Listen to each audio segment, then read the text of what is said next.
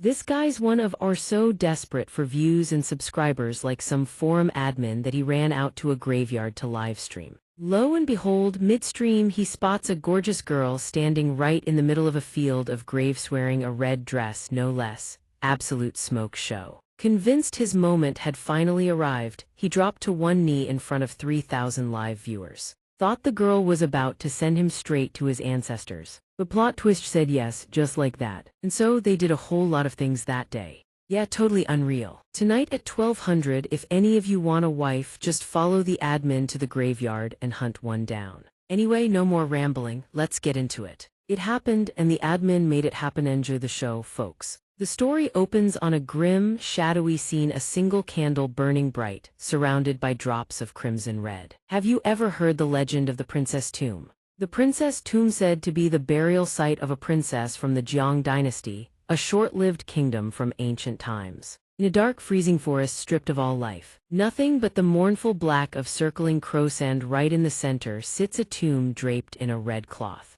You'd think that tomb marked the end of a life, but something there still stirs. Every year on the 7th day of the 7th month, people near the Princess Tomb report seeing a female ghost in a red wedding dress. No one knows who the mysterious girl is, but her spirit returns on schedule every year, appearing in a blazing red gown, spreading terror wherever she goes. And that girl, with her blood-soaked, terrifying face, never rests in peace, roams far and wide from this tomb. The young man sitting beside the flickering candle in the darkness, narrating this whole story, that's Fang Ning. Word is, today is the death anniversary of that princess, which means the yin energy is at its absolute peak. Her soul is coming back. He leaps to his feet and slams his hand on the table, practically buzzing with excitement. This 7th, I, the elder of the beggar sect, shall lead every single netizen to the Princess Tomb and camp out for the night. By now, it's obvious Fang Ning is a digital content creator who specializes in sensational horror stories to hook his audience. And tonight, I'll bring the most professional livestream crew to capture this historic moment with all of you. Is the female ghost real or not? Is the Princess Tomb legit or just a hoax? Tune into my livestream tonight, right on time, and don't forget to like and share.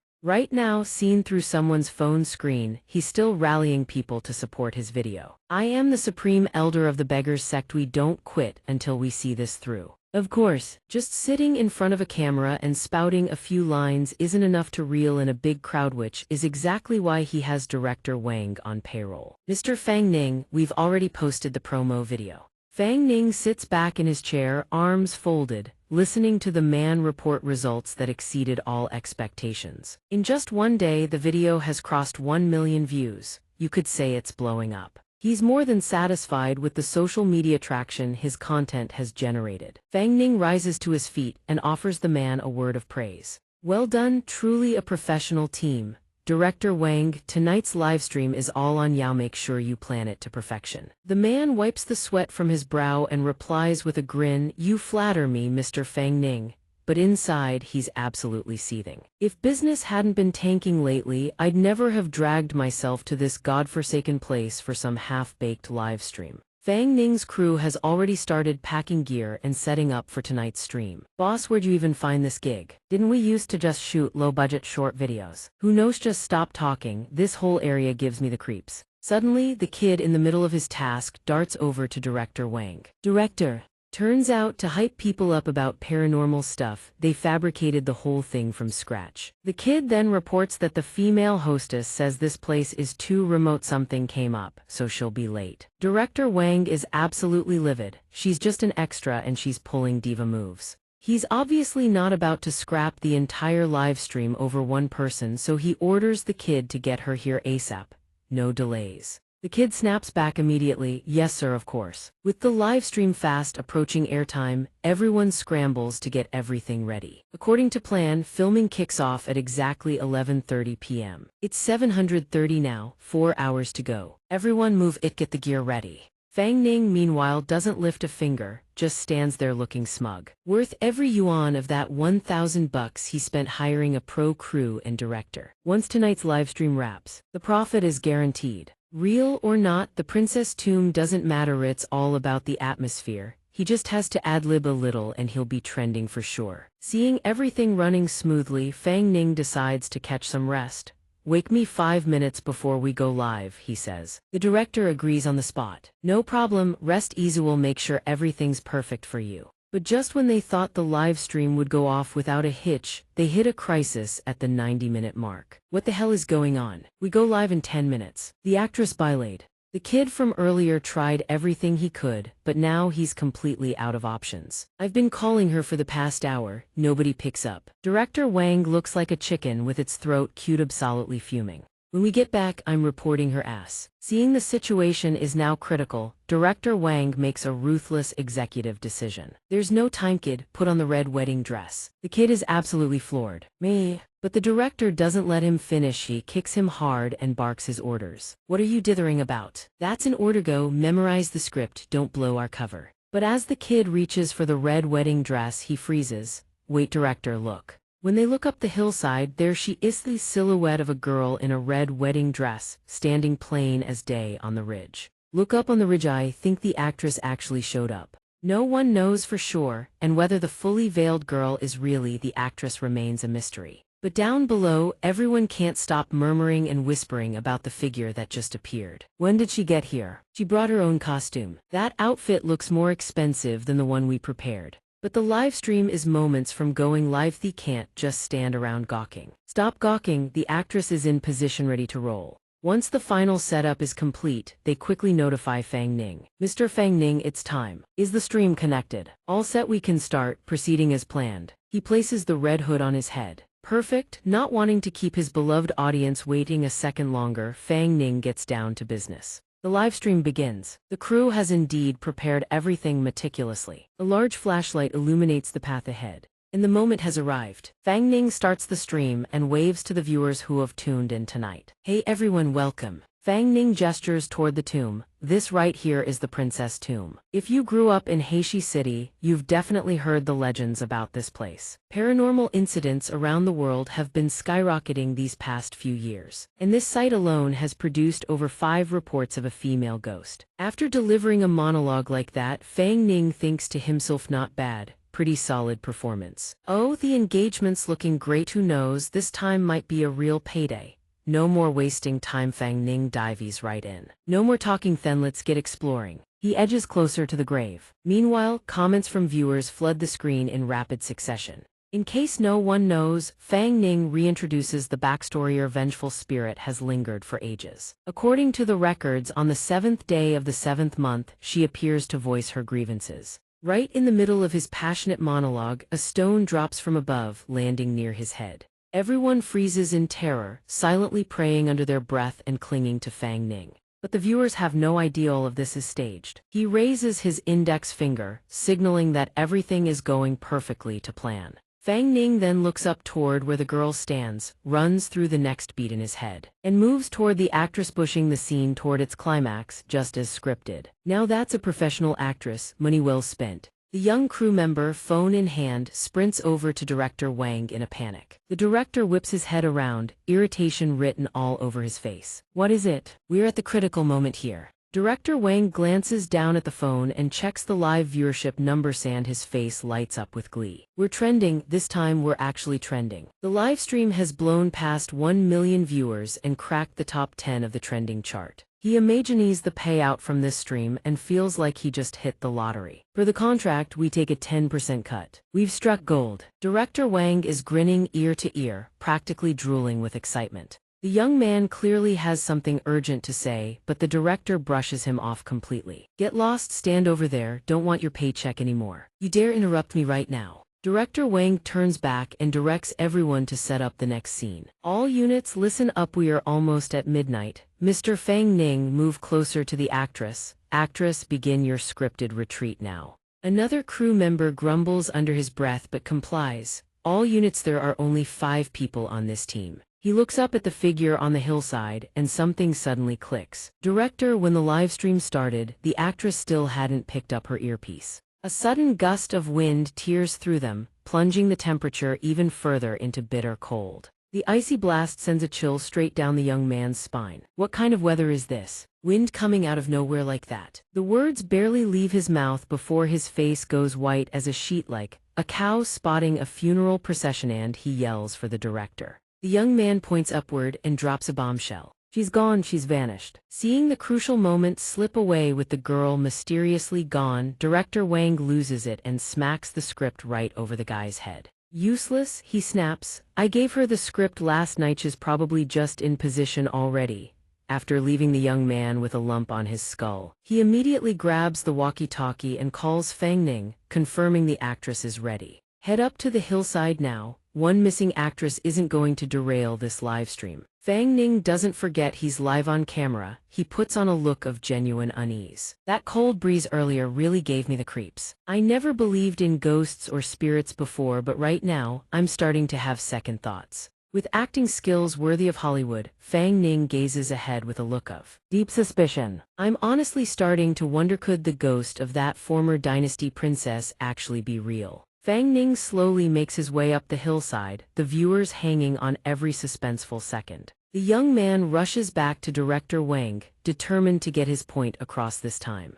Director, please listen to me, but Director Wang, fed up with being constantly bothered, turns purple with rage and screams right in his face. You, still not done? Can't you see everyone's busy? The young man thrusts his phone forward, the message still glowing on screen, and utters a sentence that makes everyone's blood run cold. The actress we hired just texted me back. She says she overslept, she hasn't even arrived yet. The realization of who that girl on the hillside really was hits Director Wang like a freight train, goes completely numb. She hasn't arrived yet. He starts, trembling like a leaf, drenched in cold sweat, the fear creeping in fast. Then who the hell is standing on that hillside? He stares in the direction Fang Ning headed, unable to explain a single thing. Turns out that girl isn't the actress at all, she's the real deal. The actual genuine ghost of the former dynasty princess. And she's standing perfectly still, waiting for him. Fang Ning stands frozen, staring at the girl on the hilltop. Contrary to what most people would expect, she isn't terrifying at all. She looks completely normal, even cute, like any ordinary girl. But her sudden, impossible appearance sends Fang Ning into such a panic that his legs buckle and he collapses to the ground.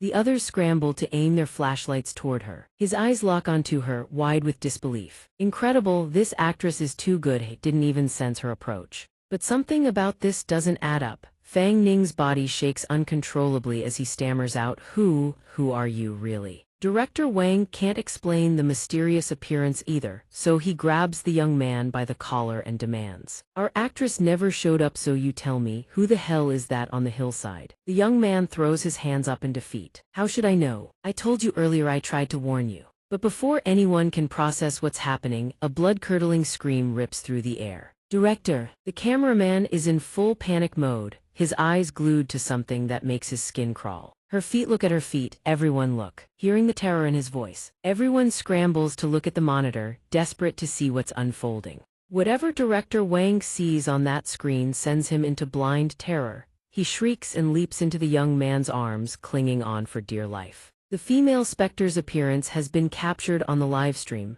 Viewers are in total chaos, debating whether what they're seeing is real or staged. Director Wang knows better than anyone that Spectre is not their actress. He arrives at only one conclusion. Could it be we actually ran into a real ghost? Is that girl on the hillside really the legendary princess from the former dynasty? Surprised old man. Looks like they got way more than they bargained for. They only spent a small fortune on this. And now an actual ghost of a former princess has shown up. Everyone huddles together in a terrified cluster, too scared to move a muscle. Wait, how can a ghost show up on camera? Then what is she? Some kind of hallucination? Or an extraterrestrial being? But Fang Ning is the one standing face to face with the specter, and he is definitely not feeling any excitement about this encounter. Who are you? Don't come any closer. Nobody has even touched a hair on his head, but Fang Ning throws his hands up defensively and screams in pure terror. Stay back. He's still following the script at this point. Fang Ning still has no idea the specter is 100% real.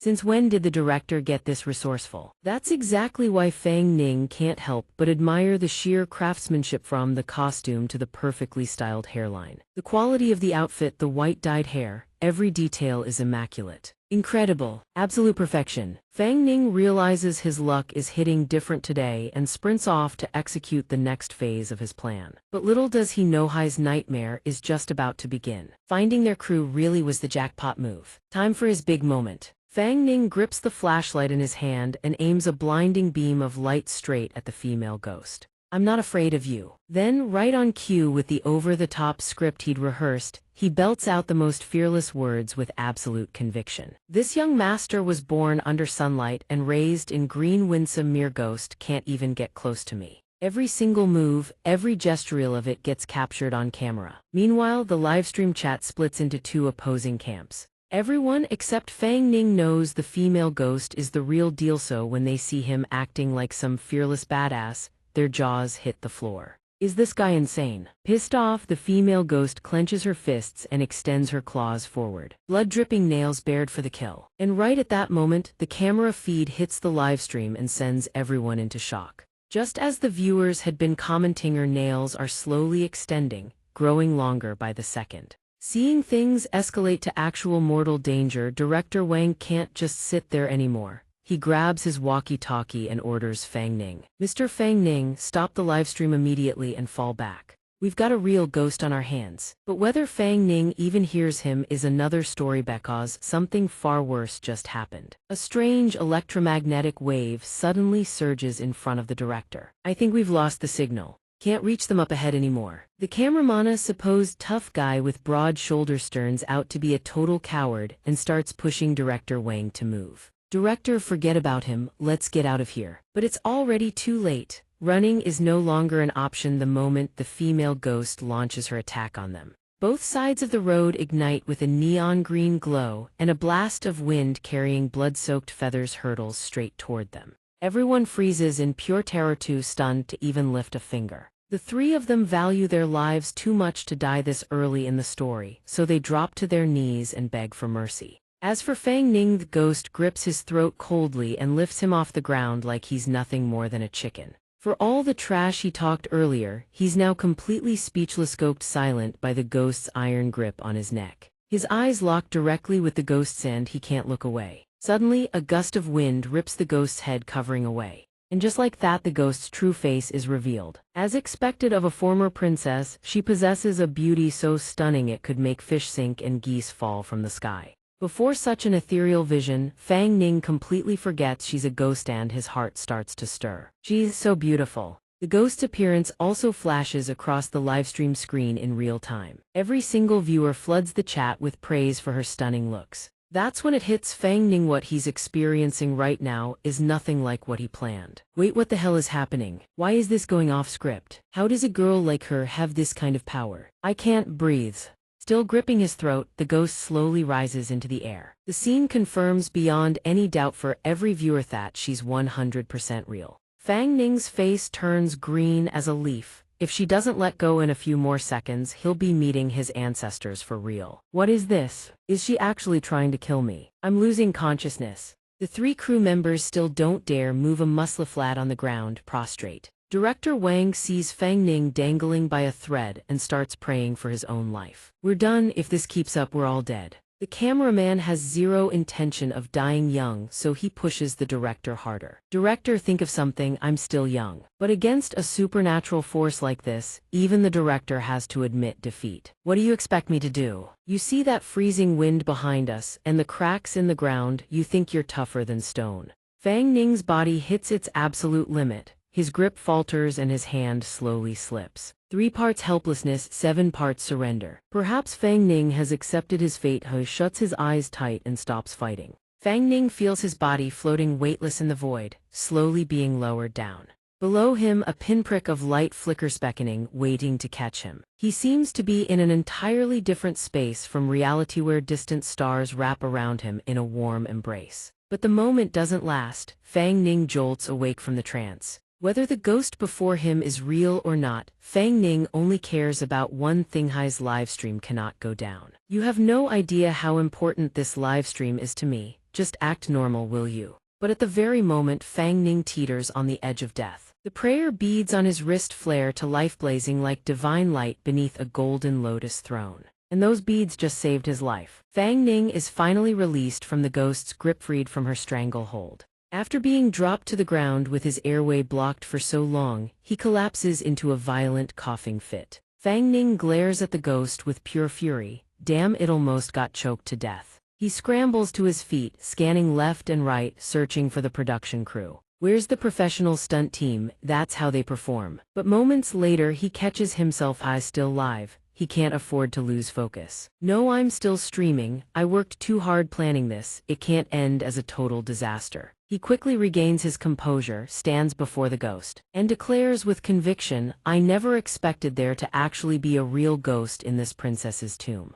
Then, before the eyes of countless viewers, he pulls off the most insane stunt imaginable. I won't hide it from you all, I've been single my whole life. If I'm going to die anyway, there's one thing I haven't done yet. Fang Ning fixes his hair and continues. Dear viewer, Stowe die under a peony and become a ghost would still be romantic as hell. He points at himself with absolute confidence. Today, this young master is going all in. Fang Ning stomps his foot hard on the ground as if to anchor his triple-locked resolve. Then suddenly, he drops to one knee as if about to propose to the ghost. Your Highness, somehow Fang Ning has something prepared. He reaches inside his jacket. Please let go of your 1,000-year obsession. No way, no one actually expected him to propose to a literal ghost. The next second, Fang Ning produces a dazzling diamond ring and holds it before her, with the ring gleaming in his hand. He slowly speaks 4 words, marry me. In this desolate, freezing ruin with a ghost as the bride-to-be watching is stunned speechless by Fang Ning's absolutely unhinged decision. Before this once-in-history proposal from Fang Ning, the viewers are absolutely losing their minds with excitement. Fang Ning's face stays perfectly calm as if nothing out of the ordinary just happened, because he has no idea this ghost is the real deal. This is the momentous sheer contrast to catapult today's livestream to its peak. And the ghost who's been rattling his nerves from the very beginning is none other than Jiang Li. She can't believe what she's hearing and asks him again, marry you.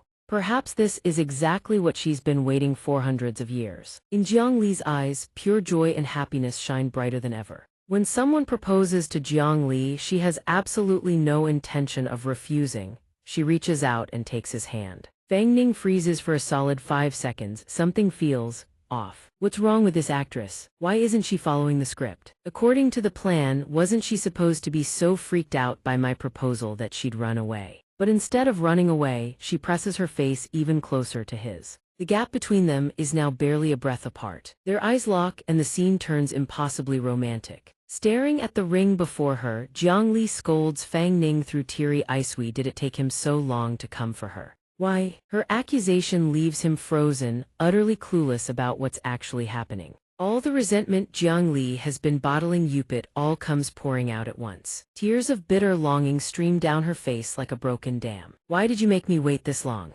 The emotion hits her so hard that the ground around her cracks apart, erupting into clouds of dust and smoke. Fang Ning slaps his hands over his ears, staggered by the sheer, terrifying force of her power. What the hell is going on? Could wind and explosions like these really be rigged by props or hidden mechanisms? Jiang Li is past gentle scolding. No, she's fully enraged, screaming at him for abandoning her here. Her once sweet exterior is completely overridden by a crushing, overwhelming force that tears everything around them into the air. Even the crew members get swept off their feet and flung skyward like ragdolls. But it doesn't stop. Even this isn't enough to satiate her fury. In the next heartbeat, a sinister purple energy erupts behind Jiang Li, coalescing into a terrifying specter of a female ghost. Fang Ning's face goes ghost white. Jib. Looks like the vengeful spirits have already taken partial control of her body. Yet somehow Jiang Li still clings to a sliver of that pure, maidenly innocence. Every second of it is being broadcast live, not a single frame missed. The viewers are absolutely terrified for Fang Ning's safety.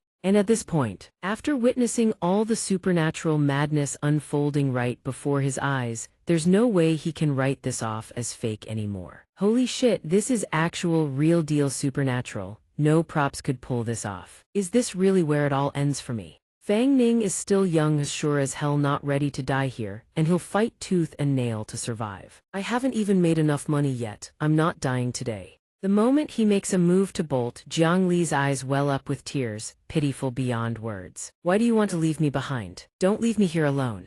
Something about Jiang Li's pain mirrors his own, and Fang Ning freezes. Old memories slam into his mind like a film reel in slow motion. Stay here for a few days, sweetheart. Mommy and Daddy will be back real soon. Uncle and Auntie will take good care of you. Be a good boy, okay? But he didn't know then that it would be the last time he ever saw Theme and that he'd be stuck with his cruel relatives for years to come. You little brat, stop crying. Your parents don't want you anymore. Get to work or don't even think about eating tonight. The nights of his childhood stretch on endlessly, trapping him in a misery so deep he can never sleep in peace. I miss you, Mom and Dad. Where are you? Please don't leave me here. I'll be good, I promise. Those nightmares swallow him whole even now. Tears of old pain roll down Fang Ning's cheeks. Don't leave me here alone. In that moment, Fang Ning realizes Jiang Li is terrified of being abandoned just like he is. So you're just like me, huh? He understands that pain and loneliness all too well. He reaches out, gently placing his hand on her head to comfort her.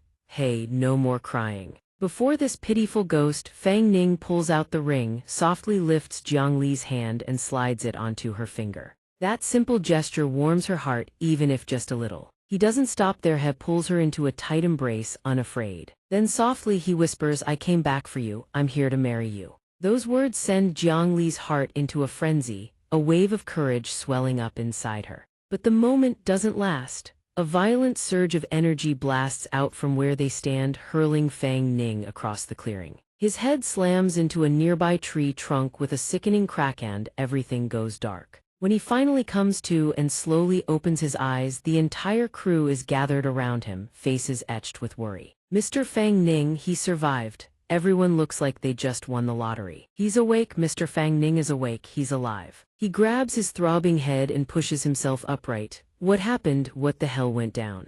He scans his surroundings. Jiang Li is gone. The dark, oppressive space has vanished. Confusion floods his face. Where's the female ghost? 3 pairs of eyes meet his. Nobody knows what to say. Director Wang is in the exact same boat, completely clueless about what went down. After that windstorm last night, we all blacked out. Did anything else happen after we went down? What actually happened last night? The cameraman checks his equipment, but finds nothing unusual. We reviewed the footage, but the camera got knocked over. All you can see is grass, dirt, and rocks, nothing else. And the livestream cut out right after the windstorm hit. After that nasty blow to the head, Fang Ning can't recall a single detail he might have missed. Did anything else happen? He decides not to dig deeper and just brushes the dust off his clothes. Probably nothing. Guess I blacked out along with the rest of you. Princess Mew is terrifying at night, but perfectly normal during the day. Setting all that aside, Director Wang delivers some genuinely good news to Fang Ning. Oh right, Mr. Fang Ning, your follower count surged by 15 million last night. And the livestream alone pulled in 150,000 yuan in revenue. After the platform's 10% cut, that's still a clean 135,000 yuan hitting your account. I'll send you yesterday's livestream footage later. Once that goes up, you're guaranteed to pull in a massive wave of fans. Hearing that, Fang Ning forgets all about the horrors of last night and breaks into a wide grin. Not bad at all. Director Wang's contribution was huge, so naturally Fang Ning plans to pay him generously. Don't worry about your cut, I'll pay you exactly per contract, not a cent less, and we can keep working together down the road. With everything wrapped up smoothly, the two shake hands and part ways on good terms. We all stayed out here overnight, time to head home and get some rest. Director Wang turns to the crew and calls it a wrap. With the live stream an absolute smash success, Fang Ning heads back to his rundown apartment complex. Hands shoved in his pockets, he strolls forward at an easy pace. He climbs the creaky, half-rotted stairwell up to his rented room. He stops in front of a dusty door and crouches down. Then slowly, Fang Ning turns the key and steps into his familiar little space. He steps inside the room. Everything sits exactly where he left it. Nothing has changed, waiting for him to come home. Finally able to relax, Fang Ning rewards himself with an ice-cold can of Coke after all that tension. He's parched, he cracks it open and takes a long swig, his expression pure bliss. After savoring a few blissful seconds, he flicks the empty can into the trash bin beside him. After a sleepless night, he collapses onto the sofa, sinking into its worn-out cushions and drifts off into a deep, peaceful sleep. But of course, Fang Ning doesn't actually sleep. He grabs his phone and starts checking his view count. The video's only been up for half an hour and it's already cracked 10,000 views. He scrolls down to the comments section, and there, among the flood of reactions, is one absolutely unhinged comment. He leisurely leans back in his chair, head resting against the cushion, contemplating his bright future. A viral hit tonight, a top streamer soon. Memories of Jiang Li remain vivid in Fang Ning's mind, sparking a sudden surge of curiosity. Come to think of it, I never even asked for her name. Feeling quite sleepy, Fang Ning gets up to change clothes. As he moves, he mumbles vaguely about the strange Jiang Li. It is absurd to be this tired right after waking up. I wonder if she followed me back after that proposal last night. Just the thought of it makes Fang Ning shake his head, trying to banish the notion. Don't come looking for me, I want to live a few more years. Besides, an entity of her level is definitely a bound spirit. She shouldn't be able to leave so easily. Without thinking further, he lays his head down on his familiar, soft bed. Perhaps she returned to her grave now that the sun is rising. His eyes grow heavy, drifting into sleep. All he needs to do is leverage this popularity and keep churning out videos for the cash. After tossing and turning for a while, Fang Ning unknowingly drifts off to sleep. Outside, the night has swallowed the world, leaving only the soft, gentle glow of moonlight behind. Suddenly, illuminated by the moonlight filtering through the window, he slowly opens his eyes. Fang Ning's hands grope blindly, searching for his phone. What time is it? Did I oversleep? As he searches, his hand grips something solid. Where is my phone? Fang Ning lifts his gaze toward the object he just grabbed. Who would have thought his casual mutterings would come true? Jiang Li has actually come here to find him. She isn't just standing there, she is sitting directly on top of Fang Ning, staring at him with a blank expression. Faced with this uninvited guest, he freezes for 5 full seconds, utterly bewildered. Shocked that Jiang Li traveled all this way to find him, Fang Ning recoils in a panic. Damn it, what kind of ghost is this? Am I dreaming? He struggles to believe his eyes and attempts to calm himself down. They say you dream of what you think about during the day. I didn't expect to have a lucid dream like this. Fang Ning forces himself to believe he is trapped in a lucid dream. If this is a lucid dream, I can change it with my will. I don't see her anymore. He folds his hands together, muttering a quick prayer before daring to crack his eyes open to assess the situation. Witnessing Fang Ning's bizarre behavior, Jiang Li tilts her head, watching him with emerald green eyes, just as confused. But surprised, despite everything Fang Ning does, she is still sitting there, stone cold, refusing to disappear. His panic spikes. Jiang Li, already perplexed, becomes even more confused as he starts acting like a frantic rodent. Seeing Jiang Li remains stuck in front of him, Fang Ning completely loses it. His brain is a mess, he has no idea what is happening. Damn it. Could it be? I'm too tired so I can't leave this dream. Necessity is the mother of invention. Suddenly, Fang Ning hits upon a brilliant idea. Right, I remember reading somewhere if you want to check if you're dreaming, bend your finger back toward your wrist. With professional experience, Fang Ning puts it to the test immediately. If this is a dream, it should bend all the way back without any pain. Naturally, this is not a dream. As he snaps his finger back, a shrill scream shatters the silence of the night. Following his self-destructive act, his finger swells up, leaving Jiang Li looking completely bewildered. What are you doing? Fang Ning stops resisting and finally accepts that this is not a dream. Damn, it's really not a dream. To confirm his hypothesis, he tentatively reaches out to touch her. It's definitely not a dream, she has a physical form. Flustered, he points a trembling finger at Jiang Li and demands, "Why are you here?" "I'm done for, a ghost followed me home. Is tonight going to be the end for me?" Suddenly, Jiang Li grabs his hand, leaving Fang Ning even more confused. What is this scenario? It doesn't feel like she's hunting me down to kill me. Contrary to Fang Ning's overthinking, Jiang Li offers a gentle smile and says, "I came to see you." Hearing that, Fang Ning turns to stone, frozen and speechless. "See me for what? We don't even know each other, boss." She ignores his shock, shifting her tone as she addresses him husband. Fang Ning never expected Jiang Li to fast-track things this quickly. Is this a manifestation of the gods? Could she actually consider me her husband? Seeing his icy reaction, Jiang Li does a 180-degree personality shift, turning irritable. Have you forgotten already? Fang Ning is caught between a rock and a hard place. No matter what he answers, his life is likely forfeit. That actually last night Before he can finish his sentence, the demon within Jiang Li begins to stir. Joke's over, she's getting tense. Seeing Jiang Li about to transform into a man-eating lioness, he frantically searches for an escape plan. This is too scary, self-preservation is top priority. Whatever she says, it's the truth. To save his own skin, Fang Ning grabs Jiang Li's hand and reassures her. Of course I haven't forgotten. To smooth the conversation, Fang Ning asks, "What is your name?" She doesn't hesitate to reveal it to him. Jiang Li. Fang Ning nods politely, repeating it. Right, Jiang Li. Contrary to the murderous, ghost-possessed aura from moments ago, she returns to a cheerful demeanor, much to his relief. Survived, a second ago, one wrong word and I would have been lunch. Yet, irony strikes, the thing you fear most is often what you're stuck with. Fang Ning intentionally tried to avoid her, but now he feels a spark. She is just too stunning, my god. Have I been single so long that I'm actually getting feelings for a female ghost? To break the awkward silence, he asks, how did you get here? This place is at least 10 km away from the princess tomb, right? Suddenly, Jiang Li's body floats into the air, and she begins to emit a soft, longing emerald light. Before he can process what's happening, Jiang Li zips toward him. Not knowing what she's doing, she dives straight into the pendant hanging around Fang Ning's neck. He stands there with his hands still raised, unable to grasp what just transpired. What just happened? Scanning the room, Fang Ning feels a jolt of panic when he realizes Jiang Li is nowhere to be seen.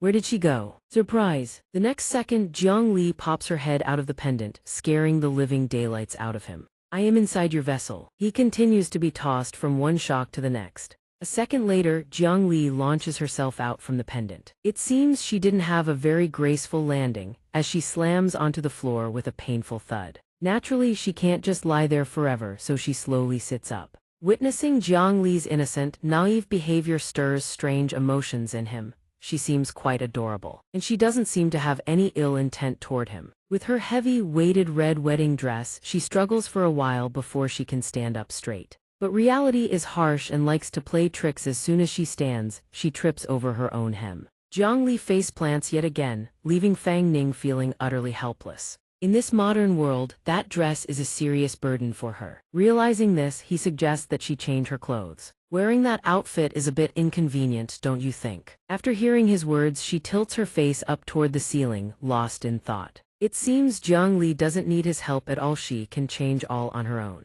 She stands perfectly still, focusing all her energy. In the blink of an eye, rings of blue light spiral into existence and wrap around her body. Witnessing this extraordinary magic right before his eyes, Fang Ning is absolutely thrilled. Could this actually be the legendary sorcery? But something feels off about it. He expected Jiang Li to conjure up something simpler to wear. Instead, she goes the simple route by dissolving her red dress into nothing, and then she's standing there wearing absolutely nothing at all. He's a young man who's barely come of age. Seeing this spectacle, Fang Ning can't stop the nosebleed that erupts on cue. I told you to change your clothes, not strip naked. After a beat, Jiang Li finally notices his expression and tilts her head in pure confusion. My lord, why is your nose bleeding? Fang Ning still has enough dignity to look away. He immediately hurls a shirt at her. Put something on, now. While Jiang Li gets dressed, he turns his back and silently puzzles over this impossibly bewitching female ghost. Why doesn't she act like any ghost I've seen in movies or stories? Is she trying to seduce me with her body, trying to trick me into giving up my pristine 20-year-old vessel? After waiting a while, he finally speaks up. You done changing? Jiang Li answers immediately. Yes, I'm done. He's been blindsided too many times already, so this time he turns around slowly. No sudden moves. If nobody told you, you'd never believe the woman standing before him with her snow-white skin and dangerously seductive figure is actually a ghost. She tugs at the hem shyly and asks, is this how you wear this? Determined not to be hypnotized by Jiang Li's generous melons, Fang Ning grabs the collar of the shirt and yanks it up.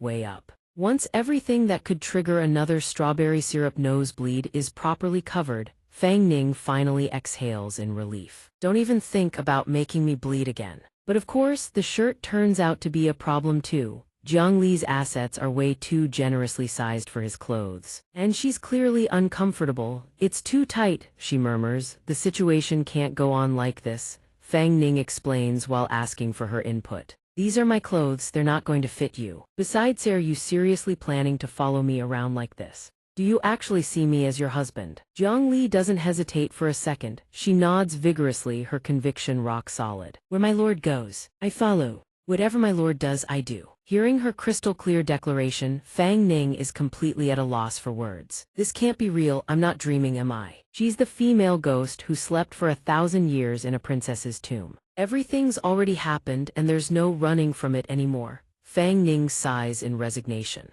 Fine. He then tells Jiang Li to follow him so he can figure out where to put her. Come with me. For now, Fang Ning doesn't sense any real danger from her. He figures keeping her around for a while should be fine. She said she'd do whatever he tells her. If she really sees him as her lord and husband, there's nothing to be afraid of. But ghosts can lie, better to test her just a little. He leads Jiang Li to the bathroom.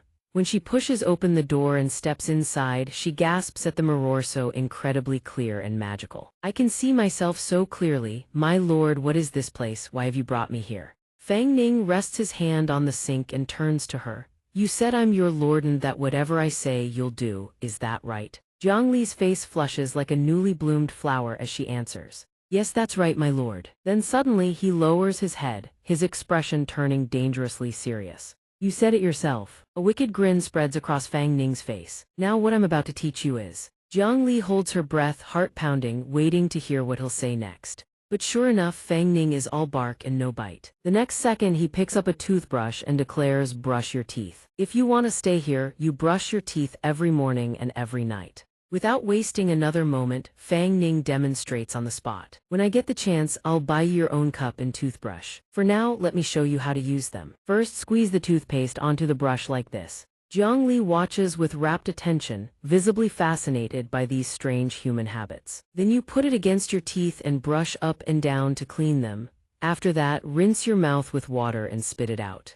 She can't wait any longer. Before he can react, she eagerly pops the toothbrush into her own mouth. Fang Ning's toothbrush. Oh, but it's her first time using a toothbrush, so she fumbles with it, not quite sure what to do. A moment later, she recalls his instructions and starts brushing exactly as shown. So this is brushing your teeth. The problem is the toothbrush she's using belongs to Fang Ning. His face turns beet red. Isn't this basically an indirect kiss? After she's finished scrubbing her teeth clean, she takes a sip of water from the cup he left out. Watching how quickly she picks things up, Fang Ning has to admit she's a fast learner. After rinsing, she spits the water into the sink under his watchful gaze. But once she's done, she lingers fidgeting with something. After a moment, Jiang Li turns to face him, the toothbrush still clamped between her lips. My lord, is this right? Seeing her adorable obedience, Fang Ning's heart absolutely melts. Way too cute. Bewildered by her stare, he immediately whips his face away, flustered beyond repair. Consider this your pass on the first test. That said, Jiang Li is still standing there with his toothbrush in her mouth. He reaches over and pulls it out with an expression of pure exasperation. Don't use my toothbrush again. Fang Ning rinses the toothbrush, his face burning with embarrassment he can't hide. If you're staying, wait until I get you your own set. Then he reaches out and gently smooths her hair back into place. Feeling his care, Jiang Li is deeply moved.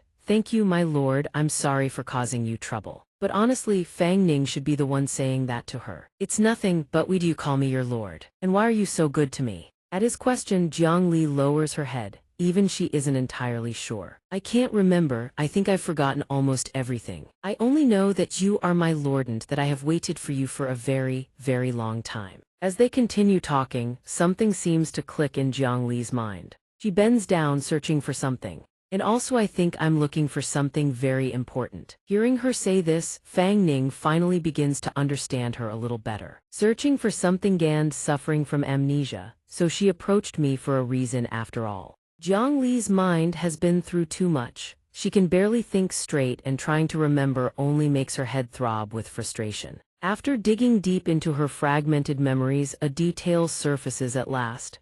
I think it's a hairpin, something I used to wear. Hearing that, Fang Ning draws a blank. He has no clue what she's talking about. Jiang Li's hairpin, he has no idea what it is or where to find it. An ordinary guy like him getting tangled up in this, who knows if it's a blessing or a curse. He decides to drop it for now. Forget it. Standing around in the bathroom isn't exactly comfortable. Go wait in my room, I'll be there after I'm done. Alone in the bathroom, Fang Ning stares at his reflection. She really doesn't remember anything, does she? They say ghosts exist because they have unfinished business. Has she forgotten hers? He is deep in thought, but he glances to the side as he notices something.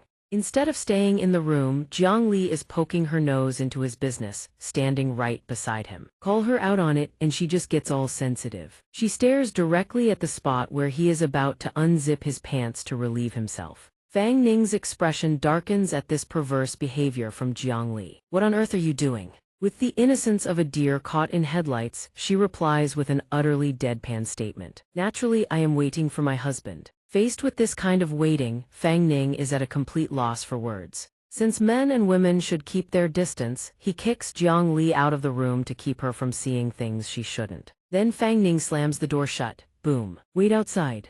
After finishing his business, Fang Ning feels an immense sense of relief. Yet even after a while, he cannot lower his guard against her. In short, I need to get things clarified later. It is hard to make an accurate judgment right now. Her harmless appearance might just be a facade, and who knows? She might show her true colors once her goal is achieved. At this moment, Fang Ning cannot help but recall Jiang Li's seductive and full figure. Even though she is quite cute, beautiful, and keeps calling him a husband, a beauty's allure cannot blind his rational mind. After all, humans and ghosts are two different species. I am neither Ning Kaichen nor Su Xian. I have no ability to pull off such earth-shattering miracles. After lingering in the restroom for a bit, he slowly steps out, still thinking it would be best to find a way to get her to leave soon. Fang Ning opens the door with a beaming smile. Jiang Li, but something he sees makes him freeze, turning to stone on the spot. Right in front of Fang Ning, Jiang Li is lying on the bed with perfect curves, every detail on full display. But what shocks Fang Ning more than anything is that she is holding his swimsuit model magazine.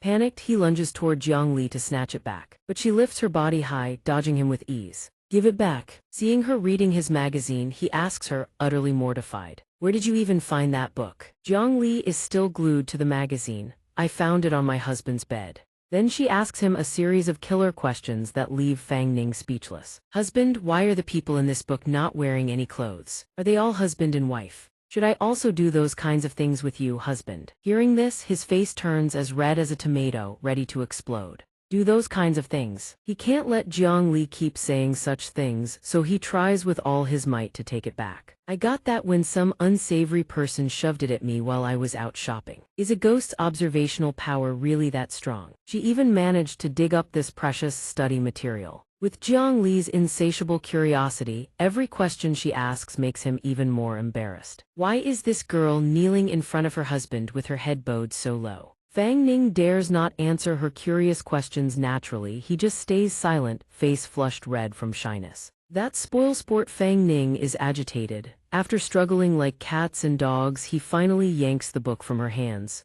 Give it back. You're not allowed to read it anymore. He sheepishly hides the book under the bed and warns her, from now on, you are not allowed to flip through my things without permission. Do you understand? Jiang Li stops causing trouble and sits cross-legged on the bed, looking extremely well-behaved. I understand. After the ordeal passes, he remembers something and says, right. Okay, let's talk about what you mentioned in the bathroom earlier. But before Fang Ning can finish, Jiang Li leans her face close to his, catching him by surprise. Her wandering eyes look down at Fang Ning's crotch, forcing him to speak up and correct her. Hey, stop looking at strange places. As expected, Jiang Li remembers all the lewd stuff incredibly fast. The images of those men and women drift into her mind. The images from the book are different from now. Suddenly, Jiang Li flashes a mischievous smile and lifts both her hands as if ready to do something.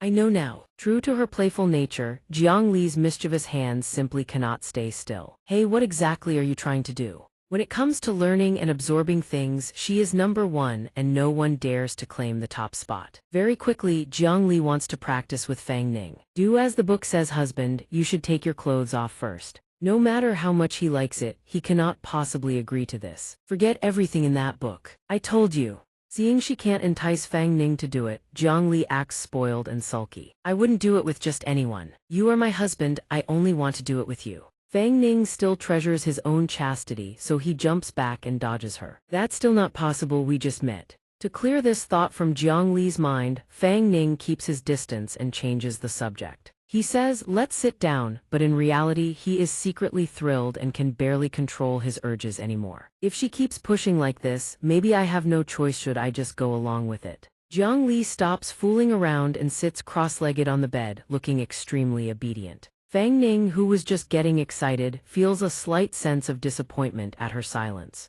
The next second, he shakes his head vigorously to regain his composure. What kind of nonsense am I thinking? After things stabilize, he puts all those romantic thoughts aside and dives into the main topic. Finally, we can talk. Let's start with this: how do we find them? Before Fang Ning can finish, Jiang Li jumps up with a beaming face. I know the people in the book don't wear any clothes. Even though Fang Ning had put that behind him, she hasn't. In the next second, she goes even further and starts unbuttoning her clothes. So if I take my clothes off first, that should be okay, right? Fang Ning is caught off guard again, his face flushing crimson. Here we go again, so much for all my effort earlier. Jiang Li looks at him with an incredibly gentle and affectionate expression. Now husband, you can accept me, right?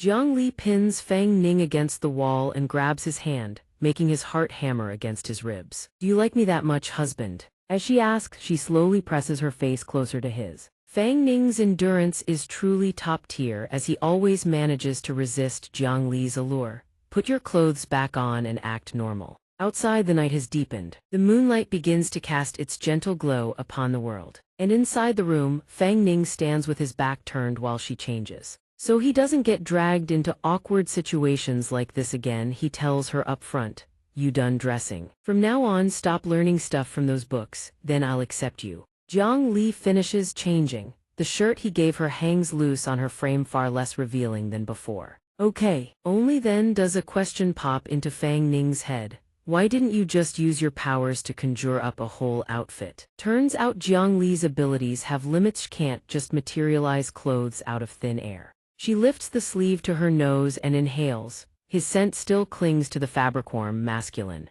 Sure enough, ever since Jiang Li showed up, his face has been permanently red around her. Hey, stop sniffing my clothes. Watching Jiang Li, a few thoughts begin forming in Fang Ning's mind. Normally, entities like ghosts can't be captured by the naked eye or by cameras. But seeing how she moves, talks, and acts, everything about her is indistinguishable from a normal human. Fang Ning can't help but have doubts. Jiang Li, are you really a ghost? Hearing that, she just looks at him and echoes the question. A ghost? Surprisingly, Jiang Li doesn't affirm it. She shakes her head in denial. I am not a ghost. That only deepens Fang Ning's confusion. Then what are you?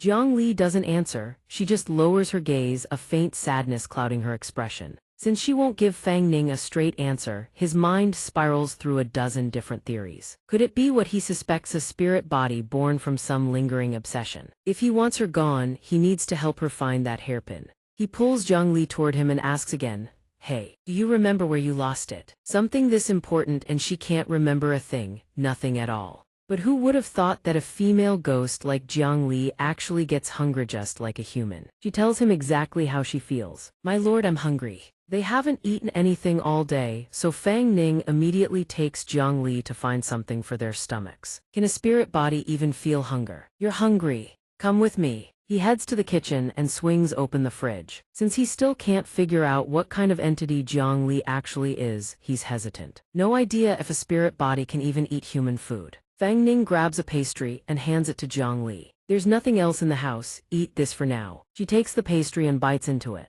looking thoroughly unfamiliar with the concept. But since it was Fang Ning who gave it to her, she eats it happily regardless of what it is. Seeing Jiang Li take one bite and hand it back, he asks, What's wrong? Not to your taste? She shakes her head. It's not filling. The gap between their species own human, one spirit, makes adapting to each other genuinely difficult. Not filling. Seems like spirit bodies need energy too. They can't survive on air alone. But if human food can't meet her needs, where the hell is he supposed to find sustenance for her? Continuing to guess blindly won't get him anywhere, so he just asks Jiang Li directly. So what can you actually eat? You're not going to drain my life force, are you? Suddenly, something in the distance catches Jiang Li's attention. He barely finished the question, and it seems her food has already appeared on its own. Over there seems to be something delicious. Delicious. Hearing that, Fang Ning walks over to the window and sniffs the air, trying to figure out where this supposed food is coming from. But while he's still searching, she suddenly places a hand on his shoulder. Then, before Fang Ning can even process the shock, she grabs both his shoulders and gives him the full experience of what it's like to fly through the air. In 20-some years of living, this is the first time he's ever soared through the sky with the city lights below. He's completely stunned. What the actual hell is happening? He can't help but gape at her sheer audacity. He tips his head up and shouts, Hey, where are we going? By now, night has swallowed the sky whole.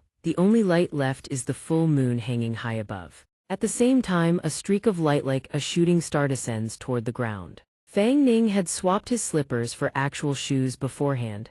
After Jiang Li gives him a full tour of the city from above, he lands and immediately doubles over, retching. Looking around at the dark, oppressive forest surrounding them, he asks her with a face that's completely drained of color, "Where the hell are we?" After scanning the debris scattered around, Fang Ning's eyes widen in shock at what lies ahead. Before them stands a school drenched in dark energy, eerie, desolate, and deeply unsettling. Jiang Li steps forward, walking straight toward the mysterious school. What business could she possibly have dragging him to an elementary school in the dead of night? They quickly make their way inside, and Fang Ning recognizes the place. Heiyuan Elementary. I feel like I've heard that name somewhere before. But now that he looks closer at the wreckage around them, everything here is overturned and piled into heaps of ruin. Something about this place feels deeply wrong. This place isn't right. When in doubt, Google maps it out. He pulls out his phone to check the coordinates of this desolate location. The location pin pops up on his screen, and Fang Ning's eyes widen slightly. Heiyuan Village, I saw this on the news, so this is the place. What makes his skin crawl is realizing this supposedly distant place is actually right under his nose. It's only a few kilometers from where I live, and yet I've never heard of anyone visiting this village. Drawing on what he's picked up over the years, Fang Ning recalls a piece of the story. They say an investor once planned to build an amusement park here. After buying the land, all the villagers relocated elsewhere. But then something went terribly wrong. During construction, a string of horrifying incidents occurred.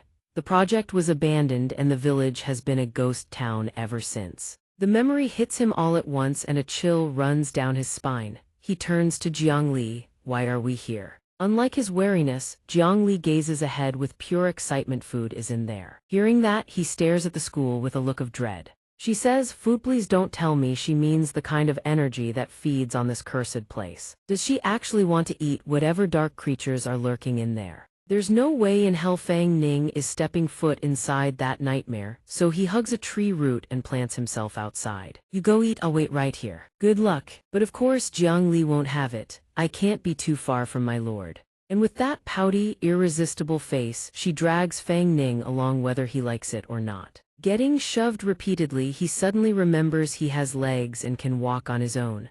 All right, stop pushing, I'll go myself." "Fine, stop shoving, I can walk." Jiang Li is clearly too excited to wait another second, tugging at him impatiently. "My lord, take me to eat." As for why this elementary school was abandoned in the first place, you need to rewind the clock a little. It all started 10 years ago with the case of the boarding students at Heiyuan Elementary who vanished without a trace. At the time, a 6th grade student named Lian Xiang suddenly vanished from a school that had already shut its doors. Her parents called the cops. Despite round-the-clock efforts, the police found no trace of Lian Xiang near the school or in the mountains behind it. Surveillance cameras in the area captured no footage of the girl leaving. She just vanished into thin air. Everyone assumed the investigation hit a dead end until a month later, when Lian Xiang's body appeared right in the middle of the teaching building. Every teacher and student was terrified. The police quickly sealed the scene and performed an autopsy, only to discover Lian Xiang had been dead for at least a month. No marks around the body, it was like she appeared out of thin air.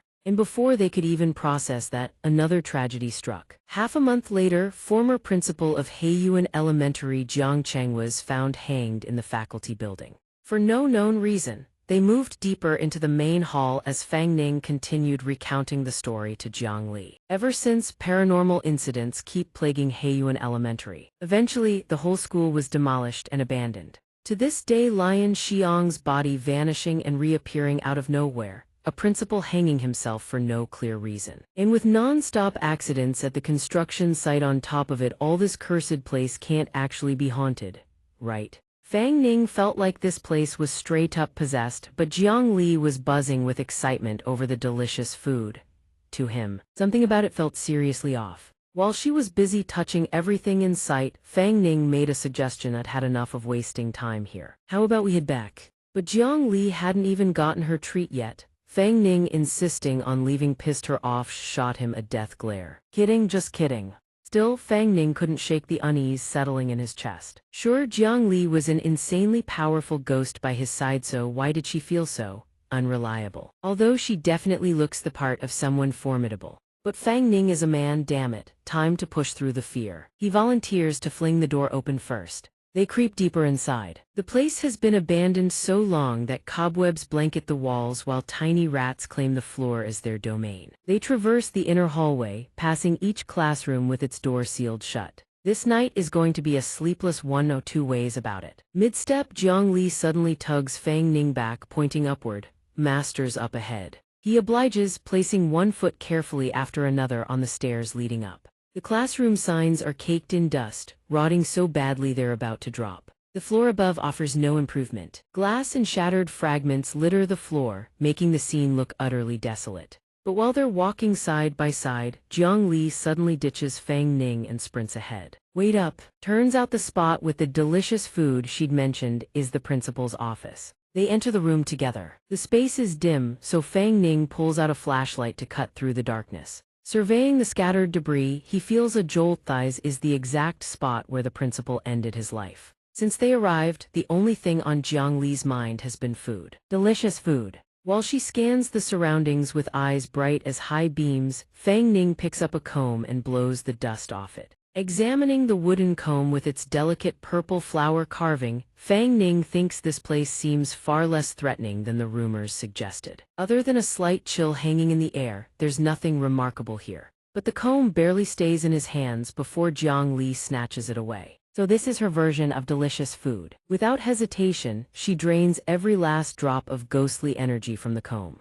Once she finishes feasting, the comb becomes worthless, so she tosses it back to Fang Ning. It's been so long since Jiang Li had a meal this incredible that she feels absolutely recharged. Even though she's finished eating, her excitement hasn't faded one bit. So delicious. Fang Ning is dying to know what Jiang Li's food actually is. What did you just eat? He picks up the comb again, and now Fang Ning notices something completely different from before. After she ate, that cold aura just vanished. Jiang Li doesn't bother hiding it, lays it out straight. Soul power. There was soul power trapped in this comb. After eating, she can feel the energy coursing through her, full and abundant. Only this kind of thing fills me up. But Fang Ning is still human. Hearing that gives him a jolt. Soul power. The soul power in this comb actually fills Jiang Li up. Could something truly evil be hiding in this school? While Fang Ning is lost in thought, she calls out to him, Master. There's even better food here. That sparks his curiosity. Where? Based on Jiang Li's instincts, it shouldn't be far. Should be somewhere nearby.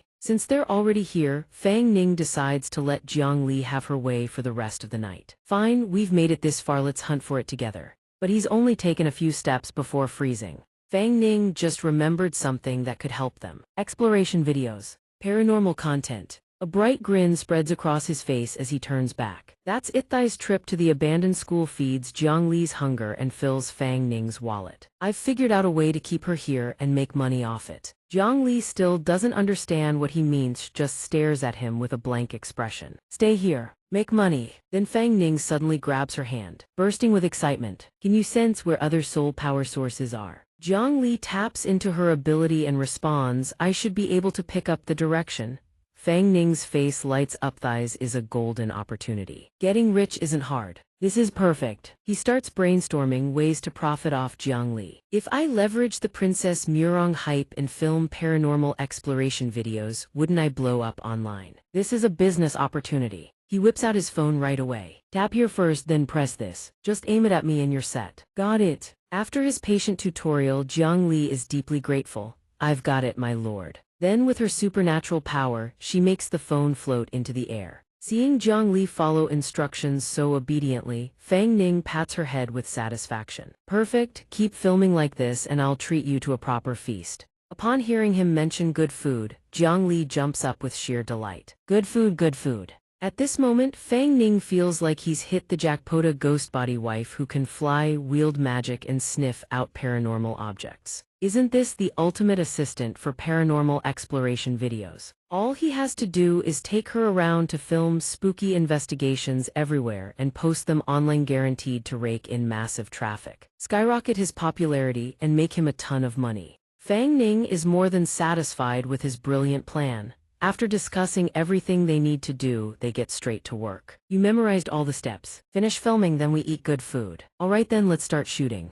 Just in case you screw everything up, Fang Ning reminds her once more, no matter what happens, you keep filming. Got it. Then Fang Ning raises his hand and signals Jiang Li to start rolling. Welcome back to Fang Ning's livestream, everyone. Hey everyone, I'm the Grand Elder of the Beggars Sect. Long time no see, did you miss me? In the dead silence of this abandoned school, his livestream echoes through the empty halls. Ladies and gentlemen, it's now 1 a.m. Fang Ning kicks off tonight's livestream with a quick overview of the location. After the Princess Tomb investigation, tonight we're at this abandoned school on the hill behind the suburbs. Heiyuan Elementary School. Heiyuan Elementary School was established 40 years ago, specially funded by the Shangyuan Foundation for the Children of Heiyuan Village. The mysterious disappearance of a young girl 10 years ago sparked the chilling legends of Heiyuan Village. Since then, bizarre incidents and unexplained casualties have plagued this area year after year, until the village was demolished 3 years ago and every last resident relocated. To amp up the suspense, Fang Ning puts on his most mysterious expression. Are these eerie events just a series of coincidences, man-made?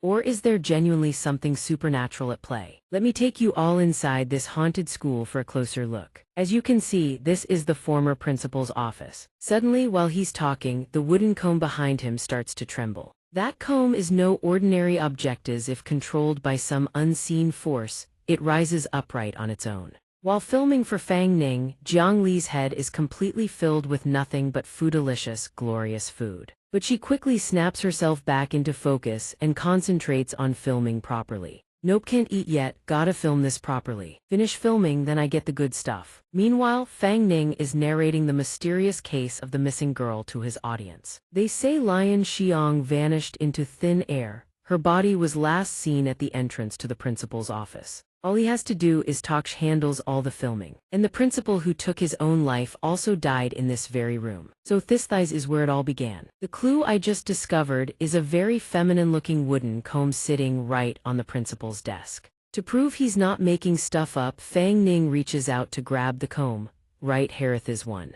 But after fumbling around for a while, he can't find a single comb anywhere. Fang Ning turns around in total confusion, searching behind him. How come I can't feel it? The reason Fang Ning can't find it is because the comb has been spinning in circles this whole time. Assuming Jiang Li was the one creating this creepy effect, he turns to her. Wait, did you set up the special effects for me? But I never told her about this part. Before he can figure out what's happening, a pale, skeletal hand grabs his wrist. He assumes it's Jiang Li holding his hand, so he turns to look at her. But the hand gripping him, it's not hers, Jiang Li. That's when the fear finally kicks in, a chill running straight down his spine. So the hand behind me is plot twist, huh? A ghostly girl's face pale as death, with 2 hollow, empty eye sockets appears right before him. Before he can even react, the girl lunges forward and wraps her arms tight around him. What the hell kind of ghost is this? But the female ghost doesn't seem friendly at all. She wraps her fingers around Fang Ning's throat.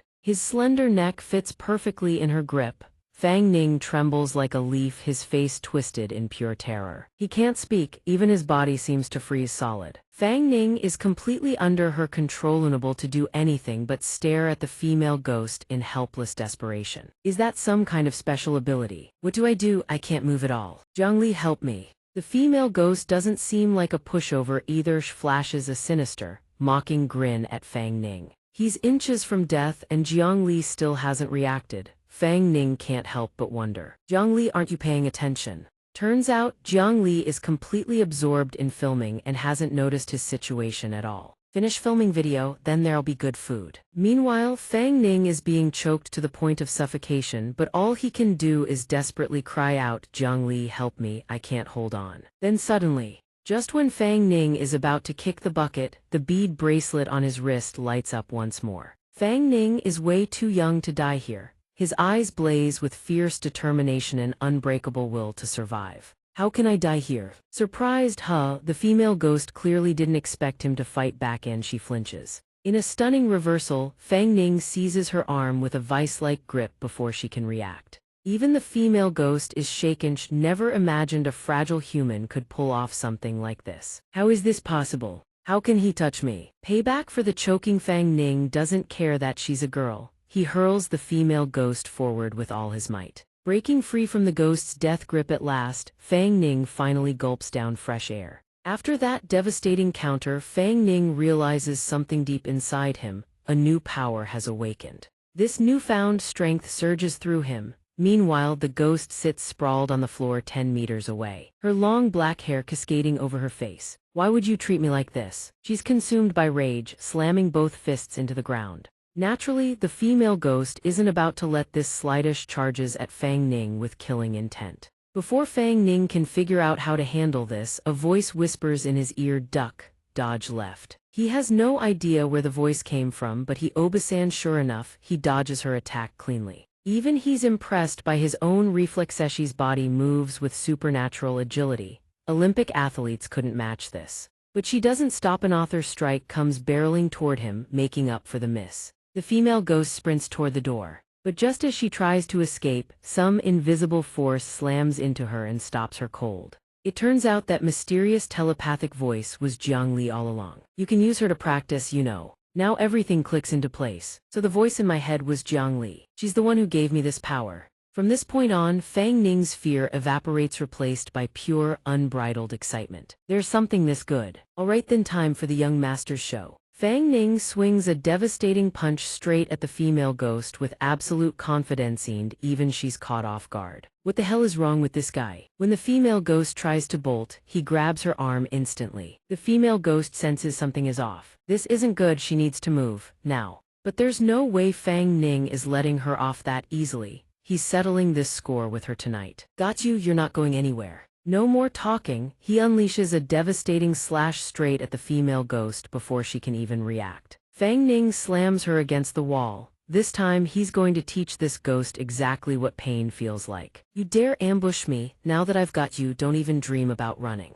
Cornered and desperate, she pulls out her last resort, the beauty trap. The female ghost's body suddenly shifts, curves accentuating, features softening into something dangerously alluring. Fang Ning freezes for a split second. What stands before him now isn't some hideous specter, it's a stunning beauty, all soft eyes and devastating innocence. She throws herself into his arms without hesitation, using her looks to cloud his rational mind. Handsome, while Fang Ning stands paralyzed, she whispers right into his ear. Can you let me go? This fox spirit starts layering on the honeyed voice, pure psychological warfare. Fang Ning, handsome, just let me go and I'll do whatever you say. Deal. But sensing words alone aren't enough. She presses a soft kiss against his ear. No matter how tough a guy is, even he crumbles under that kind of sweetness and seduction. Feels pretty nice actually. But that blissful feeling doesn't last long. A chill crawls up his spine, goosebumps everywhere. Fang Ning's whole body goes rigid. He turns around and there's Jiang Li staring at him with eyes that could literally kill. Hubby. One gentle reminder from his better half is all it takes. Fang Ning snaps back to his senses, shoves the ghost away, and points an accusatory finger. How dare Yao using such shameless tactics in broad daylight? But he's so flustered that the words come out jumbled, leaving even the ghost speechless. It's the middle of the night, what broad daylight? Though Fang Ning was just seduced moments ago, he flips his attitude faster than a pancake on a hot griddle. Don't think some cheap little tricks can shake my iron will. After firing back at her, he finally lets out a silent sigh of relief. Safe, his wife didn't skewer him for now. That look from Jiang Li just now was terrifying, pure danger. Thank God he recovered fast. But the ghost isn't done. Unfazed by Fang Ning's cold rejection, she turns on the crocodile tears, playing the pitiful card. Handsome, please believe me, I won't hurt you again. Seeing that Fang Ning's willpower is too solid, she drops the act and blows a spell-infused mist straight into his face to bewitch him. By the time Fang Ning realizes he's been hit, it's already too late. Suddenly, the female ghost's hand dissolves into smoke, dispersing into the air. Just as expected, a cunning ghost like her wouldn't go down that easy. Now, she's the one with the upper hand. You've been played, getting close to you was just to drain your soul power. Hearing that, Fang Ning's eyes widen in realization, but it's too late. She strikes him square in the back with sadistic delight. I'm twice as strong now. Caught completely off guard, he slammed to the ground. But Fang Ning recovers fast, pulling himself back up to his feet. His jacket is torn open across the back, revealing a raw gash underneath. She stands surrounded by an eerie dark aura, wearing a monstrous grin. Having siphoned a hefty chunk of Fang Ning's soul power, the female ghost has leveled up big time. Thanks for the soul power, darling. Of course she's not letting him go. She lunges forward like a predator, claws out, going straight for the kill. You can't escape. She lands a vicious slash across his shoulder, then chains into a relentless barrage of strikes, but he dodges every single one. She's attacking with everything she has, and yet she can't even graze a hair on his head. She doesn't understand. What the? He's getting faster. The monster inside her fully awakens. She channels all her rage into a single scream that tears through the space itself, the air rippling with the force. In an instant, dark energy surges around her body. She raises her hand high, her expression twisted with malice, ready to make him taste agony. Consumed by arrogance in her newfound power, she swings down at Fang Ning with everything she's got. But she's about to pay the price for that cockiness. Somehow impossibly, Fang Ning catches her attack mid-swing. You actually had the nerve to ambush me. Try running from me again, I dare you. The ghost refuses to give up. Her fury only intensifies, wants him dead 6 feet under. I'll kill you. But life isn't a fairy tale, and things rarely go the way you want. Before she can finish her threat, Fang Ning slaps her right across the face. Kill what exactly? All you know is fight kill. You need to learn some manners. The fact that a mere human just slapped her like that is equal parts humiliated and enraged. Yao, you finally met your match. Fang Ning isn't one to back down. He slaps her again. You what, you? You still got excuses. Look at the scratches all over my body. Pissed that the ghost ruined his live stream, Fang Ning channels every ounce of his frustration and slams her down onto the table. I came here on an investigation to crush demons and ghouls like Yudo, make sure justice shines everywhere. And the moment Fang Ning finishes off the female ghost, Jiang Li has recorded the entire thing already, pushing it live on stream. Jiang Li watches the whole fight without interfering once, simply observing from the sidelines as he battles. Honestly, she's more interested in the meal opportunity. Her focus is entirely on absorbing the soul power. After feasting on yet another satisfying helping, she can't help but feel blissful. Delicious. While Jiang Li is thoroughly enjoying her snack, Fang Ning is locked in an intense standoff with the ghost on his end. What kind of ghost are you? Why are you here hurting people? The female ghost looks almost pitiful now. She hesitates, then turns on the waterworks. Fang Ning barely raises his fist and she's already wailing like a kid throwing a tantrum. He's completely bewildered. Hell, why are you crying now? You'd think I'm some kind of villain here. He releases her, letting go of his grip. She doesn't stop, just keeps sobbing and whimpering. Why are you treating me like this? In a matter of seconds, the ghostly aura surrounding her fades away completely, revealing her true form. And Fang Ning is stunned. The terrifying female ghost was none other than Lian Xianxia, poor, helpless girl. Lian Xiang lifts her tear-streaked face and looks up at him. Do you know me? Fang Ning's entire demeanor shifts 180 degrees. He kneels down and speaks gently. Lian Xiang, is it really you? She sobs, struggling to get the words out. I'm sorry, I didn't mean to hurt you. Seeing the key figure from the mysterious campus case standing right before him, Fang Ning's mind kicks into gear. He presses her with questions. If he can get the origin story behind all the paranormal activity at Sai Liern Academy from Lian Xiang herself, this spirit hunting video is going to blow up. What do you mean by that? Why are you attacking me? Why did you die back then? Is there anyone else in this school besides you? However, his barrage of urgent questions only succeeded in frightening Lian Xiang. She began to cry as she spoke, vaguely hinting that he had forced her and that it wasn't what she wanted. Determined to get to the bottom of everything, Fang Ning pressed for more. Him? Who is he? Does he have something to do with your death? Hearing this, a question couldn't help but form in his mind.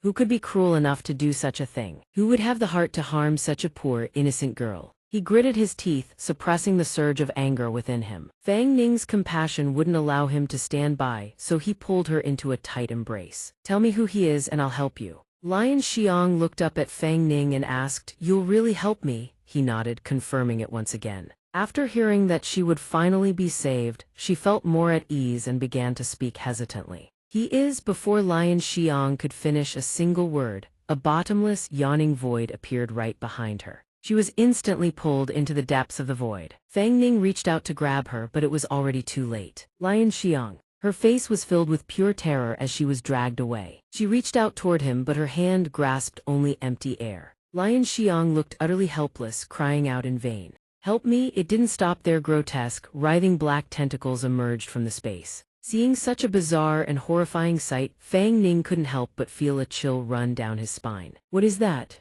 Barely having survived his 80-second calamity, he was immediately thrust into another as a giant, enraged demon appeared to confront him. "Damn you, to think you dare touch my lion Xiang." He showed no signs of letting Fang Ning go, raising a massive, powerful fist. He clearly intended to punch Fang Ning right off the face of the earth. Die. The moment he saw his opponent, Fang Ning grimaced, wary and defensive. "This monster looks like real trouble. I've watched from the sidelines long enough. Time for Jiang Li to show off her damsel in distress rescue act. What do you think you're doing to my husband?" The demon didn't waste words, throwing a punch at them, but Jiang Li, despite her small stature, formed a barrier to block the strike. Even though Jiang Li successfully blocked the attack, Fang Ning's frail human body still took some collateral impact. He went flying into a wall and collapsed, sprawled on the ground. Jiang Li was still standing guard, but when she saw him like that, she turned back, clearly worried. "Husband," but that momentary lapse was all the opening the demon needed. While she was distracted, the demon shattered her barrier.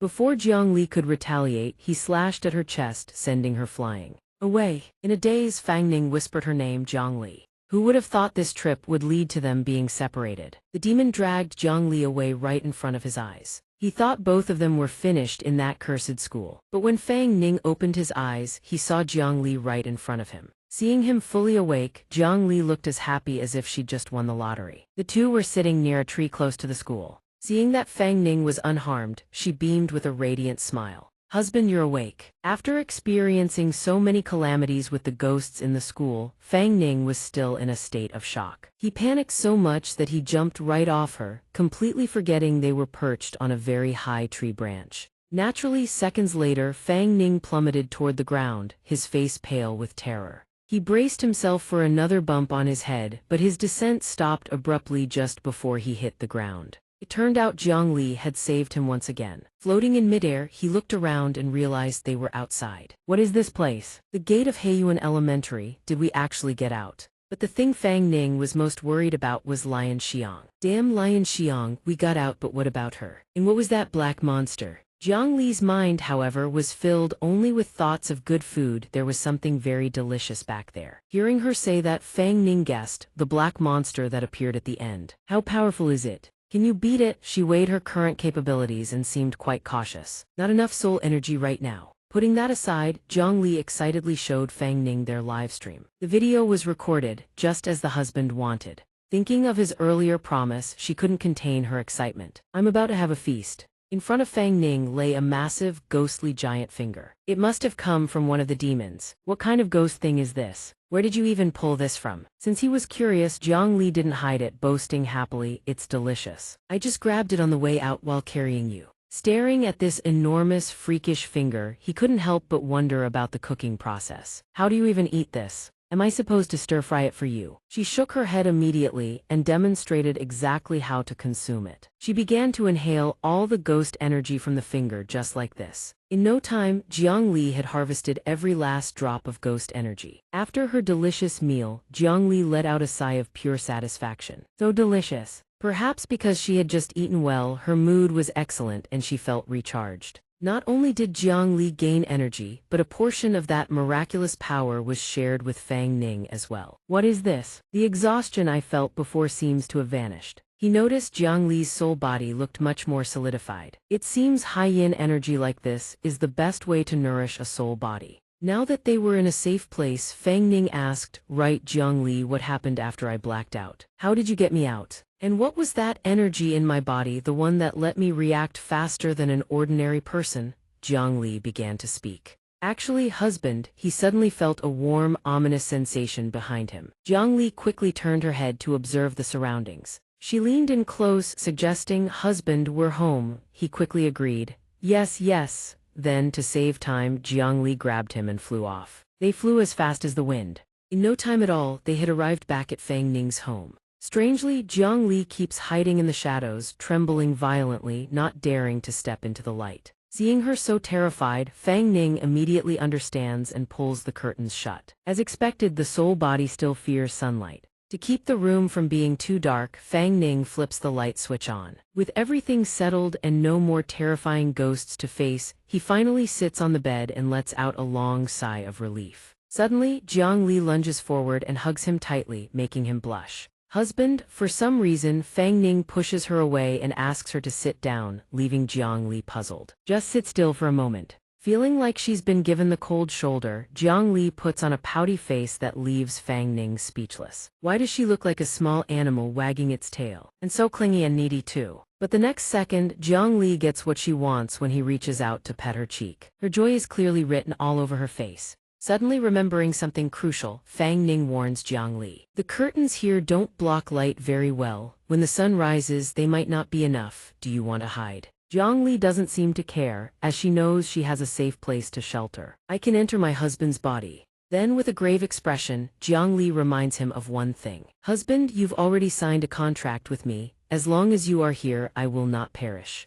Hearing her words, Fang Ning is left dumbfounded, his jaw hitting the floor. What did you just say? He stands there like a deer in headlights. What contract? When did he sign anything? Why do I have no memory of this? Seeing him confused, Jiang Li reiterates, it's true. And didn't you promise to marry me, husband? Naturally, Jiang Li still vividly remembers that fateful marriage proposal. She holds the hairpin high, smiling as she recalls the moment. That is why you have already signed the contract with me. Because she now has a companion and is no longer alone, Jiang Li feels incredibly happy. Now you and I are one entity. As long as you find good food for me, I can recover my strength. Hearing this, he asks, wait, what do you mean by one entity? Jiang Li proceeds to explain her logic to him. Fang Ning, however, struggles to process it. It means if I'm hungry, you must take me to find delicious food. If I don't eat, you will die too. Jiang Li says they are one because they share a symbiotic relationship. If you die, I die with you. Naturally, she doesn't want anything bad to happen, so she vows to herself that she must protect her husband. After her long explanation, Fang Ning freezes for 5 seconds, realizing the grim reality. Okay, so now I know why I felt so exhausted earlier. Recalling his chaotic fight against Lion Xiang, he finally understands. So the power that suddenly surged through me, I was able to use it because of you, right? As he expected, she nods in confirmation. Yes, you can now share my power. She really is a foodie at heart. No matter the situation, Jiang Li always prioritizes good food. If I'm well fed, you can become incredibly powerful too. Reflecting on the recent battle, he can't believe his luck. I was just swinging wildly, yet it seems I pulled off something legendary. While the two of them are safe back at Heiyuan Elementary School, Lion Xiang is being brutally punished by the ghost after her talk with Fang Ning. Lion Xiang takes a heavy hit, collapsing to the floor and trembling uncontrollably. Clearly furious at her betrayal, the ghost is teaching her a lesson. I told you to kill them. Not only did you disobey me, but you also wanted to leak my information to others.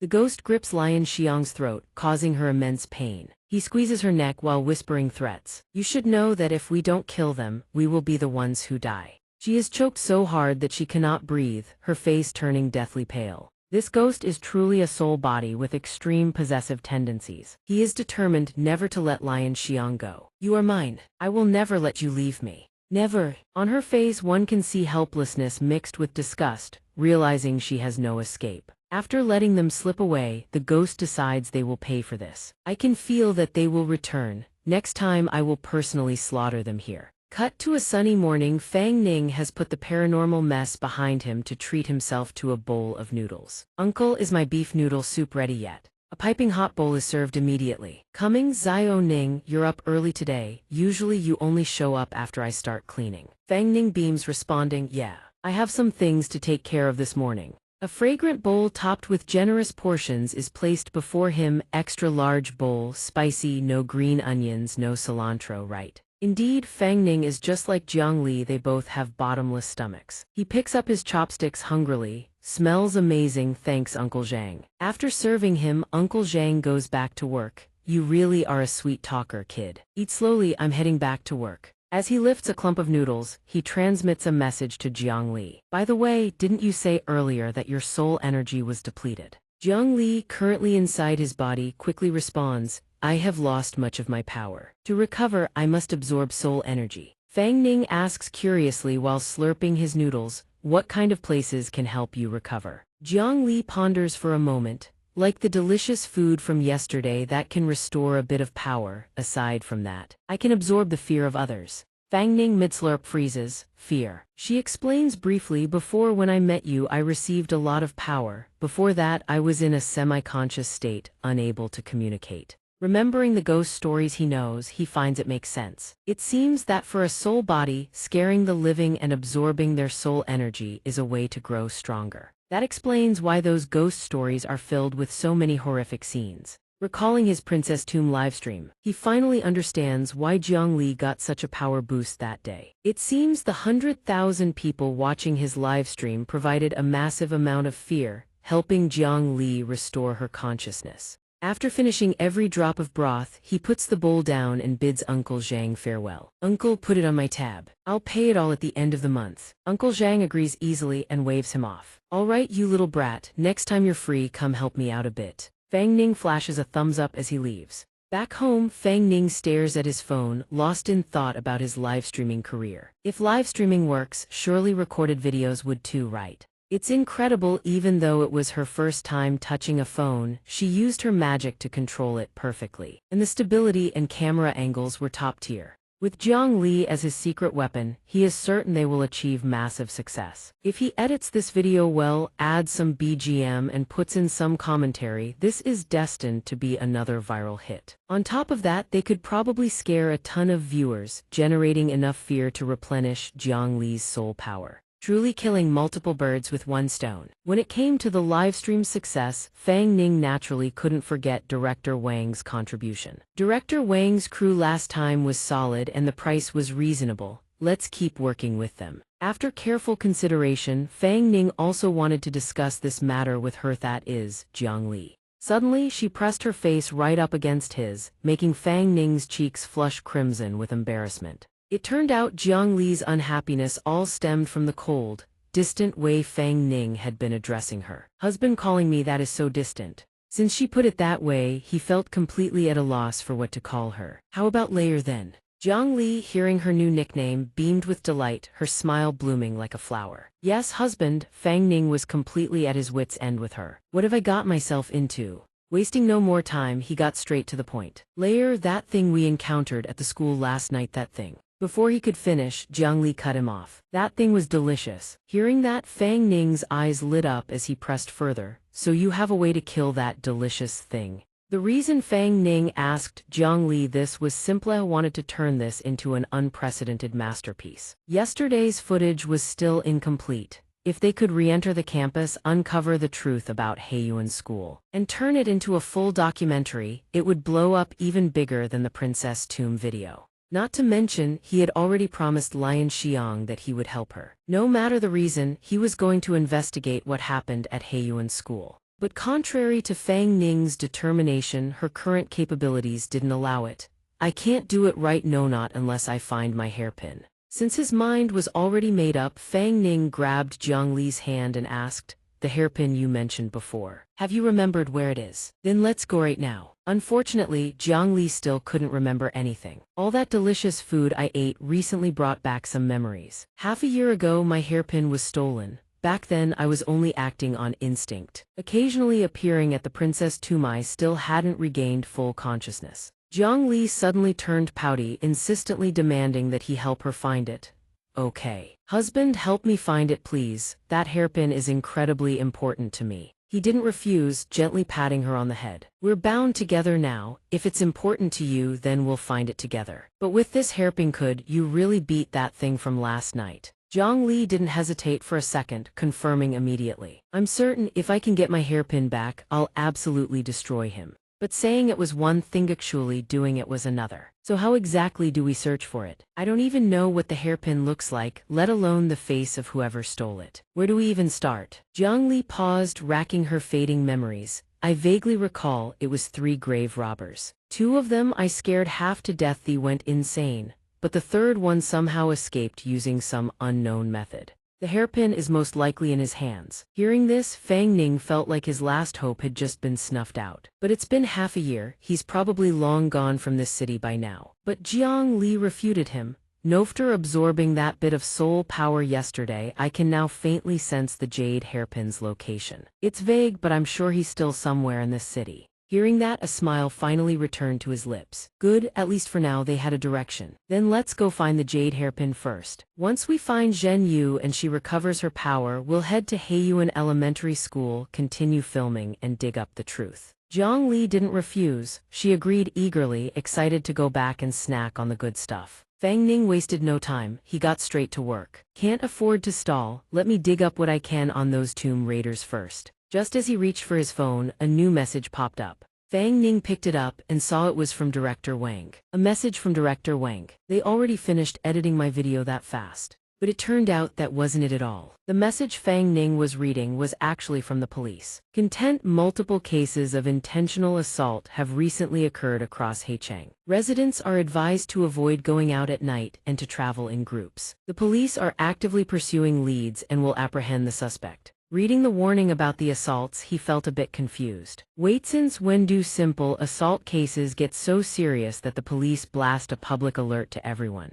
Lately, the world felt like it was getting stranger by the day. Cut to the Yongda Financial Center. Director Wang's crew was slumped over their desks, bored out of their minds. With nothing to do, their minds started wandering into dark places. If we don't get more work soon, we'll literally starve to death. At that moment, Director Wang walked past them, coffee in hand. Besides Mr. Fang Ning's gig the other day, we haven't had a single job in 2 days. But the next second, an argument broke out between two of them. Don't even mention that night to me, we almost died out there, you know that. Just thinking about it still gives me goosebumps. Another one whispered quietly, hey, do you guys think we should finish out this month and then quit? Old Gao already left yesterday. Director Wang treats us well, but with things like this, another guy slumped onto the desk, nodding in agreement. Yeah, feels like once we cover this month's rent, the studio won't have enough left to pay us. Right then, Director Wang burst in, phone in hand, beaming. All right, get to work, people.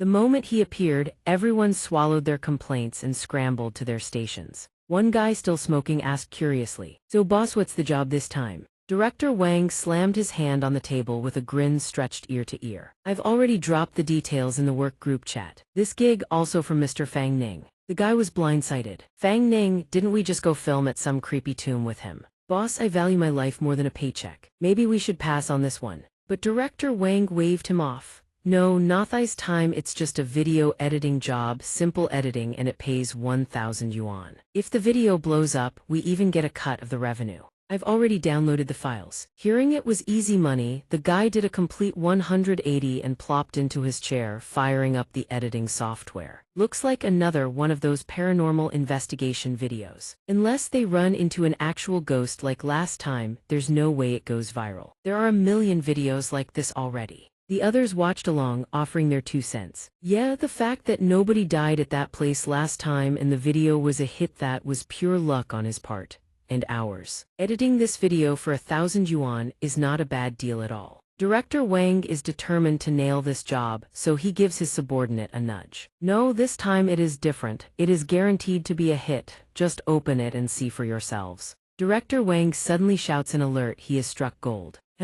He speaks with palpable excitement. Perhaps this time our studio will be back from the dead, who knows, we might even shake up the whole industry. The whole crew agrees to watch Fang Ning's latest livestream to gauge its popularity. Hello everyone, I am the elder of the beggar sect. It is 100 a.m. and I am currently at the abandoned Heiyuan Primary School. Perhaps you have all heard of the mysterious disappearance case from 10 years ago, but he barely finishes the intro before he starts panicking at the sight of something. Look there, what is that? As it turns out, the thing that makes the young man lose his composure is that spinning comb. Take a look at that comb, guys. Even though no ghost has appeared to jump scare him yet, he is already so terrified that he is clinging to his colleague. Let go, I can't breathe. He stiffens and grumbles in discomfort. Are you trying to strangle me? What is so scary about a moving comb? The boy hurriedly offers an apology. Yet before he can even recover from the shock of the comb, he gets another scare from Lion Xiang on screen, almost scaring the soul right out of his body.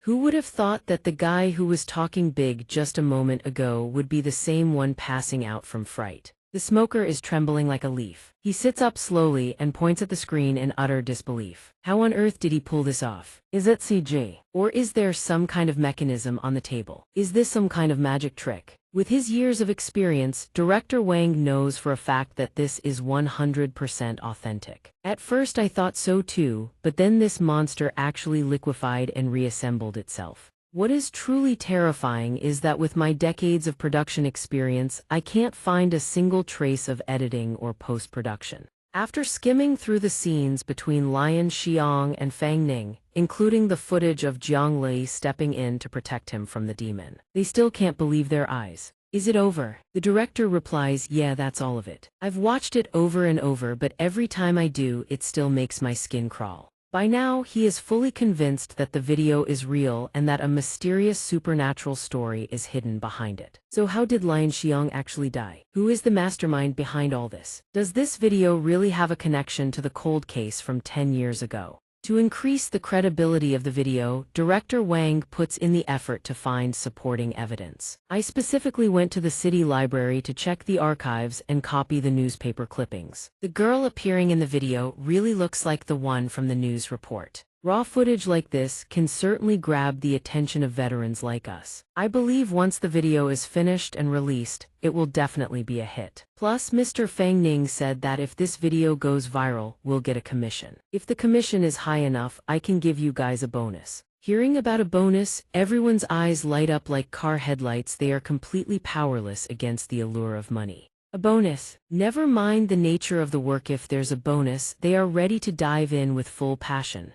Let's get to work. Even though Fang Ning's raw footage was already horrifying after 4 hours of grinding, they managed to make it even more surreal and terrifying. I am done cutting. Look, I even added some special effects. Added titles, improved the audio quality, and inserted the right background music at the key moments. After an intense editing session, director Wang is extremely satisfied with the final product. Not bad at all. Lao Tai really showed off his high-level skills. I feel like the horror factor has risen to a whole new level after the edits. Even though he is being showered with praise, he remains modest. It's nothing. The pacing of the original footage was already excellent. Do you guys see anything that needs changing? Seeing that everything is perfect, he decides to greenlight this version and tells them to send it over immediately. No need for that. Send it to me directly. I will log into the account and post it. Seeing how urgent director Wang is, the guy calls out from behind him. Posting it now. Shouldn't we send it to Mr. Fang Ning to check first for confirmation? But in response, director Wang is so confident in his team's handiwork that he dismisses the idea. No need, Mr. Fang Ning said to trust our skills. He's busy with something else, so he told us to edit and upload it right away.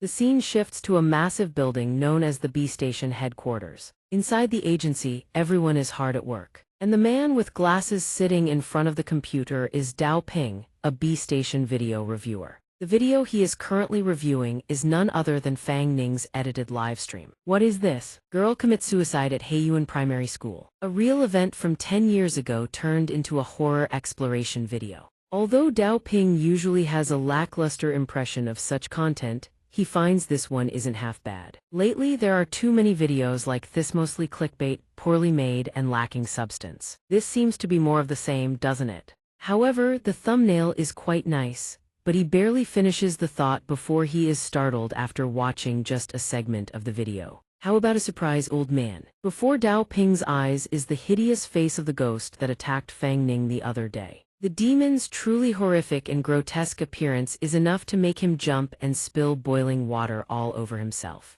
His shrill scream draws the attention of everyone nearby. I'm burning up. Dao Ping cannot believe what he is seeing, so he decides to take a closer look. This video is so interesting. It's been a long time since Dao Ping has seen something so authentic and vivid, so he gets excited and calls everyone over. Hey, come over and watch this video. Everyone, naturally curious, gathers around his desk. Found something interesting to watch. Old Dao, what kind of video is it? It feels like it's been ages since I've seen you this worked up. Lately, everything has been so uninspired it puts me to sleep. This is a rare find. I have a gut feeling that this is going to be a super viral video. Seeing him so bold with his claims, everyone wants to see if the quality lives up to the hype. Really? Can it really be that impressive? Whether it is or not, you'll know once you watch it. The next second, everyone falls silent, eyes glued to the screen, eagerly waiting for the video to play. And sure enough, they all agree with Dao Pingthai's video is absolute top tier. Is it over already? I haven't even finished watching it yet, but honestly, it's really impressive. As someone with a sharp eye, it wasn't hard for him to spot just how special this video was. The camera work, the stability, the variety of special effects. This video is genuinely high quality. Could this really have been shot on a phone? And look, obviously he's filming real-life footage, but the effects rival any blockbuster. That combination is absolutely stunning. Even his colleague standing next to him had to admit this video wasn't easy to shoot.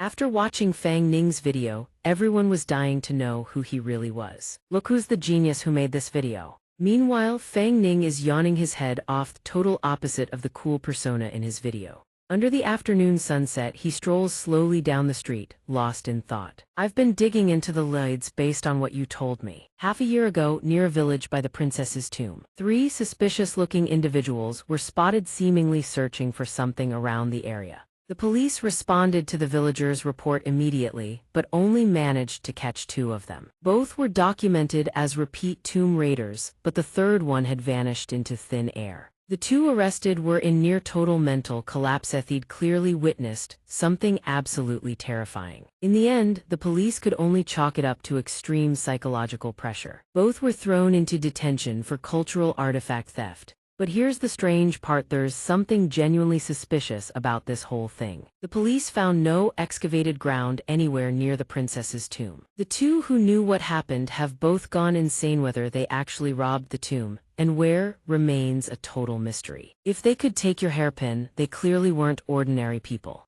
Now only one person remains, one who escaped, and Fang Ning can't help but form a theory. Did the third person who fled in confusion have time to cover the scene? There's likely someone else pulling the strings behind those 3, and it may be connected to Heiyuan Academy. After leading her to a quiet spot, Fang Ning confirms with Jiang Li, "Are you sure the thief who stole your hairpin is here?" Jiang Li looks so eager she can barely contain herself, slipping out of his body. "We're almost there." Seeing her act so recklessly, Fang Ning immediately scolds her. "He don't just pop out like that, boss. There are people around. If someone sees you, I can't explain that." To reassure her, Fang Ning taps his chest. "Don't worry. Once we're somewhere deserted, I'll let you out." Looking at the eerily empty surroundings, he finds himself wondering. It's not even dark yet, and the streets are already this deserted. Is this because of that police warning message from earlier? Something about not going out at night, right? Fang Ning telepathically asks Jiang Li where to now. Lear. She immediately raises a finger and points him in a direction. He follows where Jiang Li is pointing but can't figure out what's there. What is this place? They're now standing before a narrow alley, but something's clearly going on inside it, swarming with police. Bystanders from the surrounding area have gathered in huge crowds, drawn by whatever happened here. On the ground lies an overturned wine bottle, its contents spilled across the pavement. Nearby lies the body of the unfortunate victim. But this victim wasn't killed by any ordinary means. Something's clearly off, because the body has inexplicably withered away. This is one horrifying way to die. Yeah, this is genuinely bizarre. The officer is jotting down observations into the report. Even Officer Zhang is definitely not a simple case. And the cop holding a cigarette, that's Tiando. Xiao Wang, what's your take on this case? The crowd is buzzing with chatter over the victim's gruesome death. Terrifying body looks like a dried-up corpse. And this is already the 3rd incident. Have you guys noticed? Public safety in Heishi has been getting worse year by year. Last month's case was strange enough. But mid-investigation, Tiandao suddenly senses Fang Ning's presence in the crowd.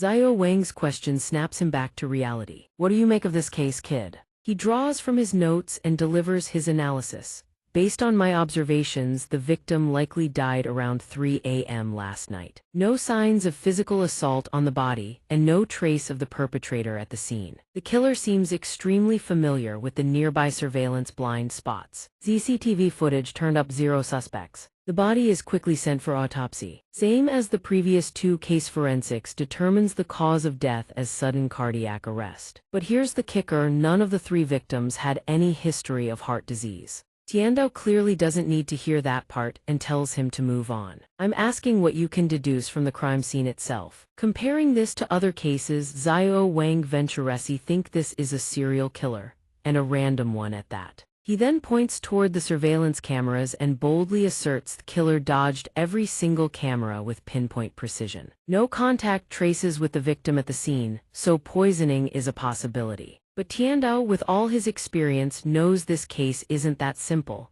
No signs of poisoning, no drugs found in the system. It matches the profile of natural death. But the exterior of the body looks like a mummified corpsino way that's natural. Think again, what other possibilities are there? Xiao Wang is still green, and a case this heavy leaves him stumped. Author possibilities. Like what? Master, could the killer have murdered them while being invisible like some phantom floating through the air? Could it really be ghosts causing all this? Tiando narrows his eyes, takes a drag from his cigarette, and puts a hand on the kid's shoulder.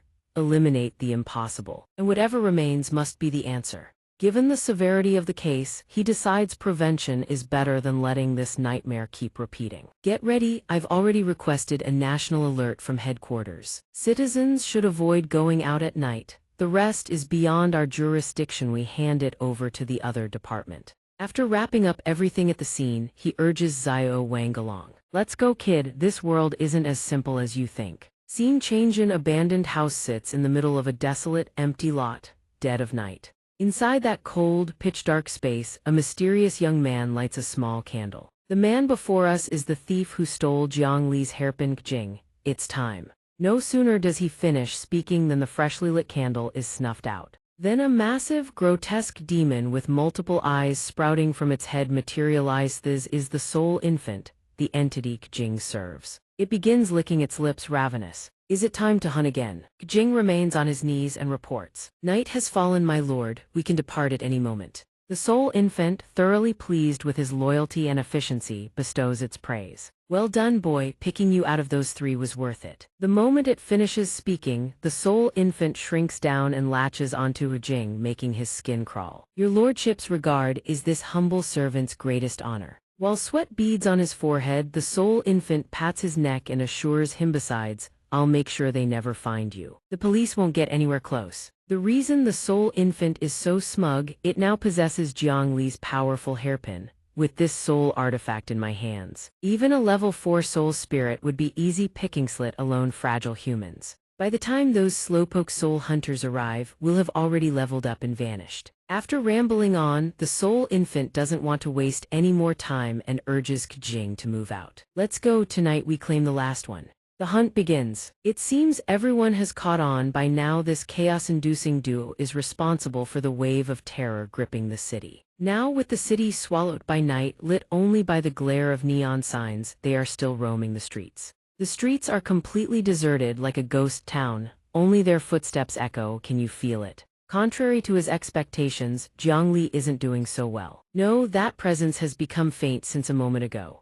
You led me to that crime scene earlier, so we must find the one responsible. My hairpin is on the corpse. Before she could finish, she suddenly pointed ahead. Wait, husband, I can sense the hairpin nearby. But something feels off here. Before them stands a rundown dive bar. Is it those people? Specifically, who is it on? I don't know, the reading is fuzzy, but it's definitely one of them. Hearing this, Fang Ning doesn't hesitate. He dashes inside, keeping the change. Before the server even realizes what happened, he looks down to see Fang Ning has slapped a bill on the counter. Did he really say keep the change? He thought he was a big spender, but Fang Ning only tipped a tiny bill and ordered nothing but tap water. He sits here for hours, and before leaving he tips me $1 measly.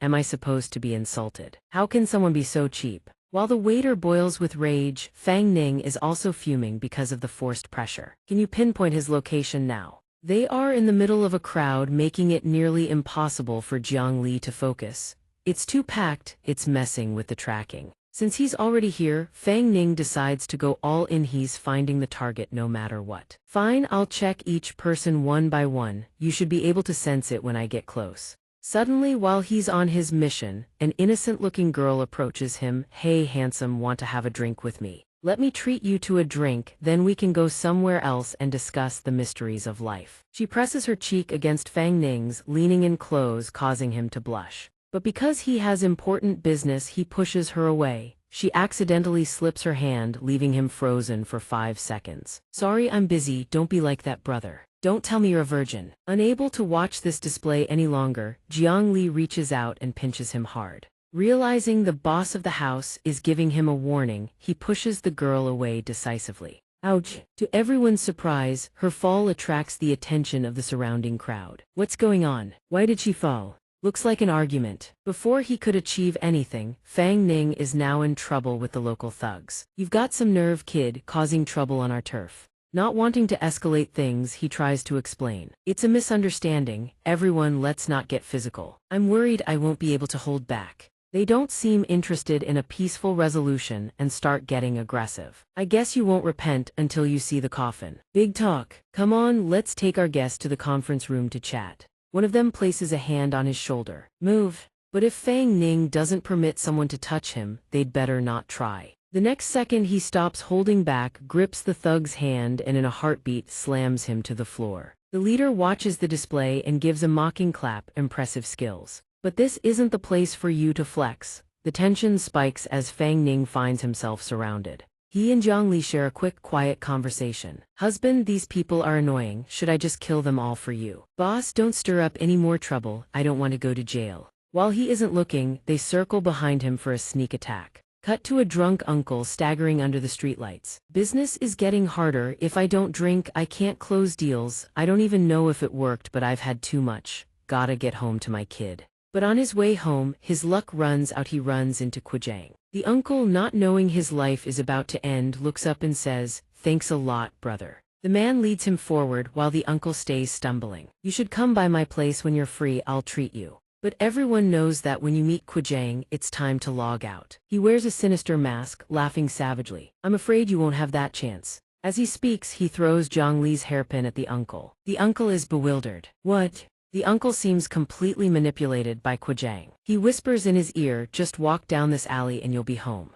Quijang follows slowly, wearing a perverted smile worthy of the 18th level of hell. "My lord, please enjoy your meal." The soul hunter reveals its true, grotesque form, ready to swallow the uncle whole. But shortly after, he seems to regain consciousness. "Wait, home." Seeing he's walked into a dead end, the uncle is confused. Why a dead end? It's too late. No one can save him now as dark claws tighten around his arms. Of course, after the arms, they grab his legs. In a split second, the soul hunter appears, drooling over its tasty prey. The sight leaves him paralyzed with terror. Of course, this is your graveyard monster. Before the uncle can even scream, the soul hunter consumes him in a flash. And just like that, another life is lost. Not satisfied with ending his existence, the soul hunter drains his very soul force. This is why the previous victims turned into withered husks. The poor uncle is drained dry, not a shred of life left. The blue mist is slowly sucked into the entity. It feels ecstatic, empowered by the feast. And you should feel honored that this great king has evolved to level 4 soul tier. Yet he's somehow still alive, though his condition is critical. He has no hope, knowing he's about to perish at their hands. "I'm dead for sure this time." But in the midst of despair, Fang Ning suddenly flies in and lands a sick kick on the soul hunter. "Hey, you monster."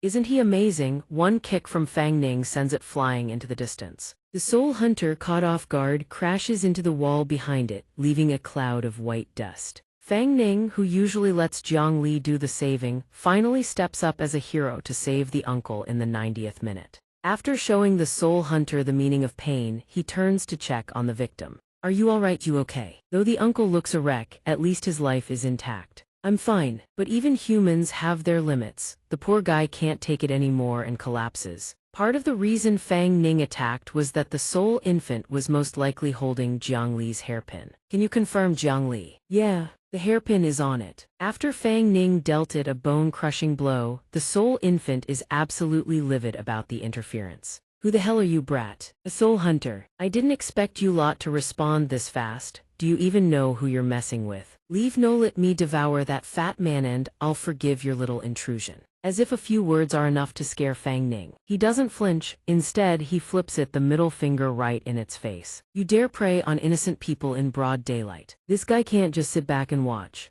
Hearing that, the soul infant's ears burn with irritation, and it fires right back. "I don't care what rank you hold among the soul hunters, but if you can't tell good from bad and insist on courting death, I'll swallow you whole. In your broad daylight too. It's the dead of night. Who taught you your idioms? Your gym teacher." Done joking around, the soul infant tenses up and conjures eerie streams of ghostly energy that coil around Fang Ning's legs. Seeing himself wrapped in something so grotesque, Fang Ning can't help but gag. What the hell is this? In just a matter of seconds, Fang Ning is completely overwhelmed by the soul infant.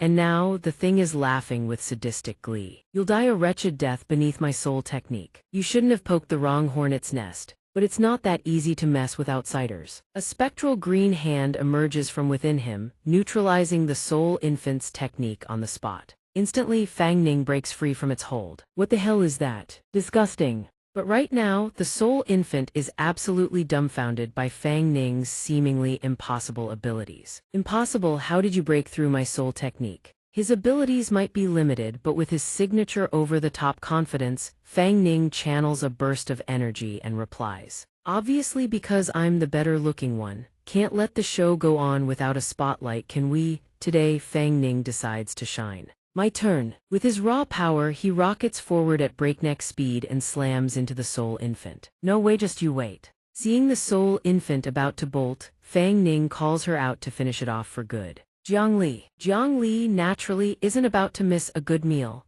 She materializes from within him and begins draining the soul infant's soul power. After polishing off her delicious feast, Jiang Li looks utterly satisfied. So good. The soul infant looks absolutely pitiful now, shriveled up like a piece of dried fish. Who the hell are you two? Damn it, half a year of killing to build up my soul power and you've sucked it all dry. My soul skills don't even work on them. I need to get out of here now. But Fang Ning hasn't forgotten why he came here in the first place. Hairpin. Hand over the hairpin, now. But just as he lunges for it, the soul infant is a step faster, darting upward. Trying to outplay the master, you're still way too green, kid. In a flash, Fang Ning blinks behind it, ready to teach it some manners. Won't hand it over, fine, we'll take it ourselves. Before the soul infant can even process what just happened, Fang Ning slams it with a devastating blow that sends it crashing flat onto the ground. To make sure it doesn't slip away again, he pins it down with his boot on its belly. Fang Ning and Jiang Li are truly a match made in heaven. Their teamwork is seamless. His job is done, now he's just waiting on her. What's the next step, Jiang Li? I'll just swallow it directly. Copy that. While Fang Ning has his boot pinning the soul infant down, Jiang Li reaches out to seize it. But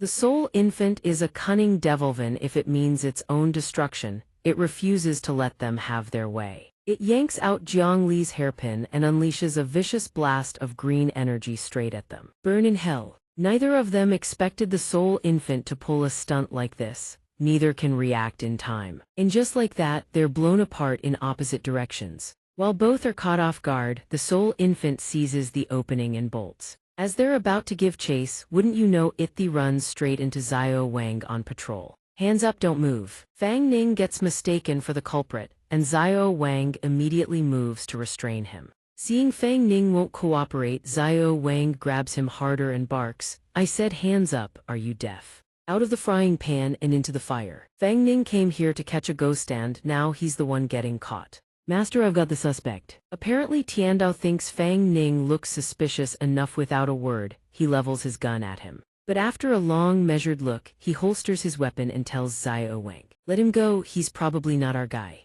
Xiao Wang complies and releases Fang Ning, but he can't hide his shock at the call.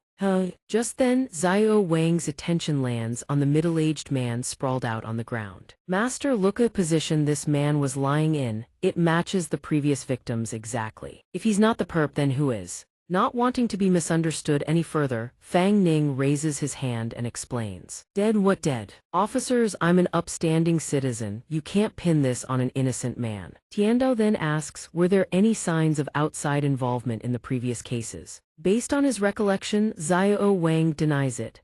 Tiandao then gestures toward the cafe behind him, signaling he wants to check something. That cafe over there has cameras facing the alley entrance. I'd wager it caught him walking in. A real killer never leaves traces. They'd never make a rookie mistake like this, let alone get caught this easily. Understand? Xiao Wang, hearing this, grows frustrated. He slams his fist against the wall and demands answers. Damn it, so we're just supposed to let this criminal roam free and keep attacking people? Then who are you? Why are you here? The middle-aged man, having regained consciousness, stands up and vouches for Fang Ning to the officers. He's the one who saved my life. Xiao Wang, hot-tempered as ever, grabs the man by the collar and barks, making his hair stand on end.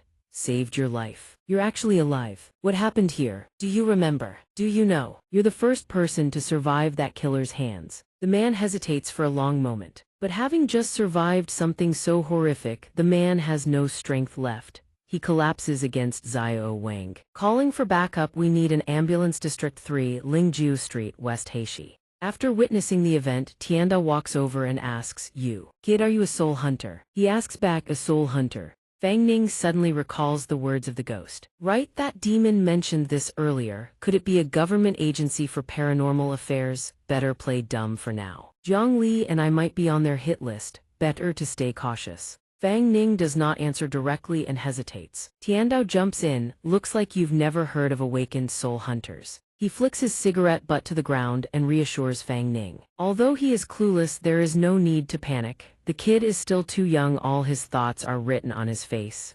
Truly. Nothing escapes Tiandao's keen eyes. In the next moment, he presents a business card. Next time you want to lie, you'd better control your eyes and facial expressions. After he takes the business card, the man introduces himself, Zhang. Tiandao, that's my name. If you run into trouble, you can find me. You go ahead and deal with these things, but be careful. Once released, Fang Ning replies politely. Officer Zhang gives his thanks. Even after just one encounter, Tiandao has taken a liking to Fang Ning. This kid is interesting, but Fang Ning doesn't know that someone is currently watching his back from atop a tall building. That person is none other than Quijang, along with the ghost, who is triumphant about escaping a disaster and ready to wreak havoc elsewhere. Seeing that things were almost complete only to be ruined at the 90th minute, he is furious. That damn person plus the soul power he accumulated has all been taken away. The ghost doesn't want to stay here longer, so he demands, "Let's go, let's hunt in another city. This master will remember today's humiliation." Quijang obeys and the ghost crawls back into his body. "Yes, my lord." Then Quijang takes a running start and leaps decisively off the skyscraper. After being released, Fang Ning and Jiang Li dash through several city blocks to track them. He asks Lear, "Can you still sense the hairpin's position?" Jiang Li replies, "Up ahead. It's injured, it shouldn't be able to run far." Hearing this, Fang Ning feels relieved. Yet he is still curious. "That's good. By the way, you had a chance to capture that ghost, right? So why did you hide?" Jiang Li, sitting on his shoulder, explains, "That middle-aged man had heavy yin energy. I couldn't manifest in front of him." The more she explains, the more confused Fang Ning gets. "Then what about the soul technique that demon used?" "That was a binding technique I couldn't break free from on my own." Seeing Fang Ning looking completely lost, she clarifies, "Soul arts are powerful techniques. They can be countered with soul power or spiritual energy, but you need superior strength to execute them. Since you're a normal human, this must all be very strange to you." "Spiritual energy." Zhang Li looks at him and explains patiently. "What you used before, husband, was spiritual energy. Soul power belongs only to soul entities, while spiritual energy exists within every person's body. But most people only have a slim chance to manifest this energy during life or death situations, allowing them to exert power far beyond their normal limits." Suddenly, Fang Ning remembers something. "Didn't you lose your memory? How do you know all this?" According to Jiang Li's speculation, it's probably due to the food. Delicious food. For the past 2 days after eating good food, many things have surfaced in her mind. Fang Ning realizes this and asks her. "It seems Jiang Li's memories recover as her strength recovers. So I couldn't escape earlier because of spiritual energy, right?" Contrary to his assumption, Jiang Li shakes her head. "No, the spiritual energy in your body, boosted by my soul power, should have surpassed it. But you used the energy too crudely, only subconsciously increasing strength and speed. To break this soul technique, you must regulate the spiritual energy in your body and release it." Hearing this, Fang Ning feels intrigued. "Release spiritual energy. How do I do that?" Based on her previous experience, she notes that it usually requires long-term cultivation and practice. However, a few seconds later, Jiang Li's face lights up as she hits upon an idea to help Fang Ning. "I have a way." Then Jiang Li presses close to him, and a romantic pink mist radiates around the two. "Don't move, husband, focus on the connection." Surprise, old man, Fang Ning never imagined in his life that the method she came up with would be to kiss him. After sharing a passionate kiss, both are transported to an entirely different space. They feel as if they are submerged in the deep sea. Fang Ning is stunned by the surreal sight before him. All around him is a space illuminated by shimmering, twinkling stars. "This is your sea of consciousness, your mental world. We have signed a contract. By deepening our bond, I can enter here with you." Yet, faced with her words, Fang Ning doesn't understand the purpose of this place. "Why are we in the mental world? We have to catch that demon quickly. If he escapes, tonight's effort is wasted." Suddenly, Jiang Li jumps up and hugs Fang Ning, making him blush. Don't worry, husband. In the sea of consciousness, time flows at 11,000th the rate of the outside world. He cannot escape. Only here can I help you get used to using spiritual energy in such a short time.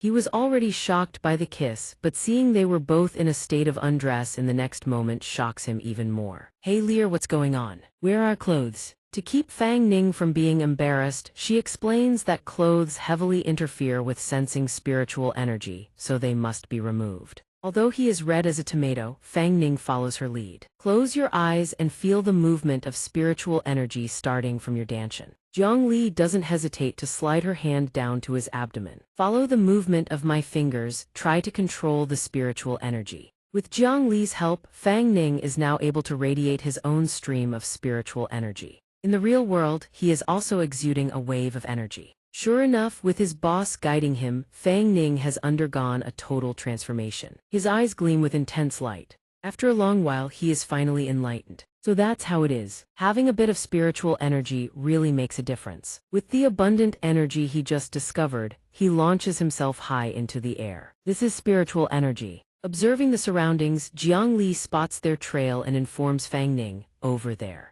Sure enough, following her finger, they see them leaping from building to building. After confirming their target is Qujiang, Fang Ning immediately moves to action. As he is leaping like a grasshopper, the ghost suddenly shouts, "Run, get out of here." Seeing it pushing and urging him like that, the man couldn't help but wonder, is the soul hunter today really that strong? The soul infant immediately denied it, but still voiced its own ominous premonition. He was nothing special under normal circumstances, if not for the entity hiding inside his body. Fang Ning's soul technique would have choked the life out of him long ago. That soul power just now was at least level 5, not level 4. Get this king out of here now. The sense of danger was closing in fast. It snarled in fury. Spotting a sleek-looking motorcycle parked below, Yujing wasted no time and leaped straight down. Trying to calm the soul infant's nerves, he reassured it, "Rest easy, my lord.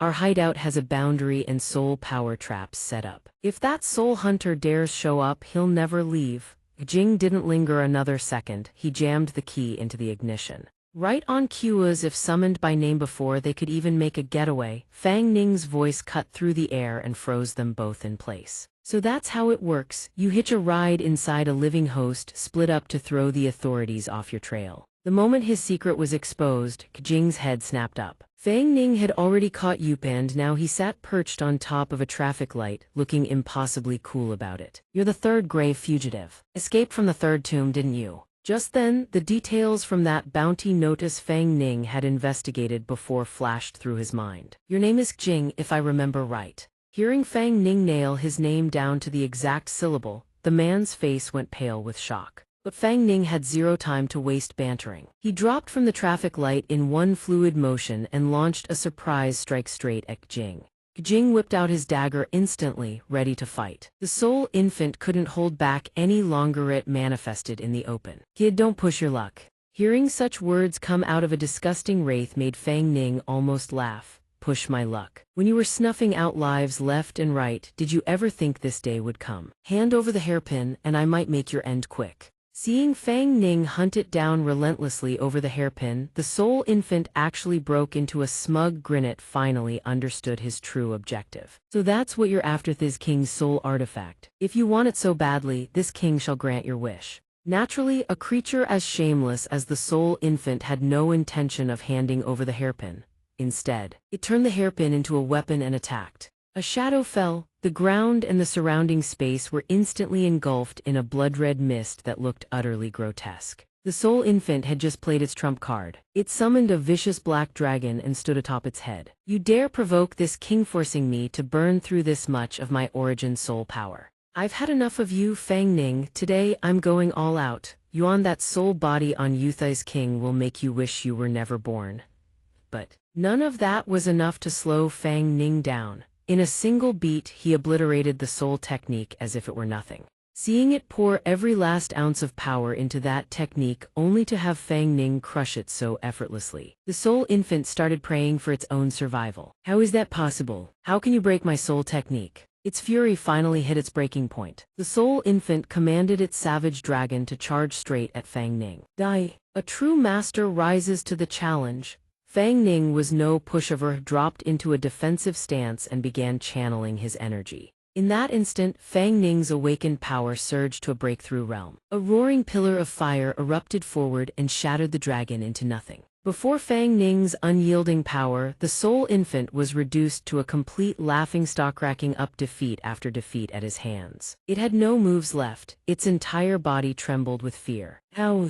Even cornered like this, the soul infant refused to surrender. Stubborn to the bone, it still tried to use the hairpin to attack. He's just a human, how can he possibly have this kind of power? It refused to accept the humiliation of losing to a mere mortal, so it conjured a sword to keep fighting. But the soul infant's number was up because the one now facing it wasn't Fang Ning anymore. It was Jiang Li. Liar, finish him off, one clean strike. She may look small, but she packed a serious punch. Jiang Li unleashed a torrent of emerald energy that blanketed the entire space. In the next heartbeat, the soul infant and every last one of its techniques detonated like fireworks. Evil had finally fallen before righteousness, and there it was, hairpin they had fought so hard to reclaim, lying right in front of them. It was barely an arm's length from Fang Ning's hand. It was over. But who could have predicted the soul infant was as hard to kill as a cockroach? It wasn't fully destroyed, with its last dregs of power. It used its soul technique to lock down Fang Ning's hand. Don't even think about taking the hairpin.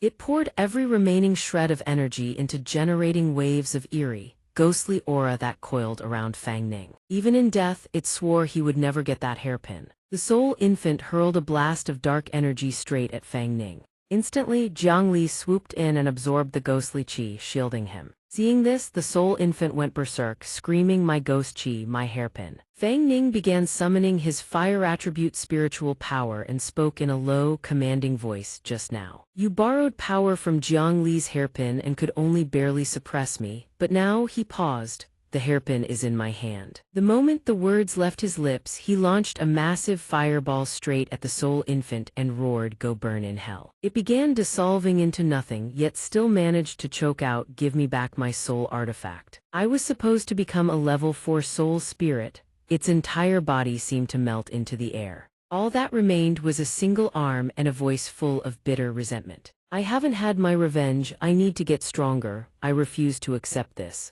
Half of the soul infant's face suddenly shifted into that of a human child. It trembled and called out, "Mama, where are you, Mama? Please save me." It wailed in anguish. "I can't breathe underwater, it hurts so much." The soul infant's voice turned unbearably sorrowful. "I still haven't found Mama, I don't want to die." With those words, it slowly drifted into Fang Ning's consciousness. He immediately saw shattered imagescenes of devastation and sorrow flooding his mind. Fang Ning thought to himself, "Could these images in my mind be fragments of its memories?" He asked in a quiet voice, "Liar, do you know what drowning a newborn means? It's because of favoring sons over daughters. Some parents bring a child into this world and then refuse to raise it." Fang Ning saw the image of a man forcefully pushing a small child beneath the water. He murmured, "How could anyone be cold-blooded enough to drown their own child with their own hands? I just saw a fragment of its memories. It was an infant killed by drowning, murdered by its own father shortly after birth. Out of its desperate will to live and the hatred of being denied that chance, it became a vengeful spirit."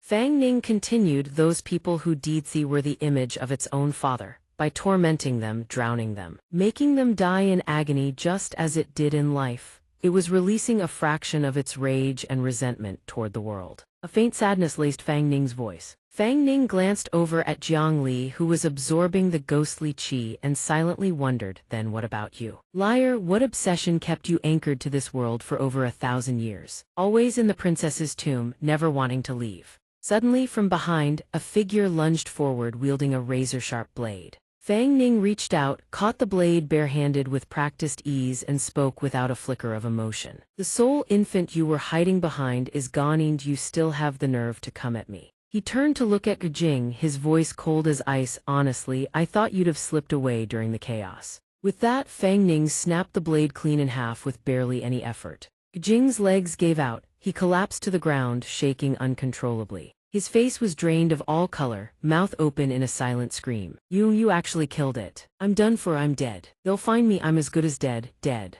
Fang Ning seized Jing by the throat and slammed him against the wall. The man broke down, begging in pure terror. Don't kill me please, I'm begging you. Fang Ning's voice was razor-edged. Then answer my questions.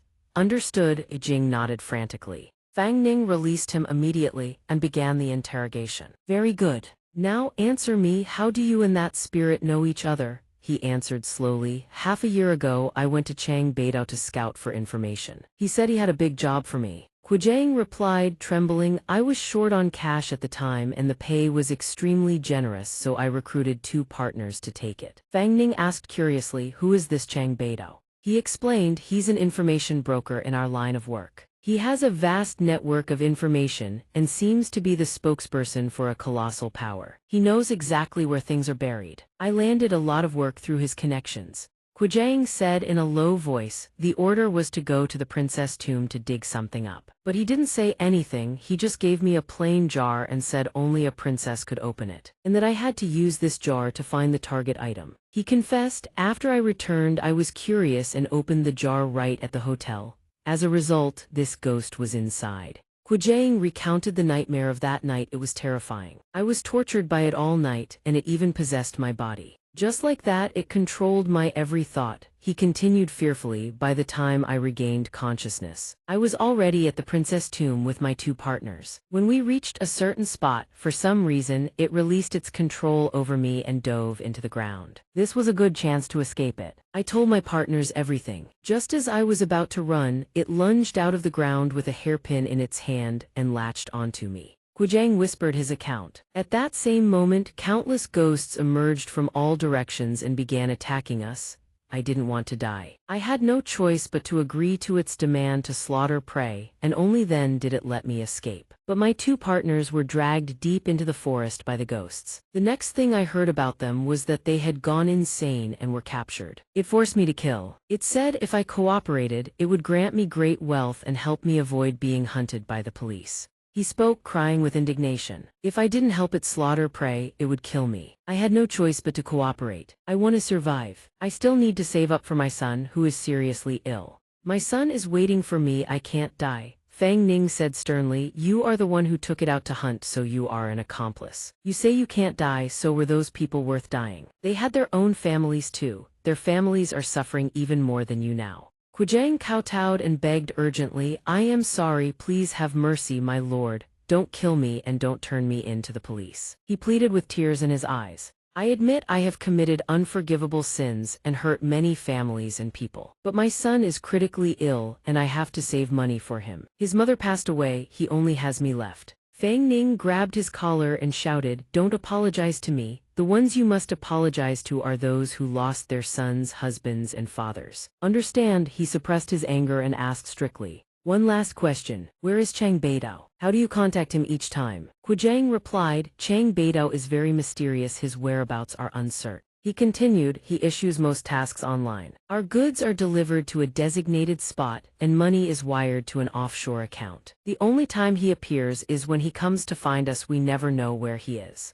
Fang Ning thought for a moment and said, give me your phone. Jiang was stunned, so he urged, hurry up. He took the phone, typed for a while and warned softly, I'm Fang Ning. This is my contact info. If Chang Beidao shows his face next time, you contact me immediately, understand? With that, Fang Ning tossed the phone back to him. Jiang asked in surprise, you're letting me go, not turning me in to the police? Fang Ning looked at him with a gentle smile. Without that spirit's help, you'd fall into the net very soon. Before that, if you want to save your son, you better hurry. As for the victims' families, I'm sure the spirit gave you more than just money for medical bills, right? Jiang kowtowed in gratitude, thank you, I know what I have to do. Fang Ning turned to leave, his voice cold. Once he's cured, make sure the boy follows the right path. He warned him not to let his son follow in his footsteps. Jiang slowly stood up. Before him was only emptiness. Fang Ning had vanished in an instant. Jiang whispered emotionally, Fang Ning, thank you. After I finish what needs to be done, I will turn myself in. Meanwhile, Fang Ning was walking the streets. He asked in a low voice, Lear,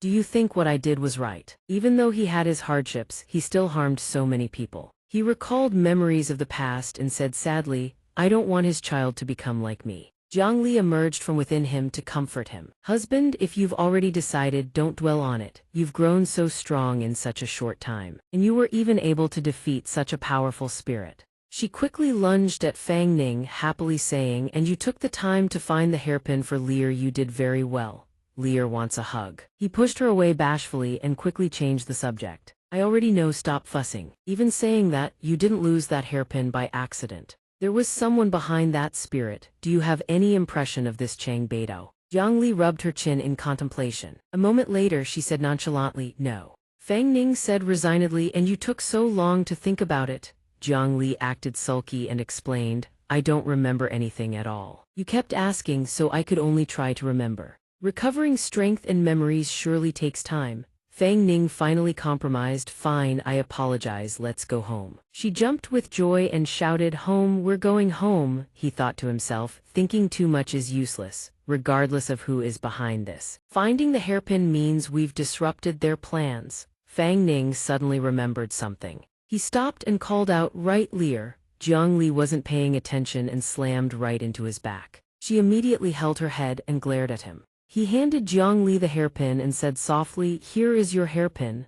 She lifted her hair and asked coquettishly, "Husband, can you help me put it on?" Fang Ning replied, "There's no helping you, can't you put it on yourself?" Despite his words, he reached around to hold her head steady. Jiang Li's eyes widened, focused on the person before her. In her eyes, Fang Ning now took the form of the one from 1,000 years ago. He said tenderly, "Lear, I retrieved this hairpin especially for you." Finished, the two locked eyes with deep affection, as if transported back to the past. Back in reality, Fang Ning smiled and asked her, "Well, do you like it?" Jiang Li was already tearing up, moved beyond words. Jiang Li said gently, "I like it." Fang Ning's eyes widened in amazement. She held his hand and whispered it once more. Like each glistening tear rolled down, stirring the waters within her heart. Suddenly, a strange energy erupted from around Jiang Li. The power seemed to originate from the hairpin. It caused her to slowly drift into sleep. Her clothes were quickly shredded into fragments by that power. Fang Ning covered his face in a hurry, embarrassed. "Again, which outfit is this now? Don't do that. Boss, my clothes are all torn because of you."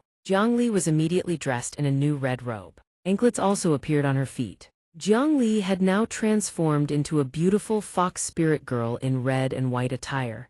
She began to gather yellow spiritual energy. Fang Ning also felt the anomaly in his own body and thought in astonishment, "The spiritual energy is so strong, it feels even greater than before." He furrowed his brows as a massive surge of power hammered into him, causing him to scream out in agony. That surge of power quickly attracted the attention of other soul hunters who were busy exterminating monsters. The red-haired girl said, "The spiritual pressure over there is immense." The man nodded. "The fluctuation is strange, not one of our people." He suggested finishing off the small fry before going to investigate. Suddenly, a hand with sharp claws tried to scale the wall behind the girl. It was a demon with 2 bison horns, and behind it were 3 long-tongued monsters wriggling, eyeing them hungrily. They quickly rushed toward the girl to ambush her. She just hummed softly and began summoning her strength to prepare a counterattack. The girl grasped a long spear, turned and slashed decisively, slicing the creatures in half. At the same time, in an abandoned high-rise, 2 men stood watching the great source of power erupting from Fang Ning's direction.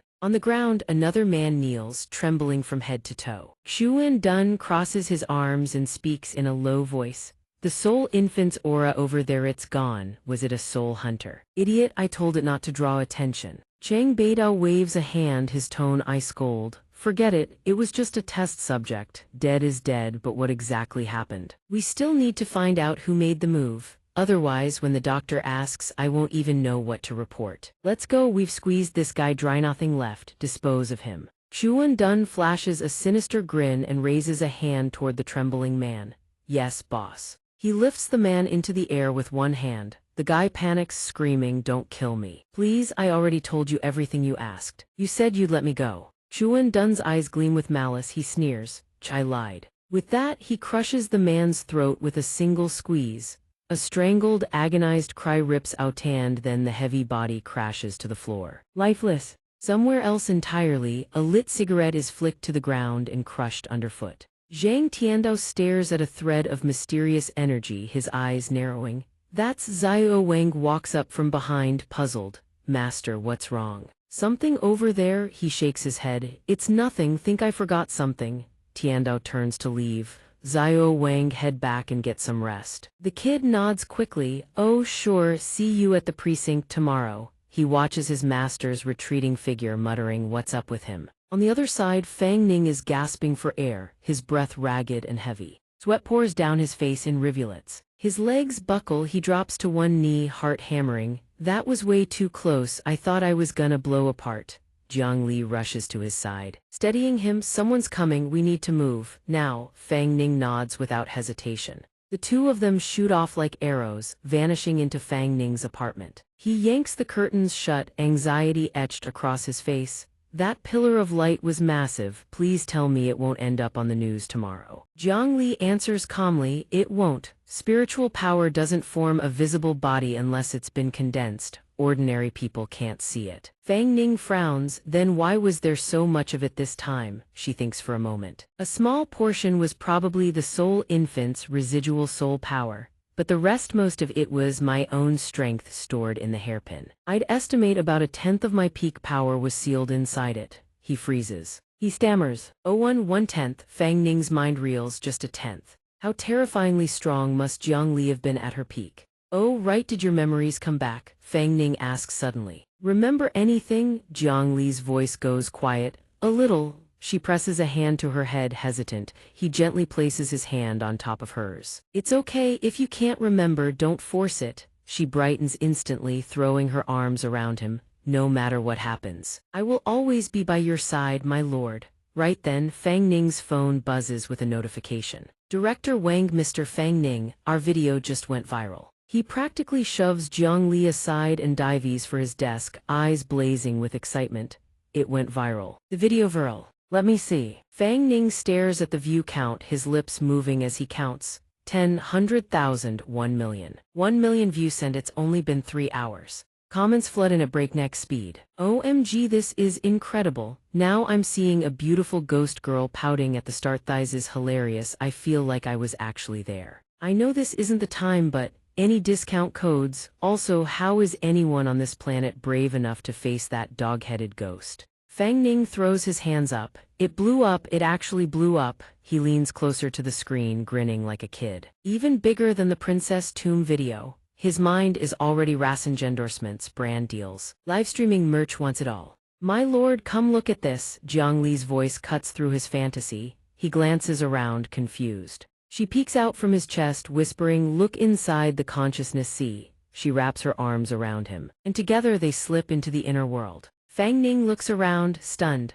What the? Before him swims an enormous school of golden fish, circling in formation beneath a pale glow. Jiang Li drifts alongside them, explaining, they're all fear power, my lord, there's so much of it. She embraces him from behind. Close your eyes. The moment she finishes, she murmurs an incantation. Their clothes dissolve into nothing. The golden fish glide toward the two of them, one by one merging into Fang Ning's body. Back in reality, a surge of raw power coils around him like a living thing. Fang Ning's eyes snap open, so this is fear power. It must have been born from that viral video. He clenches his fist, feeling the strength humming through his veins, and grins. Right now, I feel like I could take down a soul infant without even needing Layer's help. Fang Ning rises to his feet, a quiet smile on his lips. Today has been a very, very good day. Later, steam fills the bathroom as Fang Ning stands under the shower, his mind still racing. The soul infant is dead. The mysterious soul hunter cop Zhang Tiandao, Jiang Li's lost memories, the shadowy entity that struck at the princess tomb. A whole new world is about to crack wide open.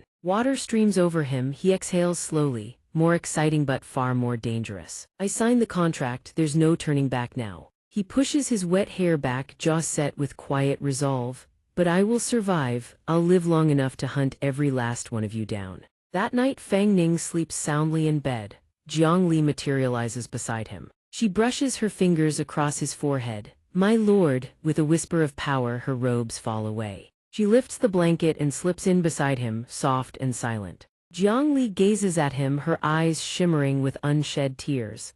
Over 1,000 years, she pulls him close, her voice barely a breath. I've finally found you. In his sleep, Fang Ning's brow creases tight, a nightmare takes shape. A gasoline can dripping onto cracked pavement. A small boy stands before the gates of Tianxing orphanage, flames roaring behind him. People are still trapped inside, everything burns. The boy is none other than Fang Ning. He turns around, his eyes glow a deep, burning red filled with something dark and vicious. The next morning, a blonde-haired guy stands in front of a bathroom mirror, brushing his teeth. His phone starts blowing up notification after notification. He picks it up frowning, this early, why so many messages? His eyes go wide, what? My video it dropped to number 2. Some nobody posted a video last night and it shot straight to the top. What the hell is this? He taps into the video. Everything on his desk gets swept aside in frustration. What kind of video pulls over 3 million views overnight? How is that even possible? I'm the one who owns the trending game around here. He sprints to his room, slams the door open and drops into his desk chair, pulling on his headphones. I need to see what kind of stunt this guy pulled to beat me.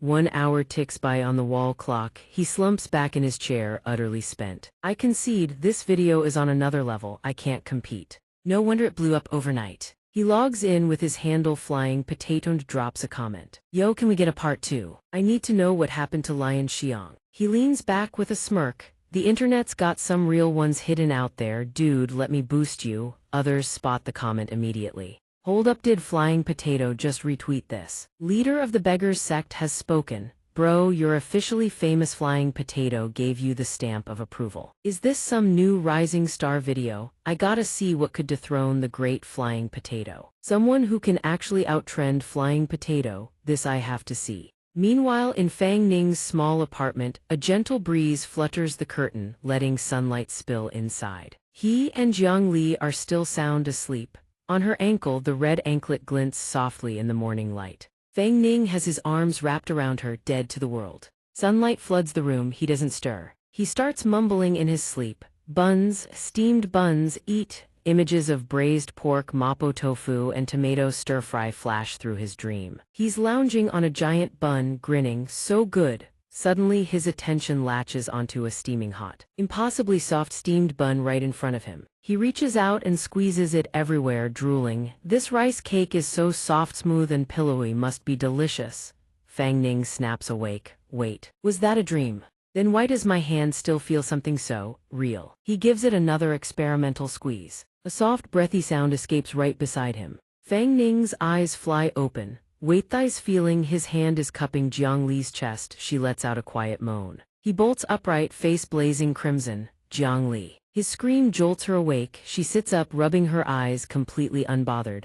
My lord, you're awake. His gaze drops and there she is, not a single stitch of clothing on. Blood trickles from his nose. Jiang Li leans in, worried. My lord, your nose. Fang Ning clamps a hand over his nose, waving frantically with the other. Stop, stop right there, do not move. He scrambles to the desk. Tissues fly out of the box as he stuffs them against his face. Jiang Li watches in confusion. My lord. Fang Ning shoves tissue up his nostril and points at her without looking. Put clothes on now. Jiang Li hears this and lets out a shy little oh. She starts rising onto her tiptoes. She channels her power to conjure a brand new outfit. In moments she drifts closer to him and whispers softly, my lord, I'm dressed. Fang Ning's eyes fly wide open in sheer astonishment. He stares at her, unable to look away. Jiang Li is now wearing a stunning red and white dress, exquisitely designed. Sunlight washes over her entire figure, making her glow radiantly.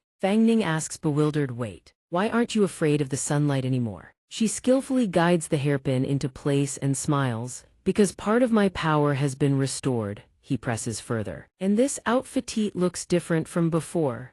Jiang Li pins the hairpin and explains, didn't you say last time that a long dress was impractical? My lord, Fang Ning frowns inwardly, thinking, I've never heard of a ghost entity being able to venture out in broad daylight. Could it be that Lear isn't actually a ghost entity at all, but some other kind of existence entirely? Suddenly, Jiang Li lunges at him, nuzzling close. My lord, hold me. Right on cue, a phone starts ringing from the bed. Fang Ning gently pushes her aside, clears his throat and says, let me get that. He picks up the phone. Caller ID reads Wang Sanhe, answers immediately. Hey, Director Wang. Wang Sanhe practically screams into the phone, hyped beyond belief. Mr. Fang Ning, our video just hit #1 on the trending list. Fang Ning replies calmly, yeah, I saw it. Wang Sanhe is thrilled. He continues, several ad sponsors have already reached out. They want to buy ad slots in our next video. The ad fees alone would be tens of thousands of yuan. Fang Ning immediately cuts in, don't commit to anything yet. We're still new creators, 2 viral videos in and we already start running ads, that'll kill our goodwill with the fans, it's not worth it. Oh right, Director Wang, do you have any prior experience running content accounts? Wang Sanha answers, we have one that's active but it only has 20,000 followers.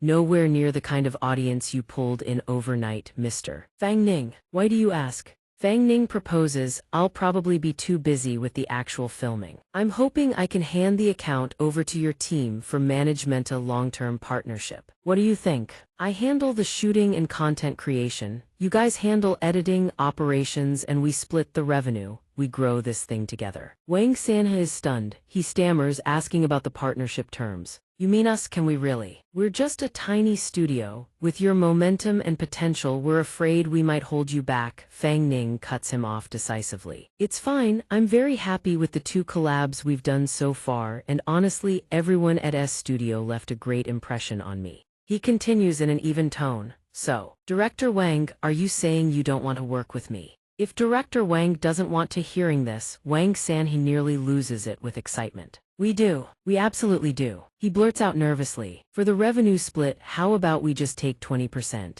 No, 10% is enough. 10%, is that okay with you? If that works, I'll draft the contract and send it over to you right away. Fang Ning replies generously, I'll give you guys 30%. He continues with genuine gratitude, back then I contacted so many companies. The moment I quoted my budget of 1,000 yuan. Every single one of them turned me down, ever knowing that was literally all the money I had at the time. Just when I was about to give up, you guys were the only ones who responded, treated me with real respect, and delivered meticulous service. I've always wanted to thank you properly. Wang San is deeply moved. That's just our job, sir. We always give it our all to make every client happy. It's what we've always done. Rest assured, Mr. Fang Ning will do everything in our power to run your account to the fullest. Fang Ning wraps it up. All right then. Send me the contract whenever it's ready. I've got other things to take care of. From here on, the account is in your hands. On the screen, 3 trending hashtags all tied to his video are now blazing at the top. Overnight, the view count has surged past 10 million, smashing the record for fastest viral hit. The murder case from 10 years ago, what really happened at Heiyuan Elementary School. Special effects breakdown. Experts reveal which VFX techniques were used in this viral video. Fang Ning thinks to himself, it actually blew up that hard. No wonder it generated that much fear energy. But still, who knows how much of Lear's power has actually been restored. He stands up, turns around, and calls out softly, Lear. Jiang Li immediately runs over and loops her arm around his, asking gently, what is it? My lord, Fang Ning asks, his voice laced with curiosity. Yesterday's fear energy. Was it enough? Can it actually restore your power? She shakes her head slightly. What we gathered yesterday wasn't nearly as much as when we first met at the princess tomb. I'm still a long way from a full recovery. Fang Ning presses gently, so how much more do you need? Jiang Li summons a glass orb, its interior swirling with faint blue spiritual power, and answers, this much about should be enough for my peak state. Fang Ning stares astonished. We're still that far off. Then right, know how confident are we against whatever's lurking in Heiyuan Elementary School? She ponders for a moment, then says, around 70% I'd say. Hearing that, Fang Ning throws on his jacket with renewed energy, his voice buzzing with excitement. Perfect. Let's grab some food first, rest up, and recharge our spirits. He ties his long hair into a quick ponytail, grinning. Tonight we head back to Heiyuan Elementary. Jiang Li bounces up with glee, squealing, yes, tonight we're eating something amazing. That evening the moon hangs high in the sky. Fang Ning pulls on his familiar baseball cap. He cracks open the window and murmurs, Lear, get ready. We're heading out. Before he can finish his sentence, Jiang Li's hand lands softly on his shoulder, and in an instant, both of them rocket straight out the window. Across the empty night sky, the only sound left is Fang Ning's terrified shrieking. At that very moment, at Heiyuan Elementary School, a shaky voice breaks the silence. 2 men are crouched behind a tree trunk, peering into the school grounds. One of them whispers nervously, Bro Zhang, do we really have to film here? The other one smacks him on the back of the head and hisses. Are you stupid? You saw that #1 trending video, right? Zhang Ziao snaps back, furious. The place he filmed at is right here. Anyone from Heishi City can tell at a glance Seth's is where the heat and traffic are. You want us to just let this opportunity pass us by? Mao Xing scratches his head, stammering, but there's a ghost in there. Zhang Xiao throws an arm around his shoulder and scoffs loudly, ghost my ass. It's obviously fake, probably all done in post with green screens and hidden rigs. Horror videos like that are a dime a dozen online now. You're not actually dumb enough to believe ghosts are real, are you? The moment the words leave his mouth, a hand lands gently on Zhang Xiao's shoulder. Both of them jolt in sheer terror. They bolt, screaming at the top of their lungs, ghost. But standing behind them is just a young woman in trendy clothes, staring at them in bewilderment. Lin Huan's face darkens. She grinds out, didn't we agree to meet at the entrance of Heiyuan Elementary? Why the hell are you calling me a ghost? If you two cowards are that scared, just go home. Zhang Xiao steadies himself, clears his throat, and tries to explain. I mean, hey, you really shouldn't be talking so loud out here. The area around here is dead and creepy. Even at night, it's still kind of unsettling. Mao Xing leans in, curious. Boss, about that video were all those hidden rigs and VFX edits prepped in advance. The special effects work was actually insane. We didn't prep anything this time, we can't even compare. What are we even going to film here? Lin Huan shoves his face away, snapping back. You idiot, do we have money for hidden rigs and fancy VFX post-production? We're here to ride the hype wave. She pulls out a notebook and pen, thinks for a second, then asks, so, what do you think about the title, exposing the illusion behind the viral video? What is the current situation at Heiyuan Primary School? Zhang Xiao asks, sounding enthusiastic. Epic, the boss is a beast. No wonder he's the one with the most clout among us. Lin Huan says with great momentum, cut the suck-up routine, let's move out. The other two answer in unison and immediately set off. Mao Xing suddenly becomes panicked, his voice trembling. Wait, everyone listen carefully, it sounds like something is behind us. A desolate wind whistles through the trees. As the three of them turn around, they see two figures, one tall and one short, approaching. Zhang Xiao and Mao Xing startle and shriek. Ghosts! The two men quickly scramble onto Lin Huan, trembling violently, which makes her furious. Ghost, your sister, get off me right now. Two men, and yet you're less brave than a girl. Zhang Xiao tries to justify himself, it's the middle of the night in the wilderness. If those aren't ghosts, then what are they? Lin Huan turns to them, maintaining her composure. She asks, sorry, my friends are quite timid, are you two living people? Fang Ning nods and replies, are you? Zhang Xiao steps forward to introduce them. We are bloggers here to investigate Heiyuan Primary School, which is on the list of haunted spots. We're mainly seeing if we can get some footage. Is it fun? My name is Zhang Xiao, I'm a potato eater on the B station. The blonde-haired guy adds in a friendly tone, hello, I'm Mao Xing, Zhang's assistant. The girl speaks up happily, I'm Lin Huan, their childhood friend.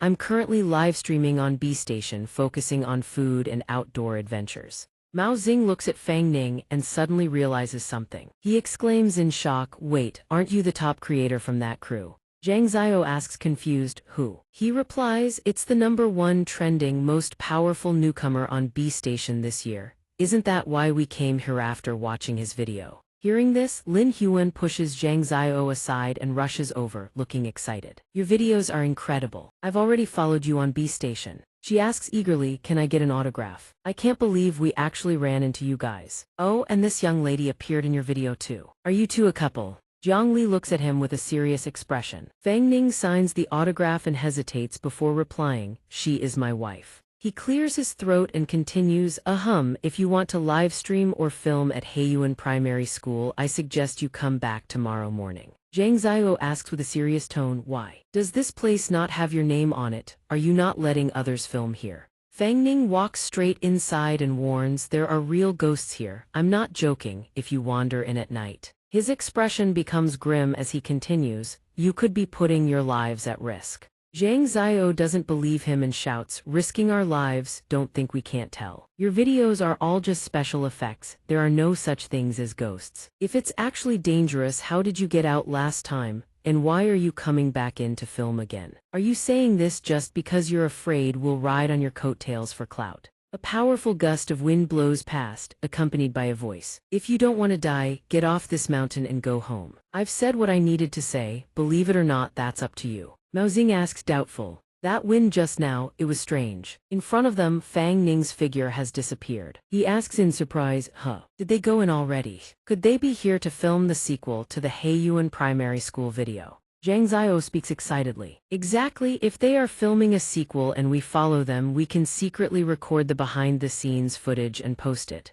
Won't that go viral? Mao Xing hesitates. Zhang, maybe we should skip it. They already said it was dangerous. They might have traps set up inside that they don't want us to trigger. Plus, it's not good to disturb them while they're filming. Lin Huan doesn't care much, rushing inside and saying delightedly, "Stop worrying, I'm curious about how they filmed their videos. I have to go see it, it's a once-in-a-lifetime chance." Seeing this, he panics and calls out, "Hey, wait for me, you two." Mao Xing hurries to catch up, his body passing through a transparent barrier. The three of them have no idea they have just entered a mystical formation. At the same time, Fang Ning and Jiang Li walk into the classroom hallway. He thinks to himself, I hope those three listen to me and leave. Once the fighting starts, I won't have the spare energy to protect them. He turns to ask her, well, can you sense that guy's aura? Jiang Li points upward and replies, up there in the room from last time. Fang Ning tosses her the phone and praises, very good. He smiles, his tone enthusiastic, and starts recording. Jiang Li uses her magic to hover and begins recording the footage. Fang Ning sprints up the stairs and announces clearly, everyone, I am currently back at Heiyuan Primary School. He continues, 3 days ago, I encountered an unknown monster here. After being forced back by it, I had no choice but to retreat. But Lion Xiang's soul is still trapped in this school, waiting for me to save her. In a blink, he is in front of the principal's office and Fang Ning kicks the door open, shouting, I'm back. He moves deep into the room and asks telepathically, how is it? Where is it? Jiang Li points at the wooden comb on the desk and replies, husband, right here. Fang Ning reaches out, intending to touch it, and speaks calmly. I suspect this comb belonged to Lion Xiang. It shares an inseparable connection with her. Through the comb we can find. Suddenly, a dark energy erupts from the comb, accompanied by a chilling voice. You actually dare to come back. Human. T letter 1B0 letter 1 EDF NG Zhuang Jiang Zheng roars in anger. Since you've come, don't even think about leaving.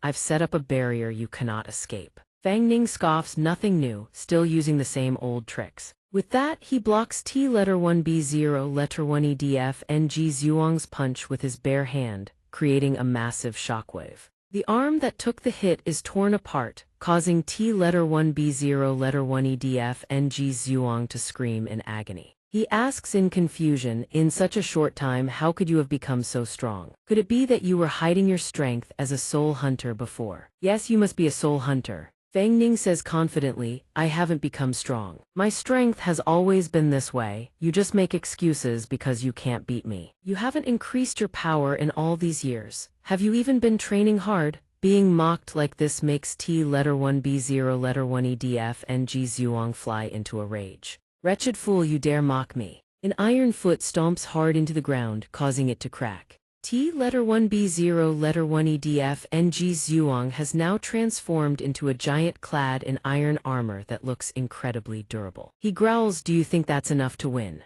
Don't celebrate too early. He begins summoning lightning energy and threatens. The battle has only just begun. T letter 1B0 letter 1 EDF NG Zhuang quickly creates a powerful ball of lightning and says with a ghastly voice, no one can separate me and Lion Xiang. No one, even if you are a soul hunter, you won't. Fang Ning feels the ground under his feet shaking, his body restrained by the bolts of lightning, making him panic slightly. Hey, are you kidding? This is too over the top. Could this be his soul art? At the same time, in the schoolyard, Zhang Ziyo turns on his camera to start recording. Hey everyone, I'm Potato. He introduces himself. We're standing at the entrance of the Heiyuan Elementary School teaching building. Everyone's heard the stories about Heiyuan Elementary, right? We came here today because a creepy voice suddenly whispered in his ear. You actually dare come back? Human. Zhang Ziyo jolts in fright. At the same time, an enormous explosion erupts from the upper floors, snapping all three of them to attention. Zhang Ziyo collapses to the ground, pointing up in terror.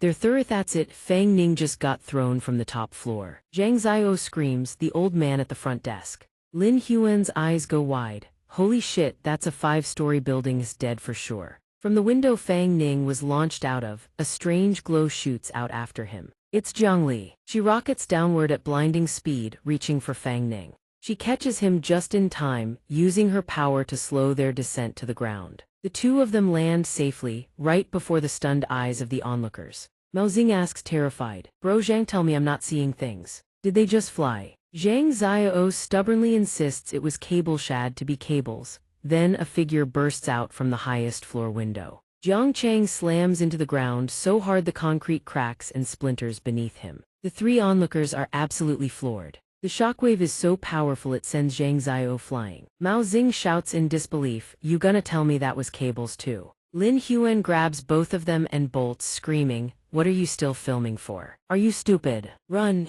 Jiang Chang stomps his foot into the earth, his voice dripping with menace. "None of you are leaving here alive today." He clenches his fist and declares with absolute conviction, "You dared lay a hand on my lion Xiang, I want you all dead." The moment the words leave his mouth, he erects a boundary, sealing the entire school. Mao Xing stumbles forward and slams his palms against the invisible barrier, trembling. "Bro Zhang, I don't think we can get out." Zhang Xiao refuses to accept it and charges at the barrier, yelling, "Move you! What the hell is this thing? Let me see. There's no way we can't get out." In an instant, he's blasted backward. Zhang Xiao shudders. "We're done. We're gonna die here today, aren't we?" He mutters, "I knew I should have listened to him and stayed out of this." Lin Huan says calmly, "What's the point of saying that now? We can only hope he can beat this thing. That's our only shot at getting out of here alive." Fang Ning's expression hardens as he thinks, "This guy's tougher than I expected. That soul techniquays it some kind of electromagnetic wave or shock blast, or is it a compressed air mass?" Jiang Chang doesn't give him time to think. He launches forward with a thunderous roar, "Die." He brings his fist crashing down, but Fang Ning leaps aside just in time, dodging the blow. Jiang Chang's feet radiate a massive surge of power, shaking the ground violently once again. He doesn't let up, driving his fist straight toward Fang Ning again. Fang Ning spins around and throws up his guard, trying to block the strike. But the lightning arcing from Jiang Chang's hand scrambles his control over his own power. The impact sends Fang Ning hurtling backward with brutal force. He digs his feet in, skidding across the ground to stop himself from flying further. The friction kicks up a thick cloud of dust and debris. Fang Ning thinks this guy's raw power is insane. Jiang Chang has no intention of letting up. He closes in, snarling, "Let's see how many hits you can take." Fang Ning calls out, "Jiang Li." Jiang Li materializes instantly, unleashing her power against him. Chains of light erupt in midair. Jiang Chang's fist, mid-swing toward Fang Ning, freezes implacable to move another inch. His entire body is bound by the spectral chains. He roars in fury, "Damn you, I'll kill him." Fang Ning replies flatly, "Then do it, I'm right here in front of you." "Go ahead, show me." Jiang Chang is forced to his knees, thrashing and screaming, "You little bastard, let me go." Fang Ning walks over and casually pats him on the head, his voice dripping with mockery. "Do I look stupid to you? Let you go? Might as well unleash a rabid dog and let it maul me to death. Hiding so deep you won't even show your real face." "If I'm not mistaken," Fang Ning presses lightly on his head and probes deeper. "You're the last principal of Heiyuan Elementary, the one who killed himself in the principal's office, aren't you?" "Jiang Chang, am I right?" In an instant, his form shifts back to his original human appearance. Fang Ning's voice turns sharp and serious. "Answer me, did you kill Lion Xiang?" Jiang Chang trembles. No, it wasn't me, I didn't want to kill her. If she hadn't tried to run, I never would have laid a hand on her." He screams, "That's right, it's all her fault, you can't blame me. Why did she have to run? Wasn't staying by my side good enough? It's all her fault." Fang Ning can't hold back anymore. He drives his fist straight into the man's face. "You sick son of a bitch." He grabs Jiang Chang by the collar and yanks him up, fury in his voice. "She was just a kiddie, you were old enough to be her father. She had her whole life ahead of her, and she did because of Yao without anyone even knowing the truth. Don't you have children of your own? Just imagine how her father felt, how much pain he must have been in." Jiang Chang shakes his head violently, stubbornly. Shut up, please stop talking." Fang Ning begins channeling power into his palm, pointing it at Jiang Chang with a threatening voice. "Where is Lion Xiang? Tell me and I'll make it quick." Jiang Chang grits his teeth. "You want to take Lion Xiang away? Don't even think about it, I won't let you take her." He goes berserk. Dark energy explodes outward with enough force to shatter the chains binding him. He screams, "Absolutely not." The backlash slams into Jiang Li. She shouts a warning, "My lord. Look out." Jiang Chang lunges forward and tackles Fang Ning, locking him in a crushing grip. He drives them both straight through the school wall with a deafening crash, sending dust and debris billowing everywhere. The impact catches Fang Ning off guard, has no time to brace. pain twists across his face. He forces himself to his feet, staring at Jiang Chang ahead. He sends a telepathic message, "Old man Zhongli, what just happened?" She answers immediately, "Not sure, looks like he just powered up." Jiang Chang channels spiritual power into the cracks spreading across the ground. His voice is a guttural growl, "No one will ever separate me from Lion Xiang. No one." Bands of lightning surge from the fractures and coil around Fang Ning's body. Suddenly, the spot where Jiang Chang stands detonates in a violent explosion.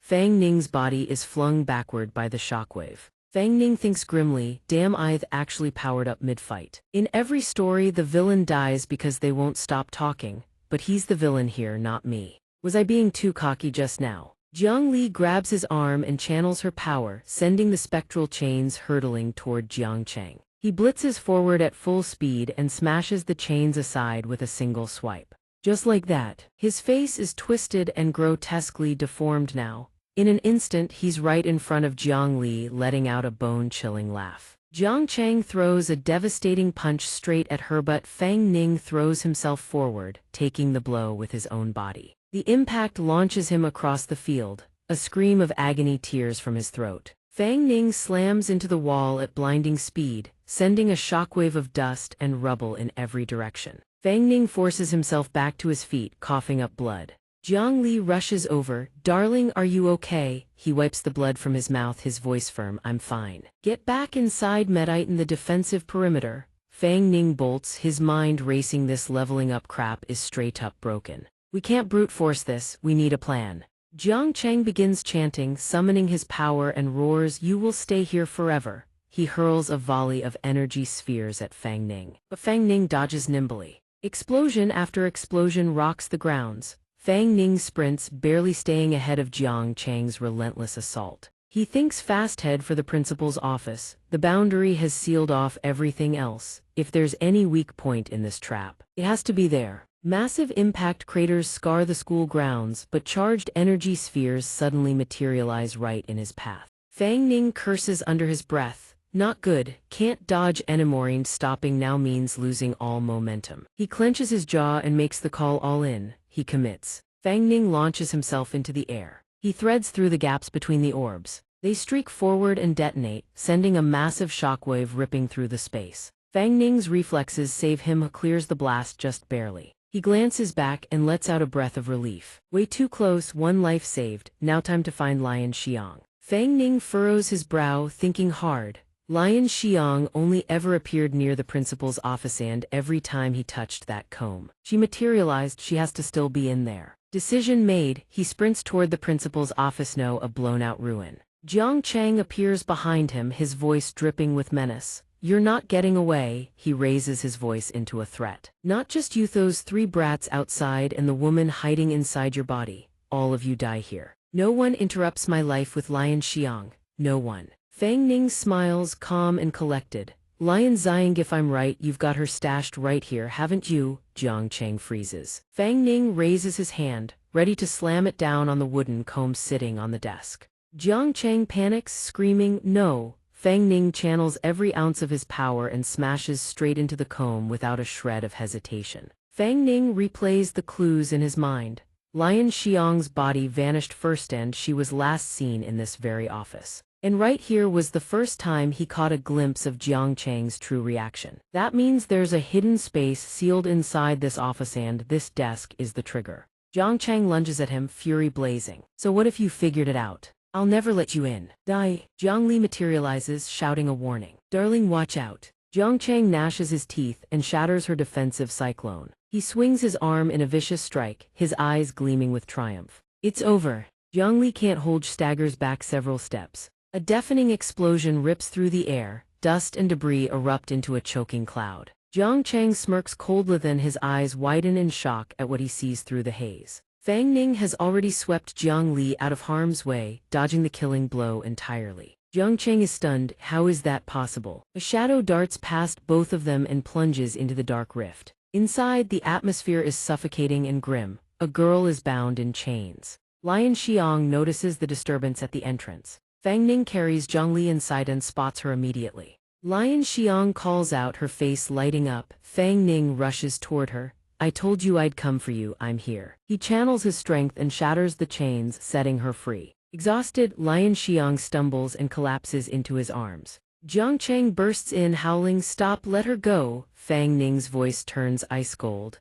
"I came here to destroy Yuan, take Lion Xiang home." Jiang Cheng puts on a gentle face, coaxing her. "Lion Xiang, come to teacher, I'll protect you."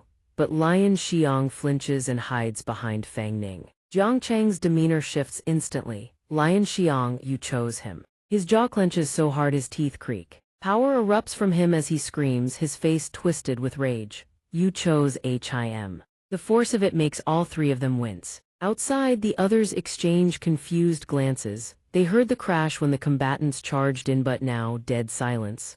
Why? Zhang Ziao worries aloud. Maybe they've already settled it if the Elder One were safe, but if that demon. Luan Huan shouts, "Look, something seeping out from inside." Sure enough, something dark oozes from the doorway. A hacking cough and Luan Huan collapses unconscious. The other two follow in seconds. Inside, Jiang Cheng rages, "Lion Xiang, no one can tear us apart. No one. If you want to leave, then we all die here together, we stay forever." Jiang Li is struggling. "Darling, something's wrong with this black mist, there's some kind of formation draining our power. I can't hold on much longer, we need a plan fast." Fang Ning is drenched in sweat. He turns to Lion Xiang. "Lion Xiangdo, you know his weak point," she answers instantly. His chest. Without his soul power or armor to shield it, it's exposed. But those shockwave orbs orbiting around him make it nearly impossible to reach. Fang Ning thinks for a beat, then says, "No, I can do it. I just need enough speed, if I can lock in that feeling from before." He launches toward Jiang Cheng.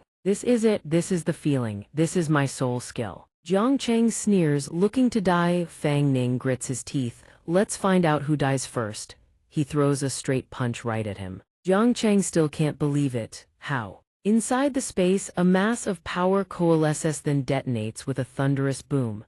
Jiang Cheng screams and crashes to his knees. He whispers, "Yanner, don't go, don't leave your father, it's all my fault." He begins to dissolve. Lion Xiang's soul form flickers and fades. His voice trails off, "I'm sorry." Fang Ning and Jiang Li clean up the remnants. Fang Ning speaks softly. "Layer Lion Xiang, there's someone else pulling the strings behind him, and the motive isn't what I initially thought." He explains, he used to have a happy family, a beautiful little daughter, and a devoted wife. Yanner, that was his daughter's name. 15 years ago there was a car accident. Steel bars pinned him to the driver's seat. His wife and daughter were thrown from the vehicle by the impact. He had to watch them die right in front of him. When he was at his most broken, someone came to him. They manipulated him, corroded his sanity. They hatched a twisted plan and told him he could bring his daughter back to life. He turns to Lion Xiang. "You were the vessel he was meant to use for the resurrection. But the plan was never going to work. Those people played him from the start. And even when he hung himself, he still believed it was just a necessary ritual to revive his daughter." His voice softens. In truth, his daughter's soul had already scattered long ago. By the time he realized the truth, it was too late. All he could do was remain trapped here with Yua, wandering, vengeful ghost. He lowers his head. "The truth is, he did start seeing you as his own daughter, but the trauma and the betrayals drove him to madness. He lost control of his emotions and his possessiveness spiraled." Lion Xiang asks anxiously, "Brother Fang Ning, do you know anything about my parents? I miss them so much." Fang Ning's voice turns heavy. "After I left last time, I called the number on the missing persons report. No answer. Then I got word from the precinct. They're both gone. Grief, they both succumbed to illness." Lion Xiang lowers her head, her voice breaking. "Thank you, you saved me, you're my savior." Fang Ning gives a gentle smile. "No need for savior. Just call me by my name. Fang Ning." Suddenly her face turns pale. Fang Ning panics. "Lion Xiang, what's wrong?" Her form starts to dissolve. Her voice comes soft and gentle. "I'm sorry, Fang Ning, it looks like I'm fading right now. The truth is, I never had strong enough resentment to sustain myself. I lasted this long only because his soul power was keeping me anchored. Now that he's gone, the soul power inside me can't hold together anymore." She smiles gently. "Don't blame yourself, Fang Ning, you set me free. Getting to leave this placet was my dearest wish." In her final moments, she keeps that smile. There's a flicker of regret, wanted to see the beautiful world out there. But at least she'll never be used to hurt anyone again. Fang Ning whirls toward Jiang Li. "Is there anything we can do?" She frowns, deep in thought. She needs an anchor, something to bind to her soul. Then channel a massive amount of spiritual power to stabilize her spirit form. Fang Ning pulls out a comb. This should work, but nothing happens. He slams his fist down. Damn it, why isn't it working? Lion Xiang smiles at him. Thank you, Fang Ning. It's okay, maybe I'll see you in the next life if there is one. With those words she dissolves into light. Fang Ning lets out a raw, agonized scream. Tears break free. I'm sorry, Lion Xiang, I broke my promise. I said I'd save you. The comb lies still on the ground when suddenly, a radiant glow engulfs it. It floats up, leaving Fang Ning stunned. What is Zhongli doing? He speaks up. Zhongli, so Lion Xiang actually managed to store herself inside that comb.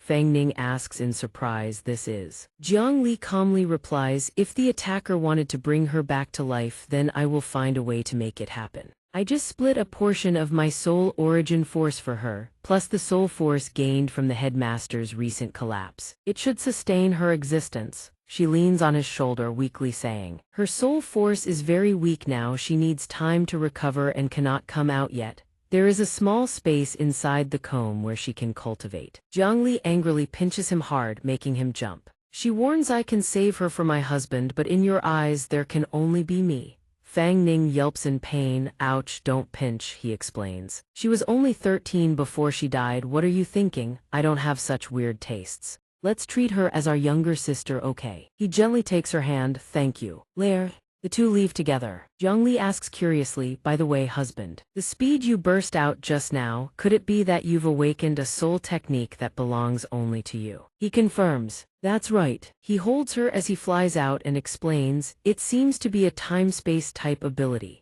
It can slow down time by 1,000 times in the blink of an eye. It makes it convenient to observe the surroundings and issue commands to coordinate the muscles of the entire body, reaching the fastest speed theoretically possible. The two finally emerge. He lands, feeling like a time bullet in a game. Zhongli wonders, a time bullet. He turns, I'm actively using it now. The voice inside told me the name of this soul technique. It's a great name, one dream for 1,000 years. Zhongli thinks with surprise. One dream for 1,000 years. Looking at the scene before them, he asks, these three were told not to enter, but they didn't listen. Now they are sleeping quite soundly. Later, they were affected by our battle yesterday. They'll be fine, right? Zhongli reassures, it's as if they had a few years of their lifespan absorbed by yesterday's formation. They are still young, so they should be fine. They'll just have a headache when they wake up later. Hearing this, Fang Ning is relieved. That's good. It's better to move them to the school gate to avoid any residual formation effects. The three are transported to the school gate, while Fang Ning teleports home. He lies on the bed. It seems like after touching her, my rest schedule is all messed up.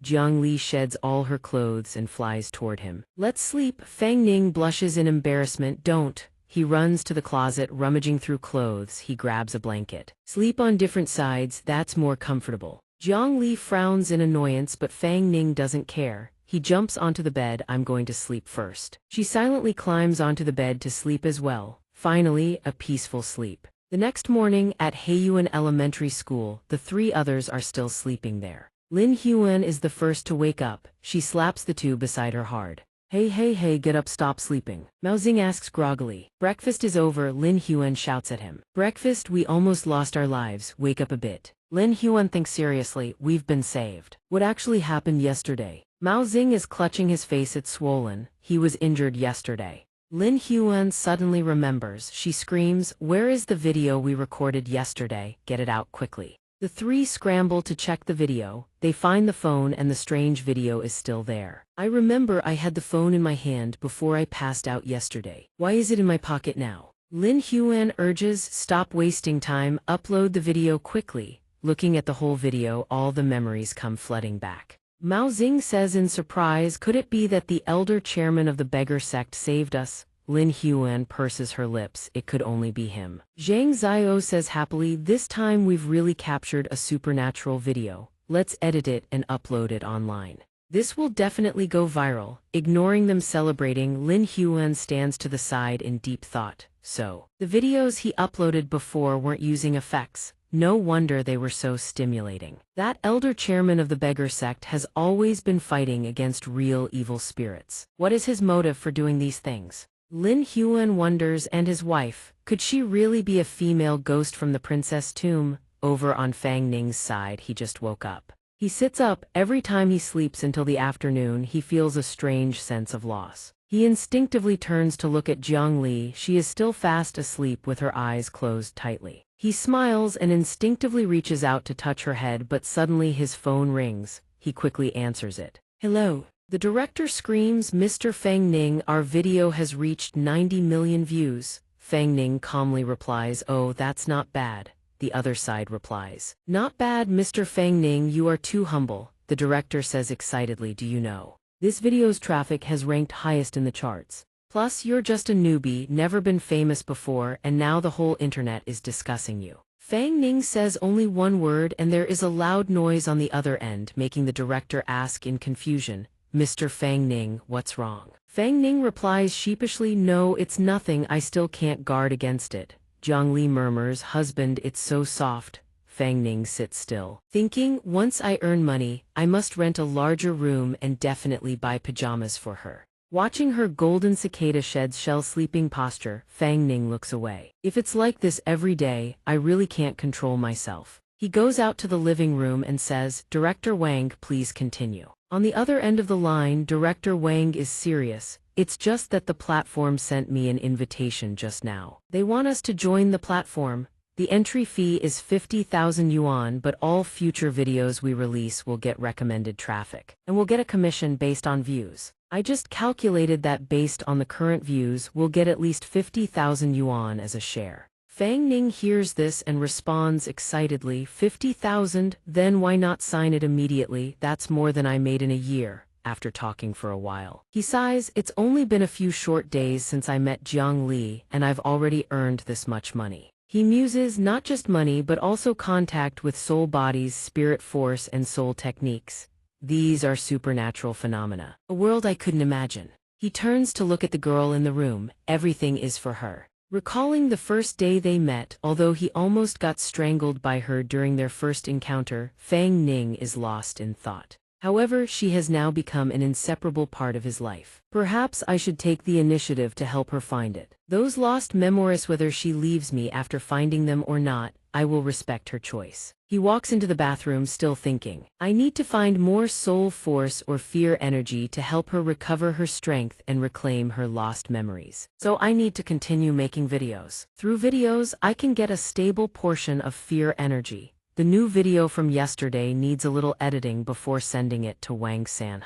Fang Ning thinks vaguely, as for soul force, I can look for recent urban legends online. There might be names similar to the Soul General Star. Let's wash up first, then research materials for the plan. Suddenly, something strange happens with the sink that startles him. The faucet is actually spewing out a blood-red liquid. Fang Ning cries out in panic, what's happening? He tries to turn off the faucet. Damn it, why can't I turn it off? He suddenly sees something in the mirror. Fang Ning stares wide-eyed as he sees another Fang Ning in the mirror. The expression is incredibly ghastly. The face in the mirror stares fixedly at Fang Ning, its eyes flashing with an eerie blue light. Fang Ning composes himself. He is stern, pretending to be a ghost. He punches the mirror. The mirror shatters into pieces, but the strange face still glows from within the shards. Suddenly Fang Ning feels a massive headache. What kind of demonic thing is this? My head hurts so much. He rushes to open the door. No, there's something unclean in the bathroom. I have to find Lair. He screams, Jiang Li, turn around quickly. My normal bathroom has turned into a row of toilets. Fang Ning feels that something is wrong. How is this possible? He sees the blue light reflecting off the broken mirror shards from before. Fang Ning observes everything carefully. What is that? He grinds his teeth. You actually dared to come to my house and cause chaos. Fang Ning uses all his strength to launch his body forward. A squirrel, its eyes extremely ferocious. Fang Ning yells, you actually dare to ambush me, die. But just as he is about to punch it, it disappears. Something grips onto Fang Ning tightly, making him break into a cold sweat. What is this? Just then, the squirrel from earlier reappears. You've walked right into a trap. Fang Ning can't understand what's happening. His body won't move. Every inch of him stings like needles. He screams in agony. The thing is slowly swallowing him whole. The squirrel beside him snickers. Game over, kid. Instantly, something blows the squirrel's head clean off. His eyes snap wide open in shock. Fang Ning breaks free from the hold, bolting upright. The squirrel's severed head rolls across the floor to the door. Jiang Li's voice calls out to him, Master. She asks worried, "Are you all right?" Fang Ning doesn't get a single word out before he blacks out cold. Jiang Li rushes over to catch her master. He regains composure and asks, "What just happened?" Jiang Li explains softly, "You were ambushed by a soul entity. She didn't notice the flimsy veil barely covers a thing. Fortunately, I detected it in time and destroyed it." Fang Ning sees more than he should. He awkwardly looks away, making an excuse to turn off the water so she won't get suspicious. "Turn off the water anytime saving the environment starts with me," he asks quietly, a soul entity. Jiang Li doesn't understand his sudden shift, but she answers regardless, "Yes, and one that specializes in psychic attacks." Suddenly Fang Ning notices something. He spots a necklace sitting in the sink. It doesn't look like a wild spirit, so why did it attack him? Jiang Li has no clue either. "I don't know, things were too critical, I couldn't hold back. I couldn't let its power fully engulf you. Otherwise, even if I could save you, the damage to your brain would be irreversible." At this she grows visibly agitated. "Once I find out who did this, I'll destroy every last one of them. Anyone who dares target my master, I won't let a single one off." Fang Ning grips the necklace tightly, so someone's got their sights set on him. He turns to Jiang Li and awkwardly says, "I'm fine now, get dressed, I'll clean up here." Jiang Li presses her lips together. "All right." Fang Ning is inside the room, cleaning up. If Jiang Li hadn't spotted it in time, no, if she hadn't struck decisively, might have quietly died in here. He furrows his brow. After defeating the soul infant and Jiang Chang, after awakening his soul skill, he'd gotten reckless. Started thinking he was some kind of superhero who could handle anything, too busy chasing fame and money to notice the danger breathing down his neck. Looking back now, it's almost laughable. He calms down and thinks it through. It seems soul techniques have a system of checks and counters. His one dream for 1,000 years only works in direct confrontation. The moment he faces dark arts or psychic-type soul techniques, it's useless. He's still racking his brain. Who is the enemy? Did they come for him because he killed the soul infant? Or is it the mastermind behind Jiang Chang's death at Heiyuan Elementary? Either one's possible. Right now, the enemy is lurking in the shadows. These sneak attacks will only escalate. He can't just sit here and wait to die. He's sitting there lost in thought when Jiang Li calls out, "Master, I'm done changing." She's wearing his clothes and murmurs softly, "This shirt smells like you, master." Fang Ning takes one look and his face turns beet red. He yells, "That's my jacket, take it off right now." Jiang Li pouts, "No." While the two of them are bickering, Fang Ning notices something. He picks it up and examines it carefully. On the other side, a girl does something that makes her cough up blood. Scarface asks, alarmed, "Hey, what happened?" "Did you find them?" She panics. "My shadow squirrel, it was destroyed." Scarface is stunned. "What?" "That shadow squirrel of yours was a level 4 soul spirit. Even ordinary level 5 soul hunters focused on mental attacks would have let their guard down and died from its sneak attack." The girl blurts out, "I could feel it, I almost killed that soul hunter." She recalls those terrifying crimson eyes boring into her. She continues, but suddenly, some terrifying power destroyed the shadow squirrel instantly. She's shaking with fear. "Mr. Chang, I truly gave it my all," she pleads desperately. Her voice is laced with panic and dread. "Please speak on my behalf before the doctor, please." Mr. Chang tilts her chin up. "I see. You did give it your all." He opens his mouth. However, Jiang Chang was placed there as a decoy nearly 10 years ago, had been hidden perfectly. Now he's been eliminated and the crucial experimental body has been taken. Someone needs to answer for this catastrophic loss. He bites her head clean off, speaking coldly, "Besides, without the shadow squirrel, you're worthless." After killing the girl, Mr. Chang casually walks away. She knew the organization never keeps dead weight. Don't blame me. As for Scarface standing nearby, doesn't bat an eye. He reports, "This is strange. Jiang Chang had been perfectly hidden at that location for nearly 10 years. Why would a soul hunter suddenly come after him? And they even took our crucial experimental body. Could our plan have been exposed?" Mr. Chang furrows his brow. This can't be ignored. They need to report to the organization immediately, prevent any soul hunters from sabotaging the other stages of the plan. And they need to identify that soul hunter. He thinks, "I swear I'll find you. You'll pay for our losses with your life." Cut to a cafe. Officer Zhang sits waiting for someone. The wind chime at the door rings. Fang Ning just steps inside when Officer Zhang calls him over. He walks over, sits down, and greets Officer Zhang. He pulls out the necklace from before and slides it across. "Take a look at this for me." Officer Zhang asks, puzzled, "You call me out here just to look at this?" He's about to dismiss it as nothing, then he spots the necklace. Officer Zhang's eyes darken. A flicker of surprise crosses his face. He mutters under his breath, Yuansheng. Fang Ning hears the name and asks suspicious. Yuansheng, what's that? Officer Zhang's expression turns serious. Where did you get this? Fang Ning explains immediately. Last night an ugly squirrel-shaped spirit crawled out of the bathroom mirror and attacked me. I killed it. After its body vanished, this name tag was left behind. Officer Zhang seems to understand. He asks calmly, I'm guessing you've awakened spiritual power, correct? And recently at that, otherwise there's no way you could have taken out that squirrel so easily yet know nothing about Yuansheng. Fang Ning admits it. Officer Zhang continues, then consider yourself lucky to have survived their attack. After awakening, you should have realized this world isn't as simple as you once believed. With that, Officer Zhang begins his briefing. This world harbors creatures like ghosts and spirits. They're born wielding soul power, we call them soul spirits. Ordinary people can't detect them, but they can be influenced or harmed by them. Officer Zhang continues, the power within the human body is called spiritual power, but generally it's extremely faint and barely manifests. However, there's always a small number of people who, for unknown reasons, carry a massive amount of spiritual power within them. This enormous spiritual power allows them to develop all kinds of extraordinary abilities. These people are called ability users.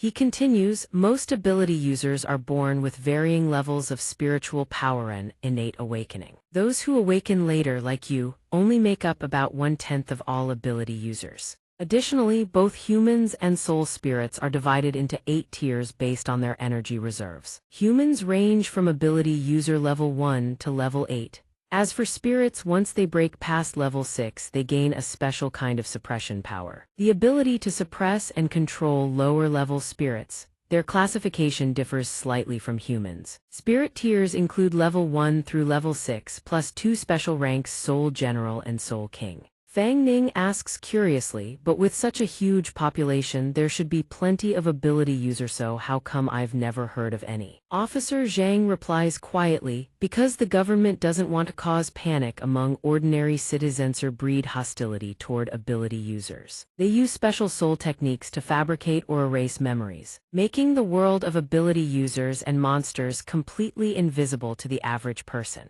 To help Fang Ning understand better, he adds, the nation long ago mastered the tools and methods to screen every newborn. All innate ability users are flagged and registered by the government from the moment they're born. We reach out to them when they turn 16 and invite them to join the official Soul Hunter organization. Fang Ning asks, what if they don't want to join? Officer Zhang replies calmly, we seal their abilities and alter their memories so they can go back to living normal lives. As for the kids who agree, after 3 to 5 years of training, they're deployed to various regions across the country to help the government handle paranormal incidents. The reason for all this is that most paranormal incidents involve soul entities beings born from the lingering obsessions of spirits. Of course, there are also some naturally born monsters with abilities unpredictable and loaded with all kinds of danger. Even though he's been listening to Officer Zhang this whole time, Fang Ning still has a few things he can't quite wrap his head around. If that's the case, there are government soul hunters stationed all across the country. Their numbers definitely shouldn't be small. But with some of the paranormal incidents I've run into recently, why haven't I seen any soul hunters dealing with them?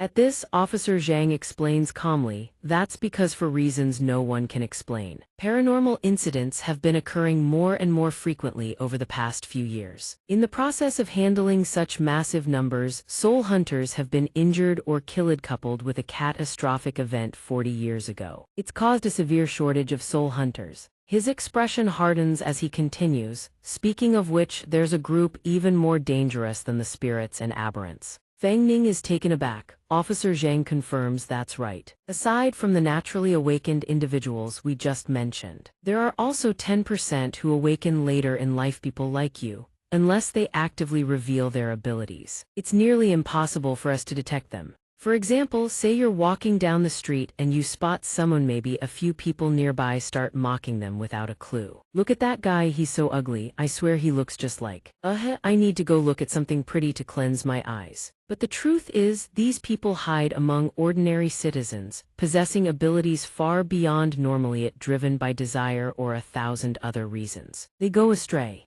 They were always just a minority. Our government has a comprehensive surveillance network. The moment they cause trouble, we move in and arrest them immediately. The ordinary-looking guy they're laughing at could very well be an ability user. However, 40 years ago, the emergence of a mysterious organization changed everything. No one knows where they came from, but they managed to recruit a massive number of post-awakening ability users. They even sank their tentacles deep into the soul hunters, corrupting many who lacked conviction. Officer Zhang stubs out his cigarette and continues. 40 years ago, the soul hunters had a civil war, devastating losses across the board. His expression darkens as he gets to this part. To this day, they're still setting traps everywhere, hunting soul hunters and actively fighting against the authorities. We've been investigating them for years. Unfortunately, even now, we still haven't uncovered their true purpose or their headquarters. The reason they're so dangerous is that they'll do absolutely anything to gain power. Imprisoning and breeding souls is one of their methods. Fang Ning catches on instantly.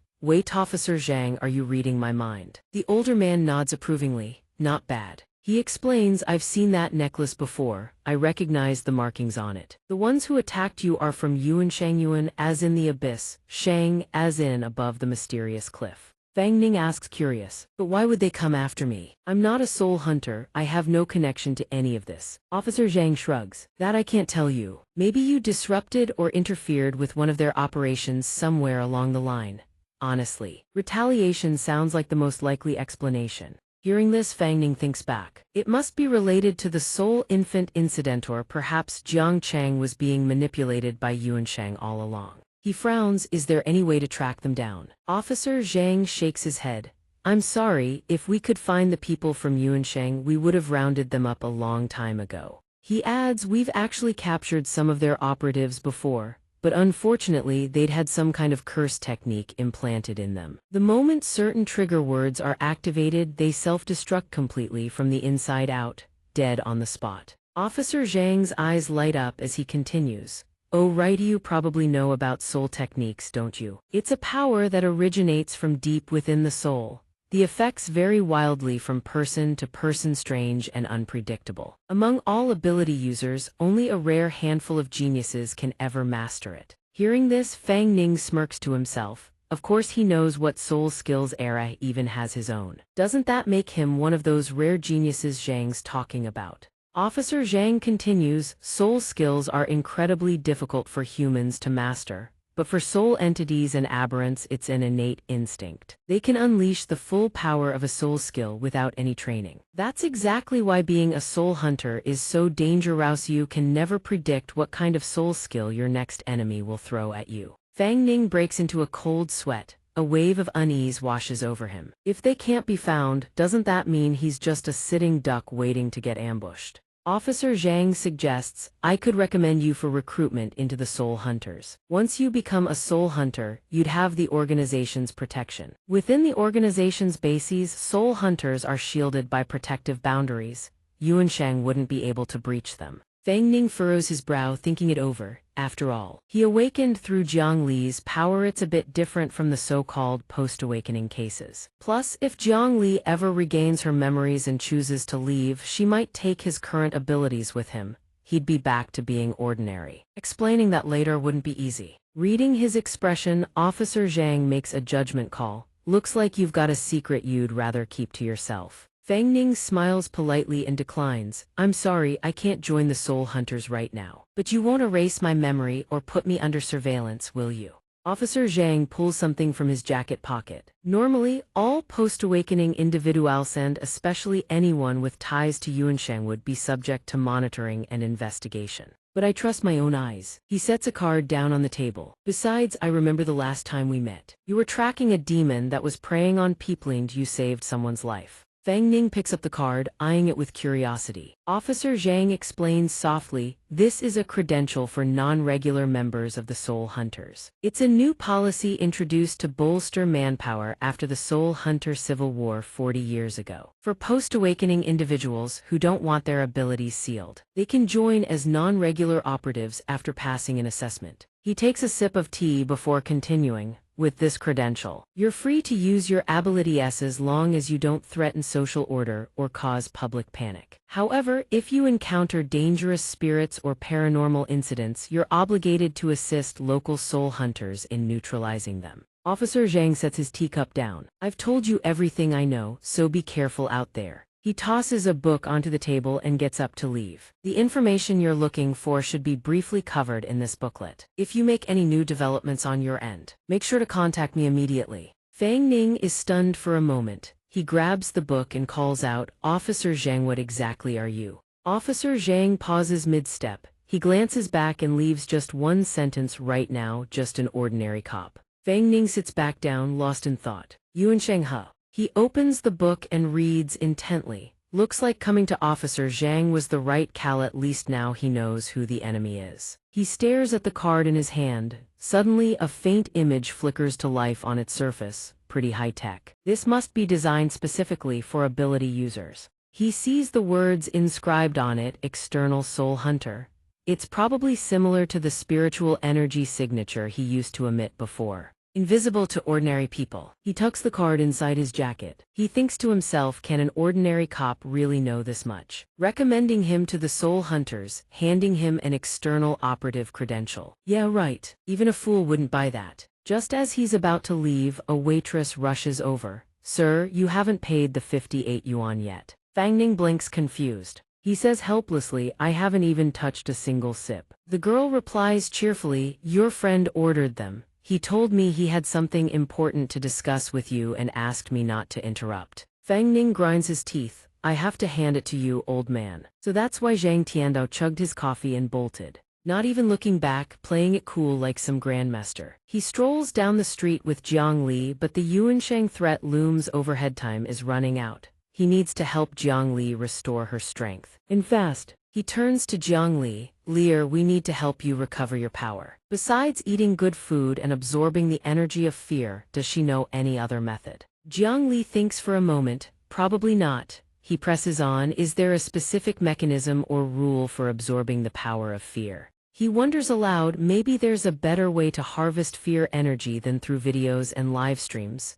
Jiang Li perks up. It's through our voices or images that we instill fear. The bigger the emotional fluctuation, the more fear we absorb, and the faster my soul power recovers. He ponders for a moment. What about opening a haunted house and having Jiang Li scare people inside? But he scraps that idea immediately. Forget it. A haunted house costs millions, plus you'd need marketing and a ton of logistics, and there's no guarantee anyone would even show up. Forget that idea. Lost in thought, he hears rapid footsteps closing in from behind. He turns just in time to see someone collapse at his feet. Fang Ning rushes over. You okay? The man looks up, overjoyed. My savior, it's you. Fang Ning studies him, puzzled. You're? The man scrambles to his feet. Chinese letter, Chinese letter, Chinese letter, Chinese letter. My savior, I can't believe I found you again. My name is Chu Tianhua. Last week I was in that alley behind the bar. If you hadn't shown up when you did, I'd probably be dead. Fang Ning finally recognizes him. Oh, it's you. Chu Tianhua beams. May I ask my savior's name? Fang Ning introduces himself casually. Fang Ning, are you fully recovered? Why the rush today? Something urgent. At that, Chu Tianhua lets out a heavy sigh. AI. It's a long story. I know a great cafe nearby. Actually, I have something I'd like to discuss with you, Mr. Fang Ning. Let's sit down and talk. My treat today. At a nearby cafe, Chu Tianhua says, order whatever you two like. Fang Ning plays it polite on the surface. I'll have the same as you, but internally he's losing it. Are you freaking kidding me? The same damn cafe. I literally just left this place. Chu Tianhua flags down the server. 3 iced malt drinks, please. Thank you. The waitress replies brightly, sure, 1 moment please. Fang Ning's mind flashes back to earlier. Wait, isn't that the same thing Officer Zhang ordered? Looks like it's the cheapest coffee on the menu, and this guy just ordered 3 of them. Generous indeed. Chu Tianhua speaks earnestly. I passed out last time. When I woke up in the hospital, the police told me you'd already left. I never even got the chance to thank you properly. Fang Ning waves it off casually. It was nothing, just a small thing. Besides, what was it you wanted to tell me? At that, Chu Tianhua's expression turns solemn. To be honest with you, I came here looking for an exorcist. I came to find an exorcist, but I never expected to run into you, Mr. Fang Ning. Since you're an expert in this area, maybe you could give me some advice. Fang Ning's eyes widen. An exorcist? I already dealt with the spirit haunting you last time. Don't tell me you ran into something else. A flash of golden light flickers through Fang Ning's eyes. Chu Tianhua looks embarrassed. That's exactly it. This time the supernatural incident is happening at my company, Fang Ning urges him. Tell me the specifics first. Maybe I can help. Hearing that, Chu Tianhua practically leaps out of his seat, thanking him profusely. Really? Thank you, Mr. Fang Ning. He bumps into the server standing behind him and immediately turns. Sorry. The server sets down the drinks and walks away. Please enjoy. Jiang Li looks utterly fascinated by the drink. Noticing her expression, he tells her it's drinkable. She takes a careful sip, savoring the taste. Her delighted expression catches Chu Tianhua's eye. He freezes. Something about this girl feels off. He didn't notice it before, but that snake hair talisman on her is definitely strange. Jiang Li seems to have forgotten the rest of the world exists, happily sipping away. Chu Tianhua stares at her, a mix of thoughts running through his mind. Sure, she's adorable, but being close to a master like Fang Ning, a few quirks are to be expected. Chu Tianhua gets down to business. Here's what happened. The morning after you saved me, I discharged from the hospital, gave my statement to the police, and headed straight back to the office. To give you some background, I'm the boss of a VR gaming company. With the industry in a slump lately, we've poured everything the company has into a single new game. This game just needs its final beta test.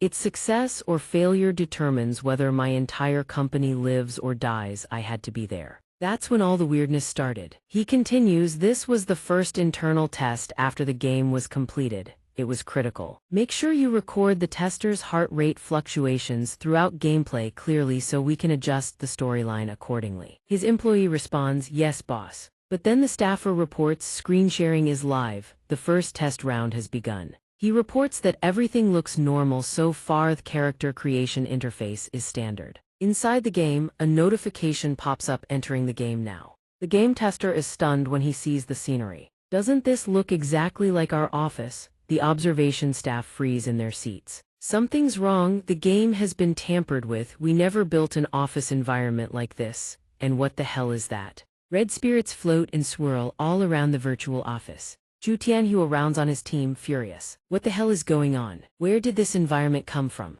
Another employee speaks up quickly. Wait, I need to check the source code. Should we abort the test? Chu Tianhua orders, hold on, I want to see who's pulling this stunt. The staffer reports, there are still traces of our previous games in the code, but most of it has been rewritten. The encryption structure is extremely complex. I'll need time to decode it. Chu Tianhua snaps, you two stay here and keep an eye on the tester at all times. I'm going to the monitoring room to pull the security footage. Back to the present, Chu Tianhua looks anxious. Right away, I discovered the source code had been altered. I thought I'd check the security cameras, but what I found was even more terrifying. Fang Ning asks calmly, what did you find? Chu Tianhua continues, in an empty office, not a single person inside. A computer turned on by itself. The keyboard started typing on its own. Chu Tianhua is stunned. What? Witnessing that footage, he's completely shaken. How is that possible? Once I realized how serious this was, I rushed back to the office to shut down the test immediately.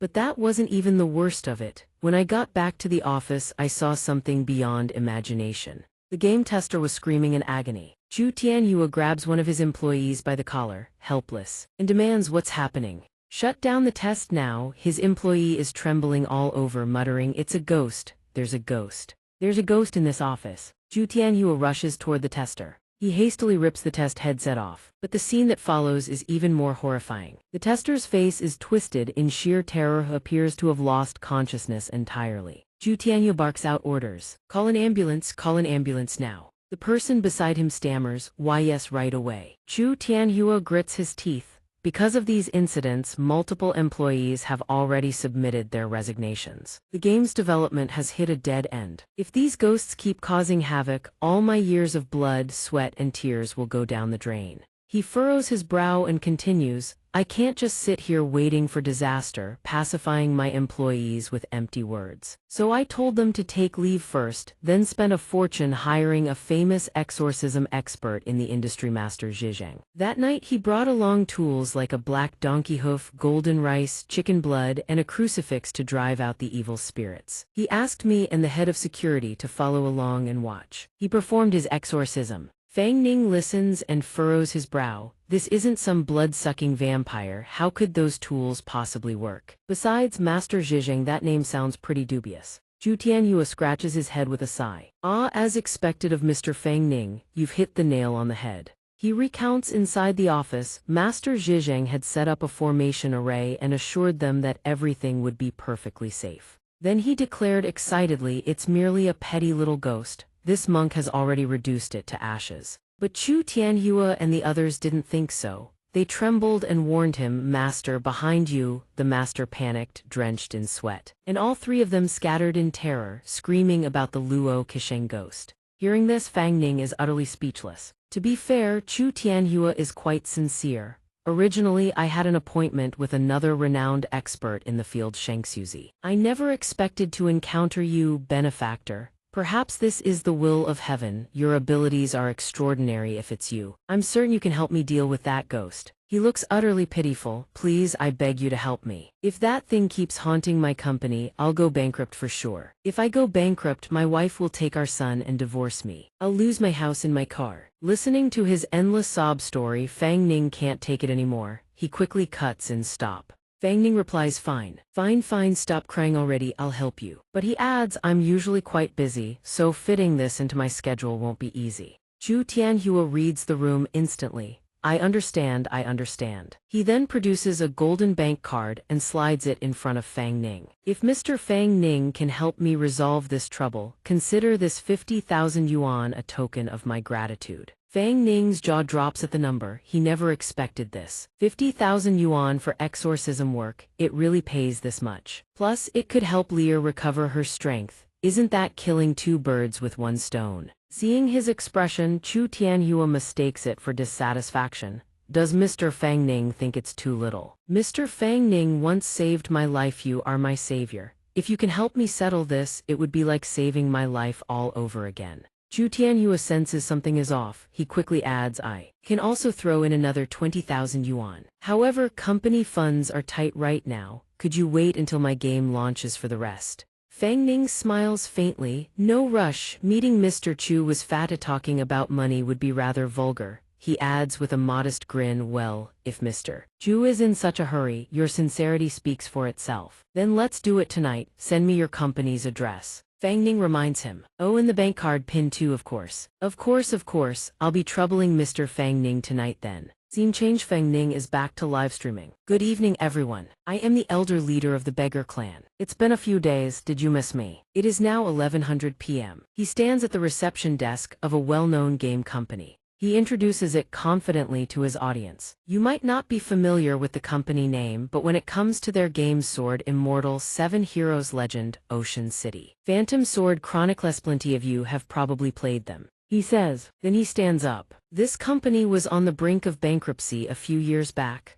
A new boss bought it out and pivoted to VR gaming. He turns his back to the camera, playing up the mystery. The pivot succeeded, but the crisis from a few days ago has thrown them right back to the edge of collapse. So why am I here in the dead of night? What exactly is the threat this company faces? He glances behind him. Follow my lead, I'll take you all on an exploration. Stopping before a door, Fang Ning draws everyone into the story. 3 days ago, their latest game was nearing completion and undergoing internal testing. During testing, bizarre and terrifying events unfolded before everyone present. He continues gravely after the tester successfully logged in for reasons unknown. He somehow entered a mysterious office mapone that none of the designers had ever seen before. Fang Ning walks and narrates the space was extraordinarily realistic and it shocked every single tester. They immediately checked the game code and discovered that a massive chunk had been tampered with. To uncover the truth, they rushed to the surveillance room. But at that moment, his voice drops low. Something even more terrifying happened. He recreates the scene. The surveillance room was pitch black and deserted.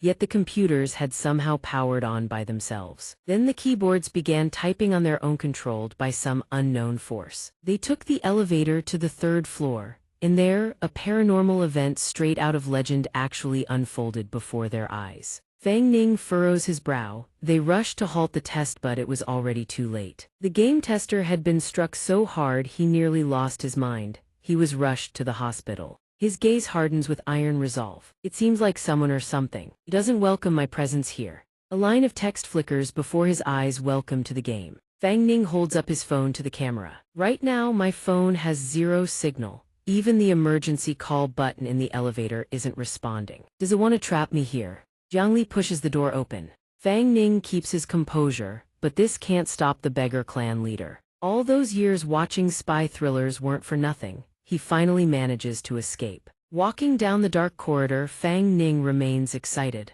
Looks like it wants to play a game with me. He finally arrives at this room. According to that day's surveillance footage, this is the very office where the computers suddenly powered on. He swings the door open. What greets Fang Ning's eyes are souls drifting aimlessly around the room. He channels the power within his body. His surge of energy quickly scatters the ghosts to both sides. Fang Ning notices equipment drops. He turns to Jiang Li. Is collecting the loot from mobs the prerequisite to beating the boss? The keyboard seems to sense an abnormal aura. It emanates something strange, and when Jiang Li lays eyes on it, she grows visibly excited. Delicious food. A sudden sound rings out, catching Fang Ning's attention. He communicates with her through their spiritual link. Lear, can you pinpoint its location directly? Jiang Li responds, not right now. Its aura is extremely faint. It seems to be hiding in another dimension. He speaks up in a stern voice. Are you inviting me into your virtual game world? A notification panel instantly pops up, confirming the invitation. Fang Ning decides to test it out. Jiang Li anxiously moves to stop him. Husband, don't, this could be a trap.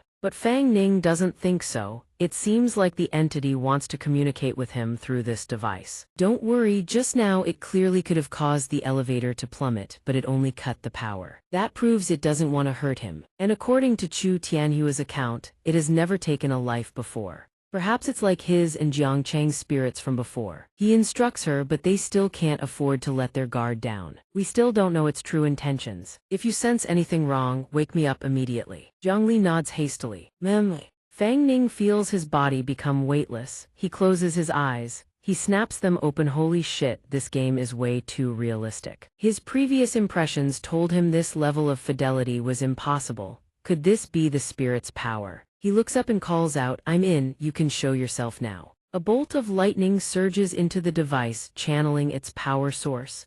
An incredibly lifelike scene materializes before Fang Ning's eyes. He merges into the crowd, scanning his surroundings. He recognizes this scene it from over a decade ago. Why do these people have no faces? It's creating an unsettling atmosphere. Are they just insignificant background characters? While he's observing, a voice cuts through the air. Tell me, you're a top-tier university graduate. Why would you apply to our little company? He passes straight through the wall. So this is what it feels like when Lear phases through things. Absolutely incredible. He's stunned when he sees this scene. These people actually have visible faces. Could they be the protagonists, or is one of them the mysterious spirit he's searching for? The young man beside him speaks up, I have a dream. Fang Ning is startled when Rong Zhen abruptly appears. He shouts, hey, what's going on? Lear, why is this space suddenly collapsing? Outside, Jiang Li is consumed with worry for him. The old man from before speaks, your name is Guan Wen, correct? A dream, you say, tell me your thoughts. The one called Guan Wen now has an incredibly confident gleam in his eyes. He declares, I've loved games since I was a child. My dream is to create a game that people can truly love. Your company's Adventure Tournament series is my all-time favorite. I've played every single one. He continues with excitement, I want to join your team and be part of developing your games. Here, I believe the company and I can achieve greatness together and forge a brighter future. The old man listens and grows visibly excited. Well said, you're hired, start tomorrow.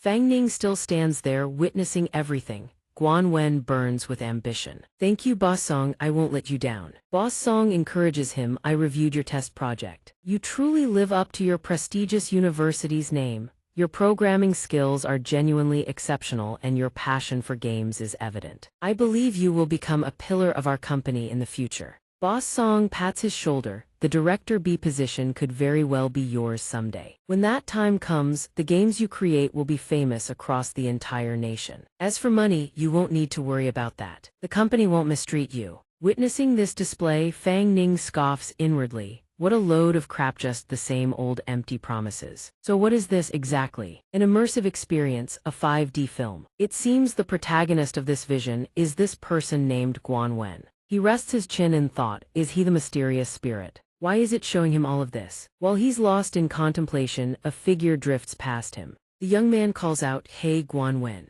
Guan Wen looks puzzled. What is it? The man carries over a stack of documents and instructs him. You need to fix up these files, the boss will check them later. Guan Wen protests, but wasn't this task assigned to you? Guan Wen looks awkward, his own work isn't even finished yet. Just as he's about to refuse, the man claps him on the shoulder. Everyone knows your work ability is top-notch. A talented person handles more. You can't let everyone down, can you? Then the man just walks off, dumping the pile of work on Guan Wen. I'll treat you to lunch later. Thanks, even though Guan Wen clearly doesn't want to do it. In the end, he sighs and accepts it. Watching this, Fang Ning mutters to himself, workplace bullying. If a person doesn't know how to say no, they'll be buried under endless demands from others. If he were in Guan Wen's shoes, he would have slammed that stack of files right into the guy's face. The clock now reads 2 a.m., yet Guan Wen is still grinding away at work. He remains full of energy. Just finish polishing this feature, then head home and rest. This is Welcome All Game. My first project, I have to make it perfect.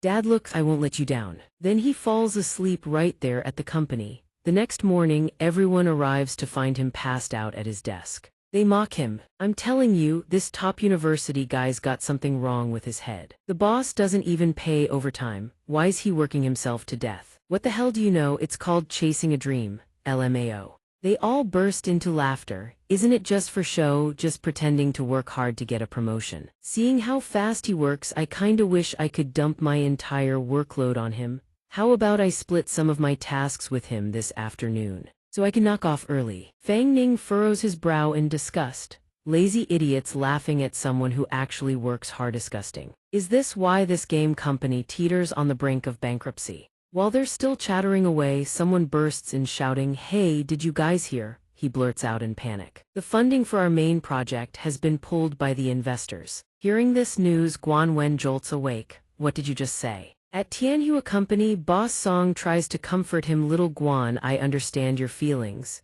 He pats Guan Wen's shoulder. But when making games, we still need to keep up with market demand. Next, I'll assign you to the new project team and give you a 50% raise. Just forget about the old Welcome All Game project. Guan Wen shakes off his hand. He says bluntly, I don't need a raise, I just want to know how do I finish Welcome All Game. Seeing he can't be persuaded, Boss Song relents. Fine. I know you've poured everything into this project. I'll give you one final month. I'm pulling the rest of your team members to work on the mobile game. If you can finish it alone, I'll help you contact investors and get it published normally. Upon hearing this, Guan Wen turns on his heel immediately. Just wait and see, I will finish it. Remember what you said today. From that day on, Guan Wen buries himself in his work with relentless dedication. The other employees sneer at him. How long has it been since you bathed? I can smell you from all the way over here. Do you think this guy is an idiot? Mobile games are easy money, yet he still clings to these archaic ideas. As they chatter away, a voice interrupts them. Guan Wen, Boss Song has good news. An investor wants to buy the game you've been working on. Guan Wen beams with joy. Really? So fast? Boss Song nods. Yes, but there are a few small requirements. Boss Song looks slightly awkward. The game is set to launch on mobile platforms. Due to hardware limitations, a vast number of maps and side quests will have to be cut. The game must also meet the client's demands. 50% of the plot and mechanics must be overhauled, and a microtransaction system must be added. Guan Wen loses his composure upon hearing this. What did you say? Is this even my game anymore? Back then, you promised to build a game that people would love, not a game that only satisfies a client. Boss Song speaks in a soft, persuasive tone. Don't get agitated. You will remain in charge of the project, and you will receive a share of the subsequent profits. He knows it is wrong. All right, Welcome All Game handles things this way. You will get a raise after the profit split. You won't be at a loss. But Guan Wen refuses. This isn't about the money, this is my game and I do not consent. Boss Song walks away. Your consent is irrelevant. The game is company property, you sign the contract.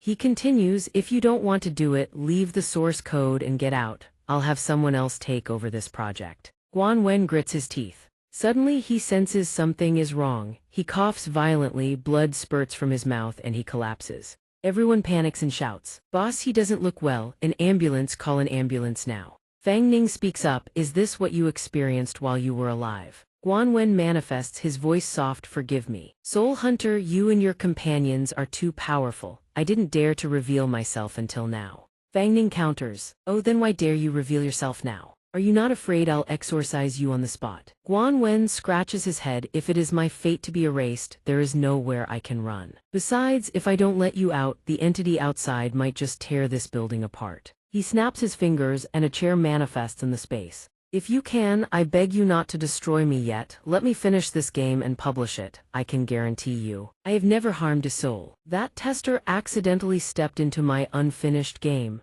As for me, I have only just awakened and I need the power of fear to sustain my existence. Fang Ning remains curious. Fine, tell me, how did you end up like this? Why are you so obsessed with this game? Guan Wen explains, perhaps it's because my blood splattered onto the keyboard when I vomited, and my soul bound itself to it after I passed the very one you found earlier. 7 days after my sudden death, I woke up. I tried to speak to people, but it was as if they couldn't see me. He continues, gradually I felt myself shifting from a ghostly specter. People with sensitive senses could occasionally catch a glimpse of my shadow at night. This terrified many people in the company back then. He adds, the boss hired an exorcist master to seal away my personal effects, locking them in a box in the storage room. Until a few days ago, when a programmer opened the box. He smiles as he says, as for my obsession with this game, it stems from my father. Guan Wen recounts, when I was very young, my father was diagnosed with cancer. My mother abandoned us because of it. His voice deepens, yet my father never despaired. He would often play games with me and raise me with joy. He recalls those wonderful times, ones he would never forget. Only then, while being tortured by illness, would his father smile genuinely. That was when I decided I would grow up to be a game designer and bring happiness to more people. A young Guan Wen had promised his father that when he grew up, he would become a game designer so that his father would be the first to play the games he created. Guan Wen continues, back then I didn't know what cancer was, nor did I understand death. I naively thought my father would always be by my side. I will always remember my father's response. He said, Guan Wen's father smiled and ruffled my hair. When you finish it, you must bring it to me. I look forward to it. He continues his tale. Of course, he never got to play my game, because when I was X years old, he passed away in his hospital bed. He recalls those memories. The promise to him became the obsession of my entire life. He bows his head in supplication, if you can, I want you to take me out of here. Please help me finish that unfinished game. Fang Ning falls into deep thought. A soul-programmed game. He seems to have an idea and asks hurriedly, tell me, what are your abilities? To what extent can you influence programs and games? Guan Wen clarifies, within my domain I can build worlds. As long as I understand a concept, I can change it in an instant. Even the source code can be automatically completed. He clenches his fists, but I still need someone in the real world to help me handle issues like publishing. That is why I am asking for your help. Fang Ning is intrigued. What about the authenticity of the game? Can it replicate what I felt today? Guan Wen answers confidently, certainly. With the aid of my soul power, I can simulate tactile sensations and sense of the outside world. It wouldn't be an exaggeration to call this place a different world entirely. Fang Ning is delighted. Excellent. Get me out of here first. Lenny cannot wait any longer. Before leaving, Fang Ning asks, can you manifest in reality? Can you appear in the real world? Guan Wen speaks with determination. Although it consumes soul power, I can still step out into the physical world. Guan Wen's legs seem to gain strength, quickly making contact with the ground. Guan Wen explains sheepishly, it's just, I'm still not used to manifesting like this. Fang Ning teases, this is the ancestral introversion of a programmer. Fang Ning waves his hand, Lenny, stop recording.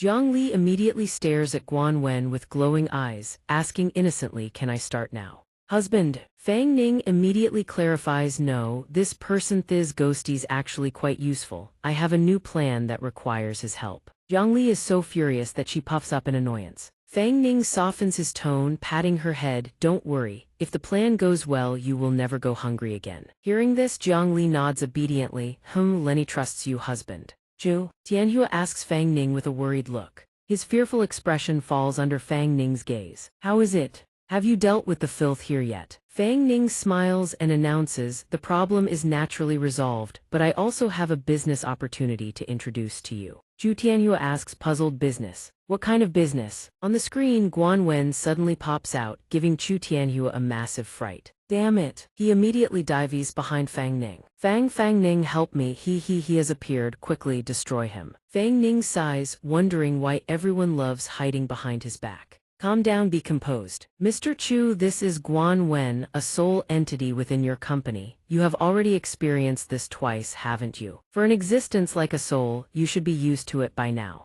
Zhu Tianhua offers a forced, awkward smile. Zhu Tianhua thinks to himself, no normal person could ever accept a soulless ghost. Meanwhile, Jiang Li is staring intently at Guan Wen, eyeing his height compared to her husband. Guan Wen cowers in fear, retreating to the side. She is calculating how long he would take to consume. How long? Zhu Tianhua asks curiously. Is this someone you are introducing, Mr. Fang Ning? Mr. Guan Wen, what is it that you wish to do? Fang Ning answers happily, we are collaborating to create a horror adventure tournament. He explains, Guan Wen is a production expert, he will be in charge of the development. I will provide the ideas and help you bridge the technical gaps. Mr. Chu, you will be responsible for the environment, funding, and offline promotion. Fang Ning smiles, how do you find this business prospect? Zhu Tianhua looks skeptical, can this really work? Fang Ning replies, whether it works or not, you will know once you try. Zhu Tianhua decides to give it a shot. Stepping out of the office, Fang Ning reflects, by collaborating, Guan Wen gets to make his game, old Chu gets a free employee, and he himself secures 30% of the game's revenue. He can't deny that occasionally doing these exorcism jobs isn't a bad thing after all. Jiang Li Pao's husband Lenny has no food. He comforts her gently, don't worry, once the game is finished, we will go inside it. To scare people. Trust me, before long there will be plenty of fear for you to feast on. Hearing this, Jiang Li hugs him and acts spoiled. Husband, hug me. He promises happily, deciding to use his earnings to buy her clothes as compensation. Jiang Li asks, buy what clothes? Isn't this outfit of Lenny's pretty? Fang Ning explains vaguely, this is for you to wear when you sleep. She asks naively, do we have to wear clothes while sleeping? This leaves Fang Ning feeling incredibly awkward. Of course we do. Jiang Li asks again, husband, since this place is so close, can't we just fly over? Fang Ning frowns, stay low profile, big sister. It is daytime and as written in the handbook we cannot use our powers recklessly. Jiang Li answers obediently, oh. He leads her into a shop. In his mind he thinks, at this rate I fear I won't be able to hold back much longer. Today I must solve the issue of her nightwear. Jiang Li asks, are these clothes? They have so little fabric. The shop assistant greets them, welcome dear customers. Fang Ning pulls Jiang Li inside directly, leaving her confused. Husband, the assistant introduces various styles of lingerie to them.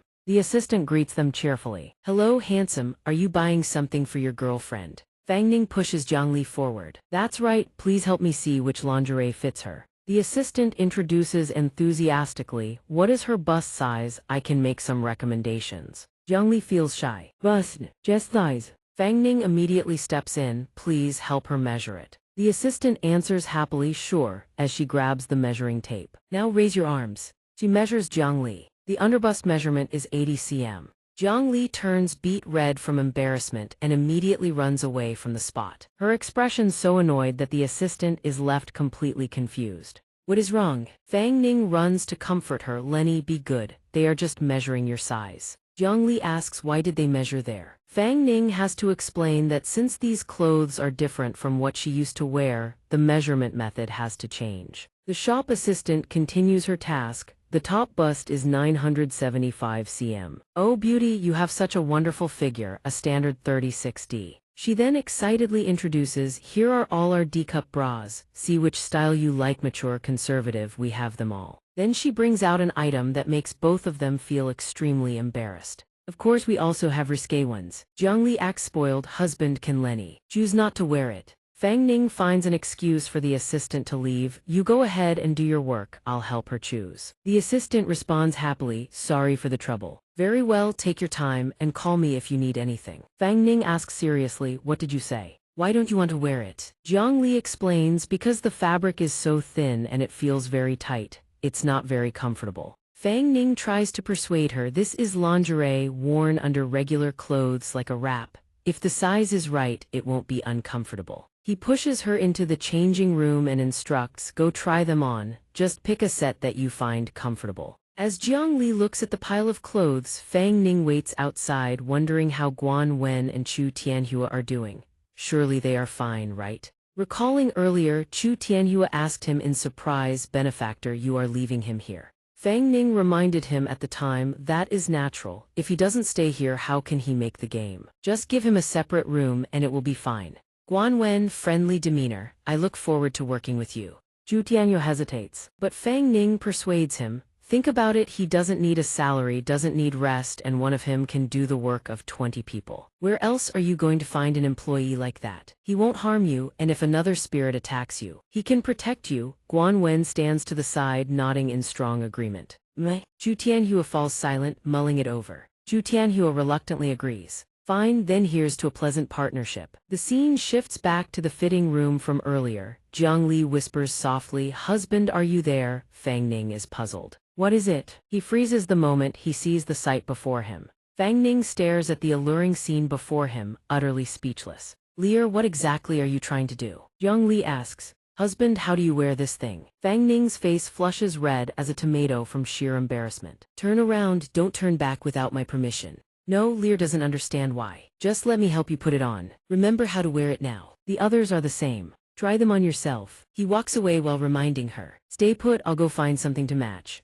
Fang Ning browses carefully, selecting with a serious expression. He asks a shop assistant, could you bring these in for my girlfriend to try? The shop assistant happily agrees. Of course, no problem at all. She walks off. Only then does Fang Ning breathe a sigh of relief. Taking a girl shopping is absolutely exhausting. The moment he sits down, a voice calls out. Addressing him, hey, isn't that Fang Ning? Fang Ning recognizes that voice. That tone, could it be? A man and woman stroll up right in front of him. The green-haired man beside her speaks up. Fanger, babe, who's this? Do you know him? Fanger explains, he's my ex-boyfriend. She frowns as she introduces, back in college he came to our campus selling stuff. I mistook him for an upperclassman and dated him for half a month. Fang Ning replies bluntly, oh, it's you. Weren't you the one who chased after me back then? The way you're talking, you'd think I deliberately deceived you. The green-haired man sneers at him. He puffs up his chest and declares, so you're the ex-boyfriend Fanger mentioned. What a pleasure, what a pleasure. Fanger needles him, what are you doing here? Don't tell me you're buying clothes for a girlfriend. I'd advise you to try a different store, this place isn't cheap. Back then you couldn't even afford to buy me a cup of milk tea, and you'd spend my money whenever we went out. Fang Ning responds calmly, no need for you to worry, I can handle this much money. Fanger and her boyfriend both mock him openly. Oh my, looks like someone's gotten smarter. God knows where he scammed some girlfriend from and now he's clinging tight. Her boyfriend smirks with a taunting grin. Babe, how can you talk about your ex like that? I think our brother Fang Ning here is quite the talent, how could he possibly scam a girl? You're so annoying. Fang Ning's head throbs from these two, they're clearly putting on a show just to needle him. But then he notices something abnormal, a faint yin aura seems to coil around their heads. As if sensing Fang Ning's stare, the green-haired man turns to look. The guy taunts him again, what are you looking at? What is there something? On our faces. You're embarrassing me. Fang Ning denies it. Oh, it's nothing, just spaced out for a second. The man continues, since we've run into each other today, how about we treat you to dinner? Fang Ning immediately refuses. No need. Just as the noisy exchange continues, Jiang Li appears. Husband, she asks innocently. Husband, these shoes feel strange. Fang Ning pats her head. How so? Doesn't Lear like them? No, Lear answers obediently. They're sparkly and beautiful, Lear loves them. He pulls out his gold card to pay, requesting everything from the fitting room to be wrapped up, including the outfit she currently wears, all of it. Charged together. The assistant responds enthusiastically, right away, sir. Hearing the total price, both onlookers go slack-jawed, 6 full outfits in total. The bill comes to 43,000 yuan charged to his card. They never expected him to be this wealthy. The shop assistant hands back his card with a smile. here's your bank card, sir. I've also prepared a gold membership card for our store, please keep it. You'll receive a discount next time. Fang Ning replies, oh, all right. Thank you. He and Jiang Li leave together. Let's go, time to head home. Jiang Li answers obediently, going home. And Qiqiang steps forward with a greeting. Good day, beautiful lady. I am An Qiqiang, chairman of Xianxia Corporation. Here is my business card. Fang Ning responds with cold silence. Excuse me, step aside please. And Qiqiang erupts in fury. How dare you disrespect this young master? Before leaving, Fang Ning turns his head and adds one last remark. I notice something unclean clinging to both of you. You might want to get that checked out. Lam Feng. She scrunches her face in bitter jealousy and spite. Du Feng shouts in rage, Fang Ning, you damn bastard. My name is Du Feng. Fang Ning and Jiang Li calmly walk away. The scene cuts to a hospital. The corridor is eerily quiet. A man thinks joyfully, son, Dad is here. I finally have enough money now. We'll definitely cure your illness. Suddenly the man's eyes freeze. The boy sitting on the hospital bed spots him and immediately calls out, Dad. Chang Beidao sits beside the bed, his eyes gleaming. Fang Ning has finally come home. Fang Ning sighs, today nearly killed me. Jiang Li beside him mimics his words, nearly killed me too. Fang Ning wraps her little head lightly, don't pick up that phrase, you don't even understand it. Listen, these clothes are very expensive, don't go tearing them up, got it? Should I get a wardrobe made so you can hang them properly? Jiang Li refuses, no need, Lear can store them inside her hairpin. She continues, saying she can change right here. She slips into a bikini. Husband, does Lear look good in this one? This leaves Fang Ning utterly mortified. When she changes for me, why does it only get more tempting? Fang Ning responds, oh, I bought you another outfit online. From now on, wear this one at home, got it? Lear changes immediately, chirping happily, this one feels so comfortable. Then she dashes toward Fang Ning, thank you, husband. He replies bashfully, I picked it out for you, if you like it, that's all that matters. The two draw dangerously close on the verge of a passionate kiss when a sudden phone ring shatters the moment. Jiang Li and Fang Ning awkwardly pull back from each other. Fang Ning picks up, oh, Director Wang, I'm free now. Director Wang says excitedly, Mr. Fang Ning, glad you're free. The fans are clamoring for updates like crazy. Do you have any new videos? We can strike while the iron is hot and boost the momentum. Fang Ning replies immediately, no problem, the Heiyuan Elementary video is already finished. I'll send it to your editing team right now. Hearing this, Director Wang is delighted. As expected of Mr. Fang Ning, truly efficient. Leave the rest to us. He taps his phone and sends the video to Director Wang. With that done, he stands up and tells Jiang Li, hey, I'm going to take a shower, be good and go to sleep. Jiang Li pouts and refuses, don't wanna. Lear wants to play games for a bit. He tosses his phone to her, look at that eager face. There's really no winning with her. Why does it feel more and more like raising a pet? In the bathroom, Fang Ning broods, today's unexpected gains are truly plentiful. Guan Wen's VR game could be a new avenue to boost soul power. Besides uploading the livestream video, he soaks in the hot water. He has to restore Jiang Li's strength before Yuansheng finds them again or see if he can borrow the government soul hunter's power. He steps out of the bathroom and is about to call for Jiang Li when something catches his eye. Lear, when did you fall asleep? He drapes a blanket over her. She said she didn't want to sleep but barely played for a bit before passing out. Just like a child. Jiang Li talks in her sleep. Husband, I've been waiting for you to come take my hand. Those words freeze Fang Ning in his tracks. He lets out a long, helpless sigh. Fang Ning lies down beside her. His heart is a tangled mess of emotions. What kind of man could make Lear wait 1,000 years without forgetting this love? I truly envy that bastard. He turns over. Lear, your 1,000-year wait deserves an answer. I swear it'll help you harness the power of fear, restore all your strength and memories, until you find your true husband. Back at the hospital from earlier, the little boy calls out happily, Dad, you're finally back, I feel a lot better already. The doctor even said I'm recovering really fast. The boy continues, oh right, this big brother here says he's a good friend of yours, we just had a really fun chat. Mr. Chang is still peeling an apple. The father asks fearfully, Mr. Chang, why are you here? Mr. Chang sets down the knife and says coldly, it seems boss doesn't welcome us. Mr. Chang smirks, wasn't our previous cooperation rather pleasant? Based on our intel, you made quite a tidy sum from it. The boy on the bed doesn't understand any of it. Big brother, boss hastily denies it. Mr. Chang, I didn't. I welcome you. I do welcome you.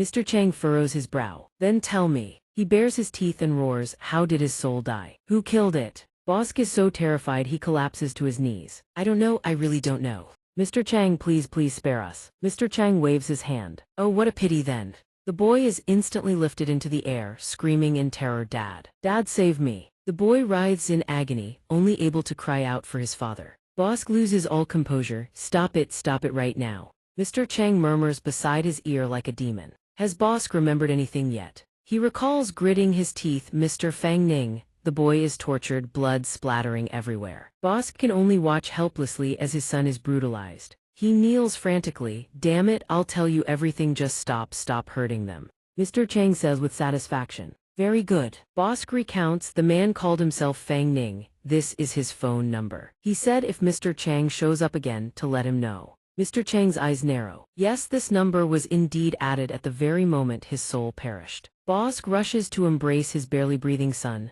Son, wake up, Dad's here. It's okay. Don't be afraid, Dad's right here. Bosk asks in a low voice. I've told you everything, can you let us go now? Mr. Chang replies casually, of course. But then he strikes the boy again, blood splatters everywhere. Bosk cannot believe his eyes. The group bursts into mockery. He lied to you. Boss, did you see his expression just now? Absolutely priceless. Bosk completely loses his mind. You bastards. But he too is torn apart. The others ask nonchalantly. Should we try calling this number? Mr. Chang warns, don't alert the enemy, let the organization investigate. I want to meet him personally. At that moment, a nurse steps in. Kjai needs his bandages changed. She looks into the room and her eyes fill with terror. The nurse collapses to the ground, screaming in absolute horror. Fang Ning is trapped in a nightmare when a notification chime jolts him awake. He bolts upright, another nightmare. He grabs his phone. Who's calling this early? He opens it. It's Du Feng. 3 years ago, back then he was just a street vendor hawking goods in front of a school. Are you preparing for your master's entrance exam? I have a complete set of study materials right here, and I can also provide one-on-one tutoring sessions if needed. He is working, the smile on his face never fading.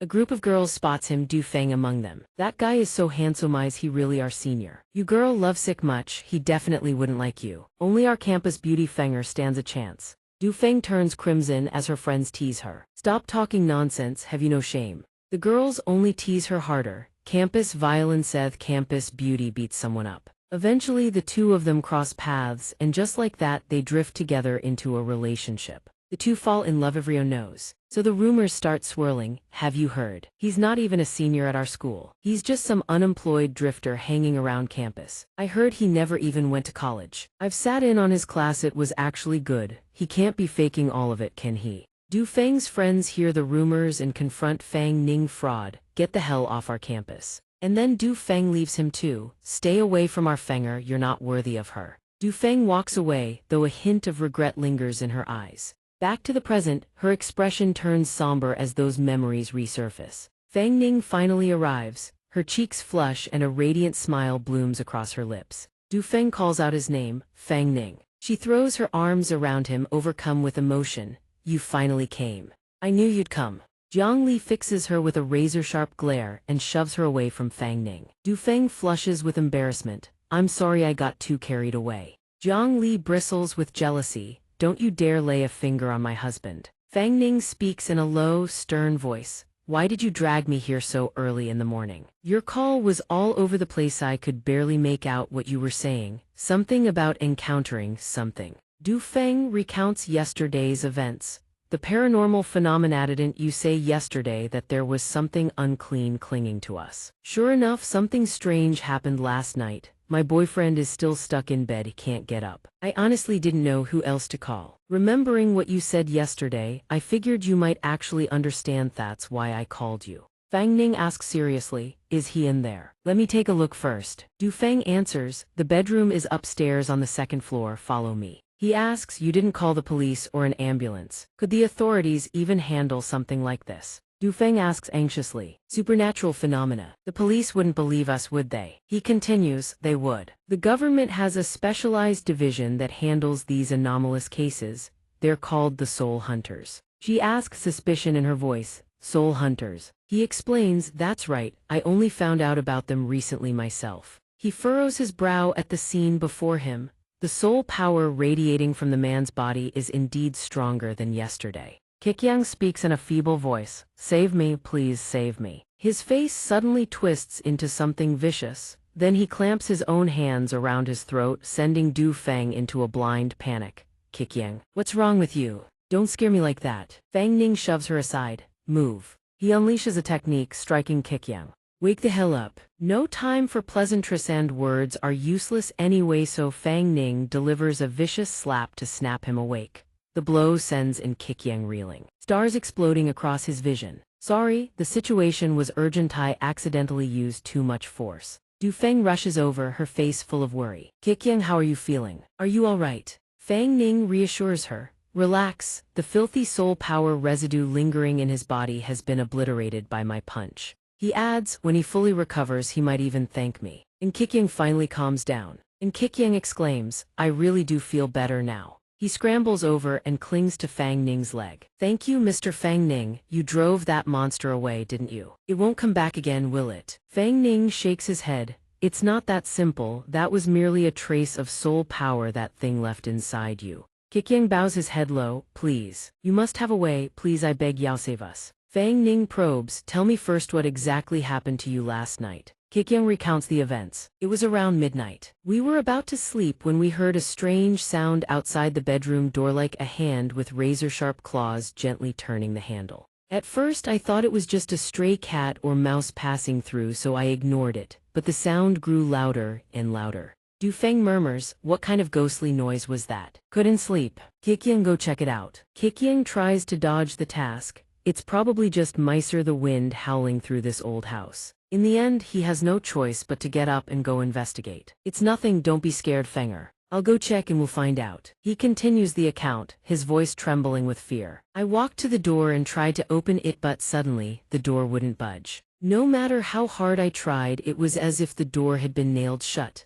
I couldn't open it no matter what. Du Feng sits up in bed too. Qiqiang, what's wrong? Qiqiang speaks through gritted teeth. The door seems jammed. No matter how hard I pull, it won't move an inch. Du Feng calls out in fear. Qiqiang, look down from this angle. It looks like someone is standing right outside, a pair of feet standing perfectly still, not moving. He continues, following Fenger's hint, I crouch down to the ground and try to peer through the gap beneath the door. What was it? Could someone be pulling a prank? Then his eyes go wide, something catches his gaze. He continues, his voice breaking with terror. I saw it, I saw it. Fang Ning asks, what did you see? He continues, I saw a pair of red eyes, those were definitely not human eyes, it was crouching on the ground, staring back at me. Qiqiang speaks, his voice shaking with agitation. After that, I felt like I completely lost control of my own body. I could barely string a few words. Tojtharuntal, Mr. Fang Ning slapped me back to my senses just now. Du Feng adds, he was lying on the floor, screaming. No matter how loudly I called out to him, he wouldn't respond. I had to muster every ounce of courage just to drag him onto the bed. I tried to turn on the lights, but the power seemed to be out. Moreover, the tightly sealed windows kept emitting sounds. The curtains fluttered on their own. There wasn't a single gust of wind inside the house. She was so terrified that she stayed awake until dawn, waiting for him to arrive. All night she didn't dare close her eyes and kept calling him.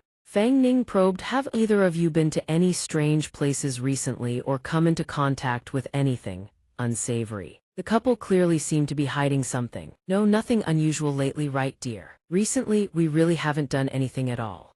Everything has been pretty normal lately. Fang Ning stated bluntly, looks like you two still have things you're hiding from me. Since you refuse to be honest, I have no reason to help you. He turns to leave. We're out of here, don't bother calling after us. Fang Ning, don't go, Mr. Fang Ning, please wait. Qiqiang finally caves. He shouts, fine, we'll tell the truth. He turns to Du Feng. Fenger, you tell them. She nods.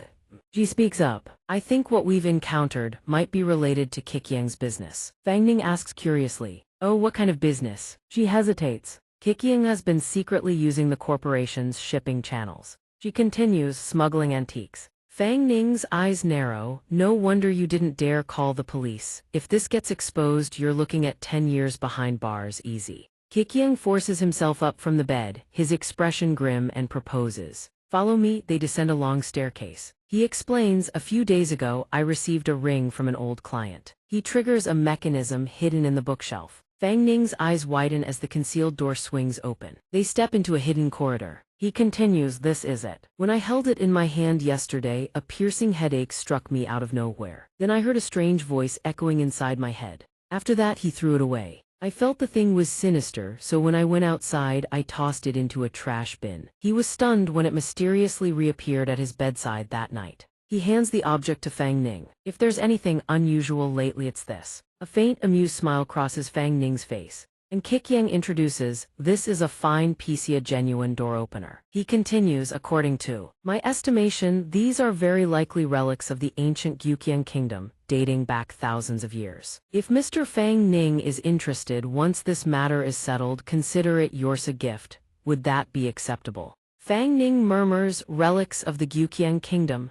A flicker of familiarity strikes him and he instinctively whispers the name. He stares intently at the ring. "Nice ring, I'll take it. But this creature isn't simple. Helping you still carries certain risks." Qiqiang immediately names his price, 500,000. "If Mr. Fang Ning can help me resolve this trouble on top of the ring, I'm willing to add 500,000 as a reward." Fang Ning's eyes light up. 500,000. He agrees on the spot. He mused inwardly. Opening with 10 times what Chu Tianhua offered. Truly befitting the chairman of a major corporation, a man of generous means. He reminds them the creature may be hiding during the day. "I'll stay here tonight and see for myself. Find somewhere else to stay tonight." And Qiqiang hesitates. "Moving out isn't a problem. I own several properties in the city. I'm just worried that thing might follow us out of the villa." Fang Ning assures him, "Don't worry, I've already checked, there's no lingering soul power on either of you anymore. Plus, the ring is in my hands now. Its power likely can't stray too far from this vessel." Upon hearing this, and Qiqiang immediately grabs Du Feng and leaves. "Then thank you, Mr. Fang Ning. We wish you success. Farewell for now."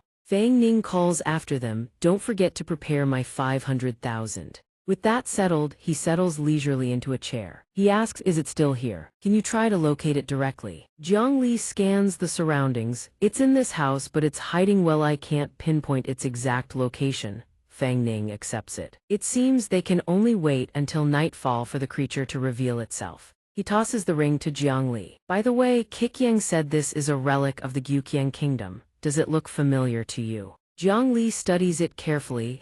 It does seem somewhat familiar, but I can't quite remember." He pats her head gently. "It's all right, I'll help you recover your lost memories. I promise." Jiang Li replies obediently.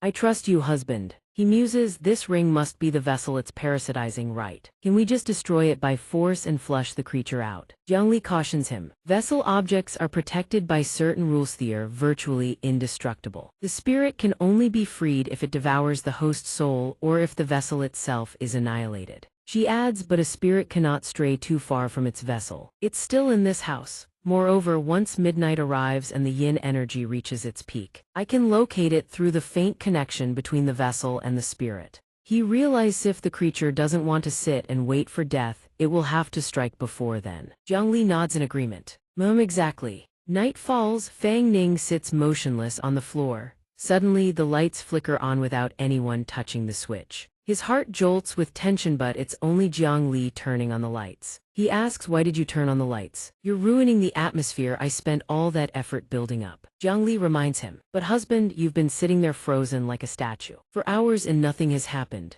Fang Ning slumps back into the chair, bored. "This creature is way too timid. Is it planning to never show itself? Waiting for us to go hunt it down instead?" Suddenly the lights cut out. Fang Ning startles. "Why turn off the lights now?" Jiang Li confirms, "This time it wasn't me." Fang Ning focuses his attention, his gaze sweeping across the surroundings. He tosses the phone to Lear, reminding her to hand it over for video recording. The live stream begins, and Fang Ning sinks into character completely. "Good evening, everyone. I am the Grand Elder of the Beggars sect. This place is a haunted villa on the outskirts of town. It all started with a ring from an ancient kingdom." He puts on a mysteriously cryptic expression. "Before filming even started, a strange phenomenon occurred. A sudden power outage. Then a bizarre silhouette swept past the window. Tonight I'll be staying here for the night. All of you will join me in stirring up the ghosts in this place." He suddenly notices the red light and Qiqiang had warned him about. "I can't predict what will happen next, but if this video gets posted, it means I survived. Drive safe, folks." He steps up to the door, and just as the villa owner described, it seems jammed, completely unmovable. He crouches and peers through the gap in the door, fully expecting a pair of horrifying demon eyes to be staring back at him. He squints, straining to see more clearly. Fang Ning suddenly spots something, his eyes fly wide open. He's stunned, there's nothing out there. A sudden noise erupts, freezing Fang Ning in place. He spins around. Why are the curtains closed? He frowns and yanks the curtains open, surely it's still out there. Tentacles. Fang Ning finally catches a glimpse of its true form. The demon speaks, you have seen me now. Fang Ning's expression turns deadly serious. Then let me play with you. A sudden force slams into him, stopping his advance cold. Fang Ning frowns. What the? The windows are shut. Though, is there such a strong gust? He's bewildered as the force vanishes. He turns to Jiang Li. Did you see that monster hanging upside down outside the window? Jiang Li looks utterly confused. Monster? What monster? She had just watched him suddenly turn toward the window. There was clearly nothing unusual there. He asks again, stunned. What, you didn't see that thing outside? Jiang Li explains, after that you threw a punch at the window, but you stopped before your fist ever made contact. He calms himself and thinks, could this be the ring's effect? Simply carrying it on him triggers the monster's influence, conjuring hallucinations. He decides to try one thing first, throw it away. He watches it vanish with his own eyes, but Fang Ning jolts as a streak of red light flashes in his palm. In the end, the ring returns to his hand. Fang Ning can't believe his eyes. Impossible. He wonders, clearly threw it away just moments ago. Why is it still on him? A burst of chi erupts and surges straight for his throat. Fang Ning grits his teeth and endures. His bracelet flares to life just in time. Fang Ning screams in agony and collapses to the floor. Fang Ning calls out to Lear with great difficulty, but when he looks around, there is no one in sight. Lear, he shouts at the top of his lungs. A thought races through his mind. Thighs must be its sole technique. It has separated me from Lear, planning to pick us off one by one. He spots a red glow beneath the desk. He steps closer and pulls open the drawer. Fang Ning freezes in horror. Jiang Li's severed head sits inside. The moonlight has turned crimson. Blood streams from Jiang Li's eyes. Inside the drawer, her eyes are wide open, glaring straight at him. Fang Ning staggers at the sight. Come on, don't think petty tricks like these can scare me. He rises, regaining his composure. He thinks himself clever, unaware that he and Lear are already bound as one. If she dies, he dies too. In truth, it only exposes the fact that this entire place is nothing but an illusion.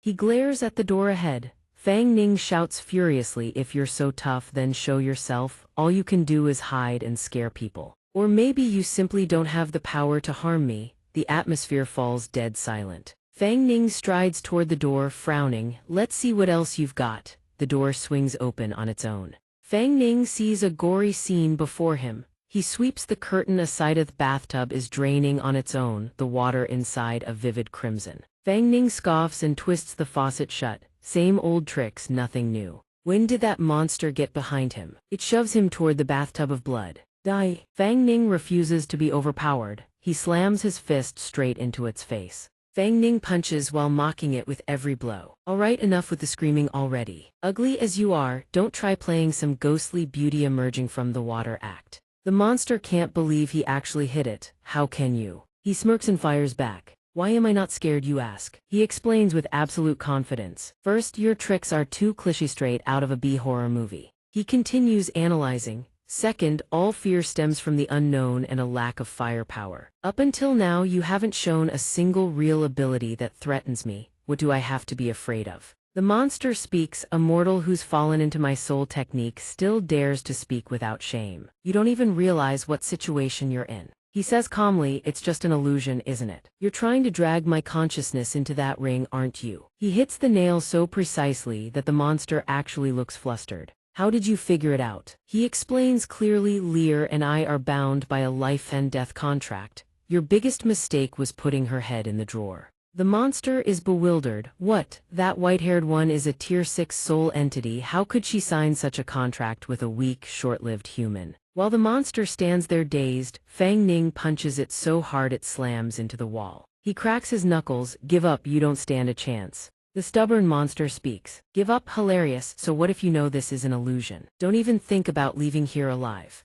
It drops into a seated position and activates a soul power formation array. Before Fang Ning can even react, he is teleported to another location. The monster cackles, "I've waited so long inside that ring, finally someone has awakened. I was going to toy with you, but since you're this stupid aunt, blame me for opening my soul domain to shut you up." Fang Ning has to deal with this entire horde while the monster taunts him from outside. "Thank heaven for this gift," the sarcasm drips. "Once I kill you, the one outside dies too. With the soul power of both of you, I can level up once more." Fang Ning fights to break free from the encirclement. A monster lunges at him from behind. Fang Ning dodges instantly. He grips his sword tight and sweeps it in a wide arc, cutting down every monster in his path. His expression doesn't change, calm to a terrifying degree. This display of power fills the monster with primal fear. Fang Ning does not hesitate, decapitating it with a single strike. "You laugh," he sneers. "Is this pathetic soul domain all you have to offer?" Yet its head begins to knit back together. "It's useless.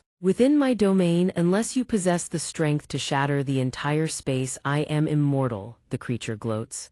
"Furthermore, my soul power here is infinite, while your spiritual energy continues to drain away. If we continue this attrition, your energy will soon be exhausted. Stop struggling." Fang Ning chuckles coldly. "Oh, I'd like to test that theory." He plunges back into the fray against the horde of monsters. Fang Ning weaves through their relentless assault, snatching a blade from the air and turning it against himself. The creature mocks him. "You think you have enough soul power to shield your body for long? Or are you so desperate to escape my domain that you've resorted to self-mutilation? My soul domain is no mere illusion conjured by third-rate charlatans," it cackles, its maw twitching incessantly. "Understand this, not only will this fail to free you, but the wounds you inflict upon yourself will be reflected back onto your physical body. Thank you," it sneers, "for the promotion you are about to grant me." The monster concludes, "I shall let you savor these final moments," but Fang Ning remains defiant. He furrows his brows. "Why do I feel like these are your final moments?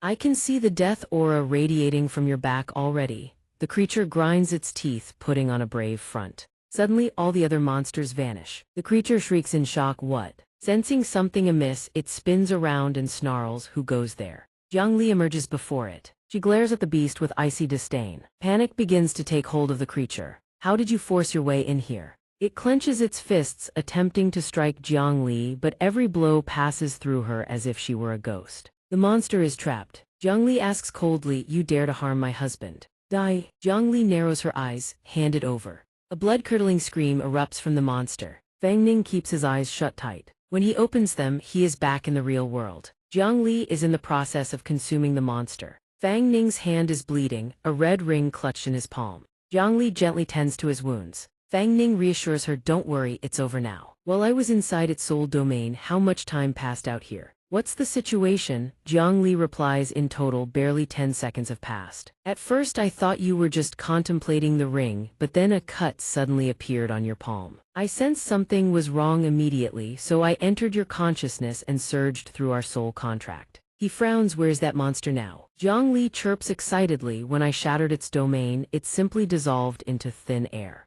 I absorbed all its soul power. Today's meal was quite delicious." Fang Ning pinches her cheek. "You little glutton. Look, there's a figure standing on the balcony behind us." Mr. Chang asks, "Is the location fixed on the house ahead?" "Reporting, sir, yes. He hasn't moved from there all day." Mr. Chang smiles. "Found you, Fang Ning." Fang Ning calls in Qiang. "The trouble in your house has been dealt with. You can return now." And Qiang is ecstatic. "That's incredible efficiency. Brother Fang Ning is truly a master. We're on our way." Fang Ning reminds them, "Remember to pay the final installment." He turns to Jiangli. "Did you absorb all the lingering soul power on this floor?" She nods repeatedly. As they prepare to leave, they hear a sound. Fang Ning asks suspiciously, "Huh? They actually came. Could they still be nearby in the residential complex?" "Yes." Jiangli senses something abnormal. Fang Ning walks forward without a hint of hesitation. Suddenly, a beam of light streaks directly toward Fang Ning. Jiangli reacts instantly, shielding him. "Husband, watch out." The force of the strike sends Jiangli flying. She groans in pain, clearly suffering a heavy blow. Fang Ning calls out to her, frantic Lenny. Mr. Chang leaps out, intent on attacking him. Mr. Chang smiles cunningly, soul-sealing art shackles of light. He binds Jiangli instantly. Jiangli exerts her power to break the cage, but the chains hold her fast. Jiangli is completely suppressed. Fang Ning roars in fury, "Damn you! Who are you people? Let her go!" Chang glances at him calmly. Fang Ning lunges at him with everything he has. But the man is treacherous, batting him aside. Fang Ning struggles to regain his footing. A scarred man appears, sneering, so this is the special spirit the organization flagged. Captured already, just like that. Fang Ning glares at the newcomer, his face twisted in rage. Zhang Li screams, "Husband," the chains tighten further. Mr. Chang speaks up, "Stop struggling. These shackles of light are the latest soul artifact designed by the doctor. There is no escaping," he says with a cold smirk. Zhang Li frowns, biting her lip to warn him, "Husband. Run." Fang Ning calls her name in desperation, Zhang Li. The scarred man speaks, "A grade 6 white-haired spirit takes an interest in a guy like you. You must be the Fang Ning that KHU letter 1EA5T Kin mentioned." Hearing that name, Fang Ning grinds his teeth. "KHU letter 1EA5T Kin. Did he send you here?" The scarred man deliberately twists the truth. "Indeed, he gave us your name and number. It's a pity we're going to spare him, but he sold you out instead. No matter, I've already avenged you. I let him watch his own son explode in his arms." The look on his face was one of pure agony and despair. "I should have filmed it for you to see." Fang Ning narrows his eyes. "Bastards, who exactly are you?" Mr. Chang finally speaks. Fang Ning, 22 years old, sent to the Tianxing orphanage on the outskirts of Wuhai City at the age of 4. Your parents' identities remain unconfirmed. The organization found no records of them. It's as if they never existed. We suspect their information was deliberately concealed or erased. He continues, we are people walking the same path as you.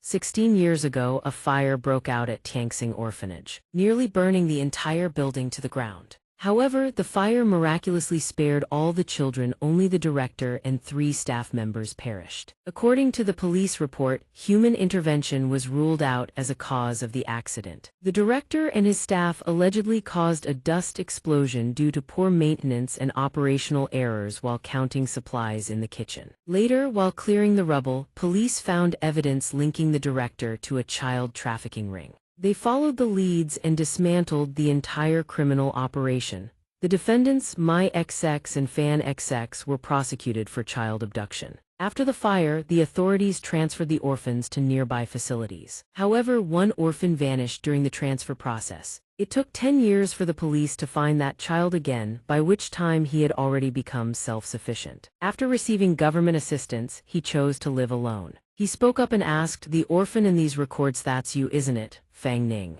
Fang Ning furrowed his brow. "Who exactly are you people? How do you know that?" Chang Beidao asked again, "Were you the one who caused the fire at the orphanage back then?" Fang Ning lowered his head. "I don't know what you're talking about." Chang Beidao continued, "You can deny it all you want. We're not police and we couldn't care less what the truth is. But in my view, there are far too many coincidences in this whole affair. Everything looks like a precisely calculated layout. To think a mere 6-year-old child possessed the capacity to think and plan like that. The killing was executed flawlessly, leaving behind not a shred of evidence. What's more, the victims were all adults, truly remarkable." Fang Ning shouted furiously, "Enough, everything you're saying is pure speculation. I'm telling you it was an accident, there was no conspiracy, and it has nothing to do with me. Who exactly are you people? What do you actually want?" Chang Beidao removed his glasses. "Since you've asked so sincerely, we'll tell you very honestly." He introduced himself. "We are enforcers from Yuansheng. My name is Chang Beidao. As for that ugly mug of Hishi's nickname is Yuanquan. The Abyss Hound." The scarred man also introduced himself.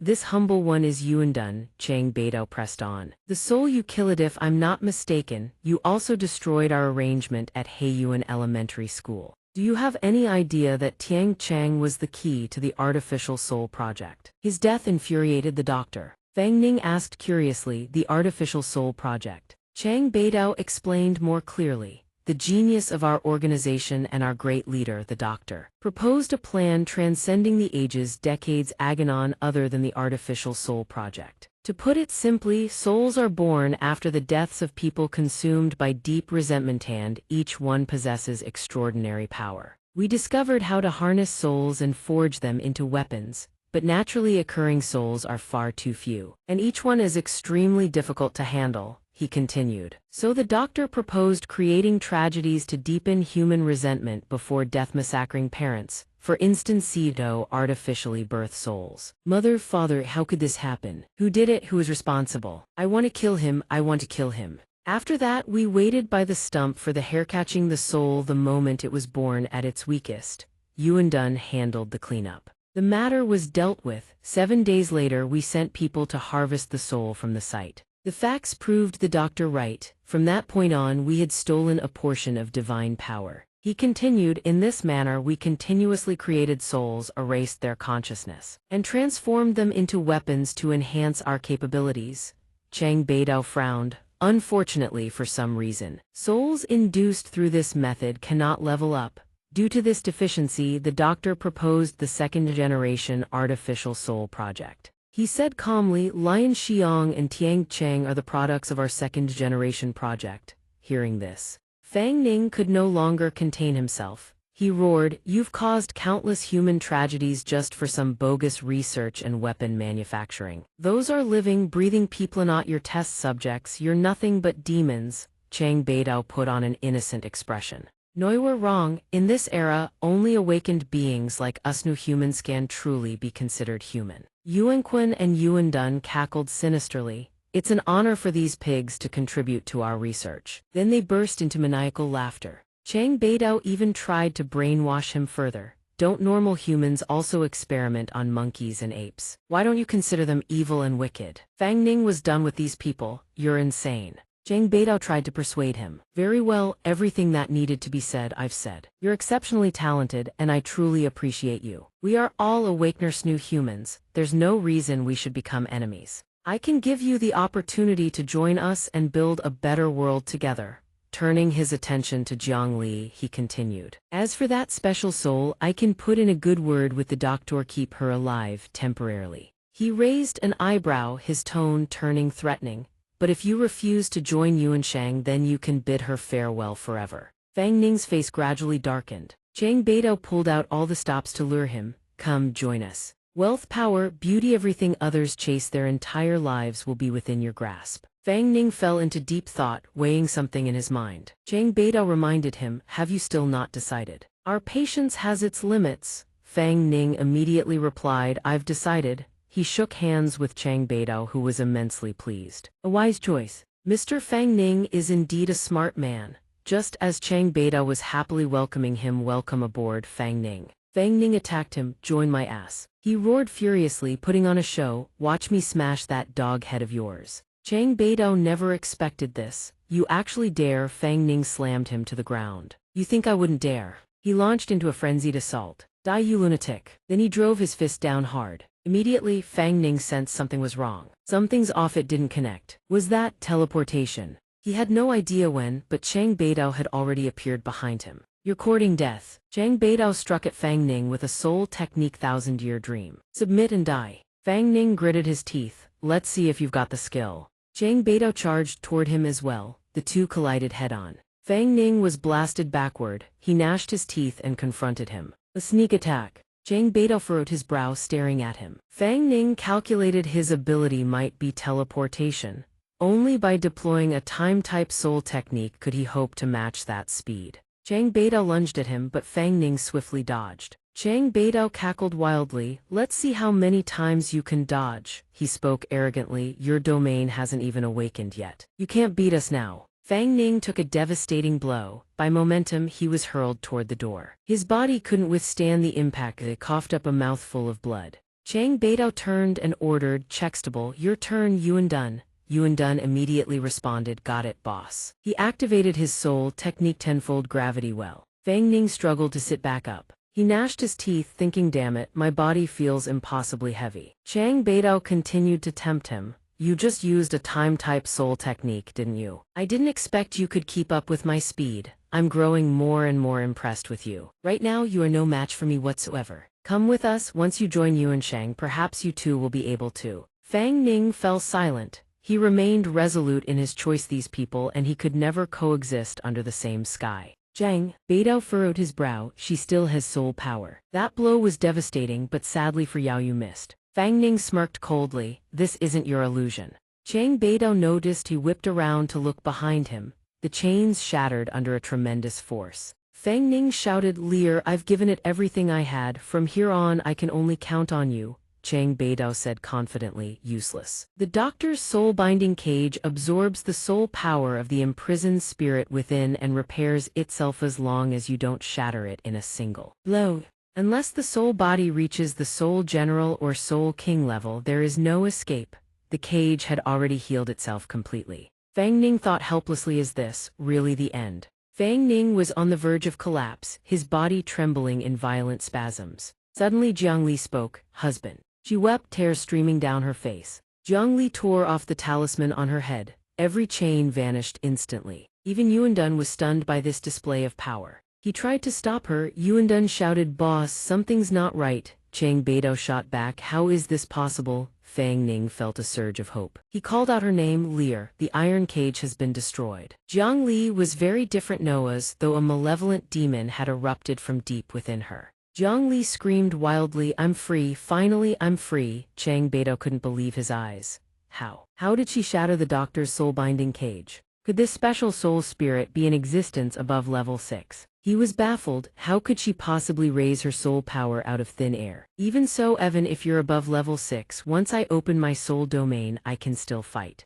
Jiang Li glared at him. Did I say you could move? Chang Beidao is intercepted the moment he attempts to flee. He groans in agony, my hand, my arm. Tian Dan lunges forward immediately, shouting, boss, we fight her to the death. He unleashes a soul technique, a strike 20 times heavier than his own weight, yet Jiang Li blocks it with a single finger. She hurls him back, sending debris and stones shattering across the floor. The combat is ferocious. Dan is gravely wounded. Droplets of blood slicking the ground. Clutching his mangled arm, he gasps, this spirit is terrifying. What level is she? It seems the only choice is to open the soul domain and trigger the second form to retreat with her and Fang Ning. Chang Beidao pats his shoulder. The plan has changed. No need to force a report to the master. We retreat now. Jiang Li blocks their path, her gaze chilling as they attempt to flee. Chang Beidao lingers for one last word. Fang Ning, wait for it. He made a vow to you, we shall meet again. They vanish into the void.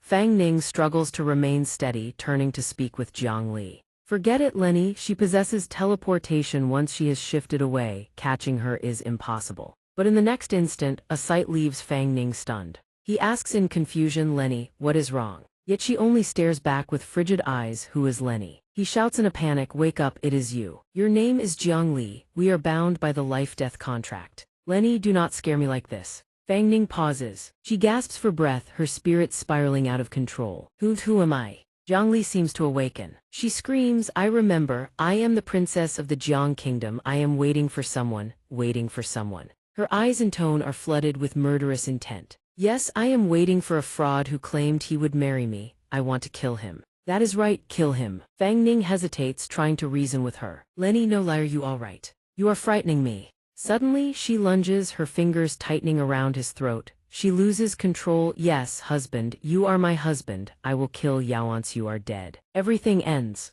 Flashback, the royal family of the Jiang kingdom is eradicated in a single night. Jiang Li is still just a child. Witnessing the carnage, she sobs. Mother, mother, please wake up. A youth pulls her away. We must go. The villains are coming. Crying will only get you killed. Nod. The thugs converse among themselves. The consort is dead, but the little princess and the general's son remain missing. The underling is slapped across the face. Find them for me. Two brats cannot run far. The underling obeys immediately. Yes, sir. The youth carries her on his back, whispering comfort. Lenny, do not be afraid. We see the city ahead. I will protect you. Feeling safe, she drifts into sleep. Back in the present, Jiang Li continues her assault on Fang Ning. Fraud, she roars as Fang Ning grits his teeth and endures the onslaught. Jiang Li laughs manically. Die. Suddenly she senses something behind her. And Qiqiang and Du Feng have returned. Fenger, look at this battle. It is intense. I broke the door down. He joyfully calls out to Master Fang Ning, I brought your 500,000,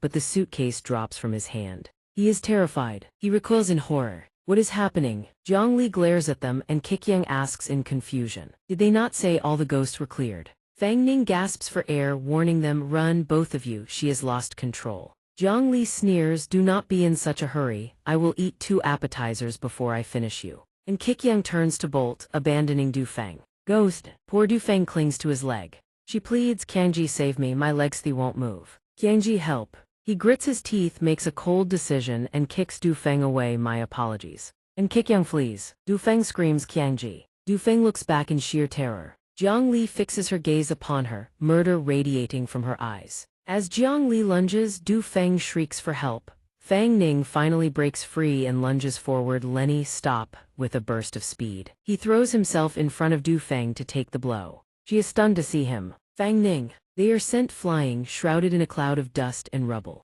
Jiang Li lets out a manic laugh. Die together. Fang Ning warns Du Feng, hold on to me. He scoops her up, narrowly dodging Jiang Li's strike. Du Feng asks, this female ghost is your girlfriend, why has she become like this? Fang Ning suddenly recalls Jiang Li tearing the talisman off earlier. He sets Du Feng down and cautions her. She removed the seal to fight Chang Beidao. Du Feng has an idea removed. Does that mean if you reapply the talisman, she will go back to normal? Fang Ning ponders the talisman. He snatches the talisman from her hand. Stay here and wait. He charges at Jiang Li, whispering to himself, Lenny, I will protect you. He leaps forward and slaps the talisman back onto Jiang Li's head. He pulls her into an embrace. She widens her eyes in shock, caught off guard. Fang Ning holds her tight and kisses her, leaving Jiang Li utterly stunned. Fang Ning finds his consciousness slipping into another realm, a place consumed by fire. He looks around. He thinks, this is Lenny's soul sea. How did I get in here? Lenny, where are you? Fang Ning sets foot on this land.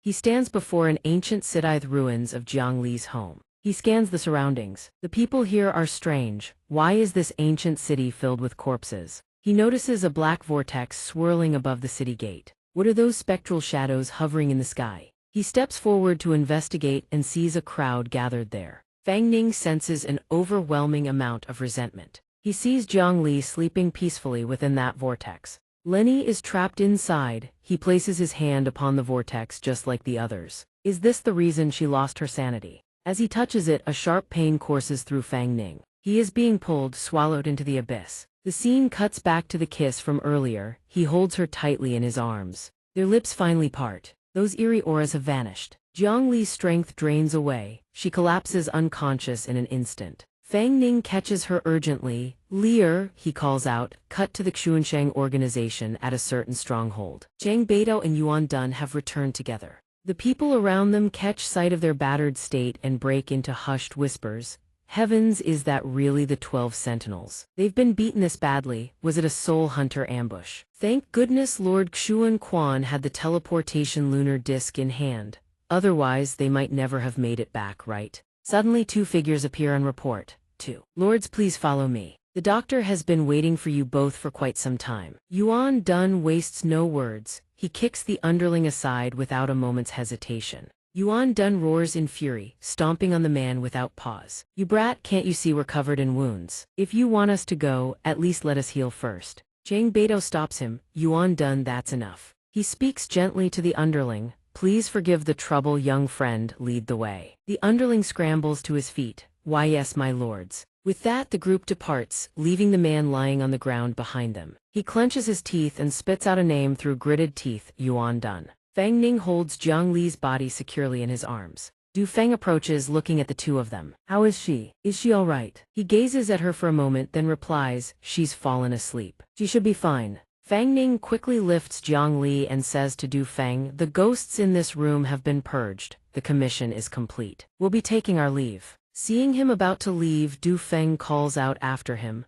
Fang Ning, wait, this is the payment that Coward and Kikyang prepared for you. She hesitates for a moment, then continues softly, and thank you for saving me. His footsteps suddenly halt. Fang Ning shifts Jiang Li from a cradle carry to a fireman's carry over his shoulder, then awkwardly grabs the suitcase and laughs sheepishly. Almost forgot the most important thing. Thanks though. Du Feng can only stare helplessly at his eyes lighting up at the sight of money demeanor. She thinks to herself, his greedy nature really hasn't changed one bit. Immediately after, Fang Ning looks at her with a serious expression and asks, what about you? What are your plans? Caught off guard by the sudden question, Du Feng stammers, I don't know. I could stay at my parents' place for a while. She falls silent. Then glances at Fang Ning with bright, sparkling eyes. Or come to your place. Hearing this, he points at Jiang Li and deflects gracefully. Better not, you know I already have a girlfriend. Du Feng's face flushes slightly. She opens her mouth, hesitating. Fang Ning hoists Jiang Li over his shoulder and strides out of the villa, calling back gently. Goodbye, Lan Feng. The moment she hears this, she screams in fury. again. It's Du Feng, my name is Du Feng. Damn it, you're doing this on purpose, aren't you? The scene shifts to a dim, eerie room. Footsteps echo slowly through the enclosed space. Chang Beidou and Yuan Dun bow their heads with utmost respect before the man seated in the chair. The old man suddenly speaks in a low voice. The mission has failed, hasn't it? Yuan Dun, visibly shaken, rushes to explain. Doctor, look at our arms. That abnormal spirit suddenly shattered the soul-binding cage you bestowed upon us. And that's why the man behind him places a hand on Yuan Dun's shoulder and speaks. I was the one who ordered the withdrawal. I surmise that even if we opened the spirit domain, we still might not have been her match. And once we entered a weakened state, we wouldn't have been able to activate the teleportation lunar disk. Before Chang Beidou finishes speaking, the doctor sets down the glass vial in his hand onto the table. Very well, you've done excellently. The two hear this and drop to their knees in shock. The old man swivels his chair to face them and speaks, raising his head.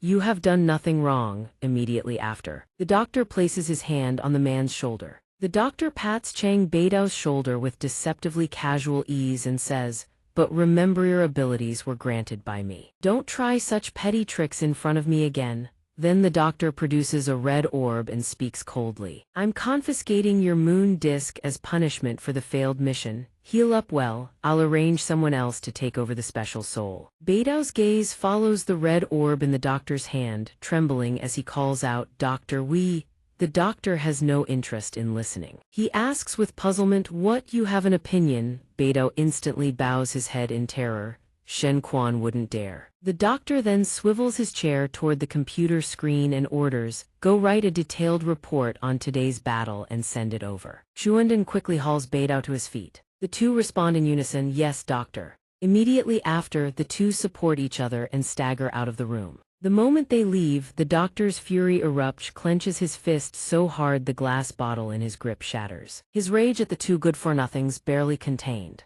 He takes out a handkerchief and calmly wipes the hand that just crushed the glass, muttering to himself. Tools must possess the awareness of tools. It seems he needs to swap them for two more useful ones. Before that, he can still squeeze some use out of the trash. The doctor falls into deep contemplation. That unlucky woman from 1,000 years ago hasn't merely left the princess's tomb. She has awakened power surpassing level 6. He rests his chin on his hand, sinking deeper into thought. It doesn't resemble the traces of a soul hunter. Immediately after, the doctor activates the red orb and speaks. There's still some time before she fully awakens. Before that, she must be captured at all costs. Streams of dark energy are being drawn into the orb. From below, he calls out coldly, it's your turn to take the stage. A black silhouette gradually materializes at the call of Dr. Yuan Long. In that suffocating darkness, a meticulously orchestrated plan sets into motion. Meanwhile, at Fang Ning and Jiang Li's place, he slurps instant noodles while mulling over Xuanden and the special soul. Fang Ning finishes his cup of noodles and speculates they've been targeting Lear for a long time, long before the hairpin was stolen. Perhaps even earlier.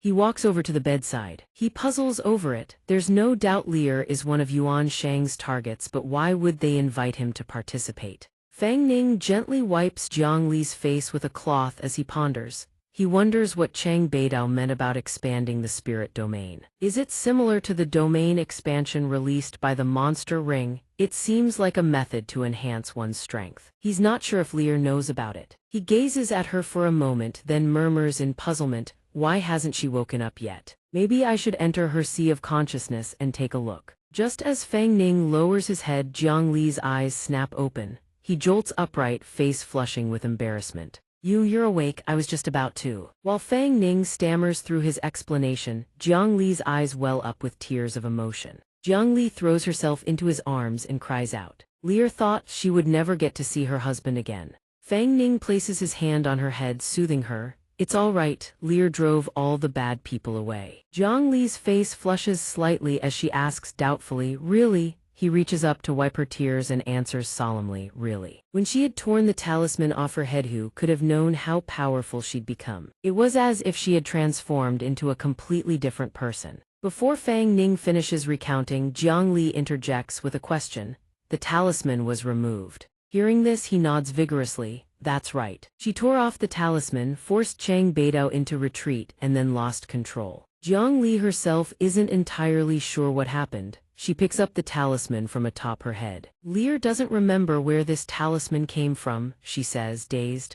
I only know it's been with me ever since I awakened, always on my person. Like a hairpin. I can feel it suppressing the resentment energy within me, Jiang Li recounts with a slightly bewildered expression. Lear crushed it back then. It was a burn the boat's Gambosh wanted to see if the resentment energy could break free from the soul-binding cage's control. She never expected it to actually work. Hearing her account, Fang Ning pinches her cheek and quickly adds, but she didn't expect the resentment to strip away her consciousness, did she? She nearly killed both me and Du Feng back then. From now on, unless it's absolutely the last resort, you are not to remove it. Understood. Jiang Li, her cheek still pinched, can only respond helplessly, yes. Immediately after, he places his hands on her shoulders. Fang Ning pushes Jiang Li down onto the bed. She looks up in mild surprise, cheeks flushing pink.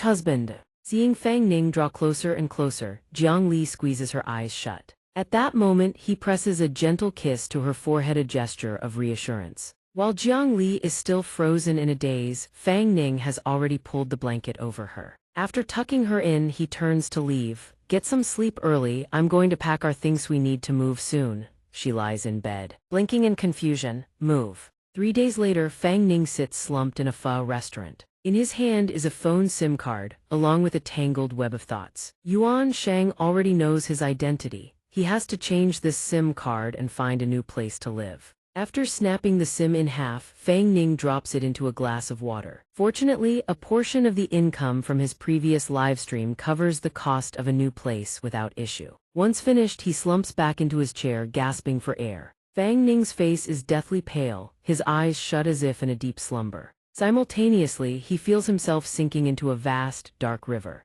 Fang Ning's eyes remain tightly sealed before he snaps them wide open. In the form of a child, Fang Ning's face is drenched in blood. He stares at the scene before him in a panic. No, it wasn't me, I didn't do this. The knife slips from his hand and he collapses, shrieking in agony. In this room, aside from Fang Ning, the 4 others are already dead. In the ink-black darkness, the 3 children navigate only by the pale moonlight. Leading the way, Fang Ning instructs the 2 children behind him, hide here. I'll go get some food. If anything goes wrong, run. The moonlight continues to pour through the window. Inside, as Fang Ning rummages through the refrigerator for food, a faint, tearful voice cries out. No. He gazes toward the door where a sliver of light escapes, thinking in bewilderment, so late, why would someone else be here? Faint, pathetic sobbing continues to emanate from behind the door. Driven by the curiosity of a child, Fang Ning approaches slowly. His eyes widen in horror at the sight behind the door. A terrifying scene unfolds. 2 men are brutally beating a child.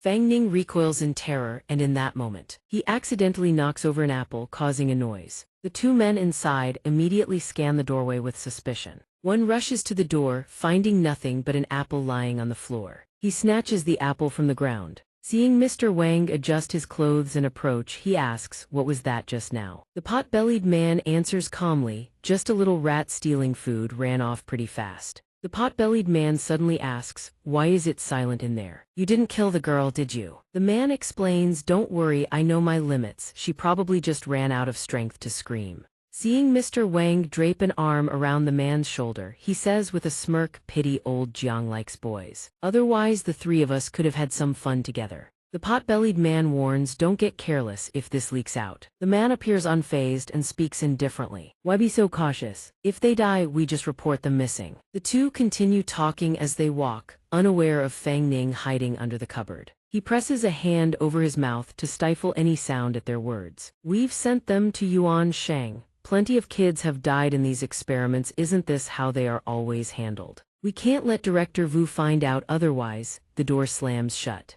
Fang Ning carefully crawls out from the corner, thinking they must be gone. He then opens the door. A young girl lies there listlessly, her clothes torn to shreds. Fang Ning rushes to help her sit up, calling out worriedly, Lenny, it's me, are you okay? The girl immediately clings to him, sobbing as she recounts, Mr. Wang told me to come to the kitchen, saying he had leftover food from his meal, and could give it to me. They use so much strength. I hurt so much. She looks up at Fang Ning, speaking in confusion. Brother Fang Ning, did Lenny do something wrong? Why don't my parents want me? The teachers bully me too. He quickly wipes away her tears to comfort her. No, your parents must have their reasons. Once we grow up, we can leave this place and go find them to ask clearly. Fang Ning's eyes flash with determination as he tells Lenny, as for those evil people, the heavens will surely make them pay. Returning to reality, he lies sleeping on the sofa in his apartment. Jiang Li opens the door behind him and immediately carries him to the bed. Seeing him writhing in his sleep, she thinks in a daze, is my husband having another nightmare? She quickly plants a kiss on Fang Ning's forehead. Continuing his nightmare, Director Vu appears shocked, slamming his desk as he shouts, "What? Something like this happened." Fang Ning stands opposite him, saying urgently, "Yes, Director, I saw it with my own eyes." He quickly adds, "I hid Lena's clothes from that time. There is evidence on them to report them." Director Vu steps toward him, offering praise. "Well done. Very good, your name is Fang Ning, right? Thank you for your trust." He pats Fang Ning's head, smiling, "I'll go investigate the situation. You go get the items, then we will call the police." Hearing this, Fang Ning hurriedly turns to retrieve the items. As soon as Fang Ning leaves, the director wears a chilling grin. A moment later in the director's office, a harsh sound rings out. Inside the room, Mr. Wang trembles, clutching his cheek. "Director, I." The director instantly hurls something at him and yells, "Look at the fine mess you've made." The object Director Vu threw is Lena's clothing. Mr. Wang immediately kneels to beg, "Director, we are grasshoppers on the same rope now. Save me." Hearing this, the director turns, cursing in anger, "Trash." Then, Director Vu glances at the other two, his voice harsh, "As for you two, don't think I don't know. I don't care how you play privately. But you must clean up your own messes and not affect the superior's plan." Immediately after, he walks over to a cabinet. Director Vu opens the cabinet, saying coldly, "Take this kid to the kitchen, dispose of her, and transport her out through the secret passage. It's fortunate the kid came to see me this time. If it had been when Chief Chu came to inspect, it wouldn't have been so easy to handle." It turns out he had locked Fang Ning in that cabinet. Mr. Wang, hearing this, speaks up excitedly, "Director, I knew you wouldn't abandon me." The pot-bellied man grabs Fang Ning by the collar, laughing, "Caught you, little rat." Director Vu watches coldly as Fang Ning is dragged away. "Tomorrow, the spirits will require another batch of ingredients, and all the children you've toyed with will be included. Is that clear? I don't want to see anything like today happen again." Mr. Wang replies with a fawning smile, "Understood, Director, I will arrange it."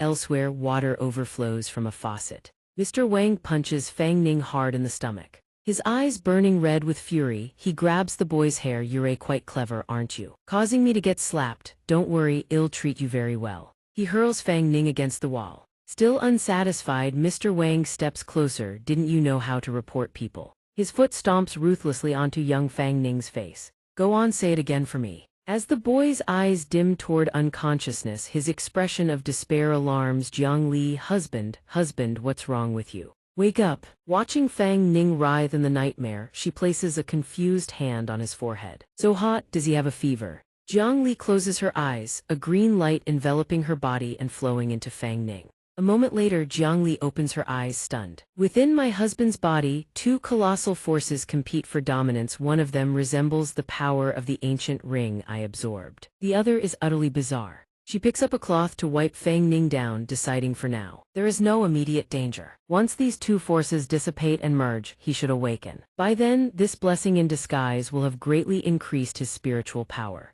After finishing, she feels a tinge of shyness, thinking, while he is still unconscious, perhaps I should read a bit. Jiang Li immediately leans down to search under the bed. Struggling to reach underneath, she mutters, "I remember him hiding it here." Moments later, she pulls out a green book and cheers, "Found it." She glances at the sleeping Fang Ning, licking her lips with excitement. "I'll give him a surprise once he wakes up." Meanwhile, his face grows paler by the second, gripped by a nightmare. A bucket of water splashes onto Fang Ning's face. The pot-bellied man intervenes. "Enough, you have vented your anger. Stop wasting time, finish him off, we have other matters to attend to." Teacher Wang nods, "Understood." He grabs Fang Ning by the hair and jerks him upward. Teacher Wang grins maliciously, forcing his head back into the water basin. He speaks with sinister amusement, "If you want to blame someone, blame your heartless parents for not sending you to hell sooner." Suddenly, Fang Ning's eyes glow a burning red, and the bracelet on his wrist pulses with a golden light.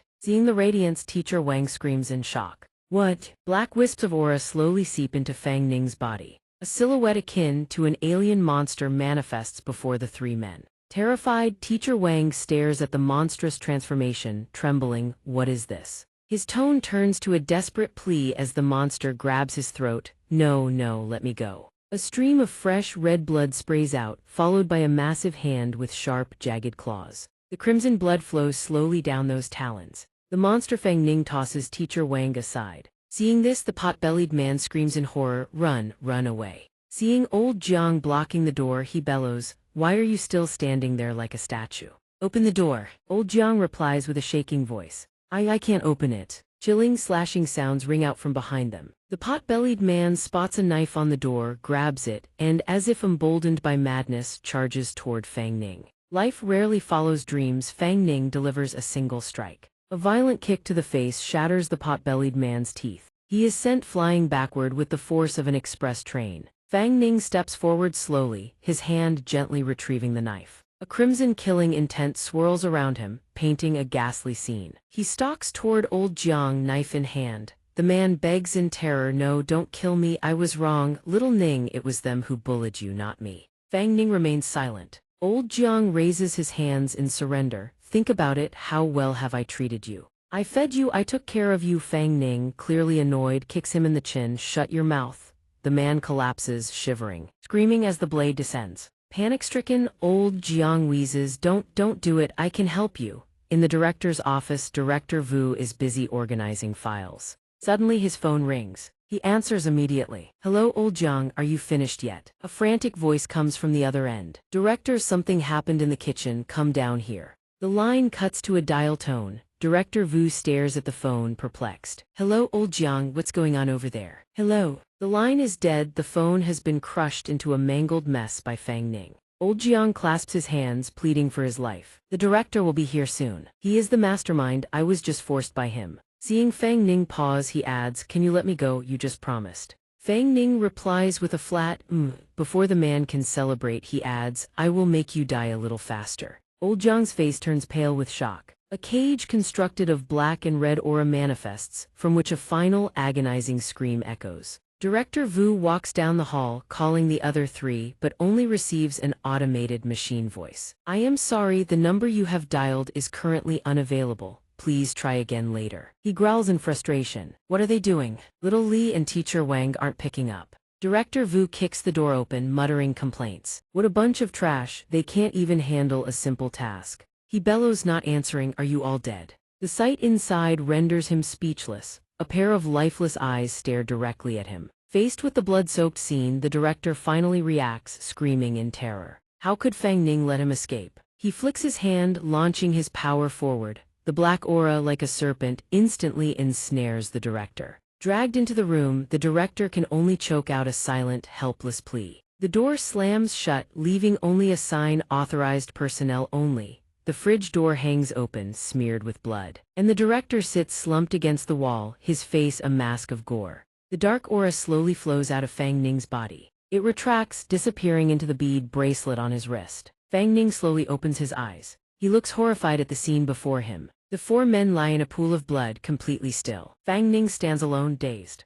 What happened just now? He looks at the four bodies, stumbling over his words. Why are they all dead? He looks at the knife in his hand, trembling. This can't be real. He drops the knife, shouting, no, it wasn't me, I just fainted. Holding his head, Fang Ning tries to piece together his fragmented memory. They wanted to kill me, so why are they the ones who died? How could this be? Finally, he curls up on the floor, clutching his head. Suddenly, he stops. His eyes glow red again, and he speaks with a voice that sounds alien to him. Is this what you call a mental breakdown? Are you truly such a weakling? Fang Ning stands up, declaring, the sins of these people, even dying 100 times would not be enough. He approaches the sink and washes his blood-stained hands. He must not draw attention. Fang Ning thinks for a moment, escape first. As he leaves, he catches sight of a notice posted on the wall. Among the regulations, one word catches his eye, fire. He flashes a confident grin, don't worry, I will get you out of here. As Fang Ning steps out, he finds two little girls talking, their stomachs growling in hunger. Is there no food again today? Should I check the kitchen? No, if the teacher catches me, I will be punished. Fang Ning instantly calls out.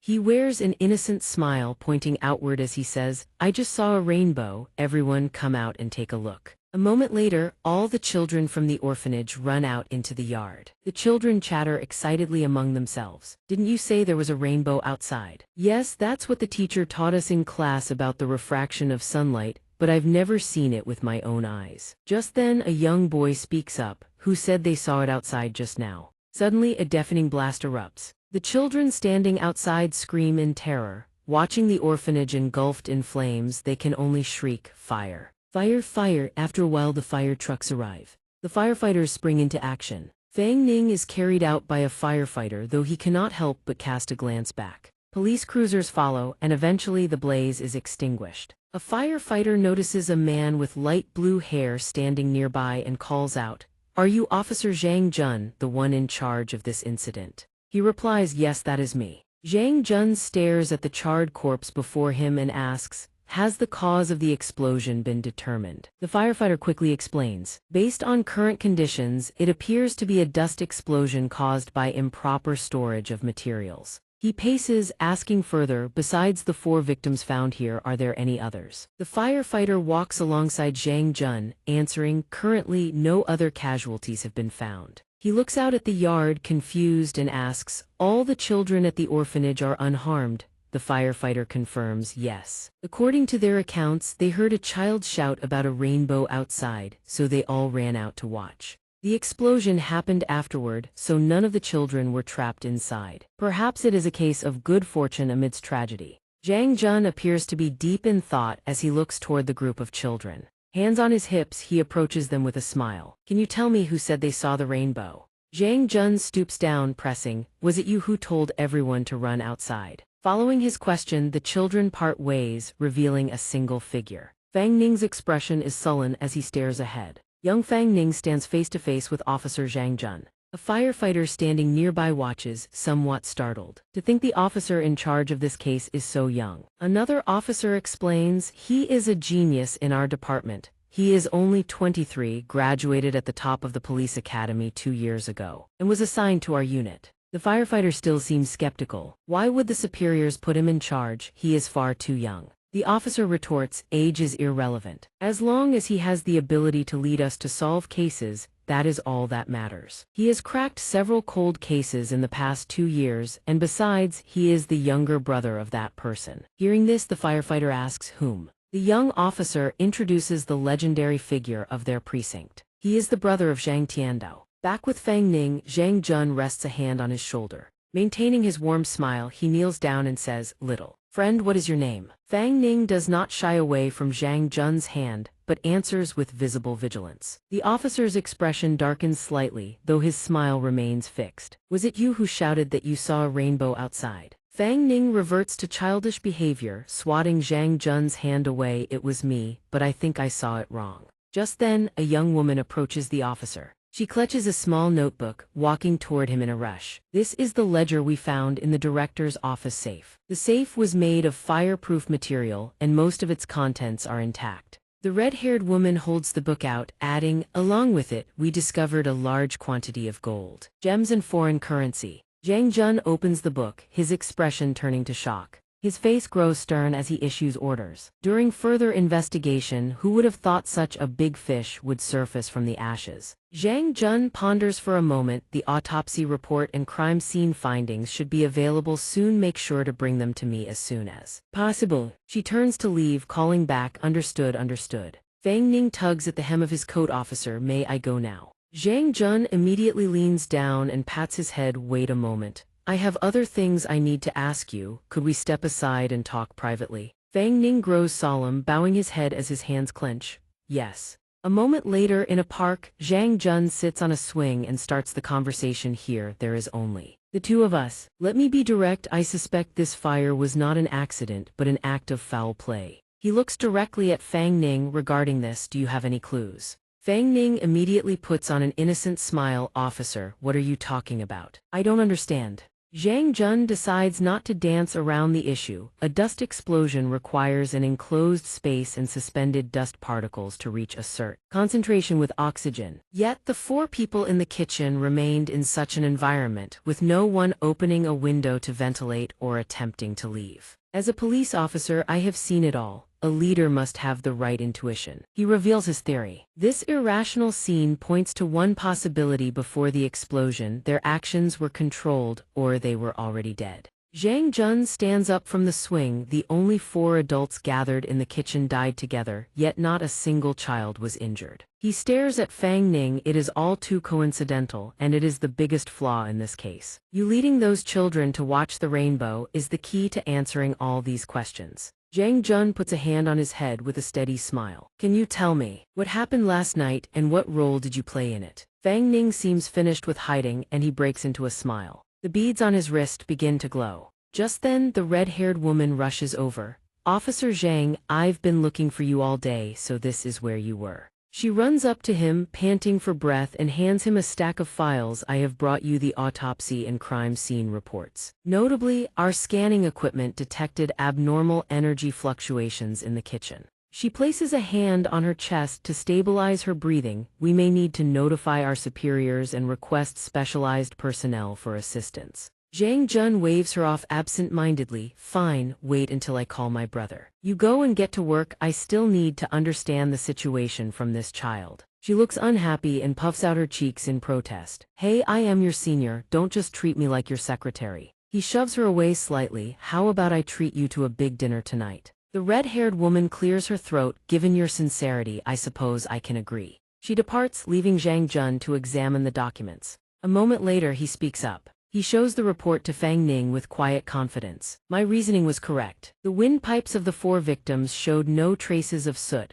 only ash in their mouths and noses. This proves that all 4 of them were incinerated only after they were already dead. Fang Ning's face darkens slightly. Is that so, Officer Zhang? Fang Ning's eyes turn cold. He asks, if it really was me, how would you handle it? Would I be thrown into a juvenile detention center or detained outright? Zhang Jun seems satisfied with the question. He smirks. He shakes his head. Neither. The investigation will be steered in a different direction and the fire here will be ruled an ordinary accident. Zhang Jun pulls out the small notebook from earlier and explains. We found their child trafficking records in the principal's office. I also noticed that every orphan here bears some scar from violence on their body. You risked everything, Jevon exposure, just to get those children out of the building. That tells me you're not a bad kid. I can guess why you did it. Fang Ning falls silent for a moment after hearing those words, then speaks. Thank you. Zhang Jun smiles softly, tucks the notebook into his jacket and says, don't mention it. Combined with the residual energy detected at the scene, I'm certain you've awakened a special ability. Fang Ning nods at once.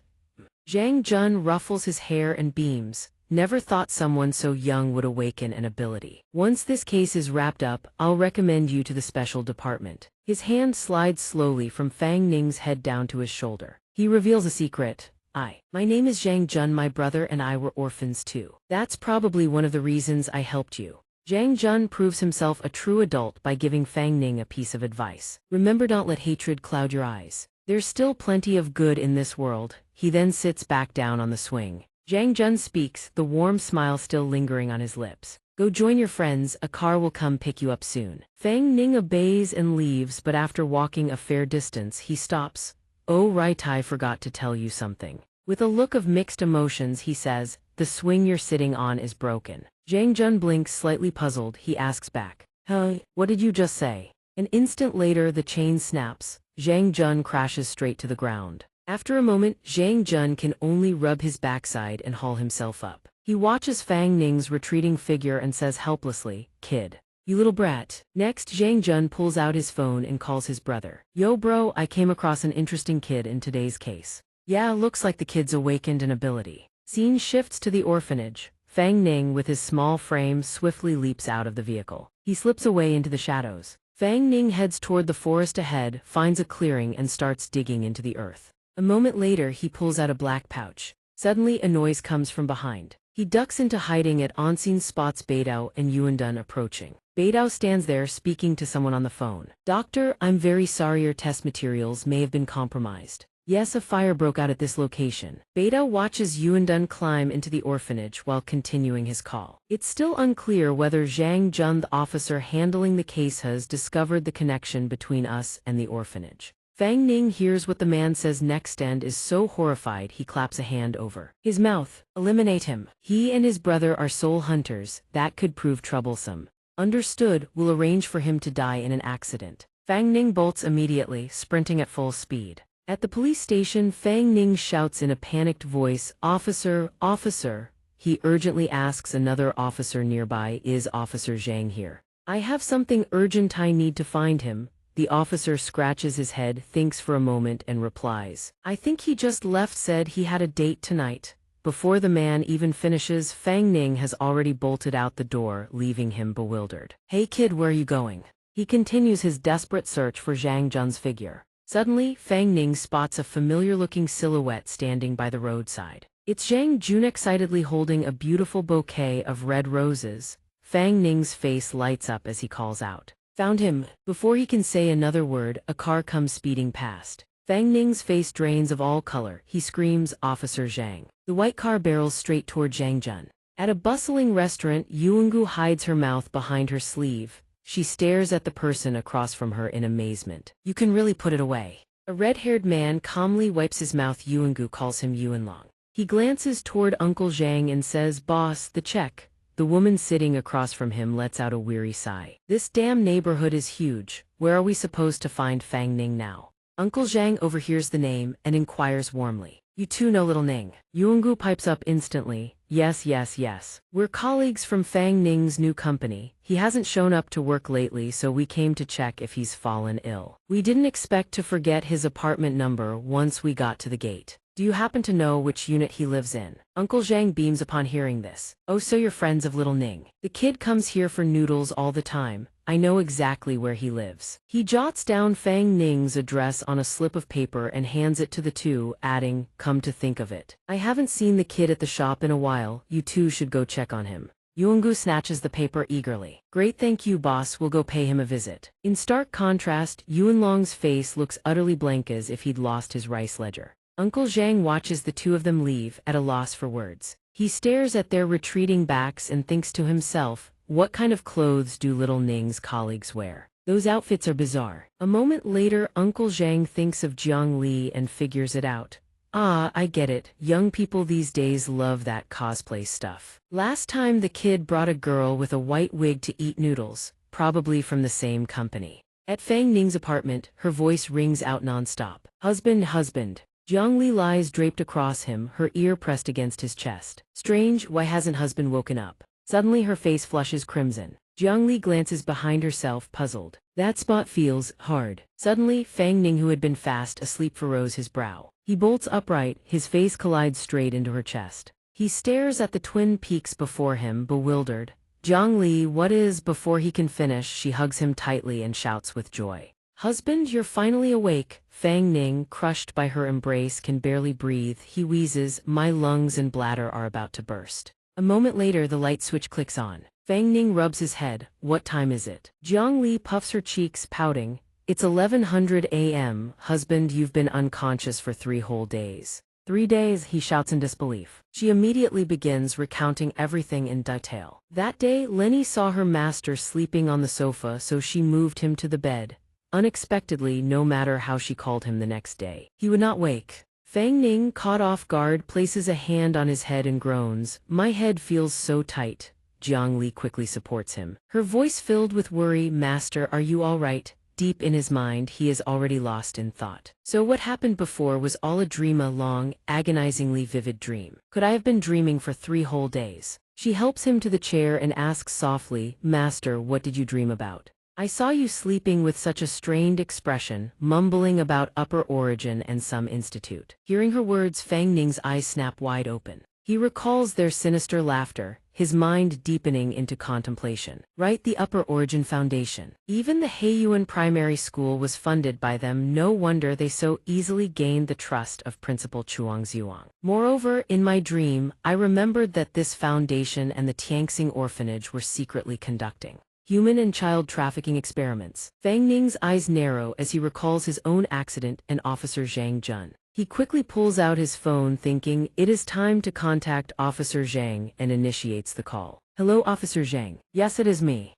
"Fang Ning." At that same moment, Yuan Gu and Yuan Long arrive at the location. She looks at the apartments ahead and asks, "Is this the place?" He clutches the map and replies, "Yes." On Fang Ning's side, he appears to have finished his conversation with Officer Zhang. He slumps onto the sofa and heaves a long sigh of relief. Immediately, Fang Ning's stomach growls, reminding him that after sleeping for 3 days he ought to eat something. Suddenly, a fragrant aroma wafts into the air. Following the scent, he sees Zhang Li carrying a bowl of food, saying, "Master, you have slept for 3 days, you must be starving, right?" Her face flushes slightly and with a gentle smile and warm voice she adds, "I made noodles, eat quickly." Seeing this, Fang Ning exclaims in surprise, "These are noodles Lenny made for me. It smells divine." She quickly picks up a piece of food and offers it to him, explaining, "Lenny learned quite a lot during the days you were in a coma. Master, let me feed you." Fang Ning takes a large bite. Watching him taste it, Jiang Li asks nervously, "How is it?" Fang Ning chews slowly, eventually swallowing. His eyes light up as he shouts, "So good." Jiang Li beams with joy while Fang Ning devours the meal ravenously. A moment later, the bowl is scraped clean. Satisfied, Fang Ning rubs his stomach and says, "Lenny, I never expected your culinary skills to be this refined." She gently strokes her hair back, as if lost in memory. Lenny remembers when her mother was alive, how she used to cook for her. Hearing this, he asks in astonishment, "Your memory has returned." Jiang Li does not answer but bows to look for something, adding, "Also," she pulls out a blue book and continues, "This book contains a chapter on how to cook delicious meals for one's husband, and then, after the master is fed, one can. It's not like I didn't tell you, you are forbidden from reading that book." Fang Ning snaps, shocked as he watches Jiang Li prepare to undress. "But isn't it supposed to be necessary for the exam?" she asks, still confused. "Forget every word of that." Pouting and holding her head, she replies, "Understood, master." Immediately after, Fang Ning prepares to leave, telling Jiang Li,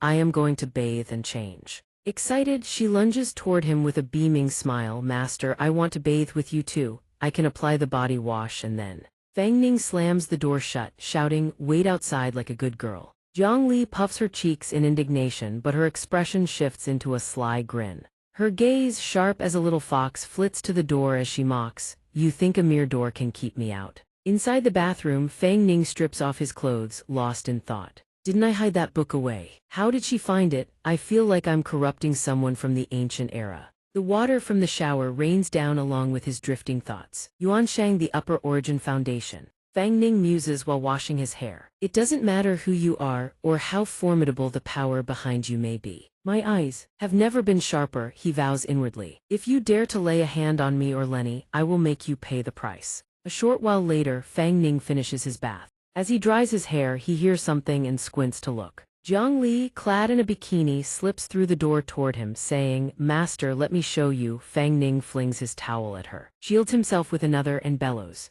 Jiang Li remains expressionless, slowly removing the towel from her face. He stares at her, stammering, What are you doing?" She does not answer, simply stepping forward to embrace him, murmuring, "Master." Her flushed cheeks look incredibly alluring. Her voice is a soft whisper, "Close your eyes." Without question, Fang Ning obeys. Suddenly, he sees a young woman dressed in traditional bridal robes. The woman is none other than Jiang Li. Ahead of her stands the figure of a man in wedding attire. In a room consumed by flames, only Jiang Li remains. She looks utterly distraught, her face buried in her hands as she weeps. Returning to reality, Fang Ning asks in a low voice, "Is this a memory of Lenny from 1,000 years ago?" Jiang Li bows her head, "Yes. After absorbing the power of the ring, I recovered some memories, though there are only a few images. I don't know why. But that man gives me such a familiar feeling." He rests his hand on her head, "You wanted to show me this." Jiang Li looks up, because I feel these images have something to do with you." Recalling the back of the man in the bridal robes who walked away in her memory, he wonders, what happened between that man and Jiang Li? Why did he leave? In wood of that fire?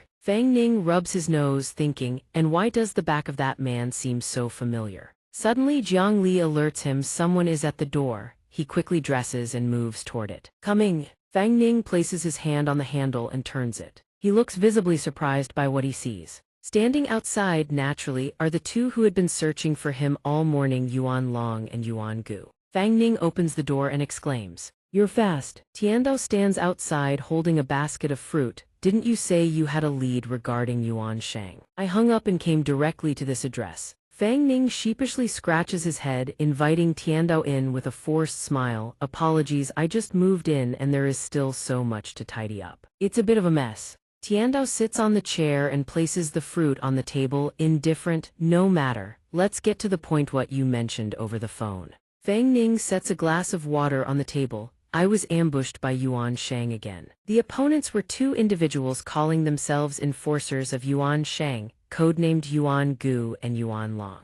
Tiandao gasps in horror and leaps to his feet. What did you say? You actually encountered the 12 guardians of Yuan Shang. Tiandao's face has turned pitch black, looking terrible. He places a hand on Fang Ning's shoulder, stunned, and asks, and you actually survived? Fang Ning, ignoring Tiandao's disbelief, blurts out, 12 guardians. Tiandao doesn't dwell on the fact that Fang Ning actually managed to survive against those two for so long. Seeing his confusion, Tiandao explains, those are the 12 most powerful awakeners under Yuanshang, known as the 12 guards. Yuanqun and Yuandun, the two you just mentioned, are 2 of the 12. According to Soul Hunter records, Yuanqun and Yuandun's abilities are estimated between level 5 and level 6. How did you manage to survive? Fang Ning clears his throat, his face flushing as he lies through his teeth. More precisely, I severed one of Yuanqun's arms. And then he grabbed Yuandun and fled through some kind of teleportation device that emitted red light. He says this, but inwardly he thinks although it was Ninger who did it, for now it's best not to let the soul hunters know about Ninger's existence. Tiandao stares at Fang Ning in disbelief and asks, with your level of spiritual power, you actually managed to grievously wound Yuanqun and force Yuandun to flee. He looks at Fang Ning with certainty. It seems you have other hidden weapons. I won't force you to reveal them, he says gently. I just hope that when the time is right, or when you feel you can trust me, you'll share those secrets with me. Fang Ning nods. All right. Tiandao sits back down, pulls out a notebook and pen, and turns serious again. As for the teleportation and red light Yuanqun used to escapathos are likely signature soul artifacts of Yuanshang. They've used that moon disc ability before in battles between soul hunters and the 12 guards. It makes tracking and capturing them nearly impossible. We suspect there's more than one moon disc, and that Yuanshang likely possesses the method to create them. Tiandao prepares to record Fang Ning's testimony in his notebook and asks, in this battle of yours against them, what happened? The specific details of the fight and the abilities they used are extremely valuable intelligence for the soul hunters. Tell me everything you know. Fang Ning cooperates fully and begins recounting everything. It started when my ex-girlfriend called me for help. After a while, Tiandao closes his notebook. Good, I have a general understanding of the situation now. He closes his eyes wearily, leaning back in his chair. Although I feel you're still hiding something, I won't dig into it right now. We can build mutual trust gradually, but you need to understand, Evan, if you throw away your SIM card, they can still track you down using soul techniques. Tiandao looks at Fang Ning with concern and advises, to prevent Yuanshang from coming after you again, I strongly suggest you contact the soul hunters as soon as possible and seek their protection, but you'll have to come clean with me about everything. Fang Ning can no longer take this lightly. He says seriously, thank you, Officer Zhang, I'll think about it. With nothing more to say, Tiandao braces his hands on his knees and stands up, then decide quickly. He shoves his hands into his pockets and heads for the door. As he passes Fang Ning, he turns back with a smile. Thanks for the leads. If there's nothing else, I'll be on my way. But just as he reaches the door, Fang Ning's voice calls out from behind. Wait, there's one more thing. Tiandao turns back, puzzled. Seeing him turn around, Fang Ning asks, I have a personal question. Officer Zhang, do you happen to know a police officer named Zhang Jun? Hearing that name, Tiandao's face drains of color. He shouts, Ajun. His teeth gritted, Tiandao surges forward and seizes Fang Ning by the collar, yanking him close with a ferocious glare. Where did you hear that name? Fang Ning struggles against the grip on his collar. Many years ago, he seemed to have helped me, and I believe his death may be connected to Yuanshang. At these words, Tiandao releases Fang Ning's collar. He stumbles back to his chair in a daze, his expression no better than before. You've probably already guessed, haven't you? He says, his voice heavy with sorrow. I used to be a soul hunter. Tiandao lowers his head, staring at the floor. He speaks slowly. Zhang Jun was my younger brother. His death is the reason I retired from the soul hunters. Memories begin flooding back. He recounts how, 16 years ago, Ajun was involved in an accident on his way home from work and fell into a coma. He was immediately rushed to the hospital for treatment. I still remember that day. The doctor said clearly that he just needed rest and would wake up. But unexpectedly, just as his condition was gradually improving, he suddenly died tragically and inexplicably. I examined his body and found residual soul power enveloping it. Even the protective talisman I'd asked a teammate to procure for his safety had been burned to ash. This was no ordinary accident. I requested the organization send people to investigate and volunteered to lead the effort, but I was refused. Fang Ning furrows his brow at this. Refused? Why? Tiandao grits his teeth. Because he never awakened his soul power, he wasn't a soul hunter. Another reason I suspect is that the organization was already planning a strike against Yuansheng at that time. The higher-ups didn't want to tip them off. Fang Ning asks, so did that operation succeed? Tiandao runs his fingers through his hair. We failed. His eyes grow distant as he recalls the battle. The enemy seemed to have known our plan from the start. They turned our own strategy against us, laying counter-traps. The soul hunters suffered catastrophic losses. Tiandao picks up the glass of water on the table. Ever since then, even though our strength far surpasses Yuansheng's, he stares at his own reflection in the glass and says heavily, we still don't dare take the initiative against them. We can only fight on the defensive. I've always suspected there's a mole from Yuansheng embedded in the soul hunters' upper ranks. Ajun was my only family. Because of that incident, my heart grew cold. He takes a sip of water and sighs. Right after that operation failed, I abandoned all my past merits and chose to retire. Fang Ning looks at him and says, 16 years ago, Officer Zhang Jun told me that when the time was right, he would recommend me to a special department. He thinks to himself, I should find out whether those old dreams were partly real. Truthfully, he has no memories of that period whatsoever. Tiandao looks at him in surprise. Don't tell me. You're the orphan who awakened abilities back then. I remember that case. It was the last investigation Zhang Jun worked on before his death. Fang Ning scratches his head sheepishly. I'm not sure. This person with abilities you mentioned could that have been me. But combining it with my memories from that time, I've discovered a crucial lead connected to Yuansheng. Tiandao's eyes narrow with curiosity. What lead? Fang Ning looks at Tiandao with a complicated expression and asks, Officer Zhang, have you ever heard of the Shangyuan Foundation? Tiandao frowns suspiciously. The Shangyuan Foundation, Ajun mentioned that name in the reports he sent me. Tiandao still addresses him informally, but his expression now carries several more degrees of unease. However, the subsequent investigation found that someone was merely using their name to abduct children, so the investigation was dropped. Tiandao's expression grows grave. If Yuansheng is truly connected to the Shangyuan Foundation, then we have a serious problem. That foundation is massive with incredibly complex connections. He asks, why? Do you think they're connected to Yuansheng? Fang Ning speaks with conviction. Because the ones who attacked me this time, Yuan Qun and Yuan Jun, are the same two people the Foundation sent to investigate the orphanage 16 years ago.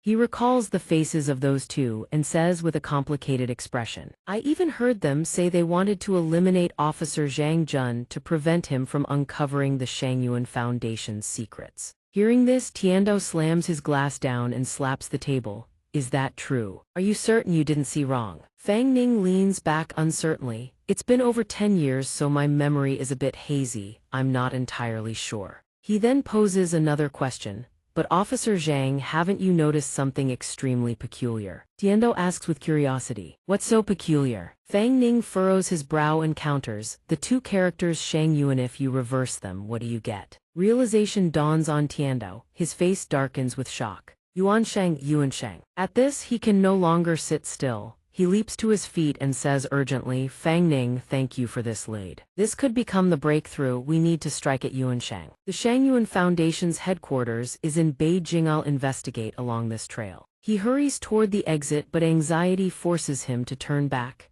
Zhang Jun's death eye will uncover the truth behind it. You need to stay on your guard as well. Yuansheng won't let you off easily. The moment anything happens, contact me immediately. Fang Ning responds seriously. Understood, I'll stay alert. If there are any developments in your investigation, please let me know as soon as possible. Tiandao reaches the door without turning back, only raising a hand in an okay gesture before carefully closing it behind him. Fang Ning stands staring at the closed door when suddenly Jiang Li phases out from his body, pouting. Being inside is so boring. Lear doesn't like staying in there. She launches herself at him and wraps him in a hug. Fang Ning smiles dotingly, ruffling her hair to soothe her. All right, it was just for a little while. Didn't you say that man's yang qi is so powerful you can't appear in front of him? Jiang Li huffs, crossing her arms and sitting cross-legged in midair, floating effortlessly, her two-piece nightgown covering where it should cover, revealing where it should reveal, looking impossibly alluring. She says proudly, that was before. The me of now no longer fears his yang qi. Seeing her like this, Fang Ning chuckles and pinches her cheek affectionately. Look at you, fine, I'll buy you a new game later to make it up to you. Happy now? Jiang Li squeals with delight and flies off. At this very moment, Fang Ning's phone rings again. The caller is Chu Tianhua. Back at Fang Ning's old residence, Yuan Long and Yuan Gu have arrived. The landlord opens the door, questioning who they are looking for. He leads them inside, saying, Fang Ning, he checked out and moved away a few days ago. I am just cleaning up to rent it out again. Yuan Long looks at him and says, he borrowed a book from me. He said he left it behind when he moved, so I had to come and retrieve it myself. Hearing this, the landlord points to a cardboard box in the corner. Fine, take a look inside. These are all his belongings. Yuan Long rummages through the box, pulls out a book, and holds it up for Yuan Gu to see. This is the one. Yuan Gu nods repeatedly. Seeing they found it, the landlord turns back to his sweeping, good, take it then. That kid, I don't know what happened, he was doing fine. Then suddenly said he was moving. He didn't even ask for his security deposit back. As they leave the house, Yuan Gu sneers. He ran fast, but he doesn't truly think he can escape our tracking, does he? Seeing her prattle on, Yuan Long tosses her the book. Stop wasting words. Use your gold essence ability and find them for me. Yuan Gu catches the book. She places her fingers on her forehead to activate the art. The gold essence glows, causing the book to hover and flip open, emitting beams of golden green light. Following the light, an image of Fang Ning erasing Jiang Li's memories appears.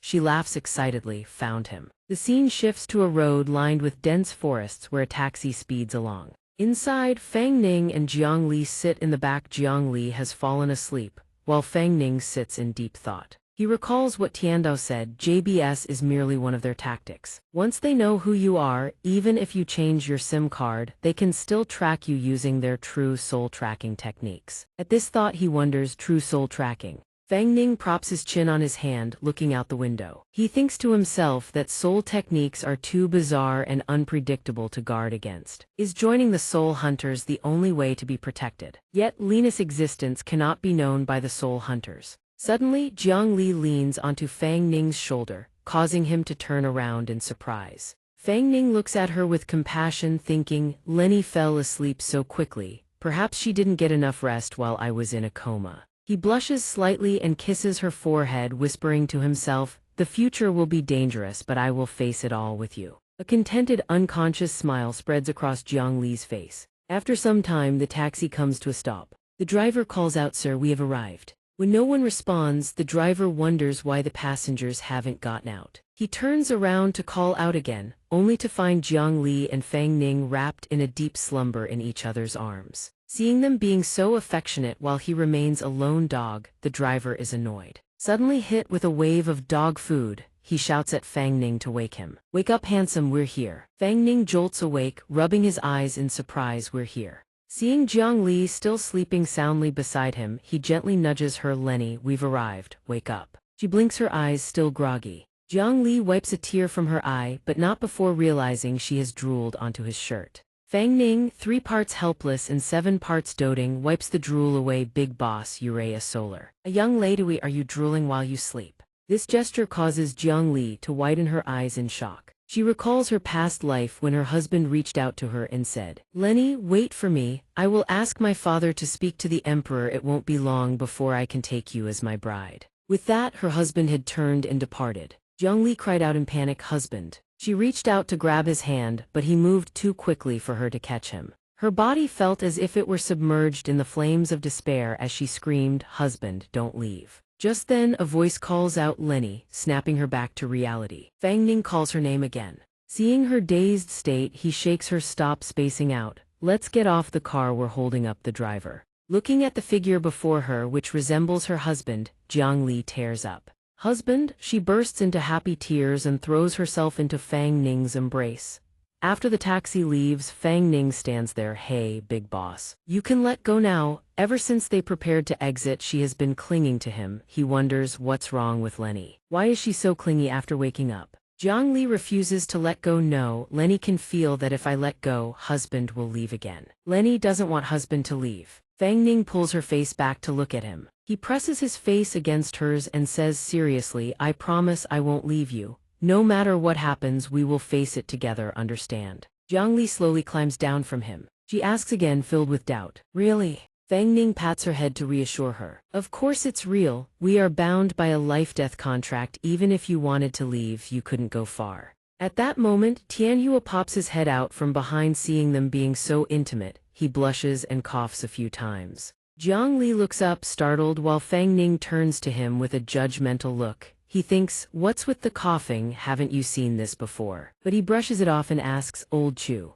when did you get here? Tianhua smiles, teasing him, I've been waiting outside since you pulled up at the company gate. You two were so busy hugging, I suppose you didn't notice me. He raises his index finger with a twinkle in his eye, as expected of Mr. Fang Ning. You two are a match made in heaven. Fang Ning replies expressionlessly, enough with the flattery. He shifts to business. I mentioned on WeChat that our game is basically ready. Tianhua laughs, that's right, follow me. As they walk inside, Jiang Li keeps a tight grip on Fang Ning's arm while he looks around, puzzled. Isn't today a workday? Why are there no employees around? Tianhua explains, I heard you were coming, so I gave them the day off. His face darkens slightly with awkwardness. You understand, right? If an employee accidentally saw Guan Wen during our tests, how would I explain that? They'd say the company is haunted. The three of them take the elevator to the 25th floor. Tianhua leads the way, saying, did you know that with Guan Wen's help, our company's project efficiency has increased 100-fold? No one has to work overtime anymore.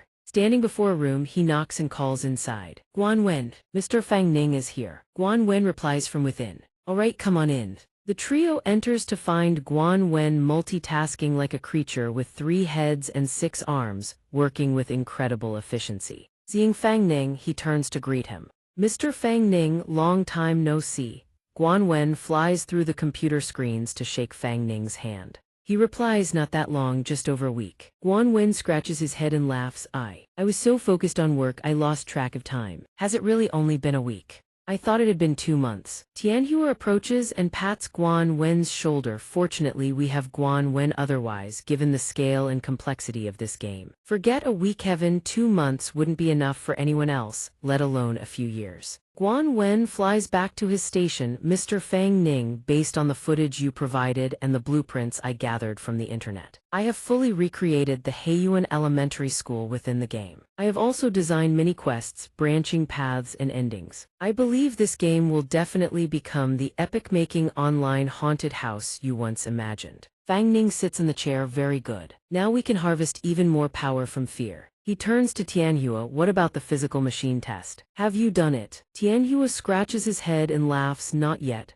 I heard the game has a terrifying atmosphere, so I didn't dare to play it. Tianhua clasps his hands, showing off. I just finished the model and interaction testing. Every item modeled within can be moved, whether destroyed or used. It feels exactly like reality. Fang Ning picks up the VR headset and asks Guan Wen, can you introduce me to the core mechanics and gameplay of this title? Guan Wen agrees immediately. He begins introducing the game's mechanics. It's a multiplayer online puzzle-adventure game that supports up to 6 players. The gameplay is similar to an escape room, and the scripted scenarios are currently all the rage on the market. Right now, there's only 1 dungeon map available, Heiyuan Elementary School. As for the other maps, I've already started preparing by searching for urban ghost stories and creepy news online. Fang Ning listens, visibly impressed. Wow, that sounds amazing. Can I try it now? Guan Wen immediately gives a cheerful thumbs up. Of course you can. Whenever you're ready, we can start anytime. The cowardly Tianhua immediately wheels around, already looking for an excuse to flee. Well then, Mr. Fang Ning, you go ahead and give it a try. You guys still haven't eaten yet, right? I'll go grab you guys some food. But Fang Ning doesn't let him escape. He seizes Tianhua and hauls him back. No rush to eat. Fang Ning puts on a menacing expression. Boss Chu, you're the head of a game company. How can you not personally test a game with such epic-making significance? Fang Ning shoves Tianhua down into a chair. But Tianhua can't conceal his terror. You try it, I'll pass, I'm too much of a coward. Ignoring his pleas, Fang Ning straps the VR headset onto him. Stop wasting words, hurry up, for a multiplayer game, obviously everyone has to test it together. Suddenly, Jiang Li tugs at his sleeve. Husband. She puts on a coquettish expression. Lear likes games, Lear wants to play too. Fang Ning immediately agrees and tosses her a VR headset. Sure thing, you're joining us too then. Jiang Li catches it and replies cheerfully, wonderful, husband. With everything set, Fang Ning puts on his own VR headset. All right, let's go. He gives the command and boots up the game. The system immediately announces that it's calculating the players. Calculation complete. 3 players detected. Loading map load successful. This session's map is Hai Yuan Elementary School. We hope you enjoy your play. Instantly, all 3 are teleported to the front gate of Hai Yuan Elementary School. Fang Ning reaches out and touches the school's signboard. He stammers in disbelief, eyes wide. This game, it's way too real. Inside the game, Yuanlong appears, his gaze razor-sharp and piercing. He and Yuangu stand in the school's main hall. A statue looms before them, surrounded by rubble and debris. Yuanlong scowls irritably. Hey, didn't you say this was their hiding spot? Where are they? Yuangu puts on an innocent expression and replies, it's not wrong, according to the clues on my screen, they're definitely right here. How can there be nobody at Hai Yuan Elementary? Unfortunately, my ability only lets me see flickering images, I can't hear sound. Otherwise, I'd have caught him ages ago. She speculates they're probably hiding in one of the classrooms. Let's search. Yuanlong clenches his fists, his face twisted with fury, and snarls. Fang Ning. System notice Hai Yuan Elementary School was established 40 years ago, located in Hai Yuan Village, Yunhai City. 10 years ago, a series of bizarre disappearances occurred here, shaking the entire nation. Since then, numerous strange incidents have plagued the site. Every year, people die here under mysterious circumstances. With the relocation of Hai Yuan Village, this place has gradually fallen into desolation. No one dares to come. The entrance to the school is plastered with dozens of exorcism talismans, radiating a dense, suffocating yin qi. Fang Ning raises his hand and grabs one of the talismans. He rips it off with a forceful tug. Instantly, an eerie bolt of dark, spectral lightning crackles from the talisman. The remaining talismans peel off and flutter to the ground in succession. At that moment, the system flashes another notification. The 3 of you were on a hike outside the city when you stumbled upon this place. You notice the sky darkening and rain beginning to fall. You prepare to enter the school grounds and take shelter for a while. Fang Ning lets out a sigh of admiration. The storyline of this game is pretty immersive, isn't it? With that, he throws the door wide open. The interior lies in ruin. At that exact moment, streaks of blue light suddenly materialize before Fang Ning. They coalesce into the avatar of Guanwen. Guanwen immediately introduces himself. Welcome to my game. Mr. Fang Ning, if you can clear the stage, I'll give you a surprise completion reward. Fang Ning reaches over and pinches Guanwen's cheek, teasing him. Oh, a surprise completion reward, how interesting. Let me see what you've got. Guan winches under the hard pinch, flailing and yelping. Ow ow, oath, it hurts. After a brief introduction, Guan Wen's avatar gradually fades away. Well then, enjoy your play. Just before vanishing completely, he calls out, Mr. Fang Ning, the completion reward is waiting for you. Good luck. The cowardly Tianhua peeks out from behind a wall, startled. Whoa, there's a mysterious completion reward too. How come I didn't know about this? We're not going to need to increase the budget again, are we? But this scene is way too realistic, it's kind of creepy. Fang Ning appears behind him and slaps his shoulder hard, making Tianhua jump out of his skin. Come on, the game's just getting started. No need to be so jumpy. Fang Ning flicks on a flashlight and illuminates the path ahead. Fang Ning and Jiang Li stride deeper inside. Tianhua panics and scrambles after them. Wait up, you guys. The 3 of them advance deeper into the building together. The door slams shut behind them. The system flashes a blood-drenched notification. Game initiated. Fang Ning shines his flashlight on the objective panel. Clear condition: eliminate monsters in Hai Yuan Elementary School 3. Escape the main teaching building. He furrows his brow. So what should we do next? Go out and hunt these monsters down ourselves. Tianhua chimes in. Based on my game development experience, there's usually a quest hint, right? Fang Ning taps the tip button, probably this. The system immediately displays the door to the rooftop holds the key to your escape. Fang Ning is a bit surprised. the tip says the rooftop is the key. He turns to the others, let's head there first and check it out. Tianhua cheers, great, I'm all for it. Meanwhile, Jiangli, seeing that Fang Ning could interact with it, curiously reaches out to touch the holographic tip, but her hand passes right through. Fang Ning flicks her forehead helplessly. Silly, it's a hologram, you can only tap the button areas. Jiangli cradles her head looking pitiful. Husband, stop flicking Lear's head, you'll make me dumb. Fang Ning can't resist that adorable face and gently rubs her head. All right, husband was wrong. Let husband blow on it so it won't hurt anymore, okay? Tianhua, forced to watch their public display of affection, pouts and grumbles. Bosses, we're still inside a horror game, you know. All this lovey-dovey stuff is really not appropriate, taking advantage of the fact that my wife isn't here, huh? The three of them then head up to the rooftop.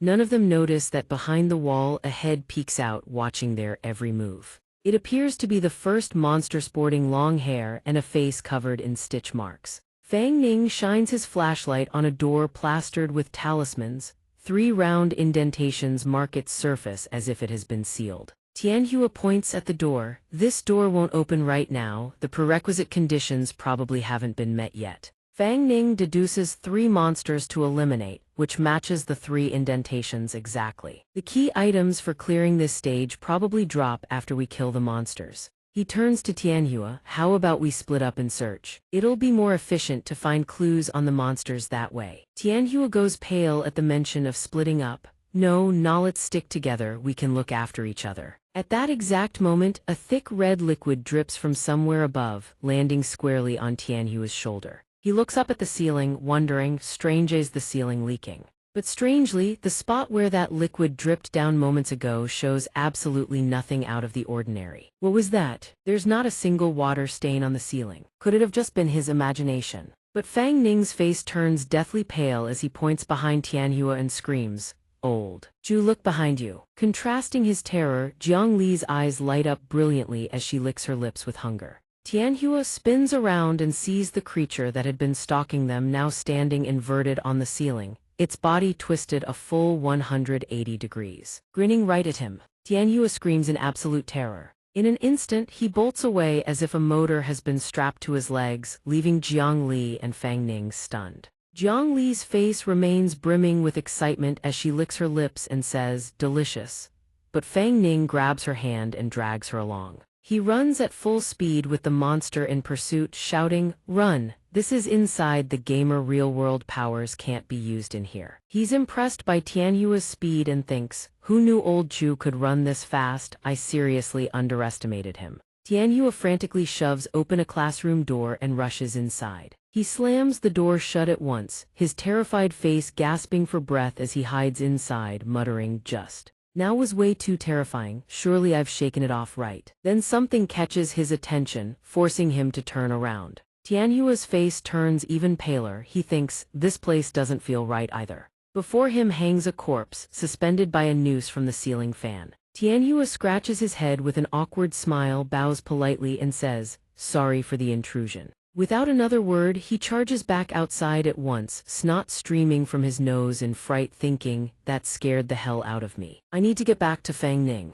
As he's thinking this, Tianhua freezes in shock. A door he just came through has turned into a wall. He screams, where's the door? He stands rooted to the spot, muttering, looks like I can't get out anymore. Right at that moment, the corpse behind Tianhua suddenly shudders violently, making him jump out of his skin. It turns to stare at Tianhua with deep, hollow eyes, its gaping maw unfurling a grotesquely long tongue. Tianhua lets out another blood-curdling scream and bolts back toward Fang Ning. At this moment, he's hiding behind a wall, gripping Jiang Li's hand tight as they flee from the long-haired monster's pursuit. He breathes a sigh of relief and says, that was thrilling, but since we can't use spiritual power, what methods can we use to kill these monsters inside the game? Suddenly, a sound from behind catches both their attention. Fang Ning and Jiang Li turn to look, sensing something inside. The two of them cautiously move closer to investigate. Inside the restroom, a box hovers in midair, radiating an eerie blue glow.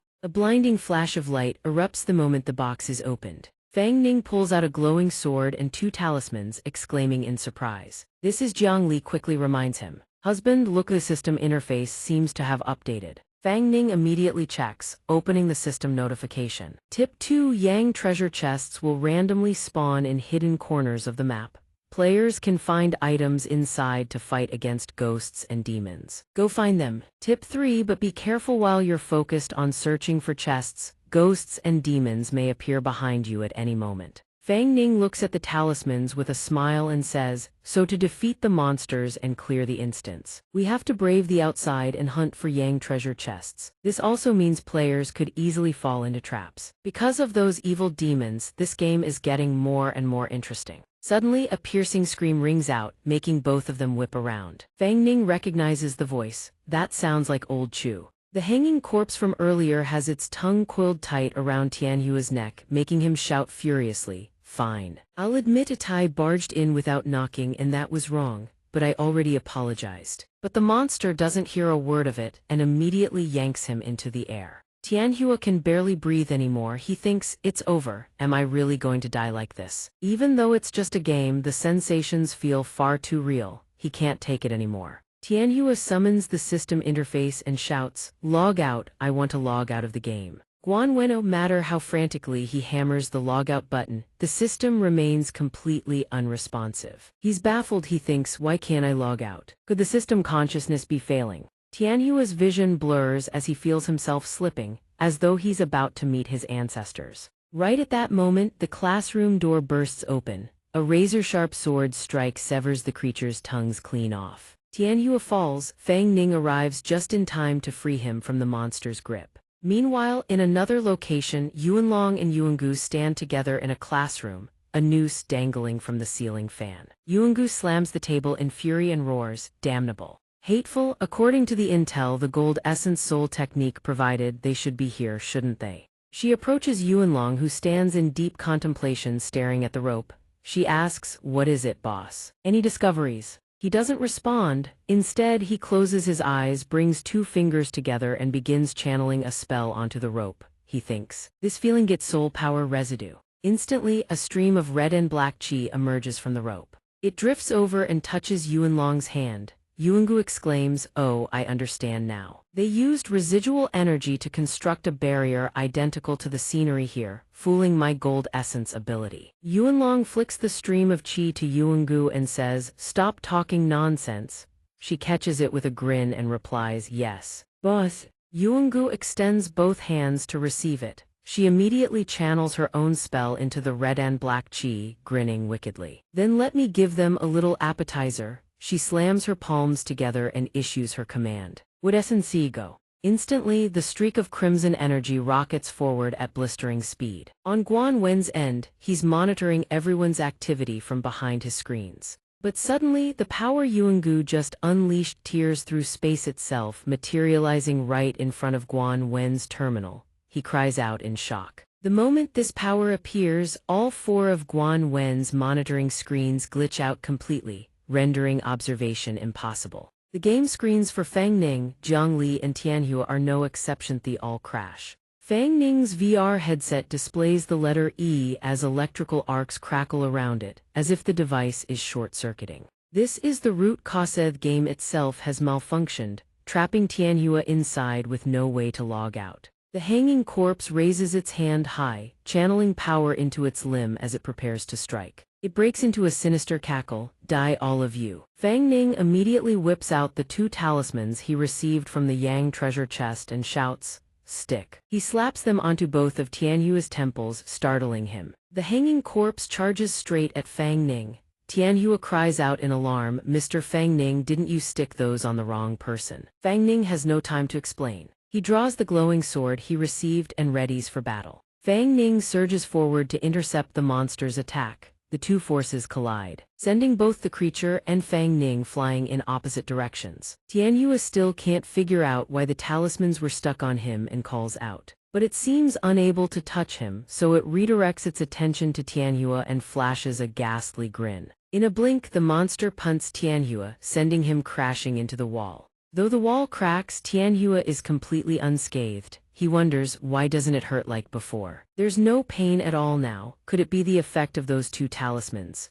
While Tianhua is lost in thought, the monster lunges at him once more. Tianhua screams and immediately leaps sideways to dodge the attack. He lands on the ground and keeps running. Tianhua sprints back to Fang Ning and reports, "Mr. Fang Ning, the system seems to have a problem. My entire interface is showing Izai can't even log out of the game." Fang Ning is stunned. "What did you just say? How is that possible?" While he's distracted, the monster has already closed in, swinging a fist toward him. Tianhua sees this and immediately charges forward, shouting in panic, "Mr. Fang Ning, look out." He channels every ounce of his fury into a devastating punch aimed at the creature. As if injected with newfound power, the monster is sent flying into the wall by his blow. Tianhua himself is shocked. He looks down at the two talismans and exclaims, "These items are ridiculously overpowered." Right then, Fang Ning shouts at him, "Old Chu, stop spacing out, watch your back." But the monster is too fast and too vicious. Tianhua fails to react in time and takes a brutal blow to his back, coughing up a mouthful of blood.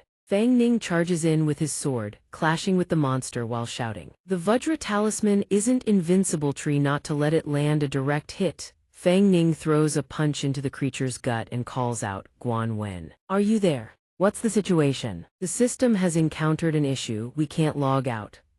All that came back were error notifications from the system. Fang Ning widens his eyes in shock and calls out, "Guan Wen, Guan Wen. Guan Wen cannot be reached." He turns to Tianhua and says, "This isn't good. I just tried opening the system on my end to nothing but error signals. Guan Wen isn't responding either. Who knows if dying in here means your real body dies too. Looks like we'll have to clear this dungeon if we want to get out." While the two are talking, the monster launches another strike. They both leap apart to either side, dodging the blow. Fang Ning has already noticed the monster's transformation. Its speed keeps increasing. "We can't keep this up, we need to take it down fast." Tianhua nods immediately. "Got it. I'll find a way to create an opening for your attack." He charges forward and throws a punch, but the monster dodges it with ease. Instead, it drives a fist into Tianhua's gut, making him cough up a mouthful of blood. Tianhua grits his teeth in fury. "I'll finish you." He immediately charges forward, wrapping his arms around the monster's body and screams, "I'm taking you down with me." Fang Ning seizes the moment, sword in hand, and charges. "Brother, this is it." He drives the blade straight into the monster's skull and roars, "Die." Just like that, Fang Ning slays the formidable beast. Tianhua is so exhausted he can barely draw breath. Suddenly, the space warps. Inside the classroom, ghostly images of students wearing smiling masks materialize. Fang Ning stares around in bewilderment. This scene. In one corner of the room, a small boy covered in wounds sits huddled against the wall, writing something. It catches Fang Ning's eye. He stares at the child, thinking, this feeling, it's just like the first time when Guan Wen appeared and showed me memories just like these. Did he use this scenario in the game's opening cinematic? Just then, a blonde-haired boy snatches the paper from the writing child and begins taunting him. "Hey Skinny, what are you writing? So serious about it. Let us see." The boy whose paper was snatched scrambles after him, shouting, "Ano, don't look." But the bully reads aloud every word written on the paper.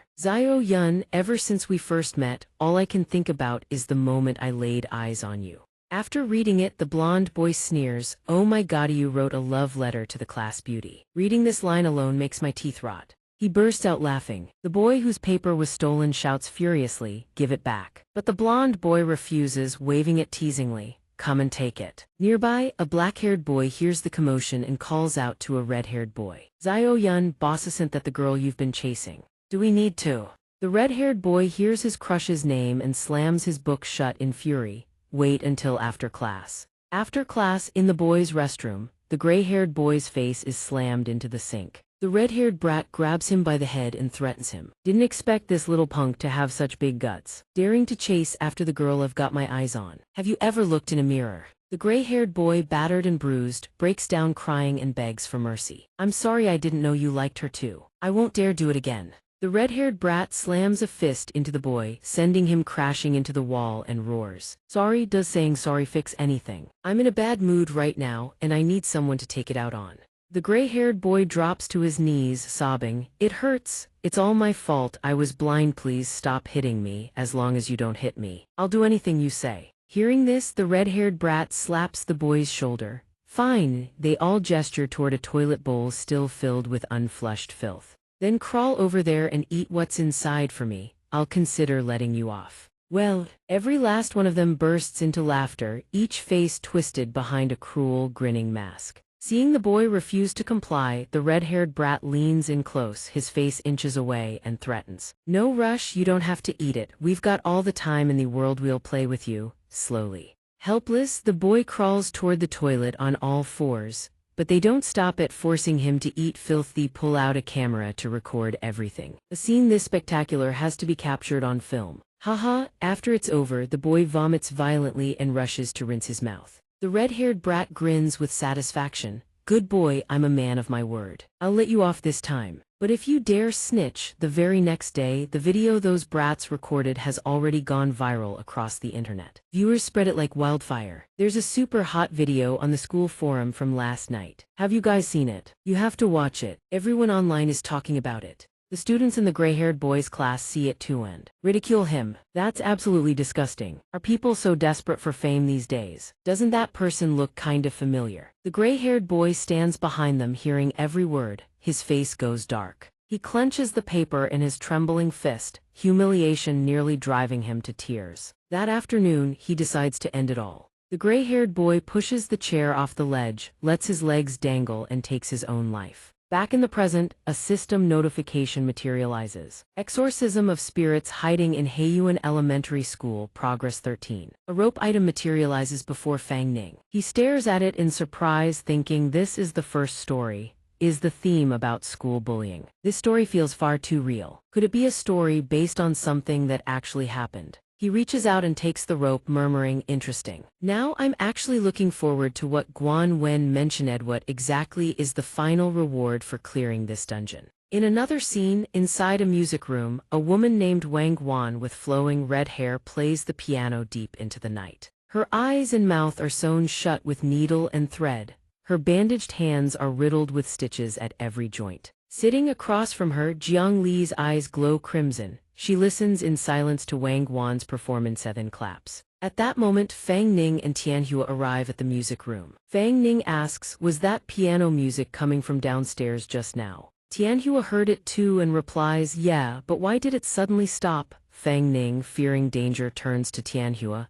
"Get all your gear ready. We're going in." Tianhua immediately pulls out 2 defensive talismans and nods. In an instant, Fang Ning kicks the door wide open, but both of them stand there, mouths agape in shock. Inside the music room, Jiang Li is standing quietly, listening to Wang Guan's performance. Fang Ning is utterly stunned. "Leer, what are you doing here?" Wang Guan finishes her piece and stands. Jiang Li applauds in admiration. Wang Guan gently lifts the hem of her skirt, places a hand over her chest, and curtsies. She asks Jiang Li with a touch of surprise, "You actually sat through my entire performance without running?" Jiang Li blinks, confused. "What do you mean? I thought your playing was beautiful." Wang Guan approaches and gently strokes Jiang Li's cheek. "What a brave and lovely child. Not only did you not flee, you even clapped for me. Then congratulations." Jiang Li still doesn't understand her words. "Congratulations." Wang Guan smiles contentedly. "You've passed my trial." She gradually fades away. Jiang Li says with reluctance, trying to hold her back, "Through what? Could you play one more song for me?" "Leer, I want to hear it."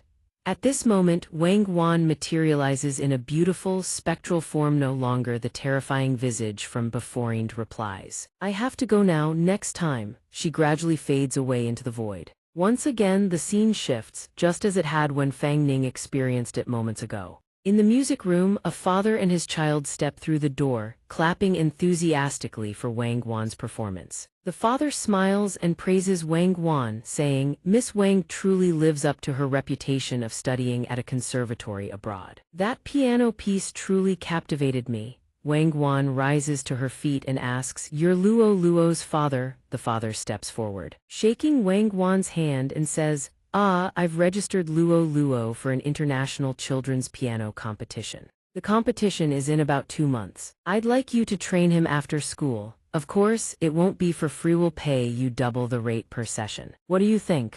Wang Guan crouches down, ruffles little Luo Luo's hair, and agrees. "Sure, I don't have anything else to do after work anyway. Besides, Luo Luo is a very talented child. I'm quite fond of him." Little Luo Luo beams with joy and says, "I like Miss Wang too." his father replies, then let's start tomorrow, we'll be in your care, Miss Wang. Sometime later, after a lesson, Luo says, thank you for your guidance, Miss Wang. I feel like I've improved so much during this time. Wang Guan smiles and replies, as long as you put your heart into it, that's all that matters. Oh right, you are flying abroad in a few days, aren't you? Little Luo's face turns sorrowful. He grabs Wang Guan's hand and says, yes, but Sister Wan, I like you, I don't want to leave you. Wang Guan assumes it's merely a student's innocent affection and replies cheerfully, Miss Wang likes Luo too, after the competition. You can still come see me, can't you? Suddenly, Luo leans in and kisses Wang Guan on the lips. The brat mistook her platonic affection for romantic love and confessed to Wang Guan. If you like me too, then could you be my girlfriend? Wang Guan shoves the boy away and scolds him. What are you saying? You're still just a child. Luo shouts back, what do you mean I don't understand? I'm absolutely certain I like you. When I grow up, I'm going to marry you. But Wang Guan turns on her heel and walks away, saying, stop it, this can never happen. I'll pretend today never occurred from now on. You're still my student, nothing more. Wang Guan lectures the boy sternly. If you want to learn piano, you're welcome here. But if you still harbor those thoughts from earlier, then don't come looking for me again. Little Luo hears this and grits his teeth, seething with fury. That very night in the music room, the boy sneaks over to Wang Guan's piano. He brings with him a sinister mask, 3 sharp saw blades, and a screwdriver, muttering, Miss Wang Guan, if you're going to be this heartless, then don't blame me.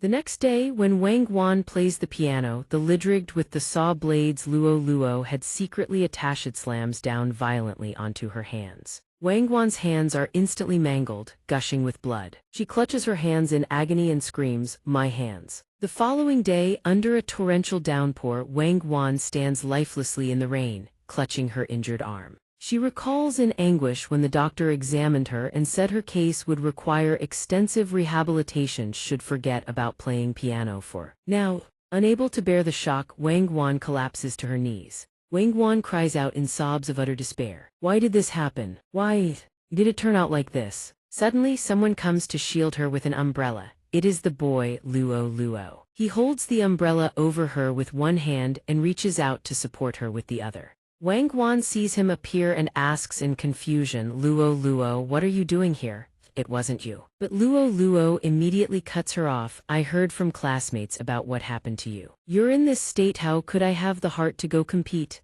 Wang Guan cries even harder as the boy consoles her. Don't worry, I'll always be by your side, facing everything together. The two of them embrace under the rain.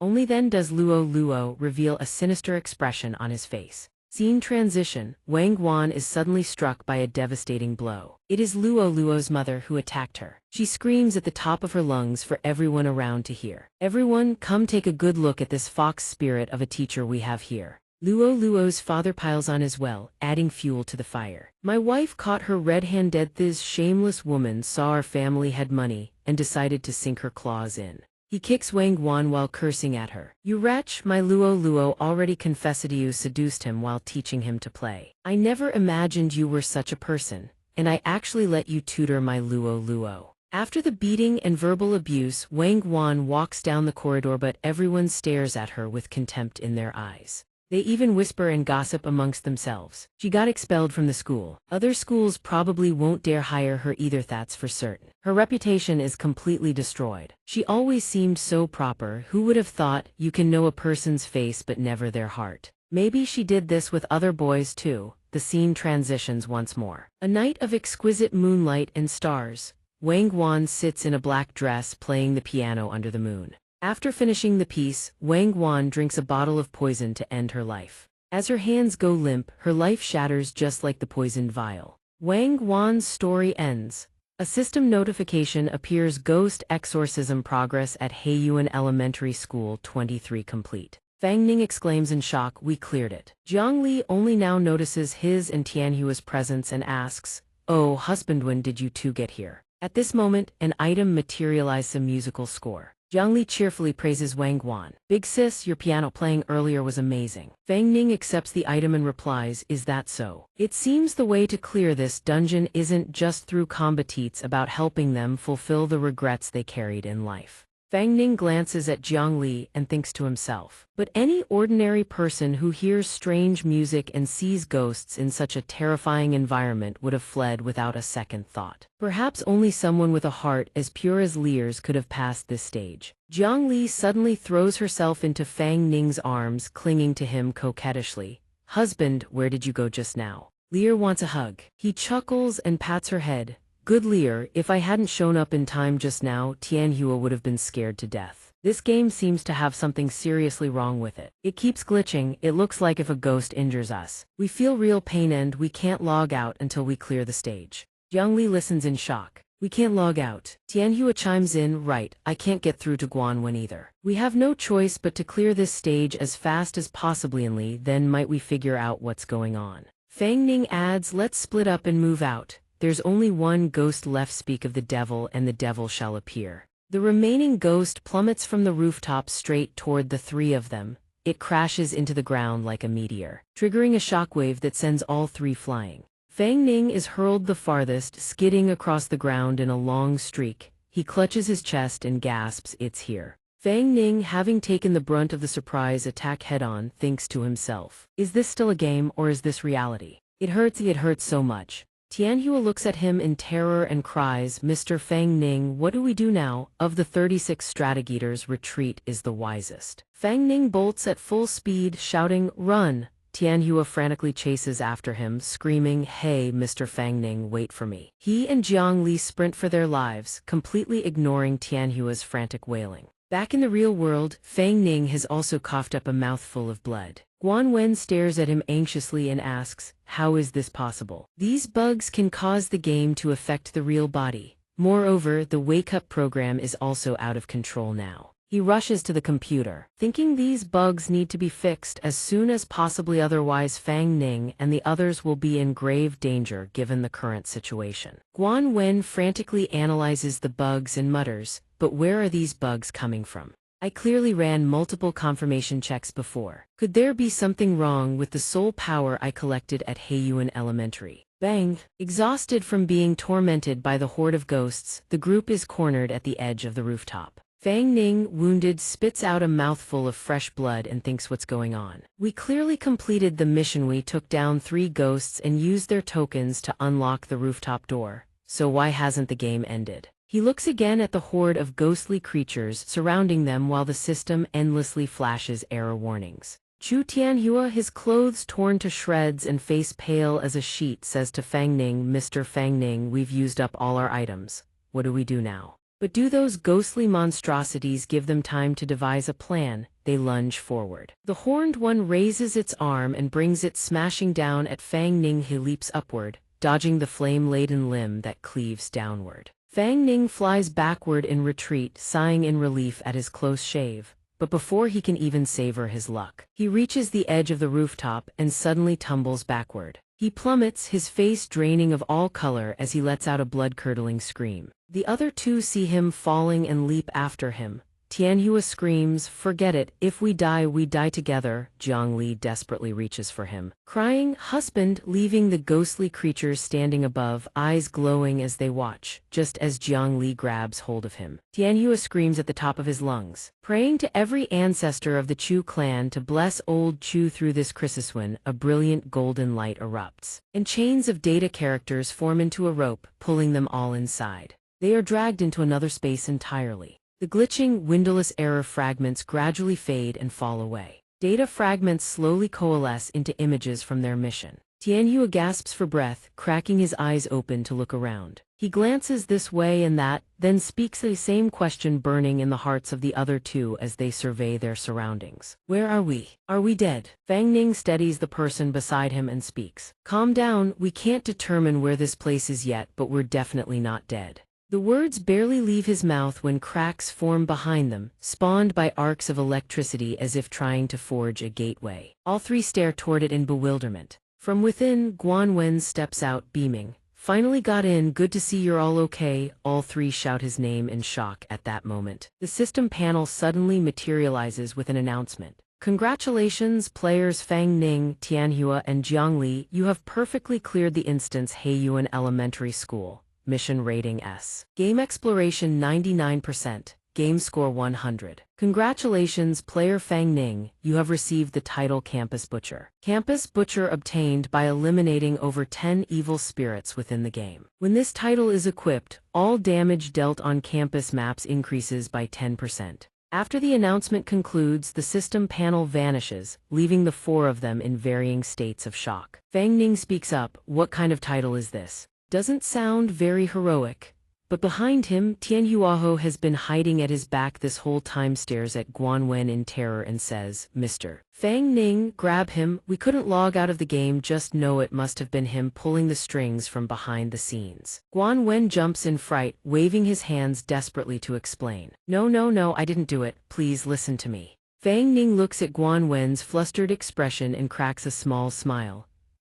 Go ahead, I believe you." Guan Wen, relieved, begins recounting the full story from the beginning. Just now the system was suddenly hijacked, the game went out of control, and the impact of the monster's attacks on your brainwaves amplified tenfold. This also affected your physical bodies in reality. But Mr. Fang Ning is my great benefactor, I would never harm any of you. So I scrambled to find the root cause and a way to fix it. But just as you all were clearing the stage, everything returned to normal on its own. Fang Ning hears this and grows deeply puzzled. Clearing the stage restored everything to normal. Guan Wen, standing across from him, happily gives him a thumbs up. "That's right, Mr. Fang Ning. You guys were incredible. Although there was a minor hiccup, the game automatically resets the moment you clear a stage, so everything's fine now." Tianyua finds this suspicious, scratching his head. "Once we're out, we need to investigate why this happened. Can we log out by clicking here now?" Fang Ning strokes his chin, deep in thought, and agrees.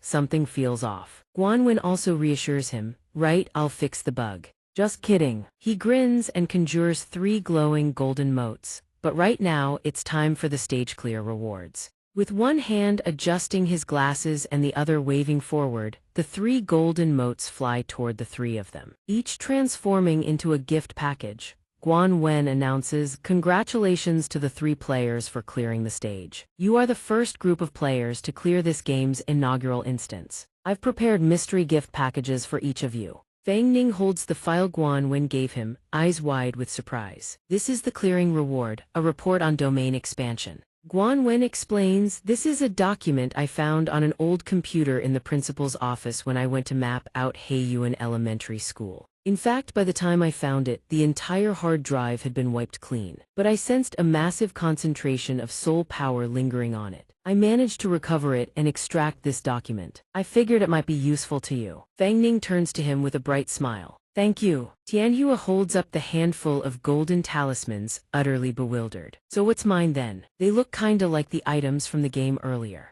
Guan Wen beams and explains. "Exactly, they're the talisman items from the game. They were all created using soul power I collected at Heiyuan Elementary School, and they can be used in reality. Of course, these talismans won't boost Mr. Fang Ning's capabilities much, but they can give old Chu here a certain level of self-defense. Right now, I can produce 2 talismans per day, taking 5 minutes each, and the soul power within them can last for 5 days. In other words, you can stockpile up to 14 talismans this way. If you ever encounter a spirit below the 3rd level, you won't need to defeat it. Escaping with your life won't be a problem." Tianhua is so moved he nearly weeps, rushing over to hug Guan Wen's leg. "Thank you, little Guan, I shouldn't have doubted you just now." Guan Wen, still smiling, helps Tianhua to his feet. He doesn't glance toward Jiang Li, but casually takes the opportunity to explain the item in her hands as well. As for what Miss Jiang is holding, that's a doll crafted from the projection Mr. Fang Ning left behind when he entered my virtual world last time. It can transform into a keychain. Outside the virtual game, Miss Jiang can conceal her soul power and avoid detection by hiding inside it. I'm not sure if Miss Jiang will like it though. Jiang Li immediately beams, her eyes crinkling with joy. She hugs the doll to her chest and declares, "I like it. Considering the gift you've given me, I won't eat you in the future." Guan Wen shrieks in terror, "Hey, why would you still want to eat me? I'm terrified." Back in reality, 3 people stand watching Fang Ning, who remains seated in a chair wearing the VR headset. Tianyua glances at the person who still hasn't emerged, growing anxious. "It's been over an hour, why hasn't Mr. Fang Ning come out yet?" Guan Wen sees his worry and reassures him. He said he's studying the report I found in the principal's office at Heiyuan Elementary School. It might be quite complex. The words barely leave his mouth when Fang Ning removes the headset, a glimmer of elation crossing his face. Guan Wen floats over and asks, "How was it?" Mr. Fang Ning, was the gift package of any help? He looks at the document in his hands, his brow slightly furrowed. This should be Yuan Shang's report on heavenly salvation documenting the development of domains. This document is quite valuable. If I can learn how to expand a domain, I might be able to take down Yuanqun and Yuandun on my own. But I'll need to cultivate within the sea of consciousness. For some time, it's not something that can be mastered in a moment. Let's talk about our game first. He walks over to Guan Wen and says, "Guan Wen, I have some questions about this game that I still don't understand. I'd like to ask you." Guan Wen cheerfully responds, "Please go ahead, Mr. Fang Ning." Fang Ning asks solemnly, "First question, are the backstory narratives of the ghost spirits in this game based on real events? Why did their attacks injure us in reality, and why couldn't we log out of the game?" Guan Wen also answers seriously, "These are real stories I collected from Heiyuan Elementary School. I gathered their residual soul power and remaining artifacts, then simulated them into the game. As for the pain from being attacked and the inability to log out, that was a bug. Since the game is built using soul power, fluctuations in the soul power on the Heiyuan Elementary School map may have caused it. I need to go to Heiyuan Elementary School to investigate and design an exit mechanism so this doesn't happen again." Fang Ning continues, "Then here's the second question. This game is genuinely fascinating, but once players become familiar with the map and the methods to deal with these ghostly creatures, replayability will drop. Besides, didn't we jump off the rooftop?" Tianyue beside him also voices his doubts. "Right, can this really be considered clearing a stage?" Guan Wen said, "That's correct. One of the core design objectives of this game is to help Fang Ning absorb the power of fear. The ultimate design goal is to help Fang Ning obtain the greatest possible power of fear. Despair enough to make anyone gasp in admiration." Fang Ning stammered with a sheepish laugh, "Then I suppose I should thank you." Guan Wen grew excited as well. "I guarantee the gameplay mechanics, don't worry about that. The ghosts in Heiyuan Elementary School are incredibly diverse. Moreover, the treasure locations and props are refreshed with each playthrough. Combined with each updated map rotation, every session is guaranteed to be completely different." Fang Ning said, "Then let me offer you one final suggestion. For the safety of the players, you should establish a protection mechanism. When you can't handle a situation or the game spirals out of control, there needs to be someone who can protect the players inside the game. Let me ask Yao, do you know any benevolent soul entities that can transform into data streams like you?" Guan Wen stroked his chin in thought. "In theory, a soul entity's composition is very similar to a signal. As long as one masters certain soul power techniques, it should be possible to traverse these data signal streams." Fang Ning saw him lost in thought and asked, "What if I arranged a little helper for you?" Guan Wen blinked stunned and asked, "What kind of helper?" Fang Ning drew out a comb. The moment Guan Wen saw it, he recognized it immediately and asked, "This is the little girl from Heiyuan Elementary School in your video." Fang Ning placed the comb on the table. "That's right," he affirmed. Then he spoke to the comb, "You must have heard everything we just said, haven't you? Try it, see if you can get in." The comb responded to his words, emitting a wisp of red mist. It began seeping out from within the comb, stretching into a long ribbon of crimson smoke. It floated into the computer. Moments later, the screen lit up and Lian Xiang appeared within it. She beamed with her eyes squeezed shut in delight. "Brother Fang Ning, I made it in. It's been so long, I missed you so much." Behind them, Jiang Li had already begun radiating killing intent. She stood with arms crossed, glaring daggers. Fang Ning broke into a nervous sweat. He turned to Guan Wen and said, "Could you grant her in-game access permissions and let her reside inside the game? That way you handle things from outside and she operates from within. If that kind of out-of-control situation happens again, she can protect the player's safety and coordinate with you from the outside to resolve the problem."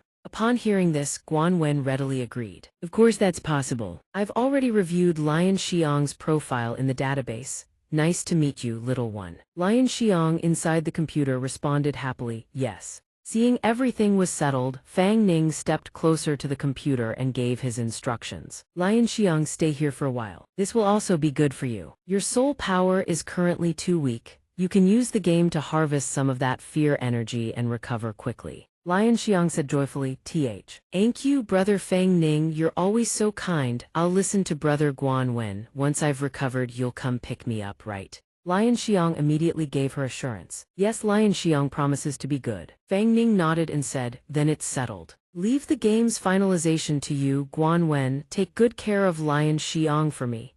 Guan Wen answered confidently, Mr. Fang Ning. Rest assured, after all, I'm practically living at your place now. He cheerfully wiped down Jiang Li's body as she slept like the dead. She was even mumbling in her sleep, calling out. Husband, hearing her call, he froze and gazed at her tenderly, asking, what are you dreaming about now? Suddenly, he felt something. His entire body trembled violently, his face going pale. He instinctively held her close. What in the world? A wave of primal terror struck without warning. A massive fireball was hurtling toward them from outside. It crashed through the wall by Fang Ning's window without the slightest hesitation. Smoke and rubble exploded in every direction. He gritted his teeth and braced himself against the shockwave. The fireball punched a gaping hole through Fang Ning's home. As the flames gradually dissipated, it revealed Yuanlong sitting atop Yuangu's back. Yuanlong spoke, finally found you. Staring at these uninvited guests, Fang Ning looked at the two of them in alarm. Yuanlong gazed down at Fang Ning from his lofty perch, eyes brimming with malice. Without another word, Yuangu began gathering flames. Fang Ning was terrified. He whipped his head around, reaching out toward Jiang Li, who had just been startled awake. What the hell are those things? He cursed under his breath, then swiftly scooped Jiang Li up in his arms. But before he could escape, Yuangu's fire tornado was already upon him. Fang Ning barely dodged it, but the pressure from the fire tornado alone made him break into a cold sweat, his brow furrowed tight. He thought the spiritual power behind this is monstrous. Could this be an assault from Yuansheng? The fire tornado was truly devastating. It bore through from bottom to top, punching a colossal hole through the entire building. Tearing through walls, the mother and child on the floors above were terrified and peered down at Fang Ning and the others. Seeing it wasn't enough, Yuangu unleashed an even stronger blast, blowing the entire apartment building apart. Then she smiled with satisfaction. Done, time to clock out. But Yuanlong, sitting on her back, reminded her their aura is still there, don't let your guard down. She grinned and said, tough bastards. Then let's go in and flush them out. Yuanlong's expression turned cold. No need, they'll come out on their own. Yuangu exclaimed, how brilliant, Longji, he continued. They'll set up a barrier to trap us, which proves they knew we were coming, but now they've exposed their own position. From that, I can deduce it's very likely a trap. She grinned cunningly, clasping her hands together as flames gathered. Then I'll just blast it a few more times from out here. I'll flatten this entire place, let's see how they hide. She opened her mouth, condensed a massive fireball and launched it straight at the building. The mother and child trapped inside screamed in terror. The boy reached out toward his mother, crying. The mother lunged forward and clutched her child, sobbing as she tried to comfort him. Don't be scared, Mama's here. The colossal fireball hurtled straight toward them. They held each other desperately. The boy buried himself in his mother's arms, screaming, Mama. At the critical moment, Jiang Li appeared in the nick of time, conjuring a barrier to block the fireball and shield the mother and child. She turned to face them and said, this place is far too dangerous, run now. The mother scooped up her child, tears of gratitude streaming down her face. Thank you, then she fled. Jiang Li turned back to Fang Ning, who was already saying through gritted teeth, damn it, do many civilians here. If we fight, innocents will get caught in the crossfire. We need to lure those two away, run outside and alert the others. Lear, let's go, he shouted, to Heiyuan Elementary School. Jiang Li leaped onto his shoulders, lifting him into the air as she took flight. Roger that, charge, husband. Below the building, a crowd had gathered. They murmured in confusion, what happened? Why is the upper floor on fire? Are those two wearing ziplines? There was no announcement in the community chat about a film crew coming and filming at this hour. This is disturbing my rest. I want to file a complaint. Someone get me whoever's in charge. The cacophony of noise infuriated Yuangu. She clapped her hands over her ears and screamed. It's so noisy down there, I want to slaughter every last one of them. Yuanlong, sitting atop her back, smacked the top of her head with a resounding thwack. Behave yourself, don't make a scene. Only then did Yuangu wince in pain and comply. Fine, I got it. Then she muttered resentfully, they're just ordinary people, killing them wouldn't matter, and you hit me over these nobodies. She pouted. Biabo is upset, Biabo is not happy. But Yuanlong had already spotted Fang Ning and Jiang Li fleeing. He said, enough, stop your nonsense, the targets are running, Muvano. Yuangu surged forward with Yuanlong on her back, shouting, yes sir. The people below all screamed in shock. They're flying, those aren't cables, holy shit, that explosion was real, what are you all standing around for? Call the fire department. The four of them chased each other all the way to Heiyuan Elementary School. The moment they arrived, Fang Ning and Jiang Li touched down on the school's rooftop. Yuangu saw them stop running and laughed. Why'd you stop? Couldn't even last that long. She cackled with excitement. Then Yuanlong smacked her again from her back, scolding, all you do is spout nonsense. She screamed in frustration. Not again, you've hit me twice today, I'm going to bite you to death. Fang Ning called out to redirect their attention. With soul techniques that powerful, you must be among the 12 guards of Yuanshang, correct? What exactly do you want with me? He thought two of them again. Their aura feels even stronger than Yuanqun and Yuandun from last time. This won't be easy. Yuanlong leaped down from Yuangu's back, landing firmly on the rooftop access door. He gazed down at them with cold indifference. Come with us. Or die, there is nothing to discuss. Yuangu also touched down, snapping, that's right, nothing to discuss with the likes of you. You made me search the wrong place and got me scolded by Longji. If this young lady weren't born with the stamina to traverse 1,000 li without breaking a sweat, you wretches would have worked me to death these past few days. Fang Ning frowned and demanded, have we even met before? Yuangu sneered, still trying to play dumb, that pathetic escape of yours. In the eyes of me and Yuanlongji, you two aren't even worth mentioning. Yuanlongji is the strongest combatant among the 12 guards, dealing with you is nothing. She put her hands on her hips and sneered, as simple as crushing an ant. At this point Jiang Li could take no more. She shoved Fang Ning aside, summoned her chains and lunged straight at Yuangu. Husband, move. Yuangu didn't even dodge, she stood in place, tilted her body and caught the chains with ease.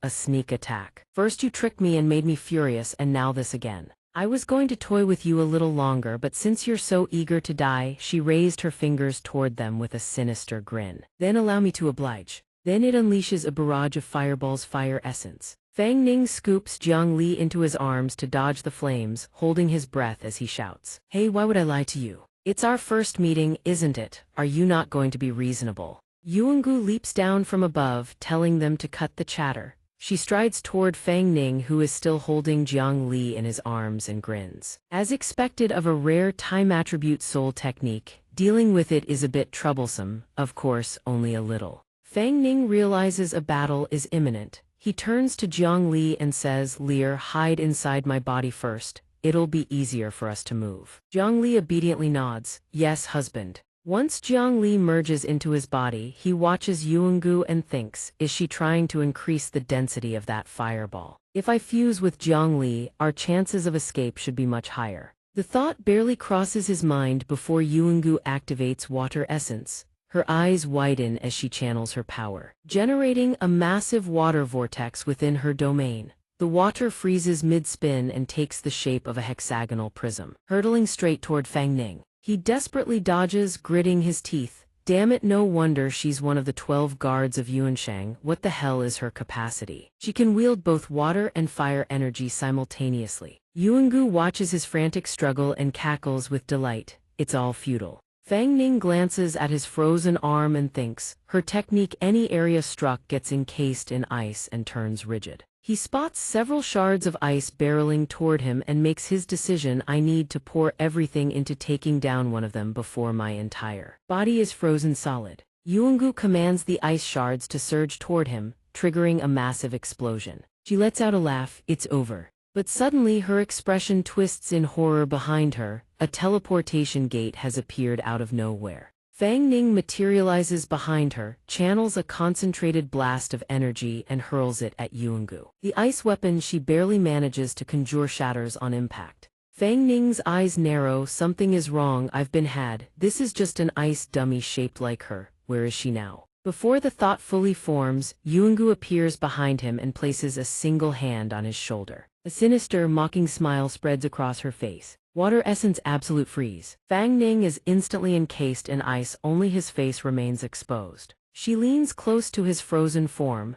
If I bind your limbs, that time acceleration of yours becomes useless, doesn't it? she raises her hand. Flames coalescing in her palm, her voice dripping with mockery. Don't play petty tricks with me. She condenses a blade of fire essence, raging flame blade, and swings it straight at Fang Ning. A cryptic, sinister gleam flickers in her eyes. At that instant, Jiang Li bursts out from within Fang Ning's body, catching the fire blade barehanded. "Husband!" she screams. Then fury ignites in her eyes. She glares at Yuangu and snarls, "You dare try to kill my husband." She slams her palm forward, a wave of cyan energy erupts, launching Yuangu through the air. The woman coughs up a mouthful of blood. Jiang Li immediately charges after Yuangu. Spectral chains begin manifesting behind her. But Yuanlong is faster. He appears between them, standing before Yuangu. He conjures a small crimson cube crackling with electricity directly above Jiang Li's head, immobilizing her. Then he creates more cubes. They shrink and encircle Jiang Li, clamping around her throat. The cubes lock onto her ankles. The rectangles align into a blinding cross-shaped shackle, binding her neck and wrists like a pillory. Her feet are sealed as well, leaving her suspended in midair. Her mouth is forcibly shut. Yuanlong dusts off his hands and turns to Yuangu. "It's over, Yuangu, clean up the battlefield, we're going to see the doctor." Fang Ning grits his teeth, fury blazing in his eyes. Damn it, still not enough to stop them. Right at that moment, a pair of hands grips a gun and fires 2 rapid shots straight at Yuanlong's face. The sound freezes Yuangu in her tracks. Fang Ning stares, dumbstruck as a statue. Though caught off guard, Yuanlong still catches both bullets between his fingers. They all look up. Standing on a high ledge is Tiandao. Yuangu spots him and sneers with a laugh. "The Grand Marshal of the Soul Hunters, Zhang Tiandao. Oh wait. You haven't been a soul hunter for a long time, have you? Don't come here seeking death." Tiandao leaps down from the ledge and lands near Fang Ning. "You're right, I haven't been a soul hunter for a long time, I'm here to make you pay." Tiandao grits his teeth, hatred burning in his eyes. He levels his gun at the two of them and growls, word by word, "Blood debts are repaid in blood." Jiang Li, bound hand and foot, trembles with unbearable agony. Suddenly Yuanlong yanks her backward. He forces her to her knees at his feet, one hand gripping the back of her head. "Don't struggle, this is the soul-binding cage. Redesigned by the doctor based on Yuanquan's intel. This time I'm taking you back, I won't give you a second chance to escape." Tiandao narrows his eyes at Yuanlong's words, keeping his gun trained on him. He reaches into his jacket and pulls out a flask. "Doctor, your objective has always been this special soul, hasn't it?" Meanwhile, behind them, Fang Ning finally receives Officer Zhang's message he's arrived. Fang Ning breathes a quiet sigh of relief. "Officer Zhang made it in time. Thank God I sent that message when I did, or I'd be finished." Across the way, Yuanlong speaks again. "It is the doctor's order. The 12 guards will die in loyalty to Yuansheng. As for the purpose, that is not ours to question. Everything is already fated." Tiandao keeps his gun raised. "If you don't try, how will you know?" He takes a swig from the flask, then tosses it to Fang Ning. "Fang Ning, drink this, the ice inside your body will melt. I've already contacted nearby soul hunters, they're on their way, I'll hold them off, you go first." Fang Ning's eyes widen in alarm. "Officer Zhang," but Tiandao cuts him off with a roar. "No buts, go now." With that, Fang Ning activates his flight ability, but Tiandao's voice follows him. "As for that special soul, I'll do everything I can to save her. But once this is over, you'd better explain to us why you got tangled up with a special soul in the first place." Yuanlong watches Tiandao draw his weapon and says to Yuangu, "Yuangu, go play with him for a bit." She grins with amusement and agrees. "I'll toy with him for 5 minutes, then she strikes. Water essence mysterious ice arrows they launch toward Tiandao. Tiandao weaves through the barrage of ice arrows and smirks. "Yuangu, all these years and you're still using the same old moves. 20 years ago, I could dodge this technique as easily as turning my hand over." She charges forward with ice gathering around her, laughing and taunting. "Feel the scar on your face, you still dare oppose Yuansheng. If your brother hadn't saved you back then, you would have died at this lady's hands ages ago." Tiandao channels his strength, leaps to dodge the crimson arrows Yuangu fires and unleashes a furious volley of gunshots at her. Yuangu isn't fazed, she slams both hands on the ground, erecting a massive wall of ice. She giggles disdainfully. Petty tricks. The ice wall erected by Yuangu blocks every single bullet Tiandao fires. From the sidelines, Fang Ning has already drunk the liquor Tiandao gave him, dissolving the ice on his body. He watches the battle between Tiandao and Yuangu, stunned, so strong, incredibly strong. Yuangu alone is fighting Officer Zhang to a standstill. And Yuanlong hasn't even made a move yet. I can't leave Officer Zhang to face them alone. Fang Ning looks toward where Jiang Li is bound and clenches his jaw. Lear is in their hands if I leave now. Then he sees Jiang Li's eyes brimming with tears, silently mouthing his name, husband, and his fighting spirit ignites like wildfire. No, I have to fight. With that resolve, he doesn't hesitate. He gathers his power and charges straight at Yuangu, whispering to himself, Lear, wait for me, I will rescue you. Yuangu doesn't yield either. She condenses water into water essence. Ice bullet burst. The two forces, one fire, one water, collide, triggering an explosion that sends both combatants flying. Tiandao catches Fang Ning in time. Hey kid, why haven't you left yet? Fang Ning gets to his feet and returns the flask. I can't leave Lear behind, thanks for the drink. Tiandao beams with approval. Good. If you're not afraid of dying, then let's fight together. Just remember Yuangu's maximum range is 15 meters. He pauses, then adds, oh. And if you take one more sip before handing the flask back, it'll protect you from getting frozen by her ability like before. Fang Ning stares at him, utterly astonished. Officer Zhang, you seem to know them very well. Arrows of fire rain down like a monsoon, forcing the two to dodge desperately. As they move, Tiandao briefs Fang Ning. Yuanlong is the leader of the 12 guards of Yuansheng. His abilities are unknown. As for Yuangu, I've fought her before. She can wield 5 different soul techniques simultaneously, virtually no weaknesses. Extremely difficult to deal with. Yuangu sees the two dodging her attacks while whispering to each other. Her fury erupts. Hey, what are you two muttering about? Die for me. She unleashes yet another torrent of fire upon them. Fire essence burning heaven star fire. The attacks streak down, devastating everything in their path. The fireballs hammer the rooftop, sending smoke and debris billowing into the sky. When the smoke and flames clear, Fang Ning and Tiandao stand exhausted from relentless evasion, but Yuangu's eyes widen in disbelief. Yuanlong, standing on a high vantage point, calls down in a warning tone. Yuangu, focus. Yuangu glances back and flashes an embarrassed grin. Sorry, boss. Then she turns back to Fang Ning and Tiandao, her eyes gleaming with malice. Whether it's one or two of you, the final victor will still be me. She releases waves of blazing fire bullets, screaming at the two fighters. Try this on for size. Fire essence explosive chain bullets. Fang Ning dodges frantically. Just as Officer Zhang said, she switches between water essence and fire essence attacks depending on the distance. If we figure out her pattern, we can anticipate her strikes. Fang Ning turns to Tiandao, who is dodging desperately beside him, and calls out for his opinion. Officer Zhang, range is her strong suit. Let's close in and fight her in melee. Tiandao agrees instantly. Perfect, music to my ears. The moment the barrage of fire ceases, the two of them burst forward in unison. By now, Yuangu had already begun condensing another sphere of energy in her mouth and let out a roar. The fire essence blazing dragon roared, then spewed a mighty column of flame. The fire shot straight toward the two figures sprinting at full speed. Fortunately, Fang Ning and Tiandao reacted fast enough to dodge in time.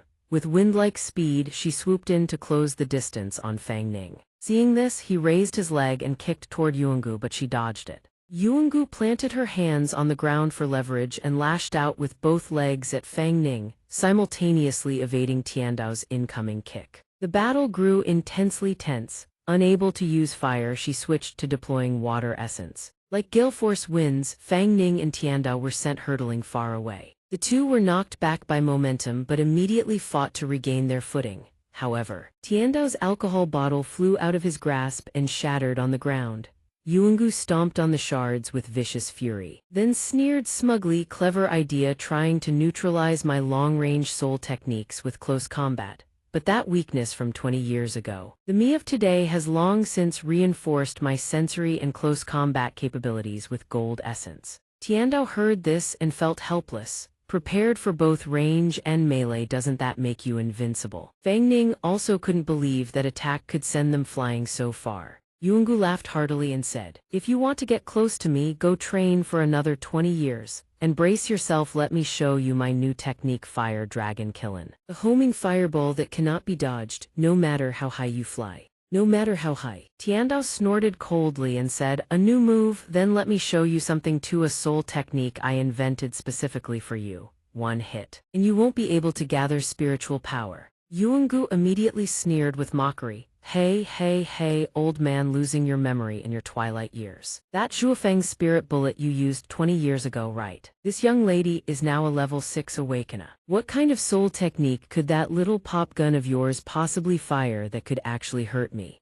Tiandao raised his gun, one hand pointing it skyward, the other pressing it against his chest, and spoke with conviction. Is that so? Don't underestimate me. Yuangu. Tiandao locked his sharp gaze onto Yuangu and unleashed his soul technique spirit wind bullet. Yuangu also unleashed her fire essence fire dragon Kilin with savage intensity. But Yuangu was a beat too slow and was immediately ensnared by Tiandao's technique, unable to gather spiritual power. Her eyes flew wide in terror as she screamed in disbelief. Then she was struck by the backlash of her own technique. Both arms erupted in flames, ringing a tortured scream from her throat. What's happening? Then both arms exploded. Fang Ning stared at the carnage unfolding before him and asked, Officer Zhang, what just happened? By now Yuangu had fallen unconscious, her arms charred black. Tiandao approached Yuangu and said, look at the alcohol surrounding you, Yuangu. That close combat exchange earlier wasn't meant to neutralize your ranged attacks. As Tiandao advanced toward Yuangu, an 8 trigrams formation materialized on his body, etched with 5 elemental symbols. Tiandao aimed his gun at Yuangu and continued,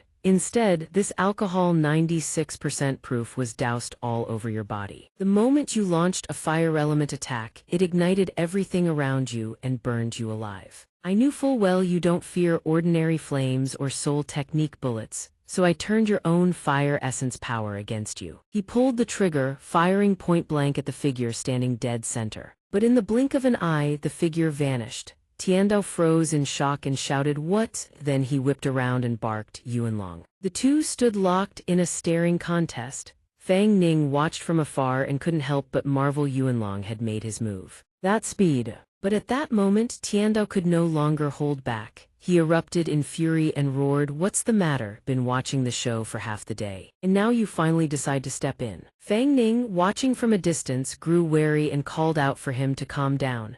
Yuanlong's strength, the situation felt deeply wrong. Yuanlong raised his hand and deflected Tiandao's bullets without uttering a single word. Then he shifted his gaze to the bullets, spun in a full rotation, and used a rotational force to fling them straight back at Tiandao. Witnessing this impossible scene, Tiandao's eyes widened in shock. The bullets tore through Tiandao's body. Even though they only grazed him, they left wounds in several places. Yuanlong dropped Yuangu to the ground and said, enough playing around. Then, with terrifying speed, he lunged forward and slammed a devastating punch into Tiandao. Fang Ning cried out in alarm, Officer Zhang. By now, golden flames had begun swirling around his body like a blazing shield. Tiandao, half his face bloodied from the blow, staggered and teetered on the verge of collapse. But before he could fall, Fang Ning activated his teleportation, grabbed him, and warped them both away, catching Yuanlong off guard. Yuanlong glanced behind him and remarked coolly, still not dead. Watching Fang Ning support Tiandao and teleport to where Jiang Li was being held captive, then seeing him deploy his soul domain. Yuanlong's eyes lit up with intrigue. He smiled faintly and asked, so this is the soul domain you can deploy. The soul domain unfurled, freezing both Jiang Li and Tiandao completely motionless. Seeing them frozen in place, Fang Ning called out anxiously, hey, what's wrong with you two? Yuanlong, seeing Fang Ning's bewilderment, spoke up to explain. It seems the ability of your soul domain is time suspension.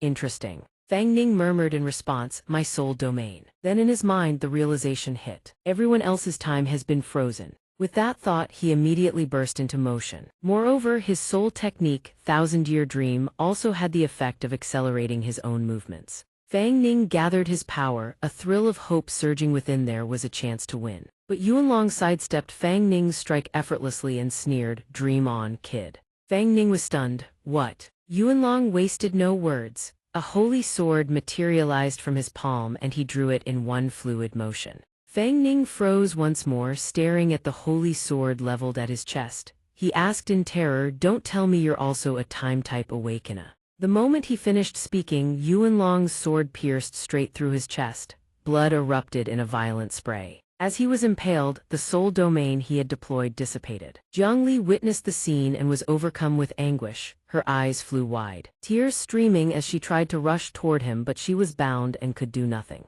Fang Ning stared at the sword embedded in his chest and thought in despair, is this the end? Lear, his memories began to drift, his soul slipping free from his body and drifting into the void. In that dark formless space, voices echoed. Young Master Ning, wake up. Fang Ning's soul unconsciously followed the call and arrived in a strange bedroom. Dinger approached the bed and asked Wanner, how is he? The young master still hasn't woken up. Wanner looked at the man lying motionless on the bed and replied, I don't know why he's sleeping so deeply. The moment Fang Ning's soul entered, the man on the bed snapped his eyes open. He shot upright and asked, Wanner, Dinger, what's going on? Fang Ning, now inhabiting the other body, formed his thoughts. Where am I? Why can't I move? Am I inside someone else's body? Then the original owner of the body stretched and yawned. Dinger was overjoyed. Young master, you're awake. Dinger lowered her head, watching the original owner prepare to leave the bed, and reported. The master requests that you come to the main hall later. He told us to wake you early. The original owner got out of bed and walked toward the vanity table. Hearing her words, he asked with a hint of annoyance. It's still this early, what does that old man want with me? A moment later, the original owner stood still with arms outstretched, fully cooperating as Dinger and Xuiner adjusted his robes. Then Dinger spoke again, Young master, tomorrow is your grand wedding with Princess Jiangli. The master is most likely anxious about the preparations. Listening to Dinger speak to the original owner, Fang Ning wondered, who is this person? Why does he look exactly like me? And Lear is here too. Then the original owner followed Dinger and Xuiner to meet his father. Fang Ning, trapped inside the body, began to piece things together. Was this place 1,000 years in the past? Or had he somehow entered someone else's memory? The moment they entered the room, the original owner's father stood with a face black as thunder, already fuming with rage. But the original owner couldn't care less. He strolled in and greeted casually, Good morning, father, sir. Then he flopped into a chair with legs crossed, back straight as a rod, and snatched a grape to pop into his mouth. Fang Ning couldn't help but marvel, even his sitting posture is identical to mine. Then he watched as the original owner's father erupted in fury and roared. Fang Ning, look at yourself, what kind of behavior is this? Tomorrow you are to wed Princess Jiangli.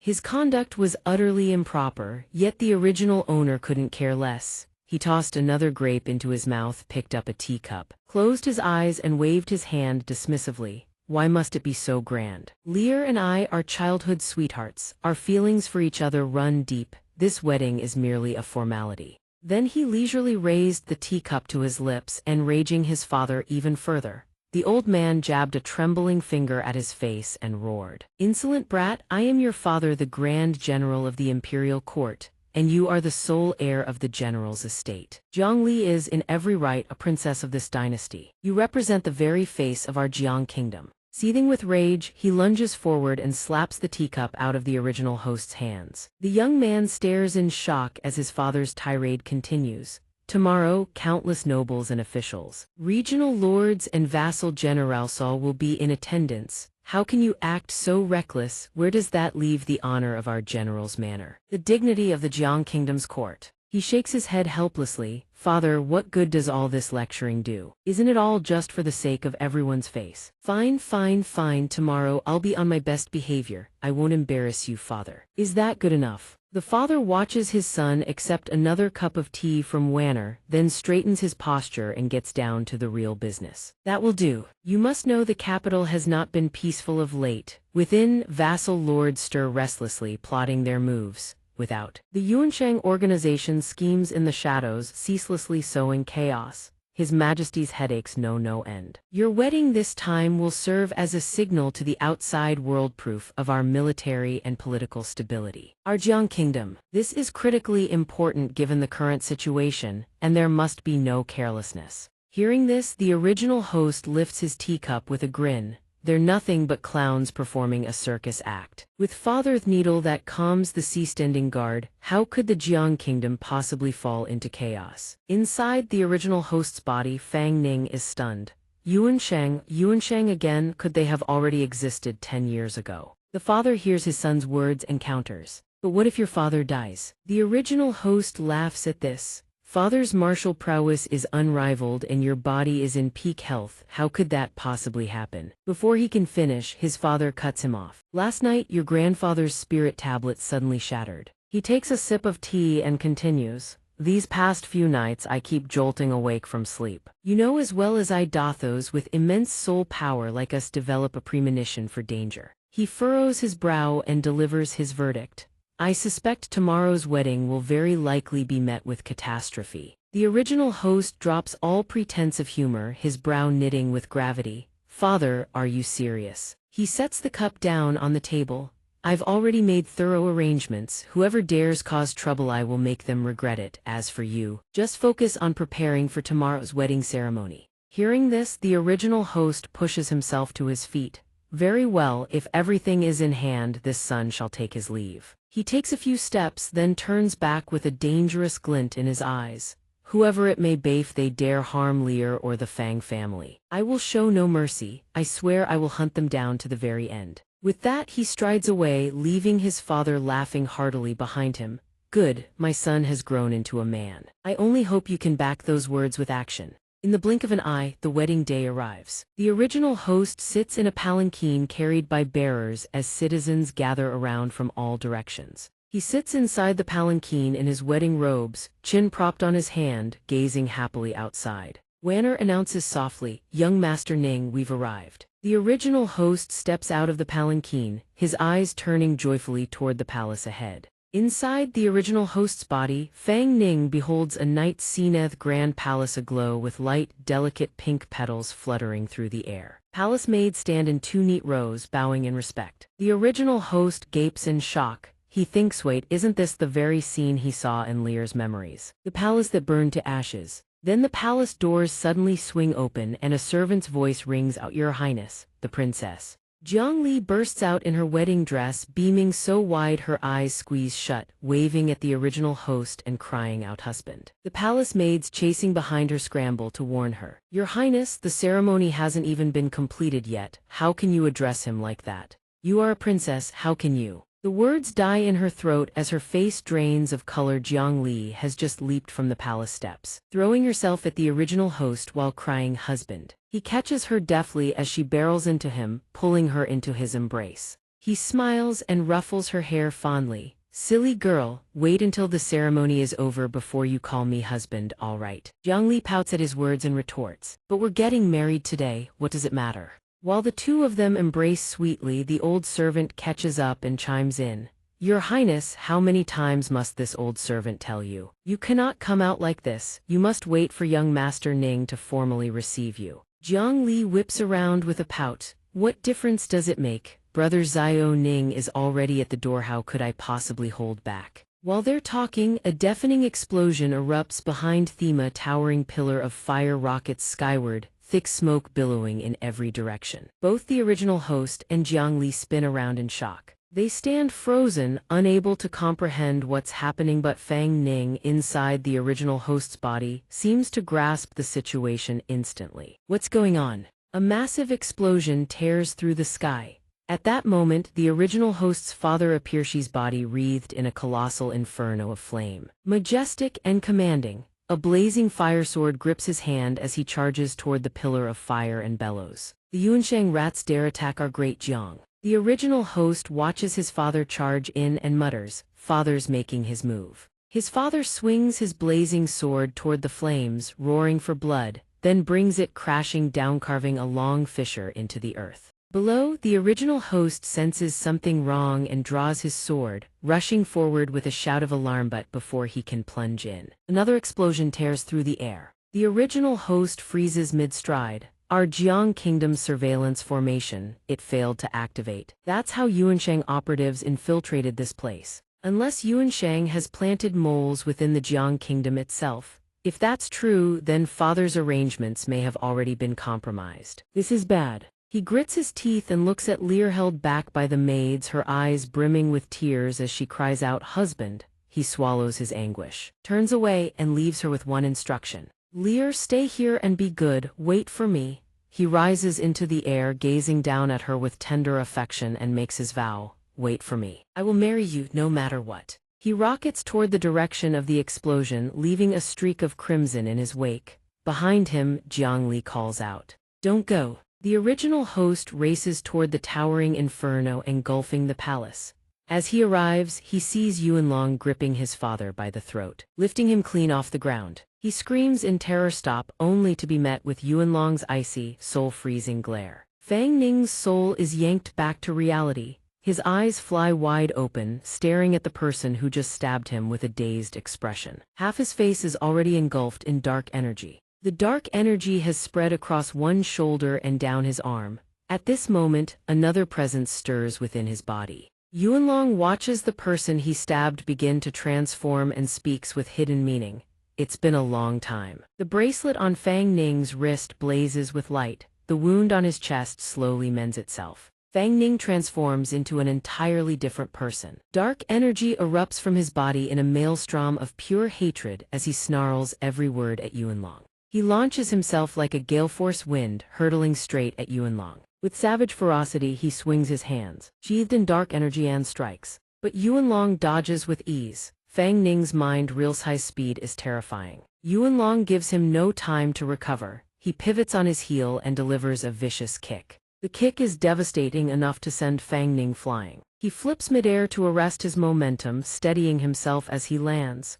He pants heavily, glaring at Yuanlong through a haze of pain and fury. Above, Tiandao witnesses the entire sequence and ponders. How is this possible? Fang Ning's soul power fluctuations have suddenly surged from level 4 to level 6, a height ordinary people could never reach in their entire lives. Jiang Li, shielded nearby, widens her eyes in shock. She has seen this side of her husband before it appeared the first time they went to Heiyuan Elementary School. It was in this very form that he saved Jiang Li from a colossal, terrifying ghost. Jiang Li thinks Baka had suddenly erupted with immense power to save her. Husband seems to be hiding some kind of secret. Back in the present, Fang Ning charges forward once more. He throws a punch, his grin so arrogant it begs for a beating. Yuanlong's brow furrows, his expression turning deadly serious. He raises a hand and catches Fang Ning's fist. The impact radiates a violent shockwave. Yuanlong seizes Fang Ning's arm and hurls him into the ground. The stone tiles explode, the earth cracking wide open. Yuanlong sees blood painting his face crimson. He raises his foot and stomps down on Fang Ning with savage, bone-crushing force. Fang Ning lies on the ground with eyes squeezed shut, the dark energy fading from his body. Yuanlong grabs him by the hair and lifts him up. Yuanlong grips a fistful of hair and hoists the unconscious Fang Ning off the ground, then releases him, letting his body drop. He draws out a crimson energy from within Fang Ning, draining it completely until it coalesces into a palm-sized gem. The red gem is traced with sinuous black patterns. This is the soul of the original hostile body Fang Ning inhabited. The one who was stabbed moments ago, and that person was Fang Ning from 1,000 years ago. Yuanlong's mocking voice rings out, "You still aren't up to par. One sentence and your pride crumbles for the rest of your life." Above, Tiandao grits his teeth, watching Yuanlong stand before the unconscious Fang Ning, clutching the red gem. Lying in a pool of blood, Tiandao mutters through clenched teeth, "Damn it, the power Fang Ning just erupted with, it even surpassed level 6. But Yuanlong, what level awakener is he exactly?" He picks up his gun and rises, "Injuries be damned. Looks like I have no choice but to gamble my life. Use that soul trap flash to stall until reinforcements arrive. But if I fail to contain him..." Below, Yuanlong turns to Yuangao, who has somehow already encased herself in a shell of earth to heal her wounds. Sand speaks. "Yuangu, have you recovered? If you're stable, stop loafing and get to work." Above, Tiandao hears this and is shaken. Yuangu is still alive. Beside him, Jiang Li's tears have already begun to fall. At Yuanlong's urging, the earthen shell encasing Yuangu gradually shatters. She sits up, brushing the dirt from herself, and grumbles. "Help with what? Doesn't he know my earth essence needs time to recover?"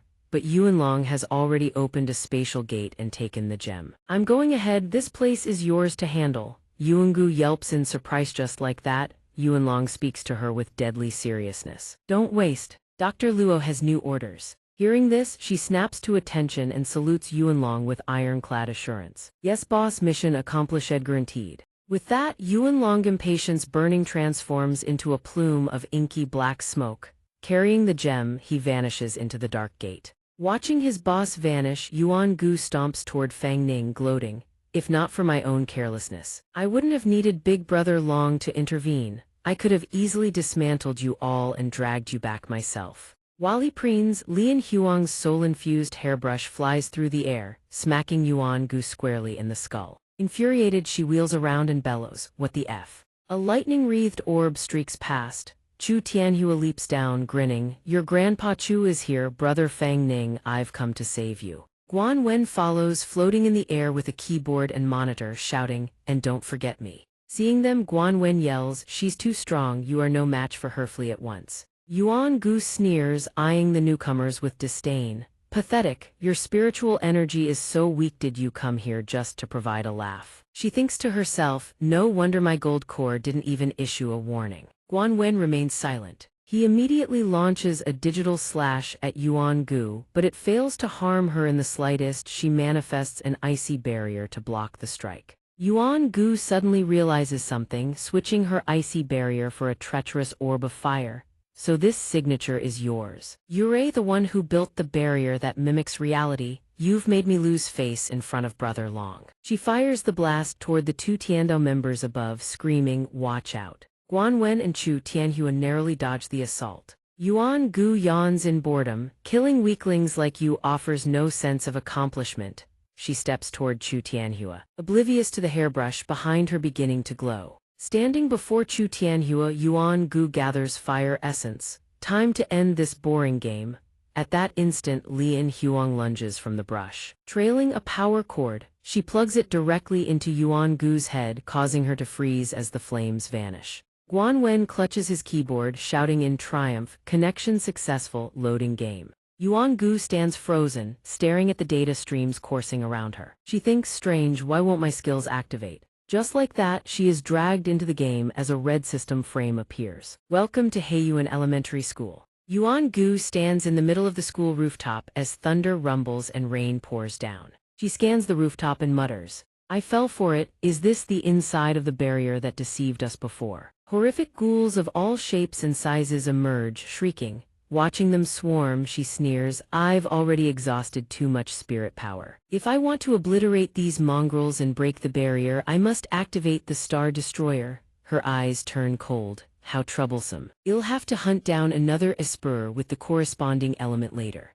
Outside, Yuan Gu remains frozen, wearing the game headset, purple sparks flickering around her. Lian Huang flies back to Fang Ning and hugs him. Beaming, "Awesome, our plan worked, Brother Fang Ning." Fang Ning stirs, confused. "This place, didn't I die?" As his memories return, he spots the others and asks in shock, "Lian Huang, Old Chu, Guan Wen, what are you all doing here?" Guan Wen flies toward Chu Tianhua and laughs. "We're here to investigate why the game lost control. We happened to see you fighting and devised a strategy to strike when the opportunity arose." Chu Tianhua stands up, chuckling. "Brother Fang Ning, you have no idea I almost turned into roast pork just now." Fang Ning stares at him, unable to believe his ears. "What?" They actually succeeded in restraining Yuan Gu. He drops from Lian Huang's arms and asks, "Guan Wen, what skill is this? How long can you hold her?" Guan Wen scratches his head. "It's a soul technique I developed by using my own soul power for encoding. I can temporarily trap her in the Heiyuan Elementary School game instance. Think of it as an illusion,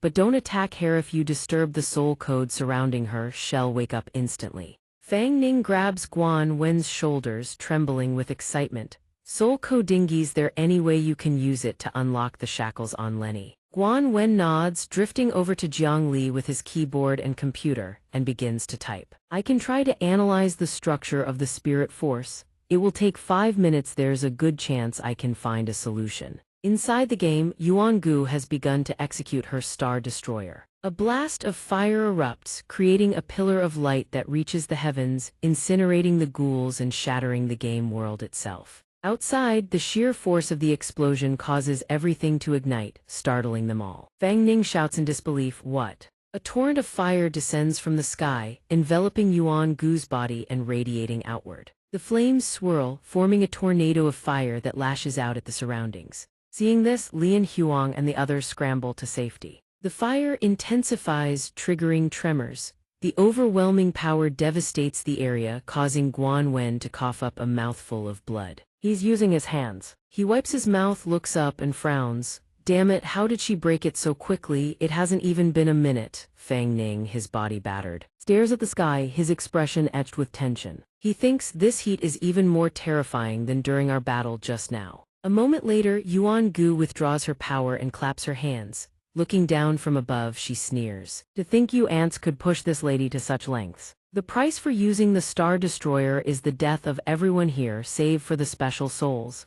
Fang Ning grits his teeth. Looking at her with pure fury, her power is too great, we have to stall until the soul hunters arrive. Unfortunately, my spiritual energy is almost dry, and Zhang Jun is severely wounded. Before he can finish, Lian Huang lunges toward her. Brother Fang Ning, Sister Jiang Li is the only one who can deal with her. I will hold her back. You guys hurry and find a way to save her. Her sudden, desperate decision leaves Fang Ning stunned. He reaches out, shouting in agony. Don't. Lian Huang ignores his plea. She raises her hands to channel her strength, whispering to herself. I will stop her even if my soul is scattered to the winds. Lian Huang clasps her hands together and screams, Soul Technique Soul Division. Dark energy surges from her body, and a multitude of Lian Huang clones streak toward Yuan Gu. Yuan Gu watches, amused. She raises a hand, unleashing a massive torrent of fire at her. She lunges forward, grabbing a clone by the neck. HMPH, a soul clone technique who had a petty, low-tier trick. It lacks even a physical form, it's far inferior to Yuan Shang's division art.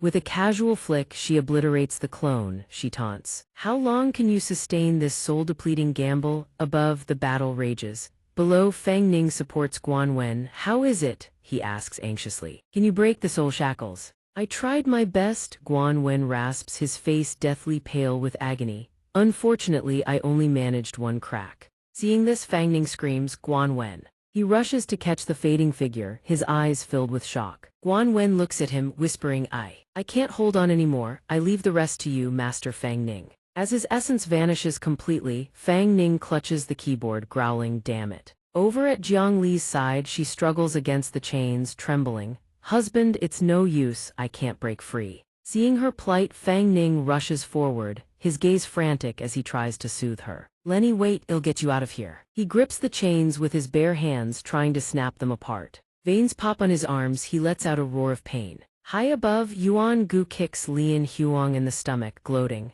Naive, do you really think you can break the doctor's latest soul shackles? Off guard, she takes the full force of the blow, slamming into a wall in the distance. Yuan Gu smirks at her wretched state. Out of soul energy, aren't you? You don't even have enough power to maintain your own existence, yet you risk everything for others. Yuan Gu then charges toward Fang Ning, a pile of trash. Seeing this, Zhang Jun lunges forward, throwing a punch. But she instantly parries and counters his attack. Catching her off guard, Tiandao appears from behind with a pistol and fires without hesitation. Yuan Gu turns, eyes wide with shock. What, you have a technique like this? In an instant, she is encased in a cube of light. While keeping Yuan Gu restrained, Tiandao glances at Fang Ning and urges him on. This is my last shred of spirit energy, I don't know how long I can trap her, take the others and go. Fang Ning looks back. Officer Zhang, what about you? He aims his weapon, straining to focus his energy. I must maintain the output. Once I leave the containment field, the effect will vanish instantly. If that happens, none of us will escape. Hearing this, Fang Ning's eyes turn resolute. No, we won't get far. Yuan Gu has tracking abilities. If she breaks out, she will hunt us down anyway. Everyone is only here because they wanted to save me. I will not abandon anyone. There has to be a way. Open for me. He exerts every ounce of strength to break the chains. As he hoped, the chains finally snap. She looks at him, moved. Husband. Tiandao and Lian Huang witness the scene and shout in joy. It opened. High above, Yuan Gu grins, sneering. I hate to disappoint you, but none of you are going anywhere. On Fang Ning's side, the chains suddenly expand and surge toward them. They quickly converge, hovering and arranging themselves directly above his head. Fang Ning instantly raises his hand to channel his power, roaring, "This demonic trash, shatter for me." He launches a fierce strike against the chains binding him. The technique backfires instantly, sending both him and Jiang Li reeling backward. She positions herself behind him, bracing his body with hers. She then flows her demonic power into him, accelerating the healing of his wounds. Fang Ning slowly stands up.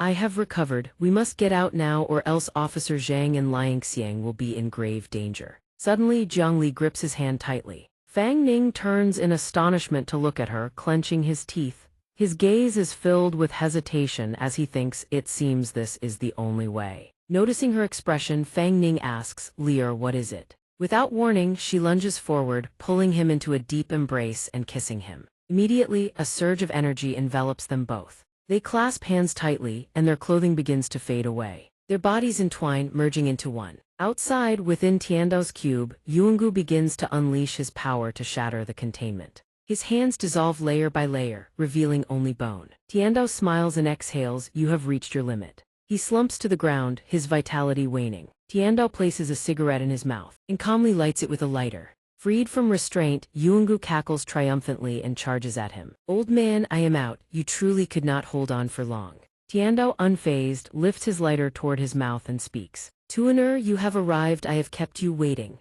Meanwhile, she charges, unleashing her power. He slowly closes his eyes, ready to face death. "It is a pity, little one, I could not protect you." But just as Yuangu lunges, a hand thrusts out from within the cube, intercepting her attack. Feeling herself blocked, Yuangu screams in panic, "Impossible." Fang Ning grips her hand firmly. A massive surge of energy erupts around him, turning his hair to a shimmering silver. With a casual flick, he snaps her arm like a dry twig. Yuangu lets out a cry of agony. Without pause, he drives a fist deep into her stomach. No defense possible. She is sent flying backward by the sheer force of his strike. A thunderous explosion echoes through the area, causing the earth to tremble and filling the air with dust and debris. Behind him, Tiandao watches the scene in utter shock. "Child, you." Fang Ning lights a cigarette and places it between Tiandao's lips. Tiandao looks at him, stunned. He whispers to himself, "Fang Ning, is that you?" Fang Ning places a hand on his shoulder. "You have suffered enough, uncle. Rest now, leave the rest to us."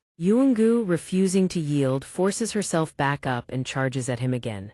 "Impossible. How could you break through the doctor's new spirit shackles? You were already drained of all spiritual power fighting Yuanlong." Fang Ning lunges forward. He raises his hand, preparing to strike her down. Yuangu's eyes widen in terror as Fang Ning's flurry of techniques descends upon her. She screams, "I will return this tenfold." Fang Ning remains unmoved. He swings his fist, sending her spiraling away once more. The flames on her hands flicker and die. "You forced my hand." She rises, bowing her head. Her face darkens as she growls, "Star annihilation water." She unleashes her power, and a brilliant beam of light strikes down upon her from above. Two forces manifest within her: fire star and water star. Fire star, water star, jewel star annihilation. My power has doubled. Die. She surges forward, hurling a torrent of water star energy at him. Fang Ning remains calm, raising his hand to manifest a defensive barrier that blocks her strike. Seeing this, Yuangu gasps, "You are using the power of that special soul." Fang Ning says nothing. He looks at his hand, channels his energy, and commands bind. Luck. Rings of energy materialize in the air, erupting with heavy chains. The chains descend, ensnaring Yuangu. She screams in horror, "You have a soul contract." "How is this possible? A soul contract cannot be severed. One can never betray it. Bound in life, bound in death. How could that special soul tether itself to you?" As she speaks, the chains wrap tightly around her ankles. Yuangu struggles, screaming relentlessly. "So this special soul gave you all its power without holding back, allowing you to erupt with such strength. But if you think that is enough to defeat me, you are sorely mistaken." Her expression turns murderous as she glares at him. "I thought a dual star annihilation would be enough to finish you, but you have forced my hand this far." She continues to channel her power, roaring, "Star annihilation, gold body." The chains binding her shatter. Two sources of energy appear above her and her legs are wreathed in roaring flames. Yuangu pushes her limits, fueling her body with a colossal conflagration. She stares at Fang Ning, "Naive, my power is beyond your comprehension." She raises her hands to the heavens. A gargantuan blade manifests in the sky, radiating immense power. No wonder Longji felt secure enough to leave. Without hesitation, she strikes at him, roaring. Sky-cleaving slash. Suddenly the blade halts in midair, shrouded in gray smoke. Fang Ning stands below, effortlessly catching the blade with his bare hands while unleashing his own technique. Chains of pure power spiral out, wrapping around the sword. They drag it back toward Yuangu, shattering her blade and binding her arms. She is stunned. Fang Ning spins the chains, dragging her through the air. He slams her into the ground, pinning her down. Yuangu leaps up, spinning to face him, shouting in fury, "Damn you, this young lady is truly angry now." Seeing her usual tactics fail, she draws upon Earth Star Annihilation energy. Fragments of stone coalesce around her, forming a massive gauntlet. Yuangu smashes her stone-covered fist into the earth. In Bellows' manifest domain, dark energy erupts from the ground and she continues. 5-star convergence. Yuangu stands tall, looking down at him with arrogant eyes. It has been 20 years since I last invoked the 5-star convergence. 5-star convergence births the force of mutual annihilation. It will reduce you to ash instantly. An overwhelming aura radiates from her. Yuangu lunges, her fist driving straight toward him. The last time I used this, I spent a year bedridden. Consider this the price for your power. Fang Ning remains unfazed, looking at her with a hint of amusement. You may try. His arrogance irritates her to her core. She screams while channeling her power.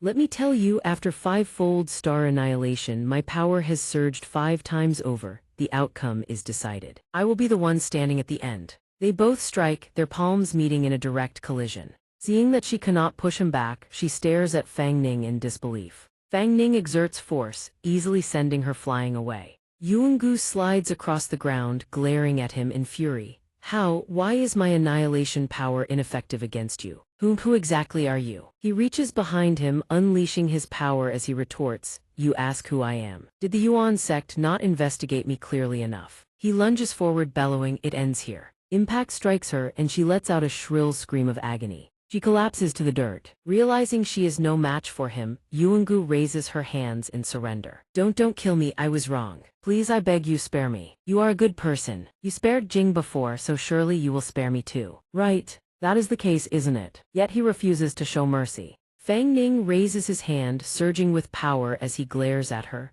I truly loathe the Yuan sect. Channeling the words of Officer Zhang. He swings his arm down. A debt of blood must be paid in blood. The scene before him leaves him stunned. On the ground lies a serpent severed in 2, while above, a woman appears Yuan's. She embraces Yuangu, whispering, little Gu, didn't see that coming, did you? To think that you would actually need me, Yuan's, to save you, she says, glancing at the girl in her arms. If the doctor hadn't ordered me to clean up the battlefield, you would have bade this world farewell already. Yuangu stares at her, trembling. Clean up the battlefield. Does the doctor truly think the strength of Brother Long and myself wasn't enough to complete the mission? To her retort, Yuan sneers, do you still not understand why Yuan Long chose to watch while you fought Zhang Tiandao? Hearing this, Yuangu grits her teeth, voice shaking. It is because Brother Long trusts my strength. Seeing this, Yuan immediately presses her. Oh, then why, when he clearly had the upper hand, did he leave that special soul behind and depart alone?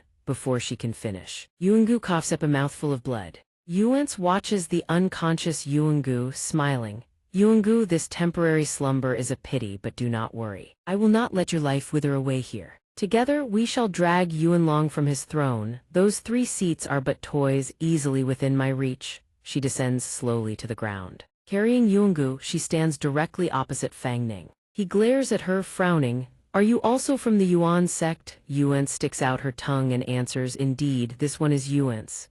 At her reply, Fang Ning instantly unleashes his power. Do you, of the 12 guards, also intend to take Jiangli? If you do not blame me for being discourteous. She denies it, that is their mission, it has nothing to do with me. I have no desire to fight you, but I must take Yuangu away. At her demand, Fang Ning attacks. His chains lash out toward Yuan's. You may leave, but Yuangu must answer for her actions. As the chains wrap around her, she looks at him, mocking, don't be so agitated, little handsome. In a flash, the chains vanish, replaced by a swarm of snakes. Fang Ning is stunned. Is it a dummy or a true clone? When did she? Suddenly she appears right beside him. She licks his face lightly, attacking without a word, you are so aggressive. Before she can finish, he shoves his hand backward, blasting her away. A massive explosion erupts. Yuan appears behind him again, as if she had always been there. She folds her arms, smiling at him. I'm so scared. Fang Ning frowns, glancing around. Why is she alone, he thinks. Where did she hide the wounded Yuangu? Without hesitation, he lunges at her. If you insist on interfering, then you aren't leaving either.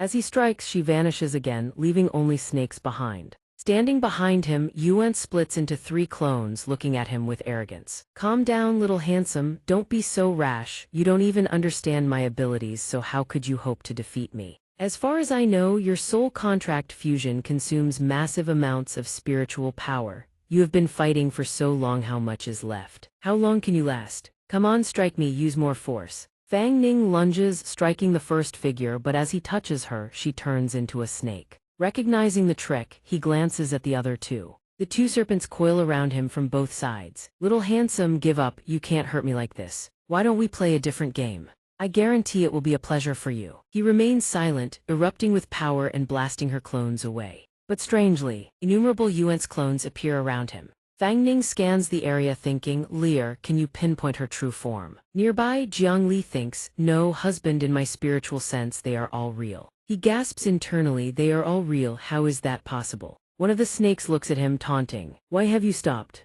I was still enjoying it. Fang Ning lunges, attacking wildly. Then I will destroy them all, let's see where you hide. Seeing all the snakes vanish, he looks around, is it over? Suddenly behind him, Yuan sits nonchalantly on a rock. Each of my snake bodies possesses level 4 soul power, yet you demolished them all so easily. Truly, you are worthy of being the man who signed a soul contract with a special spirit. Fang Ning turns and lunges at her without hesitation. Suddenly his body freezes. His eyes widen in shock. He drops to his knees, why can't I move? Yuan saunters before him. Is your spiritual power finally depleted? I guessed it would be about time. She suddenly lashes out with a kick, striking his chest. Fang Ning and Jiang Li are sent flying. She raises her hand, smiling, soul technique snake bind. Countless snakes erupt from the ground, constricting them both. Jiang Li cries out in shock, what? Looking at the scene, Yuan touches her face with a twisted smile. Who would have thought the one who defeated Yuangu would be countered so perfectly by my soul technique? If I unexpectedly complete the mission to recover the special soul, I wonder how the doctor will reward me. Suddenly a spear descends from the sky, piercing right through her. Fang Ning stares in disbelief. Hongji appears in the sky above, and Yu Ying lands on the ground. Hongji looks at him, apologies, we are late. Yuan's eyes the group, sneering, to think the soul hunters would actually send you. The Hongji squad leader raises her hand, channeling her power as she glares at Yuan's. Yuan's, today we're taking you back to the organization. Yuan's leaps, dodging the blow. Bad, these two are level 6 ability users and masters of soul techniques, especially that Hongji, whose technique counters my clones. I must retreat. Unexpectedly, Yue Ying appears abruptly behind her back. What's wrong? Trying to run. He reaches out and clamps a hand around her neck, deploying his power at the same time. The soul technique Wind Severance was a fake. Lion Chai grits her teeth in pain. She furrows her brow, staring at Yue Ying, calculating Franticalish's done for. Her spiritual power is flowing slower and slower. She has to break free now. Instantly, she transforms into a serpent spirit, stretching her elongated neck outward to slip free. Seeing her attempt to flee, Hong Jai lunges forward immediately, launching an attack downward at Yuan Shi. She hurriedly shifts into her serpent body, slithering away at full speed. From high above, a massive explosion suddenly rings out. Xuan Shi wipes the sweat from her brow with a flick of her hand, shooting an annoyed glare at Yue Ying. Yue Ying, your stench is unbearable, she complains with a sheepish grin. He scratches his head and apologizes. Oh, sorry about that. Yuan Shi ducks down, slams her hand against the ground and shouts, Soul technique. Frenzied serpent rush. A massive serpent spirit surges from her palm, hurtling toward the group. Hong Jai grips her spear, settling into an attacking stance. Then she raises the spear high and brings it crashing down, striking the serpent spirit head-on. Blood sprays from the serpent spirit on impact. On Yuan Shi's side, she hoists the Yuan Gu onto her shoulder, eyes narrowing with vigilance as she watches them. She then conjures a dark orb in her hand, channels her power and flashes them a smile before speaking. Then this humble one shall take her leave first. Seeing her about to escape, Fang Ning looks up, gritting his teeth in frustration. Damn it, another teleportation item. Am I really just going to watch them slip away? Just as she prepares to leave, Xuan Shi glances down at Fang Ning, smiles and speaks. Fang Ning, was it? What an interesting boy. Suddenly her eyes freeze and she looks down. It's Fang Ning. He launches himself up and seizes Yuan Shi's arm in a vice grip. No, not this time, you're not getting away. A torrent of dark energy erupts violently from Yuan Shi's body. Hong Jai raises her arm to shield her face from the gale force blast of dark power radiating from Yuan Shi. Yue Ying, standing nearby, asks, what's going on? Following that surge of power, a massive explosion detonates from above, unleashing a shockwave that sends Fang Ning hurtling through the air. Down below, the blast pressure staggers both Hong Jai and Yue Ying. Hong Jai drives her spear into the ground, crouching low to anchor herself against the force. When the explosion subsides, Hong Jai rises to her feet, eyes wide with shock as she stares in Fang Ning's direction.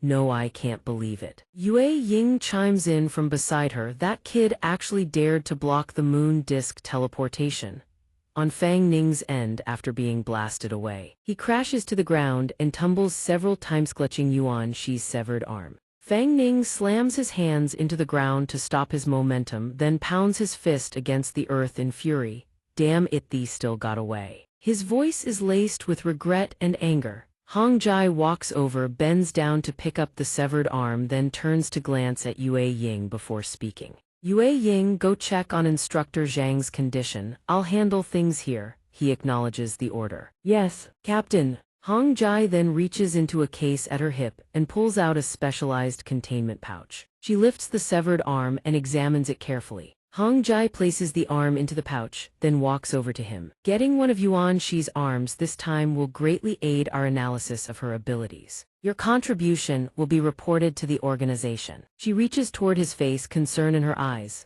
Are you all right? But before he can answer, Jiang Li rushes over and positions herself between Hong Jai and Fang Ning. At her action, Fang Ning smiles gently, takes her hand and reassures her. It's fine, Lair. Jiang Li helps Fang Ning to his feet. He looks at Hong Jai and asks, you're the soul hunters who received the tip from Officer Zhang. That's why you came rushing here. She looks at him and replies, my name is Hong Jai. Over there is my teammate Yue Ying. Hong Jai then steps closer, gently tapping his shoulder with a smile. So you're the promising rookie instructor Zhang mentioned. Name's Fang Ning, quite the looker too. Her words make Jiang Li bristle with irritation. She glares and warns sharply, back off. Seeing this, Hong Jai blinks in surprise, then looks at Fang Ning and speaks. You really are something. A powerful soul following you around, and she's acting like a jealous little girlfriend. A moment later, Hong Jai smiles warmly and waves gently at Jiang Li. Don't worry, I'm not going to steal your little boyfriend from you. Even so, Jiang Li remains far from pleased, puffing her cheeks and glaring at her. Fang Ning watches quietly from the side, a slight frown on his face.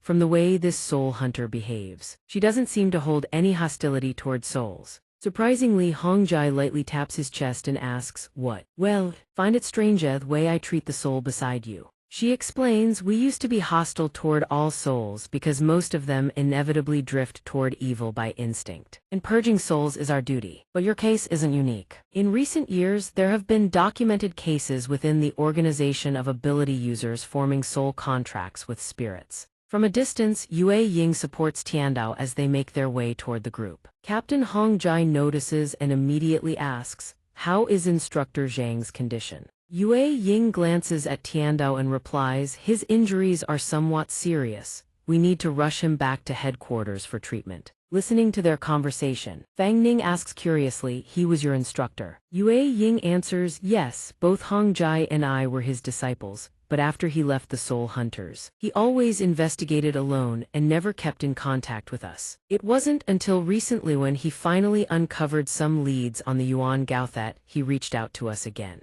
Hong Jai continues from nearby, both of Yuan Shi's fighters are wounded this time, so you'll be safe for a while. But the Yuan Shi faction has plenty of tricks up their sleeve. Sooner or later they will come for you. Yue Ying adds, this time they sent monsters like Yuan Gu and Yuan Shi. Next time, they'll come far more prepared and even we won't be able to help you, unless... Hong Jai steps forward. She holds out a sealed envelope before Fang Ning and speaks.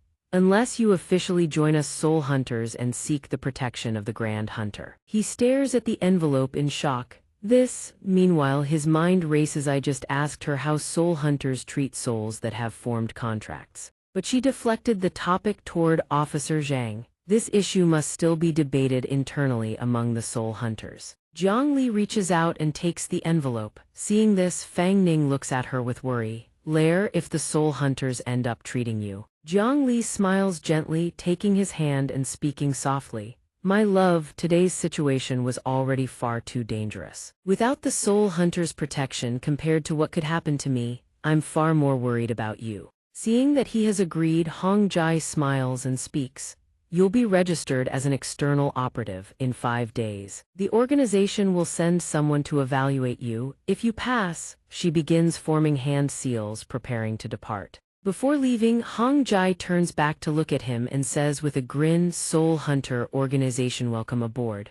At this, Fang Ning immediately thrusts the envelope into the air and shouts, hey, don't just decide things for other people. I haven't even finished thinking it over. Hearing this, Yue Ying looks down from above and says, take these few days to think it over. If you still don't want to join after 5 days, just return the commendation badge to Instructor Zhang. But if you choose not to join, for the safety of others, we'll need to monitor your location in real time and place restrictions on your power. I hope you understand. Fang Ning raises his hand toward them and speaks. Wei Tai also have a friend who was injured by Yuan Gu. Could you take a look at before he finishes? Yue Ying points toward Tianhua, who is lying unconscious on the ground, and says, if the friend you're talking about is the chubby guy lying over there. Him, I've actually already checked on him. From my senses, he doesn't seem injured at all. Fang Ning turns to look at Tianhua, eyes wide. Wait, don't tell me. You were playing dead this whole time. Tianhua scratches the back of his head sheepishly.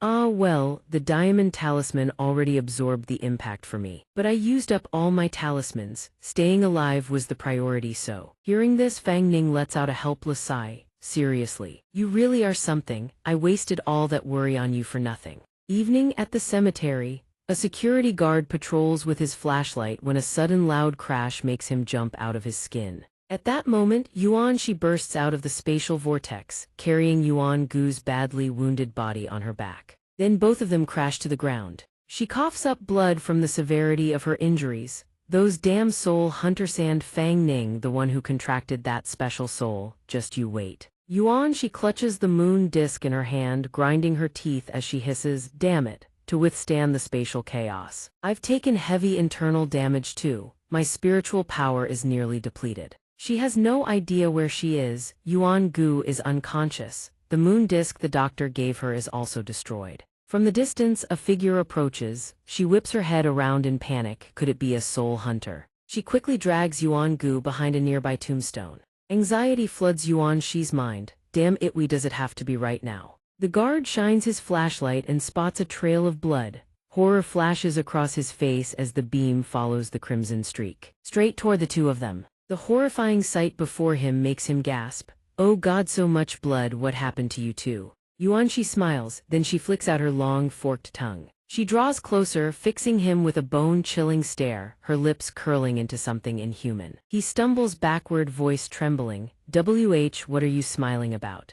Should I call an ambulance? Yuan Shi narrows her eyes at him. In the next instant, she transforms into her serpent form, scales rippling across her skin and lunges forward, her tail coiling tight around his body. He screams in pure terror, snake, help, somebody help me. No, his shrieks echo through the cemetery, wretched and desperate, but no one comes to save the unlucky man. After she finishes him off, Yuan Shi drags her tongue across the blood smeared on her face. She throws her head back and laughs with twisted delight. So what if I lost an arm? Yuan Long, today I've finally got something on you. Once the doctor loses faith in you and lets us split your spiritual power, I'll secure my place as one of the upper 3 guardians. Fireworks burst across the night sky. Deep within the cemetery, Yuan Shi's eerie laughter lingers in the dark. Across the city, every household sets off fireworks in celebration. On the street, Jiang Li gazes at the spectacle, eyes wide with wonder. Husband, what day is it today? It looks so lively. He answers, Dragon Boat Festival maybe. I was always alone before, never paid attention to any of this. Below them, the crowd watches the fireworks with joyful faces.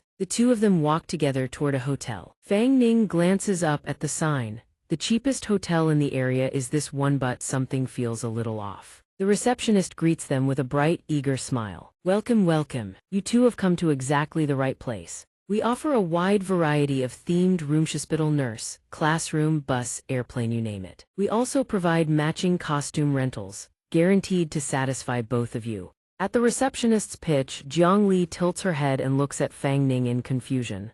Themes. He forces an awkward smile at the receptionist. Just give us the cheapest room you have. We're just here to sleep. Meanwhile, his mind races. I wonder how much I'll have to compensate this time after Yuan Shang blew everything up. better pinch pennies. The soul hunters probably won't reimburse me for this one. The receptionist quickly hands over the key card. I wasn't wrong, was I? You did come here to sleep. What else would you do at a hotel, right? The moment the two of them disappear from view, the receptionist's face darkens, a sly grin spreading across her lips. A handsome young man and a gorgeous girl, looks like prime merchandise tonight, should fetch a nice price. In a pitch-black room, she watches every corner of the hotel rooms through surveillance cameras. She stares at the screens, eyes gleaming with sick delight. Inside Fang Ning's room, Jiang Li steps in and looks around with undisguised curiosity. Fang Ning flops onto the soft bed and lets out a long sigh of relief. Finally some peace and quiet, he can actually rest today. He's savoring the moment when something suddenly clicks. His eyes snap wide open. Fang Ning looked up puzzled. Is something off about this place? Meanwhile, Jiang Li was still scanning the room. After looking around every corner, Jiang Li puffed out her cheeks and answered right away. Doesn't like being watched. Fang Ning's eyes widened in surprise. What? Fang Ning shot to his feet, eyes sweeping the room with sharp vigilance. His mind raced so it wasn't just paranoia. Ever since they stepped into this room, he'd felt like someone was watching. He had dismissed it as a trick of the nerves. But if hadn't spoken up, could it be that Shang Yuan was tracking their location? Meanwhile, on a computer screen displaying their feed, a figure sat in the dark, quietly observing. A sly smile crept across her lips. What luck today, a clip of this couple should fetch a nice price. The words belonged to a short-haired woman caked in heavy makeup. She was practically giddy, especially over that pale-skinned girl, quite the looker. Seems like they're into cosplay. Young people these days love that kind of thing. Suddenly the screen before her flushed red. The image blurred, distorted, and within seconds it vanished entirely, nothing but static. As if the camera had died. She smacked the computer a few times, muttering in confusion. Why's the feed gone? While she fumbled in panic, the screen flickered back to life, displaying an image taken from directly behind her. A chill crawled up her spine, something horrifying was right behind her. Her blood ran cold. Impossible, she thought. I never installed a camera at that angle. Face ashen, she whipped her head around in terror only to find nothing.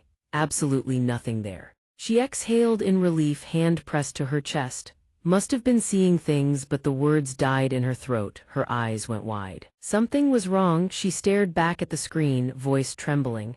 Why is this feed still showing the view from behind me? And why is the angle closer now? I just turned around, there was nothing there, she screamed in mounting dread. The image on the screen crept closer and closer to her head. What the hell is going on? What is this? Then the image shifted. From behind her own back, a face emerged, grotesque, drenched in blood, staring straight at her with a sickening, haunting grin. She shrieked at the top of her lungs, tears streaming down her face. Back in Fang Ning and Jiang Li's room, every hidden recording device had been located and removed. Fang Ning stared at the pile of equipment on the table. So that's why this hotel was so cheap. He looked up at Jiang Li, who hovered in midair, and let out a long sigh.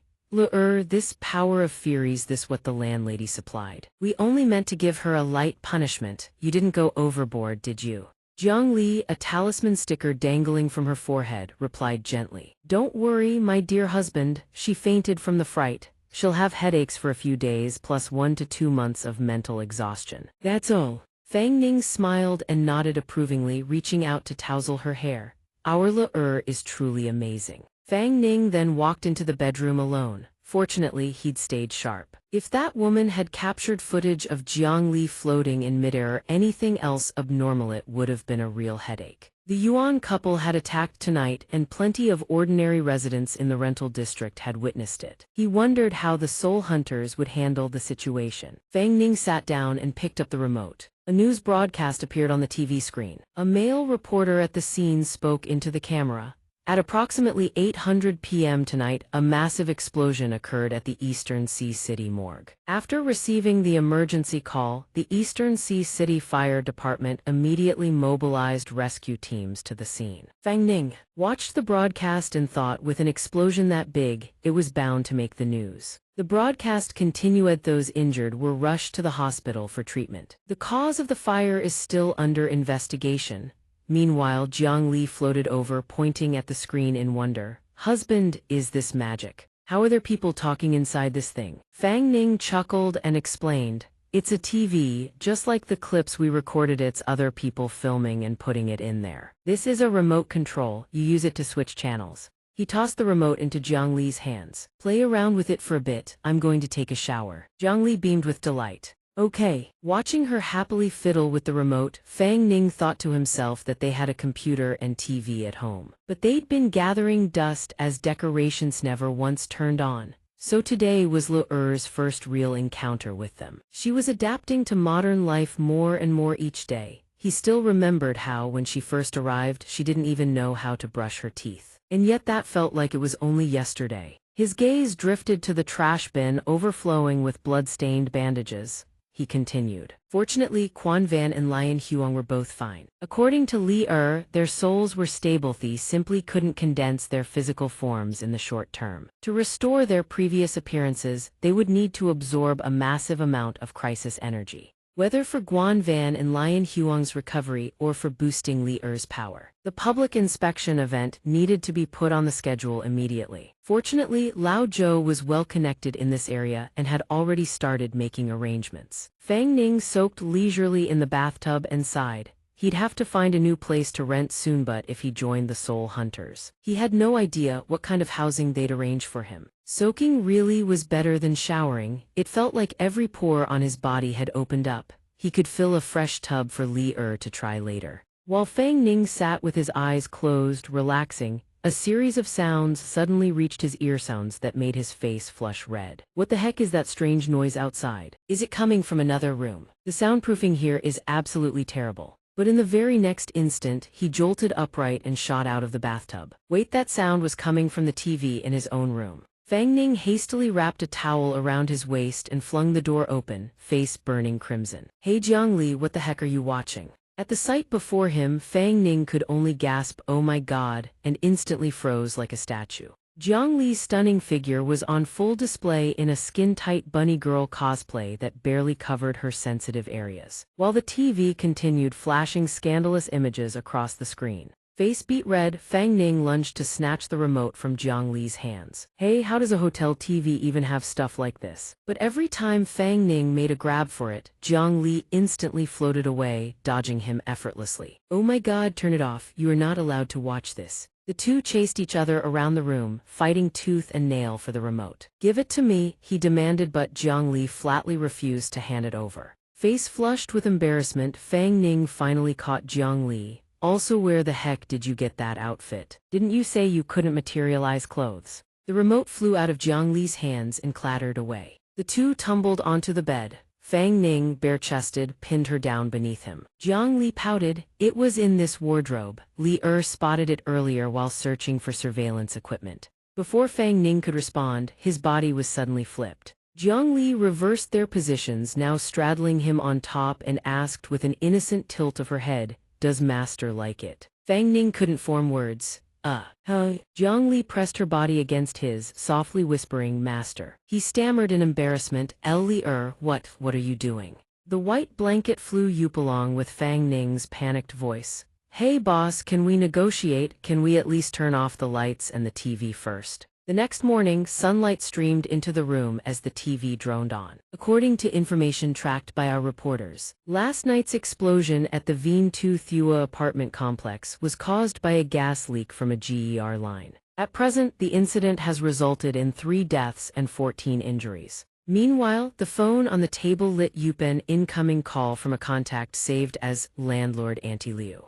Jiang Li, still drowsy in bed, picked up the phone. "Hello, Auntie Liu." Whatever the person on the other end said, Jiang Li replied. "Yes, don't worry, I won't run from the compensation, I'll definitely pay you back." But she immediately screamed. She froze solid. "What? $1 million in neighbor damages too? I have to cover that." Jiang Li could only cry in resignation. "Fine, I understand," she reluctantly hung up. Fang Ning picked up the phone and sighed. He had barely scraped together some money from that case Du Feng had commissioned. Now they were back to square one. Even the earnings from the video had been poured in and they still owed a bit on top of that. A sudden knock at the door cut him off, probably the clothes he'd ordered. He hurried to the door and took the shopping bag from the delivery person. A while later, Jiang Li finally stirred awake, eyes still groggy, her clothes rumpled and disheveled. Fang Ning asked, sleepyhead finally awake. He was sitting on the bed reading the news. He turned to her and said, "These are the clothes I bought for you. Hurry up and change." A beautiful dress was instantly enveloped by a gentle blue aura of magic. In the blink of an eye, the dress was already draped over Jiang Li's body. The two sat chatting. Fang Ning turned to Jiang Li and asked, "Last night you said that after our soul contract merged, you'd enter a very long period of weakness." Jiang Li quickly replied, "That's right, Master must have felt it too, hasn't he? The spiritual power I had accumulated is almost completely drained. Even so, it's going to be very difficult for us to exert our power during this period. But even without my power, Li will do everything in her ability to protect Master." Hearing this, Fang Ning's expression darkened with worry. "What? But the Soul Hunter exam starts in 4 days. When the Soul Hunter people come next time, regardless of whether I ultimately decide to join or not, I need to have at least some ability to defend myself. If only I knew where to find souls that could replenish Li Er's soul power." Suddenly, the phone rang. Fang Ning's face instantly lit up as he answered cheerfully. "Hello, Director Wanga's the video payment hit my account yet?" "Perfect timing, I'm strapped for cash right now." Director Wang hastily denied it on the other end. "Ah, Mr. Fang Ning, the payment hasn't come through yet. I'm calling about something else entirely." Fang Ning was mildly surprised by what he heard.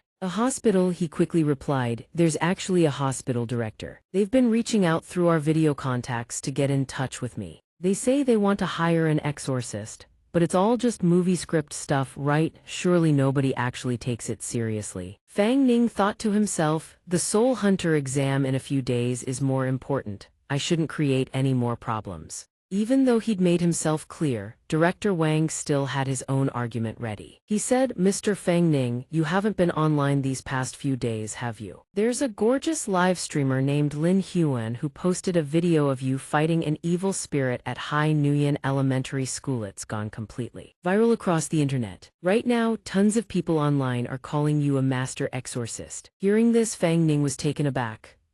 He recalled the incident and laughed. "Oh, that video, I just gave it to them for promotional purposes. It actually went that viral. It's all fake, just special effects from the Xianxia master. You don't actually believe it, do you?" He continued, "As for the hospital director you mentioned, just tell him I'm on vacation and don't have time." Sensing his reluctance, Director Wang said regretfully, "They're offering a fee of 800,000. So Mr. Fang Ning, you really don't have any time. I understand, I'll go ahead and turn him down then." The moment Fang Ning heard that amount, he immediately changed his mind. "Wait." His eyes lit up as the gears turned in his head.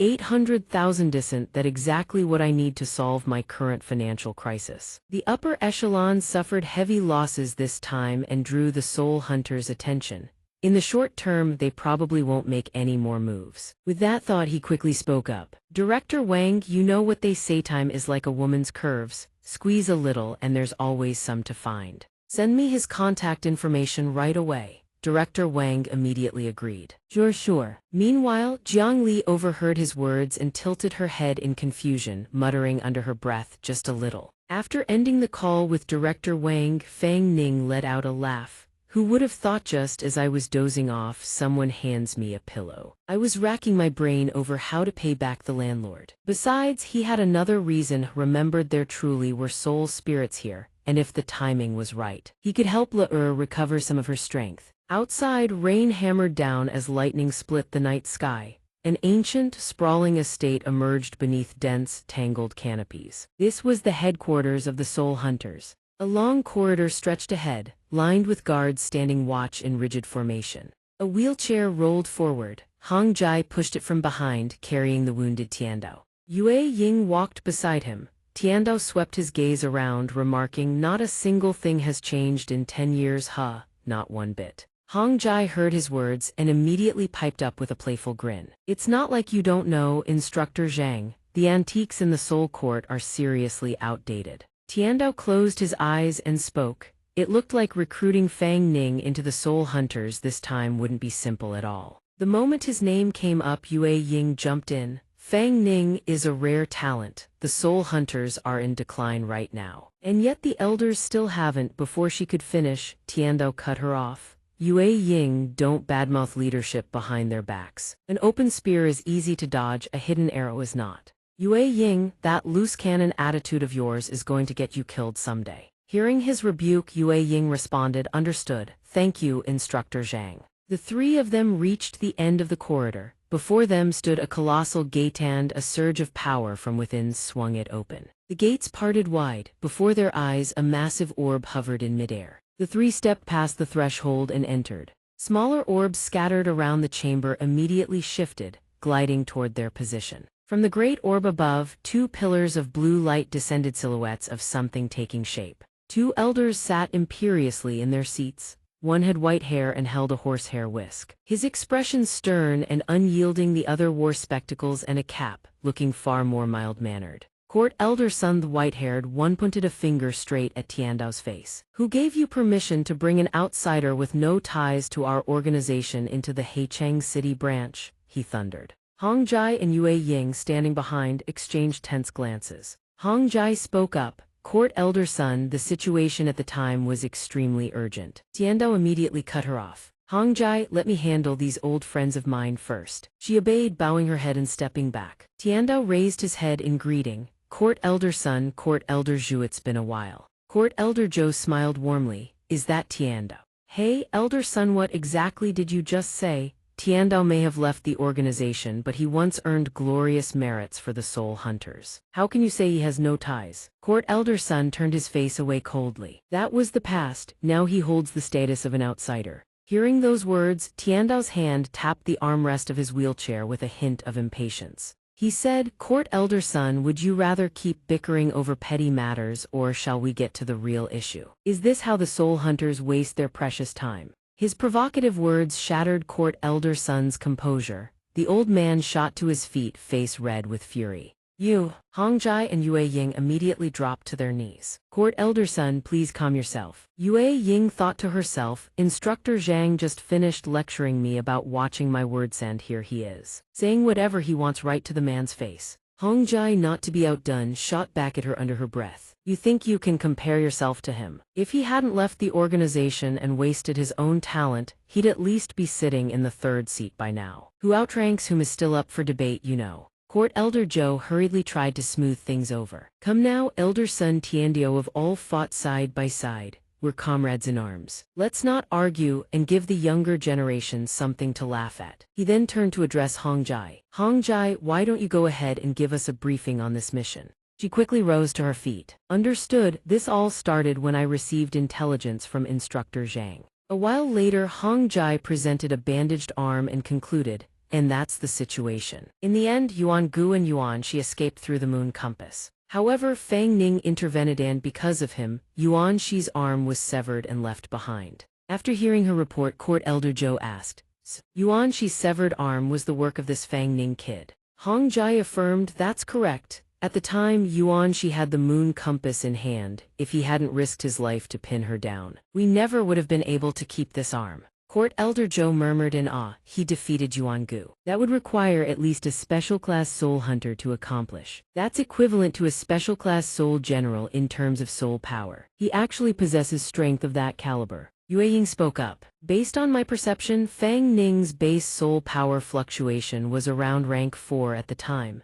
He likely used some kind of secret art, which boosted his combat strength up to rank 6 or 7. But the duration is extremely limited. After the technique wears off, he falls into a state of severe weakness." Court Elder Zhou stroked his chin in thought. Judging by his file, had just turned 20, even with an amplification art. That kind of innate talent is extraordinarily rare. On the other side, Court Elder Sun slammed his hand down. "You said he's critically weakened after using his secret art, so why didn't you seize him right then and there?" Yue Ying responded with a furrowed brow. "Court Elder Sun, why on earth would we arrest him? Fang Ning fought alongside us against Yuan Shi. He is not an enemy of the Soul Hunters." Court Elder Sun let out an incredulous laugh. "Not an enemy. From what I've gathered, he may have a rank 6 spirit bound to him. Have you forgotten what it means to be a soul hunter?" Court Elder Zhou beside him looked taken aback. "What? A rank 6 spirit?" Tiandao, who had remained silent until now, finally spoke. "Court Elder Sun, where exactly did you obtain this information? It was never mentioned in the mission report I had Hong Jai submit." The elder waved his hand dismissively.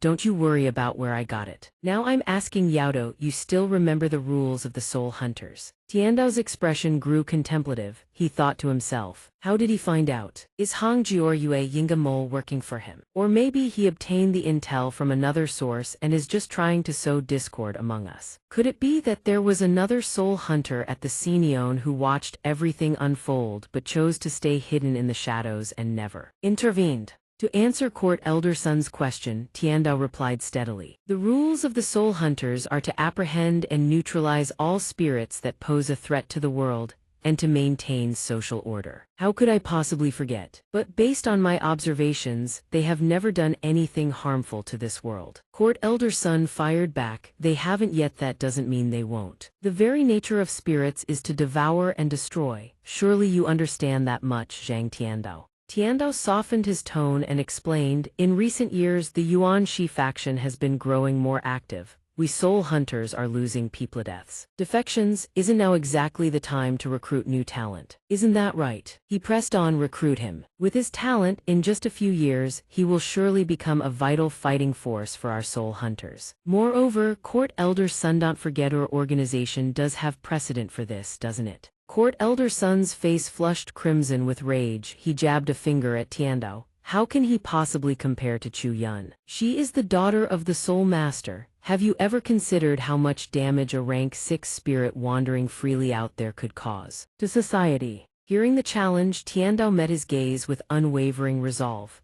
I trust him. My life was pulled back from Yuan Gu's grasp because of him. If anything goes wrong, I will take full responsibility. Court Elder Sun scoffed, and what exactly do you think you can do about it? In the meantime, Director Zhou remained perfectly calm and asked him again, Tiandao, can you really guarantee the containment of an unstable level 6 soul? He replied with absolute conviction, absolutely. I have complete faith that my read on Fang Ning won't be wrong. The kid's talented with real potential. If we want to take down Xuansheng, he could become the sharpest blade in our hands. Hearing the conviction in his words, Director Zhou placed his trust in him. Fine Tiandao, I trust your eye for talent. Speaking of which, there really is someone perfectly suited to test him. Have Chu Yun make the trip. Tiandao responded without hesitation, agreed. After all, no one among our beast soul hunters is better suited to assess Fang Ning than her. Director Sun didn't voice further objection either. He said grudgingly, Old Joe, since you've already decided, I won't say more. But I'll report everything from today's meeting to the Beast Master in full.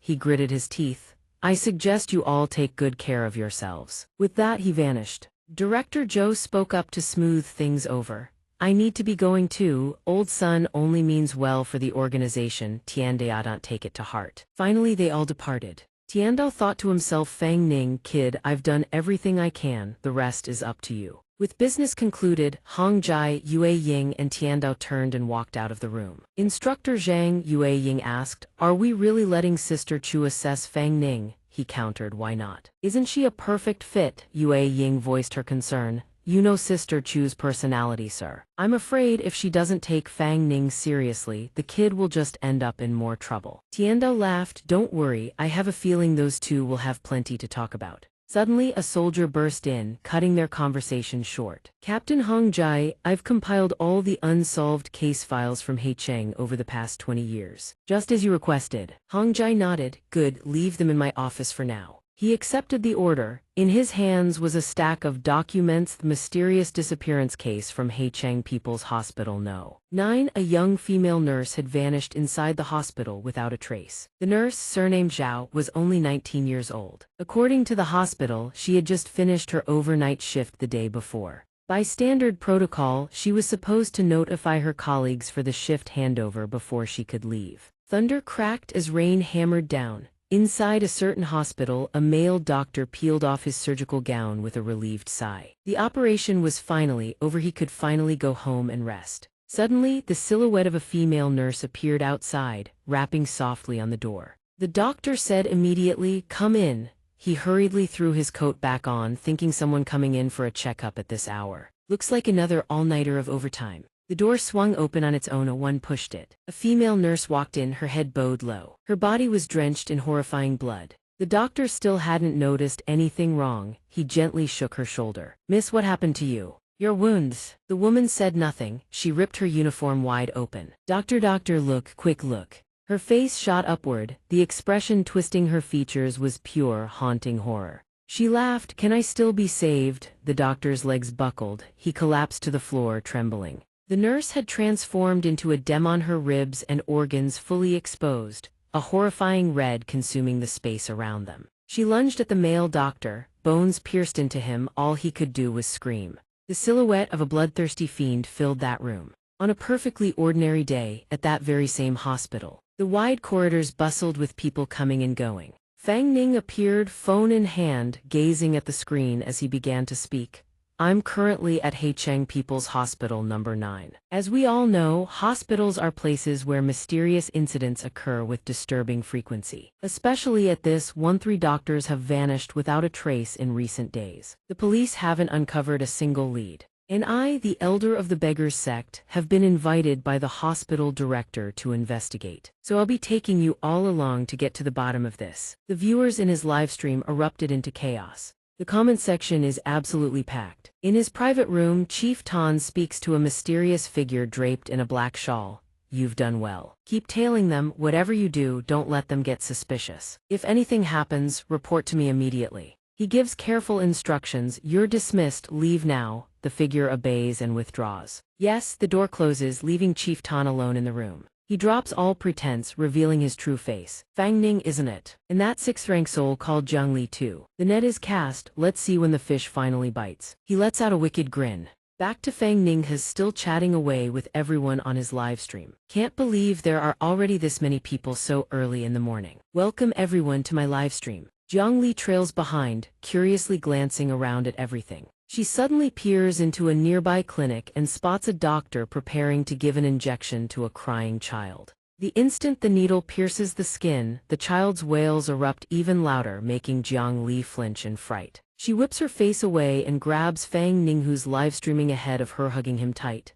Master. It hurts. Fang Ning is caught off guard. Zhang Li's face has already ended up on the livestream screen. The comment section explodes with viewers buzzing about the two's relationship. Zhang Li hastily drags Fang Ning into the room from earlier. Engia Heap shouts, let go of the child, you villains aren't allowed to stab him again. The doctor, the mother, and even the child all stare in shock, bewildered by what's happening. Fang Ning quickly pulls Zhang Li aside and awkwardly apologizes. I'm so sorry for the trouble. Zhang Li still doesn't understand what just happened. She asks him, confused, Master, weren't we supposed to rescue the child from those evil people? Fang Ning quickly explains, whispering into her ear, that was an injection. It's how they treat sick children. Only then does Zhang Li finally understand. The two arrive at the hospital's front desk. Fang Ning asks, excuse me, where is the department chief's office? He has an appointment with me. The experienced older nurse smiles warmly and replies, would you be Mr. Fang Ning? Just turn right up ahead. The department chief is already waiting for you. She adds a gentle reminder. Per hospital regulations, filming is not permitted on the premises. Hearing her response, he thanks her and turns to leave. Thank you. Don't worry, I'll sort out the filming issue with the department chief. The moment Fang Ning walks away, the young nurse beside her immediately turns to ask Nurse Zhao. Head nurse, is that the master the hospital director mentioned? Why is he still live streaming? Doesn't exactly inspire confidence. She replies calmly, I heard the director spent a fortune hiring him.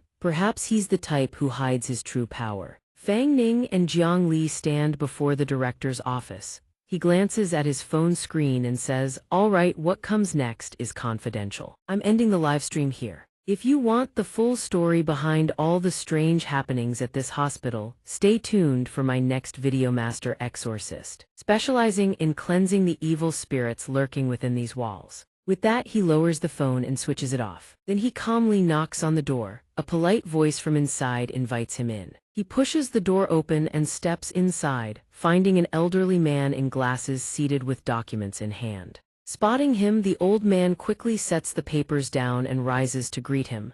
Master Fang Ning, you've arrived. Come have a seat. He invites his guests in. Fang Ning speaks politely, please don't call me master, just call me Fang Ning. The director also notices Zhang Li sitting beside him, and this lovely young lady is. He doesn't hesitate, simply pointing at her. Allow me to introduce her, thighs is my fiancée, Zhang Li, she's also my assistant. the director doesn't beat around the bush either. Cutting straight to the point. Young Mr. Fang, surely you already knew something about our hospital before coming here, correct? But in truth, these mysterious disappearances didn't just start recently. He is taken aback. The director continues, starting from 40 years ago there were already rumors in the hospital that once every 5 years, some kind of bizarre phenomenon would occur within these walls. Either 1 or 2 doctors would drop dead without warning, or a nurse would be so terrified she could no longer speak and eventually lost her memory entirely. At first, nobody paid any attention to it. After all, doctors and nurses like us work grueling hours under immense pressure. Sudden death or mental breakdowns, those were considered perfectly normal. The director falls silent. After looking into these cases, the police told us there was nothing suspicious. So we dismissed them as just ordinary rumors and moved on. His expression turns grave, but this year is different. Fang Ning chimes in, I know about this. I did some investigating before coming here. 3 doctors went missing for 3 consecutive days with no explanation whatsoever. The director lets out a heavy sigh. Yes, all 3 of them were brilliant young talents. They were the rising stars of our hospital's medical team.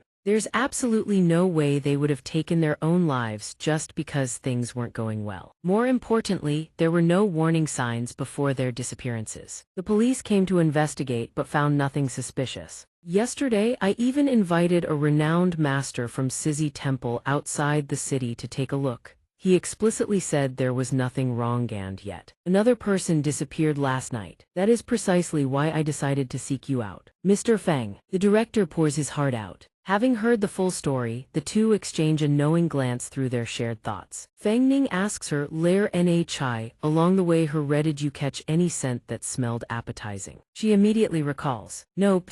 There's a pungent, acrid smell everywhere, doesn't smell good at all. Fang Ning thinks to himself that sharp, acrid smell Lair Nha picked up is probably the stench of something rotting. Cases like this might not be caused by spirits at all. There's a real possibility a human is behind it. Seeing him go quiet, the director hastily offers, Mr. Fang, what's holding you back? If the problem proves too difficult, we can absolutely increase the payment. He's surprised more money. Fang Ning immediately perks up with enthusiasm. Rest assured, sir, leave the exorcism to me. I'll definitely get to the bottom of this. As for the reward, I heard from Wang Dao that the director hastily cuts him off. 800,000. Based on the circumstances, we can add another 100,000 on top of that. Mr. Fang, if you can resolve this as quickly as possible, just figuring out what exactly we're dealing with, I'll send an additional bonus your way. Fang Ning agrees cheerfully. Please rest assured, leave everything to me. I guarantee your hospital's doctors will no longer have to save lives while trembling in fear. He secretly thinks to himself, this old man is quick on the uptake.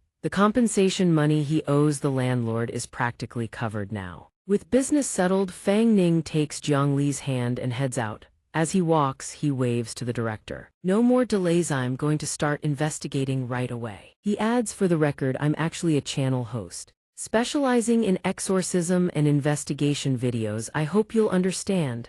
The director agrees without hesitation. No problem at all. The 2 close the door behind them as they leave the director's office. He remains standing there, still smiling as he watches them go. On the desk lies the folder from earlier. From beneath the bottommost page, a corner peeks out, clearly labeled Shangyuan Foundation Fund. Fang Ning and Jiang Li walk out into the hospital corridor. Jiang Li says to him, husband, there's a sharp, acrid smell everywhere here. Is there really anything good to eat in this place? He replies, who knows, but these paranormal incidents have been happening once every 5 years for the past 40 years. If a human is behind this, just how deep would the grudge between them and this hospital have to be? Besides, 40 years is a long time. Soul hunters should have come to investigate the situation here ages ago. It's not like they're pacifists after all. Every corner of the hospital is monitored by surveillance cameras. If it were a human, there's no way there wouldn't be a single clue left behind. He gently rubs Jiang Li's head. After thinking it over for a good while, he concludes it must be spirits causing the trouble. They have just been hiding their tracks exceptionally well. Once we find this thing, I'll definitely treat Lair Nha to a proper feast. Jiang Li lights up with excitement. So husband, how exactly do we find it? Fang Ning answers with confidence. Simple, since the paranormal event started 40 years ago. All we need to do is find the doctors and nurses who have been working here the longest. The ones who have been at this hospital the longest will know. Jiang Li's eyes go wide with admiration. Exactly. Oh husband, you're so clever. The two burst into laughter, perfectly content, right there in the corridor. Everyone around them stares with bewildered expressions. A doctor wearing a surgical mask appears on the camera screen. 40 years ago, let me think. The biggest event that year was probably the nationwide infectious disease epidemic, wasn't it? Fang Ning immediately presses further. An epidemic? What about anything else? The doctor turns back to his work, answering indifferently. There were too many things going on. But I don't recall anything particularly noteworthy happening. Hearing this, the two set off to find others. An older cleaning lady appears on screen. 40 years ago, that was the youth I lost, dear. Fang Ning is left speechless. The old lady turns and teases them both. Young man, young lady, you two make such a perfect couple. So when's the wedding? What? Come, let me tell you two a thing or two about marriage. The cleaning lady pulls Jiang Li aside and starts whispering all sorts of stories into her ear. Jiang Li is all too receptive, pulling out a notebook and pen. She scribbles away nonstop, leaving Fang Ning standing there utterly helpless. The two continue searching for information. An elderly nurse appears on the screen. She shakes her head. 40 years ago I was still in school. How would I know what happened back then? There are always tons of ghost story rumors floating around though. Every hospital has those kinds of stories, doesn't it? Strange stories. Suddenly, Sister Zhao, sitting behind the reception counter, calls out just as the two of them are about to leave. Oh, wait a moment. Now that you mention 40 years ago, I just recalled something. I'm not sure if it'll be of any help to you. Fang Ning turns back. Oh, tell me. The three of them sit together in a private room. Sister Zhao begins her story. 40 years ago, a young doctor at our hospital resigned. She takes off her cap and continues. Honestly, I've always suspected that the bizarre phenomena occurring every year in this hospital are very likely connected to that incident. Fang Ning asks Sister Zhao, a young doctor resigned, what's strange about that? Isn't that just a perfectly normal thing? She nods. Yes, people resigning from a hospital is perfectly normal, but Dr. Gu's case was different. Her expression turns grave. Fang Ning doesn't recognize the name. Dr. Gu, who's that? How is he not alike? Sister Zhao answered immediately. Dr. Gu, how should I put it? He was very serious, extremely strict, and most importantly, very handsome. In terms of looks, he was pretty close to yours, Mr. Fang. Dr. Gu was a man with slightly dark skin and wine-red hair. Sister Zhao recalled, I was still young when he first joined the hospital. A lot of female doctors and nurses like us had a crush on him, some even fell head over heels. But 40 years ago, he suddenly resigned. I heard it was because he said he couldn't learn anything more. At the hospital, you know, even veteran doctors don't dare claim they've mastered medicine completely, even after dedicating their whole lives to the field. But he had only been at the hospital for 1 year and he quit for such a ridiculous reason. Fang Ning agreed the reason was indeed strange, but it doesn't seem connected to the disappearance at all, does it? Sister Zhao clenched her hands tightly, her head bowed low. The thing is, when he suddenly resigned, a colleague who was also my close friend vanished along with him. She was actually the first person officially recorded as missing here. Sister Huijin admired Dr. Gu deeply to the point of obsession, even. Fang Ning quickly pulled out a pen and notepad to jot things down, then asked, is there any other information about those two, anything at all? Sister Zhao's face went pale as she recalled, the night she disappeared I was working the night shift, and I think I saw her. I'm not sure if I was seeing things, but Fang Ning noticed her trailing off. But what? Sister Zhao lost all composure, her expression twisting into something fierce. I've tried to forget that scene. I told myself to treat it as nothing but a horrible dream. But that image keeps appearing right before my eyes. She must be trying to send me a message. Jiang Li clutched Fang Ning's arm. He leaned forward, expression dead serious. Auntie Nurse, what exactly did you see? Sister Zhao's face twisted in horror as she forced out each word. I saw in the hallway that night me closest friend seemed to be floating through empty air, her back turned toward me, and beneath her, something was trailing on the ground, like blood and gore, her organs spilling from her stomach. And her heart, it was still beating. The instant Sister Zhao finished speaking, a door creaked open behind them. Her face locked in a rigid mask. Everyone gasped in unison, all of them shaken by the story. A hand flipped the light switch on. A young nurse with golden hair and striking blue eyes stood in the doorway. Sister Zhao, are you in here? Why did you pull the curtains shut in broad daylight? It looks so gloomy in here. They all scrambled to their feet. Sister Zhao hurriedly put her cap back on, forcing a smile. We were just sharing some old stories, needed a bit of atmosphere, you know. She glanced at the clock on the wall. It was past 10 and rushed. I need to get back to checking on the patients. She turned to Fang Ning with a trusting look. I hope what I told you helps, even just a little. He nodded in reply, thank you, you must be busy. We'll come find you again if we have more questions. With that, Sister Zhao left. The young nurse turned to Fang Ning. Was Sister Zhao telling the story about Sister Huijin's disappearance again, about her best friend, about the organs dragging on the floor and then floating like that? Fang Ning was taken aback. How do you know about that? Wasn't that something that happened 40 years ago? The young nurse answered honestly, Sister Zhao has been telling that story to everyone for years now. The first time I heard it, I was terrified too. She covered her mouth and whispered to them. After that, I heard from the senior staff that the police actually took the lead very seriously at first. A missing person case could very well be a homicide. But the police ran a luminol test and found that the spot she described had absolutely no traces of blood. You know how sensitive luminol testing is. It can detect blood at a concentration of just 1 part per million. No matter how experienced a criminal is, there's no way they could erase every trace within just a few days. So the police concluded that everything she described was just a product of her imagination. Besides, how could a person just float in midair? Organs trailing bloody across the floor, yet the heart is still beating. The young nurse sighed, it's just way too implausible. My guess is she probably dozed off and had a nightmare during overtime. Fang Ning replied politely, thank you for the heads up. We'll take all of this into consideration as our investigation continues. The young nurse didn't say anything else. She gave them a small wave. Then she walked over to the bookshelf to look for something. Fang Ning thought to himself, if this is a spiritual entity, it normally wouldn't leave behind bloodstains.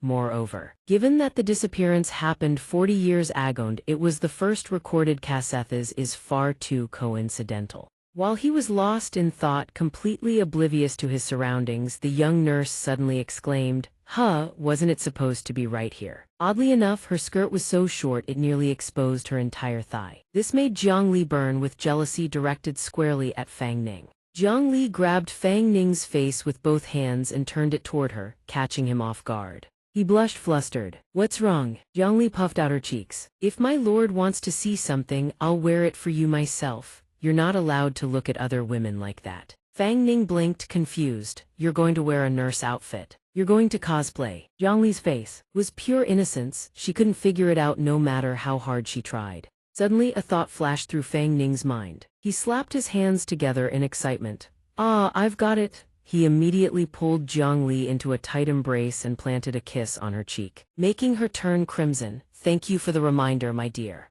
Jiang Li hurriedly pushed him away, embarrassed. My lord, there are other people here. The young nurse teased them from the side. Go right ahead, don't mind me, I didn't see a thing. Fang Ning grinned and said to Jiang Li, I just suddenly thought of a way to lure out the evil spirit so I couldn't help myself. Jiang Li tilted her head, puzzled. A method? He patted her shoulder. It's all thanks to you, Layer, mentioning the nurse outfit. That spirit keeps targeting young, handsome doctors, so I can easily disguise myself as a doctor and bait it into coming for me. Then Fang Ning, utterly narcissistic, for the sake of world peace, I am willing to sacrifice this peerlessly stunning face of mine. This made the young nurse blurt out in disbelief. What the hell? How did the tone shift that drastically? He turned to the young nurse. Miss, will be counting on you to set the stage. She can only manage. The nurse could only say, fine, fine. Jiang Li kicked Fang Ning in annoyance, urging him to focus. 2 sets of doctor and nurse uniforms were neatly folded and ready. The young nurse handed them over, then turned to leave.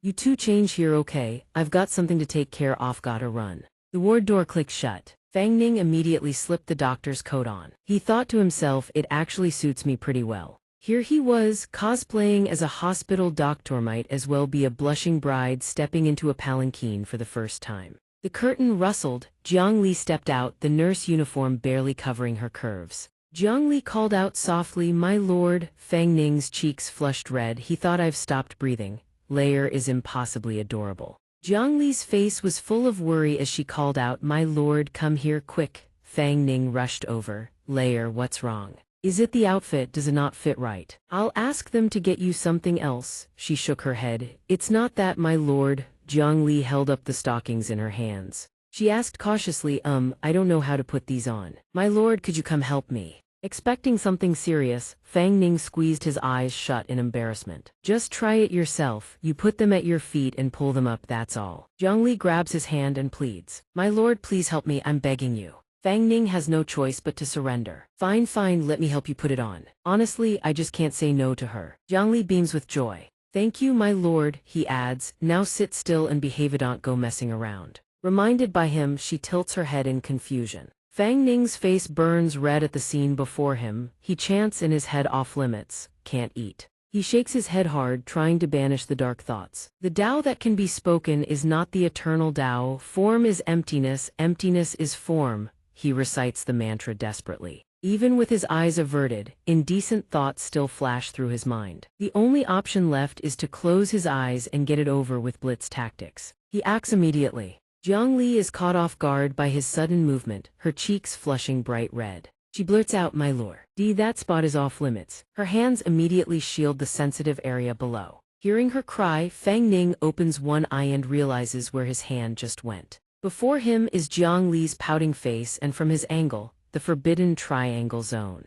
He stammers awkwardly, that was an accident. Look, see, putting it on this way is easy, right? The rest you can manage on your own. Jiang Li takes the stockings from him and replies, all right. As she slides the stockings on, she wonders, are these things so long and tight? Getting them on is a struggle. And the straps are unbearably uncomfortable. Fang Ning sits outside the curtain and calls out, Lair Nhi. Are you done yet? The curtain is swept aside. Jiang Li stands in a complete nurse's uniform, utterly captivating. She walks over and settles onto Fang Ning's lap. He startles, what do you think you're doing? Jiang Li's face is pure innocence. I saw a nurse on TV wearing this exact outfit, and then she sat on the doctor's lap just like this. Fang Ning is exasperated. What TV show? Don't tell me she was watching that at the hotel yesterday. Jiang Li leans in close. That's right, when my lord was asleep, Lair Nhi flipped through the channels for a bit. He thinks to himself, I really shouldn't have cheaped out on a budget hotel. Fang Ning flicks her on the forehead. She's really something else. How many times do I have to tell you? Not everything on TV is something you should copy. Now get up, we have got real work to do. A bump rises on her head. She lets out a soft whimper. Night falls on the hospital. The corridors lie in eerie darkness as Fang Ning and Jiang Li move through the shadows. He marvels at how bustling it was during the day. Yet at night, aside from the internal medicine ward and the ER on the first floor, every other area is virtually deserted. He turns to Jiang Li and speaks. Lair Nhi, let's start recording. He wonders to himself, can we catch a malevolent spirit on camera tonight for the opening footage? Whatever happens, he can always edit it later. Fang Ning straightens his posture and appears on screen. Hello everyone and good evening. It is now 2:00 a.m. I'm currently standing in the surgical ward of Haicheng City Hospital number 9. At this hour, most doctors and nurses have gone home. As for me, I'm here at the hospital director's request to investigate the mysterious disappearance of a doctor. His face takes on a grim, unsettling expression. Based on today's investigation, I've identified a preliminary suspect behind these bizarre incidents. A flashlight casts an upward glow across his face. It all began with the sudden resignation of a brilliant surgeon and the mysterious vanishing of a nurse who had fallen for him. Fang Ning narrates as he walks. They say these disappearances only happen once a year. In my assessment, this malevolent spirit probably isn't that powerful. It needs time to accumulate energy before it can fully manifest.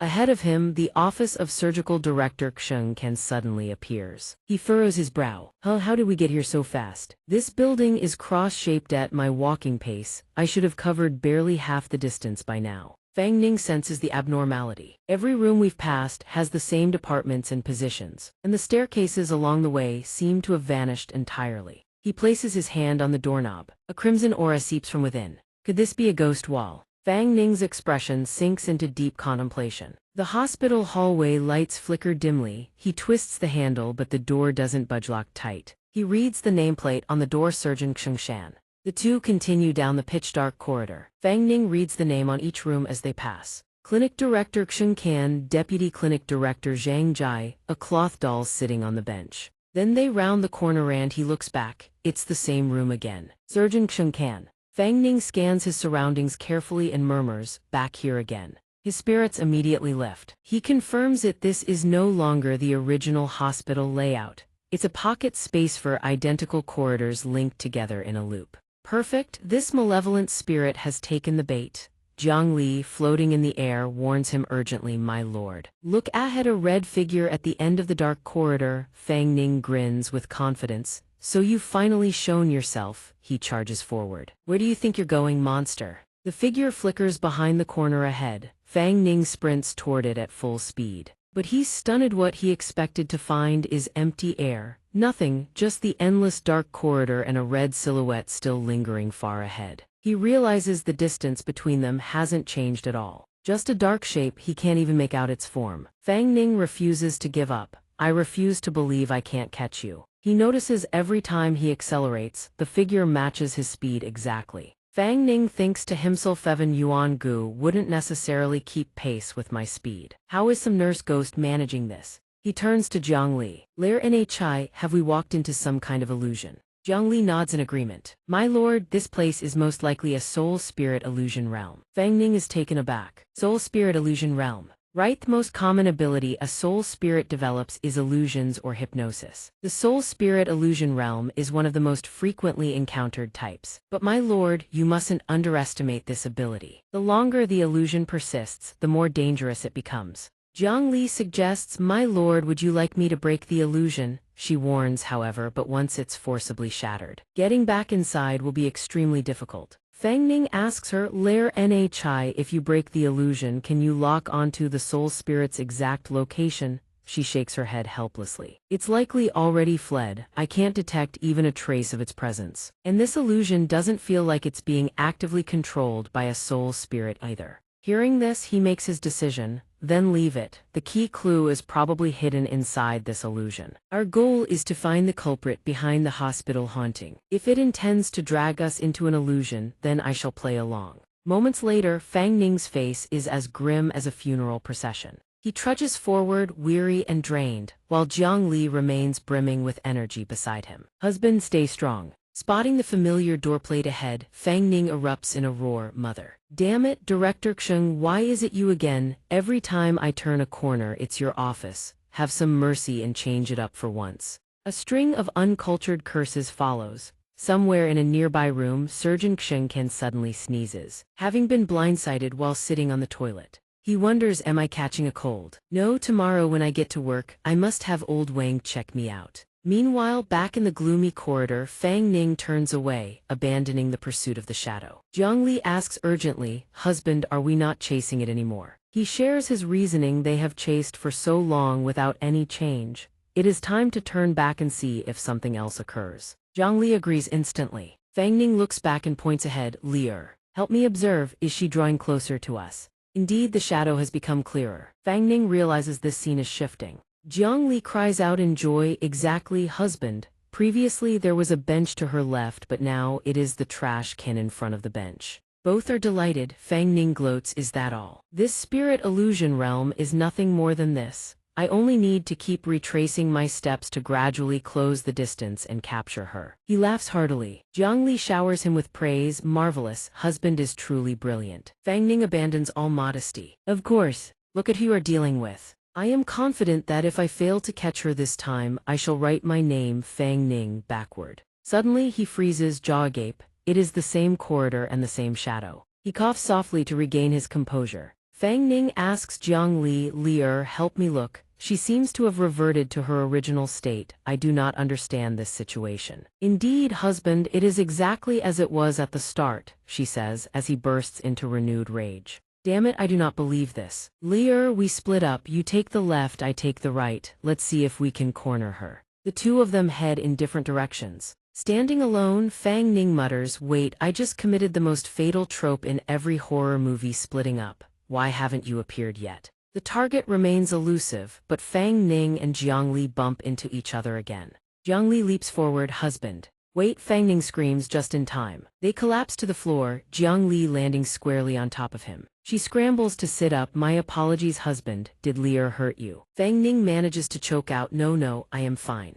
Jiang Li asks innocently, "Husband, what do you have in your pants? Why is it so hard? It is so uncomfortable." Fang Ning tenses up and whispers, "Get off me first." Once composed, Fang Ning asks Jiang Li to focus.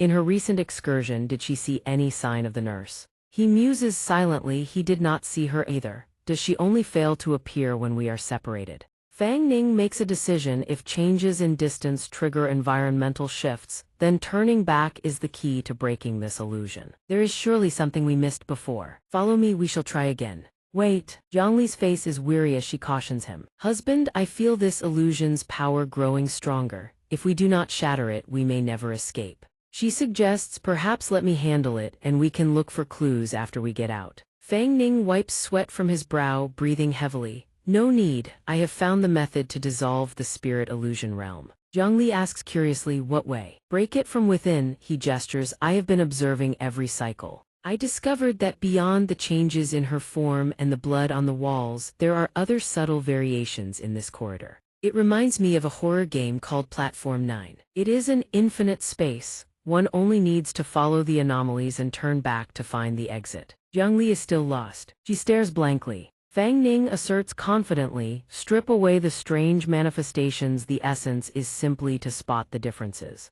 Li stick close. Every time we spot a discrepancy from the original hall, we immediately turn back. In the next iteration, the evil spirit will be closer, and the blood on the walls and floor will be more abundant. During the last run, I found a pair of blood-stained gloves in this empty room.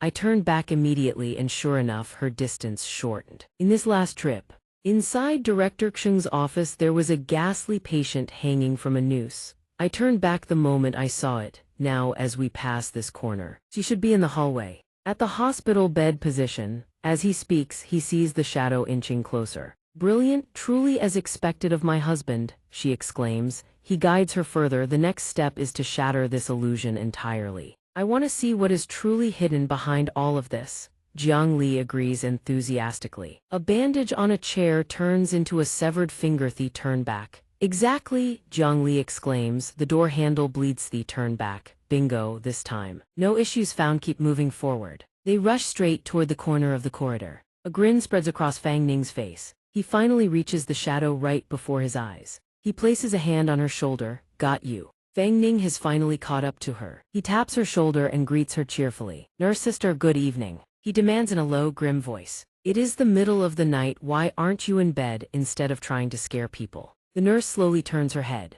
Fang Ning is stunned by her appearance. The nurse, Su Huijin, who vanished 40 years ago, wears a torn uniform, exposing her chest and abdomen. Hey, can we be a bit more professional? Fang Ning sighs awkwardly. Why don't you pull your collar up first? He cautiously probes her. You are the mastermind behind all these ghostly occurrences, aren't you? Her body trembles. Huijin's face twitches mechanically, eyes turning blood red, lips a bruised purple. Dr. Gu, is that you? You have returned. She approaches him with joy. I am Su Huijin. I have always been here waiting for you. Suddenly she screams and grips Fang Ning's face. No, you are not Dr. Gu. Huijin twists her neck 180 degrees, her face twisted in rage. Then who are you?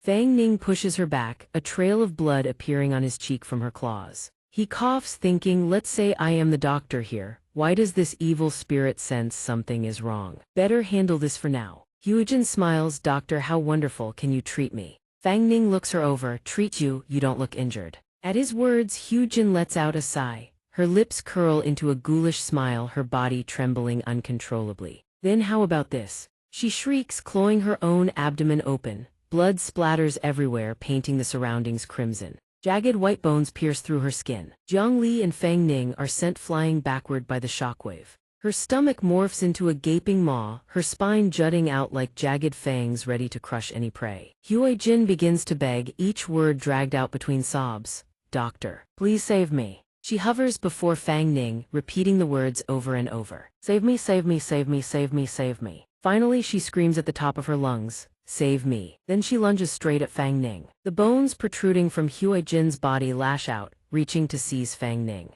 Jiang Li warns him anxiously, my lord, be careful. Fang Ning doesn't flinch at the horrifying sight. His mind races. Jiang Li's spiritual power is running low. He needs to end this fast. He raises his fist, roars, and throws a punch that sends her flying. Get lost. The blow slams her into the wall, cracking it on impact. Hue Jin's body reverts to normal. Yet she still doesn't go down. She scrambles to her feet as bone fragments continue to sprout, sending rubble and dust hurtling toward Fang Ning and Jiang Li. Suddenly, the bones retract and coil back into her stomach. Fang Ning senses something is wrong. A single thought flashes through his mind: danger. Incoming! Hue Jin shrieks once more as the bones explode outward. Sharp chunks of stone, warped by the massive force, become projectiles tearing toward Fang Ning and Jiang Li. Fang Ning surges forward at full speed, weaving past every incoming stone. He channels all his strength into a single strike aimed straight at Hue Jin's face. Take this! Her face contorts.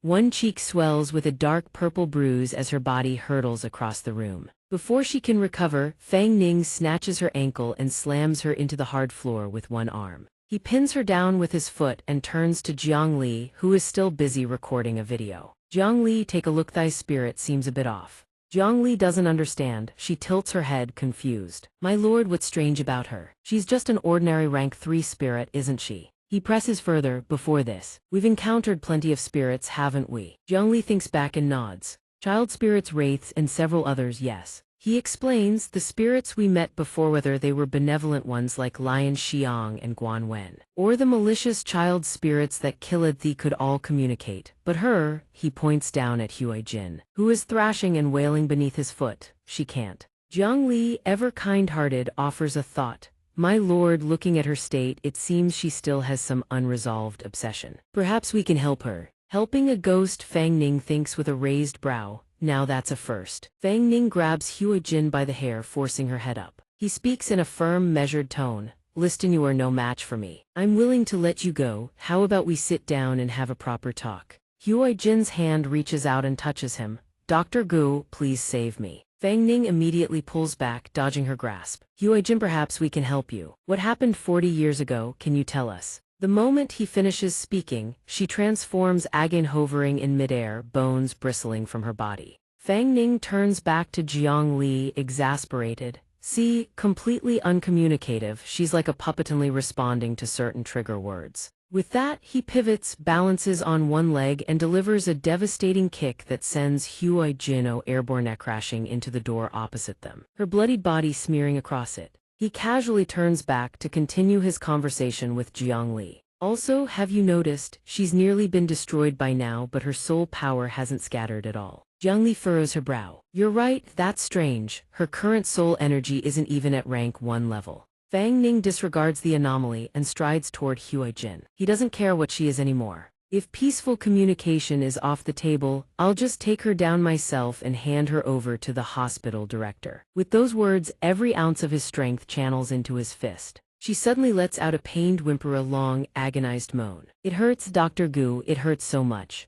Fang Ning's fist stops just inches from her skull. He gazes down at her, eyes cold and unwavering. What's the matter? Not going to attack me anymore? Fine, I'll give you one last chance. I ask, you answer. He glances at the name badge on her uniform, then asks, are you the nurse, Hue Jin, who mysteriously vanished 40 years ago? Seeing her pale face tremble, Fang Ning warns, if you don't answer, I'll take your silence as confirmation. He crosses his arms and continues, who did this to you? What injustice did you suffer? Hue Jin stammers her reply, it was Dr. Gu. Fang Ning steps forward to help her up, probing gently as he does. You keep calling out for Dr. Gu. Was he the one who did this to you? Is that why you haunt this cursed hospital, inflicting the same suffering on the innocent? Hue Jin frantically lifts her head. No, Dr. Gu didn't harm me. Dr. Gu, he was really searching for a secret. Fang Ning's eyes narrow at once. A secret? What exactly was he after? She suddenly clutches at him, her voice rising in panic.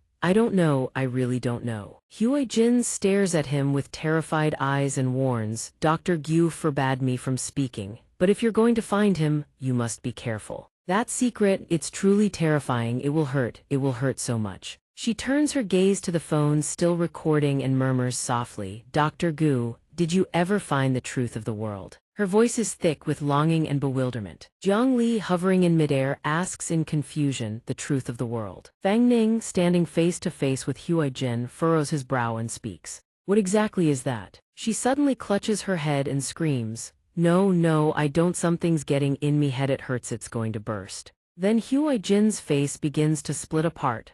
Her skin peels away as her visage tears cleanly in two and drops to the ground. What remains is a horrifying mess of wounds and raw flesh. Suddenly, Huai-jin lunges forward, seizing his hand in a death grip, sobbing, "Dr. Gu, please take me with you, don't leave me behind." Fang Ning stares at the figure before him, equal parts startled and bewildered. What their face? 1,000 questions swirl in his mind. Wasn't it just her stomach before? Dr. Gu, did he really mutilate a girl this cruelly, all for the sake of some so-called truth? She seems to lose her mind entirely, answering her own questions in a manic loop. Wonderful, Dr. Gu agreed. Dr. Gu agreed. In the next instant, Huai-jin throws herself at Fang Ning, wrapping her arms around him with a shriek of joy. Caught completely off guard by the sudden embrace, Fang Ning flinches and freezes in a panic. Hey, stop that, I'm an upstanding man of integrity here. She keeps throwing herself at him in a frenzy. Fang Ning flushes with embarrassment and stammers, "Look closely, I'm not Dr. Gu. I'm not Dr. Gu.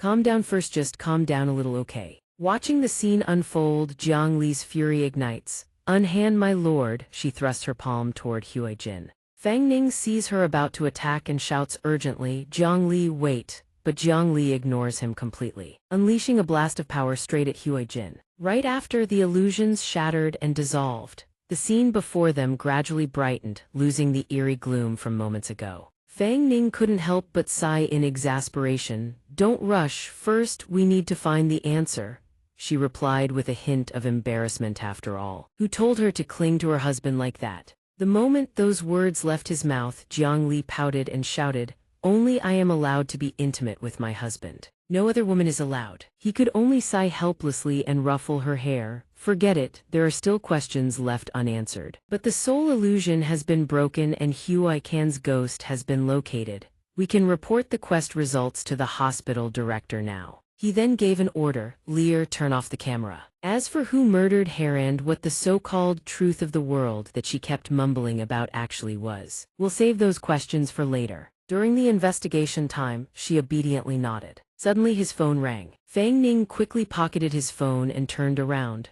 "Let's go, Lear, we'll head back and rest first. Tomorrow we'll report the investigation findings to the director." Jiang Li suddenly grabbed his arm and said, "Then let me fly my husband home." A moment later, she grabbed Fang Ning by the shoulders and lifted him into the air. While airborne, Fang Ning spoke up. "Oh right. Lear, you need to promise me one thing." Jiang Li obediently replied, "Husband, speak." She thought it was some urgent matter, but it turned out he was just telling her not to watch those inappropriate shows back at the hotel. "Understood." Jiang Li answered swiftly with a soft murmured. A while later, at the hotel where Fang Ning and Jiang Li were staying, a phone lit up with an incoming call. A hand quickly reached for it. While Jiang Li was hugging Fang Ning and sleeping soundly, he picked up the phone and answered in a half-asleep daze. "Hello, it's me, Auntie Liu." Fang Ning instantly bolted upright. "I can't scrape together the money this fast." Auntie Liu sounded furious, shouting over the phone. "Hurry up, the repair crew is already here. All the property owners are waiting for your compensation before they can start rebuilding." He scratched his head and replied with a forced smile, "Got it. Got it, got it, just give me 2 more days, thanks, Auntie Liu." After settling Auntie Liu, someone suddenly knocked on Fang Ning's hotel room door. He instinctively eyed the door with caution. Fang Ning walked over and opened it. 3 people stood outside. A blonde-haired guy with a cocky demeanor held a white bedsheet and spoke with arrogance. "Hey, wanna change your sheets? You guys planning to keep staying here? My mom's sick. I'm running this hotel for her for a few days." Beside him were 2 thugs who looked like debt collectors. He didn't want to bother with them and replied coldly, "No need, we're leaving today." As Fang Ning moved to shut the door, the blonde blocked it and sneered, "What's the rush?" He found it annoying but still maintained basic courtesy. "Anything else?" The blonde shoved him aside, grinning like a street thug with a mocking smirk. "The pinhole cameras in this room, you brat, were the one who took them out. So there are 2 issues and that has left your grandpa here very unhappy." Just then he noticed Jiang Li had woken up and continued spewing filth. "Oh, just woke up, did you? You 2 were going at it all night long, huh?" The blonde, utterly lacking self-awareness, slapped his hand down on Fang Ning's shoulder and sneered. "Your girlfriend's quite the looker. Let her hang out with us for a few days and we'll call it even." Otherwise, Fang Ning wasn't the type to be messed with. He grabbed the guy's arm and wrenched it backward. The blonde screamed in pain from the sudden strike. Ow, ithurts, you dare hit me, get him, if he dies it's on me. The two goons immediately charged in with bats yelling, get in there, release the boss. Fang Ning reacted instantly, dodging the incoming attack.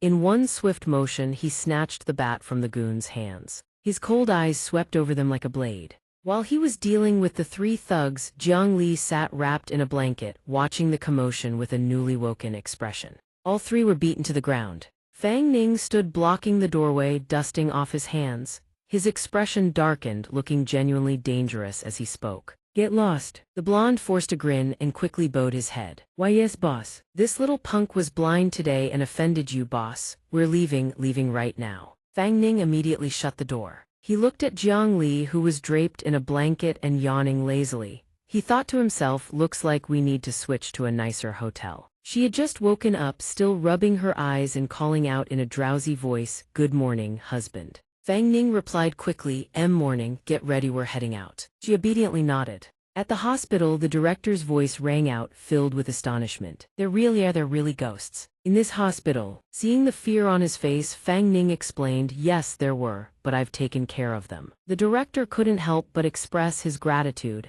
Mr. Fang Ning truly lives up to his reputation. On behalf of all the doctors at this hospital, I thank you for your help. Fang Ning gave a wry smile and said it was nothing. As for the final payment, the director answered upon hearing the question, don't worry about that, I've already arranged it. The money will be transferred to your card by tomorrow at the latest. Seeing everything was settled, Fang Ning stood up and shook hands with the director, saying cheerfully, great, then I'll take my leave. A pleasure doing business. The director quickly followed suit. In the men's restroom, Xianxia stood before the mirror, looking troubled by something. Strange, why have I been sweating nonstop since I started my shift today? Old Wang just checked me out and said there's nothing wrong. Suddenly, Xianxia spotted something in the mirror, and his entire body jolted with shock. His body went rigid, he struggled to speak. I can't move. A handpill with blackened nails reached out from inside the mirror. It was Hua Can. She placed her hand on Xianxia's face and spoke. Doctor, please save me. She repeated the words like a broken record, over and over. Take me to find Dr. Gu, will you? He answered immediately.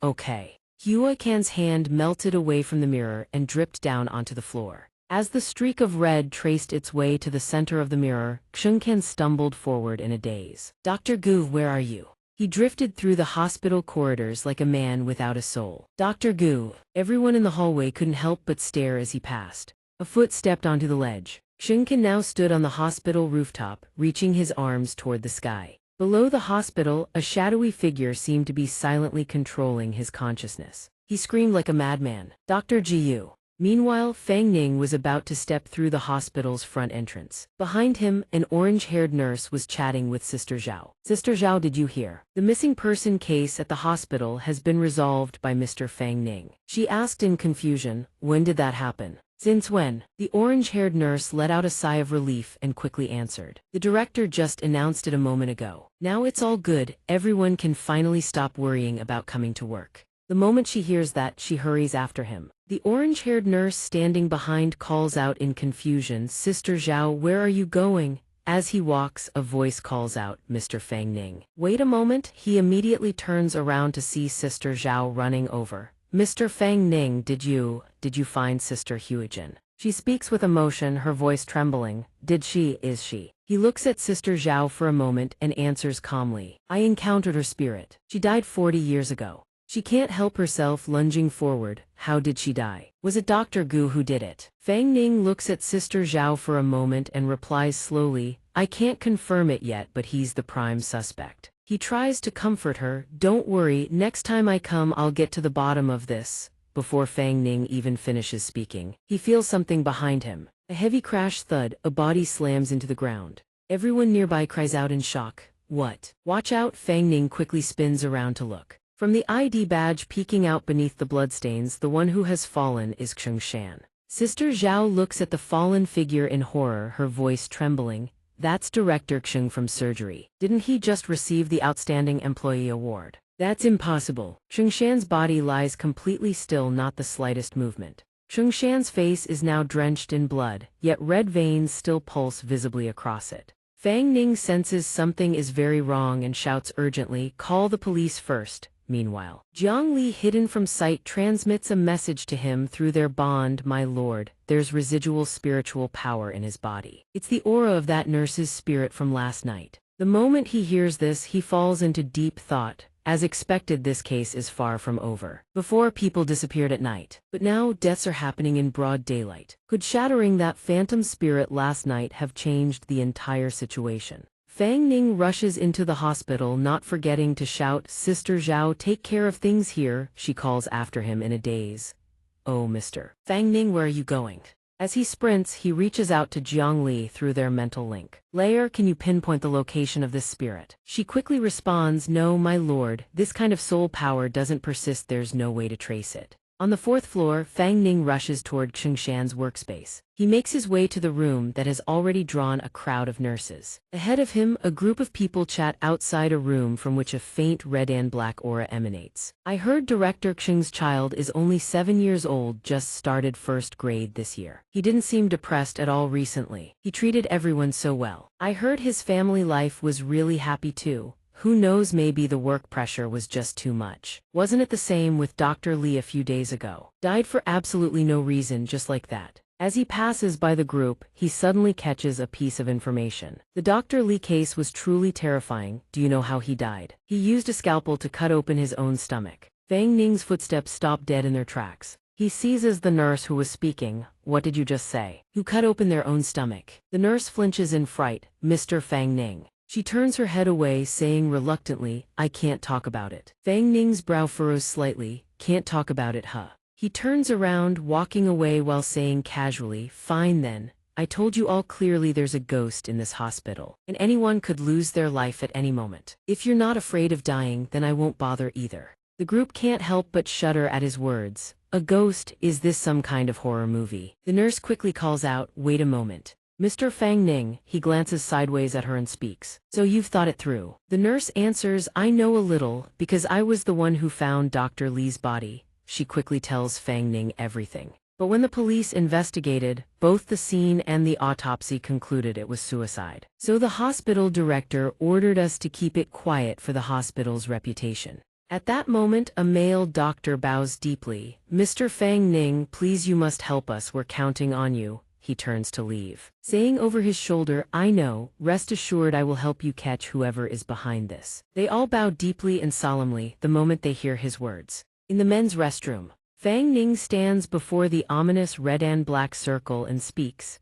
"Based on the residual traces of soul power, it most likely controlled Director Xing right here. Layer, go see if she's still here." Right after, Jiang Li appears. She places her hand on the circle and speaks. "She's already gone, moreover. Her spiritual power is dissipating rapidly, it'll completely vanish within minutes." Hearing her words, he turns away with a sigh. So skilled at concealment, no wonder the soul hunters could never catch her. That means our only lead is the soul artifact she was bound to. "Later, let's head to the hospital archives." She nods in response, her silent agreement. A while later, in the hospital archives, a file reads: name Gu Yi, ethnicity Han, birthplace Haicheng City, date of birth May 1963. Graduated from Haicheng Medical University, number 1. Jiang Li sits beside him and speaks in confusion. "My lord, the hospital director said these are records from 40 years ago. The information might not be accurate anymore, we should go find him in person."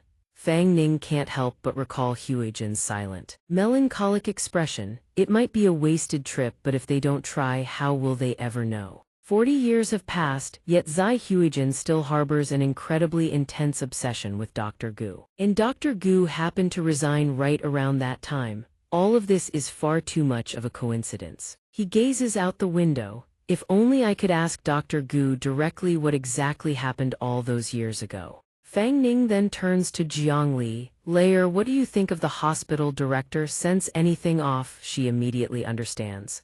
"My lord, you suspect him." He recalls the image of the hospital director and ponders. "He hired us to deal with Zai Huijin's ghost. Yet he's been hiding crucial information from us. Even the news about the unnatural deaths has been suppressed from outsiders. Just now, when looking through the files, every other doctor and nurse had records except his. They said his file was destroyed in a fire over 10 years ago."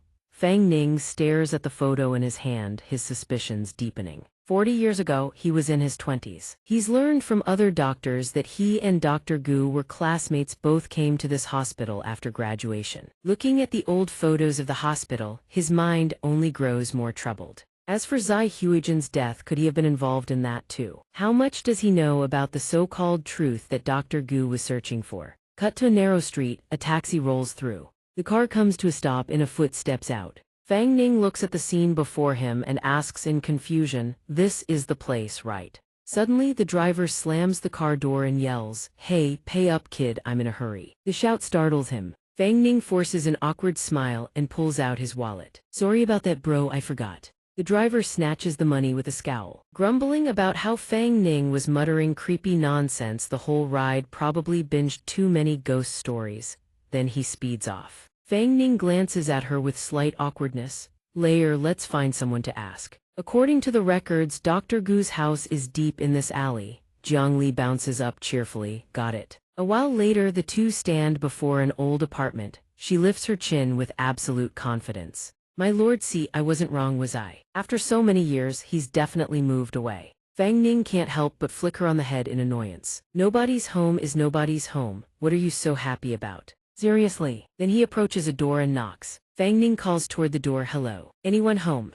He checks the water meter. He can't help but shake his head. Yep, a wasted trip. The taxi already cost me nearly 100 yuan. Suddenly, an old woman opens her door. Fang Ning's face lights up the moment he sees her. "Excuse me, ma'am, do you know where the person from this apartment went?" The old woman studies them for a moment. "What do you want with old Gu? He passed away 10 years ago." He quickly produces a file stating, "Greetings, ma'am. We are representatives from the Heicheng No. 9 hospital here to inquire about Dr. Gu Yi, who formerly served at our institution." The old woman gazes at the file with a suspicious expression. At the mention of the doctor, a sudden spark of recognition lights up her eyes. "Are you referring to little Gu?" Fang Ning smiles and responds, "That is correct. We have come to gather some information." "Were you acquainted with him?" The old woman swiftly opens the door to let them in. "I watched that child grow up. How could I not recognize him? Come in and speak. You can have some tea while we talk." Entering the apartment, the old woman gestures for them to sit. Fang Ning offers his thanks with a polite nod. "We will only take a moment of your time." As she pours the water, she murmurs, "If you hadn't mentioned him, I would have nearly forgotten that child." After she hands him the tea, he smiles, "Thank you. We apologize for the intrusion." The old woman settles into a wooden chair, her hands moving rhythmically as she knits, a faint smile on her face. "What is it you wish to know? If I still remember, I shall tell you. I am growing older by the day, and much of this happened so many years ago that my memory is failing me." Fang Ning watches her for a moment before speaking slowly. "Grandmother, how much do you know about Dr. Gu? And do you know where he and his family relocated to?" "Moved away?" The old woman's knitting needles pause, her expression clouding with sorrow. "Little Gu was such a good child. I watched him grow. He was brilliant from a young age, always topping his class, even skipping grades. He was always quiet, cold, and composed, like a little adult. We all expected him to achieve great things. True to form, he was admitted to medical school with top marks, and eventually became a doctor." The old woman chokes back a sob before continuing, "Later, I heard he resigned after only 2 years. I never knew where he went, and I never saw him again. Old Gu reported him missing that year, but the police could never find him. Even when old Gu and his wife passed away over a decade ago, he never returned to pay his respects. It was us neighbors who handled the funeral arrangements." Fang Ning exclaims in surprise, "He went missing and his parents died 10 years ago." The old woman lowers her head, hiding her sorrow. "Indeed, no one knows what happened. Little Gu vanished, leaving no trace of life or death. Life is unpredictable. One never knows which will come first, tomorrow or the final disaster." Lost in the past, she murmurs, "I still recall the spring of 1979 when little Gu helped me." Fang Ning listens intently, hoping these old memories might hold a vital clue. The old woman continues her recollections. "It was the winter of 1982. It was already night outside." She reminisces with a sense of fondness. "I went out and ran into old Gu, and he told me." Fang Ning grows restless, secretly thinking, why does she keep dwelling on these mundane trifles? There seems to be nothing useful here. He begins to scan the apartment. Gazing toward the kitchen, doubt begins to gnaw at him. Strange, why is there not a single modern appliance in her home? These electrical devices look like they are 30 years old. Looking at the refrigerator, Fang Ning wonders, have her children really never bought her new household goods? His gaze shifts and lands on a photograph frame. The picture shows a young girl hugging a stuffed rabbit in a field of sunflowers. The girl wears a bright, adorable smile. He points to the photo and asks, "Grandmother, is this your granddaughter?" Suddenly, the old woman falls silent, her face darkens. She speaks slowly. The affairs of this old woman are not worth mentioning. Fang Ning feels the sudden tension and awkwardness as he steers Jiang Li toward the exit. He rubs the back of his head and offers a forced smile. "I didn't realize it had grown so late. Thank you very much for your time today." The old woman replies, "Yes, it is fine. It has been a long time since I had anyone to talk to." After they depart, the old woman stares fixedly at their retreating backs. Her hands are clenched tight, as if suppressing some immense internal turmoil. Suddenly she whispers a name near. As the image of the little girl surfaces, she chokes back tears. "Why have you still not returned?" Mother is afraid she cannot wait for that day any longer. Night has swallowed the city, leaving only the pale glow of the moon above. Fang Ning and Jiang Li slowly make their way into the derelict housing complex. The atmosphere is suffocatingly somber, as if the entire place were mired in a forgotten slumber. Piles of debris remain uncleaned, providing a gathering ground for swarms of rats. Even as a ghost, Jiang Li remains a girl who fears vermin. Seeing the scurrying creatures, she shudders in fright and leaps onto Fang Ning. "There are rats." Contrary to her panic, Fang Ning remains calm, gently soothing her. "What is there to fear about rats? Couldn't you crush one with a single finger?" Regardless of her immense power, she cannot overcome this primal fear. "But they are so terrifying.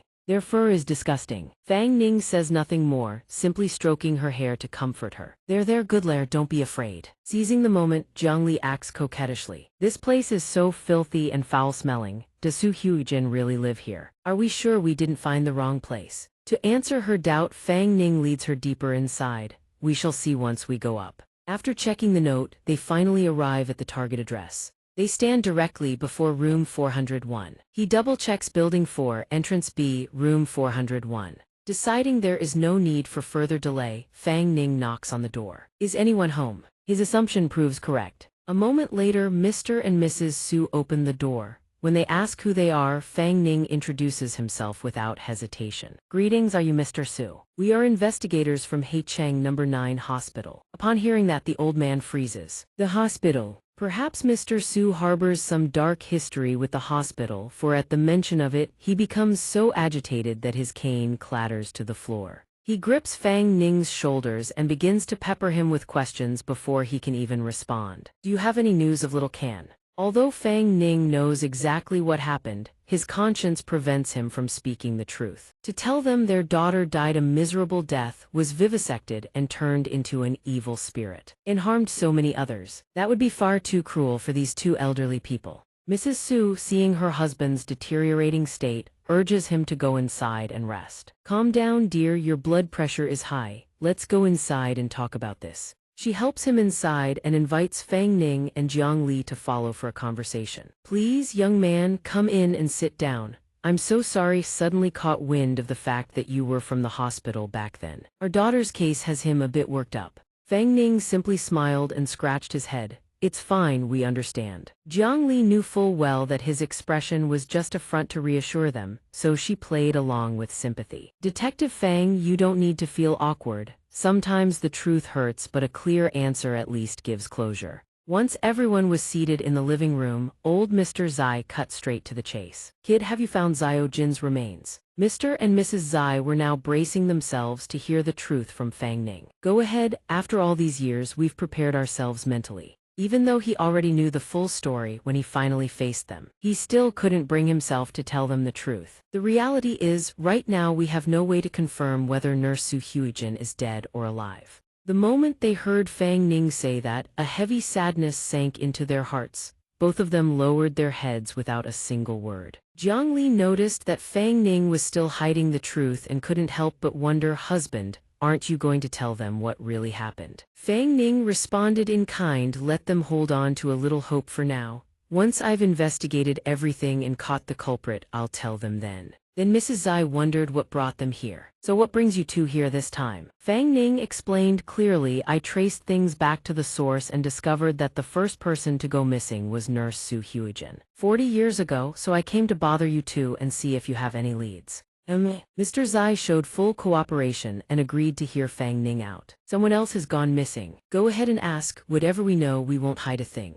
Fang Ning then dug deeper into her case. Do you two know if Su Huijin had any enemies at the hospital back then? As her father, Mr. Zai naturally knew this inside and out. Not at all. Little Jin had an open personality and got along great with everyone. No one would dislike her. Enemies? That's utter nonsense. Mrs. Zai, sniffling, recalled the growing distance between them over the years. Back then we were busy with work. Once she started at the hospital, she moved into the dormitory. Communication between us grew less and less. She may have had enemies, but we wouldn't know. Fang Ning then pulled a sheet of paper from his stack of files and showed it to them. Have either of you ever seen this name Guye? Let me show you a photo of him. He had prepared a photo of the suspect and placed it right in front of them. Both of them stared at the photo. Mrs. Zai seemed to find it somewhat familiar, so she spoke up. Guye, that rings a bell. Let me think. I believe he was one of little Jin's classmates. They ended up at the same hospital too. I remember her mentioning him.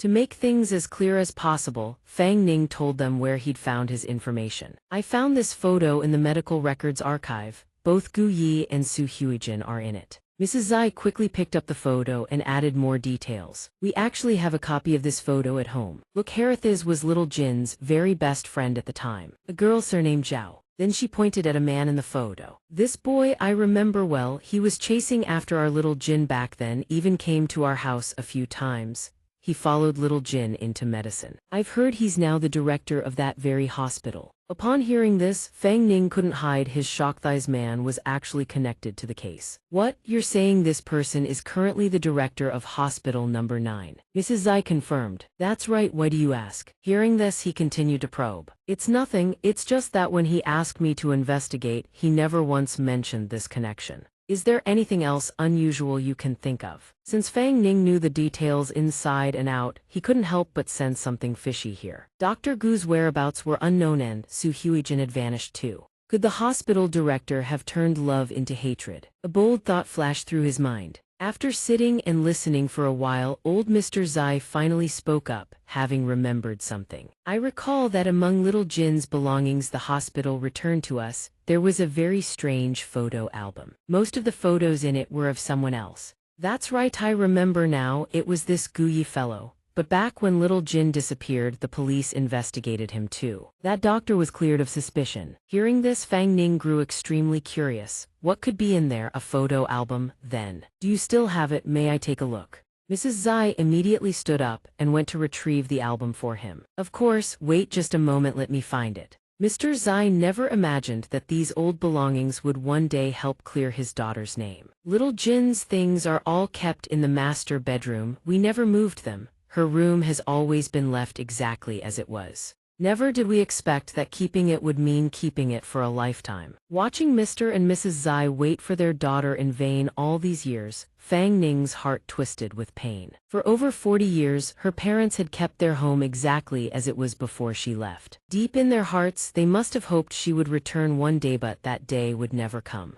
Mrs. Zai now emerged with the album in hand. Here, take a look. Most of the photos inside are of a male doctor. It must be this Dr. Guye. Fang Ning politely received the album from her with both hands. Thank you. Without wasting another second, he flipped it open and began searching. Inside the album, the first photos were of Su Huijin during her time working at the hospital. But the person Fang Ning was looking for was Guye, so he kept turning page after page. However, if Fang Ning kept flipping through it so hastily, he might miss something, so he closed it. He then suggested holding onto the album for a more thorough examination. Uncle, may I borrow this album for a while? Mr. Zai was also very curious, so he asked, Young man, did you find anything? Having only glanced through it, Fang Ning couldn't say too much other than that he wasn't certain yet, but there seemed to be a few clues inside. Hearing this, Mr. Zai placed all his trust in Fang Ning, hoping he could clear his daughter's name. All right, take it with you. Mr. Zai had nothing left to lose. Had no choice but to put all his hope in Fang Ning. It's just a photo album, as long as it helps find little Jin, take it. After all these years, you're the first person to actually care about her disappearance. Besides, we don't have many years left ourselves. Mrs. Zai, who had seemed reluctant earlier, was now won over by his words. Fine then. Before he left, Mrs. Zai made one small request. But could I keep just 2 of the photos? Just 2. Fang Ning agreed immediately. Of course, keep as many as you'd like. And please rest assured I'm only borrowing it. I'll make sure it's returned in one piece. Here you go, ma'am. Then he hands the photo album toward Granny 2. She takes it with teary, glistening eyes. After that, Granny 2 pulls out 2 photos of Xiao Jin. In both photos, she wears a smile as bright as sunshine. Granny 2 then hands the album back to Fang Ning, begging him to please keep it safe. He answers with earnest sincerity. I promise. Before saying goodbye, Fang Ning leaves his contact number in case they ever need help. Well, I'll be heading off now. Here's my number. If you remember anything or find any clues, don't hesitate to call me, anytime. Oh right, is the camera that took these photos still around? Did the hospital give it to you? The elderly couple just shakes their heads sadly. Back then we could never afford a camera. She borrowed the hospital's camera. After hearing their answer, Fang Ning falls into a brief moment of contemplation. So it was the hospital's camera. It's getting dark anyway, so he decides not to impose further and takes his leave. All right, I understand. Fang Ning and Jiang Li walk slowly out of the apartment complex. Later, it's time we head to the hospital. My lord, to save time and maximize efficiency, Jiang Li helps Fang Ning by keeping watch from above. My lord, do you have any leads? After talking with the elderly couple, his suspect list narrows down to just 2. The hospital director, or Dr. Gu. The one who gutted and mutilated an innocent girl like that. Which one of you is it? If his hunch is correct, tonight will provide the answer. After a while of traveling, the 9th hospital finally comes into view. Inside the hospital, an inhumane and illegal act is taking place. Countless surgical instruments line the table. The doctor has placed Yuan Gu, stripped bare, onto the operating table ready to commit his next cruel act upon her. Yuan Shi, after spending time on her investigation, finally returns to report. Doctor, your suspicion was correct. Yuan Long is compromised. If Yuan Gu regains consciousness, she can testify for us. We can make our move while he isn't paying attention. However, seeing her say more than necessary, the old man starts to grow irritated. Are you trying to teach me how to do my job? At the doctor's words, Yuan Shi immediately shuts her mouth and bows her head. Your subordinate wouldn't dare. After that, he sits down in the chair before the information screen and orders Yuan Shi, you go on ahead and leave. I have my own arrangements. Then, with his eerie power, the doctor causes the surgical instruments to levitate in midair, ready to begin. Just as he's about to begin, a black hole suddenly appears behind him. And from within that ink-black void of space, a girl steps out. She walks out fully, her feet touching the floor as she advances forward. And that person is none other than Yuan Yue. She stands with her hands clasped, showing deference before the doctor. Then she lifts the hem of her skirt slightly and announces her presence to him. Dr. Yuan Yue has arrived as ordered. Within her mystical pink eyes, a cross-shaped pattern appears symbolizing her faith. The doctor didn't summon Yuan Yue here for no reason. Naturally, he has business he wants her to handle on his behalf. Yuan Yue, there's something I need you to do. She furrows her brow with a hint of displeasure and asks, Doctor, do you need me to watch Yuan Long? But he has no interest in her concerns about that person and immediately shows her some documents. Yuan Long, I'll handle that myself. Look at this first. Holding the papers in her hands, Yuan Yue grows somewhat puzzled. Who is this person? Who would have thought their reputation was this fearsome? Fang Ning's name has now spread far and wide, reaching even the doctor's ears. This person defeated Yuan Gu in her star annihilation state and even cost Yuan Shi an arm. He's a variable that could very well disrupt our plans. He certainly doesn't want someone as formidable as Fang Ning ruining his plans, so he immediately instructs her, watch him for me. We need to monitor his every move. Upon receiving the order, a long-dormant bloodlust stirs within her. Doctor, do you need me to capture him? But haste makes waste, so the doctor decides to play the long game. For now, don't tip anyone off. We wait until that day comes and see how it plays out. Yes. After receiving his orders, Yuan Yue obeys and vanishes into thin air. Although Fang Ning poses a certain hidden threat, the doctor still has more pressing matters to attend to, so he temporarily sets the young man aside. Whose chess piece is he, I wonder? But no matter who's behind it, the century-long plan we've prepared isn't something that can be so easily destroyed. That day will come. Yuan Gu's body, now under the doctor's influence, suddenly snaps her eyes wide open in a terrifying manner. The very next moment, her eyes turn deathly white like a soulless husk. Veins bulging across her face as the eerie black energy surrounding her begins to seep into her body. Scene change to inside the morgue. Lao Sun is now present, here to document the scene. Before leaving, the doctor also gives him a few words of instruction. The police have already reviewed the case and determined that Director Xing's death was suicide. Lao Sun, remember to take a few memorial photos of him later. The funeral home people will come to pick him up tomorrow.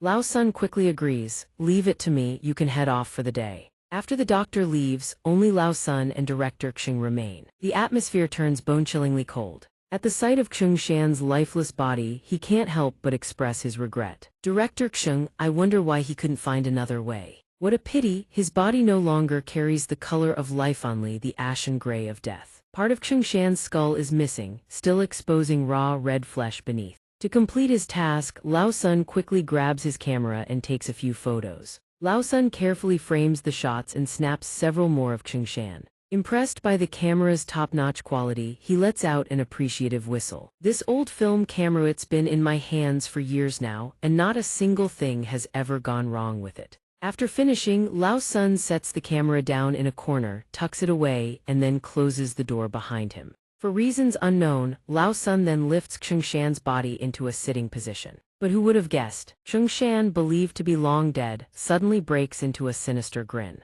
It seems Lao Sun no longer needs to do anything with the body, so he lays him back down. Just as Lao Sun is about to turn and leave, he frees Shi's eyes, locking onto something. This time, Xing Shan isn't smiling behind his back anymore, grinning right in Lao Sun's face. That haunting smile, paired with bloodshot crimson eyes, sends a wave of terror crashing through him. Naturally, Lao Sun is scared completely out of his wits. The very next second, he bursts into tears like a frightened child. He bolts immediately, legs scrambling as he sprints for his life, shrieking at the top of his lungs. A ghost, but the old man is so terrified by the paranormal phenomenon that he abandons everything and flees. The camera on his person is being moved out of the cabinet by some unseen force. Once everyone is gone, Hui Jin finally crawls out from inside the camera. She picks up the camera in her hands and stands there for a long while. It seems to have some kind of problem, so she lays out her tools to begin repairs. Hui Jin sits high up inside the room and gets to work on the camera.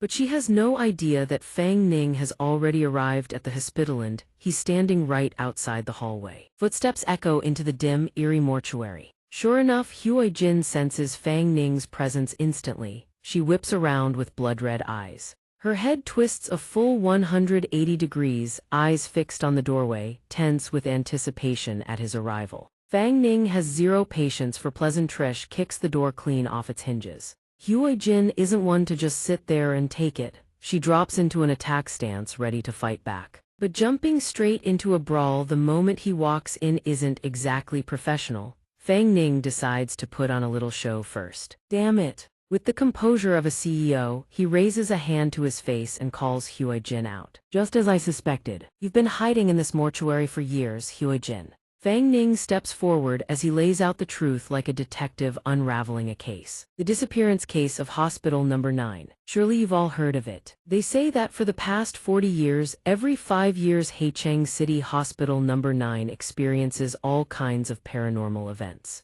Since he's live streaming, Fang Ning is carefully crafting every single word. Night shift workers have witnessed terrifying ghostly apparitions, and mysterious doctors have vanished never to be seen alive. And no bodies ever found. And I, Grandmaster Fang Ning, the exorcist supreme of the beggar sect, am here today to capture the evil spirit hiding in this hospital. Fang Ning is so deeply in character that he might as well be possessed, pointing forward dramatically as he unveils the mystery. The first person to disappear 40 years, Agoth nurse, Hui Jin. Now that all the truths have been brought to light, this is the moment Fang Ning carries out divine justice. This is the end of the omen. Next, I shall capture this evil spirit for all of you. The 40-year-old ghostly mystery of Bai Chen finally dusted off. He radiates absolute confidence now that he holds the upper hand. Now that I've found your true form, don't even think about running this time. And back then in the soul illusion realm, the truth you spoke of, what was that about? But right in the middle of Fang Ning's passionate monologue, Jiang Li screams, "Husband, watch out." Huai Jin, enraged at being cornered, erupts into a hideous long-haired specter. Her hair stretches outward, forming tentacle-like appendages that writhe like creatures ready to devour everything alive. Huai Jin has completely lost her mind to flourishes transformed into a full-blown monster. Razor-sharp claws keep sprouting from her body. Fang Ning isn't about to let her slip away. She launches several tentacles straight at him. But it's not that easy to land a hit. With his awakened body's agility, he weaves through them effortlessly. "I don't want to fight. Tell me who was it that harmed you back then." Huai Jin is burning with rage, has no interest in talking to Fang Ning and attacks relentlessly. Seeing her hurl a massive blob of darkness at him, Fang Ning fires back with a counterattack of his own. "Not going to answer me? Then I'll just have to fight first and talk later." She refuses the toast, so she gets the penalty drink. He clocks Huai Jin square in the face, caving in her cheek with a single punch. Huai Jin drives her tentacles into the ground, using them as leverage to launch herself forward in retaliation.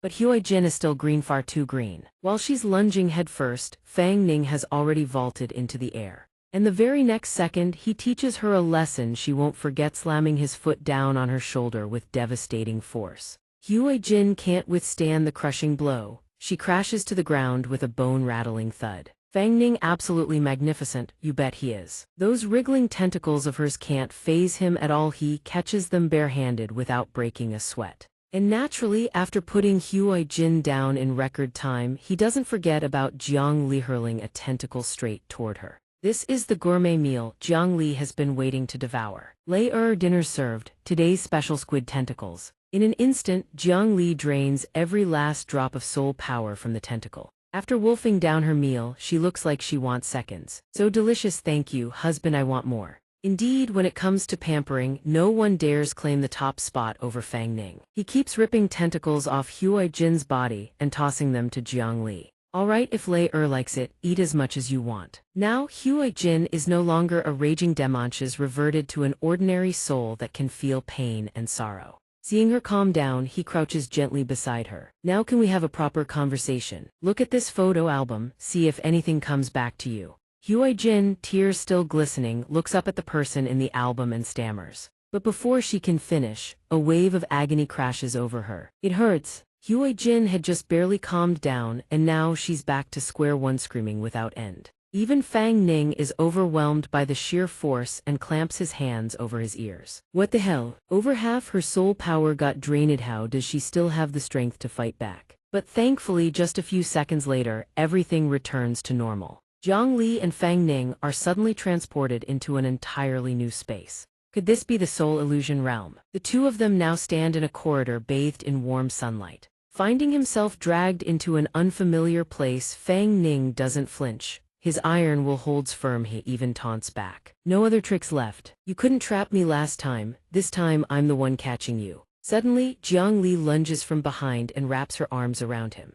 "What's wrong, husband?" It turns out Jiang Li is overwhelmed with gratitude because he just gave her such a wonderful feast. "Thank you, husband, I'm so full this time." Fang Ning, doting as always, turns her face toward him and asks, "Greedy cat, how much soul power did you recover?" After a quick check, Jiang Li replies cheerfully, "Still short of half, but compared to when we fought Yuan Shang the other day, it's not much worse. It should be enough for now. Once we settle this case, the Soul Hunter assessment is about to begin. Before that though, I'm not quite ready for all this," Fang Ning admits. Do we really have to join the Soul Hunters? I'm afraid they'll target you." To reassure him, Jiang Li gently takes his hand and says, "Husband, for your safety, joining is our only option. Besides, the Soul Hunters are our best bet for finding out why Yuan Shang keeps coming after us." Fang Ning falls into deep thought, his mind drifting back to old memories. Officer Shang clearly stated, Yuan Shang is a mysterious organization that appeared 40 years ago. So why did I see their figures in my memories from 1,000 years ago? The more he thinks about it, the deeper his curiosity gnaws at him. What exactly happened after that day? Why did Lei wait 1,000 years? Where did that enormous grudge of hers come from? And the Jiang kingdom, where did it truly originate?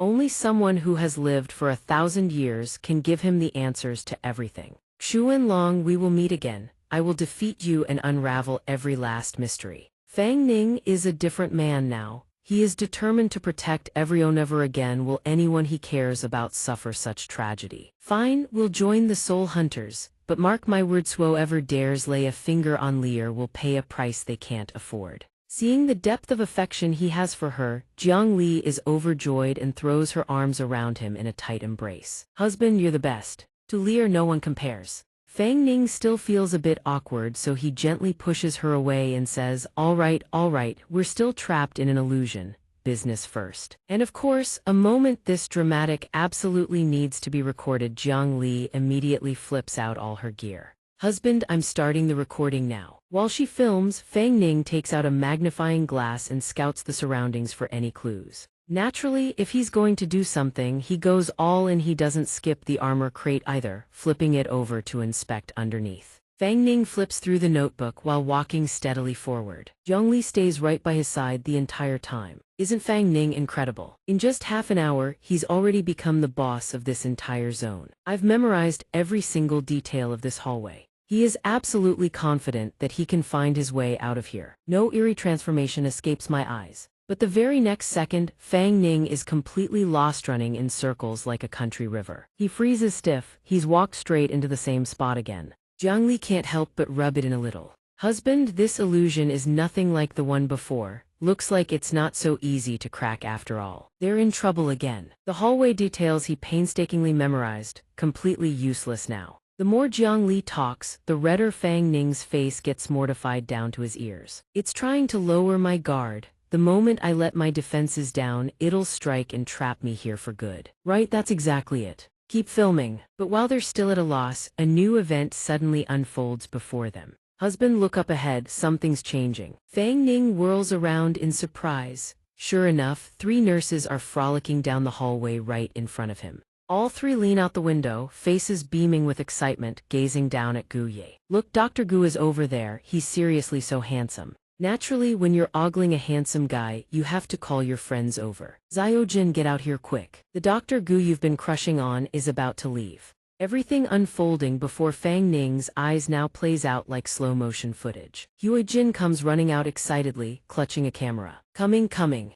Contrary to her usual eerie demeanor, Huijin right now is nothing more than a young woman in the bloom of youth, brimming with life. I just found the camera. When she appears right before him, Fang Ning is utterly stunned. He can't let Huijin slip away, that easily lunges forward and reaches out to grab her. Don't you dare run. But what he sees is nothing but an illusion. His hand passes clean through her body. What? Only now does the realization dawn on him. These are illusions. Has he stepped into Huijin's world of memories? Could that photo album have triggered these memories within her? Huijin is restless with the urge to see Gu Ye. Where is he? Let me see. Isn't he downstairs talking to Dr. Song? Sure enough, looking down below, Gu Ye is chatting away happily with Dr. Song. Her fellow nurses are egging Huijin on to go confess her feelings to him. Xiaojin, didn't you two go to the same school? You like Dr. Gu so much, just go confess to him already. That's right, I already checked, it is still single. I'm so jealous of you. Too bad I'm already married and not as cute as Yao, otherwise I'd be all over him myself. Dr. Song chatting with Dr. Gu isn't a bad sight either. Isn't he the one pursuing you? Too bad the one you've got your heart set on is Dr. Gu.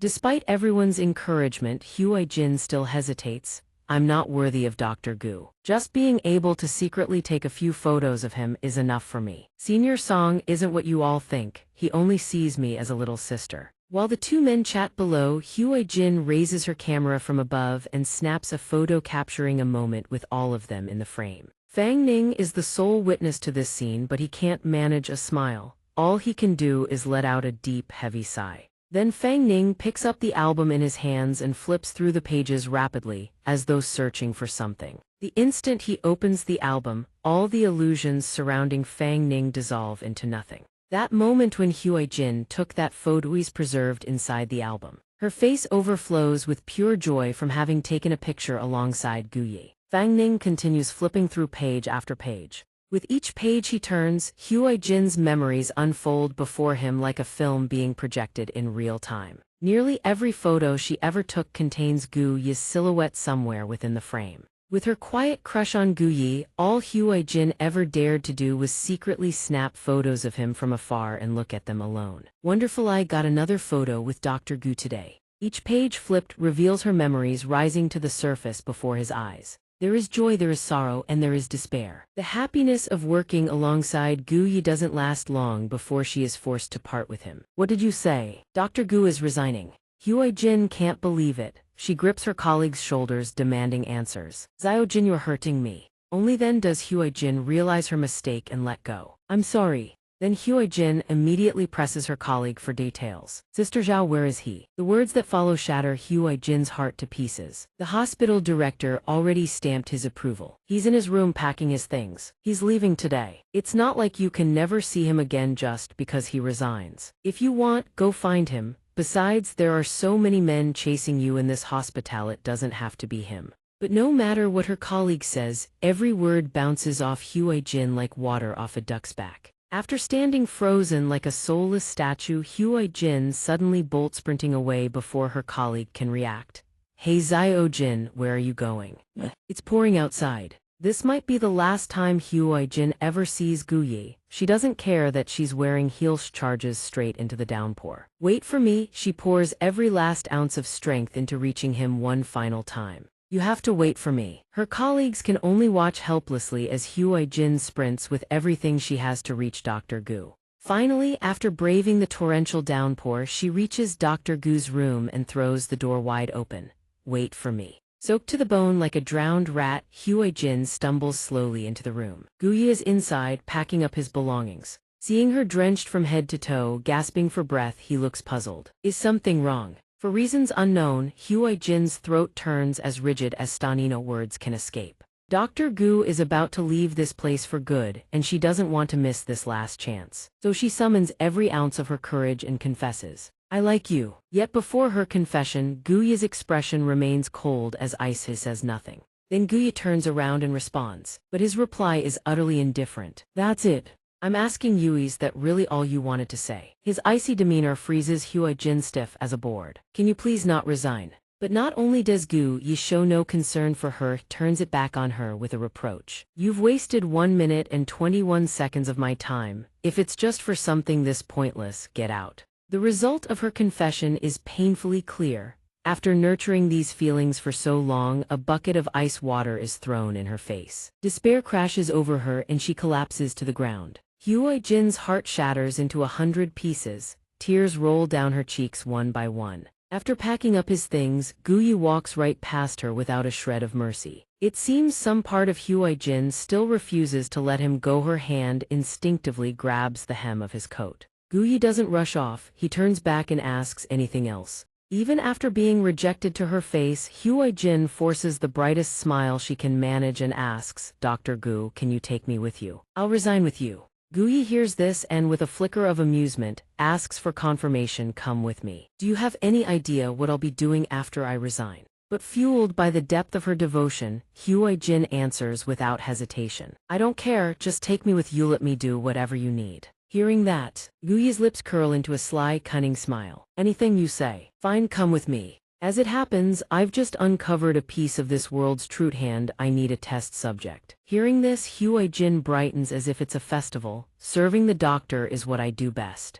The two of them walk side by side down the corridor. Director Zhao Yan, I'm sure you know how much I'm worth, right? Even Director Zhao praised me for being smart. I'm certain I can help the doctor. Good. Then Huai Jin and Gu Yi descend into the darkened stairwell. Seeing Gu Yi lead her to such a gloomy, cold place, she grows uneasy. Isn't this the way to the morgue? What kind of experiment are we doing here? Dr. Gu, if you're not in a hurry, could you wait for me to change first? Being soaked through like this is uncomfortable. Hearing that, he starts to feel uncomfortable too. If you don't want to come, you can leave. But the moment she hears those words, Huai Jin panics, afraid he'll dismiss her, and immediately explains. No, I agree. As long as I'm by your side, I'll agree to anything. As if it's second nature around Gu Yi, Huai Jin pulls out her camera, holds it up, flashes a bright smile and snaps a photo with him. After taking the picture, she tucks the camera away and hurries after Gu Yi into the darkness ahead. Hue Jin gradually steps deeper into the morgue's pitch-black interior, never realizing this is the place where her life will come to its end.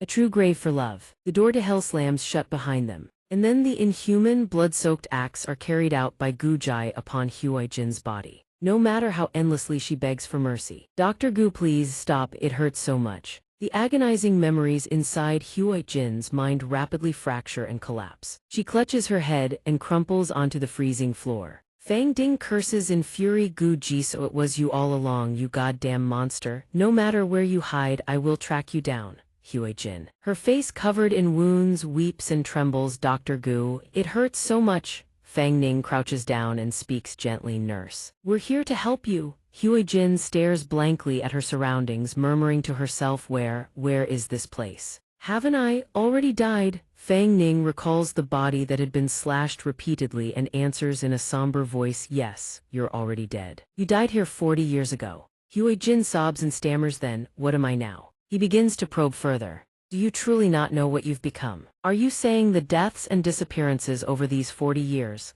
weren't your doing? Hue Jin murmurs vacantly, I don't know. She recalls the sensation of being bound tight, each slash carved across her body, and speaks in a mournful voice. I was trapped in a pitch-black space, reliving the agony of that death over and over again. Hue Jin hugs her knees, curling into herself in a corner as she trembles and continues, every time I feel like I can't hold on any longer, a surge of energy flows into me, and the pain eases just a little. Zhongli whispers to Fang Ning, my lord, I've probed her, she isn't lying. He ponders for a moment, then says, it seems the actual situation is the complete opposite of our earlier analysis. Hue Jin lifts her head, puzzled. Analysis. Fang Ning strokes his chin in thought.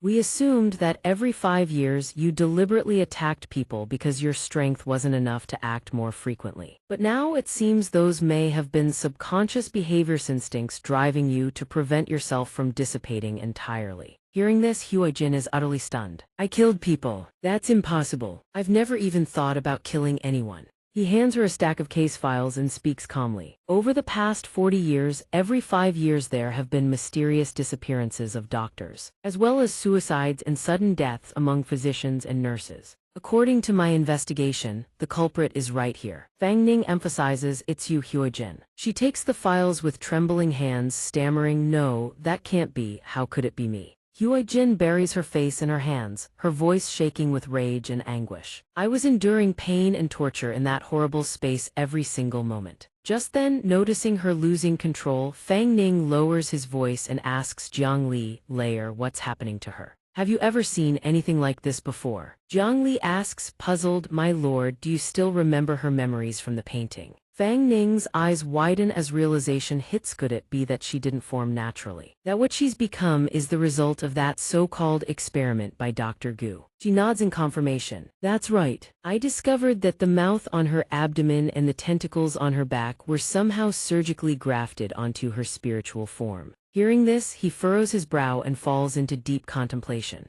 Surgical grafts. Dr. Gu, who the hell are you really? No ordinary surgeon could possibly pull off something like that. Behind Hue Jin's back, a black vortex slowly begins to materialize. It grows larger and larger. Fang Ning, completely unaware, continues his gentle interrogation. Nurse, how exactly did Dr. Gu conduct his experiments on you? What was he truly searching for? If you know, please tell me everything. A hand emerges from the swirling vortex. The hand begins weaving magic, condensing dark qi into a pitch-black orb. Hue Jin recounts through her sobs, Dr. Gu, he has lost his mind. That day I followed him to the morgue. No sooner do the words leave her lips than the dark orb lashes out, firing long, writhing tentacles toward her. They pierce her back with brutal force, drawing blood. Hue Jin's eyes snap open in shock. She suddenly erupts with dark power and shrieks, die, die, die, descend into the abyss and rot, stop pestering me. Jiang Li steps closer, cautioning husband, be careful, something is wrong with her. Her entire body.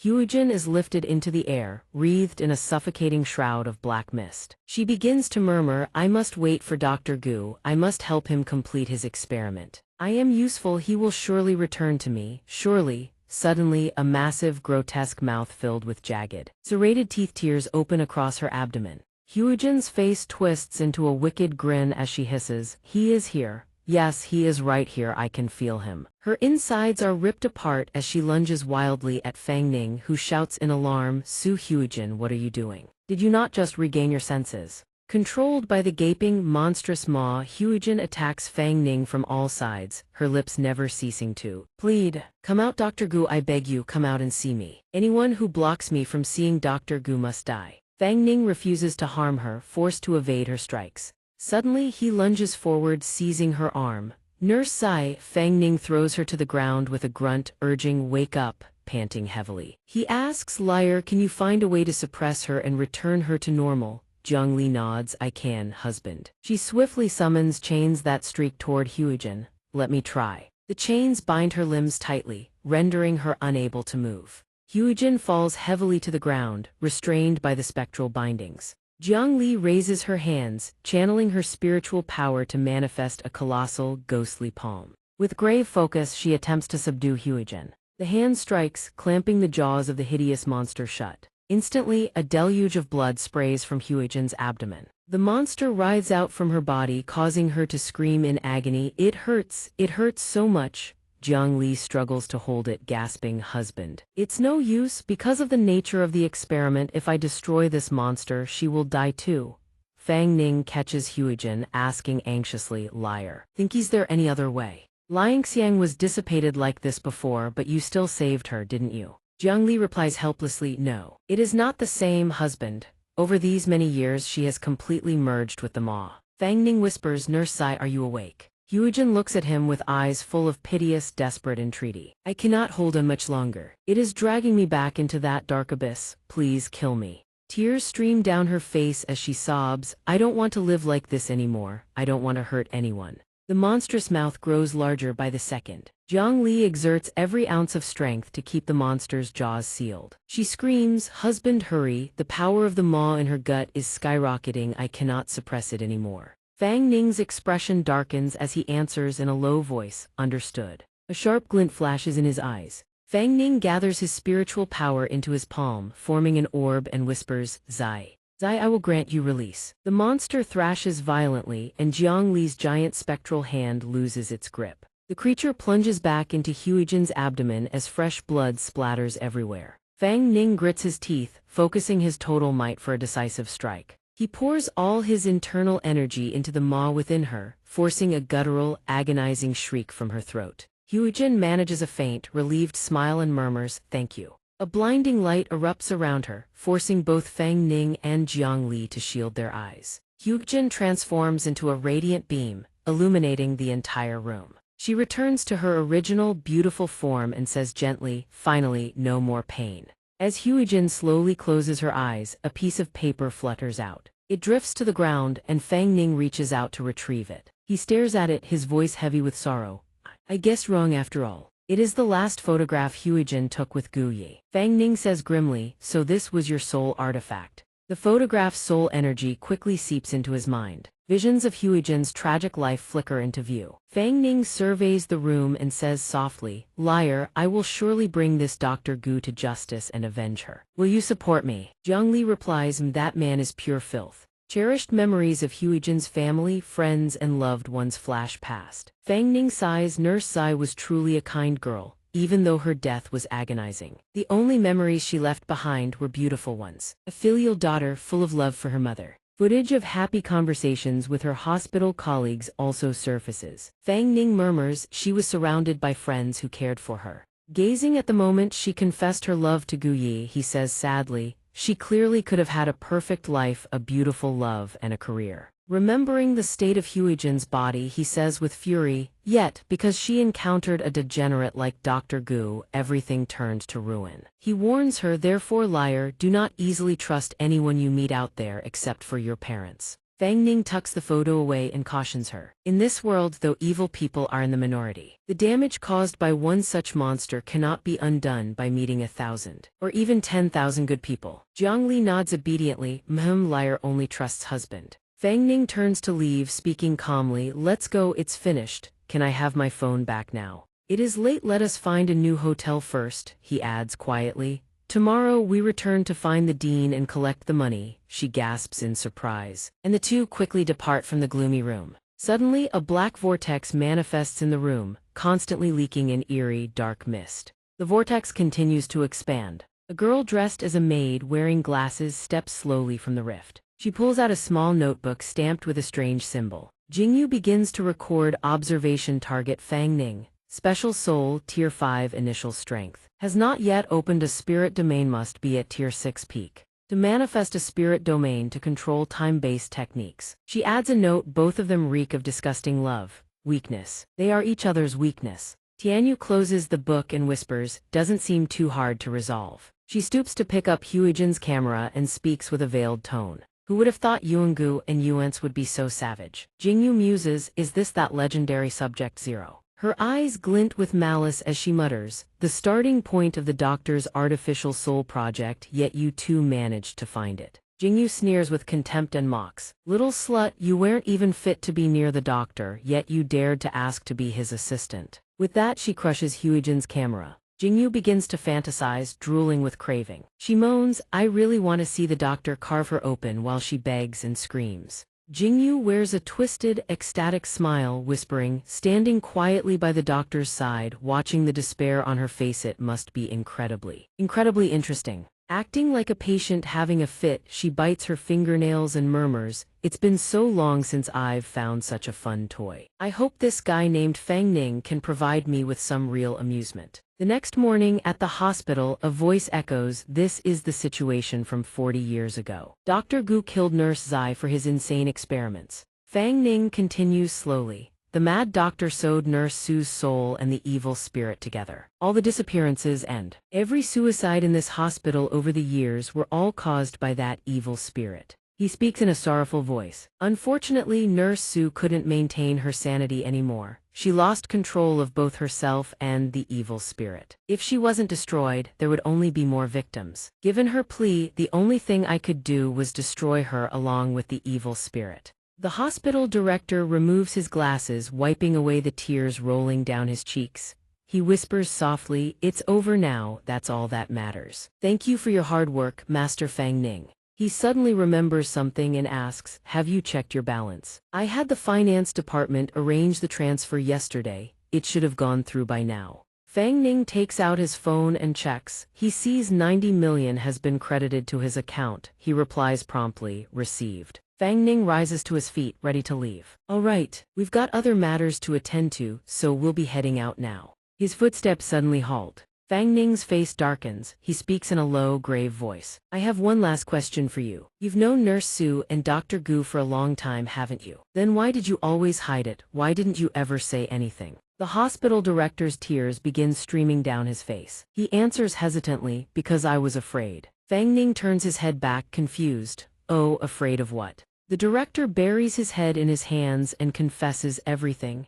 I was afraid the wave of public outrage would swallow me whole. I was even more afraid of losing the directorship I spent so many years building. Back then, people suspected I killed Xiao Jin and the others. I couldn't stop them from speculating and gossiping. Something like that can never, ever happen again. He continues slowly, I always believed that Xiao Jin and a Yi eloped together, simply because their families wouldn't allow them to be together. The hospital director speaks in a trembling voice. That is, until I saw Xiao Jin's ghost in the video on your phone. Fang Ning seizes him by the collar in fury and roars. So your first instinct was to hide crucial information and distance yourself from the whole affair, instead of hunting down Nurse Su's killer and avenging her. No wonder she looked down on you back then. The hospital director is overwhelmed with regret. All he can do is speak with a heavy heart. I'm truly sorry. Fang Ning releases him in disgust. Why are you even telling me this? You should be saying this to Nurse Su. Tell that to the woman you loved all these years, though she can no longer hear you. The hospital director drops his head, crying and blaming himself. Xiao Jin, I'm so sorry. If only I had been brave enough to confess my feelings back then, instead of arranging for you to be with Heimverithing, would have been different. Wouldn't it? Fang Ning speaks coldly, perhaps, but there's no such thing as regret medicine in this world for you or for Nurse Su. He turns and walks away, speaking in a low voice. I'll report the details of this case to both the police and the Soul Hunter organization. The one who murdered Nurse Su was the man called Gu Ye. I will find him. The hospital director hears this and drops to his knees, bowing in gratitude. thank you. Thank you, Master Fang Ning. Jiang Li walks beside him and asks softly, husband, are you still angry? Fang Ning sighs sorrowfully, I just feel like Nurse Su didn't deserve any of this. She was so kind, she deserved to be happy, what a waste. She hears his words and lets out a soft hum. Jiang Li lifts her head to look at him, her eyes brimming with a quiet, hopeful joy. She asks hesitantly, husband, will Lei find happiness too someday? He immediately reaches over and gently pats her head. Silly Lei, of course you will. I promise you that. She smiles contentedly and answers softly, I believe you, husband. Fang Ning waves down a taxi. Jiang Li watches curiously and asks, husband, what do we do next? He doesn't answer and simply climbs into the car.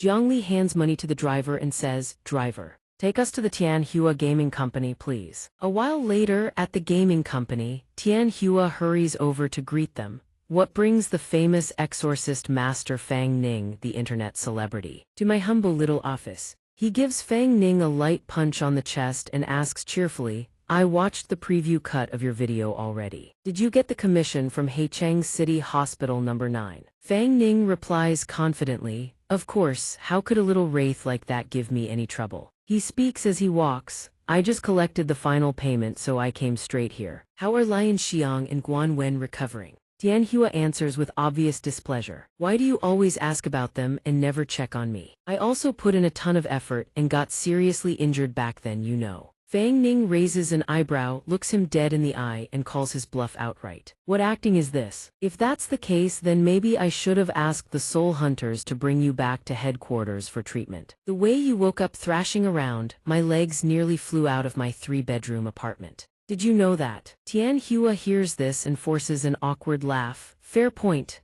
In no time they arrive at the door of the gaming studio. Tianhua steps inside and calls out loudly, Xiao Guan, Lian Xiang, look who's here. Lian Xiang spots him and immediately shrieks, Big brother. Guan Wen also emerges from a computer, calling out excitedly, Mr. Fang Ning. She throws her arms around him and says joyfully, Big brother. Did you come to visit us? Jiang Li, watching from behind, instantly burns with jealousy. She clears her throat, startling both of them. Lian Xiang immediately says politely, hello, Sister Lei.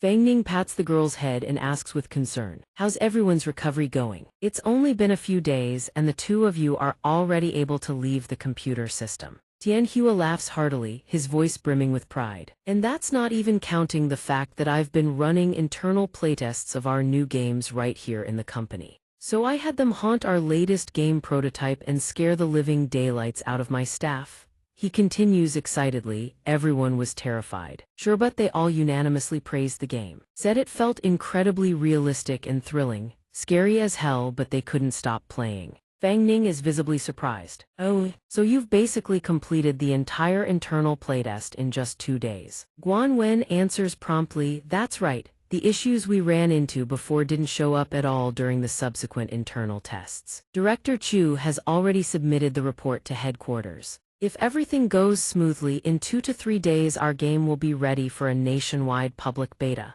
Fang Ning is overjoyed. He slaps Tianhua on the shoulder and says, that's fantastic, Lao Zhou, you have to let me know the date. No matter how busy I am, I'll rush over to witness it with you. Tianhua exclaims excitedly, you got it, Lei Erzin too, right? This is amazing. Fang Ning suddenly remembers something. He pulls out his phone and hands it to Guan Wen. Hey, take a look at this. This exorcism case at the hospital was actually pretty interesting. Lookdo, you think we could add another eerie hospital map to the game before the beta goes live? If we time it right, we could launch the new map alongside the video. Think that's doable? Guan Wen answers with absolute confidence. No problem at all, that's a piece of cake. Tomorrow I'll have Director Chu take me there to scan the terrain. I guarantee it'll be done before the public beta launches. Suddenly, Fang Ning's phone rings, displaying an incoming call. Guan Wen holds it up in front of him and speaks up, puzzled. Mr. Fang Ning, this phone is calling you, but this number seems to be. Fang Ning takes it, puzzled, and murmurs to himself. Strange, I changed my number specifically to avoid the Yuan organization. Besides you, nobody else should know this number, right? He presses the answer button while mulling it over. Could it be? Fang Ning picks up and asks. Hello, who's calling? A voice comes through the phone. Hello, I'm Tian Lan from the Beast Soul Hunter organization. He thinks to himself, so that's how it is. The person on the other end continues calmly, Fang Ning, are you ready? At 600 p.m., Kai Feng Tai on West Haicheng Street. The evaluation begins, see you there. At a popular fried chicken joint on the street, the table is loaded with mouth-watering portions. Hamburgers and 2 plates of fried chicken. A red-haired girl is gnawing on crispy chicken, both hands clutching drumsticks, chewing with reckless abandon, thoroughly in her element. The white-haired young man beside her gently reminds her, Little Yun, eat slowly, nobody's going to steal your food. He glances outside and murmurs, they're here. Little Yun follows his gaze and replies with mild surprise, oh, right on time. Outside, Fang Ning and Jiang Li walk hand in hand, looking remarkably close. Little Yun keeps eating as she appraises them passes muster. The white-haired young man pats her head and says softly, what if the Soul Court has something to say about you doing this? Little Yun smacks his hand away and snaps, I don't care what those old fossils think. If they put me in charge of evaluating Fang Ning, then everything is my call. He rests his chin on his hand, musing. Fair enough, with your status, even the elders of the Soul Court wouldn't dare talk behind your back. Little Yun huffs, fine, I don't need you to hint at or remind me of anything. I know my status is special, which is exactly why I need to follow the organization's procedures to the letter so those old fossils don't have an excuse to judge me. I'll keep that in mind. The restaurant door bursts open. The white-haired young man stands up and waves Fang Ning over. Fang Ning stares at the two of them in shock and exclaims, you're a spirit.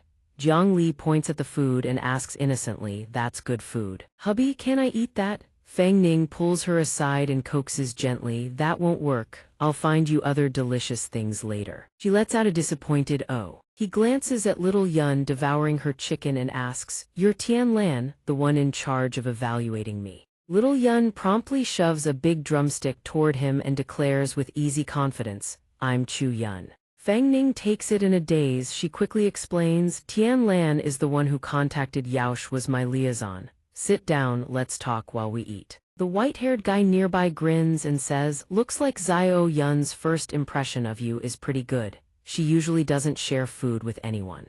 Chu Yun immediately punches him and yells, what nonsense are you spouting in front of the newcomer? What am I, a guard dog? The guy rubs his aching side and begins introducing himself. Hello, surname's Yi Qiuan. As you can see, I'm just like the girl beside Yua Soul. Fang Ning steps forward and extends a hand in greeting. Hey there, I'm Fang Ning. Her name is Jiang Li. I'm guessing you've already gone through our files, right? Other than Lear, this is the first time I've seen another soul out in the open. Meanwhile, Jiang Li is staring hungrily at the chicken leg in his hand. Qiuan speaks in a gentle tone, souls with the power to withstand sunlight are rare enough, let alone solidified entities like us. He says politely, please both of you have a seat. Fang Ning asks puzzled, we're doing the examination here, or are we heading somewhere else later? Chu Yun wipes her hands with a napkin and says calmly, no need to rush. I'll fill you in a moment. Before the examination, let me ask you formally, are you willing to join us, the Beast Soul Hunters? Fang Ning answers honestly, it's not so much that I want to join, more like you guys have no choice but to recruit me, right? When I first met Chief Zhang, he handed me a temporary Beast Soul Hunter ID. 2 days ago, someone named Hong Jai told me you'd all be coming to assess me. Qiuan carefully wipes the grease stains from around Chu Yun's mouth.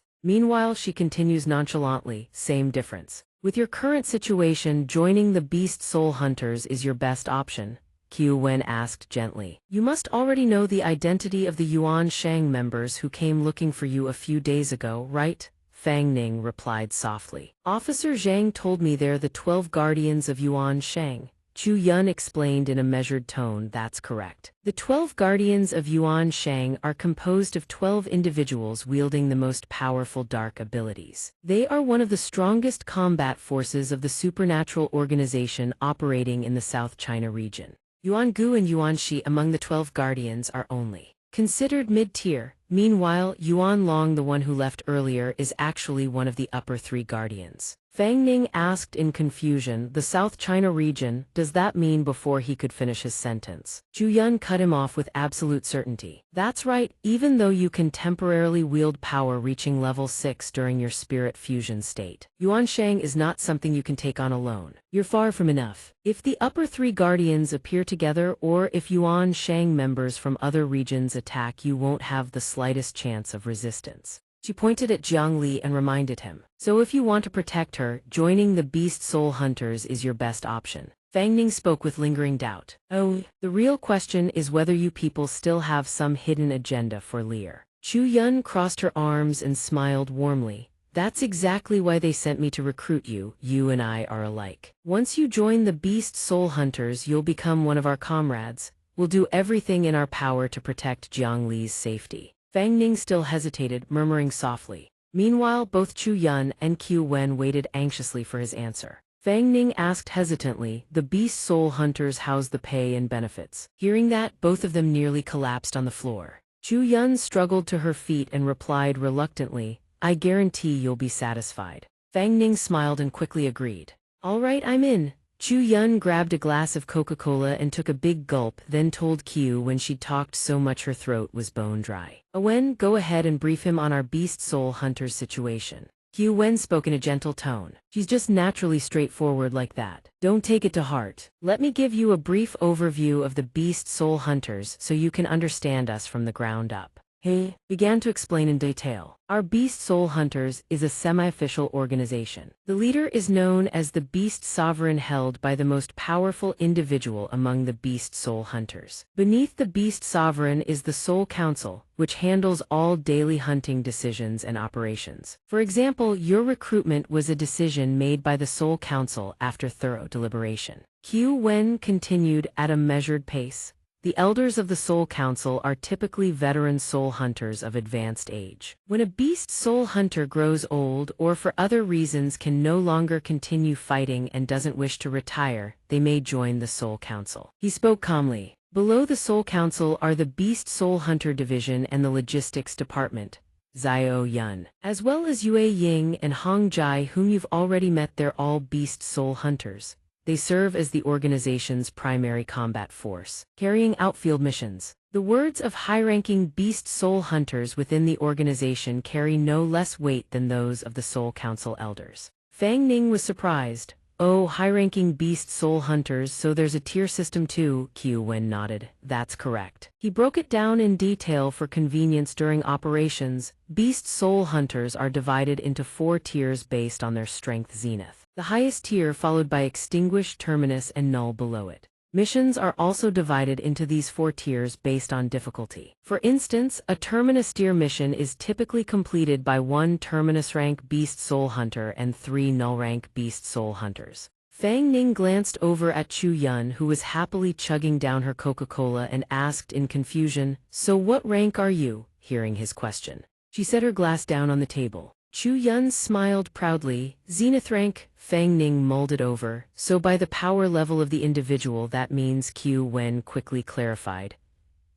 Generally speaking, null rank corresponds to level 4, terminus to level 5, extinguished to level 6, and zenith to level 7 and above. He added that those below level 4 are too dangerous for field missions and must undergo Beast Soul Hunter training. Only upon reaching level 4 can they begin taking missions. Fang Ning stared at Chu Yun in shock. You're a level 7, he thought to himself in confusion. Didn't Officer Zhang say Yuan Long was level 7 too? Then this Chu Yun could kill me without breaking a sweat. She burst out laughing heartily and replied, yeah, that's right, but don't worry. I'm super easy to get along with. Qiu Wen chimed in. I'd say Xiao Yun actually quite likes you. Chu Yun immediately pinched his arm and hissed, did anyone ask you? Fang Ning replied awkwardly, really? Well then, it's my honor. Jiang Li transmitted to him telepathically, honey, we don't need to be afraid of her. Once I recover my full power, I'll be way stronger than her. Fang Ning replied, but you haven't recovered yet. They're stronger than us, we have to play humble, just go along with it. He reluctantly says, well then, we hope the 2 of you will look after us within the organization from now on.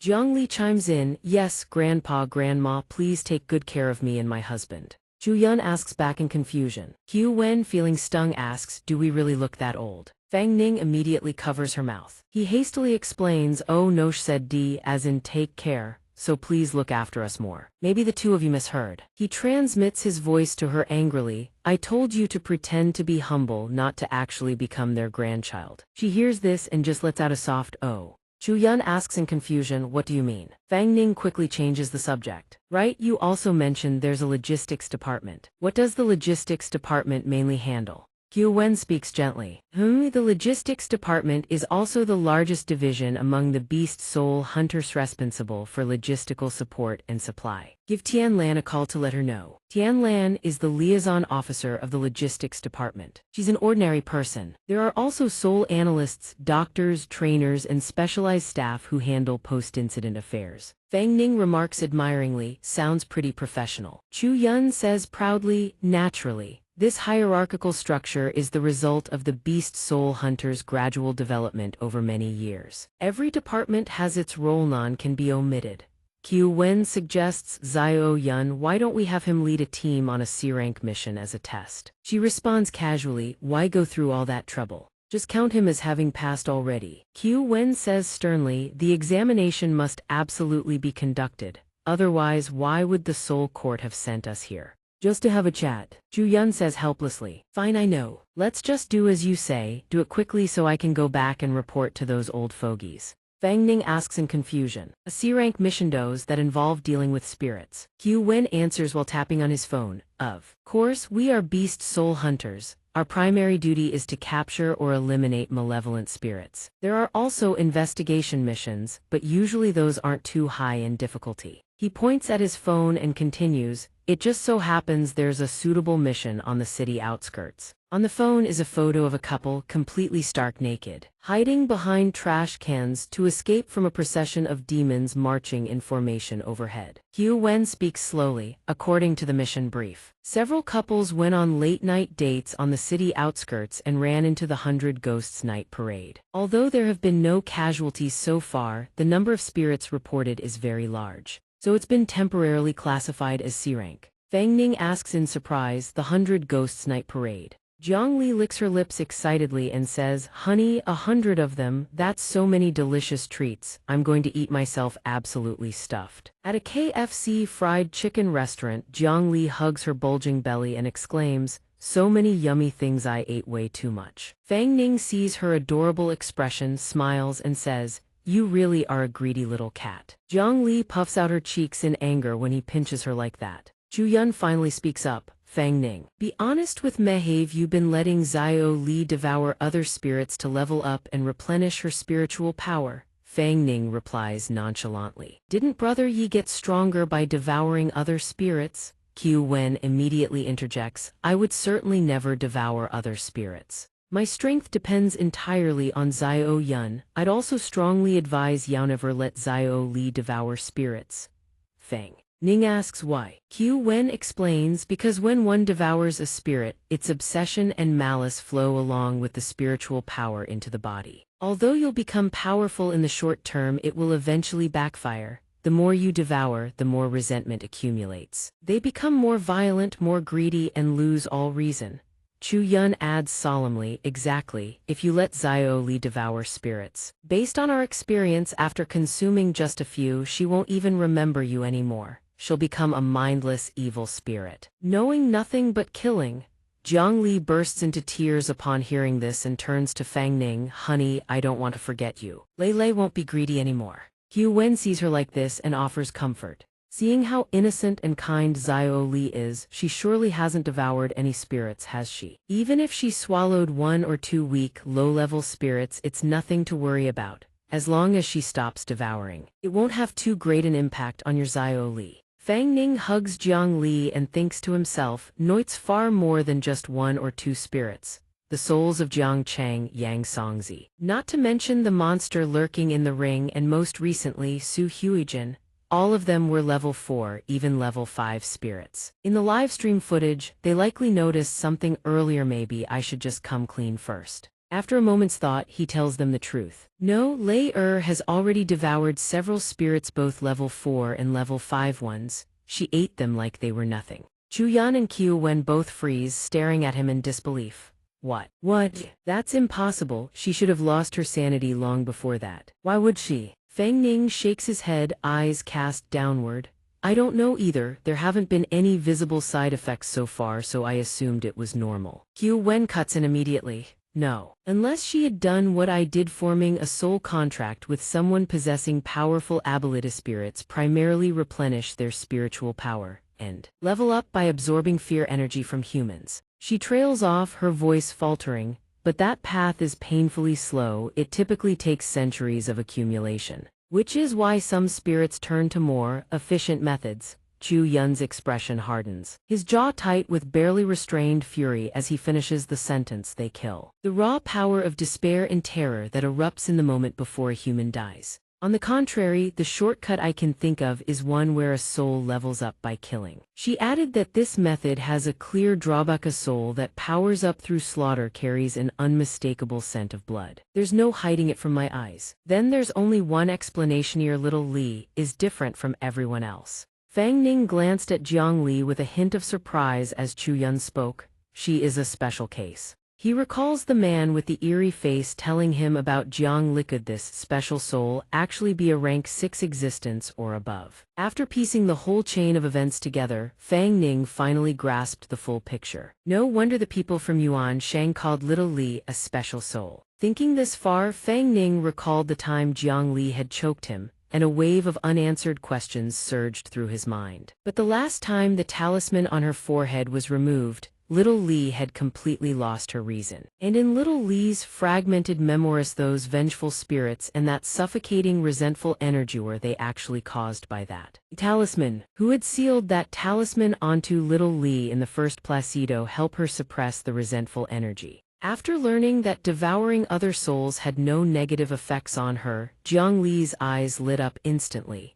You mean little Li can feast again? Chu Yun answered flatly. She squeals with joy, throwing herself into Fang Ning's arms and hugging him tight. Amazing, I love you the most, hubby. Fang Ning rubs her head. But his face is heavy with sorrow and contemplation.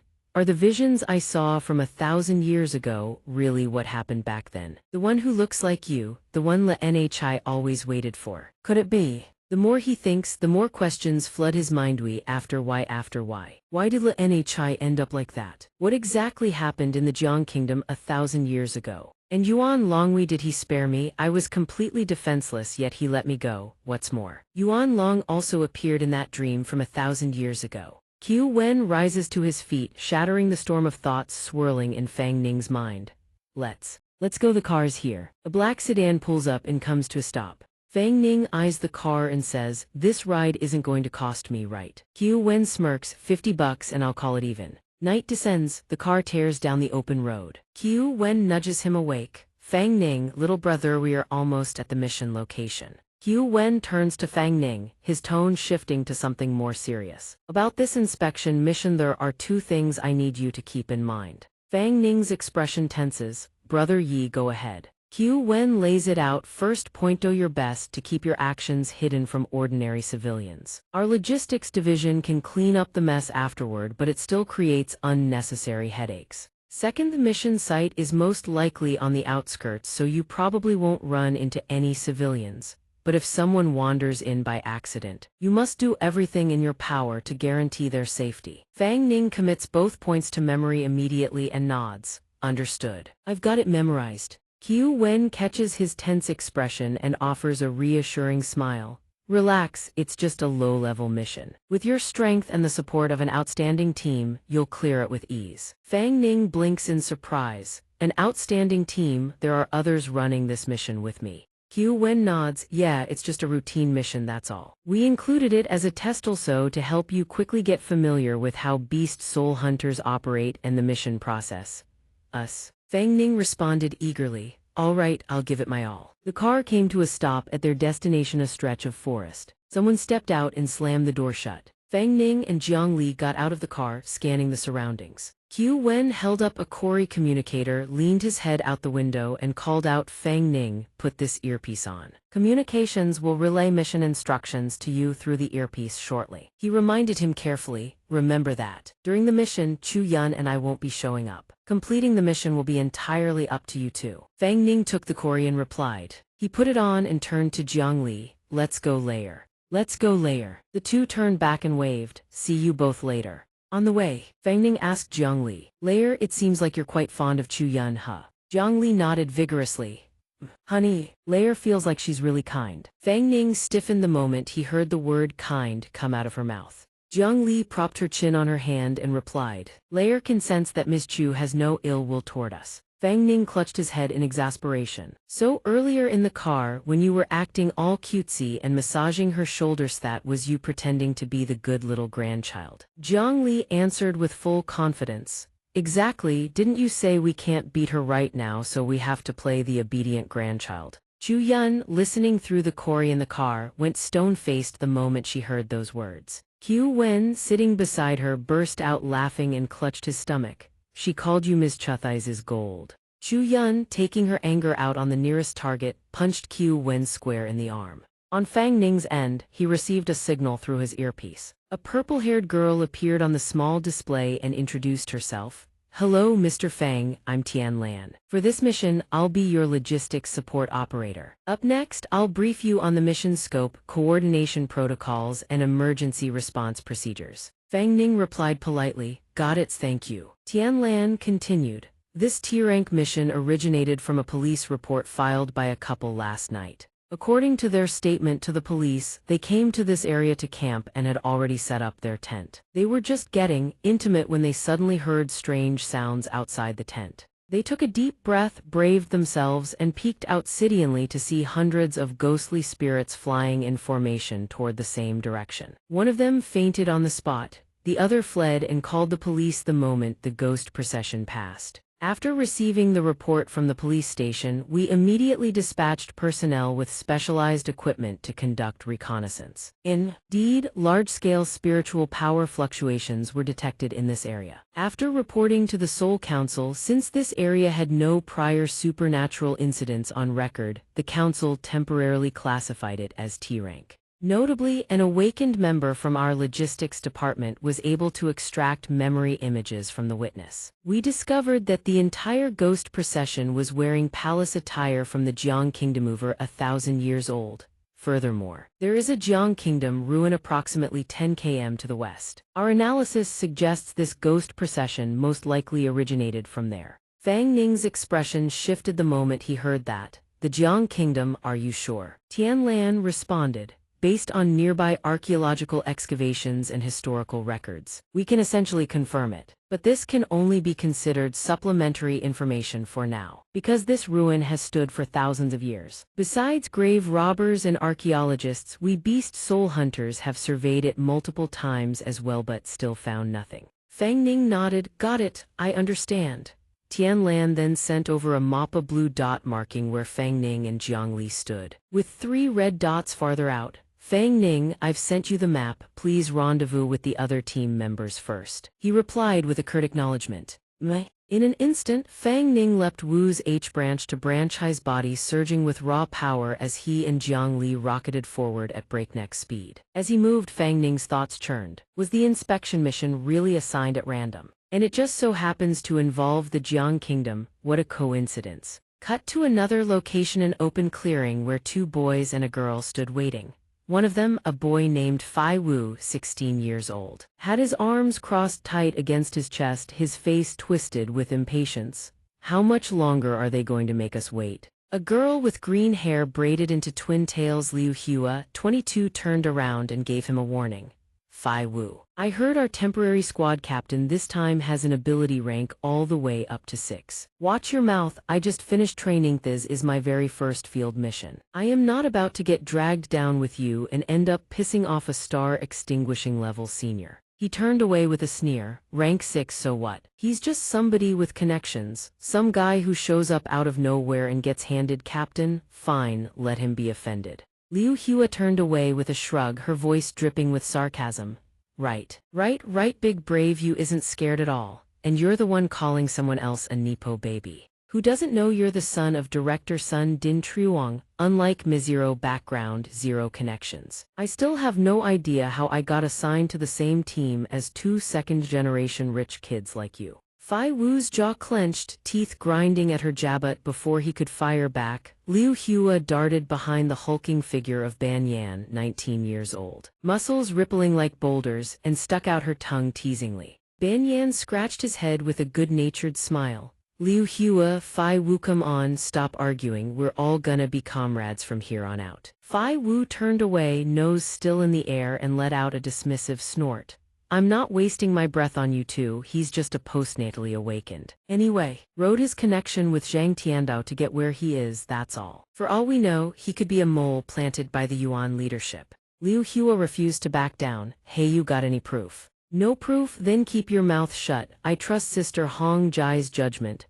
Fai Wu's expression darkened into something menacing, a sinister grin curling across his face. The beast soul hunters aren't an easy gig, trust meh won't last long. Liu Hua heard the veiled threat, leapt out from behind Ban Yan and jabbed a finger straight at Fai Wu's face. What was that? If you try to pull anything during this mission, I swear I'll report you to the Soul Court. Sabotaging your own teammates, that kind of malice won't fly. Even your director father won't be able to protect you. Fai Wu waved her off with a contemptuous smirk. Don't go framing an innocent guy. I didn't say anything specific, all of that was your own imagination. When it comes to the hierarchy between ability ranks, he doesn't understand a damn thing. He's just some brat with basic strength stats. Does he even need me to sabotage him? He's going to wash out sooner or later. The more he spoke, the wider his grin grew, his words laced with venom. Besides, is already a marked man by the Yuan faction. Word is he only got this recommendation because he chopped off one of Yuan Shi's arms. That was just the Yuans overestimating his abilities, that's all. Next time he won't be so lucky. Liu Hua's eyes went wide with shock at his words. At that exact moment, a sudden gust of wind ripped through the clearing, and a voice, seemingly from nowhere, cut through the air. Quite the lively debate, huh? All three of them froze, heads snapping in every direction. Fang Ning touched down right behind Fai Wu and Liu Hua, the impact sending a small tremor through the ground. He straightened up and greeted them with a calm smile. Hey everyone, I'm the temporary squad captain for this mission. Fang Ning. A beat later, Jiang Li descended from above, landing beside him. Fang Ning casually brushed the dust from his sleeves as he strolled toward the group. Sounded like a pretty heated argument from where I was. Don't mind me, carry on. Keep going, I don't want to interrupt. He walked up to Fai Wu and gave him a few pats on the shoulder, each one carrying just the right amount of force. But did I hear something about a Yuan faction spy? And someone saying whoever it was wouldn't last long, that they'd fail eventually. Something like that. Behind him, Jiang Li fixed Fai Wu with a razor-sharp gaze, killing intent rolling off him in suffocating waves like a predator sizing up prey. Fai Wu's throat bobbed as he swallowed hard, fear flickering unmistakably across his face. Fang Ning saw it and let out a soft laugh, patting his shoulder again. Relax, look how tense you are. He leaned in close, his voice dropping to barely above a whisper. Don't do that again, all right. Talking behind someone's back, it can be really dangerous. The more he speaks, the more Jiang Li transforms into a terrifying ghost woman, her killing gaze fixed on Fai Wu. He's so scared that he thuds flat on his back. Jiang Li sends a telepathic whisper to Fang Ning, my lord, let me kill him. This guy is insufferable, I can feel his intense hostility toward us. But Fang Ning quickly stops her. Boss lady, the mission hasn't even started and you want to kill a soul hunter, then what's the point of the trial? We might as well pack up and run. At that moment, Liu Hua approaches, her eyes sparkling with admiration as she gazes at Jiang Li. Big sis, you're so beautiful. Before Jiang Li can even react, Liu Hua reaches out and pokes a finger against her waist, gasping in awe. Whoa, the touch feels so real, you really are a soul. Startled by the unexpected contact, Jiang Li leaps behind Fang Ning, bristling like a kitten meeting a stranger. Fang Ning turns beet red. Liu Hua just blinks in confusion. Fang Ning pats Jiang Li's head and blurts out, sorry, my fiancé is a bit shy around strangers. Watching Liu Hua's boundless enthusiasm, he thinks, what's with this girl? Isn't she a little too forward? Hearing about the fiancé thing, Liu Hua's eyes light up even more. Ah, so romantic, so sweet, I absolutely have to ship you two. Fang Ning's legs stiffen, he thinks to himself. What? Sweet, what's sweet? Ship what? I don't understand a word of this, let's just get on with the mission. He clears his throat a few times. Since this is our first meeting, let's all introduce ourselves. Liu Hua snaps to attention, remembering. Oh right, we haven't introduced ourselves yet. Liu Hua flashes a bright, energetic smile and introduces herself. Hello, Captain Fang, my name is Liu Hua. I love cosplaying, binge-watching dramas, and reading manga. Shipping soul hunter couples is my side hobby. My main gig is posting shoujo comics on Bilibili. I'm a loyal BG Ship faction member. She then introduces her abilities. I'm a control type. My soul technique lets me manipulate plants. Next, Ban Enham stands up to introduce himself, but his nerves make his stutter even worse than usual. I am BB Ban. Liu Hua rushes to rescue him. This is killing me. His name is Ban Enham. He's an elemental type. His soul technique lets him petrify his body into rock. His specialty is getting hit. Ban Enham scratches his head sheepishly. Why yeah, that's right. From a distance, Fai Vu finally stands up, arms crossed, and says coldly, Fai Vu, water manipulation. After the introductions, Liu Hua says politely, for this mission, our flower squad will be assisting you in completing the operation. Captain Fang, we look forward to your guidance. Fang Ning responds politely, I've only just joined the Soul Hunters. There's still a lot I don't know. So I should be the one asking for your guidance. So what's our next move? Liu Hua touches her earpiece. First, we report the situation to the logistics liaison so the logistics team can assess the danger level and mobilize reinforcements if needed. Every one of these protocols was compiled from the blood and sacrifice of previous soul hunter generations. They maximize our survival rate. She points at herself, if you haven't studied these procedures before, I'll handle all communications and reports with the liaison for this operation. Fang Ning lets out an impressed sigh, very professional. All right then, I'll leave it to you. Liu Hua immediately reports to the logistics liaison. Sister Tian Lan, the flower squad has rendezvoused with Captain Fang at the witness site. We're ready to begin the investigation. Tian Lan responds, good. Keep comms open, good work out there.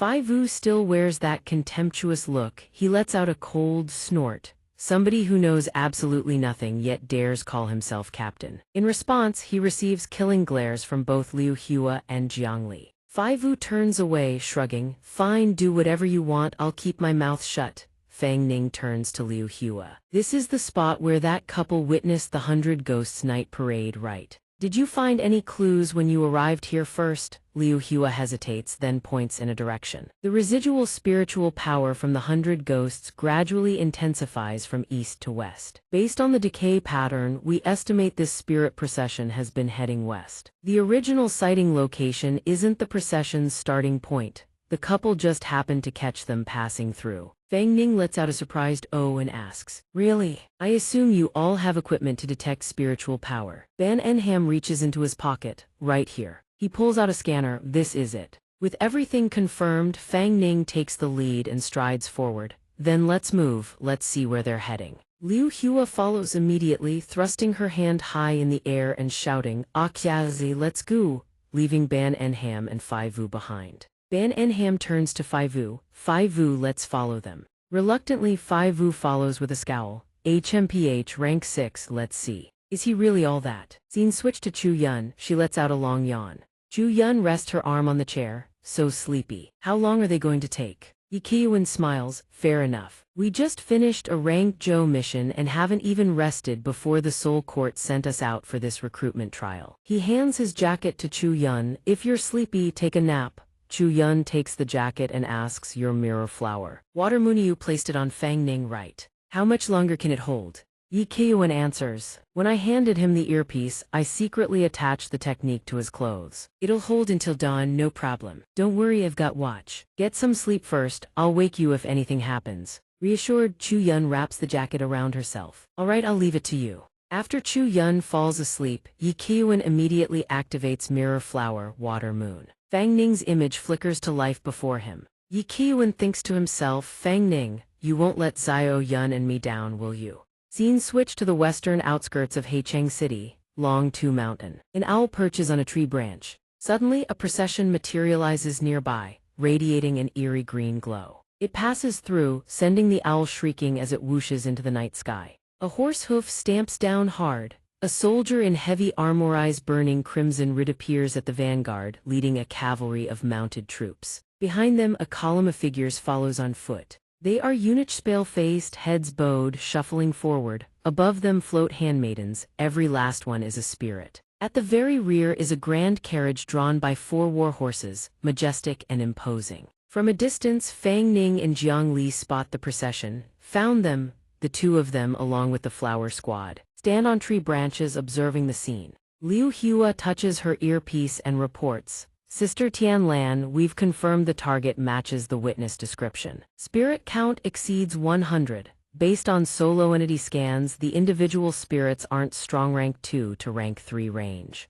As for the spirits deeper within the formation, we haven't been able to scan those yet. Meanwhile, Fang Ning leans close to Jiang Li's ear and whispers, "What do you think? Lair Nhi, does their attire look familiar to you?" Jiang Li frowns, a little. In some fragments I can recall, the people around me all seem to wear similar clothing. Fang Ning recalls his dream. He thinks, exactly, it's identical to what I saw in that vision. Could they know the truth about Jiang Kingdom's fall 1,000 years ago? He gazes down at the spirit procession, suspicion rising. But there are way too many spirits. Is an entry trial supposed to be this brutal? Don't tell me someone among the soul hunters is trying to get me and Lair Nhi killed through this trial. Jiang Li, eyes gleaming with hunger, points at the spirit procession.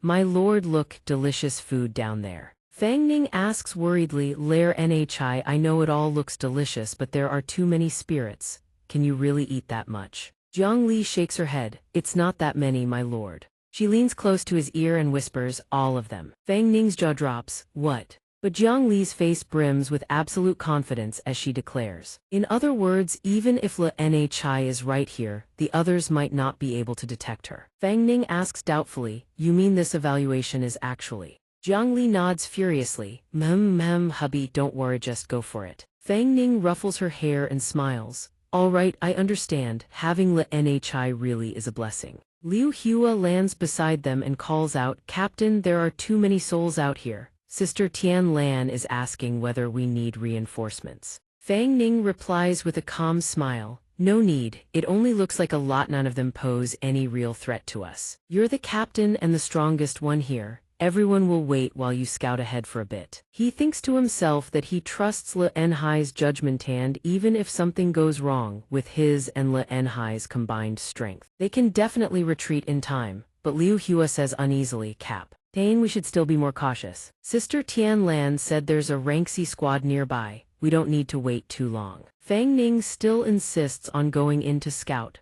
"Everyone keep an eye on the situation once I enter. If things go sideways, call for reinforcements from headquarters. That works, right?" Fai Vu scoffs at this, raises his hand and activates his ability. "Why make things so complicated? It's just a rank C mission. Hurry up and finish it. I want to go back to sleep.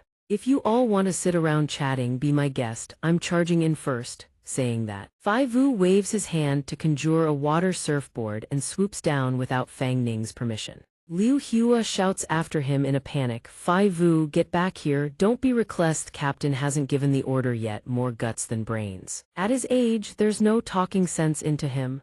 He ignores Liu Hua entirely and drops straight into the center of the spirit formation. Instantly, the swarm of spirits surges toward Fai Vu, but he wipes out 5 of them in a single swing. Finding the kills laughably easy, Fai Vu sneers and mocks Fang Ning. "What, Captain Fang, are you yapping about? He just got lucky contracting a powerful soul, that's all." He transforms water into a rope that wraps around a handmaiden spirit's body, shouting, "You think you're fit to be captain? Let me show you what real power looks like." Fai Vu flings the handmaiden away with a roar, "Get out of here." The handmaiden spirit hurtles straight into the group of servant spirits charging at him, wiping them all out in one go. At that moment, Fang Ning and the others arrive at the scene. Fai Vu immediately starts showing off. "Captain Fang, what do you think of that move? None of you need to lift a finger. This piddly group of spirits. Watch me slaughter every last one by myself." The eunuch spirits charge forward, bellowing, "How dare you!" Liu Hua grows worried for Fai Vu. "Oh, not these ones are clearly far stronger than the rest, at least rank 3, maybe even rank 4. Captain Fang Ning, should we go help?" But Fang Ning has no intention of stepping in. "You heard him yourself. He said all that already. We intervene. Let's just watch for now." Hearing this, Liu Hua has no choice but to agree. "Why, yes, sir." The eunuch spirit charges in, its umbrella crackling with orbs of lightning. The lightning orbs slam into Fai Vu and pin him in place. He stares in shock. "What the hell is this? Trying to lock me down?" 2 more spirits wielding banners as weapons rush into attack formation, unleashing a barrage of techniques straight at Fai Vu. But he merely smirks and raises 2 fingers. Petty tricks. Fai Vu unleashes his soul technique, Water Dragon Seal. A massive water dragon materializes and obliterates every single technique the spirits deployed. Their jaws drop in disbelief. They never expected him to break through so effortlessly. But before the spirits can react, Fai Vu instantly fires off torrents of high-pressure water that pierce clean through their bodies. Liu Hua sees he's still alive and breathes a sigh of relief. That Fai Vunusty temper, sure. In a vicious mouth, but he's got the skills to back it up. Ban Yan gives a thumbs up. Fai Vu is really strong. Back in the fight, every low-rank spirit scatters in terror from Fai Vu. He cackles even louder. The famed night parade of 100 ghosts, that's all you've got. If I hadn't been waiting all day for that useless captain, our team would have cleared this and gone home ages ago. But that's not all. Thundering hooves of horses echo behind Fai Vu once more. He grits his teeth, thinking, still spirits suicidal enough to charge me. It's the vanguard cavalry unit from earlier, circling back. Fai Vu immediately unleashes his soul technique water dragon, seal summoning a barrage of water dragons. But the cavalry hack through each one with a single slash. His eyes widen in disbelief. What? They can block my attack. He refuses to accept it. He switches techniques, conjuring a swirling vortex of water. Damn it, we are there. So many rank 4 spirits here. There might even be rank 5 spirits hiding among them. This is way beyond rank C difficulty. Something's wrong with the mission intel. The cavalry keeps charging. One of them hurls a spear and it tears through Fai Vu's water vortex and pins the ground right beside his foot. Without a second's hesitation, Ban Yan activates his power, hardening both arms to stone and leaps down with a roar. Fai Vu. Ban Yan crashes down beside Fai Vu and sends the cavalry flying. He charges in, throwing punches left and right, forcing the cavalry back. He doesn't stop there. Ban Yan grabs one of the horses by the neck and slams it to the ground with ease. Liao Hua joins in, wielding her plant manipulation power. Fai Vu, we're here to rescue you. Thorny vines erupt from the earth and lunge at the cavalry, but every last one is slashed apart. Liu Hua's face goes pale. She turns to Fang Ning for help. Captain, please save Fai Vu. Our team alone can't hold off these spectral knights. This is way beyond rank C difficulty. But Fang Ning calmly replies, no rush, wait a bit longer. How can Liu Hua stay calm at a time like this? She blurts out, Captain Fang, Fai Vu was disrespectful to you before. I apologize on his behalf. The situation is dire, please, I'm begging you. Save them. Fang Ning doesn't budge. He shakes his head. It's fine, they're not in any real danger. Down on the battlefield, a cavalry knight brings his blade crashing down at Fai Vu, but he dodges just in time. For the first time, Fai Vu feels genuine fear. This is bad. My spiritual power is almost drained. I can hold out for a minute at most. Once it's gone. On Liu Hua's end, she can't get Fang Ning to act, so she calls Tian Lan instead. Tian Lan picks up. Liu Hua, what's the situation over there? Can you complete the mission? Liu Hua shakes her head. The situation's gone south. Fai Vu rushed into the spirit procession on impulse. And now he's being hunted by over a dozen spectral knights. Tian Lan is stunned. What? Where's your captain Fang Ning? Is some other powerful spirit keeping him occupied? Liu Hua says flatly, Captain Fang is just standing off to the side, watching the show. Because Fai Vu has been disrespectful to Captain Fang ever since they met, no matter how much I beg, Captain Fang refuses to step in. Tian Lan is shocked. What did you just say? Captain Fang Ning is letting him die just because Fai Vu talked back. Hand the communicator to Fang Ning. The scene shifts to Yi Qiuan's side. He's watching the situation from afar through binoculars. Seeing Fang Ning's attitude, Yi Qiuan feels a twinge of disappointment. What is Fang Ning doing? Did Zhao Yun and I misjudge him? Yi Qiuan glances over at Chu Yun, who's happily munching away. Is he really the type to let a teammate die over a petty squabble? If that's really the case, then no matter how much Zhao Yun likes him, I won't allow him to join the Soul Hunters. Chu Yun notices him setting down the binoculars and asks, what's wrong? Is something going on over there? Yi Qiuan hands her the binoculars. Take a look. On Fang Ning's end, he's speaking with Tian Lan. This has nothing to do with our earlier conflict. I simply judged that Fai Vu isn't in any real danger, so I chose not to intervene. But Tian Lan grows even angrier. Captain Fang, after this evaluation is over, I'm going to need a full explanation for this. Right now, I'm ordering you intervene immediately, help Fai Vu disengage, and hold position until the reinforcement team arrives. Fang Ning sighs helplessly. Fine, I get it. Why does nobody believe me when I say there's no danger? Tian Lan is furious. Captain Fang, you're still not acting? Down below, Fai Vu is fighting the cavalry and screaming, my spiritual power is almost gone. Fang Ning scratches his ear casually. Fai Vu, didn't you say we didn't need to step in? Couldn't even hold out that long. Fei Wu drops all pretense of arrogance. I'm sorry, Captain Fang, I was wrong before. Please, I'm begging you, have mercy and save my life. Fang Ning digs at his ear with a finger. All right, I accept your apology. He thinks to himself, the kid's groveling now, where'd all that arrogance go? Liu Hua can't take it anymore. Ma blurts out in a panic, Fang Ning, do something already. Fei Wu apologized, you said you'd save him. Why are you just standing there dragging your feet? Fang Ning remains completely calm, cracking his knuckles as he speaks. What's the rush? Relax. He's not going to die. Then Fang Ning hops down and says, hey, Fei Wu, aren't you all tough talk before? Gave up that fast. Right at that moment, Fei Wu's spiritual power bottoms out, completely nothing left to shield himself with. The two soul knights raise their lances. Fei Wu can't escape. Both lances slam into his chest and head. He lets out a blood-curdling scream. Liu Hua and Ban Enham scream in horror. Fei Wu. Tian Lan on the other end hears the scream and her eyes go wide. She slams the table, shooting to her feet. That's the eldest son of the court chief. Fang Ning, you just wait for the Soul Court's judgment. But Fang Ning stays utterly relaxed, hands slipped casually into his pockets, sliding down nonchalantly. He lets out a sigh and says, everyone look closely, see, he's not dead, is he? Hearing that, Tian Lan freezes. She immediately switches her calm to Liu Hua. Liu Hua, what's Fei Wu's status right now? Any signs of life? Liu Hua looks down, stammering, he seems to be okay. Fei Wu slumps to the ground, clutching the spots where the knight's lances pierced him, his face drained of all color. He staggers to his feet, arms still wrapped around himself, head spinning. What the hell just happened? Didn't he get stabbed clean through? Why is there not a scratch on him? That's when another cavalry formation barrels straight toward Fei Wu, startling him into panic. No time to run, he throws his arms over his head and clenches his teeth, bracing for impact.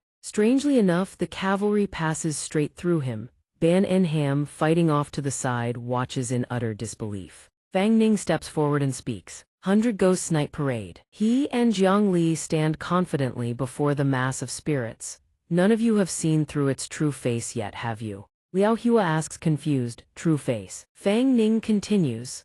I said it from the start, these spirits pose no real threat to us and we don't need backup, right? Tian Lan stammers, it does sound like you said something like that. Fang Ning presses on, you all assumed Fei Wu was going to die. When you ordered me to call for reinforcements, I told you he wouldn't be in any real danger, correct? Tian Lan responds, yeah, that's right. Just as he says that, another spirit lunges at Fang Ning from the distance, aiming to strike him, but it can't even touch a single strand of his hair. Phasing right through. Fang Ning turns to look at Fei Wu. See, was my judgment off? I know you all doubt my abilities, but in this evaluation we're on the same team. If we're comrades, you should at least trust my word. He reproaches them. Do I really seem like the kind of person who'd deliberately send a teammate to die over a petty grudge? Liu Hua's face flushes red at his words. Li speaks up, I'm sorry. Another cavalry formation charges in. Fei Wu, still shaken, says, but the impact from beforeth feedback when I hit theme, all of it told me they were real. The horse-drawn carriage at the tail of the spirit procession now pulls up right in front of Fang Ning. He walks closer and says, that's right, in our perception they are real. This is a high-level illusion, the moment people believe it's real. Fang Ning's expression sharpens. It generates corresponding feedback in their minds based on their past experiences. The instant he finishes speaking, Fang Ning springs into the air. He leaps onto the carriage, sending the surrounding handmaid spirits into a frenzy. Fang Ning turns to the old eunuch Wei Kai, who stands with his head bowed beside the carriage. Old eunuch, am I right? The old man does not respond. Fang Ning continues, isn't it about time you dropped this boring charade? Only then does Wei Kai lift his gaze and reply, to think my soul technique was seen through by a mere whelp. Hearing that, all three, Liu Hua, Fei Wu, and Ban Enham, gape in shock. The ghost cavalry gradually dissolves, the spirit handmaidens fade away with them. Liao Hua swings over on a vine to where Ban Enham and Fei Wu stand. Everyone okay? Fei Wu shakes his head wearily. I'm fine, just burned through all my spiritual power, feeling pretty drained. He turns and asks, how's Ban Enham? Ban Enham scratches his head and stammers, I still have a little spiritual power left. Over on Wei Kai's side, the old eunuch closes his eyes and floats into the air, his entire body wreathed in a blazing dark purple aura. Energy coiling and building. Then Wei Kai snaps his bloodshot eyes wide open. A colossal wave of purple energy erupts outward from his body. Liu Hua is immediately caught in the shockwave and sent flying. A massive arm reaches out just in time, grabbing her. It's Ban Enham, one arm bracing Fei Wu, the other hauling Liu Hua back. Liu Hua thrusts 2 fingers forward, chanting a command, grow. From the ground beneath all 3 of them, thorny vines erupt and surge upward. The vines climb high, shielding the trio from the overwhelming pressure radiating off the old eunuch Wei Kai. Fei Wu peeks out, eyes wide with terror. Rank 3, Rank 4, Rank 5, Rank 6. Liu Hua, perched on Ban Enham's back, recognizes the danger instantly and screams, "It's a Rank 7 spirit, a ghost general, Captain, pull back now." But the pressure from Wei Kai only intensifies. Liu Hua's face goes pale. "Oh God, my very first mission, how is my luck this bad?" Ban Enham says, "I'll report it immediately. Liaison officer, requesting emergency backup." Over on Fang Ning's side, Jiang Li channels her power, forming spectral chains that wrap around his waist and anchor him to the ground so the blast doesn't send him flying. Fang Ning and Jiang Li exchange mental words. "That old man's got some real presence, huh? Lei are you absolutely sure he's no threat to us?" Jiang Li answers with a confident smile, "Absolutely, 100%. Tian Lan's voice crackles through the comm. "I can't believe Ida Ghost General rank spirit." Fang Ning, the intel was wrong. Lead Liu Hua's team and retreat toward Captain Chu Yun's position. From a distance, the situation is visible through binoculars. Chu Yun shouts in alarm, "What? A rank 7 spirit?" Yi Qiwen immediately relays, "Chu Yun and I are en route right now." Fang Ning, hold on. But Fang Ning's voice comes through the other end of the line. Calm as ever, "Didn't I just tell you to remember what I said at the start? We're in no real danger. Why make a mountain out of a molehill?" Tianlan snaps, furious. What kind of riddle are you playing at? Can't you just say it straight?" But Fang Ning isn't in the mood to explain. He cuts the connection without another word. Wei Kai stands across from him, glowering, "Interesting brat, before this venerable one you dare not kneel and beg for mercy." Fang Ning lets out a laugh, "Kneel and beg for mercy? Old man, your face is ugly, and your imagination's even worse." Wei Kai's fury explodes. Insolent cur, he hurls an attack at Fang Ning. A massive spectral hand descends from above, reaching to crush Fang Ning. Liu Hua sees it and her face goes white. "Captain Fang Ning." But Fang Ning flickers like a teleporter in the blink of an eye. He's right in front of Wei Kai, dodging the attack effortlessly. No words wasted, Fang Ning slaps Wei Kai hard across the left cheek. "Rank 7, that's it." Wei Kai clutches his reddening face, trembling with rage. "I am the venerable," but Fang Ning doesn't let him finish, delivering a second slap. "A ghost general, right?" Wei Kai's head snaps to the side, his hair disheveled, but he snarls back, "You dare?" The third slap lands even harder, spinning the old eunuch's head clean around. "And you're still out here trying to scare people with this nonsense." The rest of the team stares, utterly dumbfounded. "Holy crap, that was a rank 7 spirit. Our captain is an absolute monster." Fei Wu watches the scene, swallowing hard with regret. He thinks to himself, "Who knew this guy was this strong? If I'd known earlier, I never would have crossed him. Is it too late to suck up to him now?" Wei Kai, refusing to believe what he's seeing, turns to Fang Ning and demands, "Why aren't you afraid of me? Have you seen through my abilities?" "That's impossible. My soul techniques are flawless. Even against a rank 7, I can conceal myself for a full hour. How the hell did you figure me out?" Fang Ning leans down, pats him on the shoulder and says, "The more afraid someone is of you, the stronger the fear builds in their hearts and the more you can suppress them, right? I figured that out long ago, from analyzing your battle with the Fei Wu Association." But in reality, Jiang Li had already whispered into his ear beforehand, "All these spirits are fake phantoms conjured by some kind of soul mechanism. Only the old eunuch in the center is real. He's the actual spirit." Rank 5. Fang Ning smiles to himself, thinking good thing Layer saw through him, or this mission wouldn't have gone so smoothly. With that thought, he turns to Jiang Li, points at Wei Kai and says, "Layer, this old man may be ugly, but he's probably delicious. Come here and eat up." Jiang Li, ever the glutton, beams with joy. "Thank you, my lord." She licks her lips, rubs her hands together and says with a hungry grin, "Then I'll dig in." All traces of Wei Kai's earlier composure vanish. He drops to his knees and begs, "This old servant is Wei Kai, please spare my life. This old servant has never harmed a single soul. Everything this old servant did was only to return and continue guarding the relics of the Jiang Kingdom's princess." Hearing this, Fang Ning quickly stops Jiang Li. "Wait. He turns to the old eunuch. You said relics of the Jiang Kingdom's princess. You know layer. What are these relics? Wei Kai immediately looks up. 1,000 years ago, Her Highness the Princess entrusted me with. Mid-sentence, his eyes suddenly go wide with shock as he stares at Jiang Li. Recognition flashes across his face. You are Her Highness the Princess. Seeing that he recognizes her, Jiang Li asks in surprise, You recognize me? Right at that moment, Liu Hua spots a streak of blue light approaching and exclaims with joy, Sister Chu Yun is here. Seeing this, Fang Ning quickly signals Jiang Li lair pretend to devour him, hide him. Jiang Li nods, yes my lord.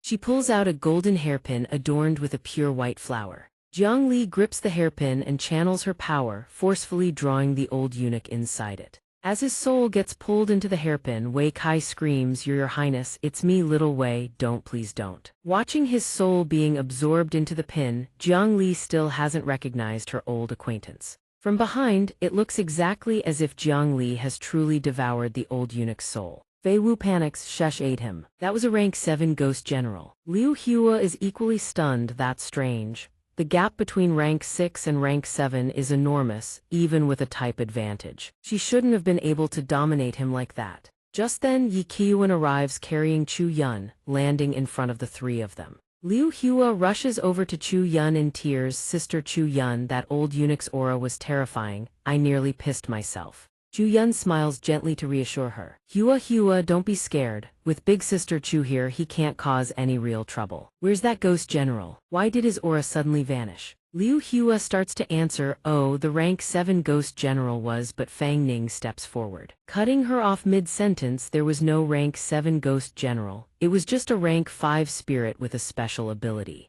He smiles and explains the more afraid people were of him, the stronger he appeared. Everything about the parade of 100 ghosts was just an illusion he created with his soul techniques. Fang Ning says with a smug look on his face. Took him down in just a few moves and fed him to lair. Chu Yun is taken aback. It's already dealt with. Afraid she won't believe him. Fang Ning quickly gives Jiang Li a light tap as a signal. She immediately lets out a satisfied burp. Acting full from the soul she just devoured, leaving Chu Yun staring wide-eyed, jaw on the floor. But the mission is done and Chu Yun decides not to press the matter. Fine, she ate him, your little Lei has a special constitution. And she seems fine for no, but I'd still advise you to keep a close eye on her. Fang Ning nods, yeah, I'll watch her carefully. Chu Yun turns to Liu Hua. As for how this mission was carried out, Liu Hua quickly explains that was because we didn't trust Captain Fang's judgment and guidance. We misunderstood him. Then Liu Hua shoots a glance at Fei Wu and tattles. If Fei Wu had followed Captain Fang's orders back then, letting Captain Fang try first instead of charging in on his own, the mission would have gone much more smoothly. Chu Yun listens, then touches her earpiece to make an announcement. Then I hereby declare, this mission has been completed with excellence. Evaluation a rank Fang Ning's Soul Hunter entry trial has been completed. Tianlan, does logistics have any objections to this evaluation and decision? Tianlan smiles, logistics has no objections whatsoever. She adds with genuine remorse, Captain Fang, I sincerely apologize for my earlier distrust. If the opportunity arises, please allow me to apologize to you in person. Yi Qiuan also confesses, Brother Fang, honestly I misunderstood you earlier too, sorry about that. Fang Ning waves it off, no hard feelings. Chu Yun steps forward, hand extended, the badge Hong Jai gave you'll help you activate it. Fang Ning hands her the badge, puzzled. Activate it. Chu Yun answers, of course. You can think of this badge as a simple soul artifact. Once activated, you can absorb it into your body. As Chu Yun activates the badge, she explains, it also unlocks corresponding permissions for you. For instance, you can use it to coordinate lower-ranked support teams in the area or access the Soul Hunter base to look up records and so on. She presses her palm against the badge, causing it to expand larger than normal. In an instant, Fang Ning's image appears on the surface of the badge. Chu Yun hands it back to him with a smile. From this moment on, you are officially a part of the Soul Hunters. But then her expression turns serious. If you ever face a life-threatening situation, channel your spiritual power to activate the badge. All nearby Soul Hunters and Logistics HQ will receive the signal immediately and arrange a rescue. Similarly, when you receive a distress signal from others nearby, you are also obligated to respond and provide support immediately. As they talk, dawn breaks over the horizon. Chu Yun continues, the Xianxia organization is only one of the many threats we face. The darkness of this world goes far beyond anything you can imagine. She extends her hand with a smile. We soul hunters must stand united, help one another, and fight as one. Welcome aboard, fellow hunter.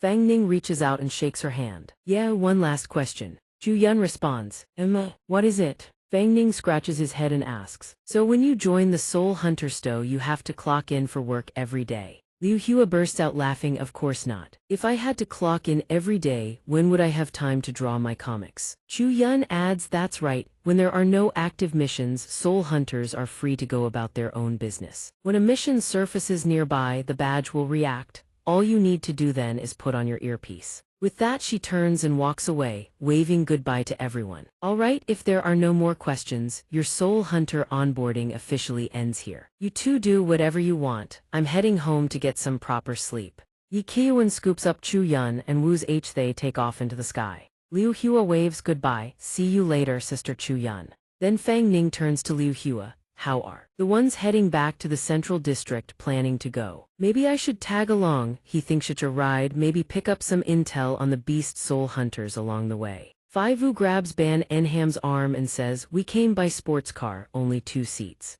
Seeing this, Fang Ning turns to Liu Hua instead. Then Liu Hua chuckles awkwardly. I rode my motorcycle here. If team leader Fang doesn't mind, Fang Ning's brain instantly conjures the image of Liu Hua straddling a motorcycle while he clings to her from behind, grinning like an idiot. It's not like it's mid-sentence. Jiang Li materializes behind him, radiating killing pressure like a demon lord. He flinches, shaking his head frantically. No, no way, absolutely not. Fang Ning turns to face Jiang Li with a stiff, forced smile. Jiang Li wastes no words, grabs him by the collar. She yanks him skyward. Whoosh, he shrieks in panic. Big sis, slow down, I'm not ready yet. Liu Hua watches the scene unfold, eyes sparkling. Team leader Fang's soul wife is so cute when she's jealous. I want to draw her into my comic. But then her face sags as she murmurs to herself, wondering whether team leader Fang has any impression of her at all. She hopes he didn't take her earlier suspicion of him to heart. Fai Vu watches Liu Hua's mood swings and scoffs. Hey, your emotions flip faster than a pancake.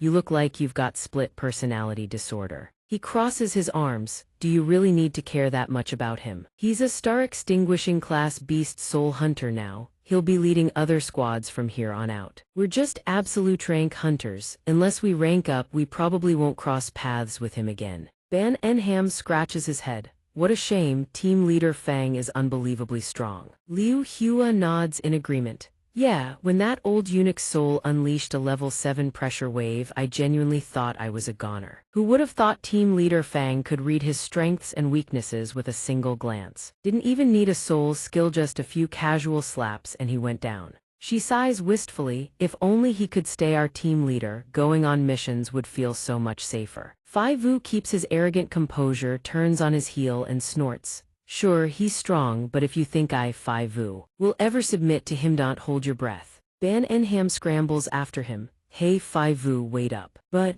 meanwhile, none of the three notice a crimson vortex silently forming on the tree branch directly behind them. Yuan Yue materializes, a pen and notebook clutched in her hands. She closes the notebook and licks her lips hungrily. Oh my, 3 more fascinating little toys. She bites her finger maniacally. I can already see them, broken beyond recognition, groveling at my feet, begging me for a quick death. She lowers her hand. A blood-red moon flickers to life above her head. She murmurs to herself, the professor did assign me to surveillance duty. She cradles her face, then I'll keep watching. Fang Ning got it. Can't tip them off, every step has to be careful. With that, Yuan Yue vanishes. Fai Vu's sharp instincts pick up on Jolt's alert. He whips his head around. Strange, why did he suddenly feel a cold chill down his spine? Even Liu Hua and Ban Enham turn to look. What's wrong? Did you see something? But Fai Vu says nothing more, turning to leave. It's nothing, probably just my imagination. Scene change. Fang Ning's residence. Jiang Li's streak of blue light descends from the sky into his home. Fang Ning hastily pulls the curtains shut. He thinks to himself, who would have thought we'd land stable jobs, move into a huge villa, and actually become proper adults. Fang Ning slumps into the sofa. Even after compensating Aunt Liu and the neighbors, there's not much left, and the rent's pretty steep. But at least this way, if Yuan Shang comes looking for us again, no innocent people will get caught in the crossfire. Jiang Li presses her palms together, channeling her magic, and conjures a set of black chain-patterned pajamas. Fang Ning says, "Layer, release the old eunuch." Jiang Li sits down beside him and smiles brightly. She pulls out the hairpin that captured the eunuch's soul earlier. Wei Kai is released at once. He prostrates himself deeply and says reverently, "Your old servant Wei Kai pays respects to your highness the princess." Jiang Li asks him, "Who are you? How do you know me?" Wei Kai says through tears, "Your old servant is Wei Kai, who served your highness for over 10 years. How could your highness not remember your old servant? To think that when we meet again, we've both become wandering spirits. That day your old servant failed to protect your highness. Your old servant deserves to die 10,000 deaths." Jiang Li leans over and whispers to Fang Ning, "Husband, my instinct says he's not Ling, but Layer truly doesn't remember any of it." Wei Kai overhears her words and leaps to his feet, jabbing a finger at Fang Ning. "How dare you? Who are you that the princess calls you?" He freezes mid-sentence as if suddenly recognizing Fang Ning's identity. "You, young Master Ning. You haven't, you didn't." Fang Ning is just as stunned as Jiang Li. "You know me?" Wei Kai lowers his pointing hand and laughs at himself. "I should have realized this sooner. The only person the princess would call husband is youth son of the Grand General of Jiang Kingdom." "Young Master Fang Ning, please stop teasing your old servant." Fang Ning's eyes widen in shock. "What? You're saying I'm the son of the Grand General of Jiang Kingdom?" "Fang Ning." He cracks open a can of soda and pours it into a cup with a satisfying fizz. "Wei Tai, don't be so tense. Here, have a drink." Wei Tai stares at the cup Fang Ning pushes toward him, watching the bubbles rise. He swallows hard, his mind racing in terror. What kind of liquid is this? Why is the water black? And it's bubbling too. Is this some kind of poison targeting the soul? Has this old servant said something wrong? "Young Master Ning, are you trying to poison this old servant?" Seeing Wei Tai frozen in silence, Fang Ning holds the cup out further. "Not a fan. Then I'll have Layer brew you a cup of tea instead." "Makes sense, I guess. An old-timer like you probably isn't used to this kind of thing." Wei Tai flinches in panic, waving his hands frantically. No, I wouldn't dare trouble the princess." He grabs the cup and drains it all in one decisive gulp. "My life already belongs to my masters. If I die, so be it." Fang Ning watches Wei Tai drain the cup in one go, tears streaming down his face, and frowns in confusion. "Is it really that good? Why are you crying?" Then, completely dumbfounded, he watches Wei Tai drop to his knees. "Young Master Ning, you ordered this old servant to drink poison, and this old servant dared not disobey. But princess, this old servant can no longer serve you. Please take care of yourself from now on." Fang Ning lets out a helpless laugh. "I thought it was something serious. That's soda, just a regular drink. There's no poison. You just drank it. Didn't it taste sweet?" But in his mind, he's already drawn his conclusion. Wei Tai's expression doesn't look faked. It seems this old eunuch is genuinely loyal to Layer. He picks up the soda and takes a sip himself. Seeing Fang Ning claim it isn't poison and drink from the same cup, Wei Tai laughs awkwardly. "This old servant drank too fast, didn't even get to taste it, just felt a slight sting in the throat." Fang Ning sets the cup on the table and says with a smile, "If I wanted to harm you, I wouldn't need poison. I could have done it outside just now. Relax. Earlier you said I'm the son of the Grand General of Jiang Kingdom, right?" Wei Tai looks at him and says solemnly, "That is correct. You are young Master Ning. How could this old servant possibly mistake your identity? Has young Master Ning also lost your memory just like the princess?" Fang Ning shakes his head. "Don't be ridiculous. I grew up in an orphanage. I'm just an ordinary person. There's no way I'm the son of some general from 1,000 years ago."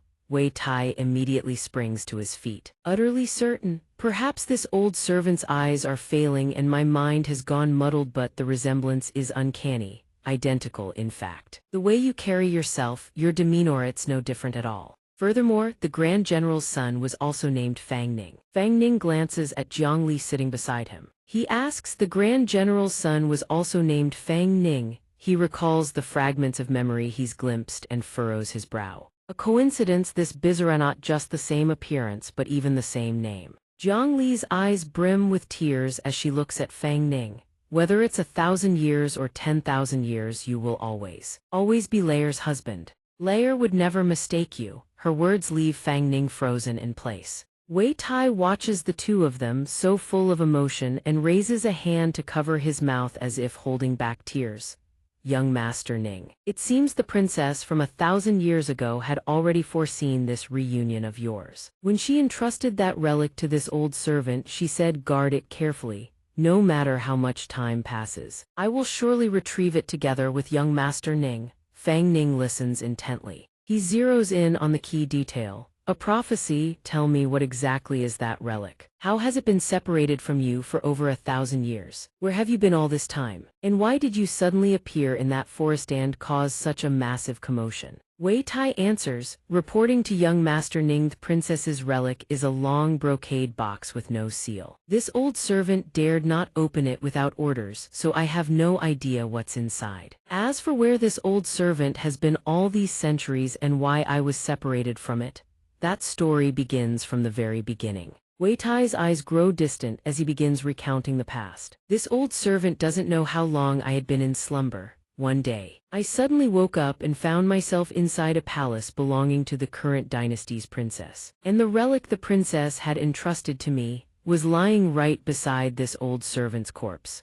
This old servant wanted to go outside to find the princess, but that room seemed to be sealed by some kind of barrier. This old servant tried every possible way but couldn't break free. Until a few days ago, a group of people suddenly broke down the palace gates, stormed in, and carried away many artifacts. Among them was this old servant's sole weapon, Fu Chen. Wei Tai stares into the distance as he recounts, his expression grim. The one leading them possessed terrifying power. It felt like a single breath from her could have blown this old servant away. So this old servant was so frightened that he went into hiding. I only managed to conceal the princess's relic in time. I had barely hidden inside Fu Chen's chamber before I was carried out of the ruins. But the moment we left the ruins, this old servant grabbed Fu Chen and bolted. Fortunately, the escort had no idea I existed, and that terrifying woman was still exploring the palace, which gave me the chance to slip away. The scene returns to the present. Wei Tai's wrinkled face tightens with a troubled frown as he continues. After that, this old servant hid by day and moved by night, planning to return to the palace and retrieve the princess's relic that I had hidden there to continue carrying out my mission. Who could have known that halfway there, this old servant would be discovered by you, young Master Ning? Fang Ning says helplessly, you caused such a massive disturbance, staging a night parade of 100 demons, no less. Of course you got caught. You're lucky it was me who found you. No matter how skilled you are at concealment, once the high-ranking soul hunters arrive as backup, you wouldn't escape with your life. Wei Kai scratches his head and grins broadly. Thank you, young Master Ning. Then he lowers his head once more. Sorrowfully he speaks, this old servant never imagined so much time had passed. Now no one even recognizes the imperial rites anymore. If this were the Jiang dynasty with this old servant's ceremonial escort, no one in all the world would dare block our path. Fang Ning's eyes widen. He glances over and says, the emperor is gone. What imperial rites are left? He adds silently in his heart, in the dead of night like this, anyone who stumbles into your imperial procession would call the police. Then he asks seriously, regarding the fall of the Jiang kingdom over 1,000 years ago, how much do you know? Hearing this, Wei Kai straightens up and begins recounting what he knows. Regarding the fall of the Jiang kingdom 1,000 years ago, this old servant only knows that at the time, chaos erupted because of Yuanshang. Beyond that, the entire imperial capital descended into turmoil, a complete and utter mess. This old servant couldn't see clearly either. Fang Ning exclaims, Yuanshang. Then he thinks, could the dream you saw during the battle with Yuan Long have actually happened? Wei Kai confirms, recalling the day he fled with Jiang Li. That day, Xuansheng launched a concentrated assault on the Grand General's manor first. Young Master Ning had already entered the palace for his arranged marriage to the princess, but when he saw Yuansheng's attack, you flew off to aid the Grand General. This old servant escorted the princess to meet the emperor, but on the way we were ambushed and decimated by the rebel forces. This old servant had no choice but to press on alone toward the Great Hall to find the emperor, but what I found. Fang Ning holds Jiang Li's hand and looks at Wei Kai, asking, what did you see? Pressed relentlessly by Fang Ning's questioning. Wei Kai clutches his head, grinding his teeth. Rage and terror consume him as he finally forces the words out. This old servant saw. In the Great Hall, The crown prince had stabbed the emperor to death with a sword. Fang Ning asks in confusion, "The crown prince?" Then he hears Jiang Li beside him emit streams of cyan energy. She clutches her head and cries out, "Ah, it hurts." Fang Ning swiftly pulls Jiang Li into his arms, asking with alarm, "Leer, what's wrong?" Jiang Li turns to him, tears welling in her eyes. She clutches Fang Ning tightly and whispers, "Husband, I remember now." She places her hand on Fang Ning's forehead. Cyan energy radiates outward and Fang Ning's eyes begin to redden. Streams of memories surge forth. A campfire flickers to life. Two children stand around a small boy who holds a stick with an entire chicken skewered on it, thrusting it into the flames to roast. The little girl stands beside him, her eyes sparkling as she stares fixedly at the chicken.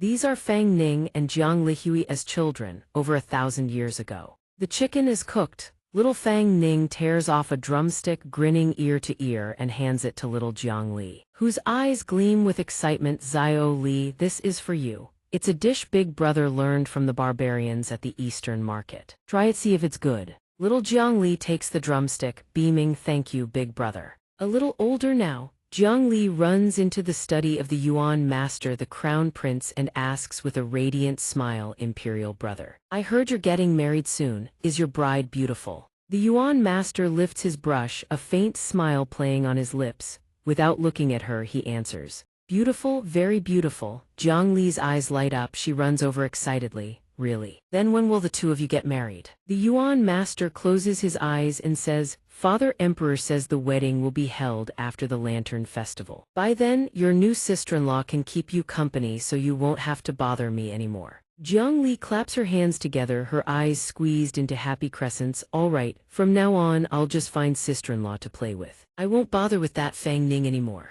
The Yuan master hears this and frowns in surprise. "That brat Fang Ning is bullying our little princess again. Just tell your imperial brother, he'll discipline the boy for you." Hearing this, Jiang Li starts fuming and immediately begins tattling. "Imperial brother, you don't know, today at the Imperial Academy, he put a frog on my desk and scared me half to death." The Yuan master laughs awkwardly and tries to mediate. "A frog? I think it might be because he likes you. He wants to get your attention." Jiang Li tilts her head, utterly bewildered. "Likes me?" The Yuan master smiles and gently taps her nose. "You're still young now. One day you'll understand what it feels like to like someone. When that day comes, you won't need me anymore." Jiang Li shakes her head innocently. "That'll never happen. Imperial brother will always be my favorite brother in the whole world." Scene shift: a funeral. The Yuan master kneels before the memorial tablet of the departed. Jiang Li stands beside him. Jiang Li says with deep worry to the figure kneeling in anguish, "Imperial brother, you haven't eaten or rested for 3 days. Your body will collapse at this rate. If sister-in-law were still alive, she surely wouldn't want to see you like this." The Yuan master's face is ashen. He murmurs, "Little sister, tell me." His expression begins to twist, his eyes reddening. "After sister-in-law passes on, where does she go?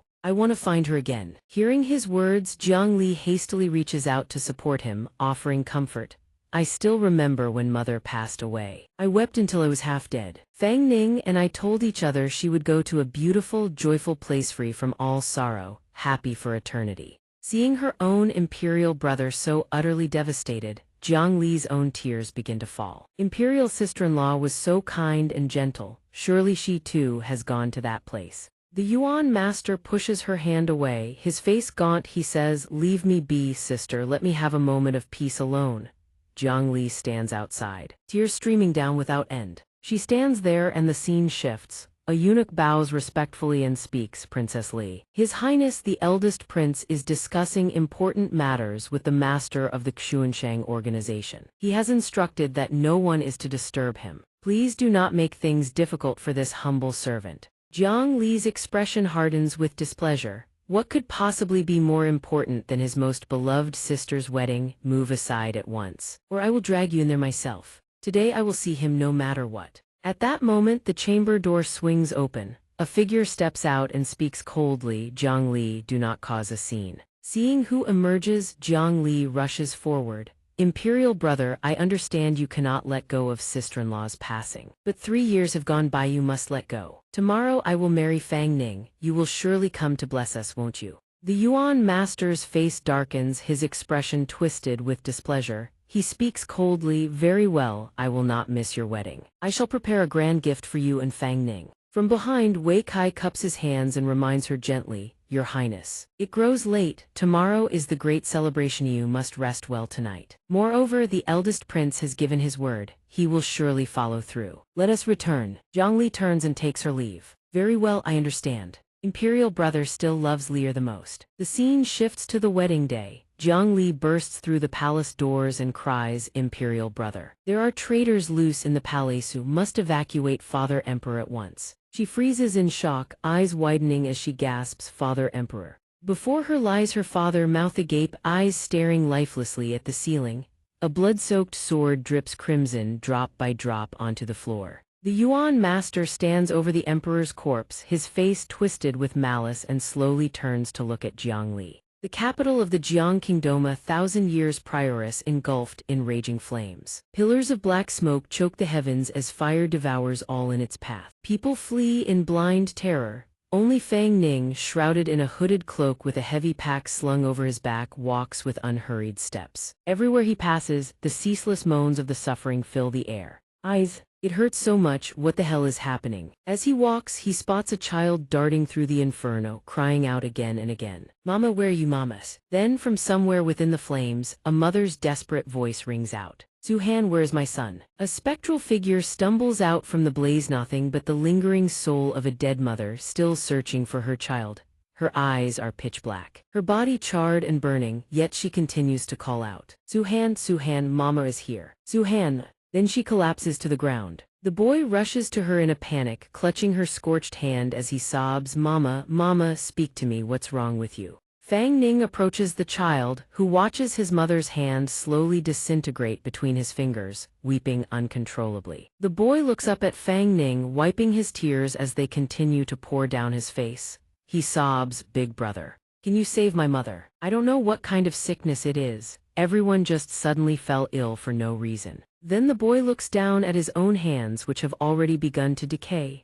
Black chi rises from his skin and his eyes widen into perfect circles. "I think I'm sick too. Big brother, is my mother dead? Am I going to die too?" Fang Ning places his hand on the boy's shoulder and says gently, "Don't be afraid, you will not die." He pulls back his hood and looks the boy in the eye, his gaze burning with resolve. "I will take you out of here." Back in the present, Fang Ning holds Jiang Li in his arms. The two of them hover in midair, locked in an embrace. Enveloped by a swirling aura of golden-green energy, their eyes shut tight. Wei Kai sits quietly below, watching them in silence. He thinks in astonishment, young Master Ning and Her Highness are combining their power to break the memory seal within Her Highness's sea of consciousness. It seems the princess's amnesia is indeed linked to this seal. I wonder which great master's handiwork this could be. He rises to his feet, glances around, and mutters to himself, "Well then." The palaces of their highnesses, though far smaller in scale compared to back then, the craftsmanship of these glazed lanterns and jade ornaments, I dare say the refinement surpasses even the old days. Then he eyes the cans of soda on the table and remarks with bewilderment, "As for these beverages, I clearly just drank a large cup. So why do I feel even thirstier than before?" Then he picked up another can, turning it over in his hands as he studied it. Its vessel was forged of gold and iron, nothing like an ordinary object. He gazed at it, gave it another shake. Inside, tiny bubbles seemed to fizz. He reached for the lid, muttering doubtfully, "Just now." Young Master Ning opened it like this. The instant he pried it open, liquid burst out and sprayed all over his face, scaring Wei Kai half to death.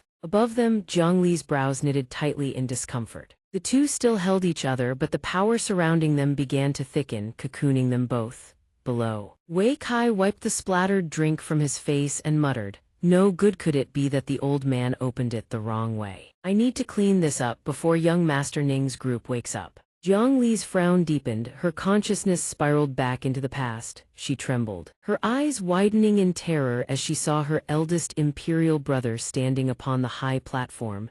"Imperial brother, why did you do this? Why did you want to kill Father Emperor? Why did you destroy the great Jiang? Why did you ruin my wedding?" The Yuan master stood high above, hands clasped behind his back, and spoke coldly. "You ask why?" Perhaps because his eyes had turned crimson, he said, his face streaked with fresh blood, his expression cold and lethal, his voice utterly devoid of warmth. This king has learned the truth of this world, Jiang Li asked, bewildered. She was still reeling in confusion when a streak of black qi shot past, startling her. He dropped to one knee and spoke with utmost deference. Yuan Master, the Commander General has been eliminated. No one in the entire Jiang Kingdom can obstruct our plans any longer. The Yuan Master gazed down and issued his cold command. Very well. Prepare to activate the soul refining array. Jiang Li burst into tears and screamed, the general's residence. Fang Ning, Imperial brother, what have you done?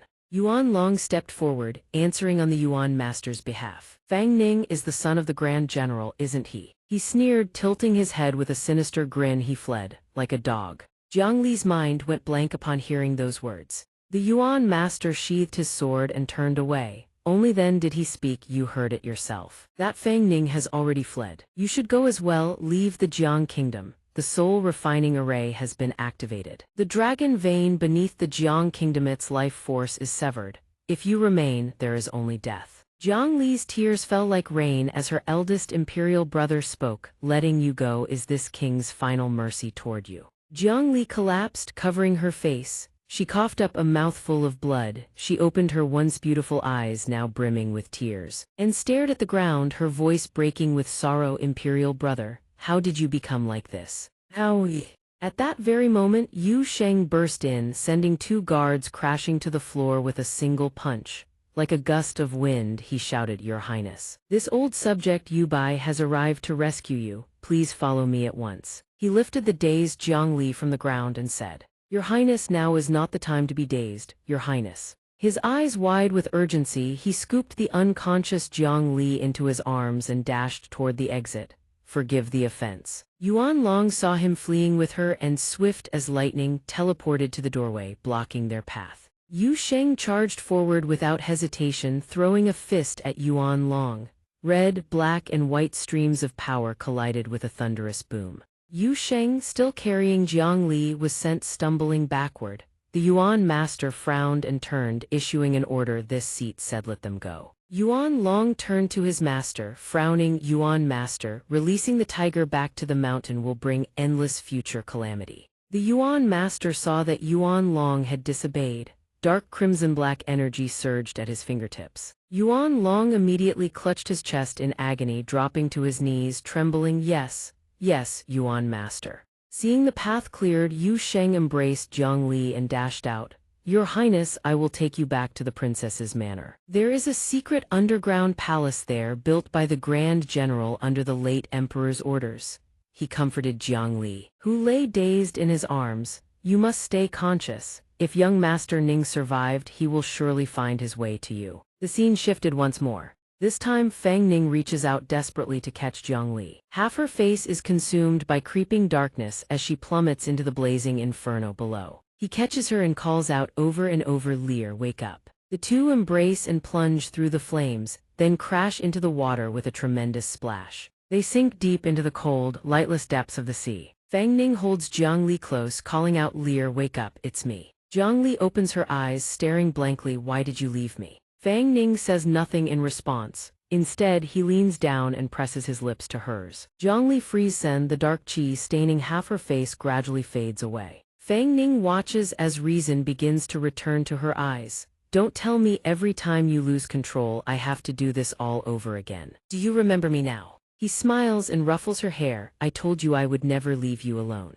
Jiang Li, overcome with emotion, exclaims, husband, and leans in to plant a kiss on Fang Ning's cheek, leaving both of them blushing shyly. Fang Ning says nothing, pulling her into a deep kiss. The two of them hover in midair, suspended outside. Their passionate embrace leaves Wei Kai below, covering his face yet peeking through his fingers, watching the two kiss in the sky. His face flushes crimson as he mutters in embarrassment, truly, the times have changed beyond recognition. Human hearts are nothing like the old days. The seal, how is it broken? By kissing. The two open their eyes, gaze at each other, then descend to the ground. Jiang Li shyly pushes him away, about to flee. But Fang Ning swiftly catches her hand and pulls her back, speaking in a serious tone, Li 1,000 years have passed. There is no need to dwell on it so. He pulls her into his embrace, gently stroking her head as he speaks to reassure her. I swear from this day forward, I will never let you suffer any harm again. Jiang Li, her cheeks flushed red, gazes at his chest then, as if remembering something, she pushes him away. Her face burning hot enough to steam, she reminds him in a flustered whisper. There are other people here. Wei Kai awkwardly shakes his head, still dazed, and clasps his hands to speak. This old servant saw nothing. This old servant heard nothing. Fang Ning holds Jiang Li in his arms and asks, besides what we both saw in the memories of the first prince, do you recall anything else? But Jiang Li closes her eyes and shakes her head, indicating she remembers nothing more. Fang Ning recalls the memories from his encounter with the people of Yuanshang. Indeed, Yuanshang had already appeared 1,000 years ago. When the Jiang kingdom fell a millennium past, it was Jiang Li's own imperial brother who, together with Yuanshang, orchestrated its destruction. Yet Yuan long addressed that first prince as Yuan Master, and moreover, he bore the exact same appearance as the ancient physician. This touches upon the truth of the world itself. Fang Ning holds Jiang Li, letting her bury her face against his chest, and turns to ask Wei Kai at his side. Old Wei, I have a question for you. Wei Kai clasps his hands respectfully and bows his head. Young Master Ning, please speak. Fang Ning drops all pleasantries and asks, the place where you awakened, that was the princess's underground palace from 1,000 years ago, correct? Can you still find it now? Wei Kai's face drains of color at the mention, the memory of Yuan Feng's cold, remorseless stride into that place flashing before his eyes. He speaks with trepidation. This old servant can find it, but as for the ringleader, we fear that. Fang Ning asks in surprise, can't you disguise your aura as that of a level 7 soul general? Wouldn't that be enough to frighten them into fleeing? Also, what exactly is the nature of your power? Wei Kai explains, this old servant possesses a soul skill called borrowing power to intimidate.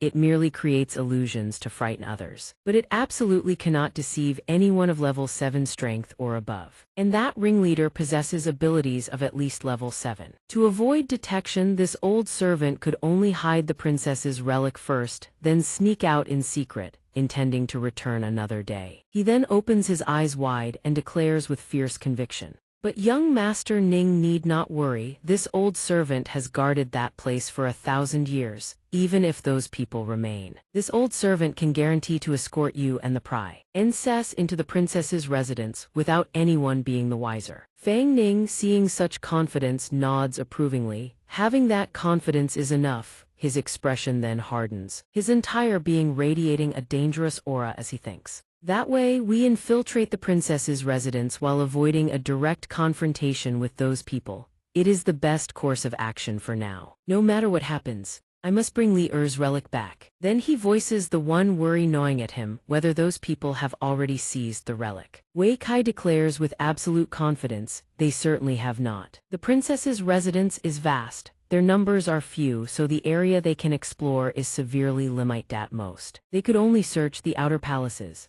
Furthermore, before departing, this old servant hid the relic within the most central palace complex of the princess's residence. Infiltrating it would be extremely difficult for them. The relic is most likely still within the princess's residence. Fang Ning tilts Jiang Li's face up gently and asks in surprise, extremely difficult to infiltrate. There are places like that even within the ruins of the princess's residence. Wei Kai's expression hardens as he recalls a pitch-black silhouette within which two blazing red eyes burn with hatred. He speaks. Precisely. That is General Yu of the general's residence.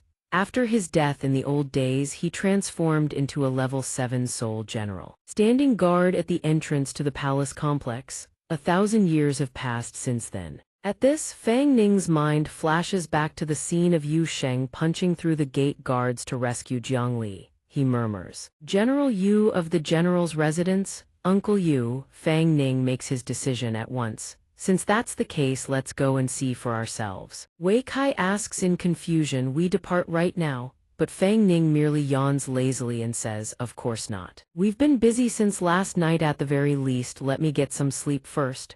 He stretches and turns to Jiang Li at his side. Li put him into the hairpin for now, we'll discuss the rest after we've rested. Jiang Li obeys without question. Yes, husband. She then releases a stream of green spiritual energy that envelops Wei Kai, drawing his soul into her hairpin. Fang Ning sees she's done, drapes his arm over her shoulder and yawns as they walk. Come, let's go to sleep, it's already late. He pulls Jiang Li into his arms, the two of them entangled on the bed. He speaks to comfort her. It's all right, Lear. Don't think about those things anymore. Be good and go to sleep. Don't be afraid, your husband is right here. Jiang Li climbs on top of him, sobbing bitterly as she pours out her heart. My husband is Big Brother who killed Father Emperor, Big Brother who turned the general's manor into a river of blood, Big Brother who destroyed the entire Jiang kingdom. She squeezes her eyes shut and whispers, and my husband, Big Brother killed you too, didn't he? Why did he do it? Fang Ning strokes her head, comforting her gently. It's all in the past now. Lear, the first prince, still doesn't know the full truth of what happened, but I promise you in this lifetime, no matter what, I will never leave you alone again. Jiang Li lifts her head, tears cascading down her cheeks, looking utterly pitiful as she asks, really? This time you won't leave Lear alone again? You won't make Lear wait that long again? Fang Ning smiles softly, cupping Jiang Li's face as he promises in a tender voice, this time I will keep my word. Jiang Li hears this and breaks into a radiant smile. My husband is the best. Fang Ning gazes at the person smiling brightly on top of him and thinks with a sigh, no matter how many times he looks, Lear's face is truly beautiful beyond belief. He gently lays Jiang Li back onto the bed and coaxes her softly, be good. We should get some sleep. The coming days will be busy, getting a good night's rest will be a luxury. Then he leans down and presses a gentle, urging kiss upon her lips. Go to sleep, Lear. Jiang Li, thoroughly comforted, forgets her sorrows. She hugs Fang Ning with a bright smile, closes her eyes, and sweetly murmurs husband on her lips. Fang Ning rests his head on one arm, the other wrapped around Jiang Li, staring up at the ceiling. Half his face is swallowed by shadow, and a dangerous glint slowly surfaces in his eyes. He reflects on the events of recent days. First came the encounter with Yuan Quan, then the bizarre incident at the hospital. The mysterious doctor vanished and shortly after joined the Soul Hunters. During his investigation, he happened to rescue Wei Kai and learned of the relic. Fang Ning's thoughts grow heavier still, and there's Uncle Yu as well. If I truly am the Fang Ning from 1,000 years ago, would he still recognize me? He closes his eyes and sighs. Things are growing more tangled by the day, then he gazes at the person sleeping soundly beside him. His expression solemn and resolute. No matter what the truth of 1,000 years ago may be in this life, he will protect Lear completely for as long as he lives. No matter the cost, he will harbor no regrets. Fang Ning presses a soft kiss to Jiang Li's forehead, then holds her close as they both sink into sleep. The next morning, in a high-rise building, Xiao Jai sits with a cigarette dangling from his lips, staring at his computer. Tears stream endlessly down his face as he mutters, so pitiful. Just then, Sanhe walks up behind him with two others and asks, Xiao Jai, weren't you supposed to be editing young Master Fang's video? Why are you crying? Xiao Jai immediately swings his computer screen toward them, eyes still glistening with tears, and says, see for yourselves. Sanhe clasps his hands behind his back, puffs out his chest with a beaming expression, and grins so wide his eyes nearly vanish. Young Master Fang's videos are getting better and better. This editing style, combined with his acting, it's impossible to tell what's real and what's fake. I genuinely thought young Master Fang had encountered ghosts. The three of them laugh and turn toward the computer. After watching, they fall completely silent. They watch the video to the end.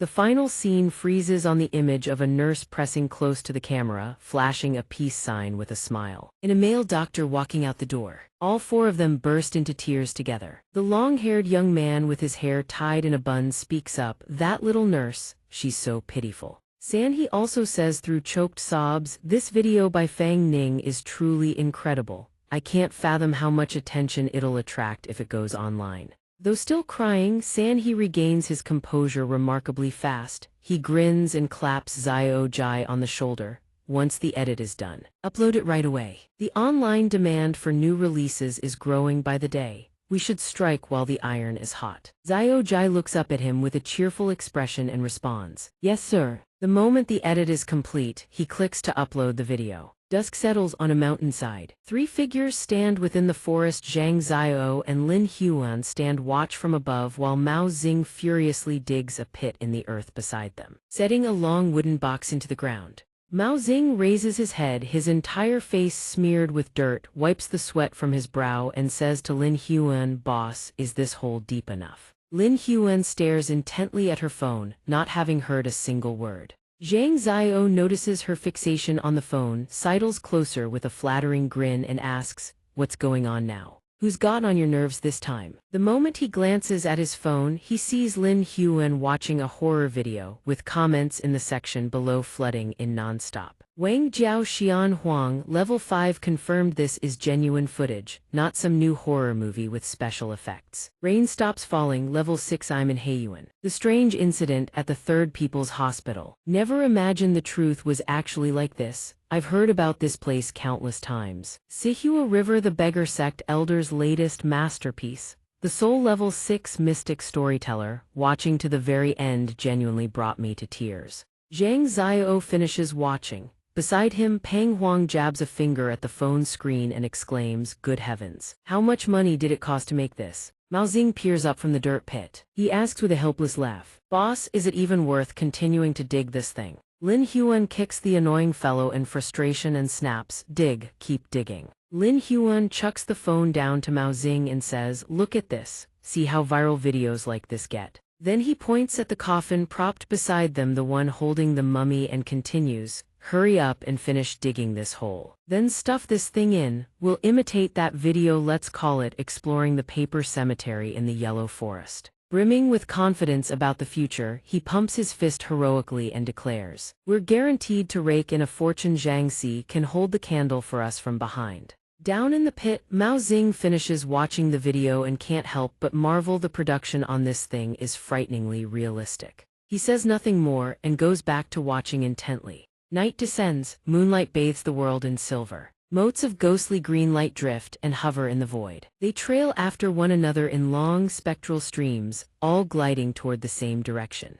They converge on Fang Ning's home. Fang Ning furrows his brow and stirs awake, only to find his hand resting squarely on Jiang Li's chest. His face flushes crimson as he thinks, good heavens, this familiar scene again. A few more times and his heart might not survive it. At that moment, Jiang Li also slowly opens her eyes. Wearing nothing but his shorts, Fang Ning hops out of bed. He hears Jiang Li sit up, rubbing her eyes completely bare. Murmuring husband, and laughs. "Lazy little piggy, time to get up. Look outside, it's already dark. If you don't stir soon, we'll miss dinner entirely." Jiang Li blindly grabs the blanket and wraps it around herself, eyes still squeezed shut. Head bobbing drowsily as she shuffles half asleep toward the bathroom. Without opening her eyes, she mumbles, "Lily's tummy is hungry. Lily will go cook for you, okay?" Fang Ning, already standing at the sink brushing his teeth, chuckles upon hearing this. He turns to look at her and says, "No need. In a bit, watch your husband show off his culinary skills." Right at that instant, the blanket slips from Jiang Li's body, revealing her full, bare figure in its entirety. The sight nearly kills Fang Ning with embarrassment.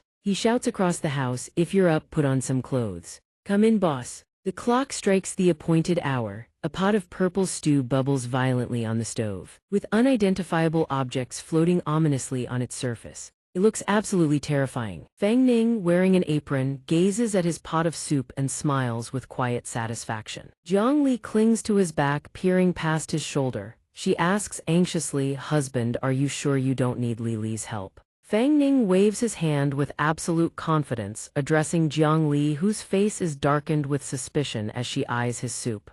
"No need. This is your husband's secret recipe. Others would beg for a taste and never get one." Jiang Li speaks with worried resignation, but right at that moment, Fang Ning's phone rings. Both of them look toward it on the table. Fang Ning says with irritation, "Who is it? Why are they calling at this hour?" The phone sits on the table, ringing relentlessly. Fang Ning glances at the caller ID and grins at Jiang Li.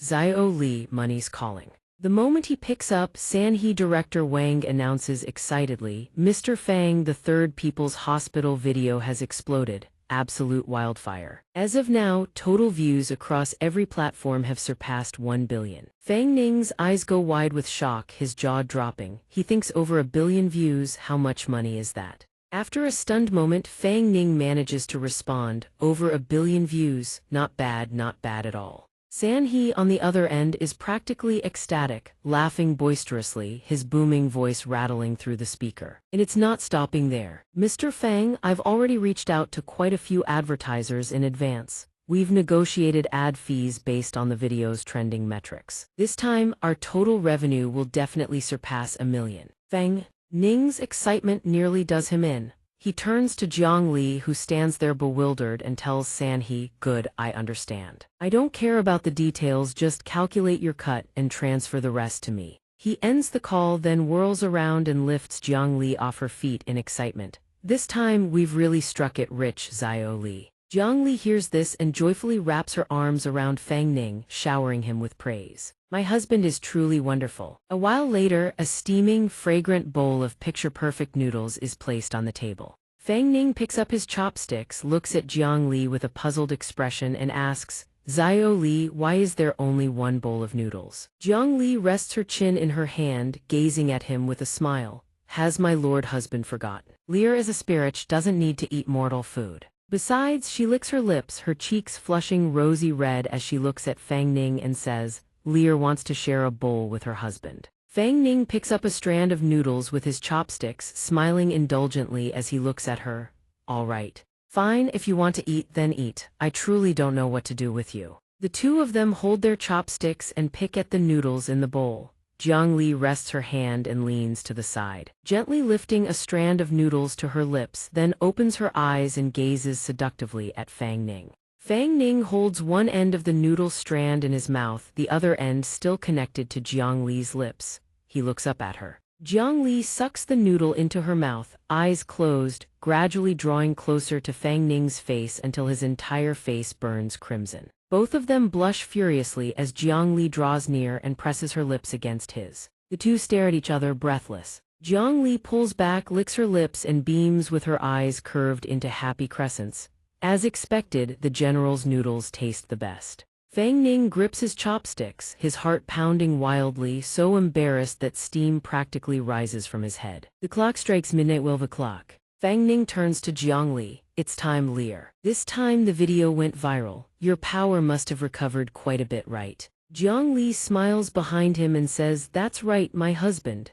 She manifests her power sphere green orb, now filled to just past the halfway mark. She tells Feng Ning, who gazes at the sphere beside her, that she feels she is just shy of being able to recover to level 7. However, the distance to full recovery remains vast. Feng Ning hears her out, then lowers his head to look at Jiang Li in surprise. "You're still far from recovering to level 7, then what was your level before?" Feng Ning swallows hard and says nothing, thinking to himself, could it be that Lear was once a ghost king? Jiang Li sees his expression and shakes her head sadly. Lear isn't entirely sure either. Feng Ning sees her dejected over her lost memories and gently pats her head. "It's fine. Your power is already formidable now. On top of that, we have Wei Kai by our side. As long as we don't take unnecessary risks, this trip shouldn't bring too much danger." Jiang Li hears his encouragement and immediately perks up, letting out a playful breath. She raises her small fists and declares with determination, "Lear will protect her husband well." Feng Ning sees her spirits lifted and smiles, turning to walk forward.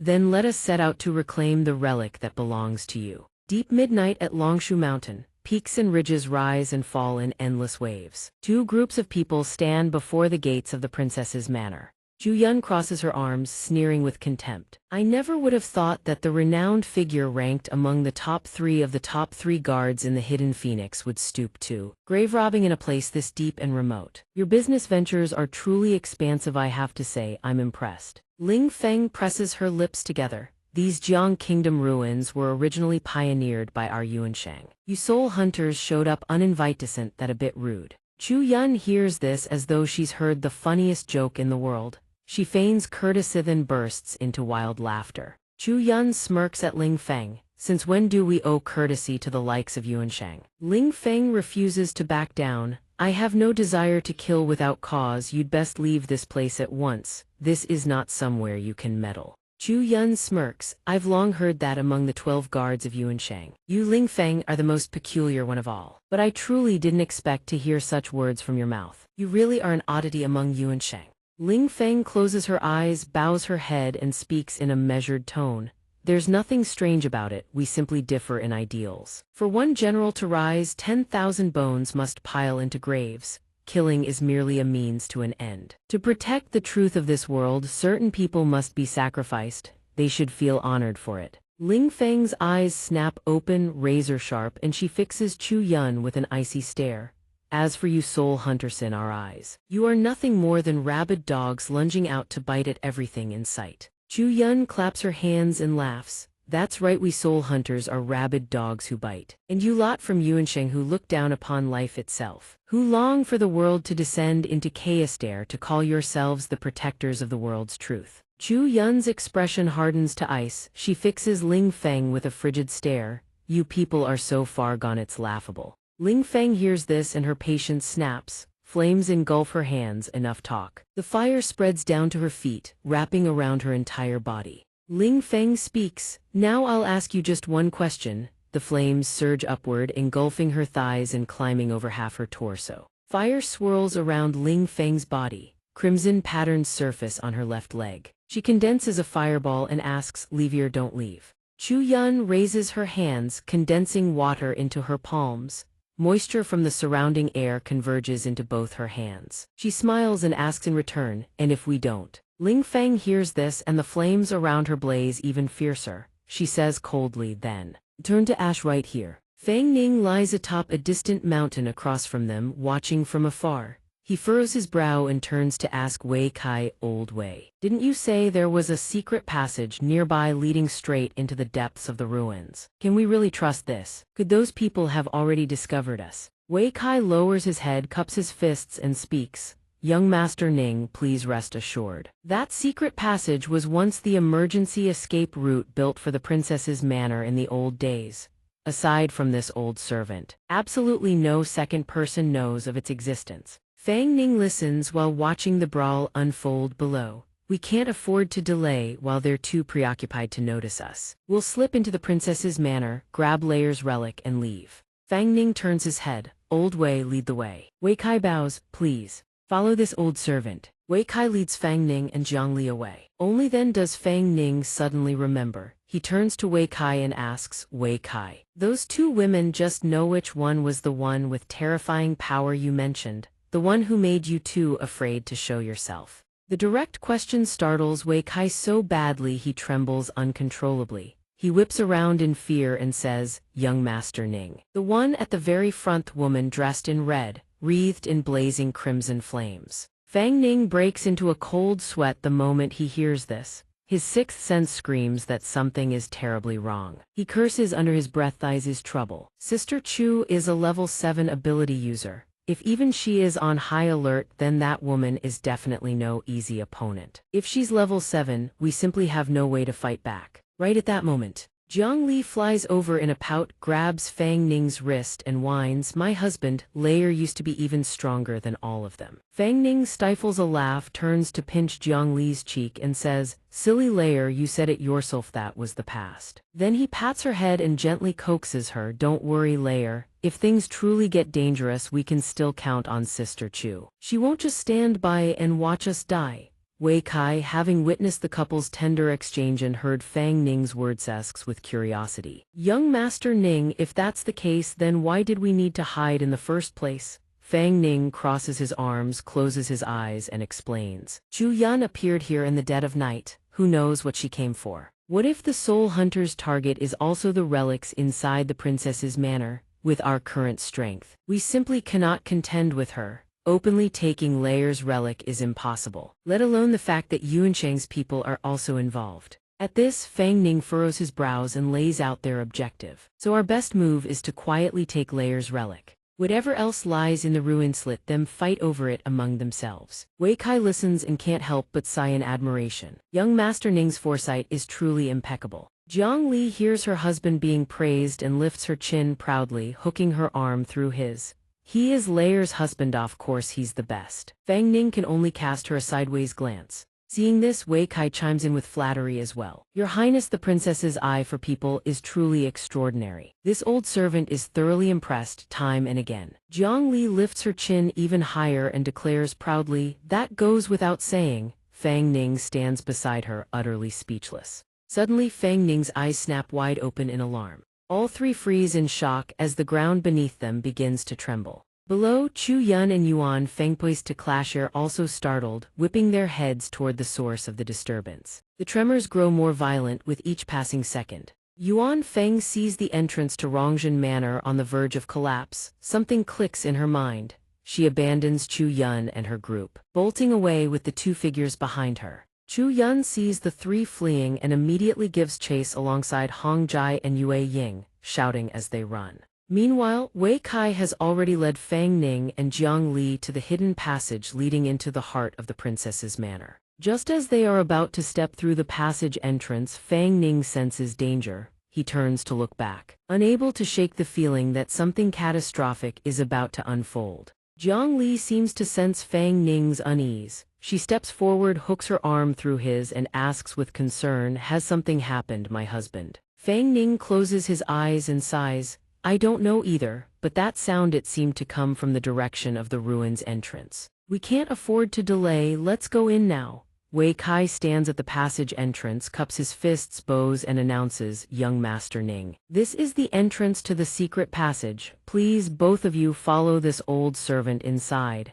The three turn and step into the passage, unaware that not far behind them, a faint silhouette tinged in black and red stands watching. That figure dissolves into a wisp of black smoke and drifts into the secret passage after them. Wei Kai walks ahead, lantern in hand to light the way. Fang Ning and Jiang Li follow behind Wei Kai, pressing deeper into the secret passage. Upon seeing a wall of jade stone carved with intricate patterns, Fang Ning stops in his tracks. He approaches the wall, runs his fingers across its surface, and asks in astonishment, "This wall, does it feel as if it's made from purple jade?" Hearing Fang Ning's question, Wei Kai stands before the jade wall with his lantern and turns back, smiling warmly at the bewildered young man. Young Master Ning truly has a discerning eye. The stone walls in this passage were all crafted from jade by the master artisans of old. Every single block is worth 1,000 gold. Fang Ning's jaw drops. He stares at the jade wall in utter disbelief and blurts out in shock. Fang Ning surveys the passage. All three walls around them are carved from jade with intricate patterns.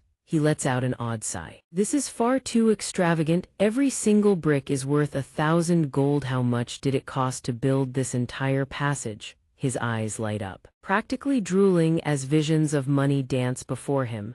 Just taking a single piece from here would fetch a small fortune, and on top of that, every wall is covered in murals that count as antiques too. He then walks over to another wall where a grand palace is depicted. Before the palace stands a large incense burner, and below it rows of men kneel. Fang Ning furrows his brow in curiosity. "What does this mural depict?" Wei Kai, standing behind them, immediately speaks up to explain. "Young Master Ning, the building you see depicted here is the Dashan Hall within the princess's manor. It was dedicated to hosting ceremonial rites and ancestral worship.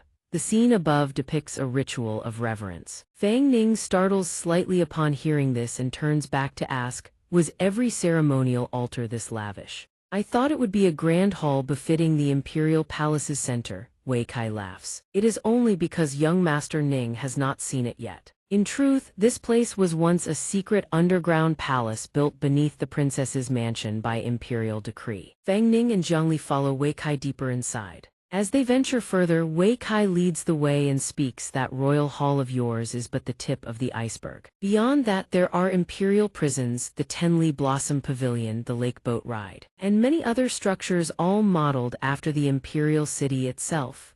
Fang Ning runs his fingers across a wall of exquisite, intricately carved jade, marveling aloud. This feeling the princess's mansion is no ordinary seat of wealth. Hearing this, Jiang Li rushes forward with boundless enthusiasm, grabbing Fang Ning's hand as her surroundings shimmer with delight, eager to please. "My lord, do you like it? Lear will take it apart for you." Fang Ning freezes, staring speechless at Jiang Li, while Wei Kai walking ahead stumbles, his jaw dropping in disbelief, utterly at a loss for words in the face of such brazen shamelessness. Fang Ning forces a smile and turns to Jiang Li. "There is no need to trouble Lear. This time we came mainly to search for relics within the princess's mansion. It is best if we avoid any unnecessary trouble. Besides, this place was once your home, let it remain as it is."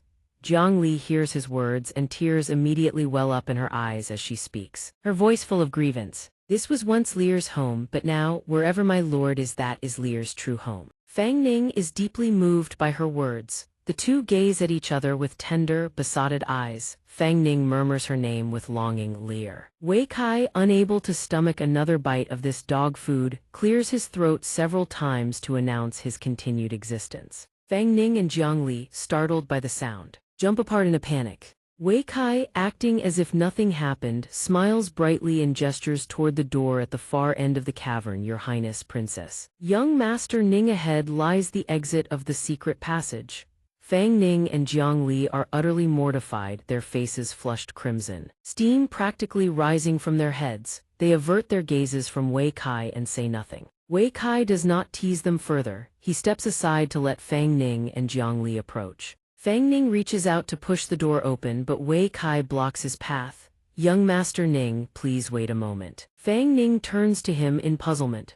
Wei Kai clasps his fists and bows his head before entering the princess's mansion. There is one matter this old servant must bring to your attention. Because of the upheaval 1,000 years ago, countless palace maids and eunuchs within the mansion perished, their souls lingering as restless spirits bound to these halls. Fang Ning's eyes widen in shock. There are still other spirits here, he asks, seeking confirmation. Wei Kai recalls those malevolent souls brimming with sky-high resentful energy, his expression darkening with fear. He speaks gravely indeed. More importantly, after 1,000 years steeped in the vengeful energy of their violent deaths, they have become evil spirits. Through millennia of devouring one another and prolonged dormancy, any evil spirit that endures to this day possesses strength that cannot be underestimated. You too must absolutely not let your guard down. Jiang Li hears his words and turns to Fang Ning. My lord, what he means is. Fang Ning glances over at her, only to find Jiang Li's eyes sparkling, drool practically dripping from her lips as she says with glee, there are lots of delicious things inside. Fang Ning sighs and pulls her back to his side. He ruffles her hair and scolds with a laugh, do I starve you that badly on a normal basis? Then he turns, his expression firm as he looks toward the door regardless of what lies within. We should exercise caution this time. He steps forward and pushes both doors open, then strides inside. The three enter the chamber. Black mist gradually engulfs the entire room, and the trio can barely make out their surroundings by the faint glow of a lantern, carving out a sliver of visibility in the oppressive darkness. Wei Kai watches the black mist spreading and speaks with rising fear. How can this be? The exit of the secret passage should lead into the artifact vault. He loses his composure and stammers in panic, young Master Ning. Perhaps we should turn back. This secret chamber has sat untouched for 1,000 years. I fear something terrible may have changed within. Fang Ning senses the danger as well and warns, the fog is too thick. We cannot determine our original heading at all. Let us press forward and see what lies ahead. Wei Kai, stay close to me and watch your surroundings carefully. Yes. At that moment, Fang Ning notices with surprise that the bracelet on his wrist suddenly erupts with a golden radiance. It shoots forth a beam of golden light that pierces straight through the darkness, driving back the black mist in a long, blazing corridor. Fang Ning smiles as Jiang Li praises him, my lord is truly formidable. He then stares at the bead bracelet in deep contemplation. If I truly am the Fang Ning from 1,000 years ago, this bracelet must still hold secrets beyond imagining. Just then, Wei Kai spots the light blazing ahead and points toward it with excitement. Your Highness, young Master Ning, look, the mist ahead has already cleared. Fang Ning leads the two of them toward the light. Stepping into the light, Fang Ning gasps. Cherry blossom petals drift through the air. Before the three of them stretches a garden of cherry trees in full bloom, petals cascading down, weaving a scene of breathtaking, ethereal beauty. At the heart of the garden lies a winding corridor with multiple branching paths. Fang Ning stares in wonder and exhales, what a magnificent place. Jiang Li reaches out and catches a falling cherry blossom petal. She murmurs in a dreamy daze. The cherry blossom scenery pulls Jiang Li's memories back to the past, to this very forest of cherry trees. 1,000 years ago, a young Jiang Li and Fang Ning used to play here as children. Jiang Li dashes ahead, laughing joyfully. Ningji, you can't catch me. Fang Ning chases after her hot on her heels. The two children play and laugh without a care in the world. Back in the present, Jiang Li holds a cherry blossom up before Fang Ning's face, beaming with an innocent smile. My lord, Lear loves cherry blossoms. Fang Ning takes the blossom, Her cheeks and the flower share the same rosy hue. He tucks the flower gently into her hair, gazing at her with adoration. This cherry blossom only serves to frame Lear's beauty. He draws her into his arms as she happily buries herself against his chest, then calls out to the dazed Wei Kai standing up ahead. Old Wei, where exactly is this place? Are we still inside the princess's mansion? Wei Kai looks up wide-eyed, scanning the sky, then turns back and bows deeply, reporting to young Master Ning. This place is the Tenli Blossom Pavilion within the princess's mansion. However, Fang Ning furrows his brow and presses impatiently. However, what? Wei Kai's expression grows heavy. Ever since the upheaval 1,000 years ago, the Tenli Blossom Pavilion was ravaged by war. The vast fields of cherry blossoms that once blanketed these mountains have long since perished. I fear we have fallen into some manner of illusion. Fang Ning's eyes widen. An illusion. He accepts the reality of the situation. Things have come to this pass. There is no turning back now. Let us search this hidden realm and see if we can find a way out of this illusion. He gazes down the long corridor ahead. The only path through this illusion is this corridor. Following it is the only option. There is no other way forward. Cherry blossom trees sway in the breeze. Fang Ning leads the two along the corridor. After only a short walk, they reach the far end. Much to Fang Ning's surprise, he did not expect the passage to end so quickly. As confusion sets in, he spots a feminine silhouette in the pavilion ahead. A figure called Little Demon stands with her back turned, holding a branch of cherry blossoms. She turns around with a bewitching, seductive smile and calls out, "Young Master Ning." Little Demon steps forward slowly. At the same time, Fang Ning and his companions approach. He looks toward her and calls out, "Are you addressing me? What exactly are you saying? Why can I not understand a single word? I do not know you." Faced with his questions, Little Demon puts on an expression of utter astonishment. She stares at him in disbelief. "Young Master Ning, you do not remember me. How could you forget me?" Fang Ning lowers his head slightly. His expression darkens as he fixes his gaze upon her and speaks. "Who are you truly?" Without warning, the ground begins to quake. Streams of pink energy erupt from the earth below. Fang Ning follows the surge with his eyes, his face betraying shock. Countless pillars of rosy energy burst upward simultaneously, converging into a single point high above. Little Demon's hands begin to transform, her fingers elongating, stretching like gnarled tree roots. She whispers his name, "Young Master Ning."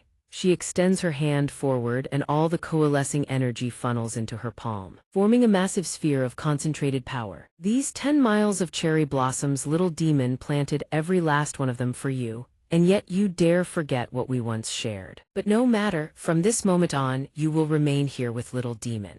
Her gaze grows dark and cold. The sphere of power slowly rises into the sky. "As for the rest of you, I will grind your bones to dust and scatter you as fertilizer across this peach forest." The moment she finishes speaking, a devastating wave of energy erupts from the sphere, tearing through everything in its surroundings. A violent gale howls to life. Fang Ning throws his arm out to shield Jiang Li. A thought races through his mind. This energy fluctuation, this spirit is at least rank 6. Far beyond their expectations, the gale intensifies with each passing second, leaving them utterly stunned. A cherry blossom petal grazes Fang Ning's cheek, leaving a thin cut that draws blood. On Jiang Li's side, the tendrils of power coil around her body, freezing her in shock. Then both she and Wei Kai are dragged away by the surging force. Jiang Li screams in terror, reaching out toward Fang Ning. "My lord." Wei Kai, torn alongside her, bellows, "Your Highness, young Master Ning." Fang Ning strains to reach for Jiang Li, shouting in desperation, "Lear," nearby. Little Demon extends her hand toward him and speaks, "Young Master Ning, I will make you forget everything.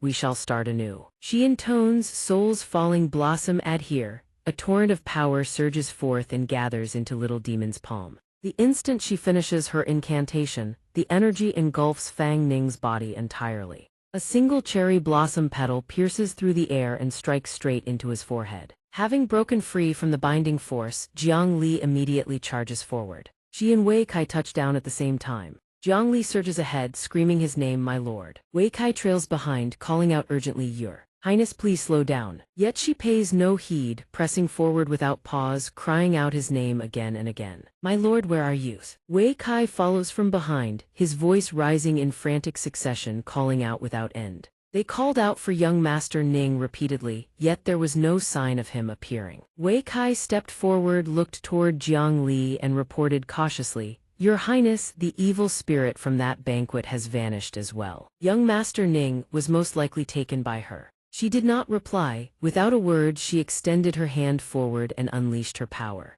Bewildered by her strange action, he asked, "Your Highness, what are you doing?" Jiang Li answered, "My husband and I are bound by covenant. I can sense his aura. No matter where that monster has taken my husband, as long as traces of his aura remain, I will find him." A tremendous surge of green energy radiated outward from her body. She slowly closed her eyes and began to sense. Before her, a pillar of green energy swelled and soared high into the air. In her mind, the image of an ancient tree took form. Jiang Li gently shut her eyes, slowly focusing her senses. After channeling her power to completion, she opened her eyes and said with joy, "Found him."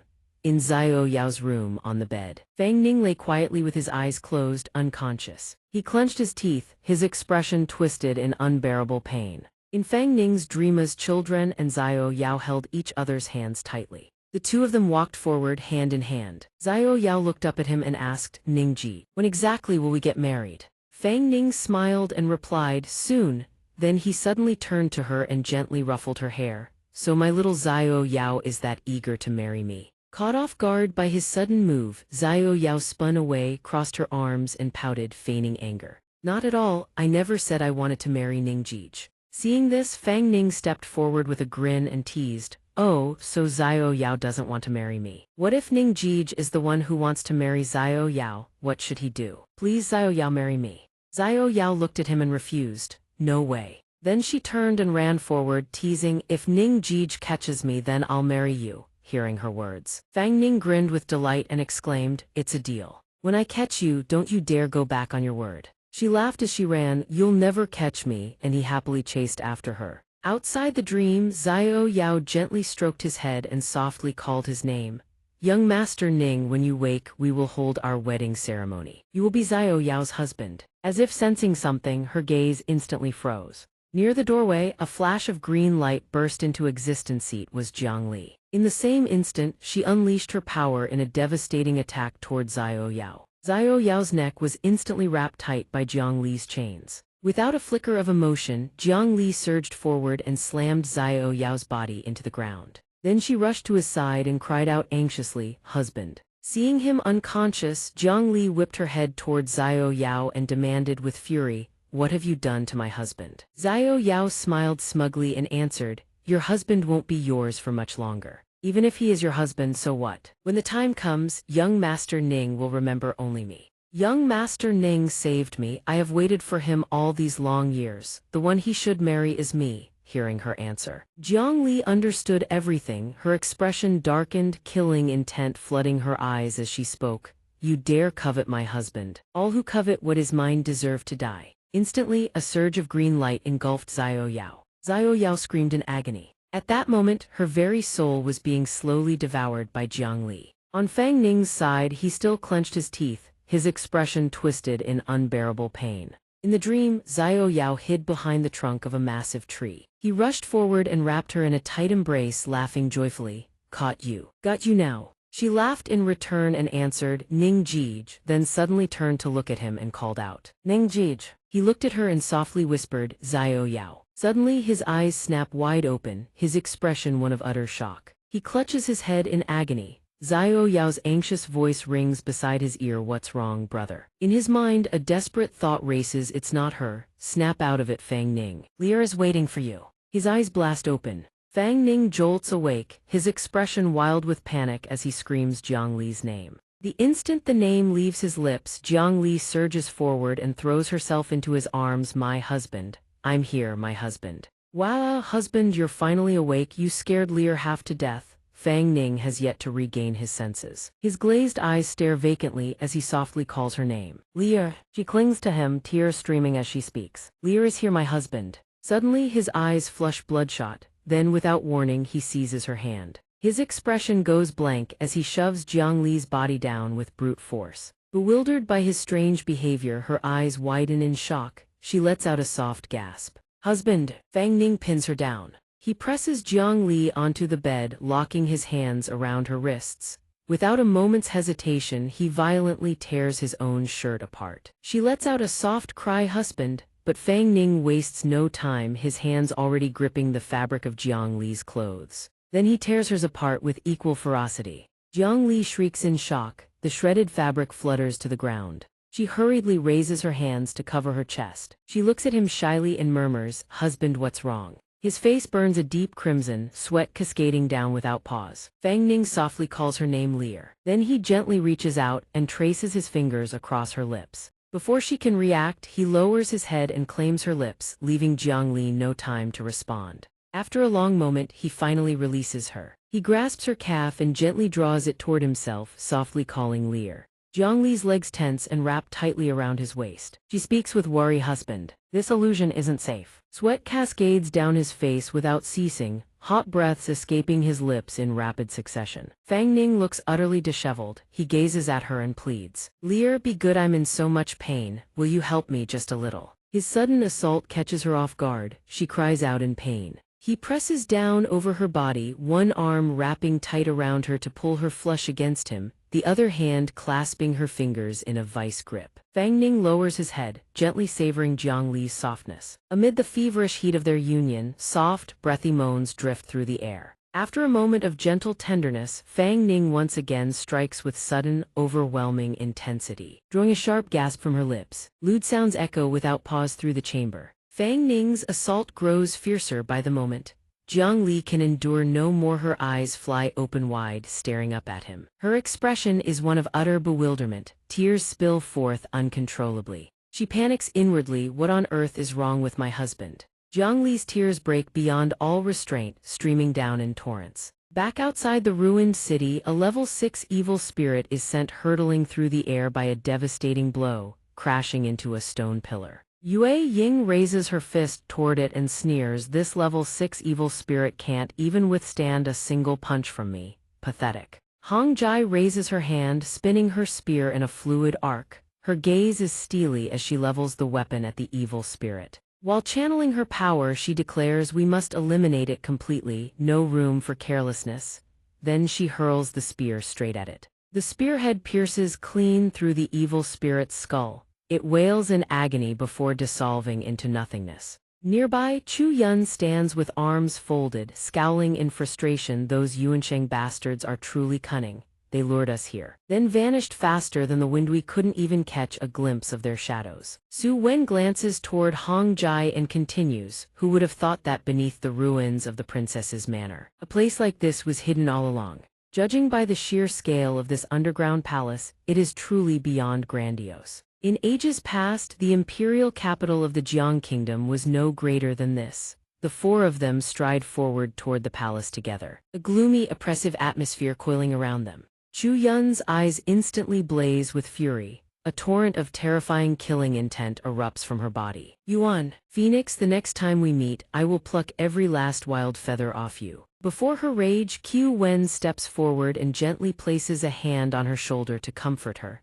"Zio Yun, don't be angry. When the time comes, I'll help you deal with her together." She whips her head around, frowning. "You'll help me? Are you interested in stripping her bare too? Beautiful rain, isn't it?" The words freeze Qiu Wen in place. He reaches up and scratches the back of his head, utterly flustered. "I wonder where Brother Fang Ning ran off to. I saw him leave ahead of us earlier, no idea if he even followed us in." Chu Yun replies, "Who knows where that brat snuck off to? He saw us and didn't even bother with a greeting. I treated him like a little brother, and now the situation inside is this dangerous. I wonder how those two are doing." Qiu Wen looks at her and speaks gently to dissuade her. He knows she is worried. But Fang Ning and Li came here on their own and deliberately concealed their presence. They clearly have their own purpose. Besides, Brother Fang Ning possesses considerable strength. Protecting himself should pose no problem whatsoever. Hearing this, Chu Yun points behind her and asks, "No matter how strong he is, he's only at the 6th level. Encountering a few evil spirits would be one thing. But what if they run into the Yuan Phoenix? Soul spirits from the 1st to 6th level are merely an accumulation of spiritual power. But the 7th level is a qualitative leap, an entirely different order of existence. A 6th level soul spirit before a 7th level soul general is nothing more than a puppet dancing on strings. You are a 7th level soul general. don't tell me you didn't know. He lowers his head and sighs wearily. Trust me, Zio Yun, as fellow soul spirits. I can sense Li Er's true power far more clearly than you ever could. Chu Yun tilts her head, suspicion flickering across her face. You mean Li Er's true strength isn't just at the 6th level? Q Wen smiles, his expression calm and composed. I hope it isn't as I suspect. Suddenly his face darkens. A tide of dark, sinister power coils around his body. For some reason, ever since the first time I met Jiang Li, I've always had this vague feeling. As if I harbor a fear toward Heron that comes from the deepest part of my instinct. Near the camp, Yuan Phoenix approaches with her 2 companions. Zhuo Jai places his hand over his chest and bows his head in a respectful salute. Zhuo Jai of the research department greets the 3 Yuan guards. Yuan Phoenix narrows her eyes at him and demands, have you found the array seal yet? Zhuo Jai replies respectfully, this subordinate led a team to comb every corner of the princess's residence, yet we found no trace of the formation. We intended to continue the search into the core area of the underground palace, but a 7th-level soul spirit guards the entrance. My men and I could not get anywhere near it. That is why we had no choice but to call for reinforcements. He then drops to his knees, bowing his head low to accept his punishment. This subordinate is worthless. I beg Yuan Phoenix to pass judgment. Yuan Phoenix regards him and speaks. A 7th-level soul spirit, I cannot fault you for that. Once our business here is concluded, I will put in a word with the doctor on your behalf. Hearing that she intends to help him, Zhuo Jai's face lights up with joy as he thanks her profusely. Thank you, Yuan Phoenix. Yuan Phoenix looks at him and orders, lead me there now. I will restrain the soul spirit. You and your men will use that opening to search the core of the underground palace. She then turns and calls out to Yuan Dun. He immediately steps to her side, bowing his head. This subordinate is here. Yuan Phoenix casts a sidelong glance at him, her eyes radiating a killing intent so intense it chills the blood. She issues her command. It seems a few little rats slipped in during the chaos just now. Take your men and hunt them down. Don't kill them, just keep them contained. Do not let them slip outside and cause trouble. She then turns to the assembled crowd and declares in a booming voice, everyone listen well, do not act on your own. Do not create more problems. Nothing else matters right now. The most urgent task is to locate the soul-refining great array within the princess's residence. The crowd immediately drops to their knees, shouting their obedience in unison.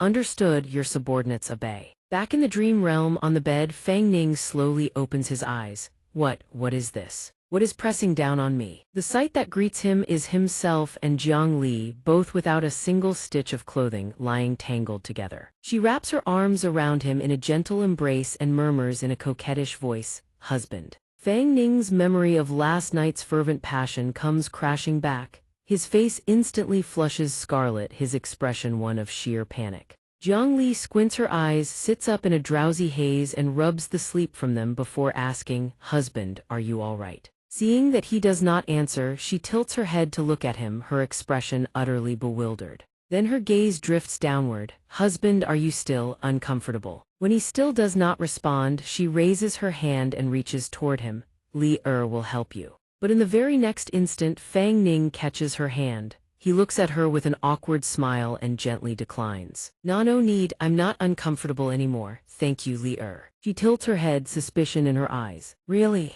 You truly don't need Li Er's help. He bolts out of the bed, throws on his clothes at lightning speed and stammers, really, I don't. Let's tidy up quickly and get out of this secret realm. Jiang Li turns to watch him, her expression faintly dopey and blank. Outside, Wei Kai stands guard. He paces back and forth, his expression fraught with anxiety. The princess entrusted me with a task, ordered me to stand watch at the secret realm's exit so no mishaps occur. But a full hour has passed, why haven't they come out yet? At that moment Fang Ning steps through the exit. The instant Wei Kai catches sight of the two figures, his face floods with relief. Young Master Ning, your highness, you've finally come out. You nearly scared this old servant to death. Fang Ning surveys the surroundings and asks in bewilderment, old ghost, what happened here? Why has this place turned into this? The old servant shakes his head. This old servant hasn't the slightest idea. Not long after your highness entered the secret realm, every peach tree in this entire grove withered and died before you emerged. This place was nothing but a forest of dead wood. Fang Ning frowns slightly, lowering his head in thought. I thought that lesser demon was a genuine boss-tier threat. Now it's clear she only wielded such power because of the natural terrain. The Tenli Peach Blossom Garden itself was her strength. Li dealt with the lesser demon. She and this secret realm shared a single root of vital energy. Now that the lesser demon is dead, the life force of this Peach Blossom secret realm has perished with her. Suddenly, his eyes fly wide open in horror. A surge of unknown power lances toward him and slams straight into his forehead. Within the dream memory, Fang Ning sits astride his horse and surveys the scene. What is going on here? Why are all these specters gathered? Brutal lashes rain down without mercy upon the little demon's back. She weeps and begs in agony. Eunuch, please spare me. Yet the eunuch behind her shows not the slightest trace of mercy. He continues to whip her back savagely, snarling with every strike. Worthless wretch, I ordered you to do something as simple as tending the flowers, and you cannot even manage that. That peach tree has stood since the very founding of the Jiang Kingdom. His Majesty had it specially transplanted to the Tenli Flower Garden to please the princess. How many lives do you have to dare ruin such a treasured site? At that moment, Fang Ning reins his horse to a halt behind the eunuch, startling the man half to death. His gaze, cold as winter steel, sweeps over them. What is happening here? Why has everyone gathered in this place? The servants immediately drop to their knees in unison, bowing their heads in salute. This servant greets young Master Ning. He looks at the little demon, then back at them, and demands, what crime has this palace maid committed? Why does the eunuch seek to punish her so severely? One of them jabs a finger at the little demon and cries out in indignation, young Master Ning. This wretch was pruning the branches and snapped an entire grafting limb. That branch was an exceedingly rare cultivaronly, a handful can be harvested each year. Fang Ning lightly dismounts from his horse. I thought it was something serious. He walks up to the little demon and speaks gently, enough, rise to your feet. Why kneel here over such a trivial matter? No matter how precious a flower may be, it is still but a dead thing. And besides, the damage is already done. Even if you beat her to death, that flower branch will never be restored. At his quiet decree, the servants bow their heads at once and obey without question. Yes, young Master Ning. Seeing that Xiao Yao still showed no reaction, one of the servants immediately spoke up to remind her. Hurry and thank young Master Ning. Hearing this, Xiao Yao knelt on the ground, her head lowered, trembling. Thank you, this servant thanks young Master Ning. He knelt down and smiled gently at Xiao Yao. She raised her head. Xiao Yao, her face covered in countless wounds, lifted her gaze to look at Fang Ning. He placed a hand on his chin, furrowing his brows slightly as he studied her. You lot certainly didn't hold back. His voice carried a note of reproach. Before his questioning gaze, the servants immediately dropped to their knees. Why, young Master Ning, we were only following the rules. Young Master Ning, please spare us. Fang Ning paid them little mind. He turned to Xiao Yao and asked gently, you are the palace maid in charge of tending the flowers here, yes? What is your name? Xiao Yao lowered her head shyly and answered, this servant's name is Xiao Yao. He smiled and praised, Xiao Yao, what a lovely name. The peach trees are young and elegant, brilliant are their flowers. A beautiful name indeed, it suits this peach garden perfectly. He then rose to his feet, looking down at her before making his request. Since you are the one who trims and tends the branches, you must know exactly where in this peach garden the most beautiful blossoms grow. From now on, you will be responsible for picking the finest peach blossoms from this garden each day and delivering them to that household over there. I will send someone to collect them. Before his words, Xiao Yao could not help but stare in disbelief. Her eyes widened as she looked at him, her thoughts racing. I'm saved. I thought I would be beaten to death here today. Then Fang Ning tilted his head. Glancing toward his guard, Fang Jiu, make proper arrangements for Miss Xiao Yao and summon a physician to examine her wounds. Fang Jiu cupped his fists and bowed respectfully. Yes, sir. Fang Ning then mounted his horse. Before riding off, he did not forget to remind her one last time. Remember, this young master wants only the most beautiful blossoms in the entire garden.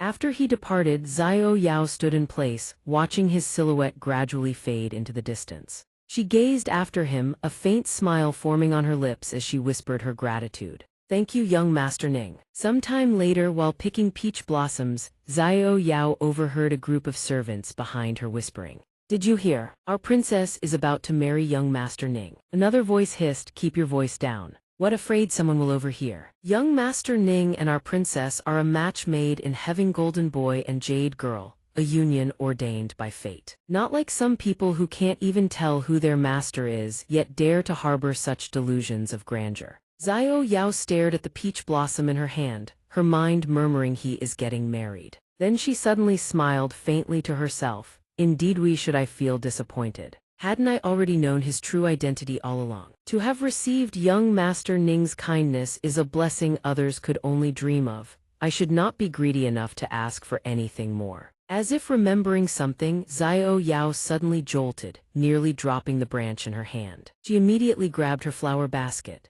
Xiao Yao slung the basket over her shoulder, her eyes burning with quiet determination. On the day they wed, I will select the most beautiful blossoms to present to the princess. Consider it my way of repaying young Master Ning for saving my life. Then she hurried off. Nearby, 2 serving women watched her with undisguised contempt. Inside a chamber, a vicious slap cracked across Xiao Yao's face, accompanied by a furious shout, "You wretched girl, how dare you harbor such disgraceful thoughts?" It was fortunate that Ling Nai, your roommate, discovered this painting. If anyone else had found it and word got out offending the princess, who could bear the consequences? Xiao Yao crashed to the ground. Before her lay the portrait of Fang Ning. Xiao Yao trembled, reaching out desperately to seize the portrait, but before her fingers could touch it, a servant stomped his boot down onto her hand. He flicked his sleeve in fury and barked, "Drag this wretched creature outside and execute her immediately." The 2 servants standing nearby obeyed at once. "Yes." Feeling herself being dragged away, Xiao Yao screamed in terror, "Eunuch, please spare me." "Damn eunuch." Then he picked up the portrait, casting a warning glare at his subordinates before speaking in a low, menacing tone. "Every one of you seal your lips. If anyone breathes a word of what happened today, your fate will be no different from hers." He flung the portrait into the fire. The flames swallowed it whole, reducing it from paper to ash to nothing. Outside, Xiao Yao hangs from a peach blossom branch, a rope cinched tight around her neck. Her hands claw at the cord. Her face drained white as she writhes in agony. Watching her dangle from the branch, he speaks up to scold. "Little girl, grievances have their source and debts have their debtor. Our household merely follows the rules. If you must blame someone, blame yourself for harboring thoughts you should never have harbored." Tears trickle slowly from Xiao Yao's eyes. Her gaze grows vacant, her ashen face contorted from the lack of air. In her fading mind, a single thought lingers, "Young Master Ning, this servant has found the most beautiful peach blossom. What a pity. If there is a next life." Xiao Yao slowly slips away. Then her body gives way. Bloodied hands slam against the earth as peach blossom petals cascade down, blanking her lifeless form beneath a veil of pink. The memory shatters. Fang Ning's eyes fly open, his expression frozen in utter disbelief. At his ear rings Jiang Li's voice. "Husband, husband!" Alarmed by his stunned expression, Jiang Li rushes forward, her voice thick with worry. "Husband, what's wrong? Why did you suddenly go silent? Lear called you and you didn't even notice." He clutches the peach blossom branch before his eyes and murmurs, "Peach blossoms." The instant the words leave his lips, the branch erupts in a burst of radiant light. Then, slowly, it dissolves into motes of luminescence within his grasp. Watching the fading light, he whispers, "Xiao Yao, thank you." A sudden chill grips him, his eyes widen, panic flooding his expression. Fang Ning scans his surroundings, bewildered. How did this place become like this? Wei Kai bows his head and answers with deference, reporting to young Master Ningthais was originally the exit of the secret passage. It seems the evil spirit ensnared us in an illusion the very moment we stepped out. Now that the evil spirit has perished, the illusion has naturally dissipated. Hearing this, his brow creases slightly. He thinks it seems that memory was something only I could witness. It felt like an eternity had passed. Yet in the real world, only a single moment elapsed. He turns to Wei Kai and demands, "Old ghost, do you know where we are?" The old man replies, "Young Master Ning, not far ahead lies the place where this old servant was tasked with overseeing the stored relics." At these words, Jiang Li steps forward and clasps his hand tightly. Her eyes gleam as she looks up at Fang Ning and chirps, "Husband, there are delicious things in there." Before her eager response, he can't help but smile. He asks, "Lear, didn't you just absorb Xiao Yao's energy inside the illusion? Why do you still look at souls like a greedy cat? Your eyes are practically sparkling." Hearing this, Jiang Li immediately whips her face aside and pouts. She liked Lear's husband, it's not like she was some kind of delicacy. Seeing her reaction, Fang Ning raises his hand and gently pats her head. All right, the princess's manor is teeming with souls we have only just entered and already encountered too.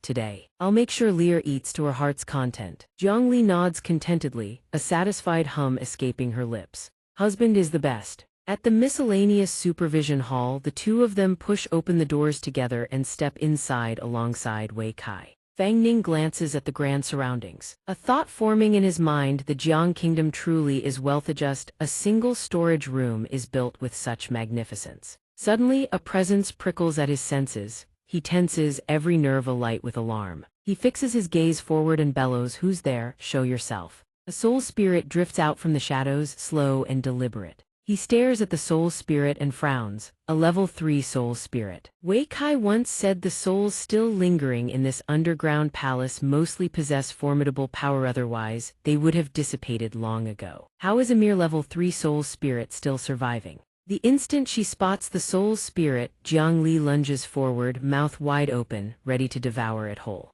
The sight jolts him. Fang Ning dashes over, shoves her aside and shouts, "Wait, Lear, something's off with this soul spirit. Let's question it first before you make a meal of it." Before his words even fade, the soul spirit drops to its knees. It kowtows before both him and Jiang Li, gratitude pouring from its spectral form. "Your servant Zhao Yu pays respects to your highness the princess. This servant is forever grateful for your highness's grace in sparing my life." The soul spirit falls silent, its hollow gaze fixed upon the two of them. Fang Ning stares at it, stunned. A single thought echoes in his mind: what is going on? Confused by the soul spirit's behavior, Jiang Li tilts her head and asks, "Husband, is it thanking me?" Fang Ning leans close to her ear and whispers, "Lear, do you remember this person?" Jiang Li brings a hand to her chin, her brow furrowing as she struggles to recall. After a moment of strained thought, she answers him calmly. She doesn't remember. Fang Ning's face darkens instantly. He thinks helplessly, "I knew it." Suddenly Wei Kai, standing to the side, exclaims, "It's you." Hearing this, Fang Ning furrows his brow slightly, turns to look at him and asks, "Old Wei, you know him?" Wei Kai bows his head respectfully and replies, reporting to young Master Ning, "Indeed. Back then, the funeral arrangements for his entire family were all handled by this old servant alone." Fang Ning continues, "Funeral arrangements, the life-saving grace he thanks Lei for." Wei Kai glances toward the soul spirit and speaks, "This child's story is quite pitiful. It must be told starting from the grand wedding of young Master Ning and Her Highness the Princess that year." It turns toward Jiang Li and speaks words of gratitude. "Although Your Highness the Princess does not remember this humble one, this one can never forget the princess's life-saving grace." Suddenly its gaze freezes, widening in shock. It lunges forward, shoves Wei Kai aside and screams, "Watch out." At the same moment, from afar, a pair of scissors comes hurtling through the air. It strikes the very spot where they had been standing. Wei Kai cries out in alarm, "That nearly killed me." Witnessing the scene before them, Jiang Li and Fang Ning's expressions are filled with horror. He scans his surroundings, eyes brimming with vigilance, his mind racing at speed. "I couldn't even sense it." Jiang Li suddenly spins around. She shoves him away with one hand and screams a warning, "My lord, watch out." From above, countless scissors wreathed in blazing crimson fire come hurtling toward them. Fang Ning exclaims in shock, "Enough." The scissors streak toward him, aiming straight for his head. They leap aside in unison with agile reflexes, narrowly dodging the surprise attack. Jiang Li turns to him and asks with concern, "My lord, are you unharmed?" He clenches his teeth. He waves away the dust swirling through the air and replies, "Rest easy, I'm fine."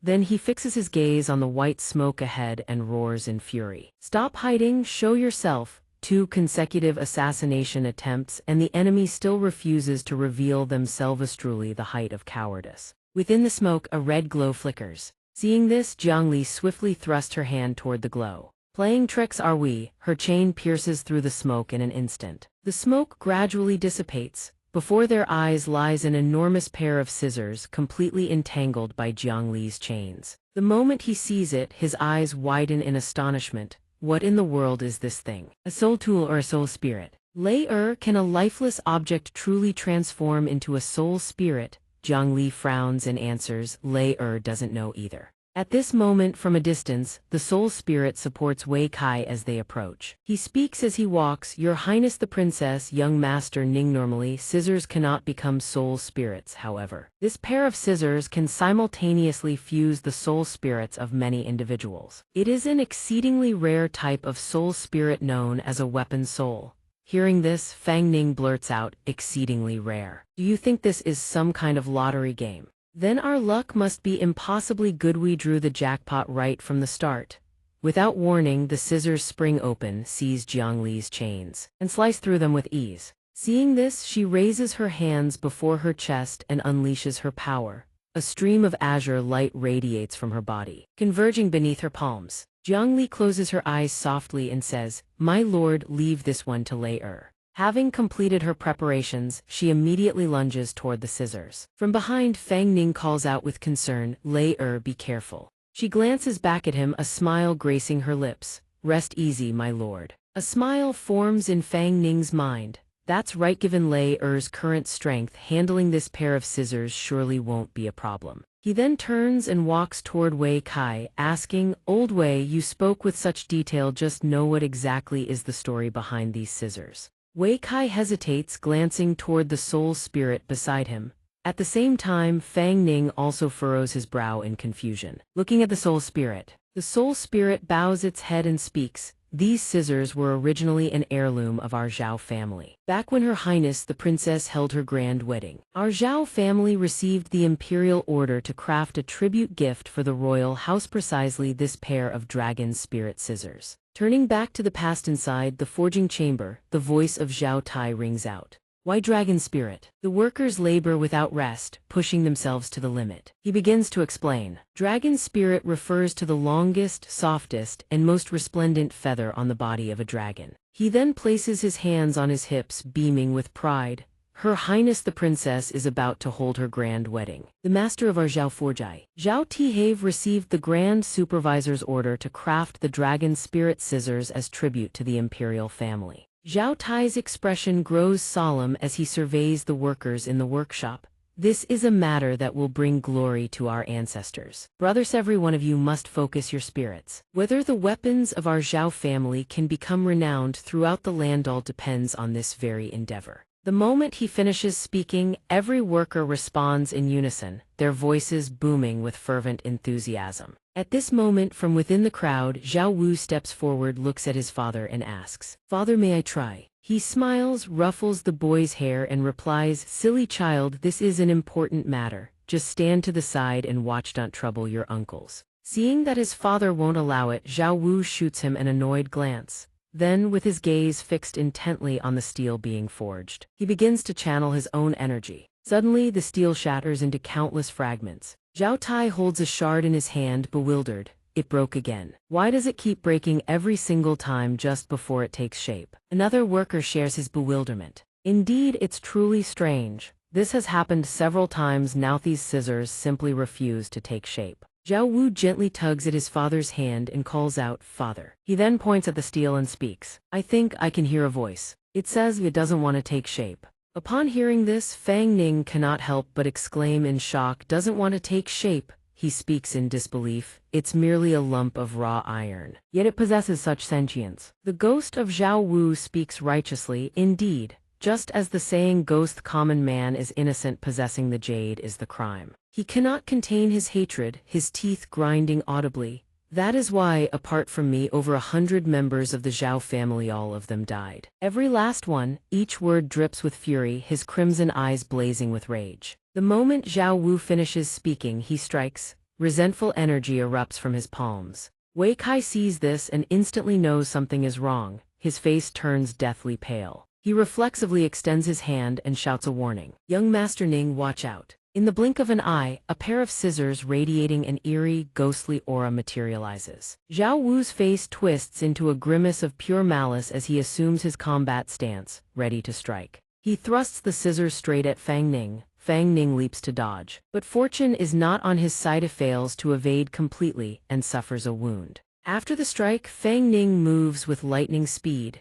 he taps the ground lightly for momentum, pivoting on the ball of his foot like a spinning top. In an instant, he raises his leg for a counterattack. Golden spiritual power spirals around his limb in a vortex. Zhao Wu senses the threat but lacks the time to dodge. He can only raise his scissors to block. But alas, will alone cannot compensate for lacking strength. Fang Ning's kick sends him hurtling through the air. Through this exchange, Fang Ning temporarily gains the upper hand, yet his attack lacks sufficient power. Zhao Wu manages to maintain a safe distance, just enough to launch a counterattack. Fang Ning touches his chest, feeling his wound, and realizes he has fallen into a trap. He speaks warily, luring the tiger from the mountain. Then he fixes his gaze on Zhao Wu, his tone certain as he probes, "You aren't merely a third-grade soul spirit, are you?" Zhao Wu circulates his power once more. Black energy surges forth like roiling ink flowing outward in torrents. He readily admits, "Indeed. I had thought there would be no more chances for vengeance." The scissors in his hand transform into a massive, imposing warhammer. Zhao Wu's expression turns solemn as he murmurs, "I never imagined heaven had ice. Bringing all of you before me once more." Wei Kai, not far away, shouts with a grave expression, issuing a warning. "Young Master Ning, it appears he has fused with the power of the dragon spirit scissors. His energy fluctuations have nearly reached the 7th grade. You must be extremely careful."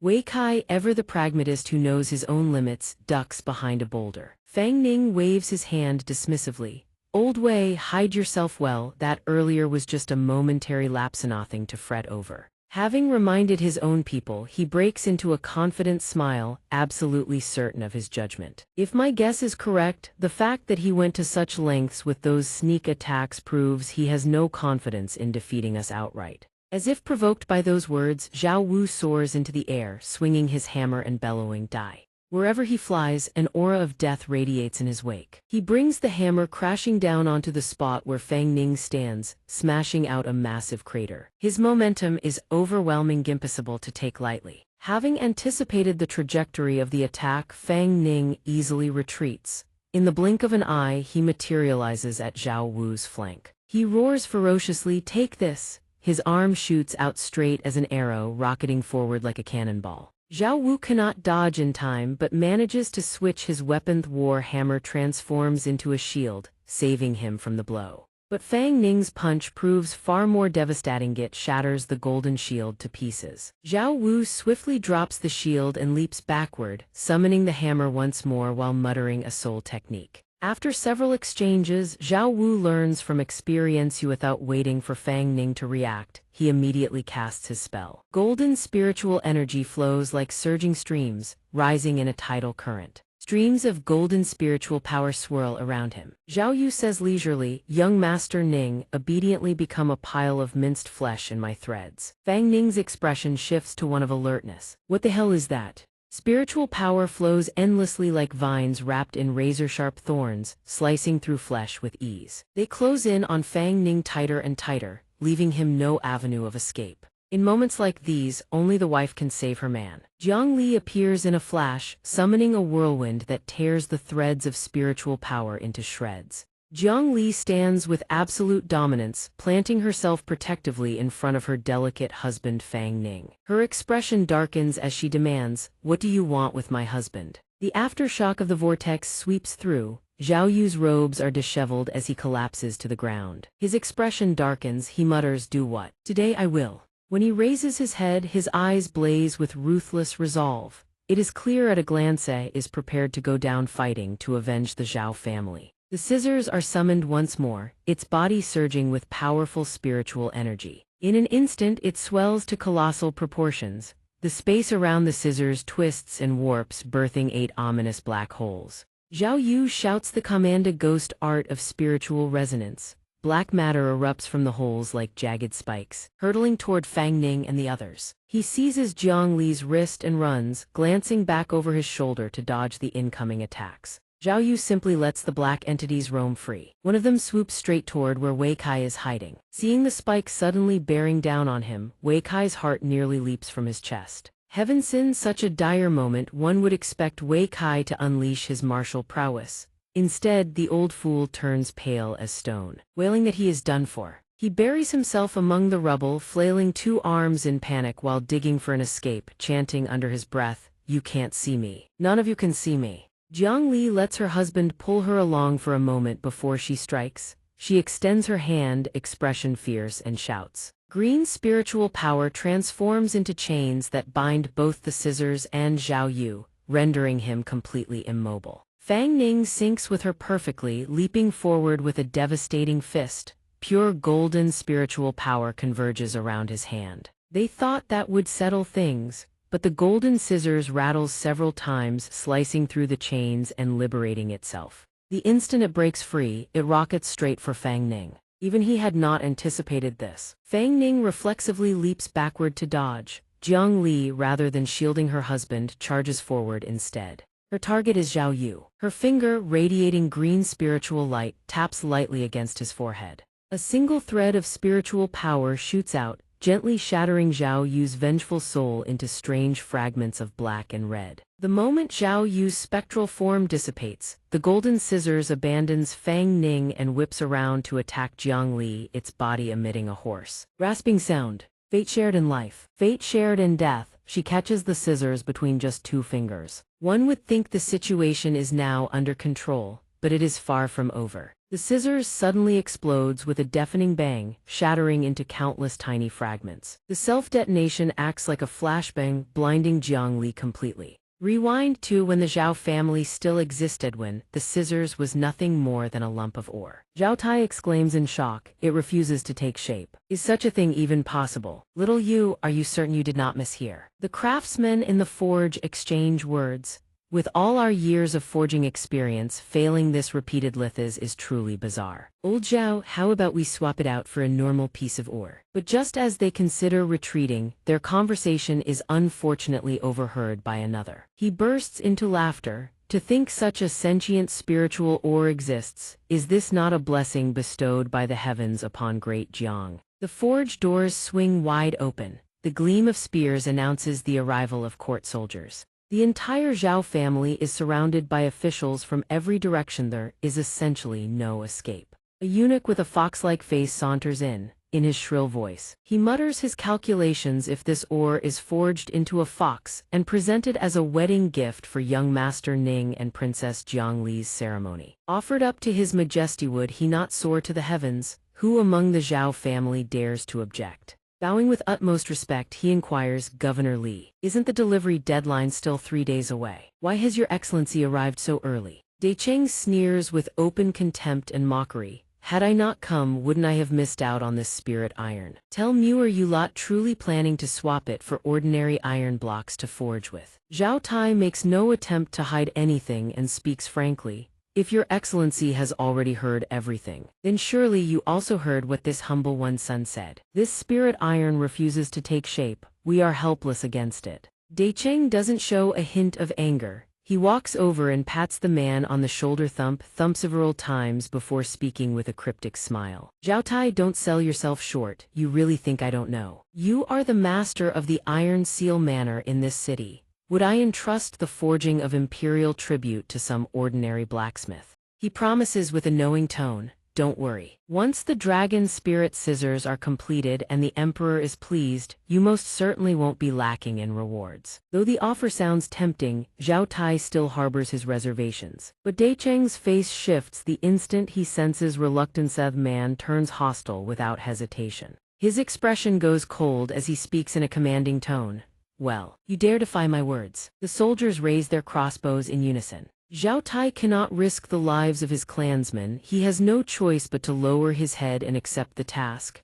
I wouldn't dare, I wouldn't dare. I'll begin at once. Zhao Yu cries out in alarm. Father, you haven't even asked for clarification. Before the boy can finish, the old man barks at his son. What clarification is there to ask? A piece of iron with a bit of spiritual nature. And we can't even handle it. As he speaks, Zhao Tai immediately sets to work. The men in the workshop gasp. The manor master intends to use a secret art to suppress the iron's spiritual nature. Zhao Yu hears this terrifying declaration from that cursed ore and goes pale with dread. His face drains of all color as he desperately tries to intervene. Father, stop at once, he cries, the moment the scissors take shape. Cheng finds his interference insufferable. He barks an order. Enough with the nonsense. Gag this brat for me. Zhao Yu is restrained by the soldiers, forced to watch helplessly as that weapon of slaughter is forged. The longer he watches, the more anguished he becomes, tears streaming silently down his face. The eunuch, greedy and cowardly as he is, fears Zhao Tai might abandon the task halfway. He threatens him with vicious intent. If the dragon spirit scissors aren't completed today, I will annihilate every last soul in your iron seal manor. The guards clamp firmly over the boy's mouth. Those words are indeed quite persuasive. Zhao Tai, fearing time is running short, calls for additional hands.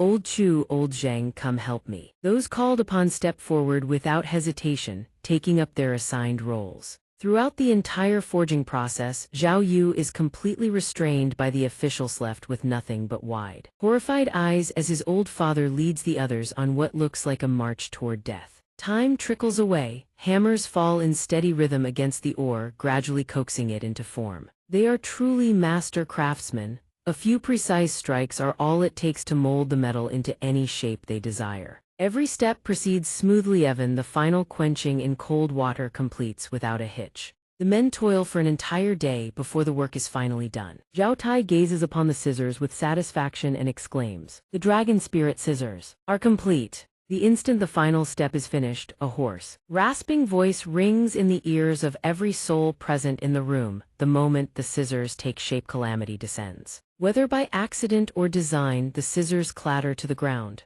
They radiate an eerie black and red glow, emanating a suffocating aura of death and dread that sends shivers down the spine of every onlooker. Cheng is no exception. Hearing that phantom voice, he whips his head left and right in a panic. He shouts, equal parts terrified and cornered, "Who dares play the ghost here? Show yourself before this superintendent." A eunuch who appears to be his trusted confidant cautiously steps forward and whispers, "Superintendent." The sound, it came from the scissors themselves. Hearing his confidant's report, Cheng's face drains of color. His composure crumbles. Greed truly has blinded him to his own doom. What? How can this be? Could it be? Cheng's face twisted with rage as he bellowed his orders. "Men, seize them all." Zhao Tai had not expected Cheng to go back on his word. His expression turned to shock as he shot a glance at the man. The blacksmiths and clansmen of the Zhao family were subdued one after another by the imperial soldiers, and a chorus of wretched cries filled the air. Zhao Tai could not help but demand, "Your Excellency the Governor-General, what is the meaning of this?" Cheng squinted at him and sneered, "Did you not hear the prophecy of the long-limbed scissors? It said that the day the long-limbed scissors take form, a bloody calamity will descend." Without a shred of fear, Cheng picked up the scissors and said with an indifferent tone, "For the sake of my safety, I'm afraid I must inconvenience all of you to help me ward off this calamity." "What?" Zhao Tai let out a cry of disbelief. "What did you say?" He knew the entire clan was doomed beyond saving. Cursing in fury, he pressed the long-limbed scissors against the treacherous official's neck, swearing that a man who says one thing and does another would never rest in peace. Zhao Yu screamed in anguish, "Father!" And that was the very moment Cheng severed Zhao Tai's head. The members of the workshop, roused by the spectacle, each seized their tools and charged toward the fray. They did not forget to shout, "Your old man will fight them with you, little you, run." But their resistance was doomed to be futile. From across the way the crossbows fired. The workshop members fell like stalks of wheat before a scythe. Zhao Yu could do nothing but watch as the Zhao clansmen were slaughtered, blood splattering across the battlefield. Once they had finished off the remaining members, they seized him as well. By the time Zhao Yu realized what was happening, it was already too late. Cheng was not merely wicked, he was a twisted fiend. Even at a time like this, his lecherous urges stirred. He let out an eerie laugh and sighed, "What a pity, such a beautiful face. You would have made such a fine toy." "Wonderful." He offered a few crocodile tears before casually wrapping his hands around Zhao Yu's throat. Zhao Yu's eyes blazed with hatred. Jaw clenched in fury, he spat out his final curse, "You dog, even as a ghost. I will never forgive you nor your master, I curse you all."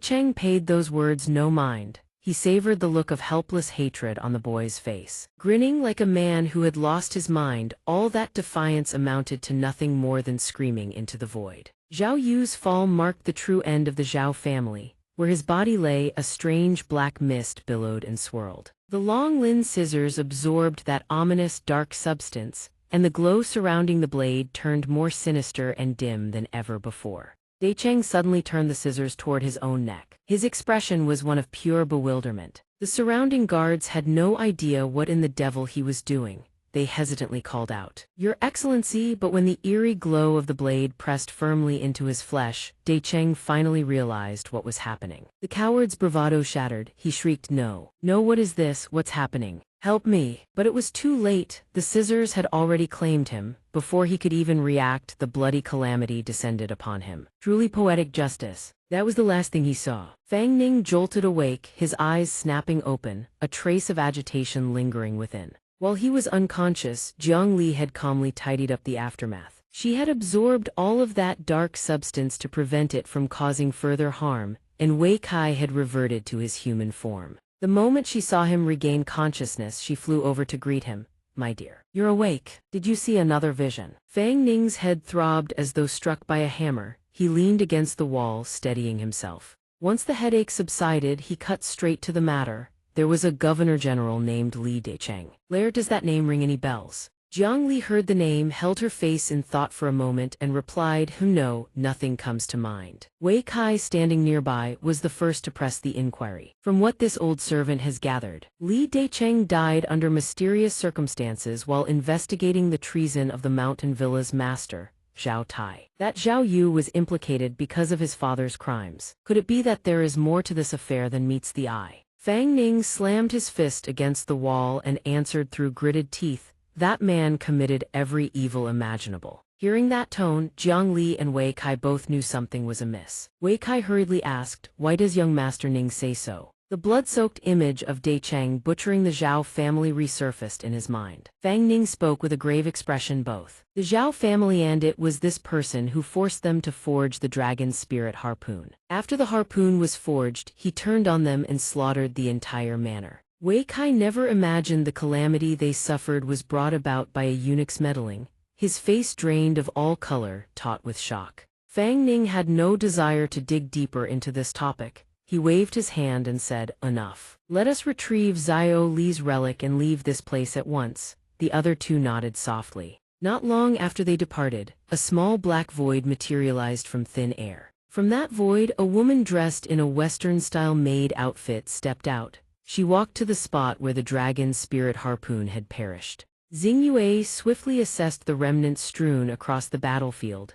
Level 6 no, judging by the combat power displayed just now. Is she about to break through to level 7? She pressed her lips together and murmured, her expression visibly conflicted. This was not going to be easy to deal with, should she capture her before the breakthrough. But the doctor's orders were to observe. Nevertheless, she did not hesitate for long before deciding to withdraw. Even if she breaks through to level 7, I can still handle her. I cannot act rashly and jeopardize the doctor's plans. After leaving the ruins, she would report to the doctor first and let the doctor decide. Xingyue had just abandoned the idea when she sensed a spatial fluctuation. She furrowed her brow. Someone else was coming. So as not to cross paths, she waved her hand. A crimson ring of energy appeared directly above her head. In the blink of an eye, it teleported her out of the room without leaving a single trace. By the time the newcomer stepped inside, the crimson ring had vanished, leaving behind nothing but an empty, deserted room. Leading the way was a figure cloaked in pitch-black robes from head to toe. Yuan Dun, tall and imposing at his side, spoke up the moment he entered. "Big brother, this is the place where the spiritual power fluctuations just appeared."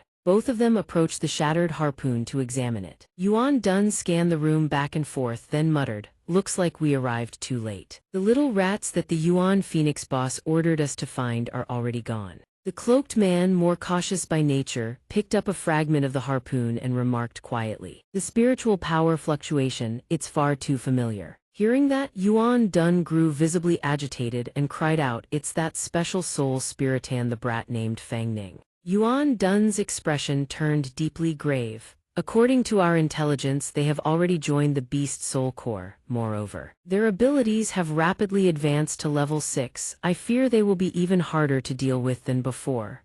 The cloaked man pulled back his hood. Revealing a silver mask beneath, he spoke calmly, "Yuan Dun, let us give chase. They cannot have gone far." At last, the identity of this figure is revealed. Yuan Quan's brow furrowed deeply, and he murmured as though swearing an oath, Fang Ningen, that soul spirit that severed my arm-thighs time. I will not run, you shall all witness the new power the doctor has bestowed upon me. Wei Kai led Fang Ning and the others into the imperial study, and spoke in a soft voice. At that time, the situation was dire. In that moment of crisis, this old servant hid the item that your highness entrusted to me right here. He halted in his steps, turned around and said, Your Highness, young Master Ning, please wait a moment. Wei Kai pressed his palms together into a mountain seal, closed his eyes and channeled his spiritual power with intense focus. Threads of dark purple spiritual power wound into the ink wash painting, coalescing into a small vortex. Using his spiritual power, he raised a long box wrapped tightly in cloth out from within the painting.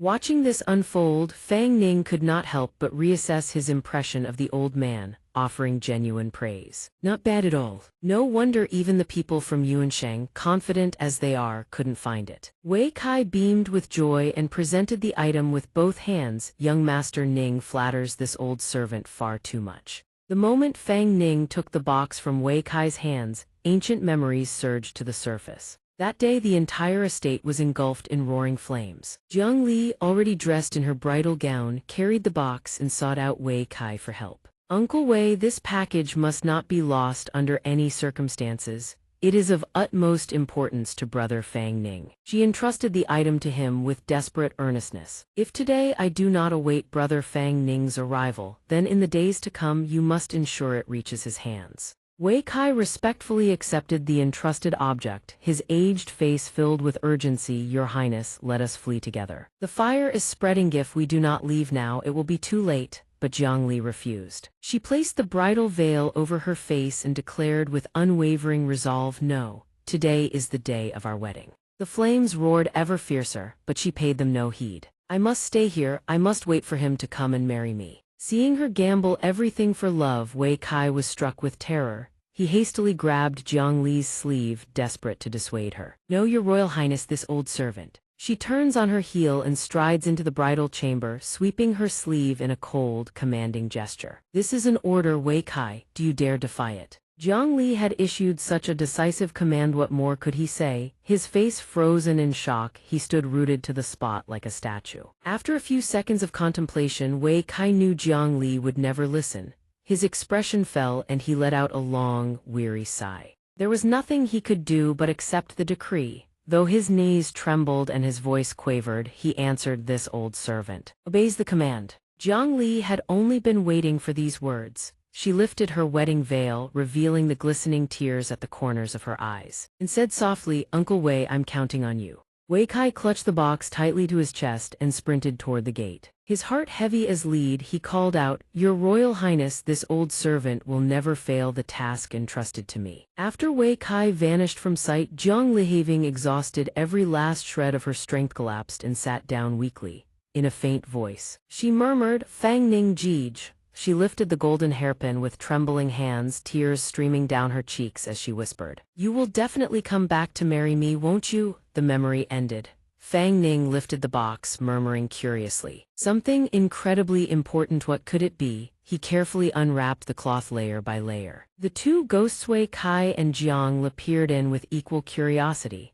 After removing the seal, they discovered a meticulously sealed wooden box. Carved into its center were two wing-like patterns resembling a dove's wings, alongside an old book. Jiang Li picked up the wooden box and studied it closely, sifting through the haze of her memories for a long while. At last, she recalled its origin. Her face lit up with joy as she exclaimed, Husband, I think I remember now. This book was something you gave me before, asking me to keep it safe. And this sword cassette was bestowed upon us by Father Emperor as our betrothal gift. Hearing it was an imperial gift, he grew curious and leaned in closer. A bestowed gift. She unlocked it while answering, Meh. Even Wei Kai hadn't expected that he'd been guarding something so important all along. When the box's seal shattered, a dazzling golden radiance erupted forth. All three stared inside, their gasps of astonishment escaping in unison. Inside lay a pair of matched swords. One bore a dragon coiling around its blade, while the other featured a phoenix engraved upon its hilt.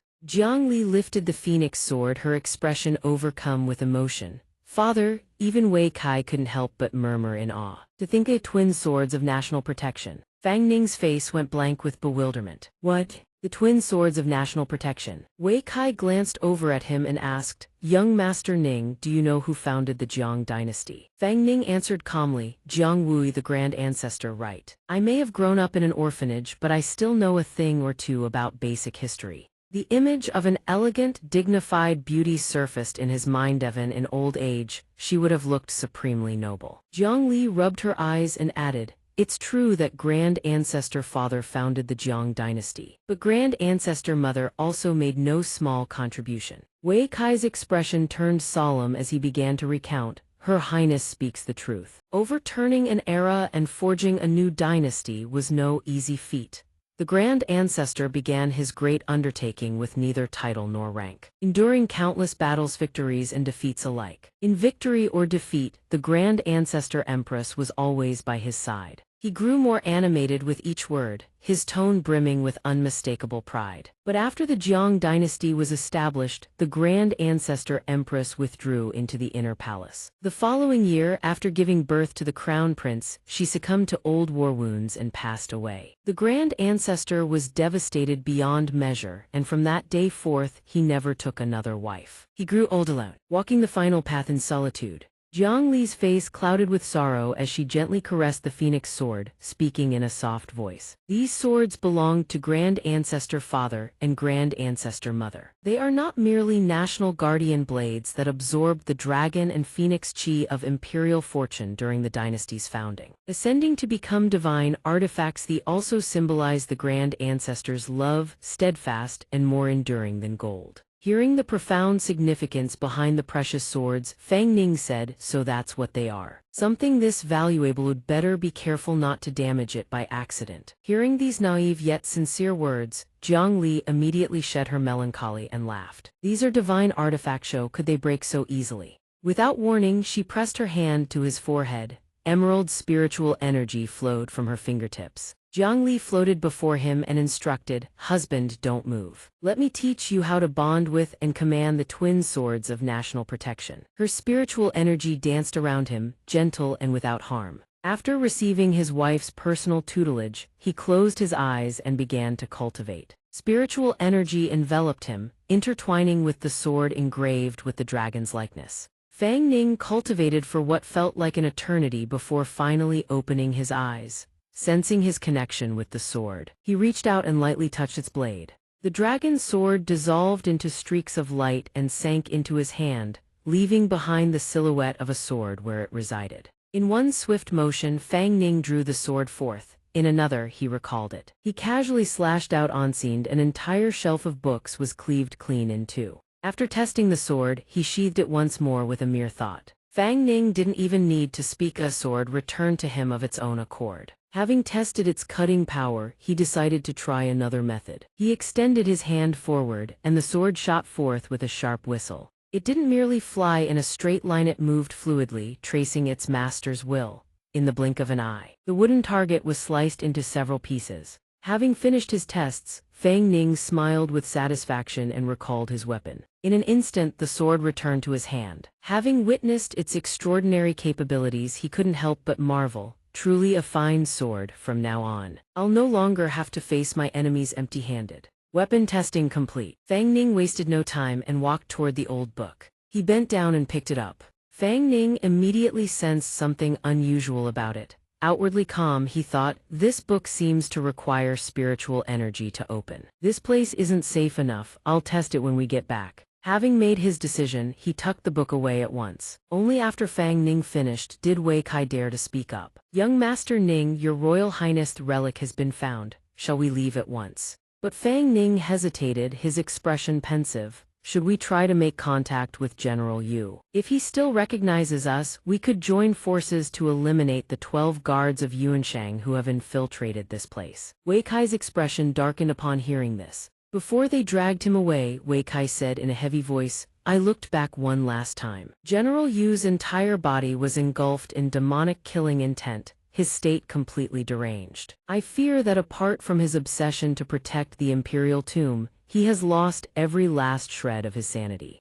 Meanwhile, uninvited guests stood outside the imperial study. A howling wind stirred the dust into swirling clouds, lending the atmosphere an even greater sense of urgency. The two brothers Yuan Quan and Yuan Dun were already spoiling for a fight. Yuan Dun pressed his hand to the ground, a wicked grin spreading across his face. "Boss, the array is complete," where he cast his spell. Ropes of violet spiritual energy erupted, pressing down upon the blue runic circle beneath. Then, as the array fully activated, the circle teleported across the entire imperial study before unleashing a catastrophic explosion that obliterated the structure. But something so crude could never hope to harm Fang Ning's group. Amidst the smoke and debris, Jiang Li's spiritual energy blazed with brilliant light. She had conjured a protective barrier in time, shielding all three of them. Her jade-green eyes widened, glaring fiercely at the intruders. Now facing Yuan Dun and Yuan Quan head-on, Jiang Li unleashed a surge of emerald energy, both to defend herself and to strike at her enemies. Even now, Fang Ning couldn't fathom why they had appeared here. Yuan Dun and him again, and who is that person in the black cloak? The man in the cloak, having endured the attack, trembled violently, his body shaking without end. "Good heavens, that scared me half to death, my poor fake waist." Yuan Dun turned his gaze toward Jiang Li and Fang Ning, speaking up. "We didn't even need to go looking for Yuan. Here you are, delivering yourselves right to our doorstep." But rather than cowering before them, Fang Ning responded with a taunting remark. "And here I was wondering who it was. Hasn't Yuan Quan learned his lesson from losing that arm last time? In the end, all you lot can do is resort to these cowardly ambush tactics." Enraged by the insult, Yuan Dun couldn't swallow his fury and lunged forward, only to be stopped by the man in the black cloak. The cloaked boss feared Yuan Dun's explosive temper would ruin everything, so he swiftly reminded him. "Lord Yuan Feng has given her orders, no unnecessary trouble. Capture them alive and bring them back."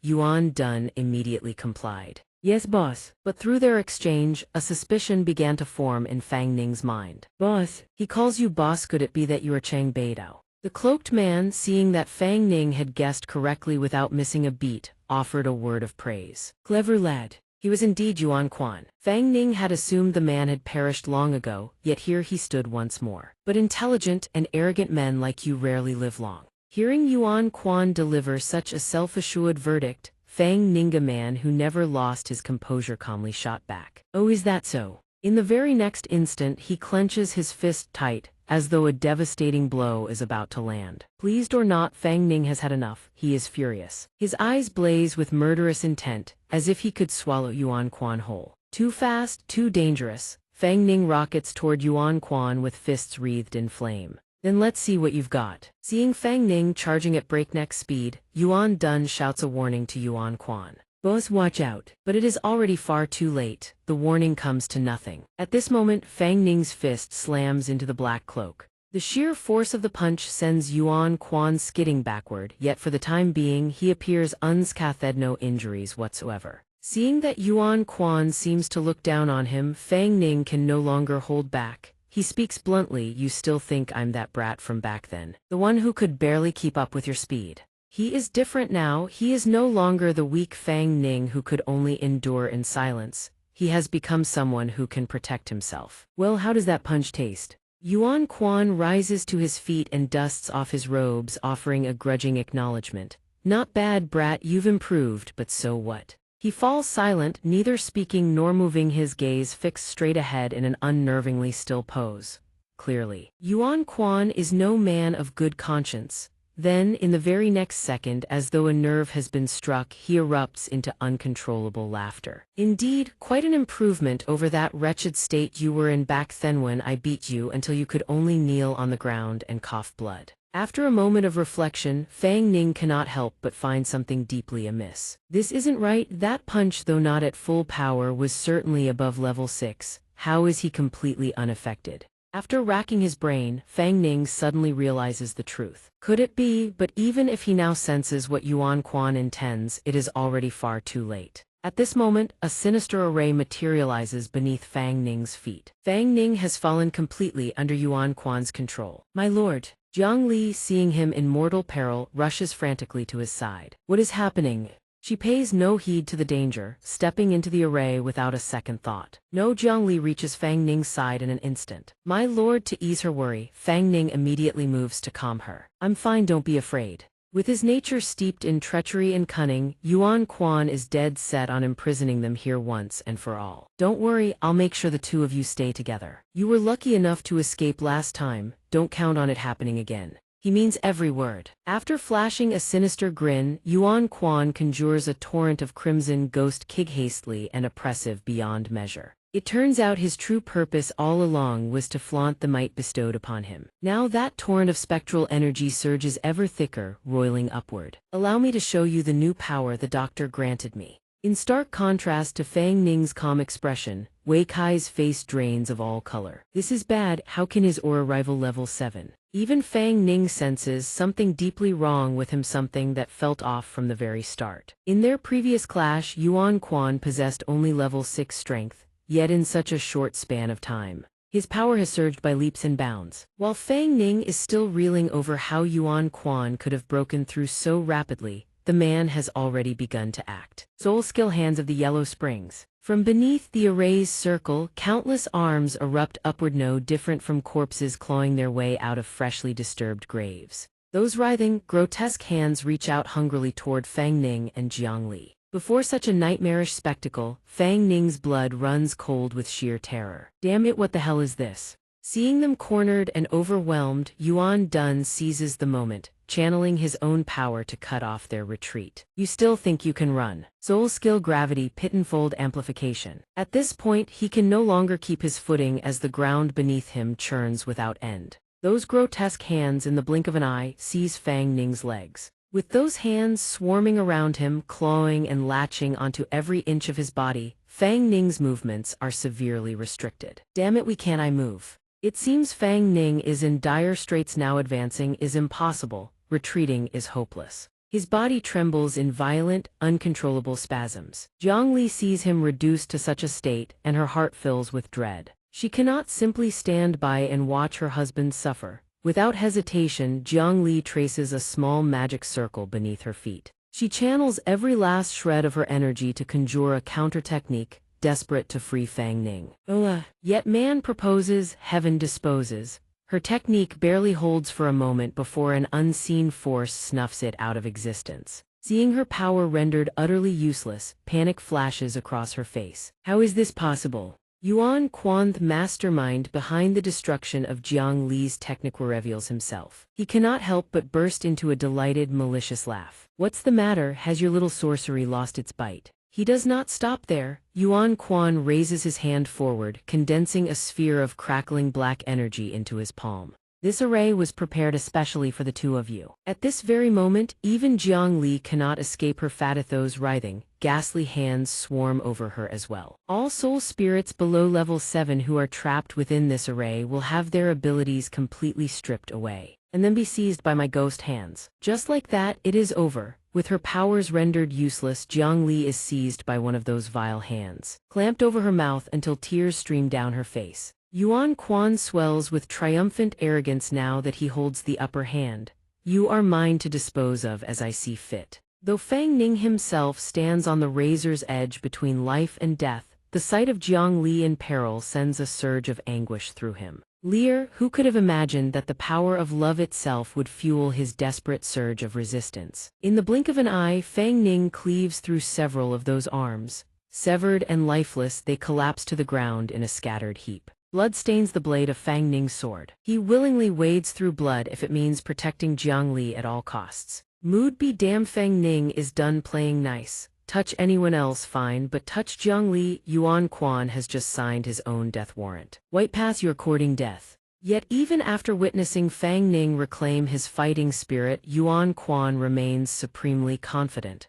Without that soul spirit aiding you, I'd like to see just how long you can endure beneath my ghost hands. Fang Ning hears this and almost laughs. Ghost hands. No matter how much Yuan Quan bluffs and postures, Fang Ning fears neither man nor demon. He charges straight ahead. I don't care what kind of hands you think you have. If you dare lay a finger on someone under this young master's protection, then you stay here permanently. A perfect match of arrogance against arrogance.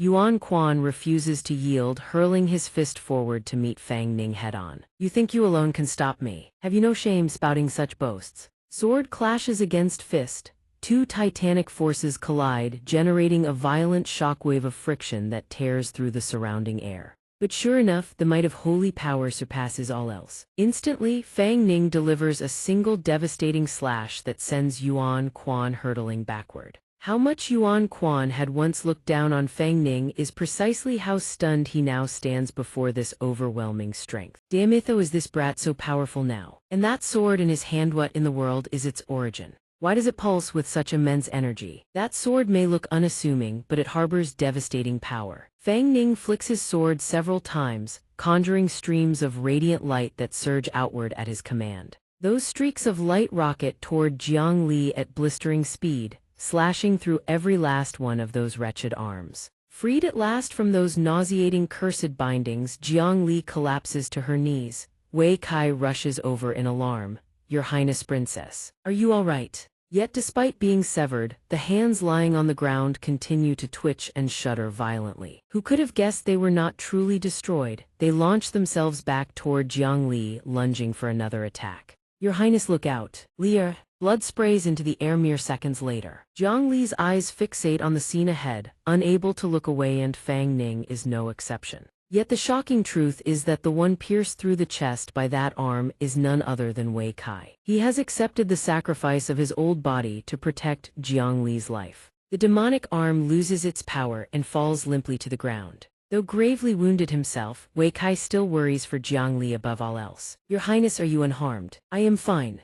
Fang Ning rushes toward them at once and commands Lear, bring Elder Wei into my sea of consciousness to hide, then find a way to treat his injuries. They cannot linger here any longer. Before departing, Jiang Li does not forget to remind Fang Ning, my love, you must be careful. Fang Ning reassures her, rest easy. In an instant, they transform into a streak of light, plunging into Fang Ning's forehead to enter his sea of consciousness. Now one could say Jiang Li and Wei Kai are reasonably safe. The space falls silent, only two remain, Fang Ning and his enemy, the rest he will handle alone. Yet Yuan Quan remains supremely confident he can crush Fang Ning as easily as breathing. Don't speak too soon, brat, what you faced just now was merely an appetizer. And in the next second he unleashes his true trump card. From beneath the array, a colossal hand rises with overwhelming, crushing force. No, let me show you the main spectacle. He charges forward with an ecstatic, bloodthirsty grin plastered across his face. So you may know what true invincible power is. Even if every bone in your body shatters to dust,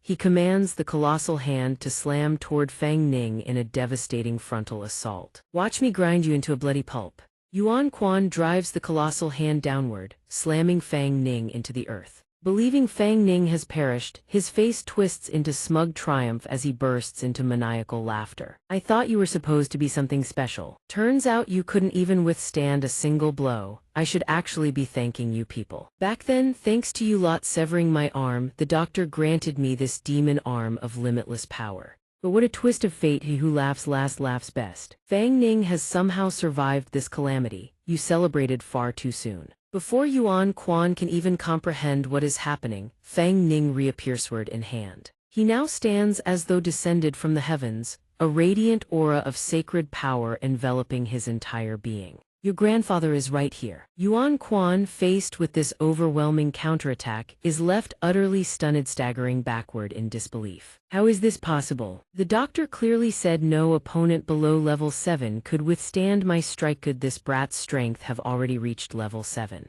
While doubt still clouds his mind, Fang Ning surges forward, sword blazing. Let's see if you can endure this one strike. Though utterly bewildered, Yuan Quan cannot simply sit and await oblivion. He commands the colossal hand to strike forward. But Fang Ning has completely transformed. A single devastating slash is all it takes to obliterate the colossal hand. And naturally, when the colossal hand is cleaved in two by his blade, Yuan Quan's real arm cannot escape the same fate. Yuan Quan has completely lost the advantage, blood gushing freely from his severed arm. Xian Dun rushes over upon seeing the dire situation, but Yuan Quan waves him away. Don't worry about me, get out of here now. Fang Ning saunters toward him with deliberate ease, voice dripping with mockery. I've been behind you this whole time. all that blathering has no one ever told you that villains die because they talk too much? I thought you were actually impervious to blades and spears. Turns out you can't even withstand a single strike of the dragon's roar slash. I thought your strength had reached level 7.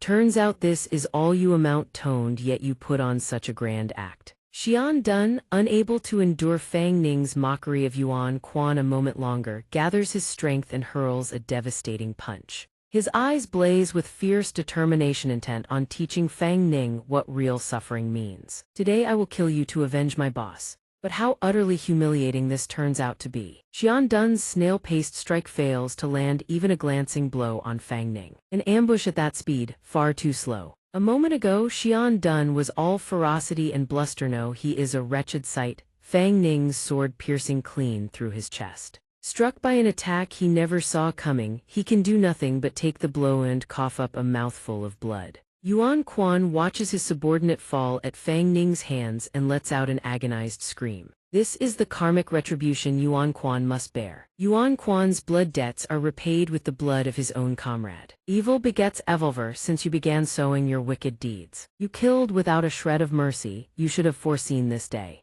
Even with his arm drenched in flowing blood, he still fails to see his own sin. Sand laughs through it all. Karmic retribution, you say? Yes, karmic retribution indeed. Yuan Quan channels all his fury into his next venomous words. Those people deserve to die, they had no right to live. Do you think what you do represents justice? Let me tell ya, what we do is purge this world of its filth. But no matter how he twists his words, he can never wash clean the stain of his sins. So deep in delusion, never to awaken. Yuansheng has truly brainwashed you unto death. Yuan Quan slowly struggles to his feet, still trading verbal blows. Shut your mouth, what could you possibly know? Without Yuansheng, I would still be a disfigured monster. A wretch that anyone could trample and humiliate. I would never have survived to this day. Not to mention the doctor granted me this power, allowing me to take my own vengeance with these hands. Even now, he still worships the man with blind, unshakable devotion. Yuan Quan refuses to accept the truth that he himself is no victim. Aren't you an orphan too? You of all people should understand this feeling. Don't you want to personally crush those who look down on you, who bullied you into dust, to watch them kneel at your feet and beg like dogs?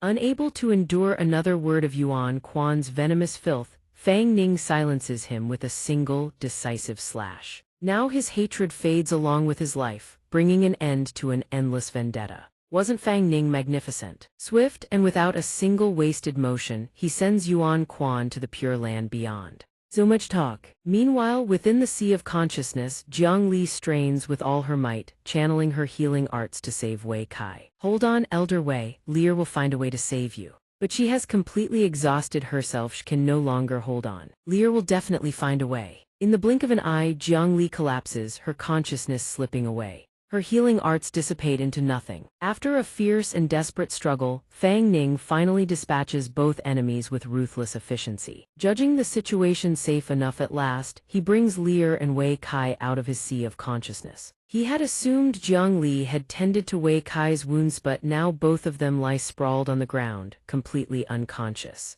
The sight sends a jolt of panic through him. Elder Wei, Lear, he rushes to Jiang Li's side and lifts her up. I'm fine, my love, hurry go check on him. Wei Kai's condition is critical, he could lose his life at any moment. Elder Wei, he. Of course, Fang Ning cannot simply stand by and watch the old man die, he immediately channels his own arts to assist. But now, Fang Ning faces a new and pressing worry. Will it never stop? What kind of bizarre formation did Chang Beidou employ? Wounds inflicted by soul power, they simply cannot be healed. If his soul power keeps draining like this, Elder Wei's soul will scatter and dissipate entirely. In his final dying moments, Wei Kai manages to call out, Your Highness Princess Jiang Li. As he fades, his face drenched in cold sweat, the two of them are gripped with sheer panic. Elder Wei, please hold on just a little longer. Xiao Li will find a way to save you, I swear it. Wei Kai knows he is beyond saving. Your Highness, please do not waste another thought on this old servant. That formation was designed to target soul spirits, once grievously wounded. The injury will never heal, not until every last wisp of soul power is depleted and the victim perishes, on the very threshold of death itself. He shows no fear. Instead, a radiant smile blossoms across his weathered face. To walk alongside your highness once more, that alone is a blessing spanning 3 lifetimes for this old servant. Now, to die protecting you, this old servant has no regrets whatsoever. How could Jiang Li possibly abandon him? No, we will not let him die. Tension grips every line of Fang Ning's face, soul power dissipating to nothing that means death. Desperation breeds inspiration. In a flash, the idea strikes him. That's it. If the soul power lost can simply be replenished, the problem is solved. Fang Ning turns to Jiang Li, placing both hands on her shoulders. Stop crying, Xiao Li. Do you still remember your hairpin? We conceal Elder Wei inside it. Hearing Fang Ning's words, Jiang Li pauses, her tear-streaked face caught in thought. Then, like sunlight breaking through storm clouds, her face lights up with realization. Of course, the hairpin. How could I have forgotten about it? Fang Ning gently cups her face in his hands and speaks in a soothing voice. You were so worried that your thoughts went haywire. The hairpin is brimming with soul power. It may not be able to heal Elder Wei's wounds, but it can replenish the spiritual energy he has lost. That way, he won't perish from soul depletion, at least not in the short term. Relieved by his brilliant stratagem, Jiang Li throws herself into his arms without hesitation. Elder Wei is saved for now. Let's get out of here first, then figure out the rest. Elder Wei will surely be fine. Jiang Li's hairpin is brought forth. Soul power radiates from within the hairpin, streaming in luminous threads into Elder Wei's body. While Jiang Li works, Fang Ning stands behind her, watching with rapt attention. Once the task is done, she turns to him eagerly. My lord, where do we go from here? Suddenly, the ground beneath their feet trembles. Just as they prepare to leave, something terrible stirs another earthquake. Alarmed, Jiang Li clings to Fang Ning. My lord. A troubling suspicion takes root in his mind. Since they first set foot in this place, this is already the second tremor. What in the heavens is happening inside this underground palace? Meanwhile, in another part of the ruins, Yuan Feng and her subordinates arrive at a designated location. Before them stands a towering giant, a wicked saber gripped in its massive fist, grotesque and terrifying beyond measure. One glance is all it takes. She turns to her subordinate. The tallest one. This is the level 7 soul general guarding the heart of the underground palace, the one you said kept you all from getting close. He confirms at once. Yes, Lady Yuan Feng. Based on her own judgment, Yuan Feng can tell at a glance whatever stands before her is no ordinary creature. Ever since the Jiang Kingdom fell thousands of years ago, this soul general has kept its eternal vigil here. It has likely survived for over a millennium. Underestimating it would be a fatal mistake. Yet while she is still lost in thought, something abruptly yanks her back to reality. Yuan Feng has barely set foot here, and someone has already lost their composure, hurling a rock straight at her. But a pathetic little pebble like that, it cannot hope to touch her. It ignites in an instant, consumed by invisible flames. In the blink of an eye, it is reduced to nothing but dust motes drifting through the stale air. And the one who threw it to put Yuan Feng in her place is none other than Chu Yun. I already gave you a chance to flee, yet here you are courting death. Chu Yun stands with arms folded, fearless before Yuan Feng, unafraid of heaven, unafraid of earth.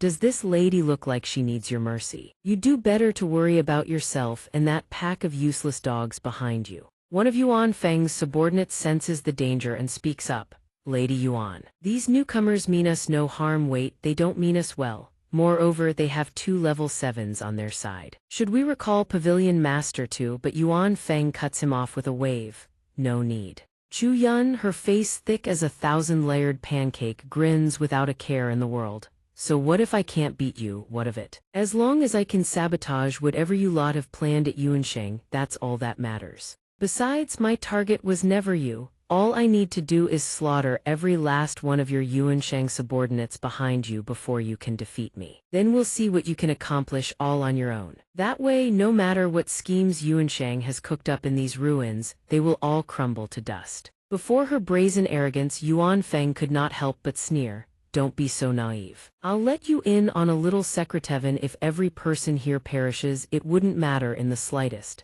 As long as I reduce you to ash, there will be no one left to stand in the way. Completing the mission is merely a matter of time. You are utterly powerless to stop Yuansheng's grand plan. Seeing that trading barbs with the wench would yield no benefit whatsoever, Chu Yun decided to let her fists do the talking. This lady can't be bothered to argue with you, how about we settle this with action? Won't a good fight make everything clear? With the fearsome might of her water element power surging around her, she lunged forward. Yuan Feng was hardly one to back down. She immediately summoned a blazing fire hawk to meet Chu Yun's challenge head-on. Two forces drawn from opposing elemental origins collided with earth-shaking fury, igniting an explosive opening to their clash. Yet the battle had only just begun, and already Chu Yun seemed to be at a disadvantage, her body sent skidding backward by the impact. Against a formidable opponent like Yuan Feng, it seemed Chu Yun had gravely underestimated her. This red-feathered hen was truly no easy prey. Su Yun stood to the side, observing the exchange. Yet even she could not deny that Chu Yun was being steadily pushed into a corner. Xiao Yun and Yuan Feng were both level 7 soul generals, but a considerable gap still yawned between their true strengths. Yuan Feng had not only deflected Xiao Yun's devastating strike with ease but even wounded her fist in the process. Her cultivation was truly unfathomable. But Chu Yun refused to concede defeat here and now. She gathered her strength once more, condensing a massive sphere of water between her palms. Now, the Chu Yun art would unleash a devastating technique to show that wench what true power meant. Soul art 100 piercing cold stream. Chu Yun hurled shards of ice, razor-sharp as daggers, hurtling toward Yuan Feng like a storm of throwing blades. But she was still far too green. A petty trick like this could hardly faze Yuan Feng. Child's play. Now it was her turn to strike back. From Yuan Feng's side, a torrent of blazing fire element power erupted forth. Once again, the two opposing elements clashed in a cataclysmic explosion that shook the very ruins. Neither combatant gave an inch, each unleashing their techniques in relentless volleys, neither willing to yield. However, their battle had disturbed the guardian statue standing sentinel in this place. The dark substance encasing the figure's body began to crack and crumble away, piece by piece. And at last Yu Sheng awakened. Thanks to their unwitting efforts, he had finally shattered the seal binding him.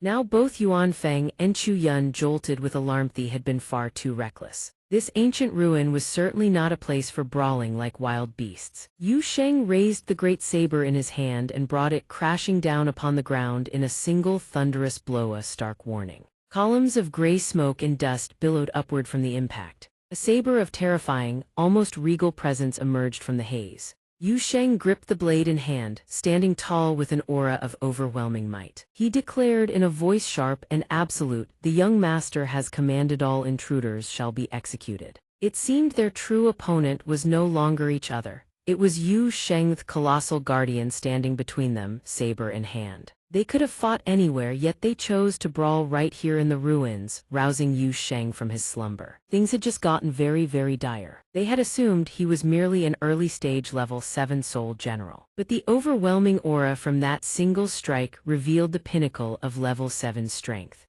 If Yu Sheng sided with Chu Yun, then Yuan Feng would lose her life here today without question. A mere Chu Yun was beneath her notice, but add Yu Sheng to the equation and the situation became far too dangerous to handle. Chu Yun seized every opportunity to needle her opponent. "Oh Yuan Feng, do tell Mehes that one strike already left you trembling with fear." Su Yun, also wary of Yu Sheng's power, hurriedly counseled her companion. "That soul spirit strength is far too overwhelming. Let us withdraw for now and devise a longer strategy." But Chu Yun, with her fierce and competitive nature, roared back, "If anyone retreats, it'll be her first. If we go first, who knows what schemes Yuan Sheng's lot might be plotting behind our backs." She then flung Thur Van's hand away and bellowed at Yuan Feng, "This lady here was kind enough to warn you. If you're scared, then run now while you still can." Truly a case of the pot calling the kettle black. From what I can see, she's no pushover either, so I'd advise you to watch yourself.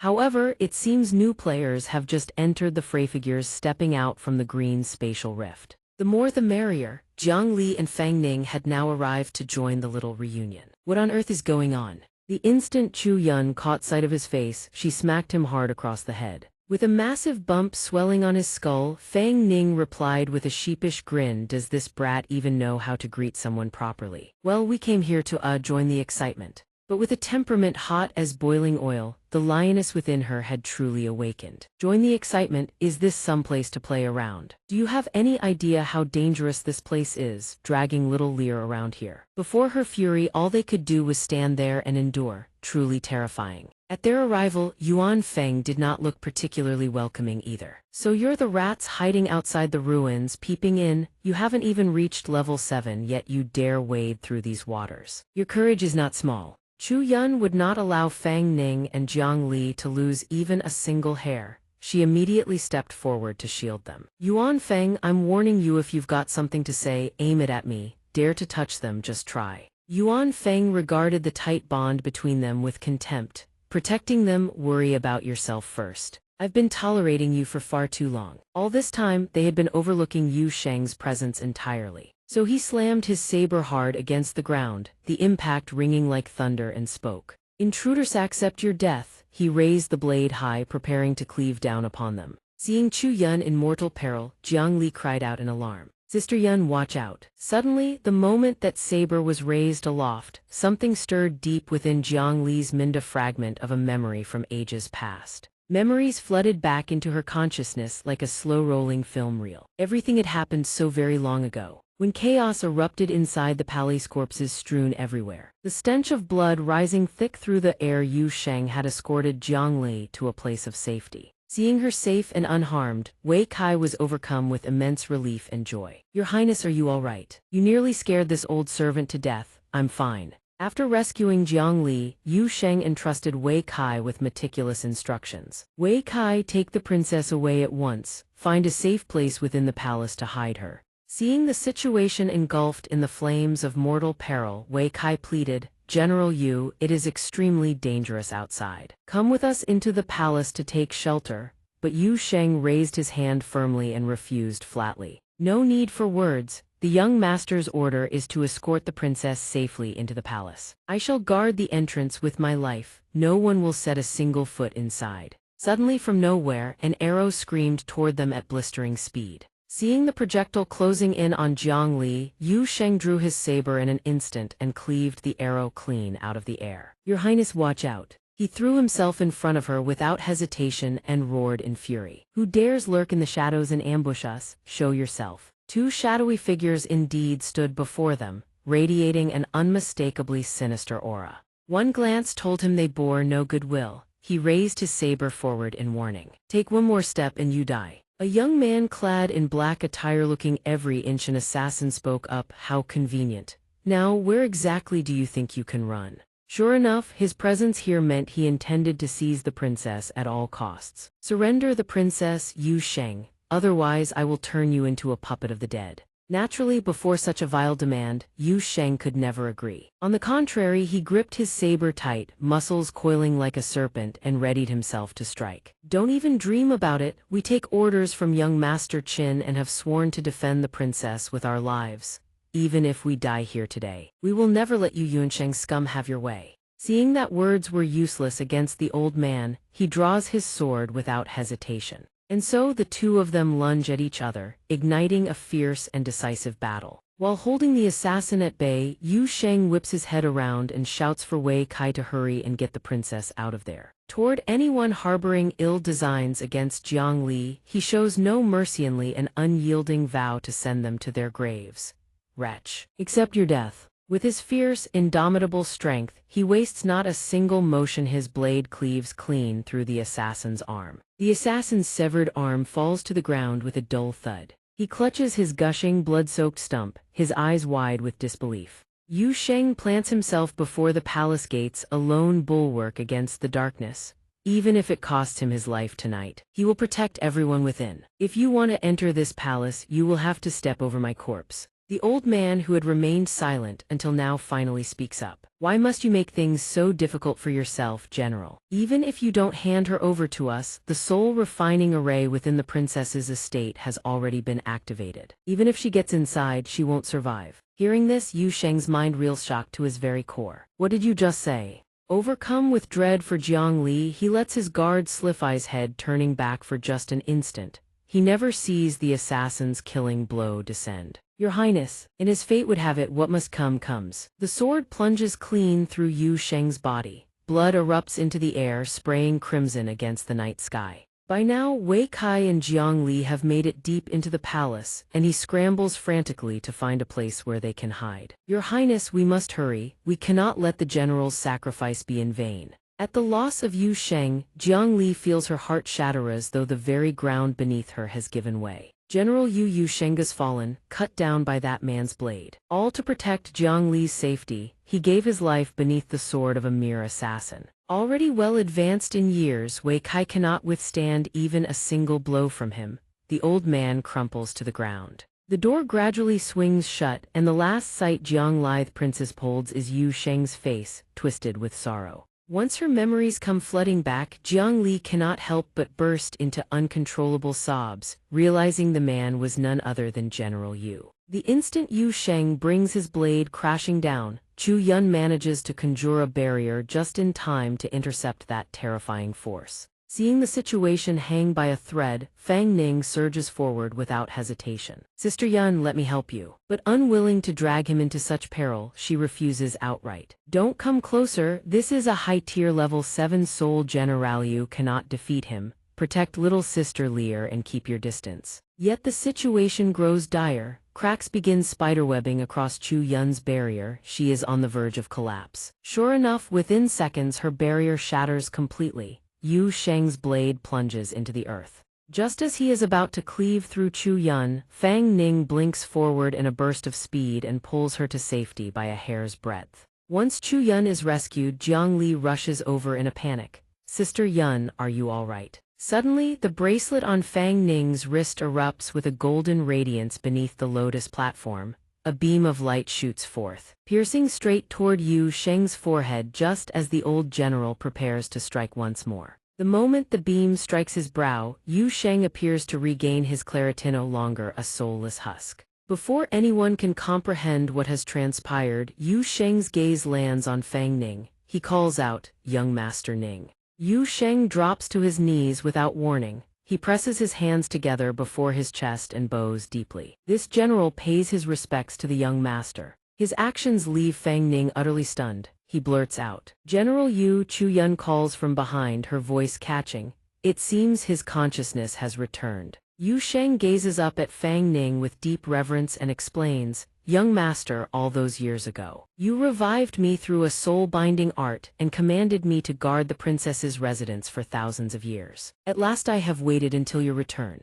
You and Her Highness the Princess have returned." The moment he finishes speaking, alarm grips Fang Ning. He demands in shock, "What do you mean reviving you through a soul? Was it not simply because your obsession refused to dissolve after death, and so you lingered at the princess's residence for 1,000 years?" At his question, Yu Sheng's eyes turn vacant with confusion.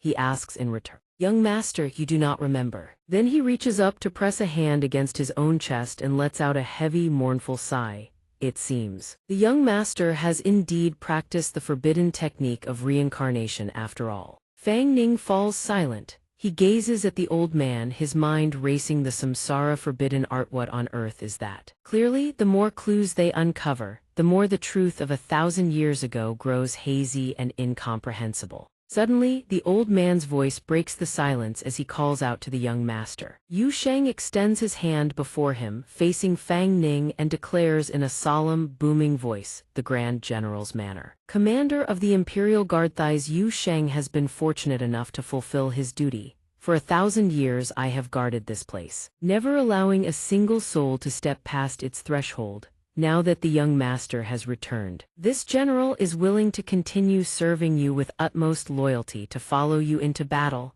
His declaration leaves everyone utterly stunned. Xian Feng, standing nearby, glances toward him, her eyes brimming with suspicion. Fang Ning approaches and reaches out to support him to his feet, saying gently, "General Yu, please rise." Moved beyond words, Yu Sheng expresses his heartfelt gratitude. Qiu Wen, standing nearby, speaks with a mixture of astonishment and joy. I thank the young master. Though he had long suspected that his brother Fang Ning and little sister Li harbored some secret. This revelation is earth-shattering beyond belief. Chu Yun, standing beside them, grins and chimes in. This is a wonderful thing. A rank 7 soul general from 1,000 years ago has acknowledged his master. She then crosses her arms and casts a meaningful glance toward Yuan Feng. With the aid of a rank 7 soul general, they will surely capture every last one of those Yuanshang operatives this time. Yuan Feng, let's see how arrogant you can be now. Yuan Feng lets out a laugh. How interesting. She props her hand on her hip, gazes at Fang Ning and speaks. I thought you were nothing but a dancing clown. I never imagined you could make a peak rank 7 soul general from 1,000 years ago acknowledge you as master. It seems I underestimated you. Suddenly, she extends her hand toward Fang Ning and asks, would you be willing to join our Yuanshang? At Yuan Feng's offer, Chu Yun, standing beside Fang Ning, points a finger at her and roars furiously, dream on. He has already joined our beast soul core. You dare try to snatch him right under my nose. Yuan Feng ignores Chu Yun's words entirely, her gaze fixed on Fang Ning as she speaks. With your current standing, if you join Yuanshang, we can give you everything you desire, a bit limitless wealth, power, status, or beauty. I can assure you, the women we provide will rival her in every way. She then gestures toward Jiang Li. Seeing Yuan Feng say this, Jiang Li immediately rushes forward and clings tightly to his arm. Pouting, she actually wants to foist more women onto my husband. You are truly wicked. Seeing that he still hasn't responded, Chu Yun grows anxious and glances at him. She urges him relentlessly, Fang Ning, don't listen to them. They're just using honeyed words to deceive you. They're a bunch of lunatics, don't let them fool you. Qiu Wen, standing nearby, adds, that's right, brother Ning. I dare guarantee that if you join Yuanshang, the first thing they'll do is take Li away for experiments. Hearing their words, Fang Ning looks at them helplessly and speaks. Enough, I have no such intention. Why are all of you in such a rush? Yuan Feng gazes at him and asks in return, are you certain? Do you even know what you're saying? Fang Ning looks at her without the slightest hesitation and affirms. Of course I know what I'm saying. I, Fang Ning, have always been at irreconcilable odds with that venomous creature, and now you want me to join Yuanshang. What? Yue Ying, standing nearby, still hasn't grasped the full picture. He scratches the back of his head and asks in bewilderment. Just that poisonous creature. Then what about the Empress? But before he can finish, Hong Jai strides over and smacks him hard on the head, scolding, shut your mouth if you don't speak. No one will mistake you for a mute. Seeing that persuasion has failed, Yuan Feng slowly raises her hand and begins to channel her power. A blazing golden flame engulfs her body, and above her, a fire phoenix takes shape in the air. Yuan Feng furrows her brow at Fang Ning and speaks, since that's how it is, I'll have no choice but to shatter your limbs and drag you back for the doctor to recondition. At that very moment, Yu Sheng grips his spear and strides forward, planting himself between Fang Ning and Yuan Feng. He stares her down and declares, if you wish to lay a hand on young Master Ning and Her Highness the Princess, you must step over this old man's corpse first. Chu Yun charges forward simultaneously, her eyes gleaming with battle fervor. Count me in too. This time, I'm going to teach you a lesson you won't forget. Seeing this, Fang Ning moves to stop Sister Yun, but the moment he opens his mouth, Qiu Wen steps forward, lightly touches his shoulder and speaks. Just let her go. If she doesn't vent this frustration today, she'll never find peace. On Yuan Feng's side, she shifts into a fighting stance, her gaze sweeping across them as she speaks. Then come and try me. Before they can react, she swings her arm and unleashes a torrent of attacks toward them. A blazing flame surges forth. Yu Sheng and Chu Yun swiftly pivot and dodge. Hong Jai glances to the side and spots a squad of armed men rushing toward the city gate. She screams in alarm, no. It's over, they are going to bombard the city gate. The squad quickly readies their weapons and begins a countdown. 3, 2, 1. Seeing the dire situation, Qiu Wen lunges forward, shouting in panic. We're done for, stop them now. Fang Ning speaks from where he stands, using the time they spent holding me back. They launched a sneak attack from behind. The Yuanshang operatives indeed played a cunning hand. On the other side, Yu Sheng and Chu Yun exchange a deeply worried glance toward Fang Ning. Noticing this, Yuan Feng strikes toward the tip of Yu Sheng's spear and sneers, don't bother looking. Even if you rush back to save him now, it's already too late. Zhu Li raises the instrument in his hand and bellows the command to fire. The moment he finishes, his squad obeys without hesitation and opens fire. A torrent of energy blasts surges toward the city gate. But the instant the blasts make contact, a formation array materializes out of thin air and intercepts the entire assault. Immediately after, a blinding radiance erupts from the formation, accompanied by a colossal wave of power from atop the city wall. A tremendous pillar of energy roars skyward into the heavens. Fang Ning shuts his eyes tight. Only when the surroundings stabilize does he slowly open them. The sight before him leaves him utterly stunned, and he speaks. Where is Sister Yun's group? As realization dawns, his expression turns to alarm. Fang Ning turns to face the gateway behind him. He steps forward, reaches out, and touches it. Then murmurs, I remember this used to be the entrance to the ruins. Has it vanished? Yu Sheng, standing behind him, answers respectfully, Young Master, there is no need to worry. It was the effect of the restriction seal on the city gate teleported us out. The others were most likely transported to a different location as well. This general suspects the entrance has been concealed or relocated elsewhere. Hearing this, Fang Ning raises his hand to his chin, strokes it lightly, and asks, You suspect, then wasn't that restriction seal laid by you?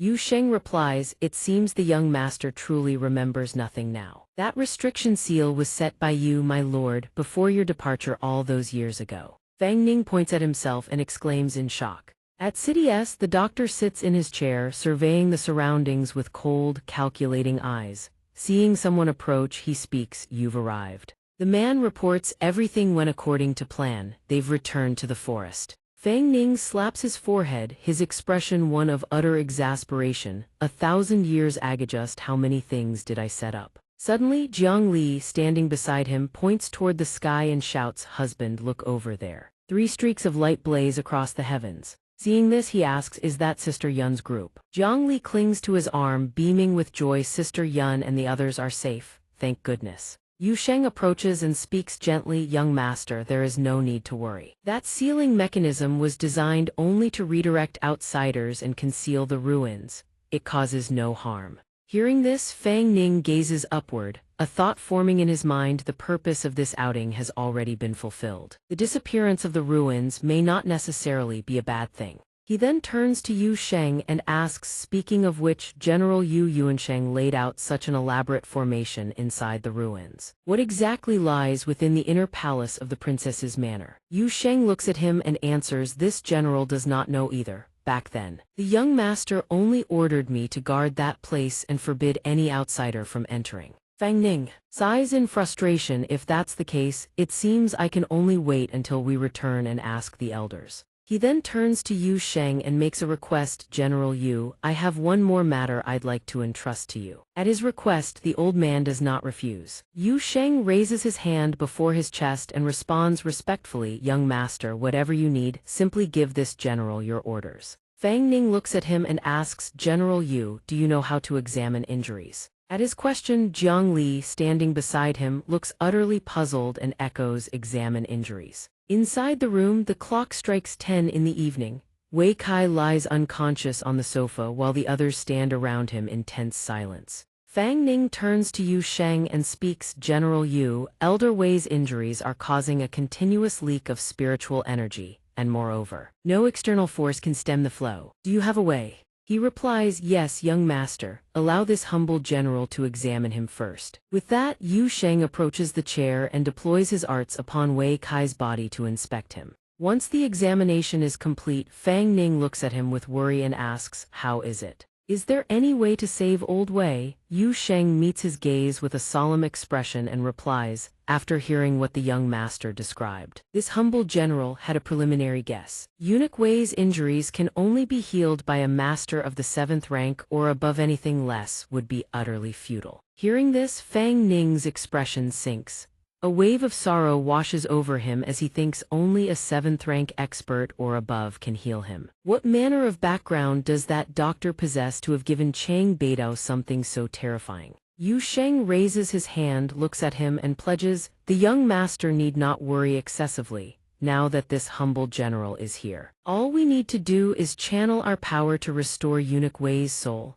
Fang Ning inclines his head politely and says, You've worked far too hard. General Yu. Yu Sheng continues, There is no need for the young master to offer thanks. immediately after. He moves to Wei Kai's side and begins deploying his healing arts upon him. Once the treatment is complete, Yu Sheng carefully sutures the wound closed. Seeing that Wei Kai still shows no sign of consciousness, Jiang Li steps closer and asks anxiously, "General Yu, why hasn't old Wei awakened yet?" Yu Sheng looks at her and replies, "Your Highness, there is no need for worry. Eunuch Wei is no longer in any danger. His soul power was simply depleted earlier, leaving him severely weakened. All he needs now is proper rest and recovery." Fang Ning then comes over and sits beside her. He wraps his arm around her shoulders and comforts her. "Don't worry too much, Li Er. Look, the wound has already stopped hemorrhaging soul power. In a little while you can take old Wei into the pin. The soul power within the pin is abundant. He will recover quickly." Jiang Li smiles gently and replies, "This wife obeys her lord husband." Afterward she approaches the sofa and opens it. A surge of energy rises from beneath. Fang Ning approaches and stands beside Yu Sheng, speaking somewhat awkwardly, "General Yu, I'm afraid I don't have any other soul artifacts on hand capable of housing a soul spirit at the moment. How about you and old Wei stay inside Li Er's pin for the time being?" The moment he finishes speaking, Yu Sheng bursts into hearty laughter. Clutching his stomach, the young master worries too much. "There is no need to trouble Her Highness the Princess. Isn't the bracelet on the young master's wrist the finest soul artifact imaginable for housing this humble general's soul spirit?" Fang Ning stares at the bracelet on his own wrist, eyes widening in astonishment. A soul artifact. He turns his head, his expression utterly serious, and asks, "General Yu, there is something I have always wanted to ask. Do you know the origin of this bracelet?" Yu Sheng hears the question and replies, regarding the bracelet's origin. "This humble general truly does not know. When this humble general first met you, the bracelet was already upon your wrist. You even drew one of my souls and one of my spirits into it. Perhaps you had foreseen all that would transpire this day long ago, and thus prepared it so that we might recognize one another when the time came." He lets out a deflated sigh. "It seems even you don't know." Seeing that he has no further duties, Yu Sheng bows deeply and takes his respectful leave. "Young master," this humble general takes his leave first. With that, his form gradually dissolves into Fang Ning's bracelet. Fang Ning furrows his brow and gazes at the bracelet on his wrist. Perhaps this bracelet is the very key to reclaiming my lost memories. Suddenly, the phone on the table rings. He glances at the caller ID, his eyes full of puzzlement, and mutters, "Old Chu. Why would he suddenly remember to call me at a time like this?" Jiang Li comes to his side. She asks, "What is it, my lord husband?" Fang Ning picks up the phone. From the other end comes Tianhua's voice. "Brother Fang Ning, that horror game we collaborated on has just launched." Fang Ning's eyes widen in surprise. "It launched already that fast? I thought we'd still have to wait a while longer." On Tianhua's end, he leans back with a proud smile. "With Xiao Guan on the job, you already know his speed." Fang Ning's gaze carries a hint of helplessness as he asks, "So how are the reviews after launch?" Meanwhile, he thinks to himself that kid's work efficiency is truly second to none. Tianhua glances at his computer screen and replies, "Xiao Guan is still monitoring things. Overall, it's looking very solid. Peak concurrent players across all platforms during the open beta have already surpassed 3 million. The answer stuns Fang Ning. 3 million, that many people. Tianhua continues, "Every player is praising how realistic the effects are. The horror atmosphere they've created has reached an absolutely extreme level. It's even managed to terrify quite a few game critics." Hearing this, elation flashes across Fang Ning's eyes. He thinks to himself, wait, 3 million people all playing a horror game at once, just how much fear energy would that generate? Then Li Er. He then speaks up, "I understand.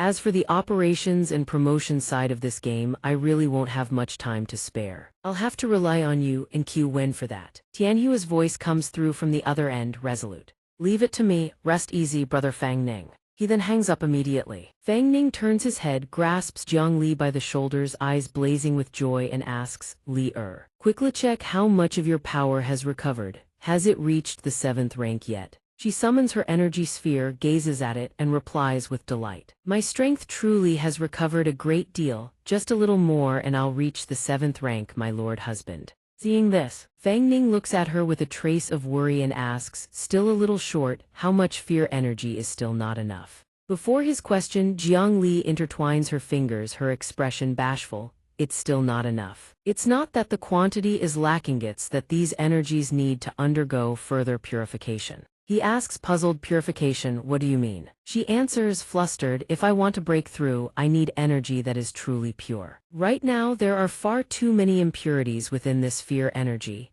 Although the quantity is sufficient, the quality does not meet the requirement. Hearing this, his eyes cloud over with concern as he proposes. Then what do we do now? Should I ask General Yu? Or ask Chu Yunthi, or both at the 7th rank, so they should know a way? But before he can say another word, she lunges forward and throws her arms around his neck.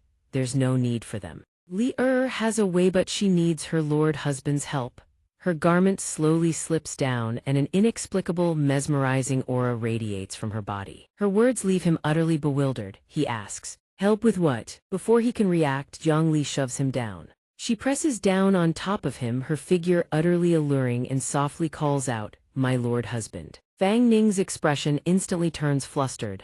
Li He thinks to himself in a panic, heavens above, what kind of cultivation method is this? Hey? Jiang Li boldly settles herself on top of Fang Ning on the cramped sofa. Suddenly, she extends a finger toward him and flicks it, snap. The clothes on Fang Ning's body vanish into thin air. His entire form lies bare to the open air, and he jolts up in mortification. What the seriously? This time you made my clothes disappear too. Even more astonishing, Jiang Li is in the same state, completely bare, and answers him with a scarlet blush. Li wanted to help her lord husband undress. Seeing her like this, Fang Ning's face burns crimson with embarrassment. He squeezes his eyes shut, not daring to look, resembling a virtuous maiden being bullied. Wait, Li we should, but she gives him no chance for further protest. Jiang Li suddenly seizes his wrists and pins them down against the soft sofa. Her other hand traces over his firm, powerful chest. She whispers, my lord husband. Jiang Li lowers her head, her exquisite face drawing close to his. Let us begin. The moment the words leave her lips, she captures Fang Ning's mouth in a deep, passionate French kiss, leaving him no choice but to receive it in stunned stillness. Their hands clasp tightly together, 10 fingers intertwined. Jiang Li presses her lips fiercely against Fang Ning's. Imagery not suitable for those under 18 unfolds. The two of them, lost in the throes of passion, simultaneously channel the process of purifying Jiang Li's energy. Suddenly, the bracelet on Fang Ning's wrist flashes with blinding light. A surge of golden energy begins to radiate from that point. Even as he savors the sweetness of their love, his entire body becomes wreathed in a luminous golden aura. There, a blazing inferno erupts within his memory. Raging flames devour everything in sight. A razor-sharp sword materializes, its wielder blocks the path of a squad of soldiers, trying to flee. Not so easily. That figure is none other than Fang Ning himself, his blade thrust straight at the mob, snarling his threat. If you do not wish to die, then speak. You rebels who have infiltrated the imperial palace, what is your true purpose? The men show not a shred of fear. They laugh arrogantly, regarding him with utter contempt. The nexus beneath the princess's manor is about to awaken. The soul-refining great array of the imperial city is now complete. Before long, every soul within these walls shall become an offering for our Yuan master. Their leader stares Fang Ning dead in the eye and taunts, instead of spouting grand words here, why don't you worry about yourself? Before Fang Ning can react, they dissolve into the void and vanish. A catastrophic explosion erupts from the direction of the princess's manor, the shockwave leaving him frozen in shock. Fang Ning's expression darkens. He whirls around in alarm and shouts at the top of his lungs. His voice is laced with panic. Lear, I'm heading to the princess's manor right now, at this moment. A barrier has already enveloped the entire princess's manor, with thick smoke and raging flames billowing from within. Fang Ning grits his teeth and charges forward. Lear is still inside, without a moment's hesitation. He drives his razor-sharp sword into the barrier, but it has absolutely no effect. Fang Ning is stunned beyond belief, his eyes wide as saucers as he stares at the scene before him.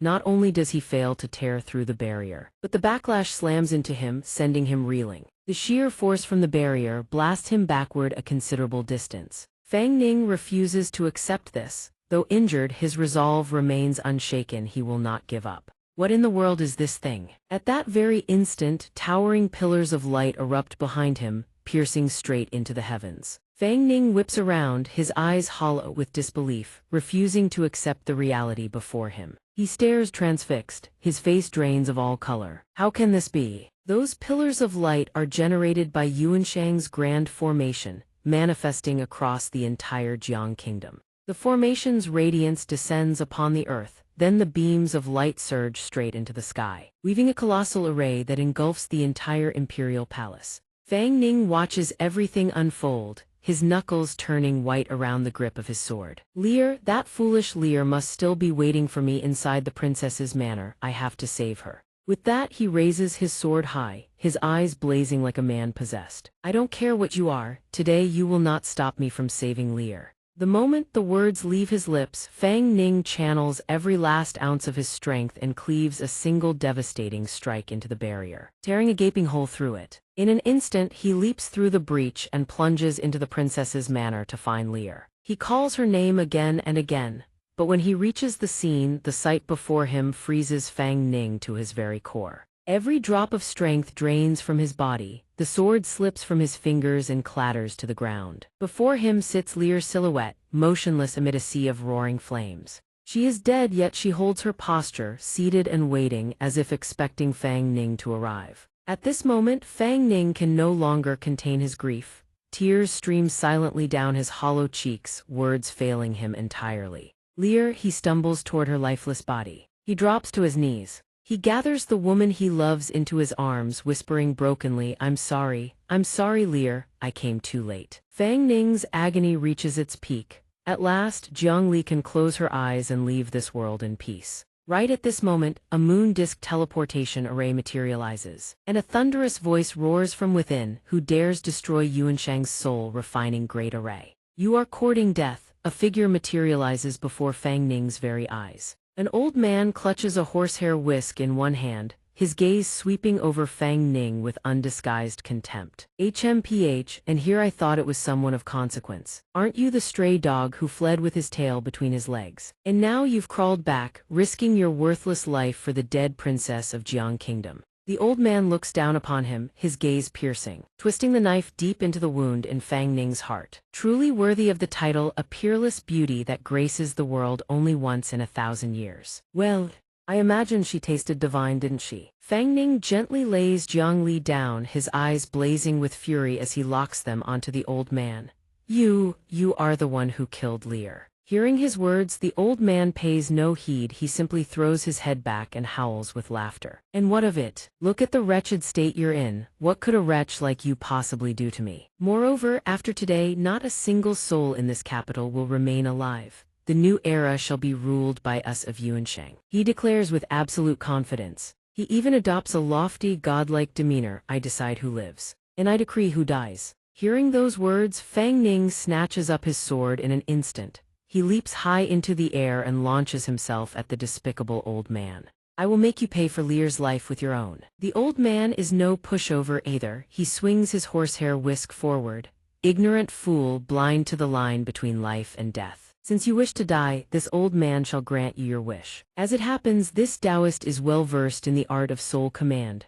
After I kill you, I shall extract your soul and forge it into a spirit slave to serve at my whim. With that, the old man conjures a protective barrier to shield himself from Fang Ning's attack. But in the very next instant, he realizes something is terribly wrong. A curse escapes his lips in alarm. Damn it, I thought this brat was nothing but a useless trash, an uneducated nobody. How does he possess such tremendous power? Before he can process another thought, the protective barrier he conjured shatters to pieces beneath Fang Ning's slash, a single strike brimming with raw power and seething hatred. Fang Ning now seems like an entirely different person. Soul command, you say? And what might that be? His gaze turns lethal, boring into the old man like twin blades. Can it bring back the dead? The old man, battered by Fang Ning's overwhelming power, trembles from head to toe yet still refuses to hold his tongue. What of it? Surely you don't intend to resurrect the dead princess of Jiang Kingdom you cradle in your arms. The old man, blind to his own fragility, throws his head back and howls with laughter at the sky. If you kneel now and beg this Taoist, I shall consider extracting her soul and refining her into a soul pet for me to savor at leisure. Consider it me granting her a path to survival. Consumed by absolute fury, the instant the old man finishes speaking, Fang Ning coldly beheads him, splitting the despicable wretch clean in two. After cutting him down, Fang Ning steps over the corpse and walks to where Jiang Li lies. He speaks softly, his voice barely a whisper leer. Don't be afraid. Blood stains both corners of his mouth and his once vacant eyes finally regain their focus, a singular, burning goal igniting within them. I've already thought of a way to save you. In a desolate industrial district under the cover of night, a group from the Yuanshang organization led by Yuan Za emerges from an abandoned factory. Observed through binoculars from a distance, Chu Yun peers through the binoculars and spots everything. A faint smile crosses her lips. Found them, target acquired. Chu Yun immediately turns to report to Hong Jai and Yue Ying behind her. Confirmed, the experimental base of the artificial soul project we've been tracking is located in this abandoned chemical plant. Everyone exercise extreme caution. We take them down in a single, decisive strike. With that, she steals her gaze forward, assumes a ready stance and shouts, move out. At once, the four Chu Yun, Qiu Wen, Hong Jai and Yue Ying launch from their positions, streaking toward the abandoned factory like arrows loosed from a bow. Every entrance and exit in the factory has been sealed shut, tight as a tomb. Suddenly, a colossal surge of power tears the reinforced metal doors clean off their hinges. The four of them cautiously step inside the abandoned factory, but the interior is completely hollow, empty. Hong Jai uses the tip of her spear to lift a curtain, her face creased with bewilderment. This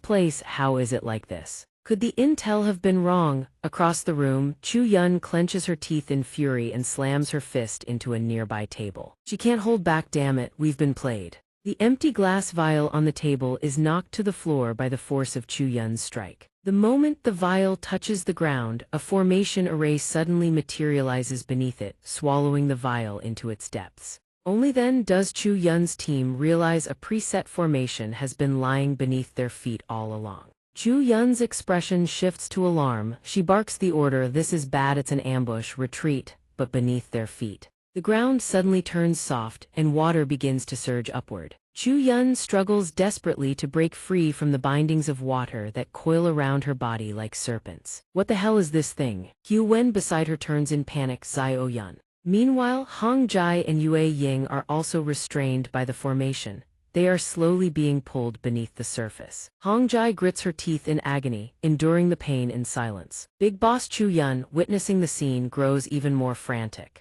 Hong Jai. She immediately channels her power and yanks Hong Jai upward with all her might. While the group fights to break free from the formation, an unexpected voice rings out through the darkness. I advise you to cease your pointless resistance. It is only now that Chu Yun realizes the entire Yuanshang organization has materialized before her eyes. A doctor seated in a wheelchair smiles and speaks in a condescending tone, behave yourselves, and I can guarantee you won't die for the time being. But if you continue to struggle, I cannot promise your bodies won't lose a few parts in the process. Chu Yun, stubborn and defiant, refuses to submit. Her palms begin channeling power, forming small swirling vortices of water. Bah, spare me your petty threats. She glares viciously at the Yuanshang members. This woman isn't the kind who's easily intimidated. Even if I die, I'm dragging you straight down to hell with me. As she speaks, she concentrates every ounce of her remaining power. Yuan Long watches with a contemptuous smirk. Overestimating yourself, a toad lusting after swan flesh. In the very next instant, Chu Yun's water-based power is completely suppressed by his crimson energy. The streams converge, spiraling into a water vortex directly above the four of them: Chu Yun, Yither Van, Hong Jai, and Yue Ying. The vortex twists under conscious control, its razor-sharp tip aimed straight downward. Before anyone can react, it lances back at Chu Yun, piercing clean through her abdomen. Yither Van screams in horror beside her. Little Chu Yun takes the devastating blow head-on, her eyes fly wide open as she coughs up a mouthful of blood. Yither Van, bound to her by the same array, suffers the same backlash. His body convulses with identical agony. Chu Yun collapses motionless within the formation while Yither Van scrambles to her side, his face twisted with worry. Yuan Za stands nearby, visibly displeased with Yuan Long's brutality. Why must you make everything so bloody? If they die, what becomes of the next phase of our plan? Hearing this, he replies with calm indifference, rest assured they won't die. This is merely a lesson, seeing the situation well in hand. The doctor gives the order, enough, take them away. Yuan Long bows his head respectfully at once. Understood. In an instant the formation flares and Chu Yun and the others vanish without a trace. While surveying the scene before him, the doctor calls for Xunyu. She immediately steps forward and bows her head. You called doctor. He gives her careful instructions: take the girl and deliver a message to those soul hunters.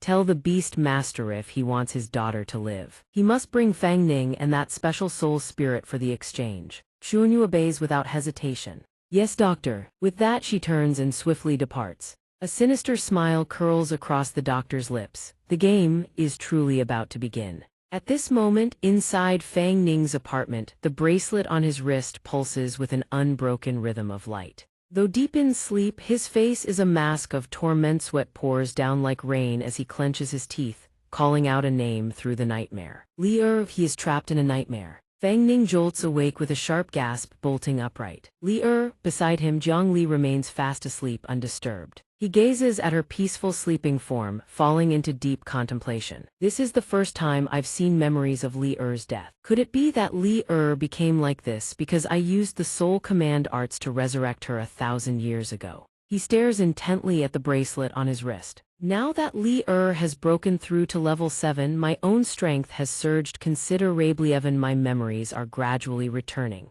If this continues, sooner or later I'll uncover exactly what happened back then. While Fang Ning is lost in these thoughts, Jiang Li's feet suddenly stir beneath the sheets. She stirs awake, stretching as she sits up, eyes still half-lidded with drowsiness. Oh, what's wrong, General? Jiang Li suddenly leans in close, placing a worried hand on his forehead. Why is my husband drenched in sweat? Did you have a nightmare? Fang Ning's face flushes crimson. With her whole body pressed against him, he recoils as if scalded, and hastily wraps the blanket around her. How many times have I told you to put on clothes after waking up? Oh, my dear husband truly has it good, enjoying himself half to death and still pretending to be shy. Seeing him all flustered, Jiang Li's eyes sparkle with mischief. She seizes the moment to tease him further. Oh, Li Er understands. Nomi husband is embarrassed. She slips her nightgown back on in the span of 2 heartbeats, then beams at him. Husband, Li Er is all dressed now. Jiang Li slides close to Fang Ning once more, wrapping her arms around his toned limb, curiosity brimming in her eyes. Now can my husband tell Li Er what happened? Fang Ning pulls her gently into his embrace, stroking her hair. It's nothing, I simply dreamed of a few things from the past. Jiang Li's voice softens with concern. The past has my husband finally remembered. He opens his mouth, about to tell her I dreamed of. But at that very moment, his phone erupts with an incoming call. Fang Ning pauses, picking up the phone. The moment he sees the caller's name, curiosity flashes across his face. Chief Zhang. Could the soul hunters have another mission? He answers the call in haste, listening to whatever the other end has to say. Fang Ning's expression darkens instantly as the bad news hits. What? Chu Yun's group has been captured by Yuanshang's scheme. A moment later, at the Soul Hunter base, Fang Ning and Jiang Li cautiously step inside, 1 foot at a time. Zhang Tiandao leads the way, guiding the two deeper in. Fang Ning asks curiously, Commander Zhang, what on earth happened? I only parted ways with Chu Yun's crew not long ago. How did Yuanshang suddenly capture them? Zhang Tiandao listens to his question and begins to explain. Last night, Chu Yun's group was suddenly assigned by the Soul Pavilion to scout one of Yuanshang's experimental outposts. Midway through, they walk straight into Yuanshang's ambush. Hearing how dire the situation is, both of them freeze in shock. Fang Ning speaks up urgently. Then we need to gather people and launch a rescue immediately. Why haven't the Soul Hunters made a single move yet? The 3 arrive before a massive door. As they walk, Tiandao explains to rescue them, they first need to know where they're being held. But Yuanshang has lurked in this city for years. Their true stronghold has always been deeply hidden. He hesitates and Fang Ning presses, hidden. And what else? The colossal door before them slowly swings open, revealing a massive circular machine. Tiandao stares at the machine. Moreover, there are those who don't want them rescued. Fang Ning is taken aback, suspicion surging in his heart. Those who don't want them rescued. Could it be the soul hunters are tearing each other apart from within?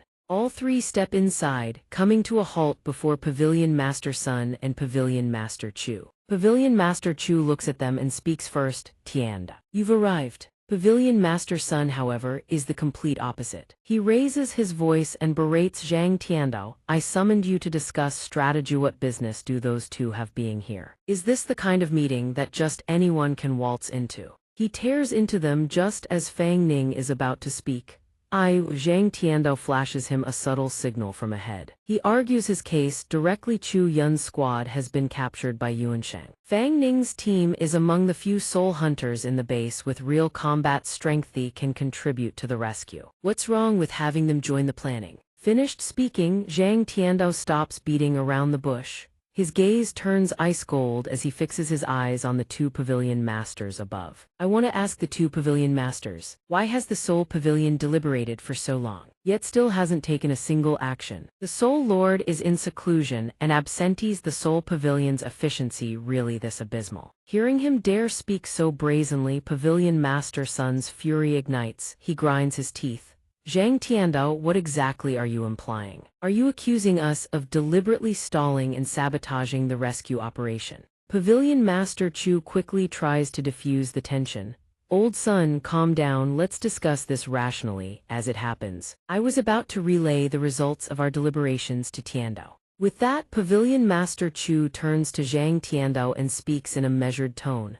Tiandao, don't rush. Of course, the organization intends to spare no effort in rescuing them, but as you know, their current location remains unknown. We're waiting for intelligence ourselves. Besides, mobilizing the organization's manpower takes time. Zhang Tiandao has no intention of backing down. He speaks bluntly, spare me the patronizing tone. I'm simply asking, can you rescue them or not? I never imagined the Soul Pavilion had become this incompetent, too afraid to even save a few people. The truth is, a rescue cannot be launched at this time. Pavilion Master Chu's answer only fuels Zhang Tiandao's fury. He clenches his teeth. Seeing the tense atmosphere, Jiang Li grows curious and whispers to Fang Ning. My dear, why are they arguing? Aren't we here to rescue the squad? Fang Ning is at a loss, doesn't know what to say. But it seems the soul hunters are locked in a silent internal power struggle. Suddenly, the Soul Pavilion's robotic eye begins to tremble uncontrollably. The smaller mechanical eyes converge toward the massive central optic. The two seated pavilion masters are visibly shaken. Pavilion Master Sun watches and shouts, "Why is this happening again? Has the base's defensive formation malfunctioned?" Fang Ning also grows worried and moves to confer with Zhang Tiandao. Commander Zhang, what's going on? Is the base under attack? Tiandao explains gravely, this is the base's highest level alert. Someone is trying to forcibly breach the perimeter. While the two speak, Jiang Li's eyes dart about, scanning the surroundings. She suddenly catches sight of something, her eyes widen. Jiang Li screams, my dear, look out. In the next instant, a devastating enemy strike slams into the Soul Pavilion, shaking the entire chamber to its foundations. Fortunately, Jiang Li reacts in time, pulling Fang Ning and Zhang Tiandao out of harm's way. A familiar figure emerges from the shadows. You deliberately stormed our base with the Yuansheng organization's forces led by Yuan Yue. She speaks with utter contempt. You thought the Soul Hunters' headquarters was an impenetrable fortress. Who knew it couldn't withstand even a single blow?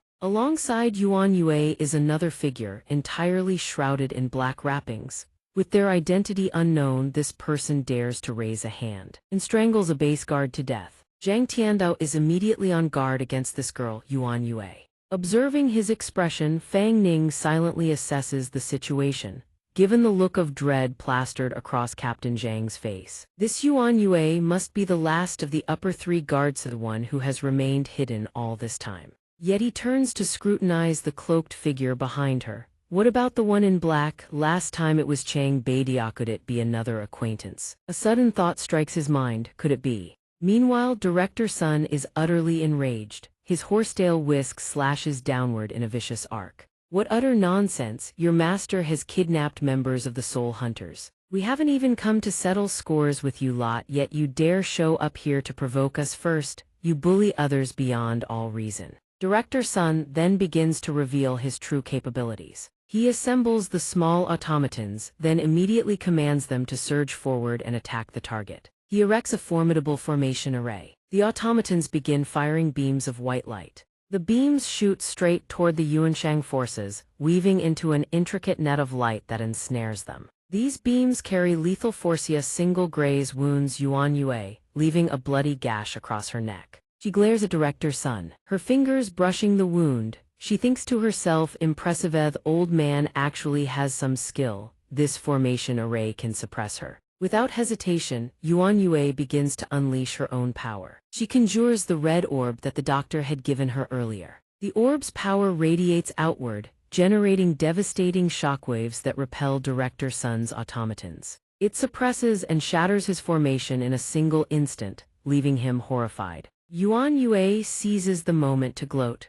Fortunately, the doctor foresaw the possibility of unforeseen circumstances and enhanced the moon disk long ago. Otherwise, it truly would have been trash. Director Sun is powerless, unable to retaliate, his finger jabbing furiously at her face. You truly bully others beyond all reason. Yuan Yue wastes no words. She turns and vanishes without a backward glance. Seeing her about to flee, he erupts in fury, his eyes blazing red as he locks onto Yuan Yue. So what if you have the moon disk? This old man can still capture you and exchange you for the Soul Hunters members. At that very moment, the black-cloaked figure makes their move. They leap into the air, their right arms swelling to a colossal size, and engage Director Sun head-on. Both sides are evenly matched. An explosion erupts at the point where the two clash. The black cloak is torn from the mysterious figure's body by Director Sun's overwhelming force, revealing the true identity hidden beneath. Director Sun clearly recognizes this person. Shock floods his face, his eyes widening in disbelief. How can it be you? The mysterious figure is none other than Yuan Gu. It seems the doctor has resurrected and reconstructed her. She reminds him with cold contempt, old fool go die. Everyone is stunned by Yuan Gu's return, but before anyone can recover, she charges forward without a moment's pause. She drives a devastating punch straight into Director Sun's abdomen. A single blow from Yuan Gu sends Director Sun hurtling through the air. The colossal force propels him straight into the towering ceiling above, blasting a massive hole through it, with cracks spiderwebbing in every direction. Both Zhang Tiandao and Director Chu grow deeply worried for him. Standing outside, observing the entire exchange from the start, Fang Ning silently confirms his suspicion. As I thought, it really is Yuan Gu. No wonder that aura felt so familiar. But is this merely my imagination? Her aura is far more powerful than during the previous 5-star convergence. Above Yuan Gu's head, 5 orbs representing the 5 elemental attributes orbit in midair. Yuan Gu reaches out and snatches the golden orb from above. She fixes her cold gaze on Fang Ning as the golden orb morphs into a sword, her eyes brimming with irreconcilable hatred. Die, Fang Ning, this is unforgivable. Yuan Gu lunges forward instantly, bringing the sword crashing down toward Fang Ning.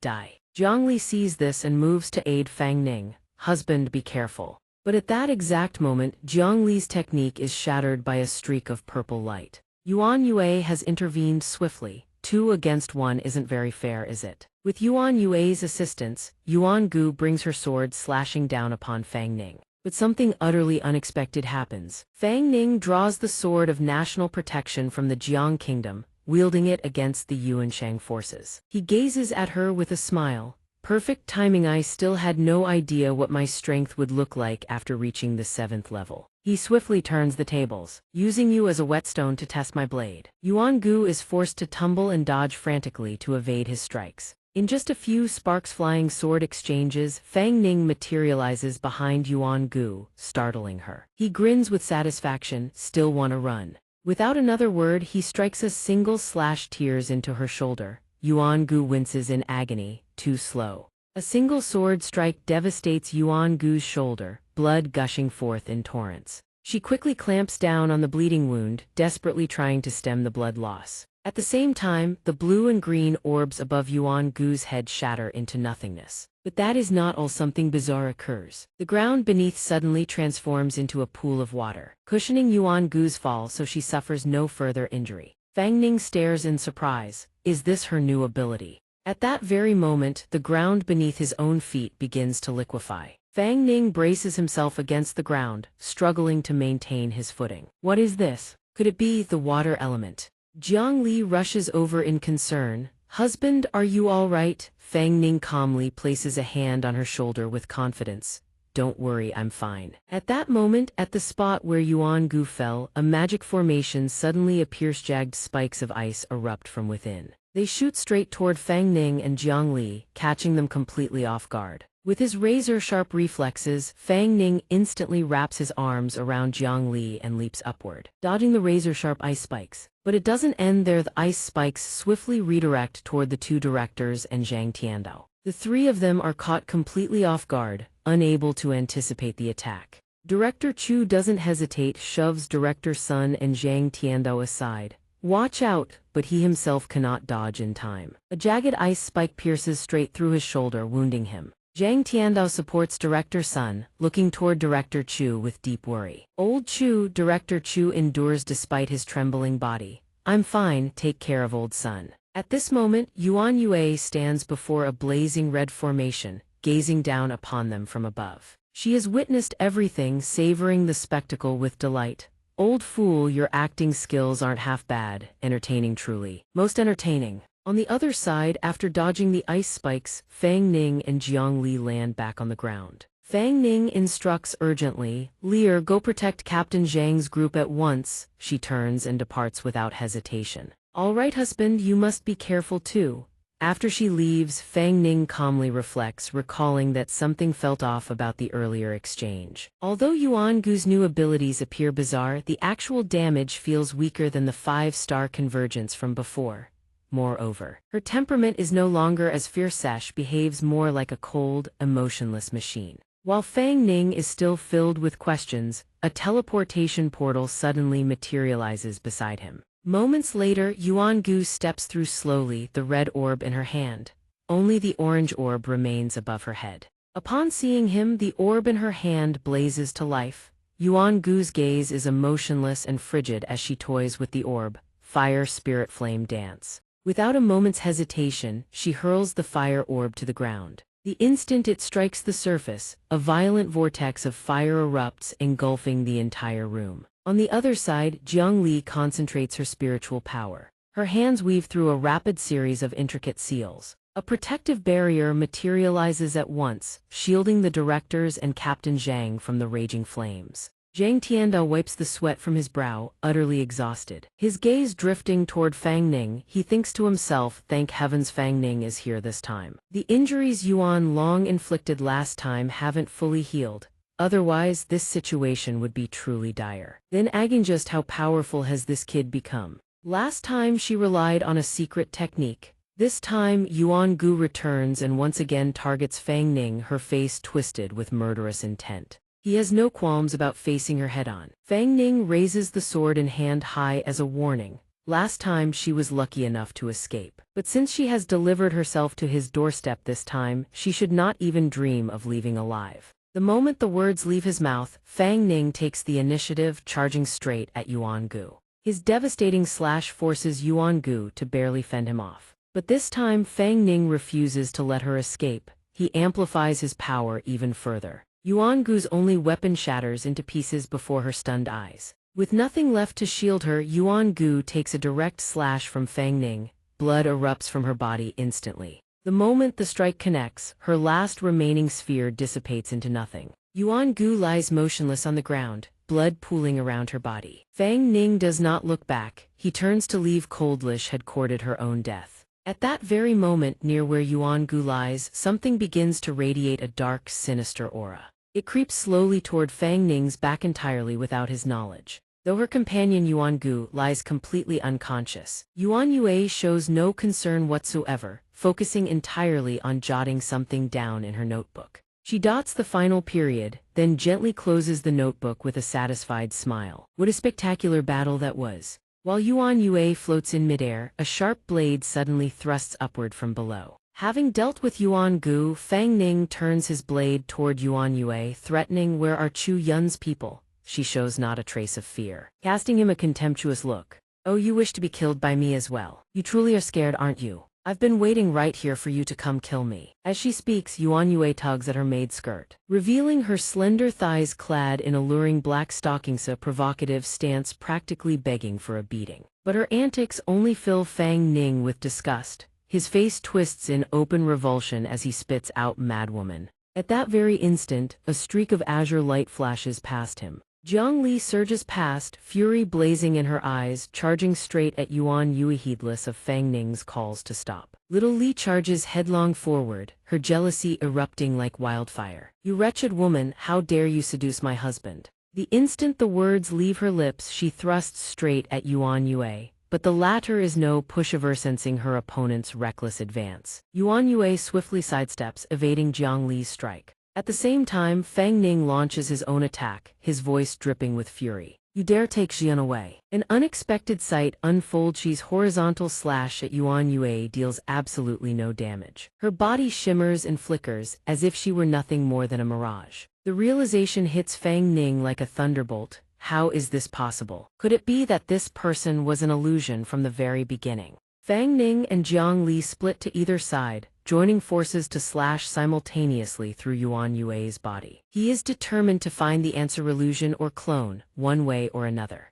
After a series of dodges, Yuan Yue suddenly materializes right behind Fang Ning. Her speed catches him even more off guard. In the next instant, Yuan Yue presses close to Fang Ning, her hand resting on his shoulder. She whispers into his ear with a taunting, triumphant smile, "Why did you stop? You can't possibly hurt me like this." At the same time, Jiang Li cries out in alarm, "Husband, be careful." She surges forward to attack. Fang Ning instantly whirls to face Yuan Yue, fighting in tandem with Jiang Li. He grits his teeth in rage, striking to kill, yet her body remains just as before, no damage whatsoever. Not even a scratch. Yuan Yue, completely unscathed, gradually ascends into the air. Yuan Yue gazes down at the two below, a mocking smile playing on her lips. She draws out a small slip of paper as her body gradually fades. "If you want to save Chu Yun, come exchange your soul, fan that special soul of yours." With those final words, Yuan Yue vanishes without a trace, leaving behind the slip of paper as it flutters gently downward. Fang Ning rushes forward and snatches the paper, his expression tenses. The paper bears a single line, yet the time and location are unmistakably clear: Desolation Wind Canyon. 2 days from now, the writer signs off as Zai. Fang Ning reads it, bewildered. Desolation Wind Canyon, where is this place? Jiang Li quickly moves to his side. Desolation Wind Canyon, husband. Where is that place? Fang Ning furrows his brow in contemplation, has never heard of it either. At the same time, Zhang Tiando emerges alongside the two hall masters. The two flanking him carefully support Chief Sun, who is gravely wounded. Seeing them approach, Fang Ning calls out with concern, "Chief Zhang, Chief Sun, Chief Zhu, is everyone all right?" Zhang Tiando steps forward. "I'm fine, but the two hall masters need immediate treatment. Chief Sun's wounds, in particular, are far more severe." As he finishes, he notices the small slip of paper in Fang Ning's hand. Is that what Yuan Yue left behind? Fang Ning does not bother hiding it, he hands it over. "Yes, it contains the whereabouts of our people." Zhang Tiandao takes the paper, his expression growing solemn. Desolation Wind Canyon, what dark scheme could be brewing there? Hearing him utter the name of that location, both Chief Zhu and Chief Sun are stunned. Seeing their reactions, Fang Ning immediately asks Chief Zhang, "I've lived in Heiyuan City for over 10 years, yet I've never once heard of this place. What exactly is it?" Chief Zhu suddenly speaks up. This story begins 20 years ago. A dark scene unfolds in their minds. Desolation Wind Canyon was once merely a desolate valley rarely visited by anyone, but 20 years ago, a bizarre phenomenon suddenly appeared, something so strange that even a rabbit could sense the anomaly. A massive energy fluctuation erupted within the valley for no apparent reason, a tremendous explosion that sent even the rabbits scurrying for their lives. After that bizarre energy surge, all flora and fauna within the valley perished en masse in a matter of days. Every last wisp of spiritual energy in the valley was drained in an instant, plunging the entire area into a deathly, suffocating silence. Not a trace of vitality remained. Ancient trees withered and died. The soil turned barren and lifeless. Afterward, the Soul Tamers launched a thorough investigation of the area but never uncovered the specific cause behind the devastation. Zhang Tiandao chimes in, providing additional details. Indeed, to ensure safety, the Beast Master immediately led the Soul Tamers to seal off the area, preventing ordinary people from accidentally wandering in. Afterward, they even gradually erased all information pertaining to this location. As a result, most people today have no idea such a place even exists within Heiyuan City. Hearing this, Fang Ning's eyes widen in astonishment as if receiving a revelation. So such a place actually exists. Then Yuanshang deliberately chose this location. Chief Sun gnashes his teeth in fury, continuing HMPH. They obviously intend to use Chu Yun's group as bait in that accursed place. Then ambush us all over again. The people of Yuansheng have always been vicious and terrifying. The moment the words leave his mouth, he breaks into a fit of violent coughing. Chief Zhu quickly intervenes. Calm yourself, elder son, you're still injured. Zhang Tiandao carefully weighs his words. This move by Yuansheng is highly unusual. Even Yuan Yuyuho always operates in the shadow. She appeared in person, yet she did nothing. When Fang Ning struck down Yuan Gu just now, she didn't even intervene. There's no way she came all this way just to deliver a message. Fang Ning presses the matter. Chief Zhang, who exactly is this Yuan Yue? Zhang Tiandao answers at once. Yuan Yue is one of the 3 strongest among the 12 guards. Her strength ranks only below Yuan Long and Yuan Phoenix. Moreover, unlike Yuan Long and Yuan Phoenix, he trails off, letting out a long sigh, and pulls out a cigarette. To this day, we still don't know the specific nature of her abilities. Fang Ning is taken aback. That mysterious. Zhang Tiandao wearily lights his cigarette. Indeed, that's precisely why Yuan Yue showing up in person for this operation means she harbors ulterior motives. We must remain on high alert. At that very moment, the massive sphere above them suddenly trembles, radiating a blinding, dazzling light. An exquisite lotus blossom, pure and pristine in color, slowly materializes. It gradually emanates a shimmering, ethereal glow. The 2 hall masters gape in utter astonishment, their eyes wide and mouths agape. The Beast Master has emerged from seclusion. Hearing this title, Fang Ning grows immensely curious. Beast Master. Instantly, Zhang Tiandao, Pavilion Master Sun, and Pavilion Master Chu drop to one knee in a deep, respectful bow. We pay our respects to the Beast Master. A lotus blossom slowly unfurls its petals, and a figure emerges from the very heart of the flower. A young man of noble elegance materializes before them, radiating an aura that soars to the heavens. This is the Beast Master, the supreme leader of the Soul Beast clan, Chu Chen. The moment he appears, he asks coldly, what could be so alarming? Chu Chen's gaze sweeps over them and he immediately notices Pavilion Master Sun's condition. How did he sustain such severe injuries? Without hesitation, Chu Chen extends his hand and channels a healing spell. The energy surges forward in an instant. It settles over the man's body, mending his wounds. Pavilion Master Sun closes his eyes, feeling his injuries gradually knit themselves back together. The moment the wounds seal shut, he steps forward and bows deeply in gratitude to Chu Chen. Thank you, Beast Master, for healing my wounds. Chu Chen responds with measured composure. It was merely some simple therapeutic measures. From now on, you must rest and recuperate for at least 1 month. Do not move about recklessly, otherwise, at best, you will lose all your spiritual power. At worst, you may exhaust yourself to death. That is not outside the realm of possibility. Hearing this, Pavilion Master Sun jolts in alarm, his face draining of color. Yes, this subordinate will absolutely return to recuperate at once. Once that is settled, Chu Chen turns to Pavilion Master Chu. What exactly happened? The man recounts truthfully. Beast Master. Chu Yun's squad was ambushed by Yuansheng during their previous mission. The entire team has been captured. Yuansheng seized the opportunity to send forces to assault our base. Fang Ning, who has been observing all along, finally registers what he is seeing. So this is the Beast Master. He is somewhat taken aback by the man's appearance. He had expected a white-bearded elder or, at the very least, a burly brute resembling a military drill sergeant. He never imagined the Beast Master would possess such an immortal-like bearing.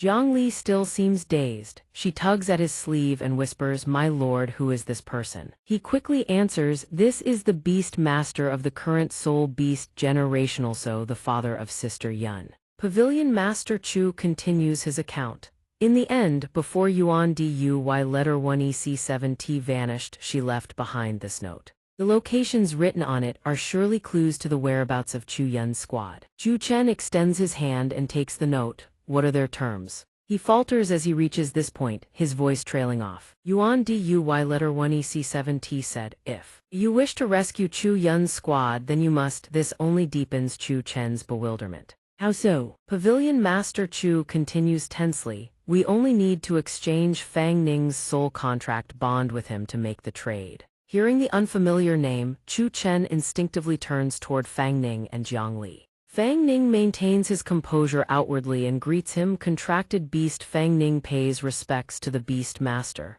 But inside, his heart nearly drops into his stomach. Why is he staring at me like that? That gaze sends chills straight down my spine. Without uttering a single word, Chu Chen raises his hand and conjures a spell. He flings it toward Fang Ning, a devastating strike hurtling forward. Fang Ning jolts in alarm. Unable to dodge in time, he is forced to take the blow head-on. Fang Ning collapses to his knees, blood pouring endlessly from his mouth. Jiang Li whirls toward him in panic, her words tumbling out without pause. "Who, Band, are you all right?" She grits her teeth, glaring at Chu Chen with murderous fury. "Villain, why did you attack my husband?" Pavilion Master Chu can only step forward, desperately trying to mediate. W8, the Pavilion Master's intentions were surely not to attack Fang Ning.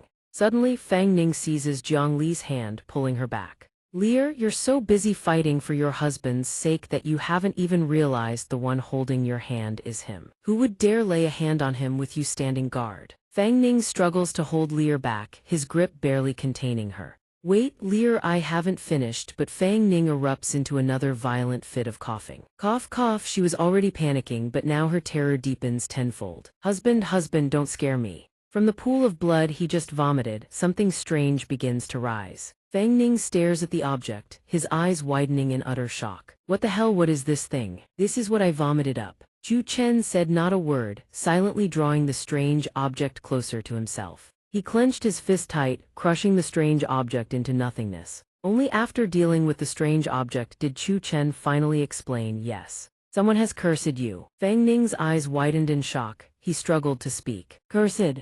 Pavilion Master Chu rose awkwardly and interjected, "I told you the Beast Master wouldn't attack Fang Ning. There must be some misunderstanding here." Chu Chen waited for the man to finish before he spoke. "Earlier, I sensed violent fluctuations in your spiritual power. Your Danshan was being enshrouded by wisps of black qi. This was undoubtedly the effect of that thing." Zhang Tianda was so furious his teeth ground together. It had to be Yuan Yue and Yuan Quan. They exploited the chaos of battle with Fang Ning to plant the curse, utterly vicious and despicable. Fang Ning lowered his gaze to the bloodstain on his hand, a quiet wave of relief washing over him. "A curse, you say? And yet I didn't notice it in the slightest. Thank heavens the Beast Master discovered it. Otherwise, who knows what the consequences would have been." Without a moment's hesitation, he expressed his gratitude for the life-saving intervention. "I am deeply grateful to the Beast Master for removing the curse." Chu Chen simply waved his hand. "Ensuring the safety of Beast Soul practitioners is the Beast Master's duty. There is no need to thank me." Pavilion Master Chu now returned to the matter at hand. "Beast Master, regarding the rescue of Chu Yun's team." He turned to Fang Ning to seek his opinion. "Fang Ning, what do you think?" Fang Ning flinched, pointing at himself in bewilderment. Fang Ning fell silent and pondered for a long moment. "Why does Yunsheng insist on capturing Jiang Li and me? They even went to great lengths to capture Sister Yun over this. Could it be related to what happened 1,000 years ago? Whether to save innocent people like Sister Yun who were dragged into this mess, or to uncover the truth behind events 1,000 years past, I must take part in this rescue." Pavilion Master Chu noticed his hesitation and reassured him, "There is no need to be afraid. We will merely pretend to use you as hostages to negotiate with Yuansheng, then seize the opportunity to rescue Chu Yun. Throughout the entire operation, we will do everything in our power to ensure your safety. Of course, if you do not wish to participate, no one will force you." But Fang Ning responded without the slightest hesitation. "I agree," he repeated, his voice solemn and unwavering. "Beast Master, I agree to Pavilion Master Chu's plan. I also trust that the Beast Soul will ensure Jiang Li's safety and mine." Chu Chen was greatly pleased by his words. "Good, since you agree as well, we shall proceed according to Pavilion Master Chu's proposal." Having said that, he turned and strode away. Those behind him bowed their heads to receive their orders. "Yes, Beastmaster." Before departing, Chu Chen turned back one final time to issue detailed instructions, ordering all units to prepare. "I will personally command this rescue force. There must be no mistakes whatsoever." Meanwhile, at the doctor's base, a rabbit lay strapped to a table, its limbs bound tight from all four sides. Hovering just above it was something identical to what Fang Ning had vomited up moments ago. The object rapidly radiated dark energy, gradually seeping into the rabbit's brain and causing it to thrash wildly in terror. The doctor saw it struggling and stepped forward, gently stroking it to calm it down. "Easy now, be good," he cooed. But his tender words had scarcely faded before his hand shot out and clamped around the poor rabbit's throat. The doctor smirked, watching the rabbit with savage amusement. "The more you struggle, the faster you die." The gateway of the barrier swung open. Yue Ying stepped down slowly and bowed her head respectfully to the doctor. The old man cut straight to the point. "Is the mission complete?" Xunyu reports swiftly. She has already informed them of the time and location. The combat data has been fully transmitted into the database, and the experimental samples from Yuan Gu have been disposed of. The doctor praises her without reservation. "Good, well done. That rabbit in his hands has already been tortured beyond recognition." Xunyu suddenly continues her report. "Doctor, there is one more important matter I must report." The old man responds, "What is it?" Xunyu adjusts her glasses with a bony hand, her lips narrating without pause. "Based on the recent battle between Fang Ning and Yuan Gu, there is a very high probability that Fang Ning has now advanced to level 7. Hearing this, the doctor's hand, which had been stroking the rabbit, freezes mid-motion. He grips the creature's head with his bare hand and squeezes so hard the rabbit's skull nearly bursts. The doctor retrieves a handkerchief and wipes his hands clean, his tone utterly calm. "Oh, reach level 7 already, that fast. It seems even earlier than the awakening time I predicted." Xunyu presses on. "Furthermore, Fang Ning currently possesses the nation-stabilizing seal of the Jiang Kingdom. This is no small threat. I fear it will interfere with our next phase of plans. The doctor has schemed for many long years. Had the ruins of the princess's residence not suddenly vanished, we would never have had to expend such effort relaying the great array." He merely waves a dismissive hand. "It's fine." The doctor's finger presses a button on the armrest of his wheelchair. "Right now the most critical factor is time." A screen slowly descends from above. On the screen, 5 figures stand surrounding a magic circle. "That Kun Ling has already reached level 7. They must reactivate the great array before she fully awakens. As for that brat, the stronger his power, the better that thing can perform, and the smoother our plan will proceed." Having spoken, the doctor turns to issue his command. "Since you've just returned, go to the Forbidden Void Valley immediately and oversee the deployment of the Great Array. Ensure there are absolutely no errors." She obediently lowers her head and accepts the order. "Yes, doctor." After Xunyu departs, the room returns to silence. He produces a dazzling necklace from his robes. The doctor furrows his brow, murmuring softly to the necklace. "Nai, can you hear me? Can you? The Great Array is about to be reactivated. You'll be saved soon after all these years." He recalls the radiant image of the girl named Nini from all those years ago, and his neck jerks with barely restrained emotion. She sets a lunchbox before the doctor and offers it with a smile. "This is soup I made by hand for you. Try it, see how it tastes." The doctor of that era still had a full head of hair. He pulls Nini into his arms and promises, "Once I finish this work, I'll take you camping. Would you like that?" She agrees without the slightest hesitation. "As long as I'm by your side, I'm happy doing anything." That chapter of their lives ends with Nini meeting an unforeseen accident. The doctor could only kneel before her lifeless body and weep. I'm sorry, it's all my fault." Nini's mouth and eyes suddenly erupt with a burst of killing intent. The doctor jolts violently. Before his eyes stands a 3-headed demon. Snapping back to the present, the doctor clenches the bracelet tight and whispers, "Nini, soon. I'm sorry for making you wait this long. Almost there, we can start over from the beginning."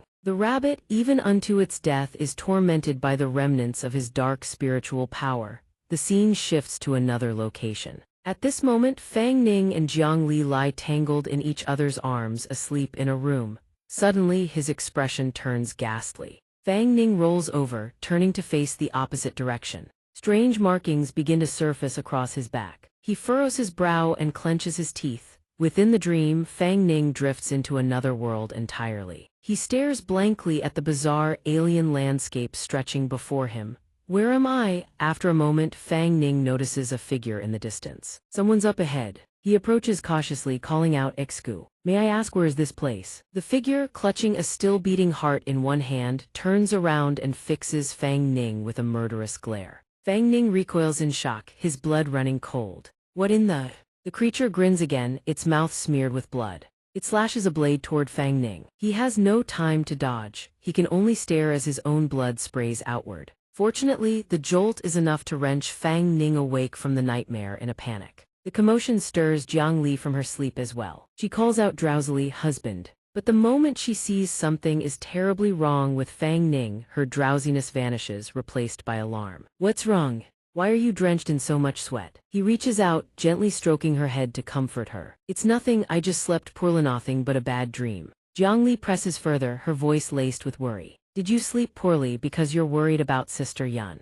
Fang Ning lets out a long sigh. "That's right." He turns to gaze out the window, teeth gritted tight. A dark premonition gnawing at him from the remnants of the nightmare. He prays that 2 days from now, everything will go smoothly, that he can rescue Sister Yun and bring everyone back safely. Meanwhile, at the desolate void valley, in a place resembling a sacrificial altar, Xunyu carefully sets a sphere upon the table. Once done, she smirks with supreme confidence. It won't be long, no, a brand new world, ours to command.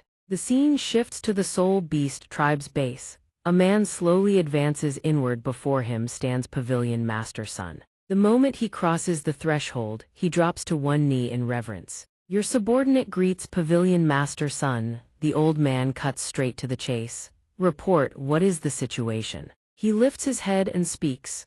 "The Beast Lord has currently led Fang Ning and the others into the desolate void valley." Pavilion Master Sun's expression darkens at once, senses something amiss. This Fang Ning brat, Yuansheng, has gone to such extraordinary lengths this time. Yet they specifically demanded him and that Fang Hun as the exchange hostages. There is definitely something suspicious at play. The man refutes his words. "However, Pavilion Master, I have been monitoring Zhang Tiandao and Fang Ning for quite some time. Based on my observations, there is nothing suspicious about either of them. They bear no resemblance to sleeper agents planted by Yuanshang within the organization." Pavilion Master Sun sighs, dismissing the man's reasoning. Ever since Zhang Tiandao brought that brat into the organization, many of Yuanshang's moves have revolved around him. Even the successive assaults against the Soul Beast tribe have inflicted devastating losses time and again. It cannot all be coincidence. There is certainly something hidden on his person. Therefore, what transpires at the desolate void valley this time most assuredly conceals an even greater conspiracy behind it. As he speaks, he jabs a finger at the man and issues his command. "Proceed to the desolate void valley at once.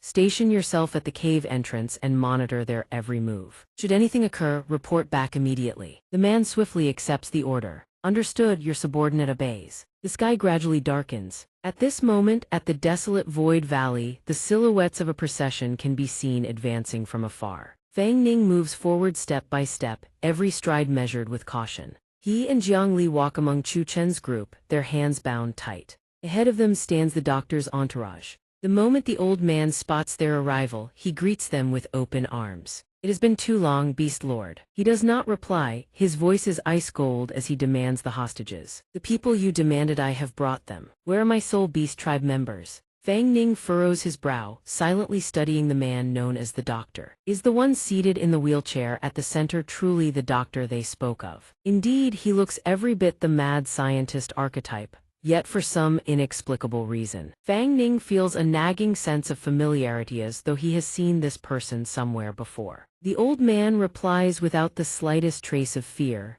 "Rest assured, the Beast Lord has kept his word. How could I possibly break mine?" The doctor raises his hand and claps once. Yuan Long flicks his wrist and the three captives swiftly materialize. Chu Yun's eyes widen in shock at the sight of Chu Chen. "Father, aren't you supposed to be in seclusion? Why did you emerge from seclusion so early? And Fang Ning and little sister Li Tui, are they bound like this? Could it be that Jiang Li is so anxious she's calling that woman's Sister Yun?" At this point, Chu Yun seems to have grasped the full picture. "So Yuansheng's trap to capture us was all along aimed at Fang Ning and Jiang Li. No, absolutely cannot let them get their hands on them." Just as she is about to struggle free, a hand shoots out to stop her. It is Yuan Feng. She advises, "The exchange will happen very soon. Stop struggling, it is useless." Zhu Chen, seeing that his people are still safe, only then begins to discuss the exchange. "Speak, how do you propose to make the exchange?" The doctor wastes no courtesy. "You wish to save your daughter, all I need is that brat beside you and that special soul, for fairness. We exchange simultaneously, neither side need fear the other resorting to tricks."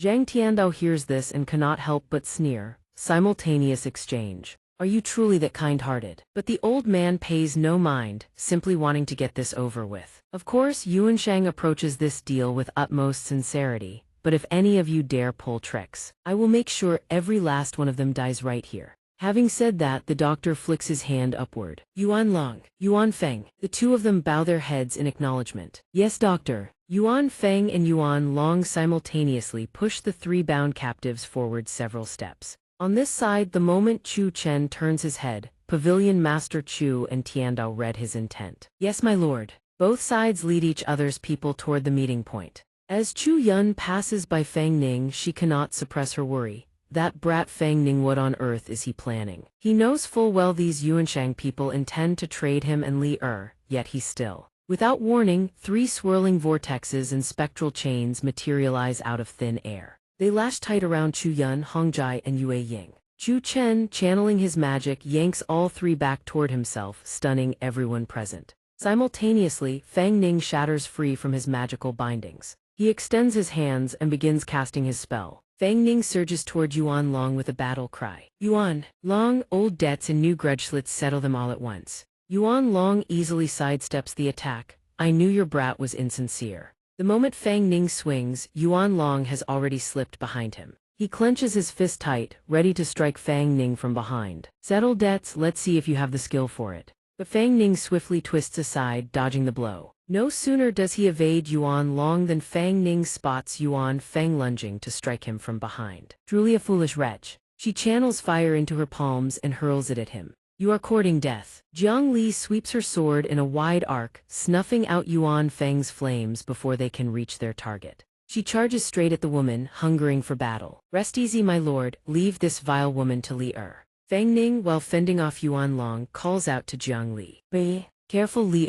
She answers without hesitation, rest easy, my lord. After dodging for a while, he finally draws a sword. Yuan Long strikes downward, but Fang Ning blocks it. They lock eyes in a fierce glare, neither yielding an inch. This time you'd better show me your true abilities, otherwise you can just wait to die. The words barely leave his lips before he retreats several steps. Fang Ning drives his sword deep into the ground, grinding against the earth to create friction, preventing himself from being sent flying. He grits his teeth and glares at Yuan Long with bitter resentment. His strength had surged so dramatically, yet there was still such a gap between them. Just how powerful is Yuan Long really? On the other side, Yuan Long raises one hand to cover his face. A smirk curls across Yuan Long's lips as he gazes down at Fang Ning with unmistakable satisfaction. Now you finally look the part. You haven't made my efforts in vain. By now, Fang Ning is utterly exhausted, barely able to catch his breath. Meanwhile, Jiang Li is still locked in fierce combat with Yuan Ph letter 1B0 letter 1E3 NG. The moment she sees Fang Ning in trouble, her focus wavers. My love, are you all right? Yuan Ph letter 1B0 letter 1EA3 NG seizes the opening and unleashes a torrent of flames to ambush her. By the time Jiang Li realizes what is happening, it is far too late to react. She can only widen her eyes and watch the inferno hurtling toward her. Just when it seems Jiang Li is about to be overwhelmed, Chu Chen intervenes in the nick of time, conjuring a barrier to shield her. His sorcery crystallizes instantly into azure ice. Dozens of razor-sharp shards materialize and surge toward Yuan Ph letter 1B0 letter 1E3 NG, catching her off guard in a flash of startled panic. Yuan Ph letter 1B0 letter 1E3 NG leaps into the air, narrowly dodging the assault. Before the icy mist even clears, more razor-sharp shards pierce through the haze. She fails to dodge in time, her face darkens as she grits her teeth, a crystal shard tearing clean through her shoulder. Yuan Ph letter 1B0 letter 1E3 NG lands on the ground and turns to face the one before her. She sneers coldly, never expecting to see the legendary figure. The one spoken of only in rumors make his move. It is truly a great honor. Chu Chen pays no heed to such words. He turns to his subordinates and issues his command. Zhao Yun, you and Pavilion Master Chu go reinforce Fang Ning at once. The two accept the order without hesitation. Yes, Beastmaster, yes, my lord. Next, Chu Chen turns to Tiandao with a directive. Tiandao, Yue Ying's wounds are far too severe. We must stabilize his life force first and assess his condition. Stay here and stand guard for me. He bows his head in agreement. Rest assured, Beastmaster. With that, Tiandao strides forward, conjuring a protective barrier to shield them. Meanwhile, Pavilion Master Chu and Chu Yun arrive on the scene, closing in to encircle Ling Feng. The moment Ling Feng launches a fire-based assault, the other whips out an ice element Dharma artifact and rushes forward to engage. But before she can follow through, Chu Yun's wrist is seized. Xuanyu casually interjects, preaching reason even as she acts. You soul hunters haven't a shred of propriety in your bones. He retorts without missing a beat compared to the likes of you Xuansheng. We are far less sinister and vicious. Xuanyu swiftly ducks beneath Chu Yun and flings her hurtling toward Pavilion Master Chu. Above Fang Ning's head, a flame bird circles through the air. Along with Yuan Long, it charges toward him in tandem. Tiandao and Jiang Li spot the danger and cry out in alarm, "Husband, Fang Ning, be careful." The bracelet on Fang Ning's wrist suddenly erupts with blinding light. Yu Sheng bursts forth from the bracelet and roars, "You despicable cowards dare ambush our young master." Above him, Yuan Feng presses the assault with devastating force. Only after seeing Yu Sheng appear does Jiang Li feel at ease, steeling herself to continue the fight. "General Yu, I'll handle her. Go help my husband at once." He bows his head respectfully and replies, "Your Highness, you must also be careful." Below, Fang Ning clashes blades with Yuan Long. He grits his teeth as the blade streaks past him. Just how fast is this man? Yuan Long watches Fang Ning dodge desperately and smirks with satisfaction. "Didn't you want me dead?" The words barely leave his lips when Yu Sheng strikes from behind. "Die, you wretched scum." Yuan Long reacts without a shred of delay, deflecting the blow with a casual flick of his wrist. Both men clench their fists and unleash a thunderous punch at the same instant. The impact is so devastating it sends both hurtling backward. He plants his feet into the ground to absorb the sheer force. Yuan Long merely brushes his sleeve with calm indifference. "As expected, I spared your life 1,000 years ago. Who would have thought you'd return as a mere spirit?" He stares at Yuan Long, eyes blazing with hatred, and bellows, "The hatred of a fallen kingdomvan if I must become a ghost. I will never forgive you, Yuansheng scum." Today is the day this general's estate settles its great vengeance. From behind, Fang Ning charges forward with sword in hand. Yuan Long tilts his body, narrowly evading the dual assault. He leaps into midair and lands with perfect poise upon the cutting edge of Yu Sheng's blade. Yuan Long stands impossibly steady atop the blade, even managing to parry Fang Ning's incoming strike. Seeing this, Yu Sheng yanks his blade back with a vicious tug. Yuan Long's footing vanishes in an instant. The sudden shift catches him completely off guard. Directly before him, Fang Ning lunges with sword raised. Yuan Long raises his blade to block, but behind him, Yu Sheng seizes the opening and strikes. Yu Sheng lands a slashing blow across Yuan Long's back before leaping clear. Attacked from all sides, Yuan Long can only grit his teeth and endure the pain. Seizing the momentum, Fang Ning drives a vicious kick into Yuan Long's ribs. The force sends him staggering, barely catches himself on his sword to keep from collapsing. Yuan Long eyes them warily. The tides of fortune ever shift, and 2 against 1, now that is truly unfair. Fang Ning seizes the momentum and surges forward. "Whatever words you have left, save them for your dying breath." The doctor quietly observes from the sidelines, watching the clash between him and Yuan Long. Sensing the opportune moment has arrived, the old man curls his lips into a gleeful smirk. The doctor's hand presses down on a button embedded in his wheelchair. A barrier formation materializes in an instant. Tai and Guyot smirks, watching Pavilion Master Chu and Chu Yun close in on her position. The instant they strike, she leaps away to another location. Lion and Guyot extends her hands, weaving a rapid series of seals. A blazing crimson sphere materializes before her. Fang Ning is afflicted, just as anticipated. Seeing him cough up a mouthful of blood, Yu Sheng rushes to young Master Ning's side in alarm. Suddenly his eyes snap wide open. Fang Ning lets out a pained roar, his dark magical power erupting forth in violent torrents. The physician sitting to the side cannot help but feel satisfied with this result. "Don't be hasty, tonight's play has only just begun." Fang Ning clutches his throat in agony. Nearby, Chu Yun also begins vomiting blood. The moment Chu Chen sees his daughter in such a state, deep alarm seizes him. "Xiao Yun!" Jiang Li sees the situation turning dire and charges forward without hesitation. She calls out to her husband in a panic. Jiang Li rushes to Fang Ning's side, desperate to check on him. "My husband, are you all right?" Yu Sheng suddenly lets out a sharp cry. "Your Highness, please be careful." Sure enough, Yuan Long charges toward them with sword in hand. Fang Ning immediately moved to shield Zhang Li. Leer he stepped forward and took the blow meant for her. Yuan Long watched with an expression of feigned benevolence. How does it feel? The taste of the soul-devouring curse. How is it? I advise you not to struggle. The more spiritual power you circulate, the worse the backlash in your body becomes.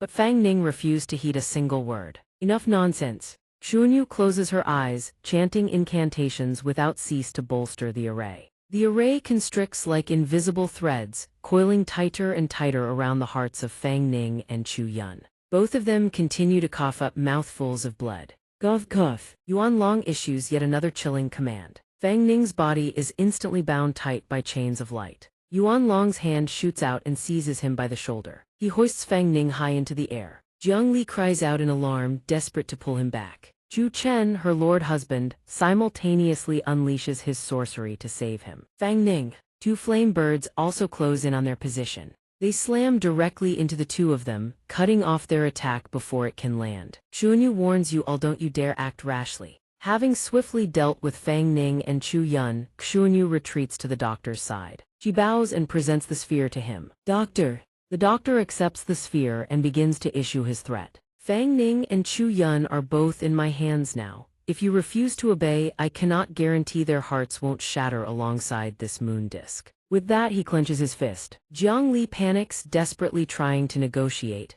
Release my husband at once, whatever your terms, I'll agree to them. Zhu Chen can no longer contain his fury. What is it you people want? Just then Fang Ning's feet finally touch the ground. Yuan Long drags him toward the doctor, who surveys the scene with deep satisfaction. Don't be so tense, my condition is actually quite simple. I merely want her to remove the seal talisman from her forehead. As he speaks, the doctor raises his hand in a subtle signal. Jiang Li freezes at his words, remove the seal talisman. To ensure her compliance, the doctor doesn't forget to sweeten the offer. Indeed, all you need to do is obey, and we will release him immediately and lift the soul-devouring curse from his body to boot. I can guarantee nothing will happen to him. Jiang Li's hand rises to touch the talisman on her forehead. Just by removing this, I can save my husband. But before she can act, Fang Ning's roar cuts through the air. Don't do it, Leer, don't listen to them. The words barely leave his lips before Yuan Long's grip crushes down on his neck.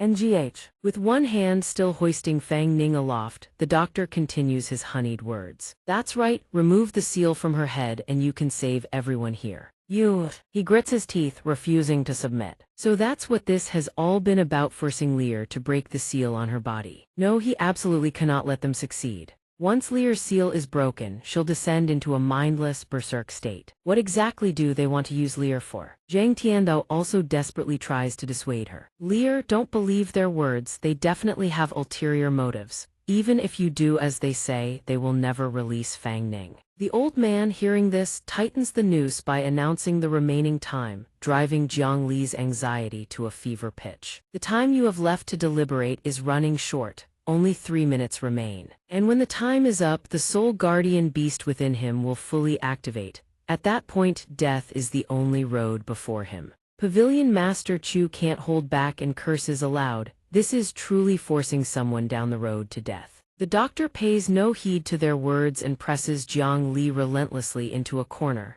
In the end, only 10 seconds remain. Whether these two live or die, the choice is yours. After a long, agonizing moment of deliberation, the 10 seconds pass and Jiang Li makes her decision. My love, Leer will never let anything happen to you. Jiang Li, why would you do this? Fang Ning can only stare wide-eyed, watching helplessly. Around Leer, a massive surge of demonic power begins to manifest. The sheer force of it sends Ling Feng hurtling backward. The doctor watches her with a grin of twisted elation. The day has finally come, nearly complete Demon King. If it weren't for the fact that only that woman can unseal the seal, why would I have gone to such lengths? He conjures another talisman and hurls it downward. It plummets through the air and strikes the array below. The soul-devouring beast formation shifts in color, transforming into an entirely different array. At last the array turns completely purple. With the talisman removed, Jiang Li becomes as if she were an entirely different person. She smirks her robes, now completely different from before. She clutches her face and erupts into maniacal laughter. I'm finally free, at last I'm out. The array slowly wraps around Jiang Li's demonic power, drawing it in. The doctor, sensing that success is imminent, cannot hold back his tears. Ninny, I can finally see you again. From within the demonic array, spectral chains surge forth, calling around Jiang Li and binding her tight. She cries out in alarm. What is this? Release me. The doctor's mind drifts back to the day he discovered the forbidden tome that set him on this pathful enslavement to shatter the yin-yang meridians, forcing the netherworld to reconstruct flesh from yin and yang. The doctor back then had gone completely mad. I've found it, I've finally found it, Ninny, I can see you again at last. An image of Ninny flickers in his mind, her voice calling out to him. Brother, the girl's voice echoes, but in his memory the image blurs and fades. Another girl's silhouette appears, overlapping with the first. Brother. Jiang Li, overwhelmed by the controlling force, can do nothing but scream in agony. Fang Ning, meanwhile, is still being hoisted by the throat in Yuan Long's iron grip. He shouts in desperation, demanding they release Lear. Fang Ning grits his teeth and channels his demonic power, swiftly retreating to break free from their hold. He lifts his head and locks eyes with the doctor. The moment he sees the object in the old man's hand, realization strikes like lightning. Without a moment's hesitation, Fang Ning charges straight toward Jiang Li. He channels his own demonic power in a desperate attempt to disrupt the array. The doctor sees this and waves his hand, commanding his men to intercept. The subordinates who had been standing idle immediately lunge forward. Fang Ning reacts in an instant, spinning around to meet them head-on. He unleashes a single devastating slash, sending them all hurtling into the sky. Yuan Long stands unmoved, his tone unchanged as he advises Fang Ning, give it up. The array has already been activated, you cannot break it. Zhu Chen surges forward, inserting himself into the battle. Grandmaster, I've come to help you. Hearing those words, he jolts in shock. What did you just call me? Zhu Chen firmly grasps Fang Ning's wrist. Grandmaster, it's time you remembered. A beam of light pierces straight into his mind. The scene shifts to 1,000 years ago within the capital of the Jiang Kingdom. Beneath a shattered roof, Fang Ning sits cultivating, and beside him lies the coffin containing Jiang Li. After a moment, he opens his eyes. Fang Ning gazes at his own hands and sighs. As expected of a forbidden technoquate is truly formidable. He turns to caress her cheek and vows. Lear, once I've avenged you, I will descend to the underworld and join you. Wait for me just a little longer. If this journey goes smoothly. The scene shifts once more. Fang Ning now carries the coffin bearing Jiang Li on his shoulder, leading a child away from the raging flames. Sometime later in a rundown house, he and the child from that day sit side by side, cultivating together. Once the session ends, the boy eagerly turns to Fang Ning, beaming with pride. Master, look, he happily ruffles the boy's hair and praises him. Zainer is truly a prodigy. In such a short time, you've already cultivated spiritual power. Fang Ning leads the boy to another location. Before them stands a crowd of people. He sets the coffin down upon the ground. Fang Ning turns to the boy with a gentle request. Zainer, stay here and guard this coffin for your master. The boy responds at once. Master, I will protect myself in this coffin with everything I have. You must be careful too. The boy watches Fang Ning's retreating figure and can only whisper a silent prayer. Master, may all go well for you. The Yuan master is conversing with his subordinates when he suddenly notices Fang Ning. He turns his head and asks curtly, why have you returned? The Yuan master furrows his brow, his expression displeased. Why are you alone? Where is my sister? Fang Ning responds with nothing but pure contempt. Don't you dare call her your sister. Brother, you are not worthy of being her brother. The Yuan master hears this and stares at Fang Ning in confusion. So what exactly have you come back to do? His subordinates have already drawn their swords. Fang Ning draws his own blade, ready to face them head-on. What am I here to do? To kill you, of course. The Yuan master bursts into uncontrollable laughter. Kill me? With that worthless body of yours that doesn't possess an ounce of soul power? Dream on, I spared your life last time. If you refuse to leave, then stay, forever. The Yuan master orders the kill. His subordinates charge forward. Fang Ning shows not a trace of fear as he is surrounded. Worthless body, you dare dream. HMPH. He bends low and unleashes a surge of dark energy, blasting every last one of them away. Now you will see exactly what I rely on. Yuan Long sees the situation turning dire and leaps forward to shield the Yuan master. My lord, be careful, something is off about Fang Ning. Yuan Long himself is no less shocked. How does he possess soul power? Fang Ning advances, consumed by every ounce of his seething hatred. Prepare to die. But Yuan Long has already stepped in to shield the Yuan master. Your opponent is me. The moment he blocks the strike, his face contorts. How is he this strong? Fang Ning wastes no words. He kicks Yuan Long aside. Yuan Long hurtles backward, struggling just to steady himself. Yuan Long's eyes narrow as realization dawns. I see no, you've cultivated the forbidden technique, blood reversal soul return. Do you not realize this forbidden art can only temporarily push your strength to its absolute limit? After that, you will suffer, the technique's backlash, your meridians will shatter, and you will die. Fang Ning makes no effort to deny it. That's right, to deal with the likes of you, I had no other choice. At that moment, the Yuan master ambushes him while his guard is down. Fang Ning cannot react in time and is hurled violently backward. The Yuan master scowls, watching his actions as though observing a farce. The array has been operating for 48 days. Tomorrow it will reach completion. You cannot stop it. Yet Fang Ning does not hesitate for even a heartbeat. He charges forward. As long as I kill you, I will find a way to shut it down. He strikes downward. The Yuan master swiftly raises his blade to block. But the Yuan master's luck runs dry. Fang Ning cleaves his sword clean in two and drives a lethal stroke through his body. The blow is so devastating that the Yuan master crashes to one knee, his body trembling in agony. Fang Ning presses the attack, his blade sweeping toward the Yuan master's neck. A strange, blinding light suddenly erupts from the Yuan master's body, forcing Fang Ning to recoil in shock. Yuan Long seizes the Yuan master's body and roars, "Fang Ning, we shall meet again." Having spoken, he too gradually fades alongside the Yuan master. The two vanish without a single trace. Fang Ning turns and lifts Jiang Li into his arms, raising his hand to form a seal. He chants an incantation, weaving a formation designed solely for her. The chant complete, Fang Ning thrusts his finger toward Jiang Li and declares seal. The earth around them fractures instantly. Countless vengeful spirits surge from the depths below, drawn by Fang Ning's sorcery, and plunge into Jiang Li's body. Her eyes fly open wide. A torrent of killing intent erupts from Jiang Li's entire being. He swiftly steps forward and presses a talisman onto her forehead to suppress it.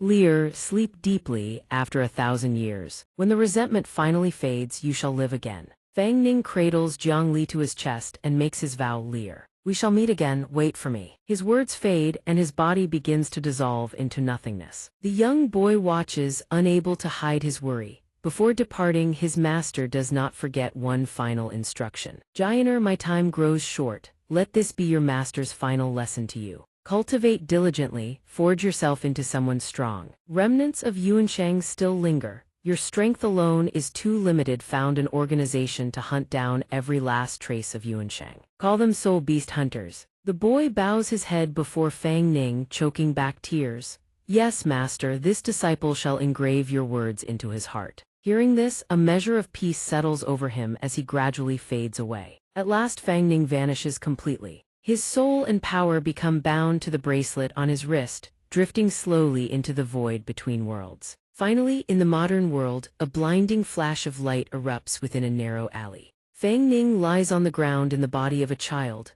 Two passers-by scoop him up and carry him away. Though unconscious, Fang Ning murmurs a name, Li. Wait for me. The two carry Fang Ning to the Tiantian orphanage. They set him down on the ground. They gaze at Fang Ning with pity in their eyes, then turn and walk away hand in hand, leaving him alone in this strange and unfamiliar place. Back to the present battle, Fang Ning's memories have fully resurfaced. His feet touch the ground, his clothing dissolves, strange markings now cover his body. Fang Ning has transformed into an entirely new form. His hair turns white as snow. Fang Ning slowly opens his eyes. Chu Chen immediately drops to his knees in reverence. Welcome, Grand Patriarch. He glances toward Jiang Li, then addresses Fang Ning. Grand Patriarch, now that your memories are restored, is there any way to dismantle this soul-refining array? Fang Ning furrows his brow, sensing the formation.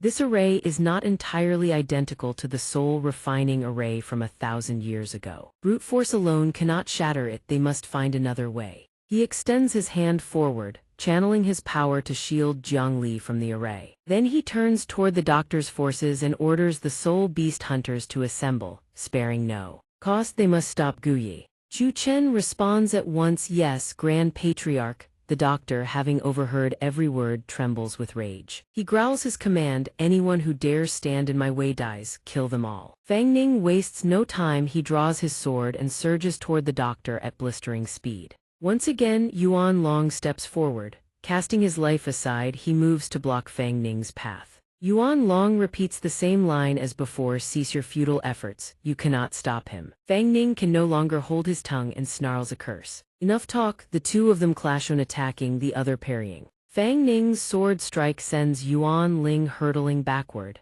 He seizes the opening and charges straight for the doctor. Fang Ning's blade presses against the old man's neck. "Shout your orders, shut down the great array and release Jiang Li, or I will kill you." The doctor shows not a shred of fear. On the contrary, his expression brims with triumph. "Kill me, would you dare? Without me, you will never be able to stop the great array." Fang Ning glares at him with undisguised irritation. "I wager this array has a formation eye. Destroy the eye and the array collapses." "Am I wrong, doctor?" The old man's face drains of color the instant he hears this. Without giving the doctor a single moment to respond, Fang Ning's blade cleaves through his neck. Droplets of blood splatter across Fang Ning's cheek. Fang Ning looks down at the headless corpse with undisguised contempt. "And I wager the formation eye is you." Xuan Yue is too occupied fending off enemies. When she finally glances back, horror seizes her. The doctor is headless. The formation suddenly flares with violent intensity. The protective barrier Fang Ning created begins to crack and splinter.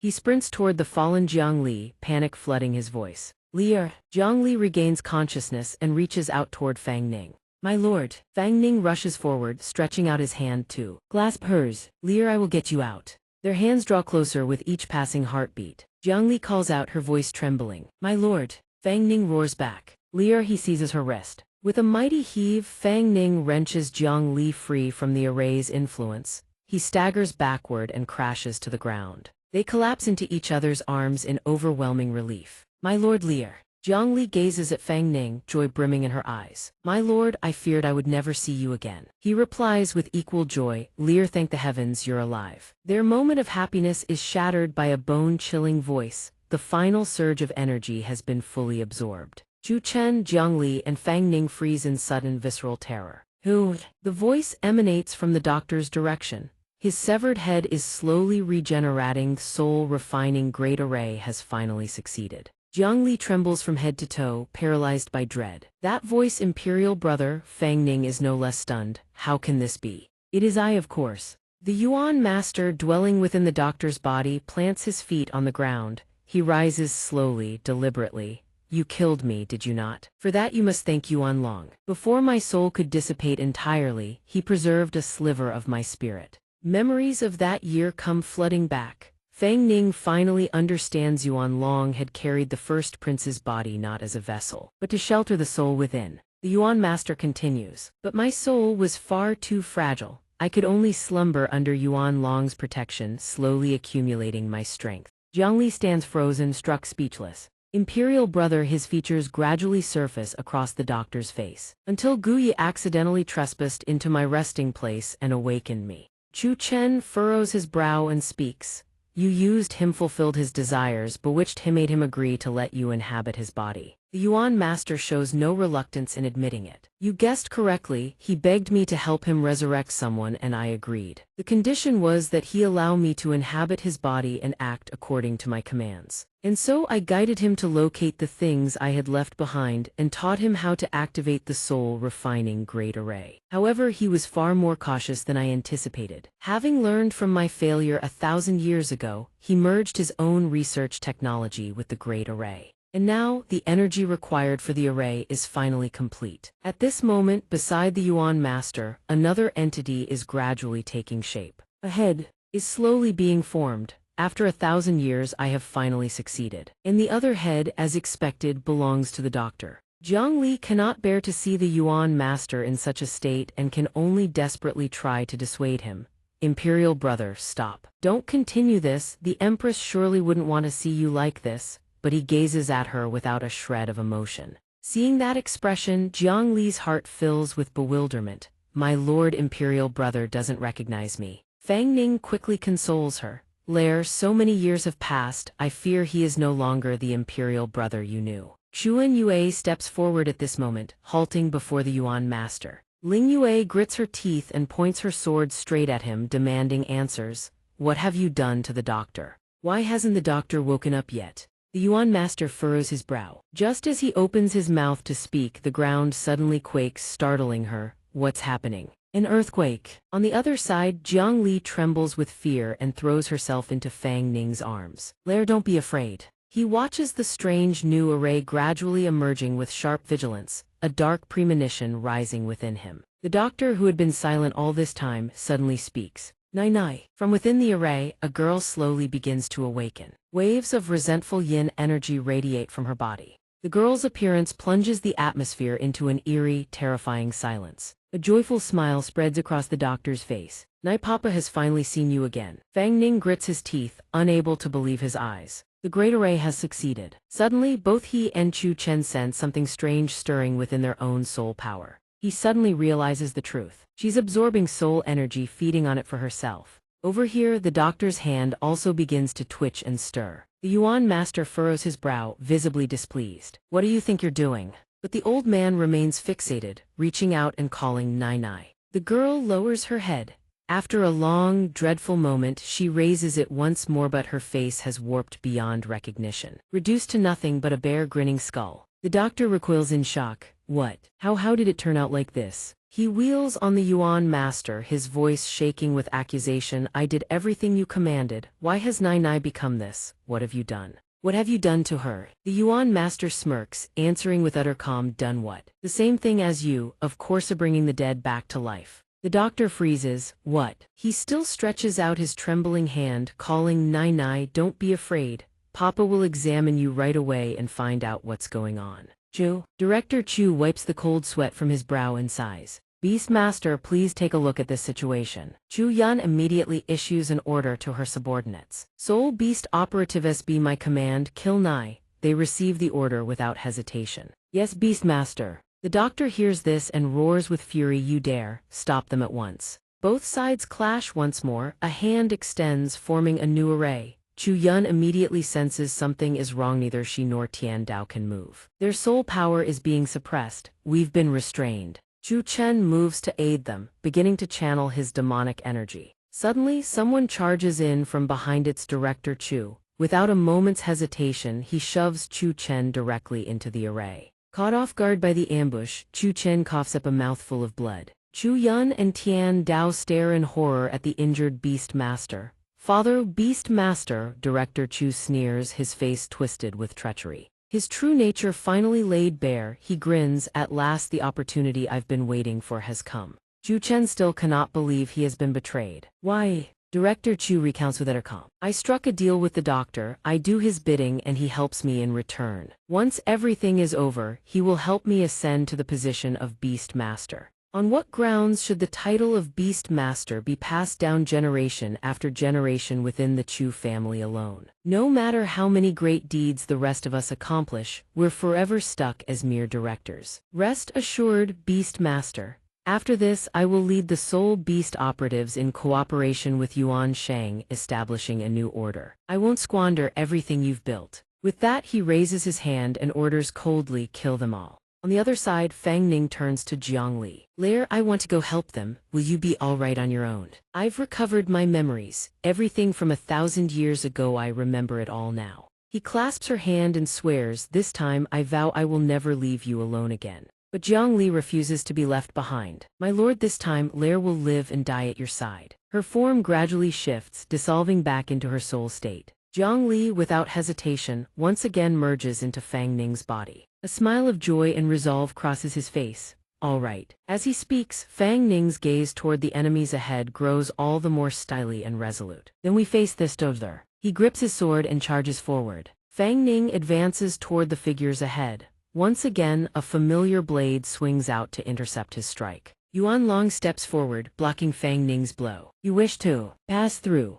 Then you must first get past me. Fang Ning stares at him, bewildered. You set me free, yet you block me again and again. What exactly do you want? Only now does Yuan Long speak from the heart. I need your help. The words stun Fang Ning. What, you need my help? Yuan Long retreats several steps and begins to tell his story. 1,000 years ago the first prince placed a binding curse upon me. I can only obey his commands and my soul is tethered to his. When the soul-refining great array was activated, I believed you had perished. I never imagined that in such a short span of time, you would master even the samsara forbidden art. Within the samsara forbidden art lies a method that can undo my curse. But it conflicts with my own cultivation technique, making it impossible for me to practice. Only you can help me. I have spared your lifetime and agony waiting for you to remember, so that you could set me free. Now that your memories have returned, what say you? Will you cooperate with me? Fang Ning furrows his brow, quietly assessing the situation. Yuan Long's strength is nothing to scoff at.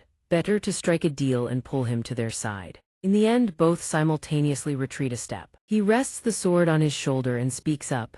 How do you wish to cooperate? Helping you break the curse, that can be arranged. But you must help me kill Nai and that two-headed abomination. Yuan Long agrees without the slightest hesitation. Agreed, but we cannot let the eldest prince catch wind of this. Fang Ning immediately accepts the condition. Then I'm afraid I'll have to trouble you to put on a little show. He lunges forward without warning, striking at Yuan Long. Fang Ning channels demonic power through one hand, teeth gritted, his glare locked onto Yuan Long. With his blinding speed, Fang Ning slams a surge of demonic force into him. Yuan Long, caught completely off guard, collapses to the ground. Fang Ning leans down and whispers to Jiang Li. Lear, I'm counting on you, just follow my lead. She replies with a cheerful smile, rest easy, my husband. Jiang Li gradually probes into Yuan Long's inner consciousness and discovers the seal placed by the Yuan master. She swiftly clasps her hands together, forming hand seals. On the outside, a radiant glow emanates from Yuan Long's chest as the seal within his body gradually shatters. Yuan Long's memories drift back to the days when he first followed the Yuan master before the curse was ever laid upon him.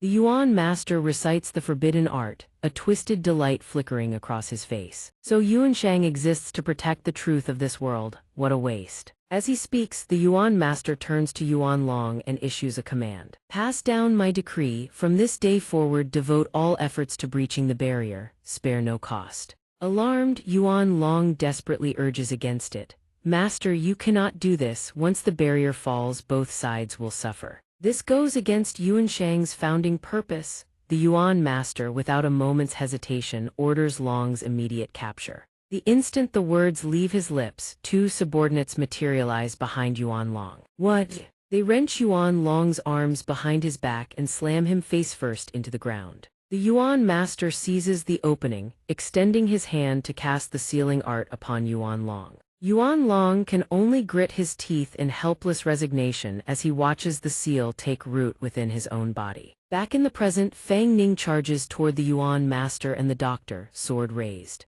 The old man catches the blade with a single hand and both he and the doctor sneer in unison. You wish to kill us, you overestimate yourself. Seeing this, Fang Ning has no choice but to retreat. He fixes them with a glare of undisguised contempt. Is that so? Fang Ning grips his sword and charges once more, unleashing a barrage of vicious slashes. Then have a taste of this. The Yuan master coughs up a mouthful of blood. At that very instant, a hand strikes out from behind. Yuan Long's palm gently grazes the doctor's cheek, yet the sheer force sends old master Jiang flying. Fang Ning stares in astonishment at Yuan Long, who intercepted the blow in his stead. Both of them, each having taken a devastating hit, collapse to the ground.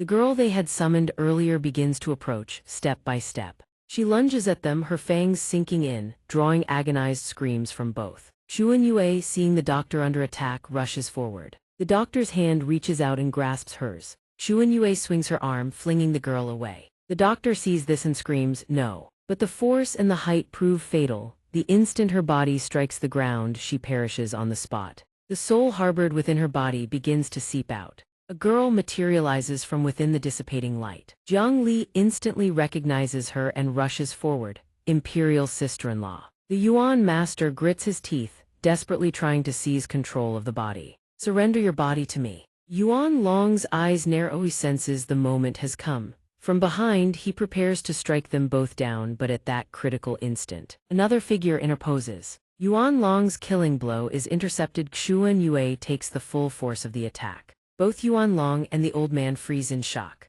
Having absorbed the full brunt of the blow, she can no longer hold on and collapses. Before closing her eyes, Xuan Yue murmurs, "No one is allowed to hurt the doctor." Her mind drifts back to those days of wandering alone when Xuan Yue, unable to endure the gnawing hunger any longer, had collapsed on the street. When she finally awakens, the doctor stands before her. "You're awake." He steps closer and offers, "From this day forward, follow me." To Xuan Yue, drowning in the abyss of despair, it was as if a lifeline had been thrown. She agrees without a moment's hesitation.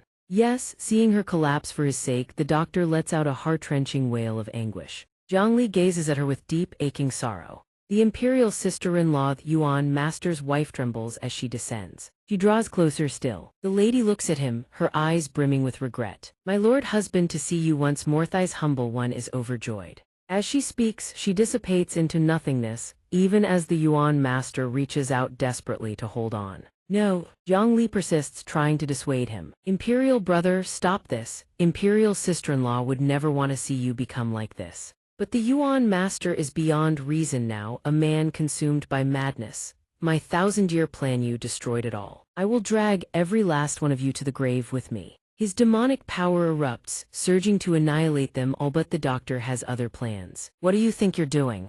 Let go of me, stop dragging me down with you." Fang Ning's eyes widen in alarm. No good has going to self-detonate. Suddenly, the sword in his hand blazes with light. It is not just Fang Ning, Jiang Li's sword radiates the same brilliance. What's happening? The radiance from both swords converges, bathing them both in its glow. Fang Ning and Jiang Li raise their swords high. The instant the blades meet, a blinding surge of light erupts forth. Slash after slash tears into the bodies of the Yuan Master and the doctor. A thunderous explosion rocks the earth, smoke and dust billow outward, swallowing everything from view. As the dust slowly settles, an eerie silence descends. The doctor lies crumpled on the ground, yet his lips never stop moving. "Do not delude yourselves into thinking you've won. Death is not the end. I shall return from another world." Fang Ning falls into deep contemplation. What did he just say? Another world. Yuan Long quickly explains. That is what they call the truth of the world. This world is a harmony of yin and yang. Besides the living, spirits dwell in this world as well. However, a barrier of perception separates the two realms under normal circumstances. Neither side can sense the other's existence. His words send a chill down Fang Ning's spine. Then can he truly return? But Yuan Long waves his hand dismissively. Impossible. His soul has long since merged with the Grand Prince over all those years. A dual soul is inherently incompatible. They cannot coexist. Only then does Fang Ning finally breathe a sigh of relief. Thank goodness, if it were like last time, he really couldn't handle it again. He looks at them both with a serious expression. The original purpose of the Yuanshang organization was to maintain the balance between humans and spirits. It was only after the Grand Prince took over that the mission was twisted. Now that the leader of Yuanshang is gone, you can gather the remaining members into the Soul Beast users and carry on this mission. He immediately asks in confusion, "And what about you?" But Yuan Long has already chosen to leave without looking back. 1,000 years and he's finally free. "I won't be bound any longer. If fate allows, we shall meet again." Fang Ning watches his silhouette fade into the distance. Suddenly, a familiar voice calls out. Grandmaster Chu Chen bows respectfully and makes his proposal. "Grandmaster, now that your memories have been restored, the position of Beast Master should rightfully be returned to you. But since you've grown accustomed to being a streamer," the offer leaves Fang Ning visibly flustered. "My good man, I'm just a streamer. How could I possibly manage such a massive organization? I can't take on the role of Beast Master. It's better suited for you." You heard everything Yuan Long just said, didn't you? Think it over. If it works, just follow through with what he said. Chu Chen hears this and asks, "Then, Grandmaster, what are your plans from here on?" Fang Ning immediately turns to look at Jiang Li. As if he already has his answer. "Me." She looks back at him, bewildered. The scene shifts once more to Fang Ning's livestream, but this time, it's different from all the rest. "Hey everyone, welcome to the stream. I'm the Beggar Sect Elder, Fang Ning, and today is a very special day." He points excitedly at the people behind him. "I'm getting married, boys. Come on, say hello to everyone in the chat." Fang Ning straightens his suit and stands before the camera. "The ceremony's about to start. I'll go get ready. See you guys in a bit." The crowd bursts into applause, shouting, "The bride is here." Jiang Li steps onto the stage in her wedding gown, beaming at him. Fang Ning is completely mesmerized by Jiang Li's beauty. The officiant speaks up. "Do you, groom Fang Ning, take Jiang Li to be your wife?" Through good times and bad, in wealth or poverty, in sickness and in health, to love and cherish her always. Until death do you part. Fang Ning answers without a moment's hesitation, I do. The officiant continues, do you, bride Jiang Li, take Fang Ning to be your husband, through good times and bad, in wealth or poverty, in sickness and in health, to love and cherish him, until death do you part. Jiang Li smiles brightly and replies, I do. Groom and bride, you have found your love, please exchange your rings. They slide the rings onto each other's fingers and clasp hands. The scene ends with Fang Ning leaning in and kissing Jiang Li. And that's a wrap, boys. If you want to keep following this story, smash that subscribe button. And while you're at it, drop a like. Thanks for watching till the end, everyone. Bye bye, love you all.